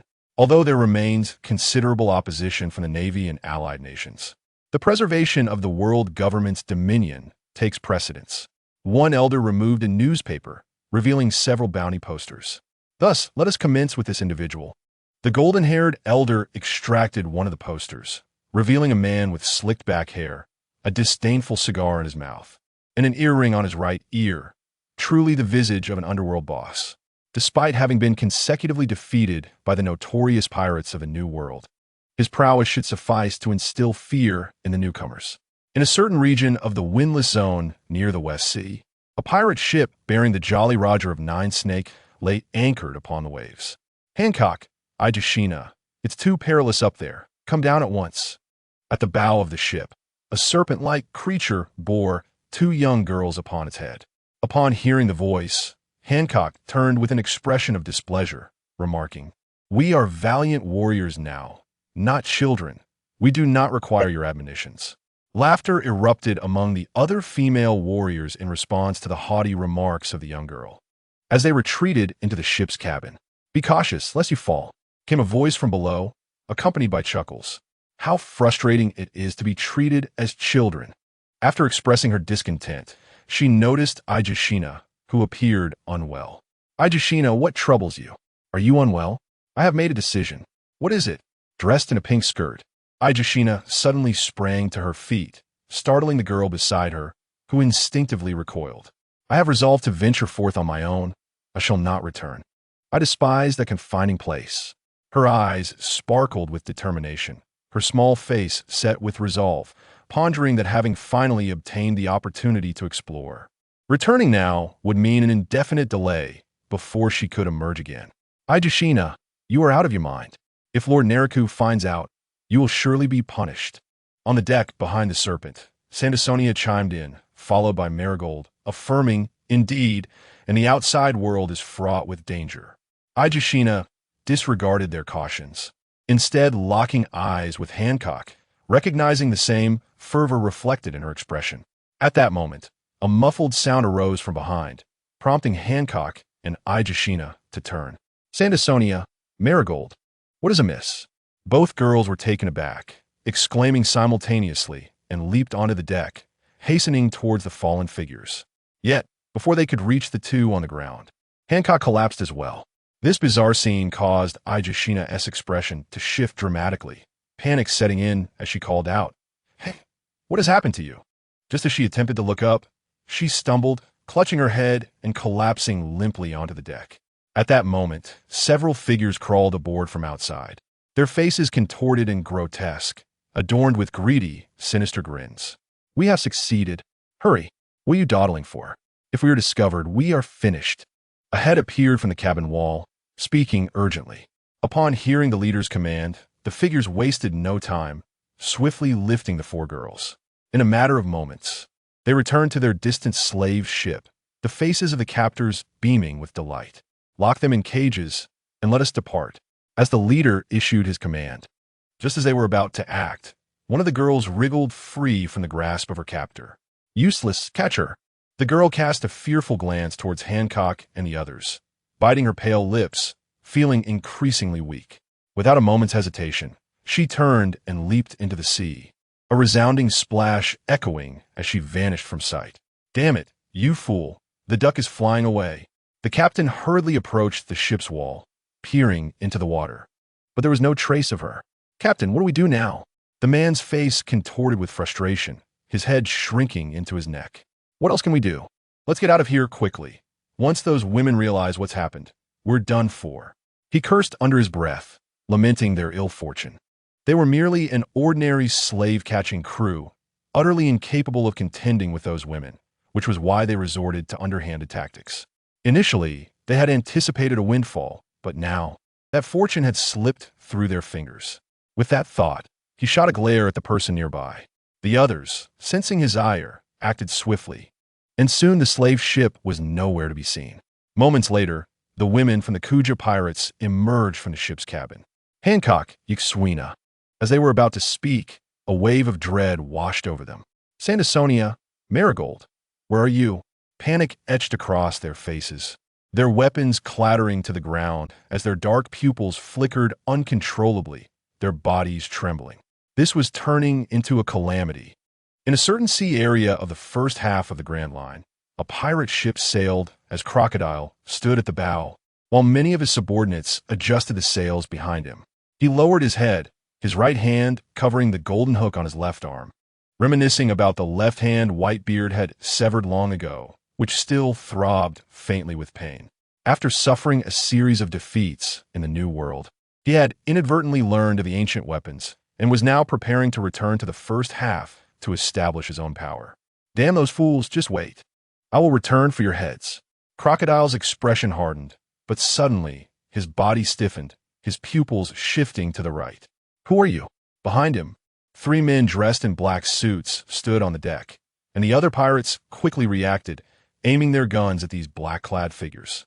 At that moment, one of the men stepped forward, his voice devoid of emotion. "Shichibukai, Crocodile, I have been sent by the Gorosei to invite you to join the ranks of the 7 warlords of the sea." Crocodile furrowed his brow, pondering the implications of the Shichibukai. The man then proceeded to elucidate the benefits and responsibilities associated with this position. Haha, who would have thought that the highest authority in the world, the decision-makers, would require the assistance of pirates? How absurd. A scar marred Crocodile's face, giving him a terrifying visage. "Crocodile, please mind your words. I need to think this over. You may leave and return in 3 days." He regarded them with disdain.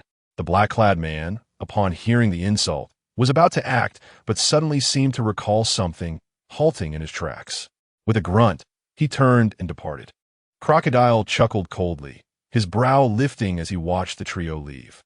He had been seeking an opportunity to invade, and now the world government had delivered it right to his doorstep. A day later, the world government relayed invitations to several renowned and powerful pirates, including Bartholomew Kuma, who received his invitation simultaneously. Sitting at the bow of a pirate ship, holding a Bible, Kuma took out a din-din mushy and dialed a number. On a large merchant ship in the East Blue, Long's voice resonated smoothly. Things are progressing smoothly. Standing on the deck clad in a deep green coat, with a red square tattoo on his left cheek, he held the receiver firmly. Everyone, stay safe. After hanging up, he lifted his gaze, the wind billowing his cloak, revealing a pair of fierce eyes that seemed to reminisce, whispering, Mr. Thiessen should have received the news by now.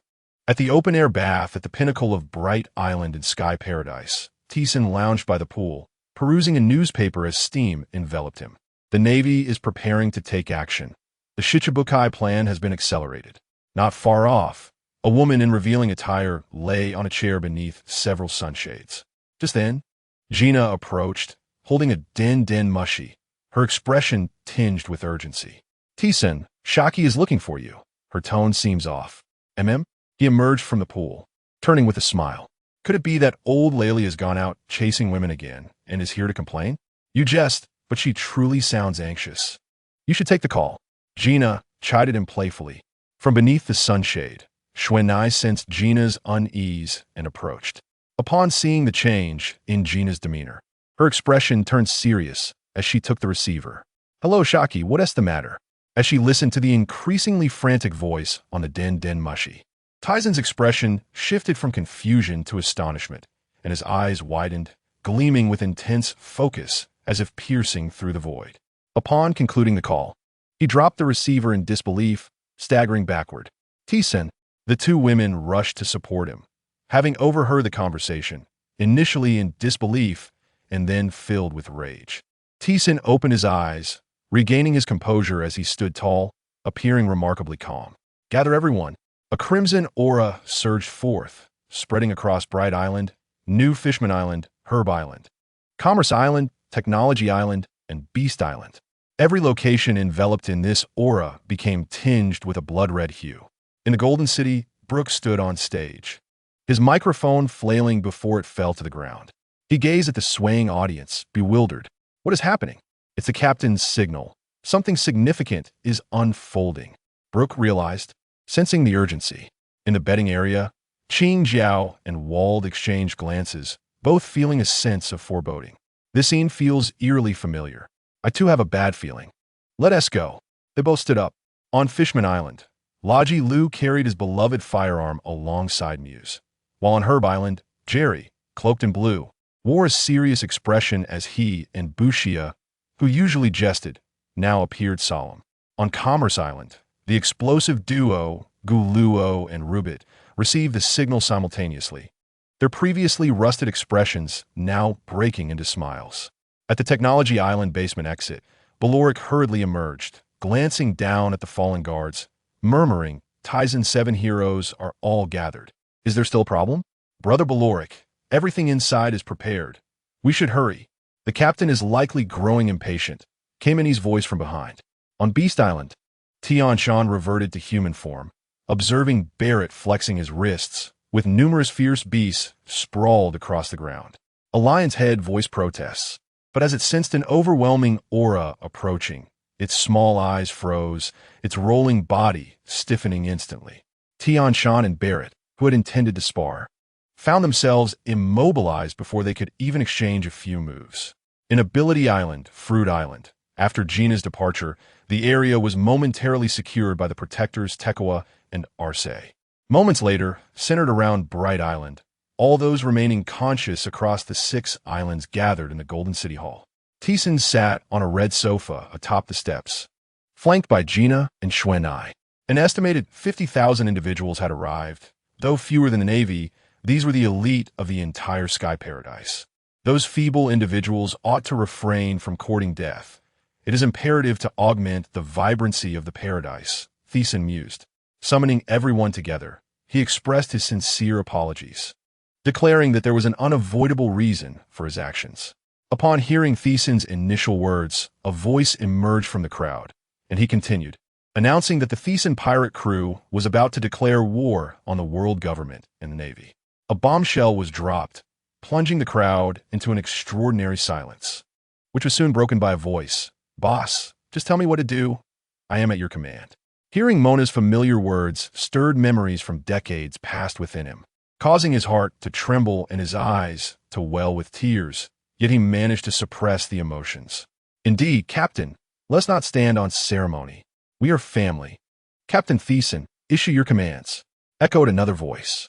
Yes, the Thesan pirate crew could never be vanquished by those scoundrels. Captain Thesan is the mightiest man in the world. With you among us, we fear nothing. As the fervent voices began to fade, Beroric stepped forward, a wicked smile gracing his face. "Though the reason may elude us, we need not concern ourselves with justifications. If pressed for a reason, it would simply be that they have provoked the ire of our king." Thesan cast a grateful glance at him, his heart swelling with warmth akin to being drenched in honey, yet spiced with a hint of piquant chili. The first mate's words resonated with truth. Once the fervor subsided, Thesan rose, revealing the long-cherished Qixing sword at his waist. He raised his hand, signaling for silence.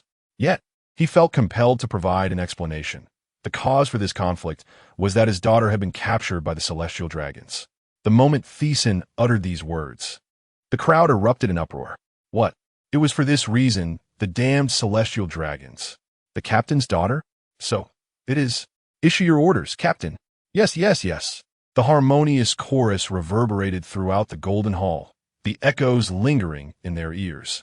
Minutes later, after a lengthy discussion with Beroric at the pinnacle of Golden City, Thesan made his way directly to the Sabati archipelago, leaving behind a pensive and worried Beroric. As he soared through the air, urgency flickered in his gaze. The world government and the Navy harbored such animosity towards him. Previously, for the safety of the Amazon lily, he had refrained from leaving a den mushy, for no one could ascertain the extent of the Navy's eavesdropping capabilities. From such a position, he often found himself feeling powerless. Although the desire to rush to the Celestial Dragon stronghold was overwhelming upon receiving the news, he had to consider the fate of the Thesan pirate crew. If this vast enterprise were to collapse, where would the hundreds of thousands above go? One must never lose their composure at any moment. It is essential to rationally analyze the gravity of the situation. The fear surrounding the Celestial Dragons is not unfounded. It is reminiscent of the Rock's pirates when the two elders joined the fray. Though these individuals may not be his adversaries, the Marine Admirals, Fleet Admiral, Garp, and countless CP agents will be present. Even if he possessed unrivaled strength, he could not withstand such attrition. Moreover, the one known as the King of the Void would not sit idly by while he wreaked havoc in that realm. He had come alone solely to verify the truth of the information and had not taken the Lingling #1. If the information were accurate, a full day had elapsed since her capture. He was uncertain whether she still lingered in the auction house on Sabati archipelago. These were certainties he needed to ascertain. 3 hours later, having concealed his presence, Thesan arrived at Shaki's bar.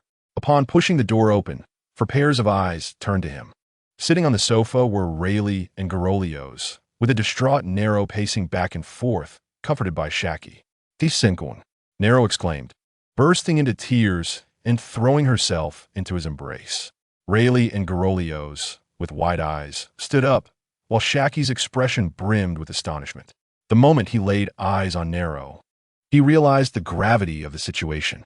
Though he had heard her voice through the den mushy, seeing her in person rendered it undeniable. The abruptness of the situation was bewildering. What on earth happened? A somber voice inquired, the room enveloped in a chilling atmosphere that made Nero shiver in his arms. Moments later, Thesan cradled the weeping Nero, whispering, "You foolish girl, even if the entire world knows, what of it? Who dares to harm my family shall pay dearly. But now I have implicated you, and there is no news of her." His daughter? He never imagined he would have a daughter in this world. What is her name? As Nero's sobs began to subside, she gazed up at him, her tear-streaked face revealing, "Eorsi Yxina. I do not know if you'd like it." Yxina, You wait here. Father will come to rescue you, he declared, turning to leave. Wait, do you know where they are? Garolios, leaning on his cane, suddenly interjected. Not at the auction house. They are at the Celestial Dragon Stronghold. What? I apologize, but there is no time for detailed explanations. I must confirm this first. Rayleigh, Haki, we shall reconvene later. After wiping her tears, Nero moved to the door, watching the receding figure. Who would have thought that after all these years, Mr. Thiessen had not changed in the slightest? It was truly perplexing. Rayleigh stroked his graying beard, utterly confounded. Indeed, time seems to have left him untouched, Haki concurred, glancing at Rayleigh's hair, now streaked with black and white. In the auction house, chaos erupted as people collapsed to the ground. The auctioneer's eyes widened in terror as the approaching man drew near. Before he could plead for mercy, his head was seized in a vice-like grip. Who are you? Spare me. I will give you anything you want. Please, let me live. Have they already been taken? In his perception, that celestial dragon had purchased 5 or 6 individuals. He was uncertain if Ixina was among them. To his dismay, he had arrived too late.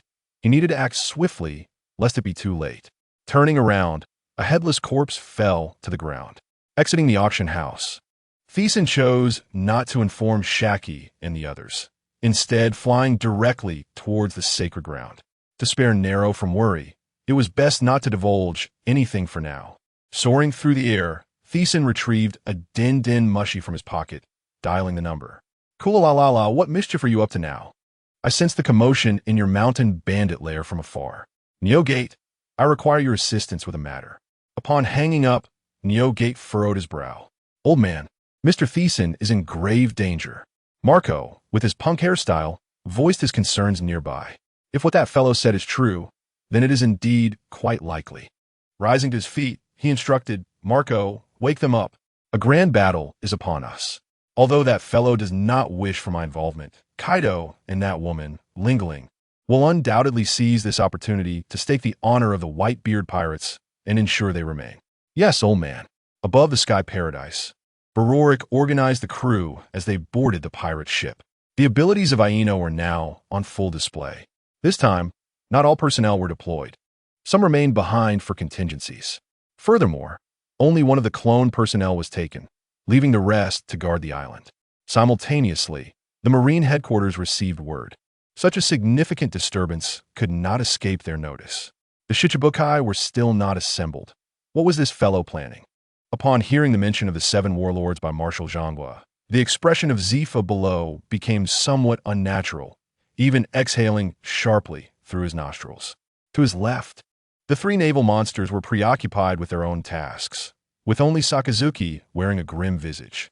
As for Akiji, having personally experienced the incident at O'Hara 2 years prior, he harbored doubts regarding the Navy's actions, which had drained him of motivation.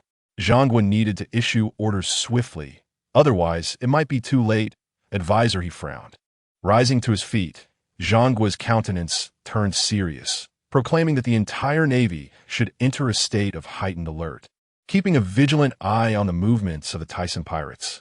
For an enemy as elusive as the Tyson pirates, they had no superior strategy, and could only prepare for defense as they had against the Golden Lion. Understood, the officers responded, and as the array of vice admirals and higher-ranking officials departed, Zhangwa turned to the side, asking, has Carp returned? He is on his way and should arrive shortly. Indeed, we cannot afford to relax even for a moment. Being a marshal is no easy task.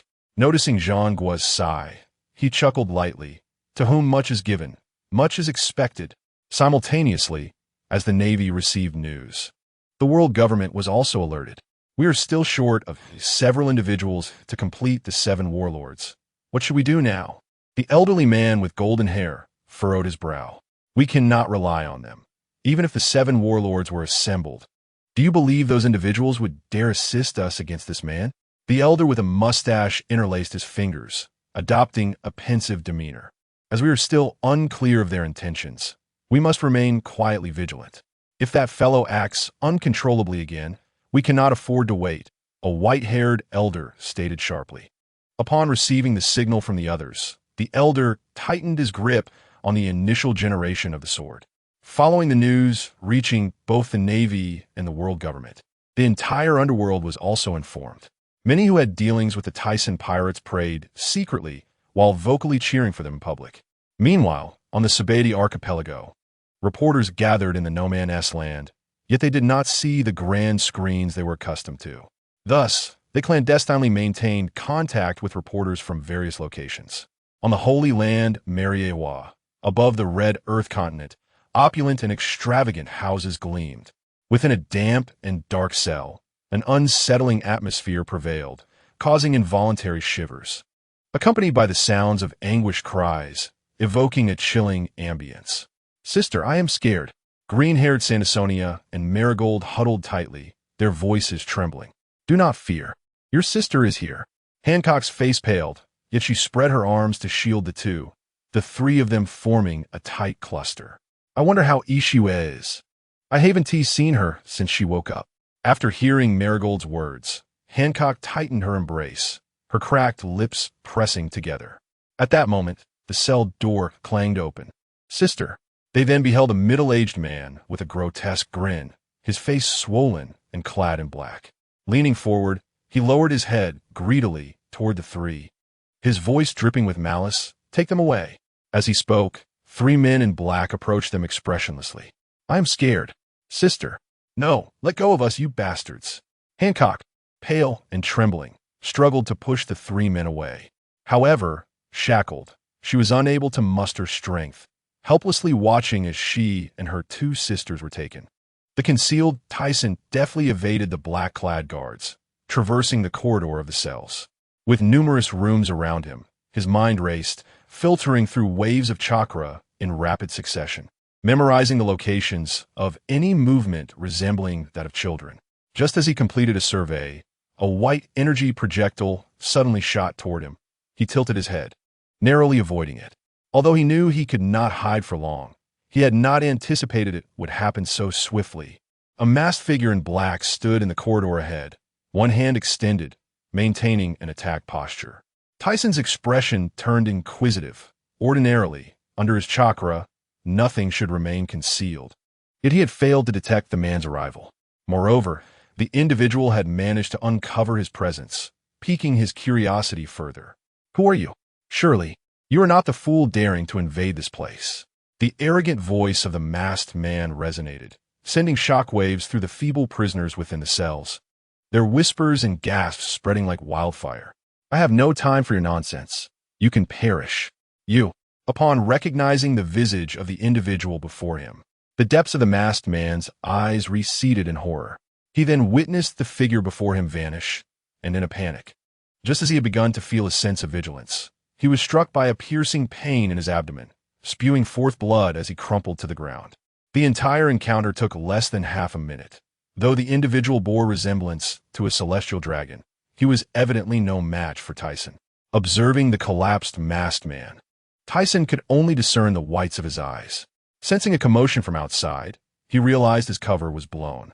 He hastened deeper into the facility, passing through several cells.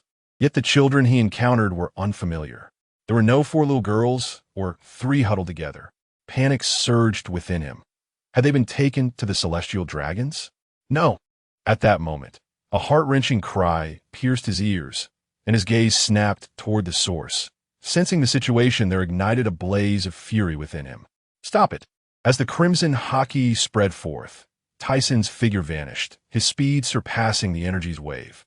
He beheld the rotund, middle-aged man standing behind two others, brandishing a searing red torture device, a chilling laugh escaping his lips. "He, to become a slave of the celestial dragons, is your honor."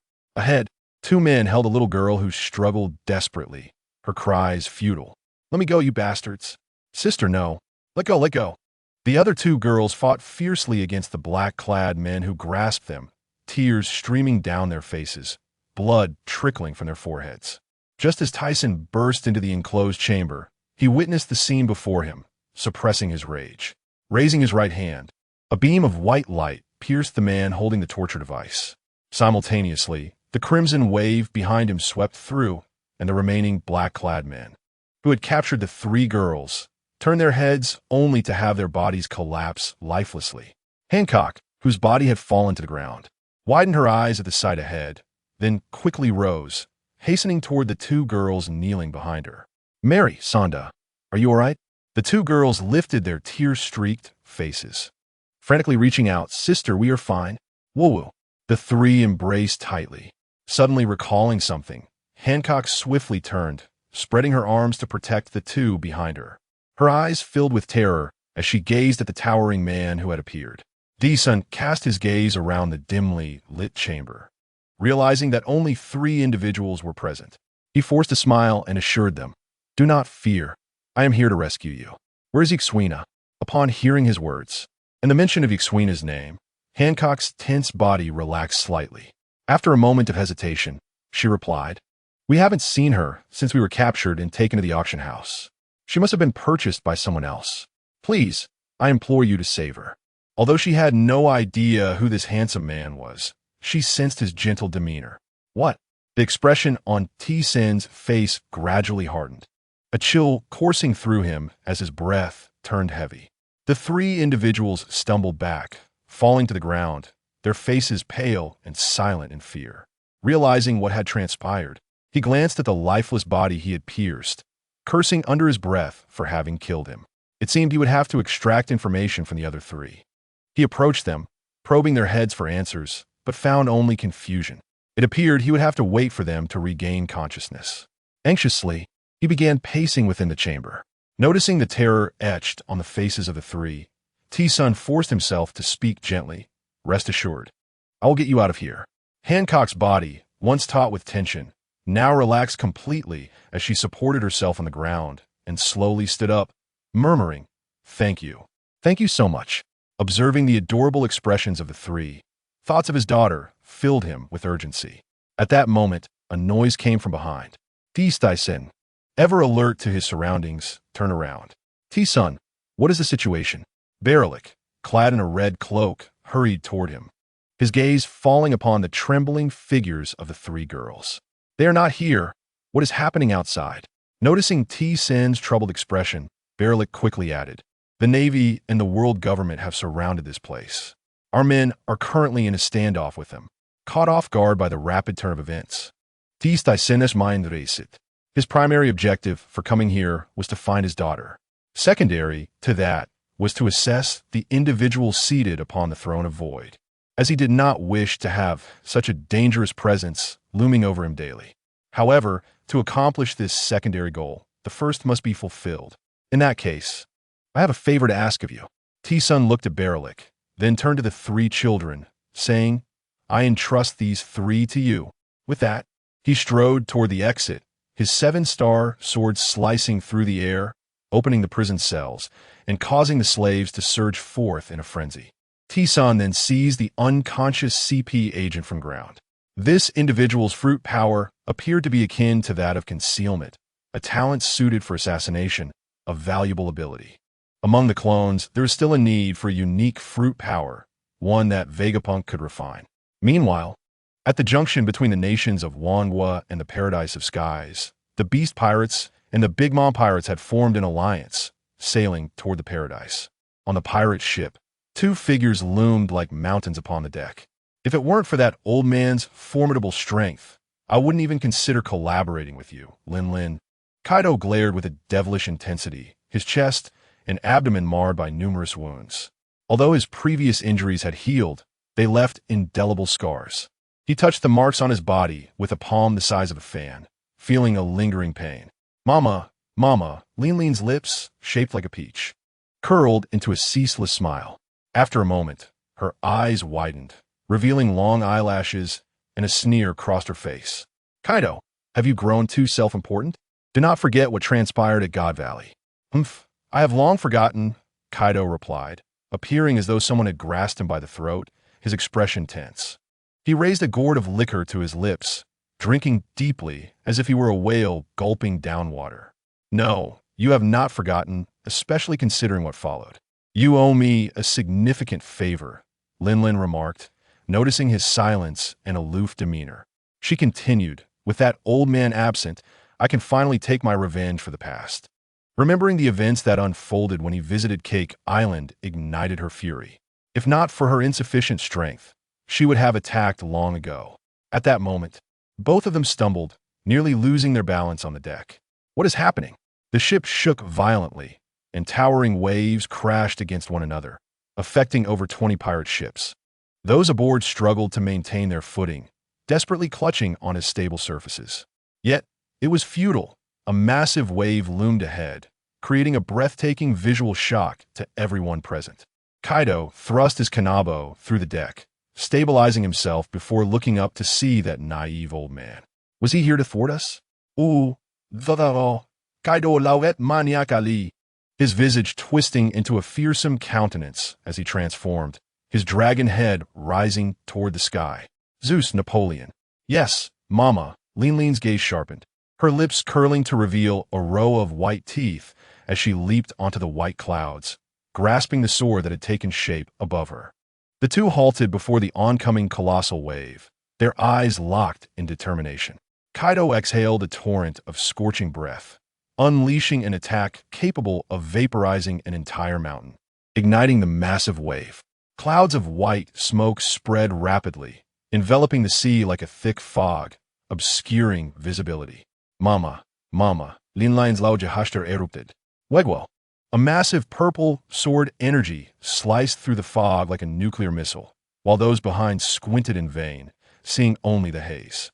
The sound of the crashing waves faded into silence, leaving only the distant echo of laughter reverberating through the darkened skies. As the clouds parted, the colossal azure dragon and Lin, weapon in hand, became visible amidst the swirling chaos. Both wore grim expressions, for they had come to the realization that their plan was doomed to fail. Mama, in that case, Kaido, let us cooperate to take down this old man. The dragon twisted in the air, drawing near to Lin, baring its fangs. Let us collaborate well this time. The era of those old geezers is over. As a figure emerged from Mary Geos, it revealed Sengoku leading the navy, flanked by two furious Gorosei members, one sporting a scar on his left cheek, and the other the old man who had once lost the original ace to T-Senator. Behind them stood the silver-haired fleet admiral, Steelbone Kong. Upon witnessing a throng of slaves desperately fleeing, they curiously refrained from intervening, instead focusing their attention on the emerging T-Senator. Who is that he is holding? T-Steisen, what is your purpose? Sengoku exclaimed, teeth bared in anger as he addressed T-Senator or his T-Son. You will not leave here today. I swear to capture you. The bald elder declared, recalling the humiliation of the God Valley incident, drawing his sword. T-Steisen stood firm, observing the nearly full assembly of the Navy and the multitude from the world government. It seemed unlikely he would leave unscathed this time. Ignoring them, he leaped into the air, landing near his own crew and tossing the captured figure to Mona. Quickly, restrain him with sea stone. Do not let him die. I will need him later, she urged. Since Vegapunk had processed the sea stone, it had become excellent news for the Navy, as no capable individuals could escape midway. This way, the unique fruit abilities would not spread across the seas. This technology proves to be immensely beneficial for Tienkong Liyuan. Indeed, boss, Tien remarked, turning his gaze towards the distant dwelling of the celestial dragons, who were hastily retreating. In his perception, there were no signs of any children being taken away. This is dire. One can only hope that Baluolik arrives in time. O Ursiding, meet your demise. A colossal black crescent moon swept across the sky, followed by another of the Wuluoxing transforming, a piercing voice emanating, Zhangguo, all of you, join forces. Zifa and Kapu promptly followed suit. Disregarding the remaining members of the Tien pirates, intent on consolidating their might to capture Tien, fully aware of the formidable nature of this man. Upon hearing the command from the Wuluoxing, Zhangguo nodded, engage. Kill. Annihilate the pirates.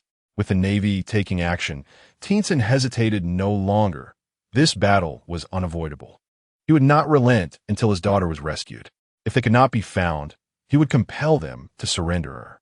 Tien pirates, eliminate them. Oh, kill. Tien furrowed his brow, raising his right hand, and the black slash was swiftly thwarted, dissipating almost immediately. Since he could not locate the children, He resolved to capture these two old men and use them as leverage. Yet, he was troubled by the possibility of Yxuina's whereabouts. This had been a persistent concern for him, based on the descriptions from Hancock and the information he had gathered at the auction house.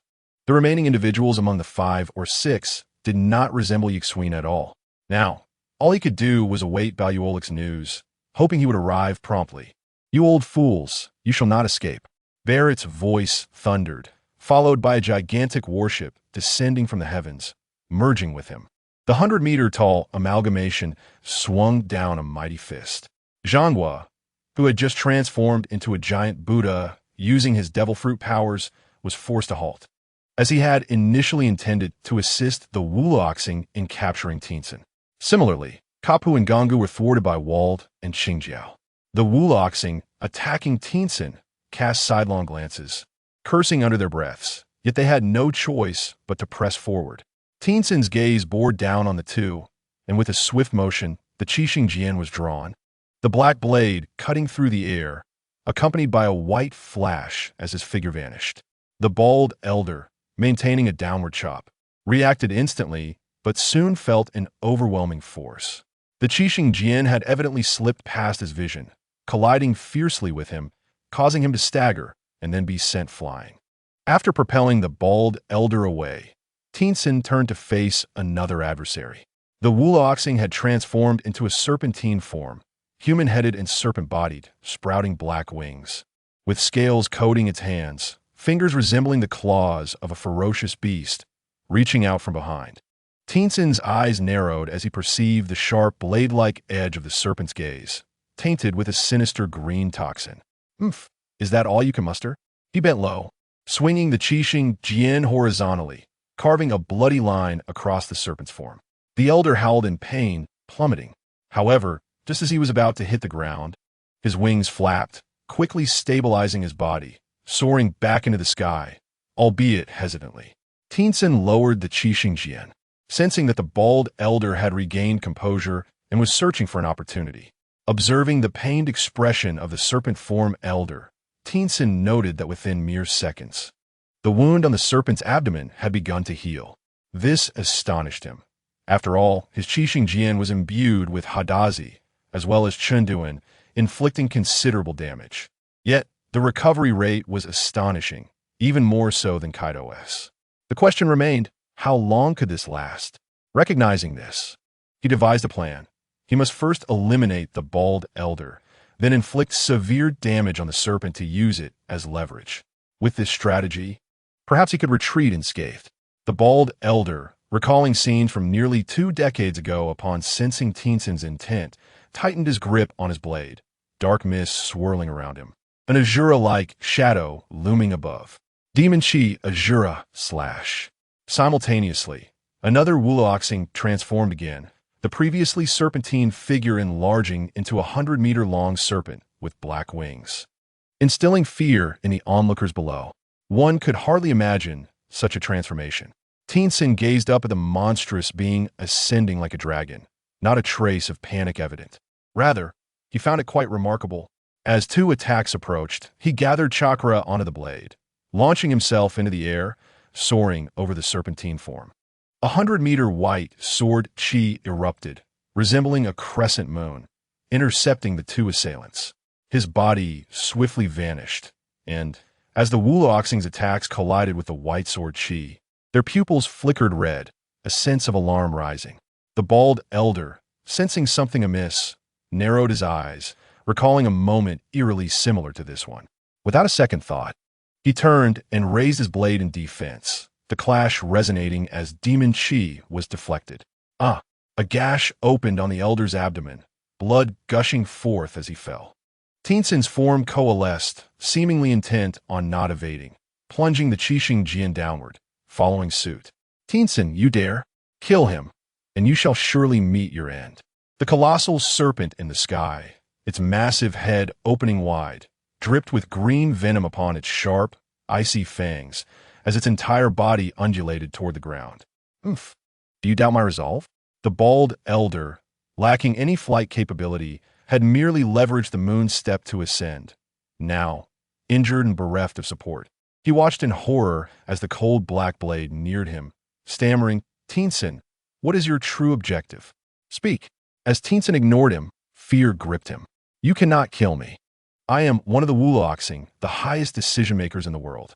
"Halt!" The piercing voice of the serpent's head echoed from above.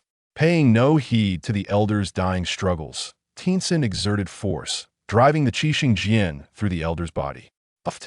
The elder's eyes widened in disbelief. The Qixing Jian pinned his corpse to the ground, emitting a resounding thud as his life slipped away. He is dead. How could he dare?" Zhanghua and the others stared in shock, their expressions filled with horror. As Teenson's feet touched the ground, he withdrew the blade from the elder's heart. Though stained with crimson blood, it bore no other hue, merely gleaming ominously, sending chills down spines. "You deserve death." The serpentine elder, upon witnessing the demise of his comrade, was consumed by rage, ready to charge down and tear the wretched being apart. Yet, an icy aura enveloped him, freezing him in place. "Teenson, what is your true aim?" The serpent elder's massive head twisted, his eyes darting. From the moment they had arrived, the true purpose remained elusive to them. Even if they were to report back to the esteemed one, they would have no justification. It would be pure folly. Below, Teenson sheathed the Qixing Jian. While he still needed to severely injure the serpent, given the current circumstances, he had indeed achieved his objective. "The celestial dragons have taken my daughter. I demand her return, or I shall lay waste to the Holy Land." Upon hearing this objective, the serpentine elder was utterly taken aback, his immense head frozen in disbelief. He could never have anticipated such a turn of events. However, upon hearing the subsequent threat uttered by his adversary, his anger ignited. "We, the Time Longren, are the creators of this world. They are deities. You are but a mere slave, and for daring to act in such a manner, you deserve death." As he spoke, the elder seemed to forget his previous fear, his serpent head raised defiantly, accompanied by a whistling wind that surged forth with tremendous velocity. "Since you wish to perish, I shall oblige you." He concentrated his powers, invoking a technique that separated the original realm. A beam of white light, extending approximately 100 meters, enveloped the elder's serpentine form. The world government and the Navy had conducted extensive research on Tyson's abilities, realizing that he could utilize Haki for a brief period of protection. Thus, in an instant, the entirety of his serpentine body was cloaked in a dark hue of Haki. He thought to himself, as long as he could swiftly pass through, his speed would be sufficient to tear that individual apart, and he would have ample time. However, before he could fully process this, an excruciating pain surged through him. What on earth is happening? This pain is unbearable." "Indeed, boss," Teenson remarked. It was evident that the black Haki surrounding his serpent form could not withstand for even a few seconds before being disintegrated, followed swiftly by the black scales, and ultimately the flesh within. The elder emitted a blood-curdling scream that reverberated through the skies. In that moment, the naval officers and world government personnel below halted their actions, their eyes wide with shock, trembling in fear. Within mere minutes of the previous incident, another elder from the 5 elders found himself in dire straits. What on earth is happening? Even the esteemed elder is no match for that light emperor. What are we to do? Is this world on the brink of transformation? Sengoku's face was bloodied with fury. Damn that person. He has become invincible. Karp's eyes bulged like a frog's as he clenched his teeth, glancing towards the unfolding chaos. Wald bent his body, observing the individual cloaked in dark Haki, realizing he was ultimately no match. Yet, recalling Tyson's earlier instructions, he felt no regret, as long as he could delay the inevitable. It was truly a disgrace for the Navy to allow a pirate to reach such heights. What future could the Navy and government possibly have? Sakazuki's expression was one of rage, his hands clenched tightly as drops of magma fell, his entire being taut. The 5 elders above were drenched in blood, their forms reverting to human shape as they plummeted downwards. The previously tranquil atmosphere erupted into chaos, with Sengoku, Karp, and others from the Navy rushing forward to assist, only to be intercepted by Tyson's crew members. "Kizaru!" Sengoku, engaged in battle with Barrett, glanced up and shouted. If another elder were to perish, the world government would surely crumble. Meanwhile, Tyson pointed his right hand towards the descending elder, readying an attack, only for a flash of yellow light to sweep in, causing the elder to vanish. He furrowed his brow, observing the appearance of two figures, his expression darkening. "You audacious little brat, how dare you interfere?" Kizaru placed the bloodied elder on the ground, taking in the severity of the wounds with a sharp intake of breath. He grimaced, remarking, "Mr. Light Emperor, how terrifying. Though I have no desire to engage, this is the Admiral's command." However, before he could finish, Tyson's figure vanished from sight, causing him to tense immediately. "Do you believe your speed is unmatched?" A chilling voice reached Kizaru's ears, freezing him in place, the icy aura sending shivers down his spine. Just as he raised his hands, a searing pain struck his waist, leaving him no time to react before he collided thrice with the ground, demolishing a stone wall in the process. Vice Admiral Kizaru, the other Navy personnel, turned their attention to the scene, disheartened by the sight of one of the Navy's three monsters failing to withstand a single strike from their opponent. A colossal magma fist, composed of layers of molten rock, surged forth, generating a shockwave as Sakazuki gritted his teeth, maintaining his punching stance. This is truly bothersome.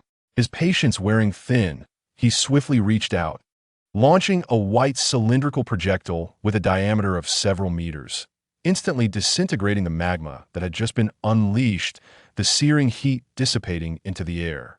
As Sakazuki surveyed the vanishing magma punch, he prepared to employ another technique, yet was momentarily stunned by a blinding white light emanating from ahead. His body immobilized as if facing imminent death. Sakazuki, Sengoku, and Carp, not far off, widened their eyes, intensifying their efforts to break through the defenses set by Tyson's crew. However, Barrett and the others were determined not to allow any interference with Tyson. Sakazuki, several ice spears coalesced in the air, aimed at Tyson's back. In response, he raised his hand to block, his emitted Haki shattering the ice spears upon impact.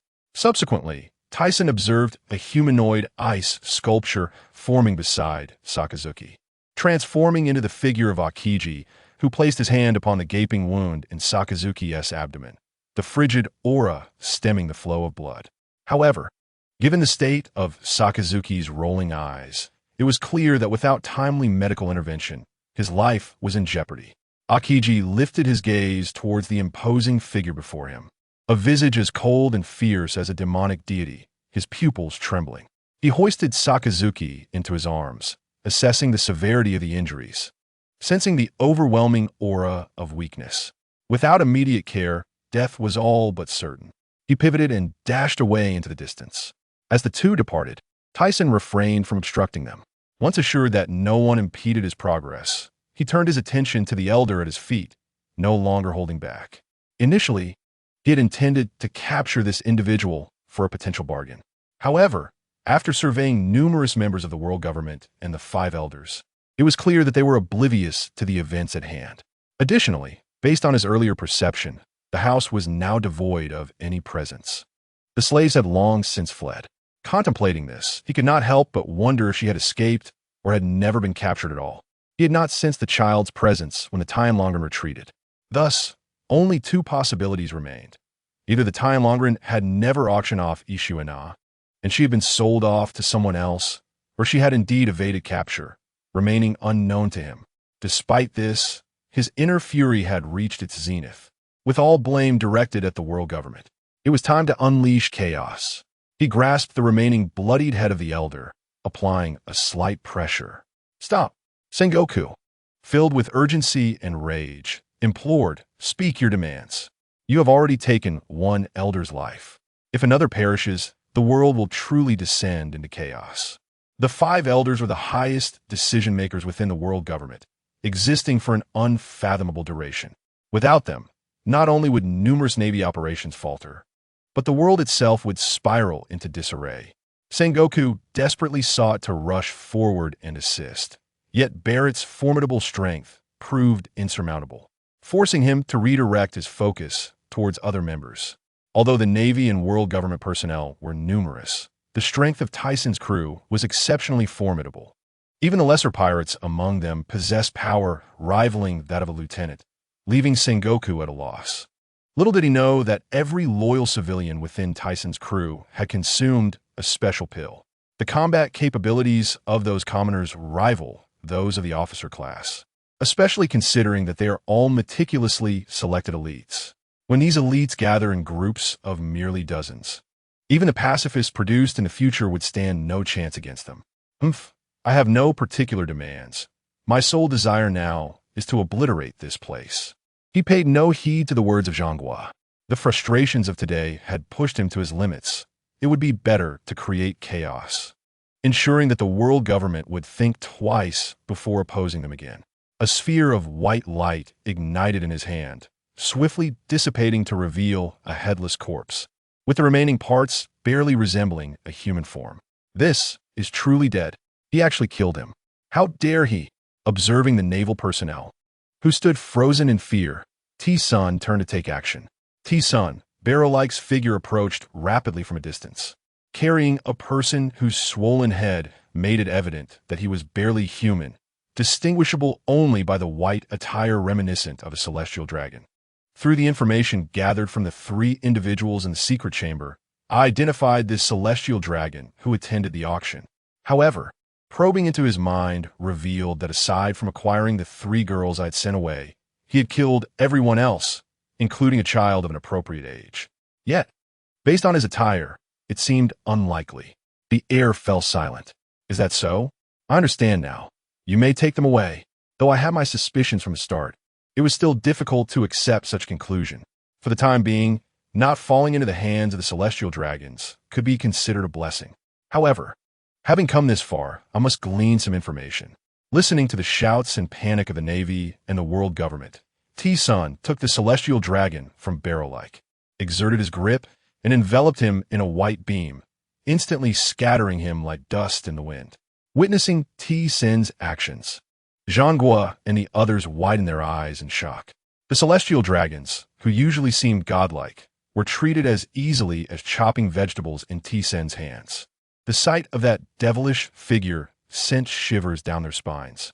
The naval personnel and members of the world government stood rooted in place, uncertain of how to proceed, their instincts screaming in horror. What do you intend to do? Barrow-like gazed at T-Sun's frigid expression, feeling a sudden discomfort. I will destroy this place. You take them away first. But didn't you say the world government possesses an unknown power?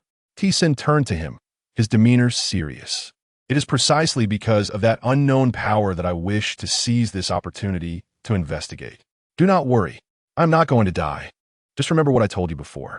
Barrow-like regarded him intently, concern evident in his eyes. After a brief hesitation, as he prepared to turn away, T-Sun's voice reached him again. If I do not return, please look after Ishuana. Barrow-like paused momentarily, gripping his hands tightly before leaping towards T-Sun's pirate ship. Retreat. Barrow-like fixed his gaze on T-Sun's departing figure, his voice resolute. Upon hearing the command, Ino turned to him. Brother Barrow-like, why isn't the captain following? T-Sun has matters to attend to. That is his intention. Ino glanced towards the distant figure, his hand hesitating in the air. However, recalling that this was the captain's order, he ultimately lowered it.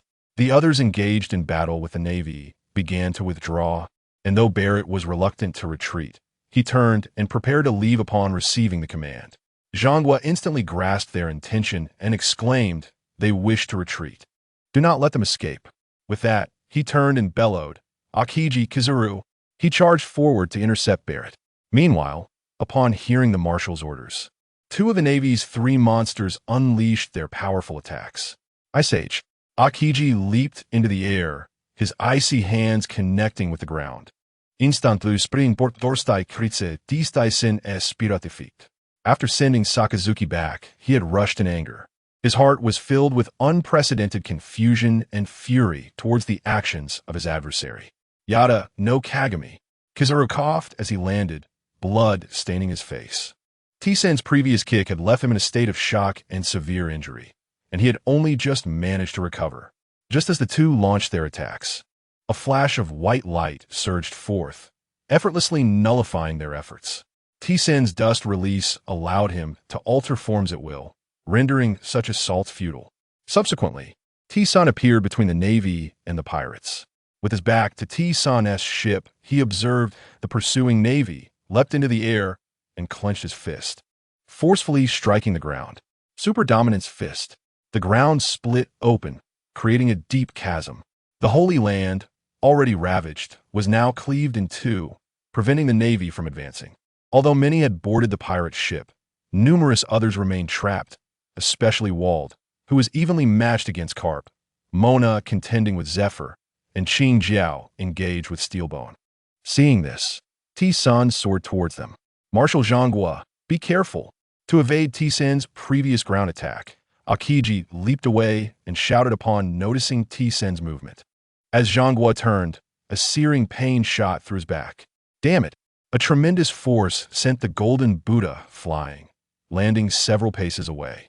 Seizing the opportunity, Barrett cast a doubtful glance at T-Sen before turning towards the pirate ship. Thereafter, T-Sen replicated his earlier actions, rescuing Wald and Qing Jiao before standing alone against the Navy's marshal and admirals. T-Sen, even if it means sacrificing my life, I shall not let you escape.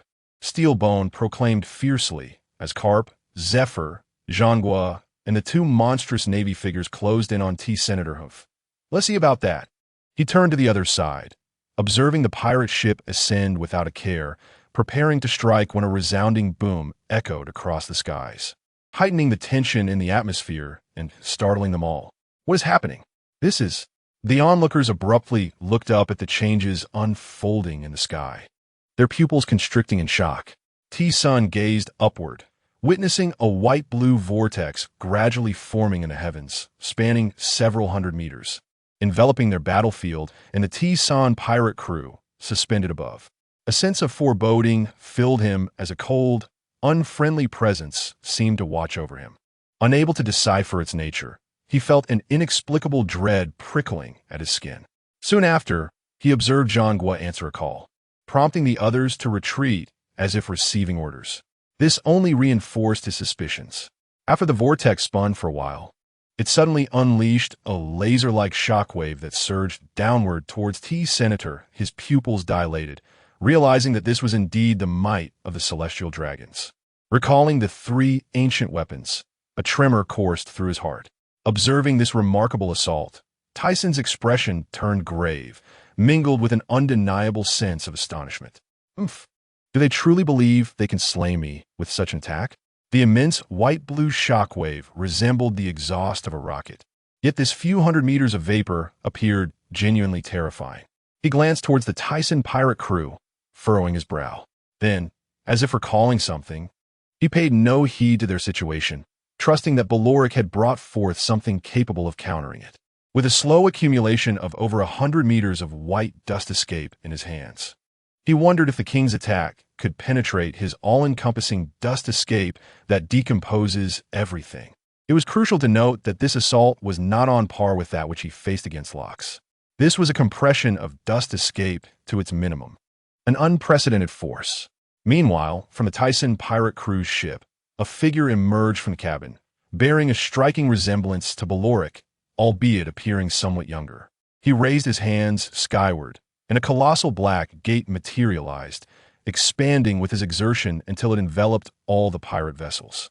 The shockwave in the sky was absorbed by this gaping door, and soon, a massive gateway appeared further out at sea, channeling the energy downwards into the waters.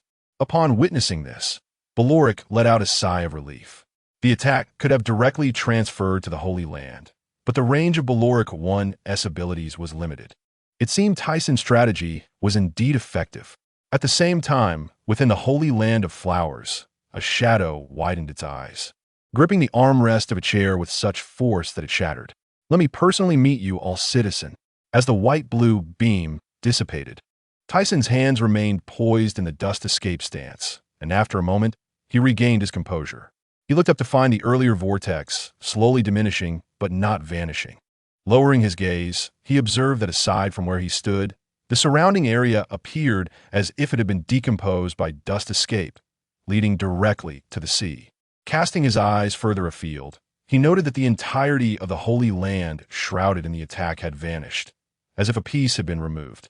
Indeed, the power of one of the three ancient weapons was not merely a fabrication, although it lacked the potency of his dust escape. The recent occurrence indicated that this was merely a localized fluctuation. He was aware that the king's strike could obliterate a small island. Thus, it seemed the opponent was mindful of the Holy Land's safety. Turning to the distance, he realized the Tyson pirate crew had moved further away. Surely, that individual would emerge now. As if summoned by thought alone, he turned to the sky, where a figure descended slowly, clad in a red and black cloak, rendering it difficult to discern gender. Yet the piercing gaze, reminiscent of an eagle, was all too familiar.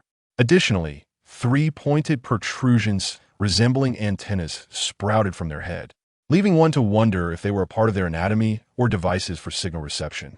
"All citizen, who exactly are you? Shouldn't you first introduce yourself before inquiring about another's identity? You are not worthy to know who I am." "Oh, I find myself quite curious. In that case, I shall unveil the answer myself." Before the words could fully escape his lips, Tyson's form materialized beside the shadow, his eagle-like eyes glancing askance, only to vanish swiftly, causing his attack to miss entirely. Such swiftness! For over a decade, no one has evaded my strikes. Adjusting his stance, he saw the opponent standing precisely where he had been moments before, as if they had exchanged places. Yet he recognized this was merely a testament to the opponent's incredible speed. Then, the figure revealed a pale hand, reminiscent of a woman's, raising it downward, causing the vortex above to once again gather energy. The king was indeed directly manipulated by this individual. While this attack may not possess the might of his dust escape, it would undoubtedly inflict serious injury. Though it wouldn't be fatal, he could not afford to be careless. He concentrated his dust escape to counter, yet unexpectedly. In the instant he resisted, the opponent's figure vanished entirely, leaving even their afterimage indistinct. With a sudden rush, Tyson's heart raced as he sensed the slender nails of the opponent piercing his throat. Reacting swiftly, he abandoned the defense against the remaining attack in the sky, tilting his head just in time to evade. He then darted away, the residual force striking the ground, and he had initially believed this attack could harm the foe. However, as the white-blue shockwave dissipated, the figure within emerged unscathed, not even a wrinkle upon their attire. Had he not relied on his sensory abilities, he might have been in grave danger. Yet, since he could perceive the fluctuations of chakra, it confirmed that this being was indeed human, not a puppet or a machine. It appeared he must conduct further tests. At the very least, he needed to compel this individual to reveal their abilities. Otherwise, this venture would be in vain. As he pondered, the assault from the sky descended once more, vast in scope. He had no choice but to withstand it, while the other party remained unharmed. The trouble was that during his defense, Yim would surely strike. One exasperating weapon. "Do you wish to know what my abilities entail? Very well. I shall resolve this swiftly." The shadow seemed to perceive his intentions. Upon uttering these words, they extended a hand adorned with elongated nails, standing motionless. Sensing something amiss, Tyson acted without hesitation, drawing his seven-star sword, deflecting with a piercing sound that sent sparks flying. He looked behind the figure, only to find an afterimage. "What astonishing speed! Did you not wish to know my abilities? Perfect, since you've eliminated those two, let me demonstrate." The voice, ambiguous in gender, reached Tyson's ears as he furrowed his brow, focusing on the one visible eye, instantly becoming alert. Yet, he soon felt a heaviness in his head, as if he were losing control over his own body. In a moment of crisis, Tyson bit down on his tongue. Though he acted in time, it was still too late. Glancing down at his chest, he saw the shadow's elongated nails piercing through, blood spilling forth. Struggling against the pain, he steeled his gaze and swept the seven-star sword forward, utilizing the moment his opponent dodged to retreat swiftly, distancing himself from the spot. After carving a safe distance in midair, he wiped the cold sweat from his brow, regaining his composure as he observed the figure. "That was close. I nearly fell victim."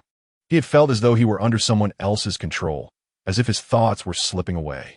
Could it be that this individual possessed a fruit of control, manipulating thoughts or minds?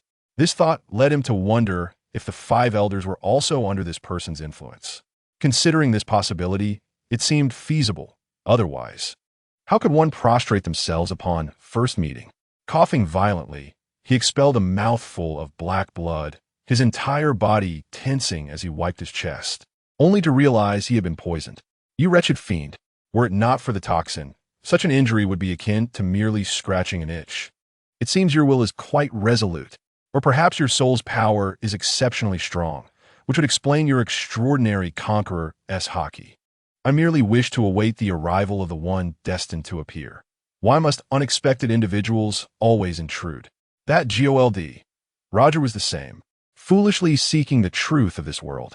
Before the arrival of that man, the secrets of this world could not be unveiled. Do you understand? As for you, you appear to be an unpredictable variable. I am unable to discern your visage. However, such matters have become trivial, for you are on the verge of death. Tyson, struggling to maintain his balance, stood up, his feet firmly planted on the ground, yet his body felt feeble and lifeless. With a piercing gaze fixed on his opponent for a few fleeting moments, he turned swiftly, lightening his form to flee into the distance. There was no other choice. He managed to extract a healing pill from within, yet even if it alleviated the poison, it would not make him a match, and besides, he lacked any antidotes. You cannot escape to where you intend. You will either become my slave or meet your demise. T-Sun sensed the figure of the adversary, swift as a specter, darting towards him, surpassing his own speed. This sensation of fleeing evoked memories of events that transpired decades ago on Jushur Island. Although back then he had been ensnared by an old man's grasp. Damn it, I will inevitably mark that tattoo upon your chest. Just wait. As he neared the crimson earth of the continent behind him, he pondered whether this adversary would pursue him beyond this point. The moment he sensed it, his hair stood on end as he narrowly avoided a claw aimed at his heart. The pale arm reminiscent of a grim reaper sent chills down his spine. Yet before he could relax, dizziness enveloped him, rendering his body uncontrollable. Even the thought of biting his tongue seemed beyond his strength. Was he to resign himself to this fate?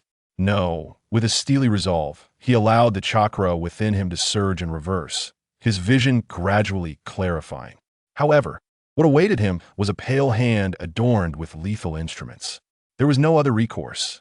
Splitting, as T-Sen's form divided into two, Im's claws plunged mercilessly into T-Sen's heart. Yet he did not gaze upon the T-Sun he had just slain, but instead focused downward. Your ability is indeed intriguing, unlike that of a fruit user. Thus, I labeled you an unpredictable variable. The split T-Sun fell beneath them. During the act of division, he had activated his invisibility. Yet this foe had still discerned his presence. The sensation of vulnerability was quite intolerable. Though he had attempted it once before, it felt akin to being stripped bare, an experience difficult to acclimate to. Compression, limit detachment. Im, observing T-Sen's hands aimed at him, scoffed, "This attack cannot possibly reach me." "Oh, is that so?" A cold smirk graced his lips, revealing his disdain. What? From his entrance until now, Im's countenance had remained unchanged, yet a note of panic crept into his voice. The T-Sun he had pierced suddenly opened his eyes, extending his arms to embrace him tightly. "T-Sun, this fellow is a woman." As the white beam enveloped them both, she panicked. "You scoundrel, let me go." "Fool, at such a moment, you still concern yourself with gender. Perish." In his haste, he did not realize that he had inadvertently included himself in the insult. As the white light enveloped the two, darkness consumed him, and he fell unconscious, plunging into the sea.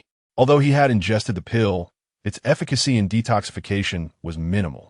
Furthermore, the excessive use of chakra rendered his fainting a natural occurrence. Following T-Sen's descent into the ocean, the white beam dissipated, revealing the two figures within. One of them was nearly unrecognizable, a grotesque form.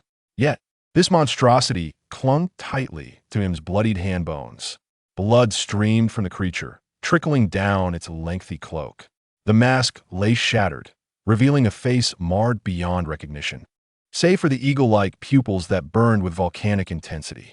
The gaze fixed upon the T-Sun that grasped her, and with a forceful grip, remnants fell away. "You wretched being, You should be captured and made to experience the agony of muscle spasms and skinning. To let you die so easily is an injustice. You have been poisoned. There is no way you can survive. Yet, the anger she felt for all that this adversary had done to her had no outlet for expression. Just as she turned to raise her head, her gaze fell upon the direction of Sky Paradise. Whatever Sky Paradise is, blame your captain for this. With a furious flourish, she raised her bloodied hands and slashed downward, then vanished from sight. The survival of as many as possible depends on your capabilities. In the Marine headquarters, a gathering of naval officers sat in the conference room, Sengoku bound in bandages. He was not alone, as most of the other officers bore similar injuries.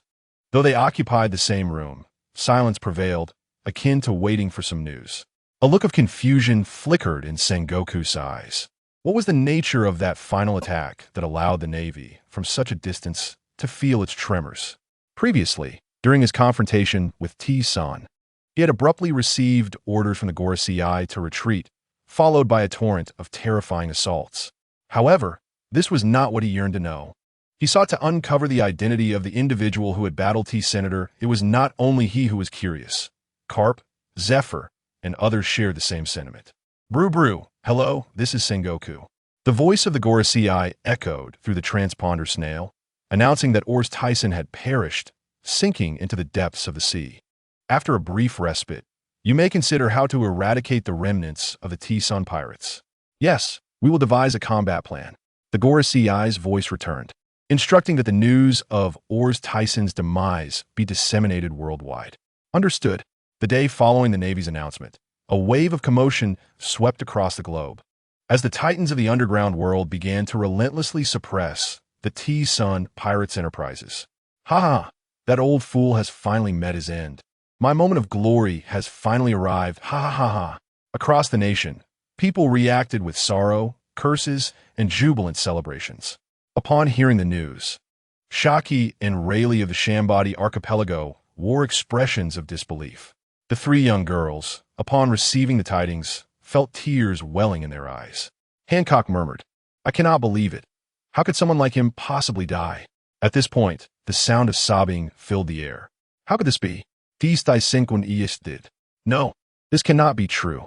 Nero, clad in a pink skirt, trembled with tears streaming down her face, repeatedly muttering impossible. Noticing her distress, Haki stepped forward to comfort her. Nero, this news must be a fabrication by the world government. We should go to the New World to investigate. Yes, let's proceed to Sky Paradise. T-Sun Kun must have returned. With a panicked expression, she attempted to rush outside, her steps faltering. Rayleigh, observing the situation, intended to follow. But Haki hastily supported Nero and turned to say, "You need not accompany us. I will handle it. There are still Hancock and the others. So you should escort them and Girolio back to Amazon Lily." After contemplating, Rayleigh nodded in agreement. That works too. You all be careful. As the two departed, a grave and skeptical look settled in Rayleigh's eyes. I cannot accept this outcome. Let time reveal the truth. Above an island in a certain sea of the New World, Whitebeard, wrapped in bandages, sat upon a ship, lifting a bowl to his lips. The fierce battle endured for a day and a night, ultimately leaving the two combatants severely injured as they made their retreat. Nevertheless, he too had sustained injuries. Marco, the old man, approached with a somber expression, handing a newspaper to Whitebeard. Upon seeing Marco's demeanor, Whitebeard frowned and took the paper to examine it. The atmosphere grew still for a moment. This fellow is not one to meet such a swift end. However, I never anticipated that the world government could conceal things so deeply. Whitebeard crumpled the newspaper into a ball, then took a swig from his drink, his body wrapped in bandages, his eyes reflecting not only fatigue, but a flicker of something more. Old man, did Mr. Tyson truly perish? After spending so many years with the old man, Marco could read his expressions clearly, and concern began to etch itself across his face. I refuse to believe what this newspaper claims, Whitebeard exclaimed, shattering his cup upon the deck, startling the nearby pirates. With skin resembling smoked meat, Teach opened his mouth, revealing a grin laden with meaning. On the coast of an island in the West Sea, near the calm belt, A small girl clad in a pink skirt lay atop a rock. Suddenly, her eyes quivered and gradually opened. "You are awake." Startled by the sudden voice beside her, the girl shot upright, then recoiled slightly, only to notice the speaker, a girl with short black hair and deep azure eyes, who appeared to be only slightly older than her. "My name is Alcina, and you? Who are you?" Upon asking, Alcina recalled her previous actions, remembering diving into the sea before everything went dark. Realizing her surroundings, she quickly stood and scanned, anxiously calling out, "Hancock, where are you? Only the two of us are here. I rescued you from the water." The black-haired girl replied, her voice sweet and melodic. After learning of her situation, Alcina turned to her, smiling, "Thank you for saving me. May I ask where we are?" "We are in the West Sea, on an island called Town." "The West Sea?" Alcina's eyes widened, but recalling they were near the calm belt, she accepted the reality. Suddenly, a growl of hunger echoed, causing Alcina's cheeks to flush as she covered her protesting stomach. "Is there any food?" "In a house adorned with red tiles in Town." The black-haired girl cautiously peeked into the hall, and finding it empty, tiptoed to the kitchen. Moments later, she emerged with a bun in hand, beads of sweat forming on her brow, breathless. "Here for you." She offered the bun to Alcina. "Thank you." Noticing the girl's frail physique, Alcina felt a pang of sympathy and broke the bun in half, cheerfully suggesting, "Let's share it." The girl's bashful expression intrigued Alcina, prompting her to ask, "What is your name?" "I am Nico." Sensing the girl's discomfort, Alcina began to share her own story, gradually uncovering details about the girl who appeared only slightly older than her, realizing she worked for the house's owner, which explained her earlier hesitation. "Since you ran away and nearly fell into the hands of traffickers, your parents must be quite worried," Nico said, her once animated face now draped in sorrow, her eyes glistening. "Parents? You mean my mother?" Alcina responded, initially perplexed, then added, "She must be very concerned. I would surely be punished if I returned. Thus, I have decided not to go back." As they conversed, they settled against the wall. "And your father?" Nico bit into her bun, swallowing hard. Turning to her, Alcina's eyes brimmed with curiosity. "Father? What father? What is that?" "Cough, cough." Nico choked on her bite, tears welling in her eyes, her face turning crimson. Half a month later, on an unnamed island in the New World, Doflamingo surveyed the newspaper in his hand, his expression darkening. He knew well the sacrifices he made to ally with the Tisan pirates, yet now this overlord had met failure. Thankfully, he had not put all his eggs in one basket.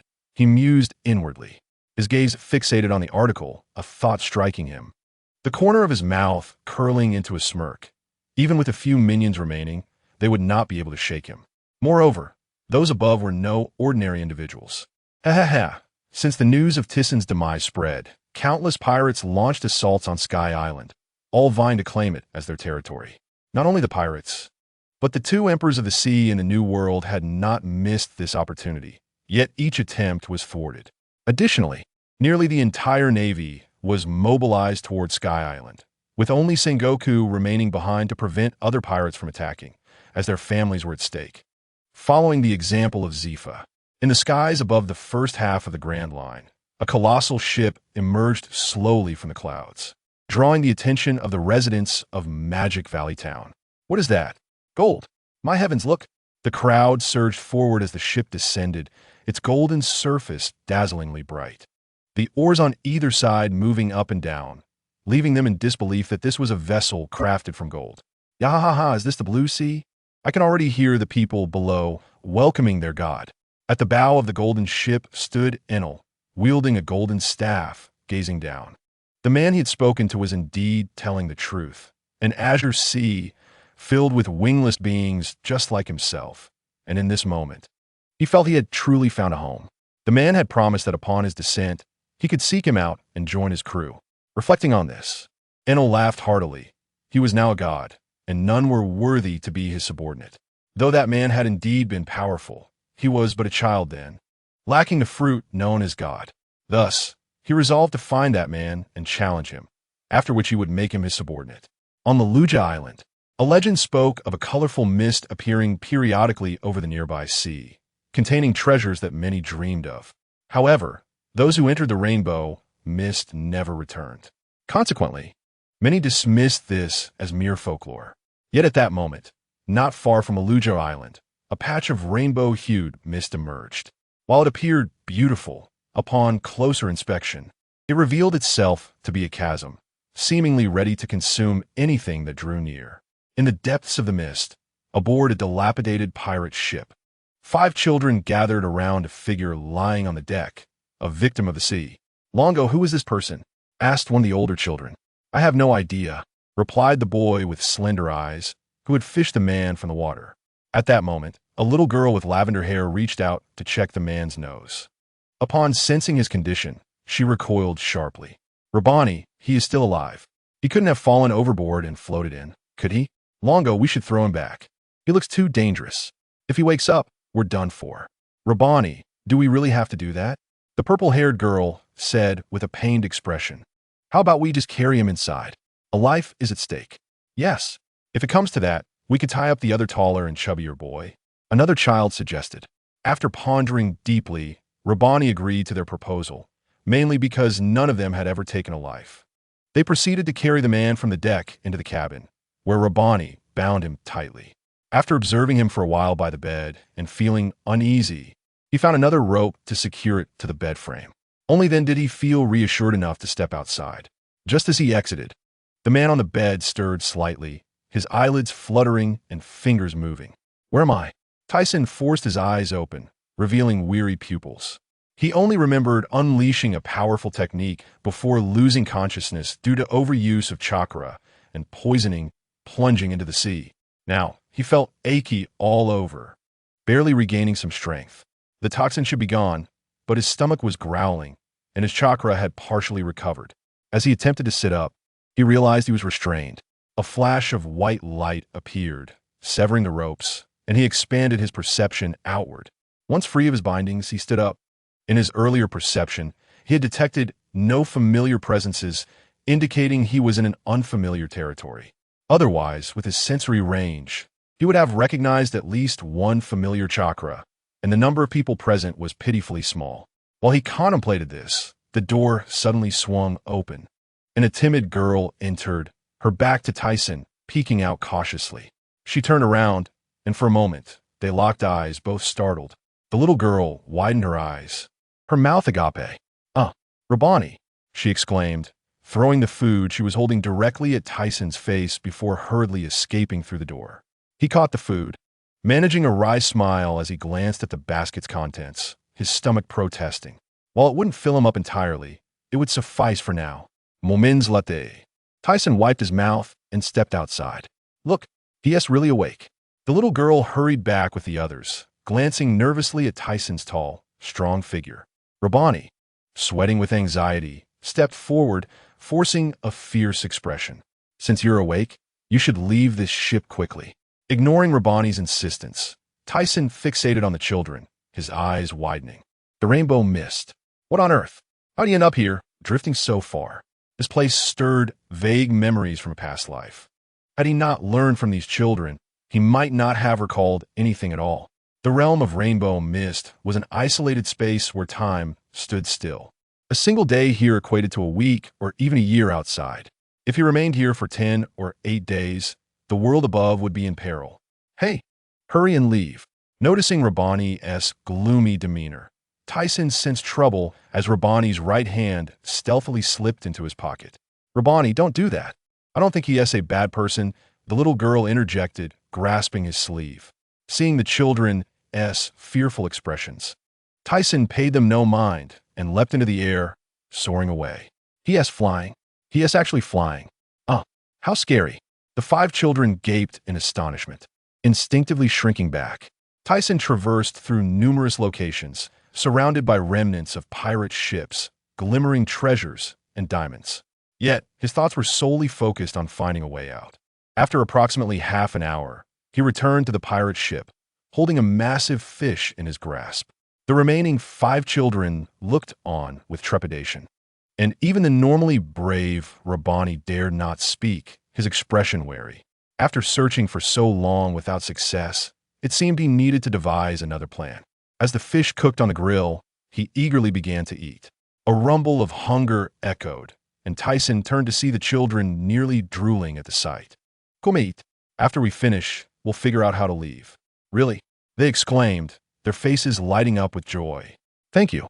As soon as he spoke, the 4 children rushed toward him, and Rabbani, witnessing their excitement, hesitated to stop them. However, tempted by the enticing aroma, he too softened. "Aren't you coming? You think leaving here is just a dream? Save your energy. I'm not one to give up easily." Seeing the stubborn child, Tyson decided to ignore him. After finishing his meal, he began searching the dilapidated ship. "What are you looking for, big brother?" the little girl asked, leaning against the cabin wall. "Rope, and then we'll get out. We've tried all those ideas you mentioned, but nothing worked." That's not necessarily true. Hearing Tyson's determination, the other 4 children rushed over. "Let's help." "Hey, don't go. Rabbani, don't you want to leave soon?" Half an hour later, Tyson surveyed a pile of rope on the deck, ready to find someone to tie up and lead them forward. Upon hearing his words, the children shrank back, fear evident in their eyes. "You're dreaming," Rabbani exclaimed, arms outstretched to shield the others. "What a stubborn little brat. Don't worry. I want to let you try this. Isn't there still another person on this ship?" Upon hearing Tyson's words, the children exchanged glances, suddenly recalling something. Could be that pirate? When they had escaped from the pirates, Henswa had jumped into the sea with the pirate captain to save them, and they had fled into this mist. However, a pirate had followed them and was now imprisoned in a cage. Thus, persuaded by Tyson, the pirate was more than willing to scout the path ahead for them. That night, the group returned to the pirate ship. "I told you it wouldn't work. We should resign ourselves to our fate." Rabbani panted, collapsing onto the ground. "In my world, there is no such thing as resignation." Tyson pondered, wondering if they were truly unable to escape. Halfway through their journey, not only was there insufficient rope, but they also risked veering off course, making it seem as though they were merely spinning in circles. This simply cannot be allowed. In due time, the Navy and the world government, or rather, the entire world will undoubtedly learn of his demise, and they will surely take action. While those individuals may be capable of handling the situation, the moment that him decides to intervene personally, everything would be lost. Just as he was about to turn and soar away into the distance, he heard Rabbani's murmurs from behind. "Olsdizen, why does that name sound so familiar?" "Indeed, we have a recollection. I remember now. Is he not the notorious pirate with a bounty of 80 million? The pirate's face turned pale with terror. Upon hearing the discussions behind him, Tyson turned around to see a group of individuals staring at him with wide eyes filled with fear. He, somewhat bewildered, remarked, "Hey, that is ancient history.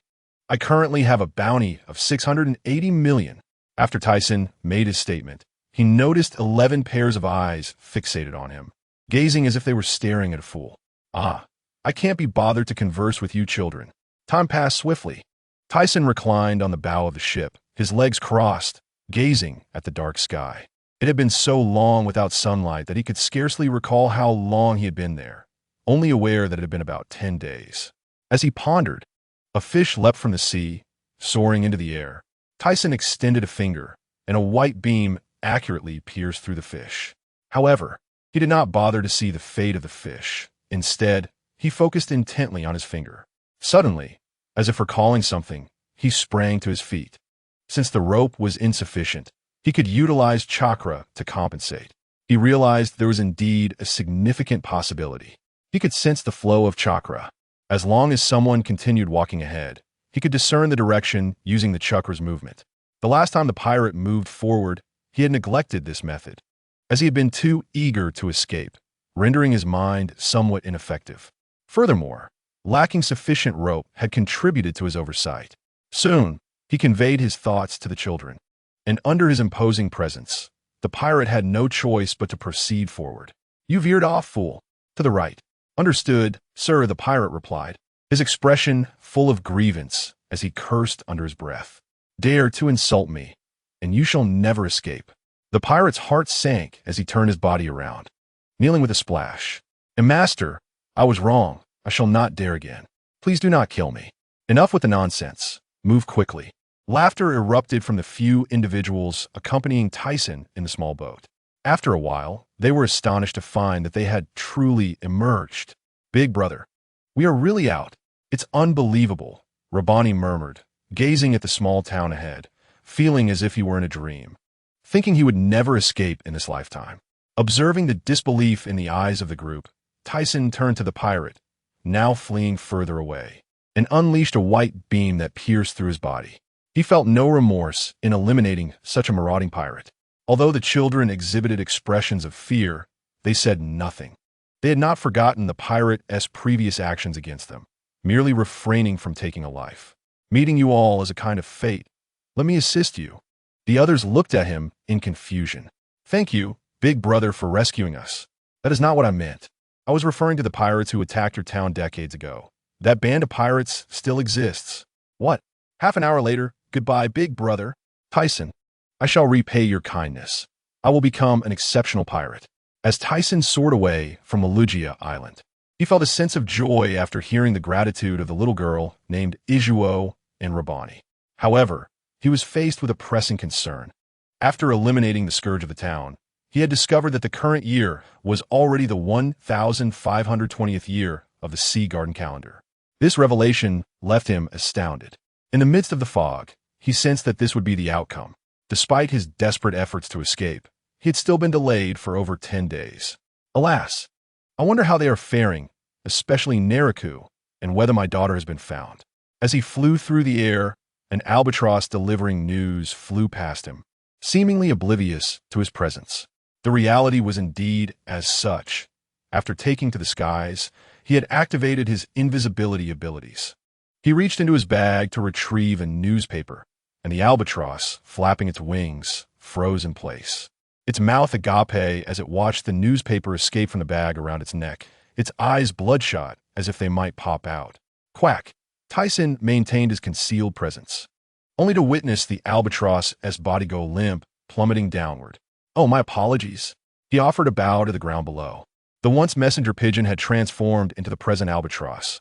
Who knew how many changes had occurred in the underworld since then? Looking down at the news in his hand, the first headline caught his eye, causing him to widen his gaze. The red-haired pirate crew challenges the remnants of the Tyson pirate crew. This striking headline left him momentarily stunned. Just as he was about to increase his speed, 2 bounty notices slipped from the newspaper. Enel, the Star of Lightning. User of a natural lightning fruit. Bounty of 1,457,000,000. God of Ice and Flame. Yamato, Zoan-type mythical beast, true god form. Bounty of 1,640,000,000. While these figures did not shock him, what truly perplexed him was why these 2 individuals had engaged in conflict with the red-haired pirate crew. Though the article did not specify who won or lost, Tyson believed their chances of victory were slim. Furthermore, when had Enel joined, it seemed he must hasten his return. As night fell upon Sky Paradise, within the golden palace of Light Island, Xuan held a phone in her hand, and a voice from the transponder snail assured her, "Boss, rest assured. The situation over there is very secure. We will protect the young lady." Sister Xuan, how is Ishu doing? Neriku inquired calmly after Xuan hung up, seemingly indifferent towards his daughter. Sister Neriku, do not worry. She is having a great time in Alabasta. Sister Neriku, I suggest we bring her back. If anything happens while she is out there, all of Tyson's previous efforts will have been in vain, Gina lamented, recalling how they nearly fainted upon receiving the news. Although Berlik later clarified the situation, so much time had passed that even if nothing was amiss, she should have returned by now. With this thought, tears welled in Gina's eyes. In the days following Tyson's disappearance, Xuan had employed individuals from the underworld to seek news on Ishu, and within a few months, she had managed to uncover information. However, just as she was about to send someone to retrieve her, Neriku intervened. Until Tyson Kuin returns, I will not allow her to meet with anyone.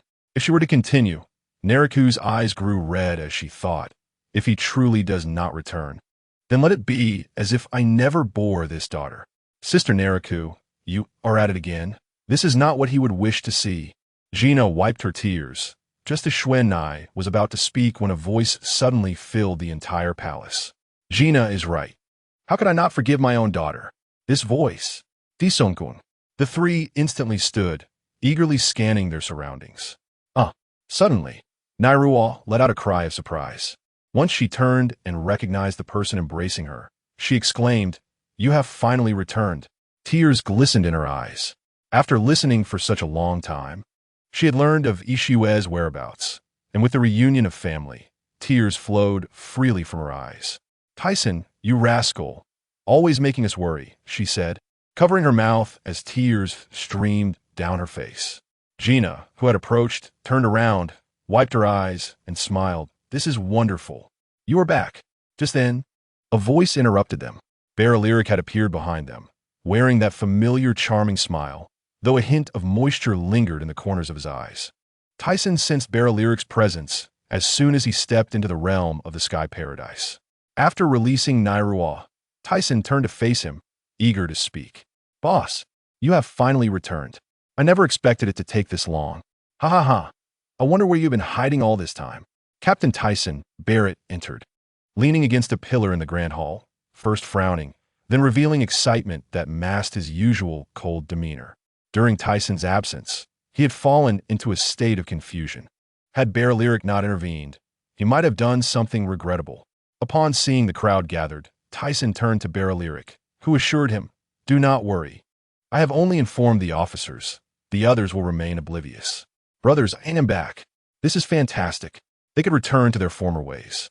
Hearing Lyric's plans brought Tyson a sense of relief. However, he knew he could not yet spread the news of his return. His strength had not fully recovered. Although over a decade had passed outside, he had only spent a few days within the seven-colored mist, where his injuries had healed. Yet, it would still take at least a month to regain his full strength. After hosting a banquet, the gathering was swiftly disbanded to avoid drawing attention. After conversing briefly with Nairuwa and the others, he and Lyric ascended to the highest level of the Golden City. "Nothing significant happened in the Sky Paradise during my absence, did it?" "No. Just as you mentioned, the Celestial King launched a few attacks. However, my clone, utilizing the Door fruit and the Barrier fruit, managed to thwart them. Without those two abilities, it is difficult to fathom the consequences." Remembering that moment, Lyric's face still reflected the thrill. The energy and scale of those attacks could not have been intercepted by mere human effort. It was evident that Tyson possessed foresight. He then recounted how the Navy had besieged the area, gathering nearly all their forces after that major incident. Yet they ultimately fell to them. "As long as everything is fine, please compile the newspapers for my absence. I need to catch up on events." Additionally, after using that technique, I inadvertently stumbled into a space of temporal chaos, and my strength has yet to be restored. I will need your assistance with matters on the island. "Understood. I will fetch the newspapers right away." Lyric was about to turn, but suddenly recalled something, looking back to say, "By the way, 10 years ago, a young lad intruded into the Sky Paradise searching for you and was severely injured by me." "Who is it?" "His name is Enelu. He seemed quite enamored with you. So I shared your situation with him, and he subsequently joined the Tyson pirate crew." Almost laughing at Lyric's words, Tyson learned that upon entering the Sky Paradise, Enelu had proclaimed his intent to challenge him, only to receive a thorough lesson for Lyric. After joining the Tyson pirate crew, he had taken to the seas with a fleet, challenging the powerful of the New World, accompanied by Yamato, that young lad. Together, they stirred up chaos in the New World, even contending with the red-haired pirates for the position of emperor, though they were ultimately defeated. Reflecting on the newspapers he had seen previously, it appeared much had transpired in his absence, though these matters were not his concern. Turning to gaze at the full moon in the sky, he resolved that upon his return, he would first restore his strength, then seize the opportunity to confront that imp. Otherwise, he would remain unable to reveal his true identity, and the Sky Paradise would perpetually be under threat. With this thought, he felt a strong desire to visit Alabasta and meet his daughter. Time had flown swiftly. He was nearing 70, and his daughter was already 26. Yet, they had never met, and guilt washed over him at the realization. He had initially planned with Nairuwa to bring her back, but upon hearing that Ishua was enjoying herself outside, he found himself reluctant for her return. Perhaps, once he regained his strength, he could go see her. With this in mind, he headed towards the underground laboratory of the technological island, hoping the research on body dust transformation was nearing completion. In the first half of the Grand Line, above the small island of Bonero, lay a quaint town. However, at this moment, the town's homes lay in ruins. Reduced to heaps of debris, the ground seemingly purified, transformed into a stark, barren wasteland. Our town has been engulfed by black mist. The residents were forced to flee to the nearby forest, helplessly watching their homes being destroyed, many rendered speechless by the bizarre scene. In the center of the former town, the figure of Blackbeard, cloaked in darkness and exposing his chest, erupted into boisterous laughter, revealing a toothless grin as he confidently regarded the figure before him. Understand now, Ace? This is the power I have acquired. Before he could finish his statement, he turned in confusion to the sudden appearance of flickering yellow-green lights, akin to fireflies, surrounding him. Ace, wearing an orange cowboy hat, extended his hands forward, and the fireflies transformed into flames encircling Blackbeard. Blackbeard fell to the ground, rolling and howling, frantically trying to extinguish the flames. Ace's brow furrowed as he observed a sudden surge of black mist erupting from Blackbeard, consuming the fire entirely. Blackbeard, with a pained expression, rose from the ground and extended a hand toward Ace. Dark water, the gravitational pull emanating from his palm, caught Ace off guard, forcing him to struggle backward. The dark gravity had the power to attract the bodies of those with abilities. The orange cowboy hat fell to the ground as Ace lost control of his body, feeling as if he had become a piece of metal, while Blackbeard's mist-covered hand acted like a magnet, stumbling forward before being caught by Blackbeard. Blackbeard then delivered a punch to his abdomen, causing Ace to cry out in agony. Regaining his composure, Ace turned to look at the arm Blackbeard had grasped, shocked to realize he could not transform into his elemental form. You have come to realize it, haven't you, Ace? Ace suddenly turned to him, horror etched on his face. Could it be? Before he could finish, Blackbeard struck him in the stomach once more, and Ace coughed up blood, his body crashing into the ruins.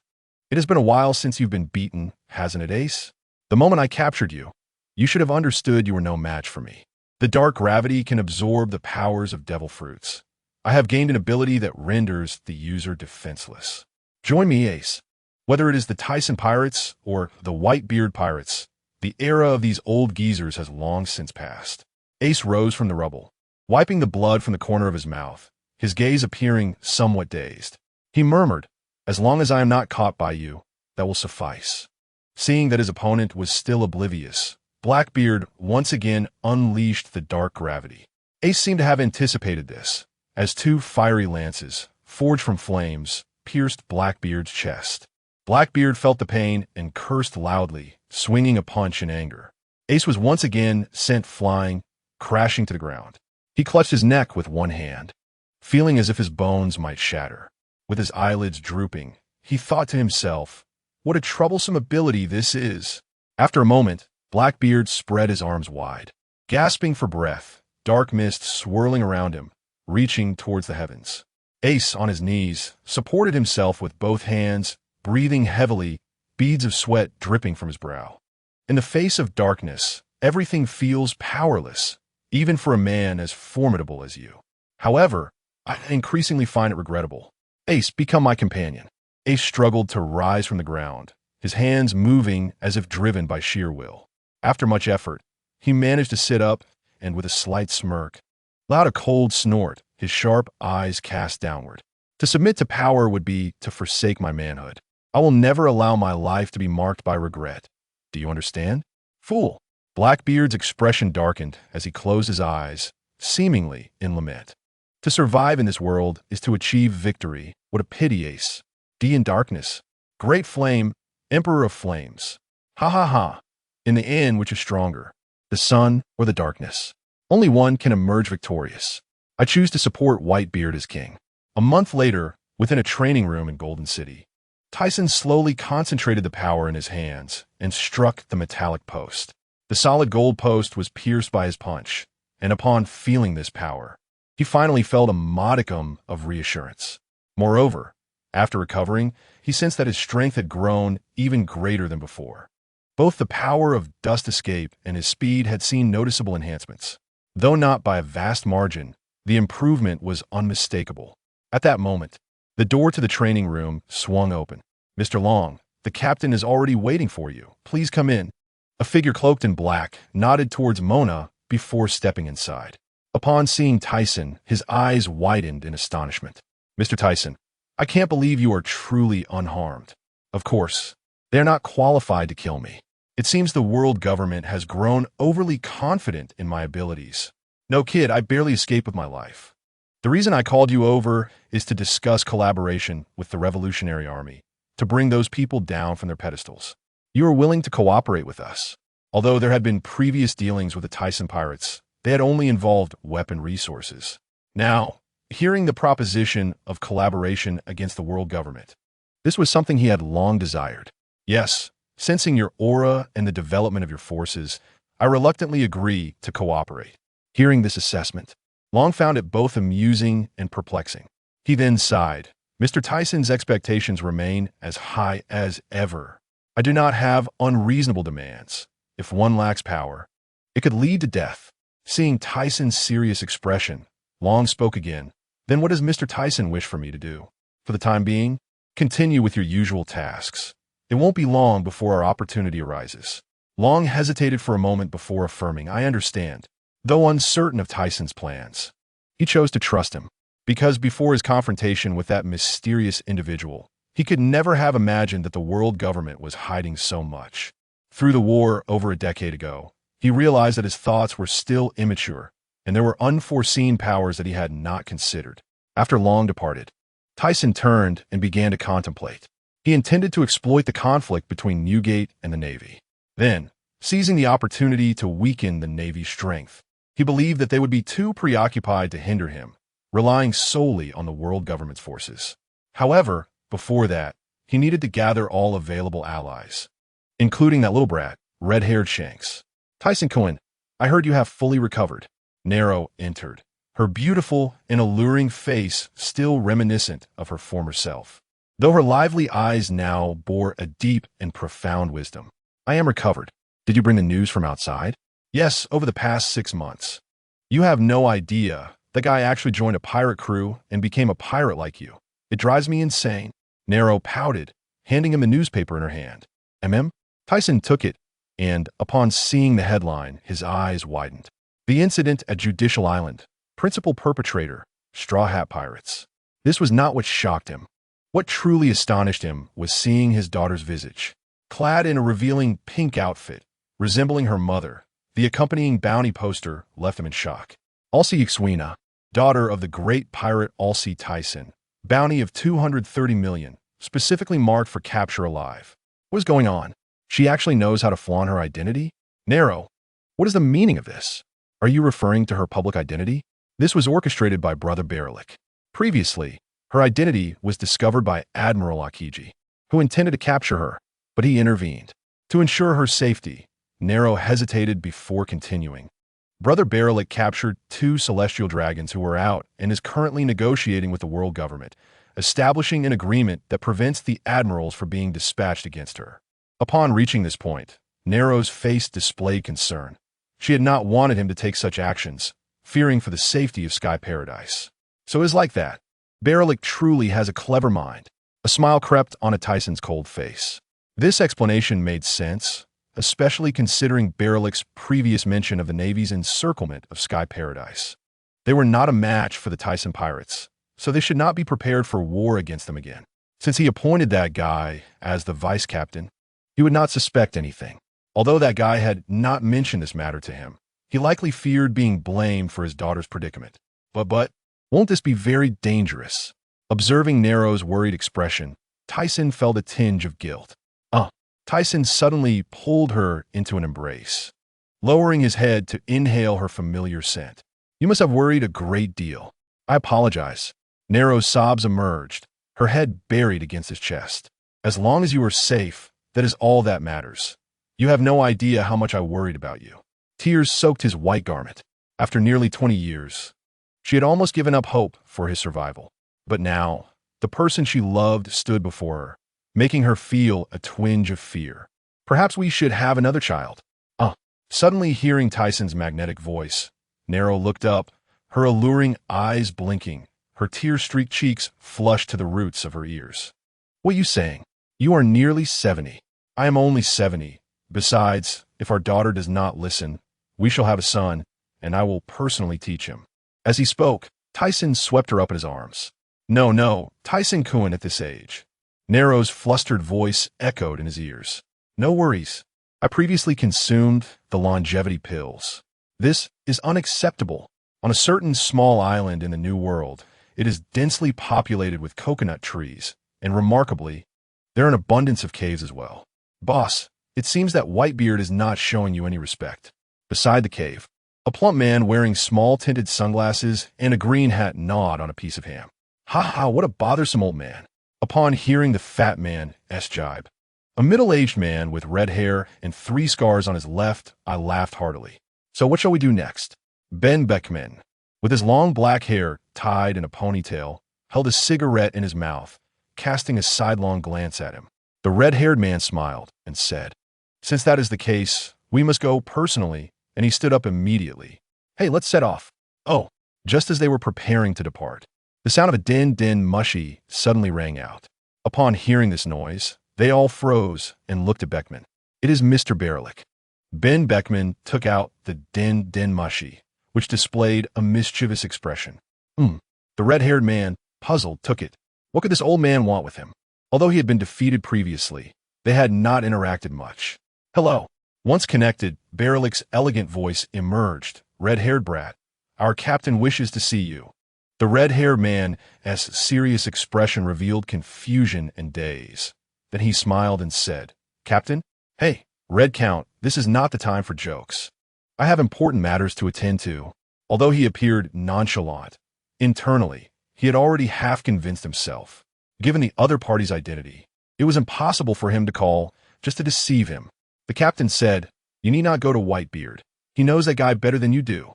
The red-haired man was shocked beyond measure, realizing that the man had indeed not perished.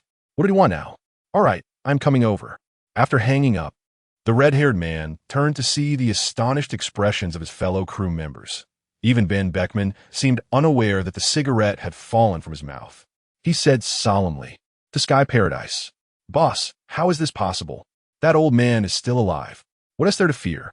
No matter how formidable he is merely an old man on the brink of the grave." Although many of them had heard tales of that man, few had seen him. Only the slightly older Beckman knew some details. Listening to his crew's words, the red-haired man thought differently. He furrowed his brow, sensing an ominous premonition. He was well aware of the man's strength.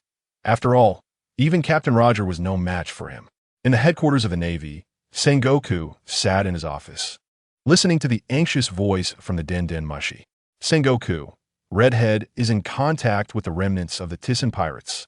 Keep a close watch on the movements of the Tissen pirates." After hanging up, Sengoku fell into deep thought. Based on his understanding of the red-haired man, it was unlikely for him to easily form alliances. Yet, doubts arose within him. At this peculiar juncture, what could he be planning? With this in mind, he decided to consult with the Gorosei, as the identity of the other party was quite extraordinary. In the waters beneath Sky Paradise, each visit here evokes a different sensation. Observing the striking architecture, this marked his 3rd visit. The first was alongside Captain Roger, and the second was after he formed his pirate crew to challenge Berlick. Do I really have to go? You should know that this is a sensitive period. Moreover, as far as I know, that fellow is a very dangerous presence. Rest assured, Beckman, I know him better than you do. A man like that could not possibly engage in such actions. What worries me are other matters."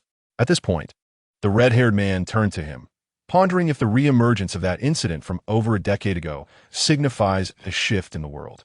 "Here they come." Just as they were speaking, a figure descended from above the transparent wall, and the metallic door slowly opened. Upon seeing the newcomer, the red-haired man smiled and said, "Mr. Mona, this scene reminds me of my previous visit with Captain Roger." As Mona floated down, he chuckled, "Huh? The little brat has now become one of the 4 emperors of the New World." Recalling that the last time he came was to issue a challenge, he had not descended. Additionally, this little brat was not worth his personal visit. However, after battling Berlick, he was taken aback. Although he ultimately lost, he fought against Berlick for 5 days and nights. Furthermore, judging by the aura he sensed earlier, this little brat must have grown even stronger. With that in mind, It was no wonder that the pirate crew formed by Inaru and Yamato could not match them. Soon, the pirate ship sailed, passing through Giant Beast Island, and docked at Light Island. Considering the strength of the other party, the red-haired man only brought his officers aboard, leaving the rest behind. Upon entering the Golden City Great Hall, the red-haired pirate crew felt as though they were being watched by some unseen force, a chill running through them. They saw that the seats on both sides were filled with officers of the Tissen pirates, all eyes fixed upon them. When they looked up, the highest seat was empty, leading the red-haired man to glance back in confusion. Sensing something, Mona said, "You all take a seat. The boss will be out shortly." Although the red-haired pirate crew took their seats, they maintained a vigilant demeanor. Moments later, Tissen's figure strode in through the grand door, dressed in a white shirt, black trousers, and black shoes. The sound of his footsteps echoed in the hall as his cold, handsome face turned toward the first seat on the right. Upon seeing Tissen for the first time, the red-haired pirate crew's eyes widened in disbelief. How is this possible? The red-haired man looked up at him, smiling. He had anticipated this outcome. Years ago, when he visited, he was astonished to see the officers of the Tissen pirates maintaining their youthful appearances. Therefore, upon seeing Tissen's current appearance and realizing he was still alive, he remained surprisingly calm. Tissen approached and took his seat on the high platform, a smirk forming on his lips. The once little brat had truly transformed into such a man. The red-haired man stood up and laughed heartily. "It has been a long time, Mr. Tissen. Your appearance astonishes me. You must be wondering why I summoned you." Tissen wasted no time with pleasantries, as he had pressing matters to attend to. If he did not expedite the process, he might miss the opportunity. If he was not mistaken, it should relate to the incident from over a decade ago. Tissen rose, his gaze fixed on him. "You are correct. I intend to leverage the conflict between Whitebeard and the Navy to officially declare war on the world government." "What?" The members of the red-haired pirate crew instantly stood, staring in shock at the figure above. The red-haired man furrowed his brow, his expression unprecedentedly serious. If Mr. Tissen proceeds with this course of action, how is it any different from the former Rocks pirates? He respected Tissen for granting freedom to many, providing shelter for those without a home. However, based on the current situation, it seemed to diverge from his expectations. "Little brat, you dare think of me like this?" Tissen slowly descended, walking toward the red-haired man. "The aim of Rocks was world domination, while my purpose is to liberate the world. I have no interest in ruling the world." In truth, his inner thoughts revolved around ensuring that his sky paradise remained unthreatened. As long as that threat remained, he would not find peace. Red-haired looked at T-Sun as he approached, calmly inquiring, "Do you possess any evidence, Mr. T-Sun?" Sensing the doubt in his counterpart's eyes, T-Sun furrowed his brow, taking a moment to compose himself, for the Revolutionary Army would indeed partake in this operation. He appeared momentarily dazed, the gravity of the bombshell awakening him. "I have said all that needs to be said. Whether you choose to participate is entirely up to you." As he prepared to turn away, T-Sun's gaze sharpened. "I am aware of your identity, yet at this moment, you are no more than a mere pawn. I hope you remember that." An aura akin to that of a dark deity enveloped the scene, causing the members of the red-haired pirates to tense up instantly. Red-haired widened his eyes, a bead of cold sweat forming on his forehead. He was astonished that his identity was known, equally stunned by the formidable power of this man. However, recalling the mysterious nature and age of his opponent, he was not overly surprised. The grand hall fell into an eerie silence, each individual feeling the palpable shift in the world around them, as if a cataclysmic war was imminent. After contemplating for a while, Red-haired lifted his head, his expression turning serious. "Rest assured, Mr. T-Sun, I will give it due consideration." After bidding farewell to the red-haired pirates, T-Sun ascended to the pinnacle of Golden City. The likelihood of their involvement was high. Even if they chose not to engage at the very least, they would impede Kaido. As for Lin Lin, he had previously compelled her to donate blood, thus she would be reluctant to cooperate. From the current circumstances, it seemed he had nearly exhausted all possible alliances. Wait. After pondering for a significant duration, he realized he had completely overlooked the Shichibukai. Among them, there were still some formidable individuals, implying that he would need to exert considerable effort. T-Sun, News from the Sabeti archipelago indicates that the Straw Hat Pirates have attacked the Celestial Dragons, plunging the situation into chaos. The Navy will undoubtedly dispatch admirals, and Ishuana might be in peril. T-Sen turned to see Xuanai, clad in a form-fitting red robe, her face etched with concern. Is Nai Luo aware of this? I have informed Sister Nai Luo, but she said not to worry. I believe the incident from over a decade ago has left her quite traumatized. What a fool. Yet, hearing that Nai Luo had been concerned for his safety stirred a feeling within him. Are there any other developments? The Whitebeard pirates have begun their preparations, seemingly gearing up for an all-out conflict with the Navy. Indeed, this is unavoidable. In that case, I shall take matters into my own hands. The Shichibukai should soon convene at the Navy headquarters. I might as well seek them out. Initially, he had no intention of revealing his identity prematurely. But with war between the Navy and the Whitebeard pirates now inevitable, there was no longer a need for concealment. Take care. Do not give us cause for concern this time, especially Sister Nai Luo. During your absence, she has constantly lamented. Xuanai gazed at him anxiously, her eyes filled with worry. T-San stepped closer, gently caressing her cheek. Foolish girl, do not fret. This is not a venture into battle. Xuanai clasped him tightly. All right, you should return now. I will investigate the situation over there. After Xuanai released him, he softly added, this is a critical time. We must keep a vigilant watch on the world's movements. Inform me immediately of any news. Xuanai wiped her tear-streaked eyes and nodded with a soft smile. Rest assured. In the Sabeti archipelago's lawless area, chaos reigned from 1 GR to 29 GR, with the Straw Hat Pirates, alongside the Kid Pirates and Heart Pirates, leading the assault on the Celestial Dragons. However, the true instigator of this tumult was the Straw Hat Pirates, while the others merely followed suit. In response to the attack on the Celestial Dragons, the Navy admirals had already arrived on the island. Additionally, there were pacifists led by the World Government's scientific team captain, Dr. Vegapunk. Thus, the pirates were frantically attempting to flee toward the port. At this moment in 12 GR, a pacifist intercepted the Straw Hat Pirates. His appearance was strikingly similar to Bartholomew Kuma among the Shichibukai, marked by the letters P4 emblazoned on his neck. The pacifist's right shoulder was damaged, revealing the connection materials of the cyborg beneath. 108 Troublesome Phoenix. 3 white-blue slashes descended fiercely upon the towering P4. However, the pacifist, engineered by the world's foremost scientist, Dr. Vegapunk, was constructed from materials even more resilient than steel. P4 staggered back momentarily, but quickly regained his stance. Ruinous shatter. A figure dashed past, leaping into the air to execute a spinning kick toward the back of P4's knee. The tremendous rotational force caused P4's left leg to bend slightly, yet it seemed ineffective as P4 simply stepped forward and stood upright once more. On the other side, another figure wielded 2 blades. Due to previous injuries, he clenched one blade in his mouth, his face contorted in pain and fury, breathing heavily as sweat dripped down his cheek. As he raised his dual blades to strike, P4 suddenly emitted a yellow laser. Startled, he narrowly evaded the blast, his heart racing as he watched the laser explode not far away, leaving him shaken. However, as he landed, he saw P4's mouth open wide. The blinding yellow laser aimed directly at him. In terror, he prepared to dodge, only to be struck by a piercing pain in his right side. Fool! What are you doing?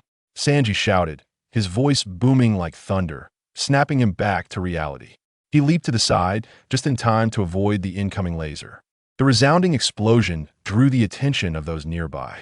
Zoro, Luffy, clad in a deep blue coat, rushed over, worry and confusion etched on his face. Zoro, are you so gravely injured that you cannot move? In his mind, Zoro's resilience and determination were undeniable. How could he possibly succumb to such a trivial skirmish? Luffy, don't worry about me. We must first eliminate this foe.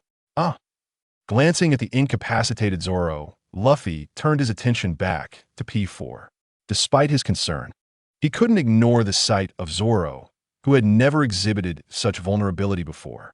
Sanji, eyeing P4 with a sideways glance, mused that this opponent would be a significant challenge for Zoro, who had yet to recover from his previous wounds. Not far off, having just dispatched a Navy soldier. A woman clad in a pink dress turned towards Luffy, her face filled with urgency. Usopp, Nami, Chopper, be careful. I will assist Luffy and the others. Three voices cried out in unison, no. Ishuna, what will we do if you leave? Nami clung to Ishuna's leg, her face a mixture of fear and pleading. Indeed, do not abandon us. If you go, we are doomed. Usopp clutched her foot from the ground. Do not leave. If you go, we are finished. Ishuna helplessly grasped Chopper, who had jumped onto her, insisting, it's dangerous over there. The Navy soldiers are closing in. We must be cautious. Moreover, if this drags on, the Navy admirals will arrive. As the tears streamed down Nami's face, Ishuna's alluring visage revealed a sense of helplessness. Very well. Let us proceed together. Once we defeat that individual, our escape will be assured. I concur. As soon as Ishuna's words were uttered, Nami and Usopp straightened their postures, raising their hands in agreement. Chopper, with tears flowing from his eyes, bit his lip and nodded vigorously. On the other side, within the 13GR at Shaki's bar, an unexpected turn of events unfolded. I never anticipated such a development. This intelligence is the most astonishing since my establishment, Shaki remarked incredulously, his gaze fixed upon the figure seated on the opposite sofa. Despite having previously considered that you would not perish so easily, I am surprised it took you such an extended period to return. Rayleigh, leaning against the bar, mirrored Shaki's expression of disbelief. Having inadvertently stumbled into an unknown realm, Tyson, clad in formal attire, exhibited a look of resignation. Rayleigh's expression returned to normal, having initially been taken aback by Tyson's appearance. However, recalling the other party's past experiences, he was no longer astonished. What brings you here this time? He inquired with curiosity. Old Ray, is it not obvious? It must be concerning his precious daughter. Ha, indeed. The news startled me when I first heard it. That fellow Baerlich truly dares to undertake such actions. Once he felt somewhat satisfied, Tyson rose, adjusting his white shirt. I merely came to take a look. Come, Rayleigh, the time is ripe. Let's go and see. Why should I go since you've already done so? I am not here to rescue the Straw Hat Pirates. Their fate is of no concern to me. He had merely come to check on his daughter, believing there was no need to meddle with the rest of the Straw Hat crew, as they were unlikely to perish. Additionally, Dragon had his own plans. He only needed to bring his daughter away. You scoundrel. At my age, I should not be engaging in such antics. Rayleigh, with graying hair and beard, stood up, expressing his exasperation. I say, Rayleigh, do you perceive me as a mere youth? I still intend to father a son. At this juncture, Tyson's gaze flitted between the two. Shaki blinked at him, then seemingly recollected something, spitting out a curse, his cheeks flushing to the roots of his ears. Ahem, let us depart, Rayleigh said, his complexion paling, hastily rising and striding toward the exit. La, Shaki, if you don't speak now, it will soon be too late. Tyson hurriedly followed Rayleigh outside, only to hear Shaki's calm voice from behind. Uncle, I am still young. Just as Tyson stumbled out the door, he was alerted. That man is Admiral Kizu. Be cautious. What? Hey, that guy can shoot lasers. If he hits us from this distance, it will be the end. Frankie shouted. Before them stood Kizaru, clad in a yellow striped uniform and admiral's garb, his foot resting on Zoro's back, poised to unleash a foot radiating yellow light. Danger! Zoro is in peril. The members of the Straw Hat Pirates froze in terror, their expressions filled with dread as they beheld the towering figure ahead. Nearby, Luffy shouted urgently, Usopp! The exclamation snapped Usopp, who was standing before Kizaru in a daze, back to reality. You bastard, stop this at once. He yelled, firing his weapon at the opponent, only to witness the bullets pass straight through Kizaru's form, panic washing over his face. Damn it, why can't I hit him? Move that foot away, you jerk. The others observed the scene, their faces ashen. At that moment, an arrow, accompanied by a whistling wind, shot forth. Kizaru, initially indifferent, suddenly sensed something and, in a moment of alarm, raised his right hand to grasp the arrow mid-flight. His gaze traversed the others, locking onto a pink figure in the distance, his mouth twisting into a grimace. How frightening. Almost got killed. It must be Haki. Ishuna, witnessing her attack fail, felt a pang of frustration, her face reflecting urgency. Ishuna, Your attack was effective. Robin, behind her, fixated on the arrow in Kizaru's hand, suddenly turned her head and urged, indeed, if it were ineffective, he wouldn't have caught it. Lying on the ground, Luffy, momentarily astonished, then anxiously urged, Ishiwana, hurry. Oh, right? Yixna replied hastily, then swiftly knocked a bowstring, releasing a flurry of arrows. Just as they were about to strike, Kizaru extended his hands, and the arrows fell harmlessly to the ground as if they had hit an invisible barrier. What is this? Usopp, trembling and terrified, shouted frantically. What kind of monster is this? Dropping his slingshot, he clutched his head tightly. Is it over? What should I do? Ishiwana bit her lip, gazing down at Luffy, who lay on the ground in despair. As she raised her head, she watched in horror as Zoro was on the verge of being slain. A chilling sensation coursed through her body, more pronounced than ever before. Suddenly, she felt dizzy, as if something was swirling chaotically in her mind. Zoro. No. Kizaru. Still standing on Zoro's back, observed the laser from his foot intensifying. This will be your end, Roronoa Zoro. Stop it. In an instant, a stream of pink energy surged forth, causing Kizaru's descending foot to halt, the yellow laser dissipating as a bead of cold sweat formed on his brow. He glanced sideways at the pink figure, Conqueror's Haki. What is happening? What just occurred? Luffy stood up in shock, reminiscent of the time with Uncle Rayleigh. Is it Ishiwana? Robin's expression shifted to one of relief as she gazed at Ishiwana, who was now aiming her bow.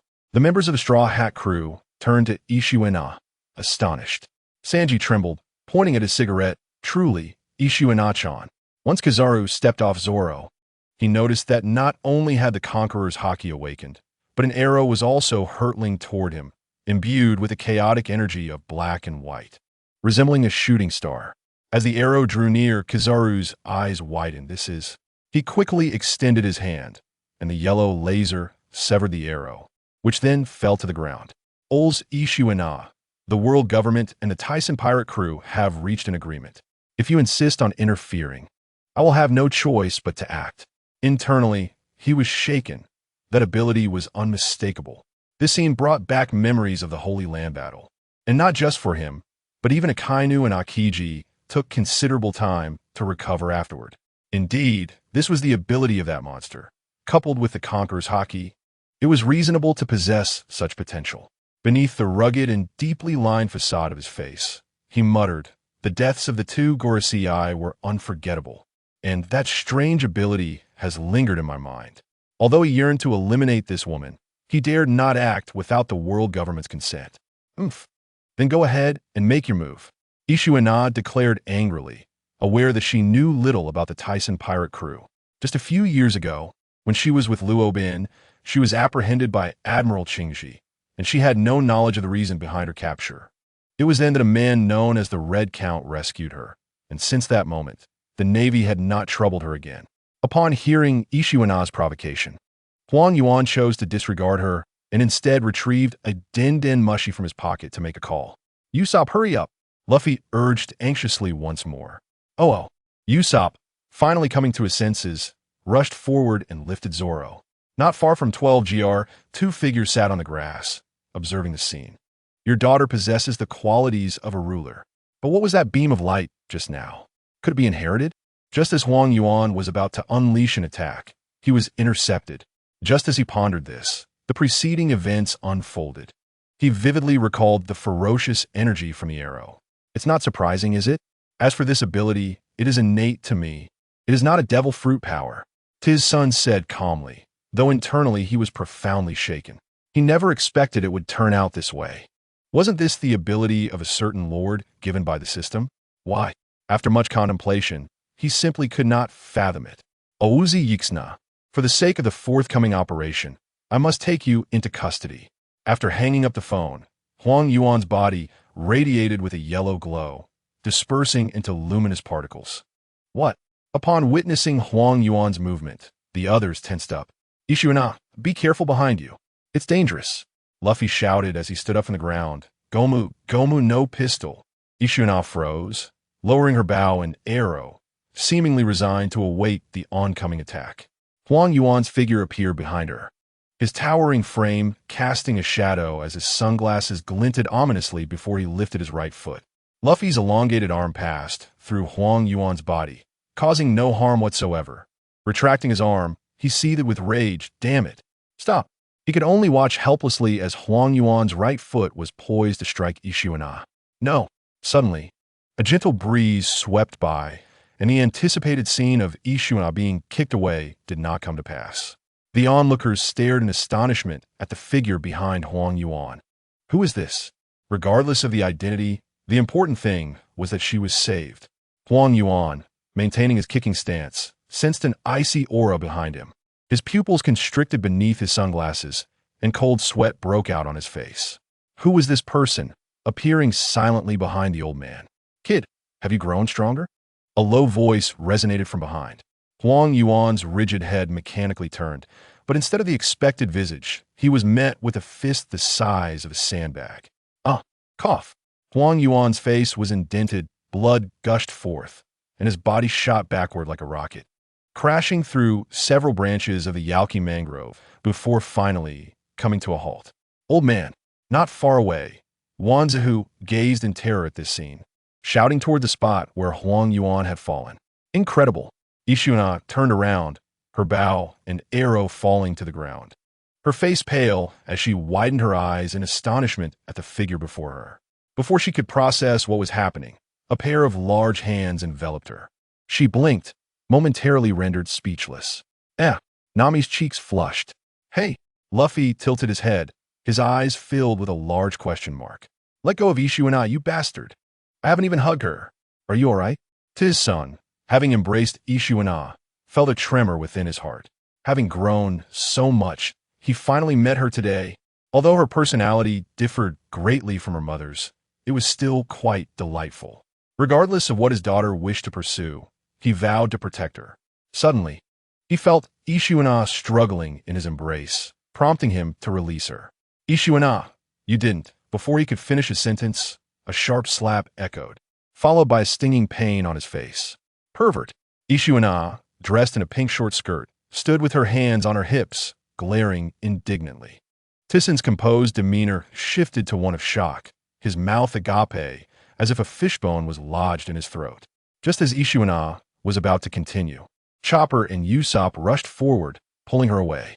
No, you bastard. Do you want to get killed? He just sent an admiral flying. If he wants to hug her, let him hug her to his heart's content. It won't cost us any flesh. I'm sorry. She didn't mean it. Please forgive her. Yes, we didn't mean it. Chopper and Usopp fell to the ground, trembling as they pleaded, as if seeking atonement. Moments later, in 13 GR at Shachi S-Bar. So you were my father. Ishiwana reached back to touch her head, her face twitching as she forced a smile. Ha. Rayleigh laughed heartily. The Light Emperor actually got slapped. Just thinking about it is chilling. After hearing Shachi's teasing, Rayleigh laughed even louder. Tissen covered his face, glaring at the two before lowering his hand, revealing a bright red handprint on his cheek, his eyes betraying his frustration. Dad, please don't be angry. If you are, you can hit me back. As she spoke, Ishiwana placed her hands behind her back, inching her face closer. Tissen, gazing at the approaching Ishiwana, raised his hand. Ishiwana closed her eyes tightly, but instead of the anticipated slap, she felt a pair of warm hands. Silly girl, how could your father strike you? A gentle, affectionate voice reached her ears. Ishiwana's heart trembled, her eyes reddening as tears welled up. Dad. She threw herself into Tissen's embrace. Woo-woo. The touching father-daughter reunion unfolded. Hey, bastard. You're way too easy to move, Sanji remarked, observing Frankie shed tears like a waterfall. Immediately, his expression darkened. Since he was Ishiwana's father, he would let it slide. He never expected Ishiwana's father to be such a prominent figure. Robin chuckled lightly, recalling the moment she first met Ishiwana, who was then wary and distrustful of everyone. However, after spending time with his friend, she discovered that Ishiwana was as innocent as a blank slate, and even when they faced life-or-death situations, Ishiwana remained steadfast by her side. As they spent more time together, Ishiwana grew indifferent to her status as a wanted criminal, even teaming up to confront those who sought to capture her. thus forging a strong friendship. Subsequently, they agreed to set sail together, joining the Straw Hat Pirates in Alabasta. My teacher mentioned that Zoro was leaning against the bar, knowing little about this man, only that he was a savior to his family. As time passed, Tizzen stood up, declaring, "You are not strong enough to enter the new world yet. I must take Ishuana with me. And as for you, let Kuma decide your fate." No sooner had he finished speaking than a shadow appeared outside the window, accompanied by a soft, magnetic voice. "Mr. Tizzen, time is short." The Straw Hat crew's previously joyful expressions instantly froze, their faces filled with disbelief. "What? Why? I will not allow anyone to take my comrades." Luffy suddenly stepped forward, fists clenched. "Dad, I want to be separated from them." D-Sun cast a stern glance at Ishuana, observing her expression of grievance. He then turned to face the furious Luffy, the Straw Hat Kid. "Surely, you have now experienced that sense of helplessness. If your comrades were to find themselves in such a predicament again, what would you do?" Luffy trembled, his pallor recalling a series of haunting memories. He had never felt such powerlessness and fear before. The dread of losing his companions, of watching them one by one drift away from him, consumed him. Luffy, Nami, and the others displayed concern and helplessness on their faces. After contemplating for a long moment, Luffy finally smiled and declared, "I have decided. The Straw Hat Pirates will temporarily disband." Zoro widened his eyes in disbelief, his hands trembling. Before the others could react, Luffy continued, as Ishuana's father suggested, "We shall reunite here in 2 years. Perhaps this is the best course of action." Sanji inhaled deeply, turning to a visibly relieved Zoro, and remarked, "Right, green-haired monster?" Subsequently, Kuma executed Dragon's plan, dispersing the members of the Straw Hat Pirates one by one. Just before departing, Sanji felt a chill run down his spine, his heart racing.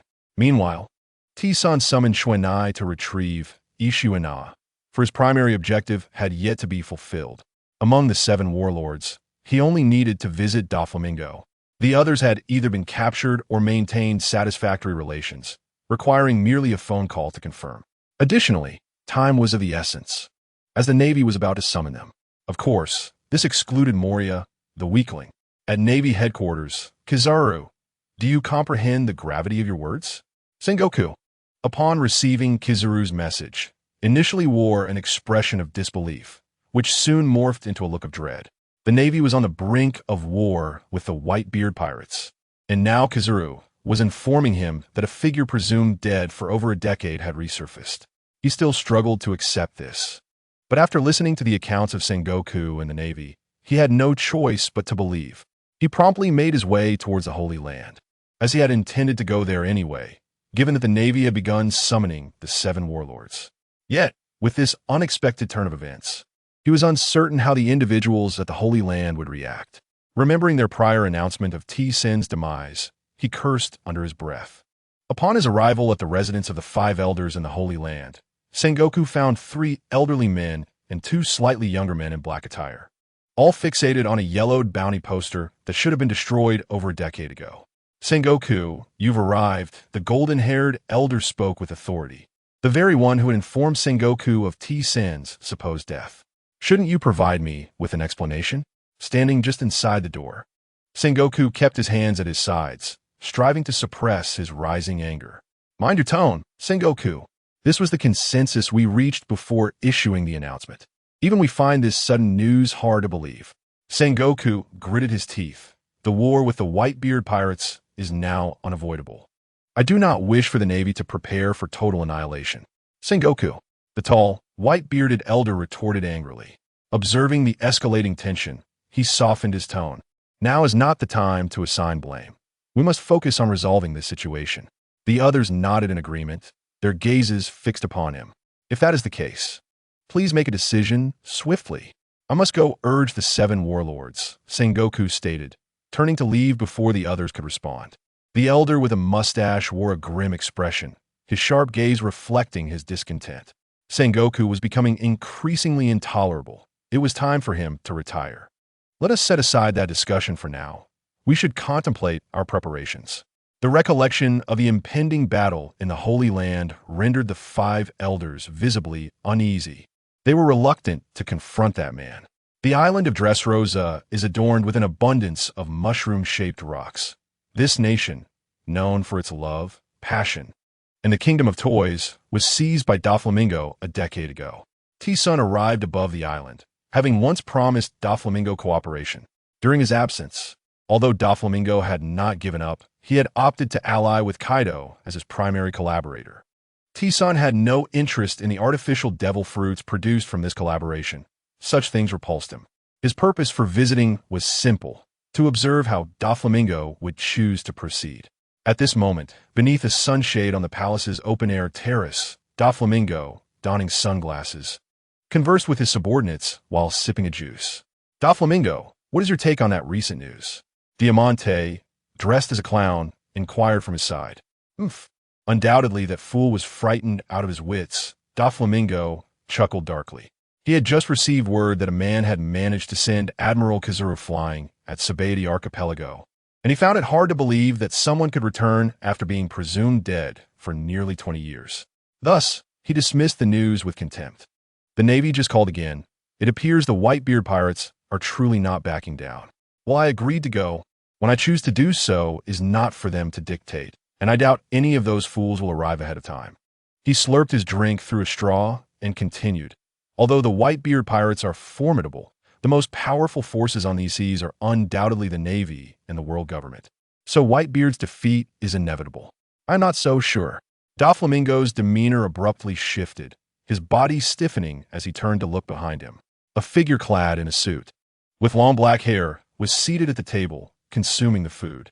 Diamante sprang to his feet, drawing his sword in anger. "Who permitted you to come up here? You damned fool?" As he spoke, his sword began to soften, coiling like a serpent, ready to strike at the intruder. "Fool, stop!" At Doflamingo's booming command, Diamante's eyes widened in confusion, but his movements were already too late.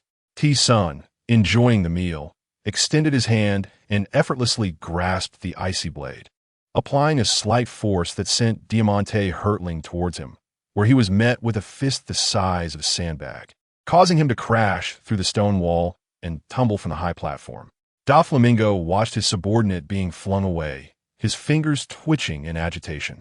Yet the solemn expression on his face restrained him from acting rashly.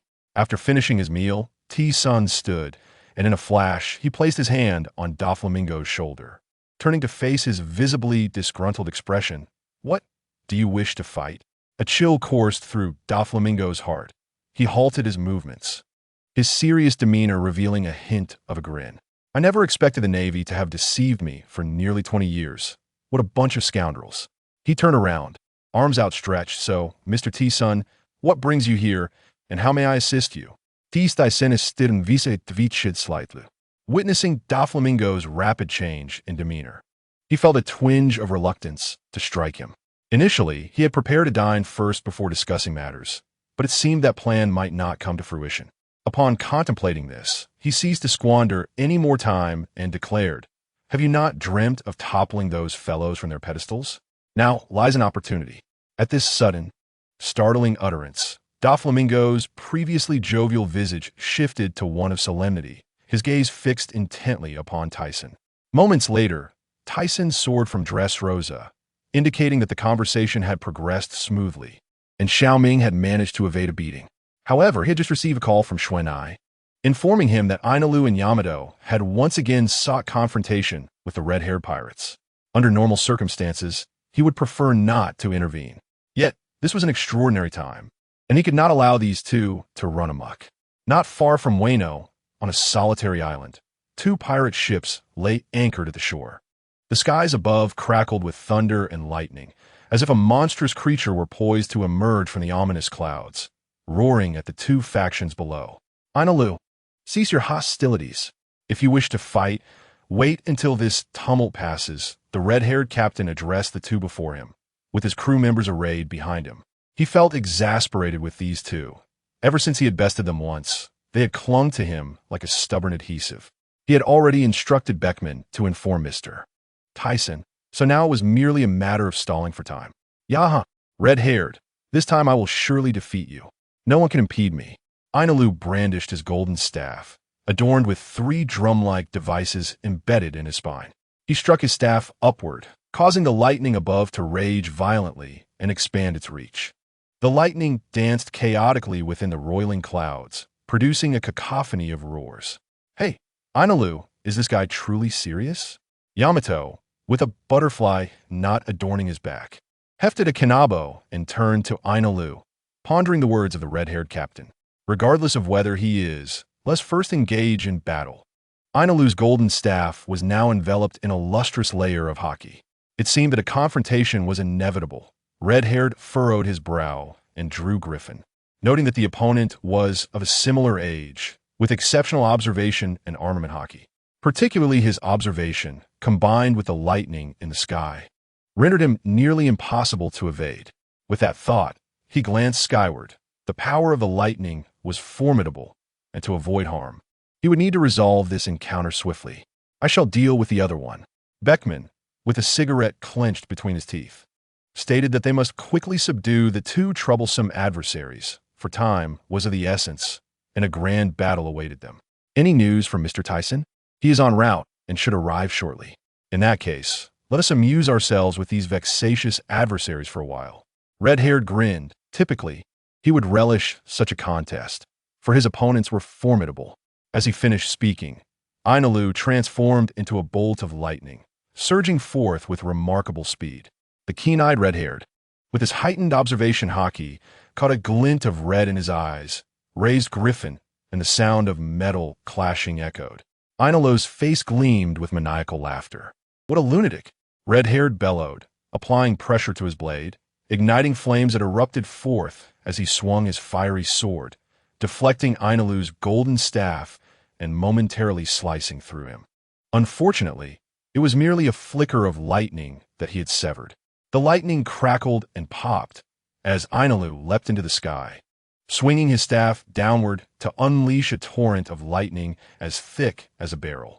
Red-haired effortlessly slashed through with a fiery arc, dissipating the onslaught, and the residual force directed a crescent-shaped wave of energy toward Ainalu.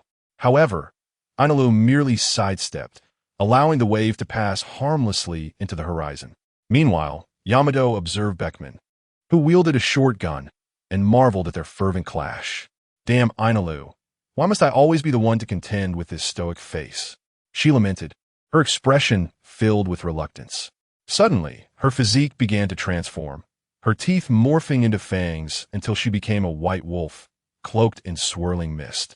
Upon hearing Yamato's reference to him as stoic face, Beckman exhibited no visible reaction, having grown accustomed to the remark over time.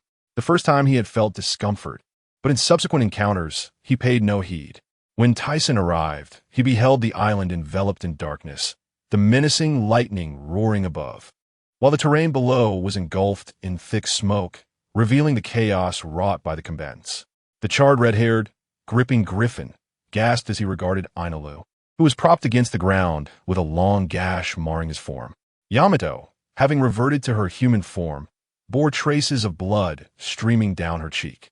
Beckman wiped the blood from his lips, one hand pressed against his ribs while the other sheathed his short gun, lifting his gaze skyward. "La la la. You two are rather swift. Do we not agree to stall for a while?" Tyson descended, clad in a white suit, his dark hair cascading over the left side of his face. Uncle," Yamato exclaimed upon spotting him, her face lighting up with joy as she leaped into his embrace. Ainalu shot a begrudging glance at red-haired before redirecting his attention. "All right, come down and pin him down." Observing Yamato's astonishing growth, Tyson smiled. "Yamato, you have grown stronger." Yamato beamed, squinting her eyes in delight. "Of course. I feel that it won't be long before I can defeat that scoundrel of a father." Tyson chuckled before turning to Ainalu, who huffed and averted his gaze in a haughty manner. "Mr. Tyson, you have finally arrived," red-haired sheathed Griffin, his expression pained as he realized they might not withstand Kaido much longer. "I apologize for the trouble. Here are some pills for recovery," he said, tossing a vial of pills to them. "With these, you can swiftly mend your wounds, and a bit of rest will restore your stamina. Ainalu, should you wish to fight, there will be a grand battle in a few days. At that time, you may wreak havoc as you please." Upon hearing Tyson's words, Ainalu looked up at him. Disbelief etched on his face. However, he knew that continuing this skirmish was futile, and thus he acquiesced to return with Tyson, anticipating the uncertain war ahead. Shortly thereafter, Tyson bid farewell to Red-Haired and departed with the two. Although he had never fought alongside Red-Haired, his mindset had significantly evolved. He was no longer the youthful man he once was. Moreover, engaging in unnecessary conflict was pointless, for his ambitions were directed toward formidable adversaries like Emu. As he stepped into the golden city hall of Sky Paradise, Shue-Nai approached him. Tyson, the Whitebeard pirates have commenced their movements. The Navy surveillance has been eliminated. So soon, Tyson's expression shifted slightly, realizing they had returned in a timely manner. With a somber demeanor, he instructed, "Let them commence preparations according to the plan I previously outlined." Understood. As Shue-Nai exited, Tyson gazed toward the holy land of Mary Geos, pondering whether that individual was prepared.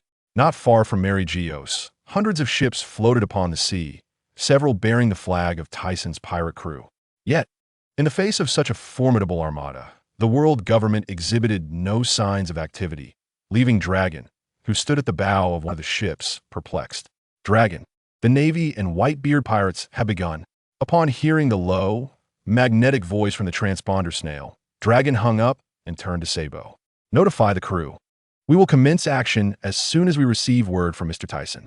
With a wave of golden hair, Sabo, feeling a surge of excitement, exclaimed, "Are we finally beginning? I will inform them at once." After witnessing Sob's departure, Long furrowed his brow and gazed upward at the Holy Land, hoping for no unforeseen calamities. They were all in, and failure would render years of effort utterly futile, akin to drawing water with a bamboo basket. Clad in a black feathered coat, the Northern Army's commander, Wu Ying, stood alongside the Southern Army's commander, Lindbergh, who bore a resemblance to a rat, and the Western Army's commander, Mori, brandishing a trident, as well as the Eastern Army's commander, Bella Betty, who possessed the power of the harvest fruit. Additionally, there were the 12 guardians of the Tizen pirate crew and the subordinates led by the captains of the 24 teams, all geared up and ready for action. As the Marine headquarters at the port of Marineford raised its encircling walls, the barriers separated the execution platform from the Whitebeard pirates. In an instant, the Whitebeard pirates found themselves surrounded, and upon hearing Sengoku's command, Akainu emerged. Meteor Volcano, with arms enveloped in magma, he thrust them skyward. "Whitebeard, you have nowhere to escape." Sweat pouring down his forehead, Whitebeard scowled as he watched a magma-infused fist descend upon the Moby Dick, incinerating the ship that had been his companion for decades. Akin to family, he silently lamented, "Forgive me." Aware that there was no time for sorrow, he turned to see his sons perishing before him. Despite his fury, he felt an overwhelming sense of helplessness. Time had ravaged his body, corroding him like a candle flickering in the wind. The battle plan was proceeding smoothly, and it was now time to execute Port Gas D Ace. What? Upon hearing Sengoku's command, Luffy clutched Jinbei tightly, pleading, "Jinbei, I need your help." Jinbei, taken aback by Luffy's request, nonetheless agreed. Water surged from the sea melted by Akainu, accompanied by a column of water that surged through the body of the giant oars. It crashed violently to the ground, revealing a figure gasping for air, blood streaming down his right cheek. Luffy, Ace on the execution platform, was rendered speechless by the sight before him, seeing Luffy clutching a broken mast as the 3 Marine admirals loomed before him like mountains. "Allah, we finally arrived here. The son of Dragon is indeed fearless. So young, it's truly terrifying." The visibly bruised Kizaru regarded Luffy, gingerly touching his face as waves of pain coursed through him. Garp gritted his teeth, glaring at his grandson, while Sengoku remained expressionless. Outside the encirclement, it was Ace's brother who had just flown into the wall. Whitebeard grinned. "You reckless little brat, just like your brother." He then shouted to the towering figure blocking the encirclement, "Or stay right there. I need your strength. Jozu, unleash your ultimate move." Within the encirclement, Akainu glowered down at Luffy. "Your tenacity is commendable. However, this stage is still too premature for you. You cannot defeat us." Luffy gasped for breath, straining to focus on the 3 hills before him, his vision blurred from the pain. Yet he still caught sight of the figure on the execution platform. Ace, with a pained expression, glared at him. "Give Ace back to me."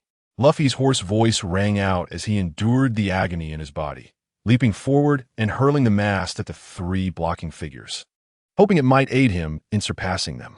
Unfortunately, before it could reach them, the mast was frozen. "Rubber stampede!" The cry echoed through the square as the shattered mast, despite being pulverized, had no effect. It was as if a protective shield surrounded the 3 admirals, preventing any contact.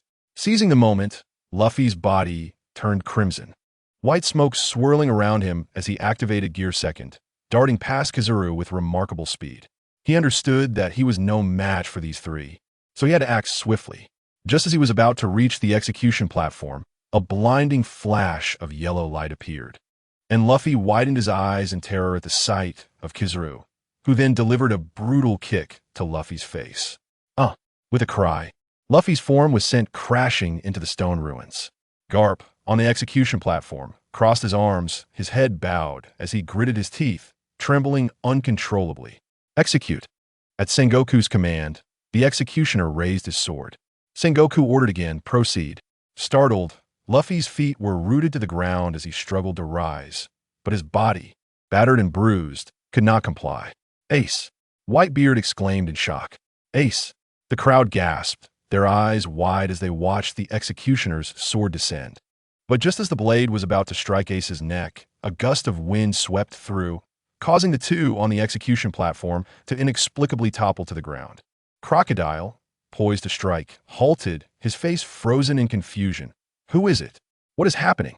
Sengoku's expression changed dramatically. Whitebeard squinted his eyes. "Look at the sky," someone shouted, prompting Sengoku and the 3 admirals to look up. A ship emerged, casting a shadow over the previously dark sky, making it even more conspicuous. "Has it arrived?" Sengoku murmured, his pupils flickering. "Sengoku, it seems the news is true." Garp rose, casting a sidelong glance at Ace, his heart relieved. Yet, as he looked up at the familiar pirate ship, his expression turned grave. The flag belonged to the Tissen pirate crew, remnants of the Yonko. What remnants? Wasn't there news that the Light Emperor was still alive? I heard he was a formidable foe from the same era as Admiral Steelbone. Such a monstrous figure. What will our navy do? Upon seeing that those on the high platform were unharmed, Whitebeard sighed in relief, then turned his gaze upward, frowning at the emerging figure. He had heard the news circulating recently. Logically, if that individual were alive, he would have come to inform him. Yet, he had not seen this person during this time, which puzzled him. Phew, though uncertain of the circumstances, Luffy felt a weight lift from his shoulders, though he remained shaken from the moment when he sensed he might lose his dearest person. Struggling to rise, he heard the echoing sounds reverberating through the sky, like a tempestuous storm surging through the hearts of all present in the square. Still unchanged, the man with long, raven-black hair, Hancock, raised a face as fair as snow, the serpent-shaped earrings swaying, his eyes reflecting memories of events atop the Holy Land. Clenching his hands tightly, his demeanor grew somewhat unnatural. Is it about to begin? Mihawk sheathed his black blade, his gaze narrowing. Ha, this mad old man has already reached a monstrous level. It is truly unimaginable what this man will do. Those were all heinous criminals from Impel Down. When did they hide here? Sengoku, halted and thought about the situation at Impel Down, felt an ominous foreboding. Old man, I am your son. Blood trickled down Blackbeard's face as he approached, flanked by several criminals, many of whom bore wounds. Enough, teach. You do not deserve to be called my father's son, Marco shouted, flames of the phoenix erupting from him. Wait, Marco. Old man Marco looked at Whitebeard in confusion, unable to comprehend why he was being stopped. Tyson observed that Whitebeard seemed somewhat out of breath, likely due to the effort of suppressing his fury. Marco, this man boarded the ship with my permission. It was my oversight that led to Sachi's demise. Therefore, I shall handle this myself. Old man, that has nothing to do with you. Indeed, old man. Seeing Whitebeard's stubborn expression, they could only step back, making way for him. Tyson noticed Whitebeard raising his naginata, preparing to advance, and interjected, "Newgate, be cautious. That little brat has consumed the fruit of rocks. You know what to do, right?" Upon hearing his well-intentioned warning, Whitebeard paused, though he did not turn around. "Ah, I see. That explains how such a fellow could possibly contend with Ace. At such close proximity." Blackbeard certainly overheard their exchange and let out a loud, mocking laugh. "Ha ha, to think I would encounter pirates from the same era as the old man. But even if you know my abilities, what will you do? Today, let me demonstrate my power." With that, dark mist began to arise from the ground, gradually spreading outward. However, Whitebeard appeared oblivious, striding forward with his white cloak billowing behind him. "You reckless fool," Tyson sneered. Had Whitebeard not insisted on confronting him personally, he would have dealt with Blackbeard in an instant. As the towering figure approached, Blackbeard wore a self-satisfied grin, confident that no fruit user could rival him. With a powerful push from the ground, he leapt into the air, his naginata enveloped in flowing, crimson Haki. Blackbeard, witnessing this, felt a pang of regret. "Damn it," he cursed. His ability allowed him to absorb the attacks of fruit users, yet a blade infused with Haki could not be impeded. "Hey, someone come help me," he called to those behind him. "What nonsense! This isn't what we agreed upon." "Right, and you never mentioned that an old-timer from the bygone era would be here too." Just then, a gentle breeze swept through. "You needn't quarrel. All of you shall perish." "What?" The men behind Blackbeard froze, gazing ahead where Tyson's form had vanished. Sensing imminent danger, they turned to defend themselves, but a blinding white light flashed. "What is happening?" "Hey!" Blackbeard's face contorted in rage as he extended his Haki-laden hands, desperately trying to block Whitebeard's strike. He cast a wary glance behind him. "What?" Blackbeard's expression turned to one of horror as he beheld the upper bodies of his companions sprouting blood-red holes. Suddenly, distracted by this, the strength in his hands faltered, and Whitebeard's naginata struck down mercilessly upon his abdomen. "Oh, that hurts!" he cried, clutching his midsection and rolling on the ground, observing the men before him slowly collapsing, their eyes wide with terror and mouths agape. Tyson reflected, what purpose does it serve to emerge when facing defeat? These individuals were bloodthirsty fiends. Although the world does not distinguish between good and evil, even pirates adhere to a code of honor. The senseless killing of innocents was repugnant to him. "Hey, what is wrong with you?" Tyson turned around to see a towering figure, nearly 200 meters tall, standing outside the naval walls. With a face resembling a pig's rear and hair akin to a hedgehog's spines, he released a white cylinder from his palm. "St. Juan Wolf, you shall meet your end as well." This individual, older than Tyson, was infamous for his ruthless atrocities, having once slaughtered an entire nation, including its civilians, for amusement. After witnessing the giant fall, Tyson turned back. Whitebeard's confrontation had concluded, with Blackbeard now sprawled on the ground, rolling his eyes, his limbs severed and resembling a mere puppet. Yet he sensed that the little brat still had a pulse. Whitebeard had chosen not to kill him, leaving Tyson uncertain of the rationale behind that decision. "Newgate, want you eliminate this brat?" Tyson approached, observing the weariness etched on Whitebeard's face. "This scoundrel took Sachi's life. I intend for him to atone at Sachi's grave." "That is acceptable," Tyson replied. With limbs rendered useless, even an escape would be futile, and he had no further concerns. Once satisfied, Tyson advanced towards the execution platform. Sengoku and Garp attempted to intervene, but were halted by Bartholomew and Barrett, forced to watch as Tyson ascended the platform. Instantly, the cacophony of battle in the square ceased, and the entire naval headquarters was enveloped in a silence so profound that the howling wind could be discerned, echoing the rapid breaths of the massive figure. Ace, trembling, raised his head to gaze upon the godlike form of Tyson. Tyson looked down, grasping the shackles, applying slight pressure, and the sea prism stone cuffs dissolved into nothingness. Having been freed, Ace stood erect. You're Mr. Tyson?" Tyson cast a sidelong glance at him. "You recognize me? Old man often spoke of you. My ears nearly grew callous from hearing your name." "Ah, is that so?" He turned to glance at the furious Whitebeard below. "Ace, you foolish son. Get down here at once." Whitebeard's frustration was palpable. How could Ace speak such words before this man without concern for his dignity? "Ace." Luffy rose from the rubble. his lips curling into a joyful smile. As the two brothers exchanged happy glances, Tyson interjected, "If you truly love them, you would not have acted as you did previously. Look closely at those who lie fallen." Ace's smile froze, and he bowed his head, covering his face with trembling hands as tears streamed down onto the execution platform. Tyson continued, "Remember this suffering well. Fortune may not favor you so easily in the future." The cost borne by the Whitebeard pirates was indeed tremendous. Countless lives have been lost in the attempt to rescue him. With that, Tyson took to the air. "Mr. Tyson." Upon hearing Ace's call, Tyson turned back. Seeing Ace kneeling on the platform, his voice choked with sobs. "Mr. Tyson, I understand now. I will cherish this deeply. I will never forget your immense kindness." Below, the Whitebeard pirates witnessed Ace's actions and his heartfelt cries, all moved to tears. Whitebeard allowed a slight smile to grace his lips. What a foolish son. Tyson turned away, the poignant blend of warmth and pain making his eyes itch. When he glanced back at the family beside Mickey, he felt no remorse. Seeing that matters were nearing conclusion, he surveyed the crowd below. The conflict between the Whitebeard pirates and the Navy could now come to a close. Should anyone desire to continue fighting, he would gladly oblige. "Hey, you bastard! I am Whitebeard. You have no right to dictate my actions." As Whitebeard feigned anger, Tyson did not even spare him a glance, instead focusing on Sengoku and the others.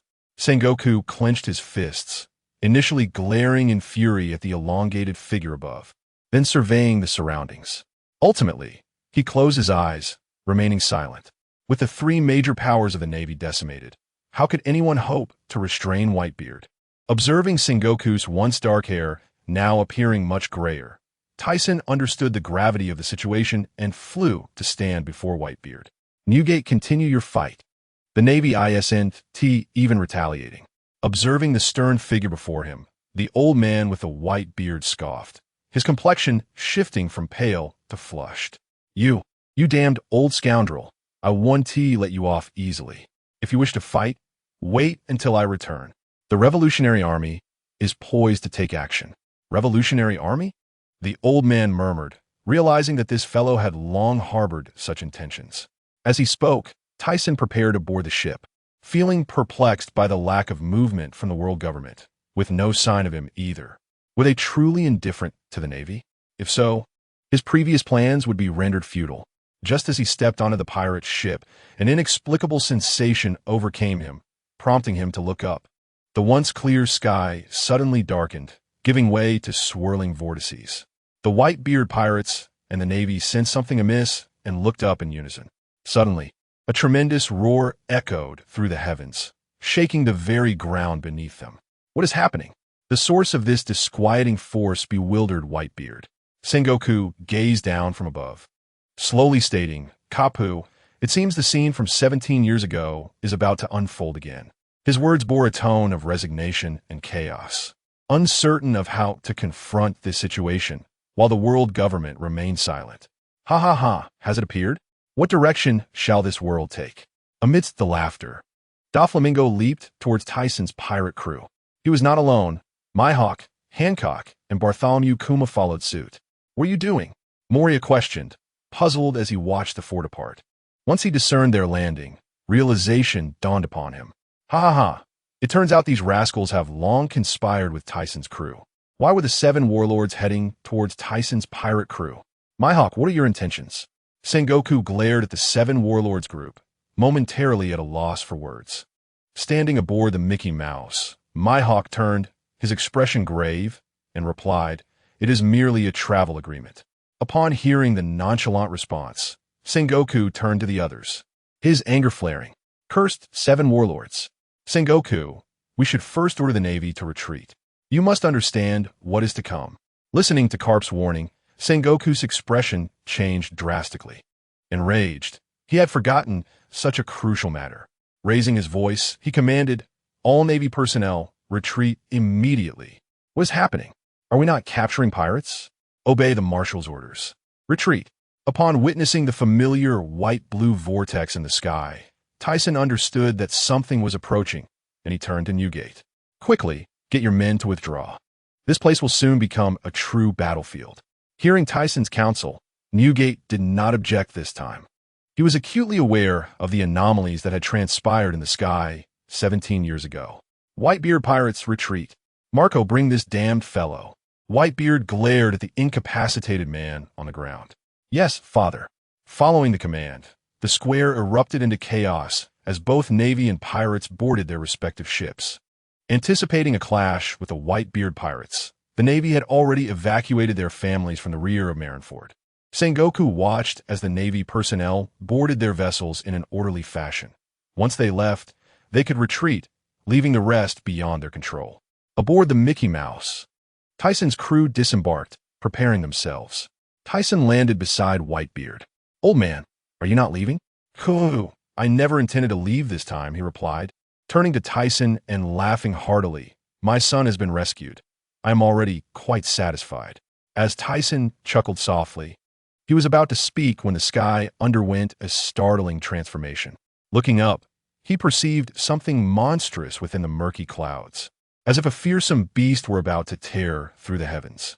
The Navy and pirates, poised aboard their ships, halted abruptly, sensing the sky darkening, daylight vanishing, and night descending. The mysterious object in the sky gradually revealed itself. Heavens, what is this? Tyson murmured, astonished, for the colossal entity resembled a battleship, albeit excessively large, far exceeding his imagination of how it was constructed. Who approaches? Upon hearing Whitebeard's query, Tyson quickly turned to gaze in the opposite direction. Upon seeing the faces of 5 elders, he did not recognize any of them, but was certain they were the 5 elders. In that holy war, he had slain 2 of them. The other 2 must have joined later. Besides the 5 elders clad in black, there were also personnel from the world government. As he extended his senses, Tyson discerned that although there were only a few hundred world government personnel, each possessed formidable strength. The others, upon seeing the newcomers, stepped forward. Their cadre, combined with the 7 warlords, numbered over 30, plus the clones and Whitebeard, totaling nearly 40. A warship bearing the world government's flag anchored at the harbor. The bald elder with a mustache among the 5 elders was the first to disembark, directly striding towards Tyson and the others, followed closely by his companions. As the battle loomed, Tyson, hearing Whitebeard's labored breathing, turned and smiled gently. Since you insist on staying, swallow this first. Otherwise, you might hinder me later. What did you say, you rascal? I am not at that stage yet. Despite his bluster, he quickly reached out, grabbing the offered item and tossing it into his mouth. Touching several wounds on his body, he soon began to feel revitalized. Truly remarkable. Whitebeard observed his external wounds healing, though his internal injuries remained, yet he felt significantly better. At that moment, the 5 elders had approached within 20 paces and halted. The bald elder stepped forward, his shadowed face obscured by his mustache, glaring sharply at Tyson. I did not expect your life to be so resilient. You are not killed after all. Now, summon that individual forth. You cannot hope to stop me. Take a good look at the sky. None of you shall survive here. Then Tyson heard the golden-haired elder speak. All citizen, do you think the world government has maintained its dominion for 8 centuries by mere chance? Do not think you can withstand the Sky King's assault. The elder with white hair and a long beard, hands clasped behind his back, spoke confidently. 50% of the world's nations have already allied with the world government. Do you truly believe your meager numbers can oppose us? Are you finished?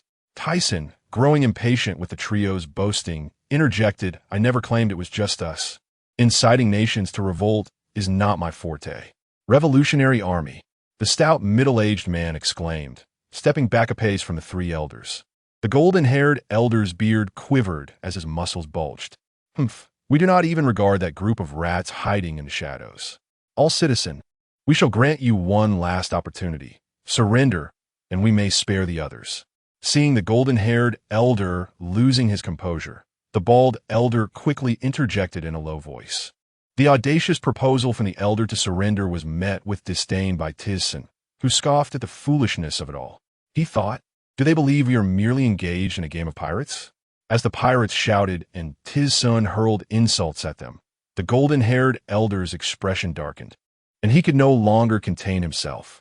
With a tearing sound, his black attire was shredded, revealing a formidable physique, immediately enveloped in a cloak of purple-black Haki. "If you seek death, I shall gladly oblige." The fury on his face was palpable, especially after Tizson had mercilessly slain 2 of his former comrades. An ominous aura filled the air, yet Tizson remained impassive, treating him as though he were simply a figment of the atmosphere. Beside him, Barrett wore a gleeful expression as he tore his black military uniform apart, a menacing grin revealing his teeth. "Foolish youth." In a sudden burst, Barrett lunged forward, his massive form leaving cracks in the ground as the wind howled, echoing with 2 resounding thuds. "Since it has come to this, I shall take on that bearded elder," proclaimed Beroric, brandishing his sword with a flourish. "Leave the one with the mustache to us," chimed Qingjiao and Wald as they stepped forward, observing the 2 elders' camaraderie. Tisson's eyes sparkled with intrigue. "Yahahaha, let us seek out our adversaries." A sharp crack of thunder announced the arrival of Enelu, who had already infiltrated the throng of black-clad figures. "Ahahaha, Enelu, you are ever so cunning. Wait for me." Day leaped into the air, transforming into the mighty form of a mythical beast. "Let's join in as well." Soon after, the officers of Tisson's pirate crew entered the fray, followed closely by the 4 of the 7 warlords. As he surveyed the battleground, Tisson felt a twinge of confusion. Where was Im? Did they truly believe these elderly foes could contend with him? Despite the formidable black-clad warriors they had summoned, Tisson was confident his crew could handle them. Moreover, he gazed skyward, noting the stillness of the warship, yet his heart raced with unease. Could it be that Im was scheming something? As this thought crossed his mind, he felt a sense of foreboding. Tisson soared into the air, intent on investigating the colossal ship that loomed before him, an entity that stirred discomfort within him. Although he longed to obliterate it with his dust release, he recognized the considerable toll it would take. Engaging him in battle would leave him with little assurance of victory. "Stop him!" shouted the mustachioed elder, engaged in combat with Qingjiao and Wald. The golden-haired elder and the long-bearded elder exchanged anxious glances, their strikes against Barrett and Beroric growing more forceful. Just as Tizson had ascended a short distance, he heard the commotion below and looked down to see the mustachioed elder and the ground covered in viscous liquid. Tizson surmised that this individual's powers were likely water-related.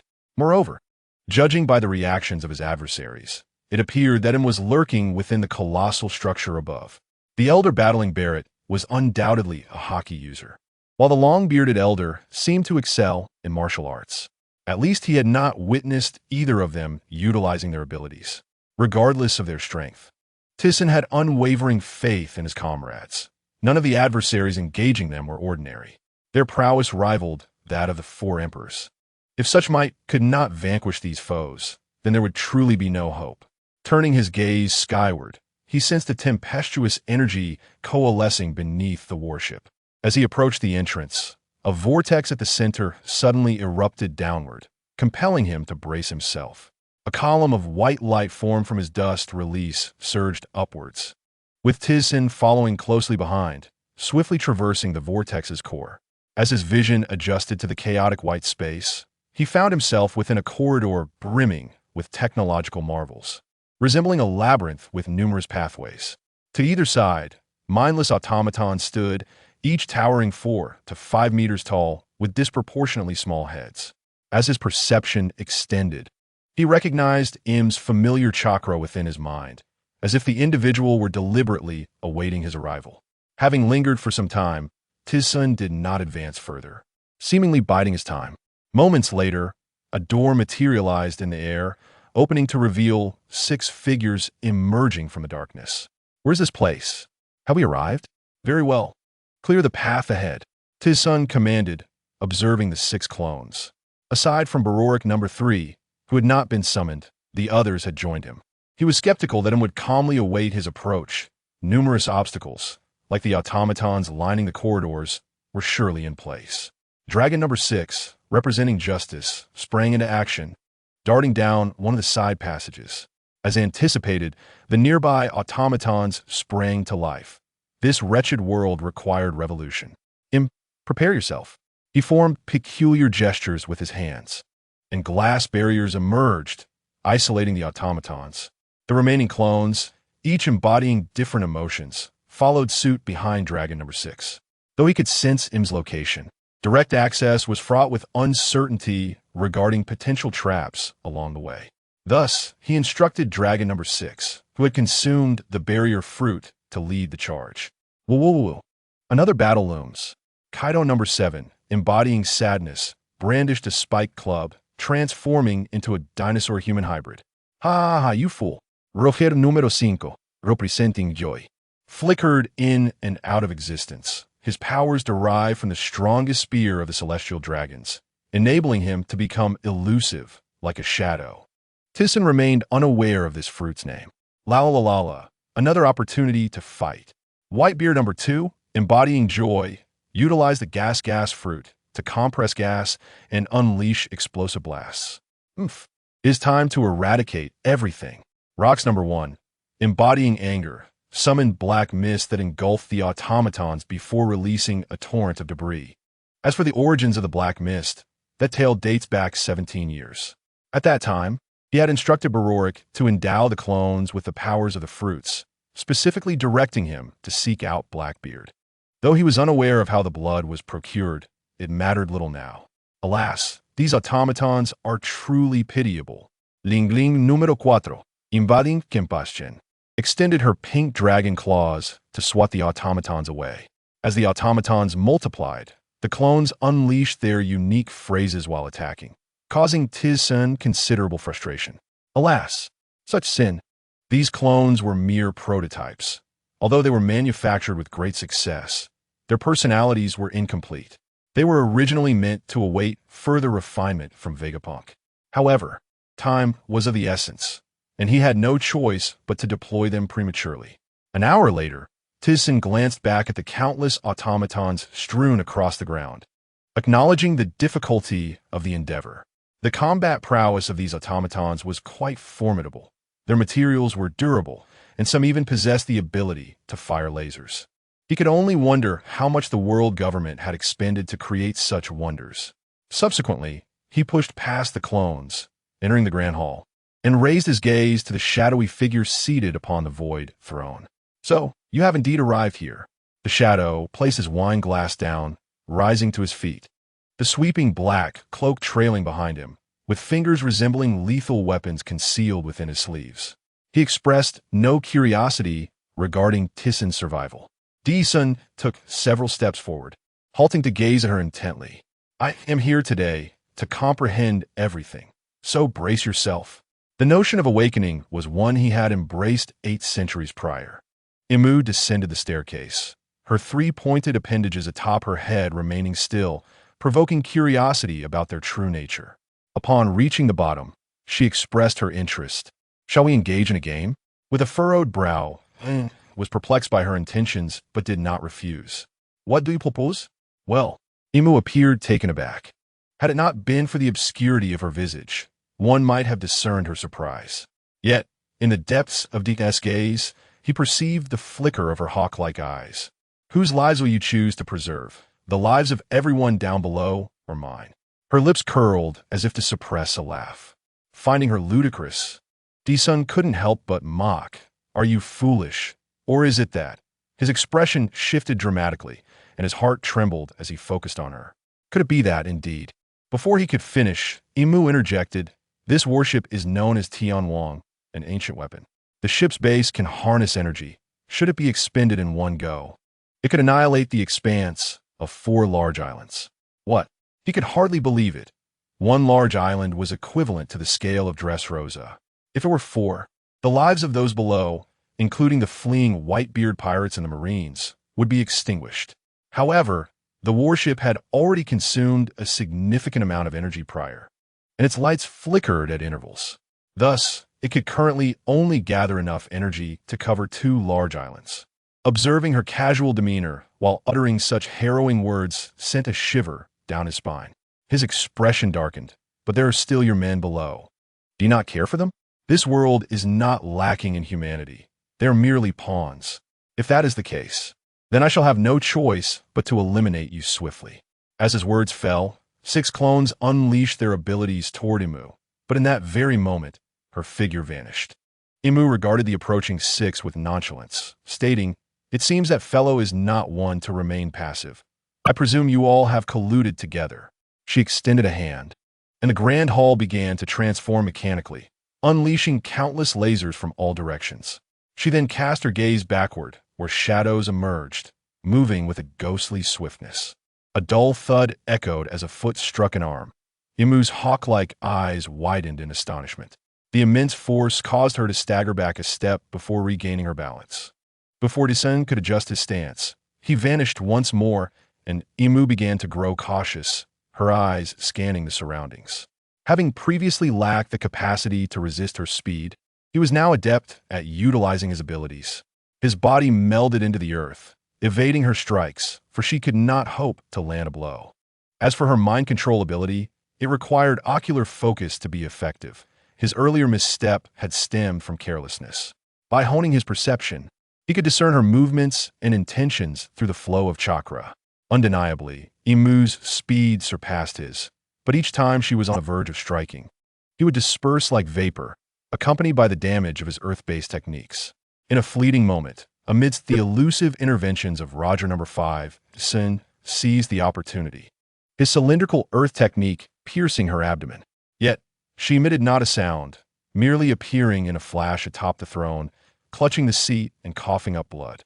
D-Sun did not pursue further. He merely observed her from below the carpeted staircase. The hall returned to its normal state, and the attacking mechanisms faded away, leaving an air of tranquility. After a moment, a woman's voice broke the silence, her tone laced with a faltering timbre. "Even if you kill me, what will you do about those below?" Before D-Sun could respond, she continued, "Once my brother posed a similar choice to me, compelling me to decide between the one I loved and the innocent. Which do you think I chose?" Her breathing grew labored.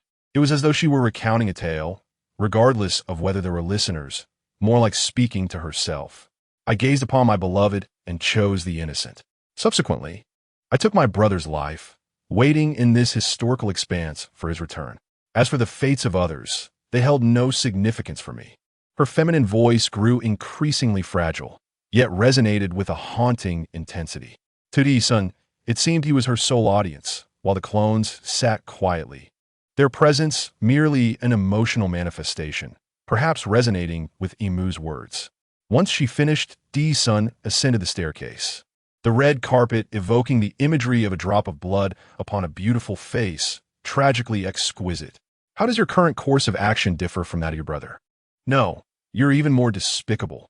His steps upon the staircase produced no sound, enveloped in an eerie silence. Imu sat quietly upon the crimson chair, one hand resting on the armrest, her body appearing diminutive, leaning against her obscured face as blood trickled down the red carpet towards his feet. The shadow of his upper body loomed over her, his voice devoid of emotion as he stated, "Since you once impeded your brother, allow me to stop you this time. The one you await may soon arrive." "You." Cough, cough. Imu clutched her abdomen, struggling to rise on the armrest, disbelief evident in her gaze. You won't kill me? There are no heroes or villains in this world. My objectives have been accomplished. Whether I kill you or not is of little consequence. The Revolutionary Army should have succeeded by now, and the world government personnel below are likely dealt with. You are now utterly alone, and I fear you not. Without Tianwang, you are nothing." As she observed D-Sun turn away, she hastily exclaimed, "No, it's futile. You cannot stop it. The energy accumulation system has already been activated. This magnitude of energy, even I cannot withstand." D-Sun paused momentarily before continuing down the staircase. You high and mighty individuals remain so arrogant. Do not forget how you fell to me. With your current state, you cannot escape. Let me lend you a hand in your final moments." He did not glance back, but instead retrieved a Den Mushi, intending to summon Baloric No. 3. The power of the Momo fruit could transport them away. Moments later, a door opened in the ground. As Imu's trembling eyes beheld this, the clones carried her away from the warship. As for him, relying solely on his chakra to destroy such a formidable warship was implausible. However, he had another approach, utilizing external chakra. If he could convert external chakra directly into the earth technique, it might be achievable. To accomplish this, He needed to communicate the properties of chakra. Earth techniques are formed by the fusion of wind, earth, and fire elements. Having honed his skills in these three properties to master the technique of division, the key to success lay in finding a medium capable of transforming chakra into earth techniques. Division. Experiencing this feeling of complete liberation, once more Thiessen felt discomfort. Perhaps he would never adapt to such an experience. The vast warship overshadowing the sky has rendered the entire Marin Fanduo a mere memory, reduced to ruins after numerous battles. The 5 elders and personnel of the world government have been vanquished by the Thiessen pirates and the Whitebeard pirates. Although the Navy intervened, witnessing the downfall of the 5 elders, they abandoned the fight altogether. They gazed upward, where the energy vortex beneath the warship grew increasingly ominous, as if poised to unleash its fury at any moment. The situation appeared dire. Beloric sat against the wall of the Mickey Mouse ship, his head stained with blood and several wounds marring his body. The clones had returned to the vessel, yet Thiessen was nowhere to be seen. Upon learning from the mysterious figure that Thiessen intended to halt the warship's launch, concern began to gnaw at him. Simultaneously, he found it perplexing why Thiessen had spared that enigmatic individual. "Where's the boss? This is unbearable." Mona, her body wrapped in bandages, paced the deck, her enormous frame causing the vessel to sway slightly. "Something's happening." "What?" At Gina's sudden exclamation, everyone looked up to behold a brilliant white light emanating from the center of the colossal ship, expanding outward, growing larger. After several pauses, the white light ultimately displaced the darkness, enveloping the entire sky. "It's gone." As they beheld the once mighty warship, now revealed by the dissipating light, they were greeted by a radiant sun and a pristine blue sky, devoid of any clouds, as if the heavens were unclothed and the sunlight was blinding. Then, they witnessed a figure descending from the sky. Success. The boss is safe. Mona beamed at the descending silhouette. "Thank goodness, Thiessen is unharmed." The Navy personnel aboard the warship looked up in a daze, their minds struggling to comprehend the events that had unfolded. A legendary pirate, long thought dead, had returned, and now an immense behemoth hovered above. Though bewildered, the jubilant cheers emanating from the Thiessen pirates clearly indicated the Navy's defeat. Many high-ranking officers sat despondently on the deck. The world government, which had ruled the world for 8 centuries, lay vanquished, and the Navy was in shambles. Sengoku and Carp, both wrapped in bandages, sat amidst the stone ruins of Marin Fanduo, still reeling from the surreal turn of events. Had the Navy truly suffered defeat? Admiral Akiji lay on the deck of the warship, gazing at the azure sky, as if the fog that had clouded his heart had dissipated. Yet a new emotion, one of fear of the unknown, filled his mind. With the world government toppled, what would follow? Would they attempt to re-establish it, retracing the steps of the past? Or would they forge a new path? He could not foresee whether this world would foster a better existence. Half a year later, beneath the sunshade of an open-air bath in Sky Paradise, 2 figures reclined in chairs. Thiessen held the latest newspaper, the headline proclaiming the new Navy headquarters establishment in the New World. "Dragon, what are your plans moving forward?" He set the newspaper aside, turning to face the juice-drinking dragon. Since Thiessen's obliteration of the Celestial King, the Revolutionary Army and the Thiessen pirates had executed their plan to dismantle the world government. Most individuals from the Holy Land had been apprehended under various charges, paving the way for the formation of a new world government, with the Navy participating in this endeavor. The new world government comprised representatives from the Navy, the Revolutionary Army, and various nations worldwide. Additionally, a system for evaluating government officials was established, allowing scholars to participate, a suggestion put forth by Thiessen. Furthermore, the latest legislation enacted by the New World government prohibited venturing out to sea under the guise of piracy. Although many pirates still roamed the New World, the new government was organizing forces to apprehend them. The former celestial paradise had been transformed into a leisure resort, attracting many visitors. Currently, 2 of the 4 emperors have yet to heed our directives. Hence, I have come to seek your counsel, Mr. Thiessen Dragonrose, now the highest authority in the New World government. Initially, he had hoped to enlist Thiessen for this role, but the latter had declined. I possess no substantial advice. Perhaps you might consider waiting. Your son aspires to be the pirate king, does he not? Let that little rascal deal with Kaido and Linlin. Thiessen chuckled, amused by the notion that disrupting a child's dreams would be rather unkind. Dragon widened his eyes at him. Your daughter is involved too. And how could those youngsters possibly contend with the four emperors? Let things unfold at their own pace. Do you truly believe pirates can vanish overnight? That is an impossibility. Even with legislative measures, it will take considerable time to establish the new world government's credibility. While the idea is simple, executing a long-term plan is anything but. Can you guarantee that the world will be devoid of malefactors? Such a notion is absurd. However, with the support and efforts of various nations, we can eventually eradicate piracy. Perhaps that is a viable approach. Let them create their turmoil. However, a reasonable plan must be devised. Rising with a pained expression, his eyes glimmered with hope that Thiessen would offer an astute suggestion. That is your concern now. I wish to disengage from all affairs and simply enjoy my tranquil life with my wife and children. Thiessen laughed heartily, relishing the sight of Dragon's exasperation. Over time, he had come to understand that while the world might offer means to prolong life, human energy is finite.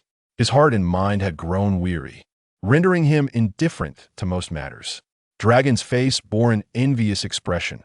After years of toil, he too yearned for tranquility. Yet, with the new world government freshly established, his absence could lead to numerous complications, as the appointments between nations and their inherent struggles were frequent. Mr. Thiessen, a figure clad in a pink sarong, approached. Cradling her prominent belly with both hands, her face aglow with happiness. "Oh, Nairoa, you have arrived. Take care, take care," Dragon gasped, watching Thiessen rise to greet her, his gaze falling upon the expectant mother. The incredulity of the moment left him reeling, pondering whether Thiessen still possessed the capacity for fatherhood. With envy in his heart, he turned to leave. I told Nairoa to take it easy, but she wouldn't listen. Gina and Shu and I approached, carrying a blanket. "Fear not, my health is splendid." Nairoa turned back with a gentle laugh. Indeed, Nairoa is no fragile flower. She is a warrior at heart. Thiessen leaned against Nairoa's belly, listening intently. Shu and I wore an unhappy expression, her eyes darting toward Nairoa's belly, speaking through gritted teeth. "Have you named your son yet?" "Not yet." Thiessen lifted his head, having heard no response for a while. He then noticed Shu and I's discontented demeanor. "Shu and I, what troubles you?" "No one has upset me." Shu and I's face appeared quite aggrieved as she turned away, speaking with reluctance. D-Sun initially intended to step forward and inquire about her, but upon catching a glimpse of a hand covering the mouth of the giggling Gina, and recalling the expressions and gestures of Shion moments before, he suddenly realized and approached her, lifting her into his arms. "Oh, what are you doing?" Shu and I exclaimed shyly. "Did you not desire to have children? There is no need to envy others. Who said I wanted that?" Nai, lingering behind, rested her hands on her waist while giggling dreamily. With one hand freed, D-Sun turned to the radiant Gina. Sensing the awkwardness, recoiled slightly. "What are you doing?" And with that, he pulled the blushing Gina into his embrace as well, declaring, "You both are included." Synopsis: the tale unfolds as one traverses the world of pirates, transforming into a child named Elisa, endowed with the powers of the second Suchikage Mu. In pursuit of strength, he becomes an intern in a pirate crew, led by a notorious captain with a bounty of 780 million. However, as time passes, the crew finds itself encircled by the Navy. Ultimately, he manages to escape and establish his own pirate crew. Witness Hasan navigates the pirate world to build his empire and become the luminous sovereign of the seas.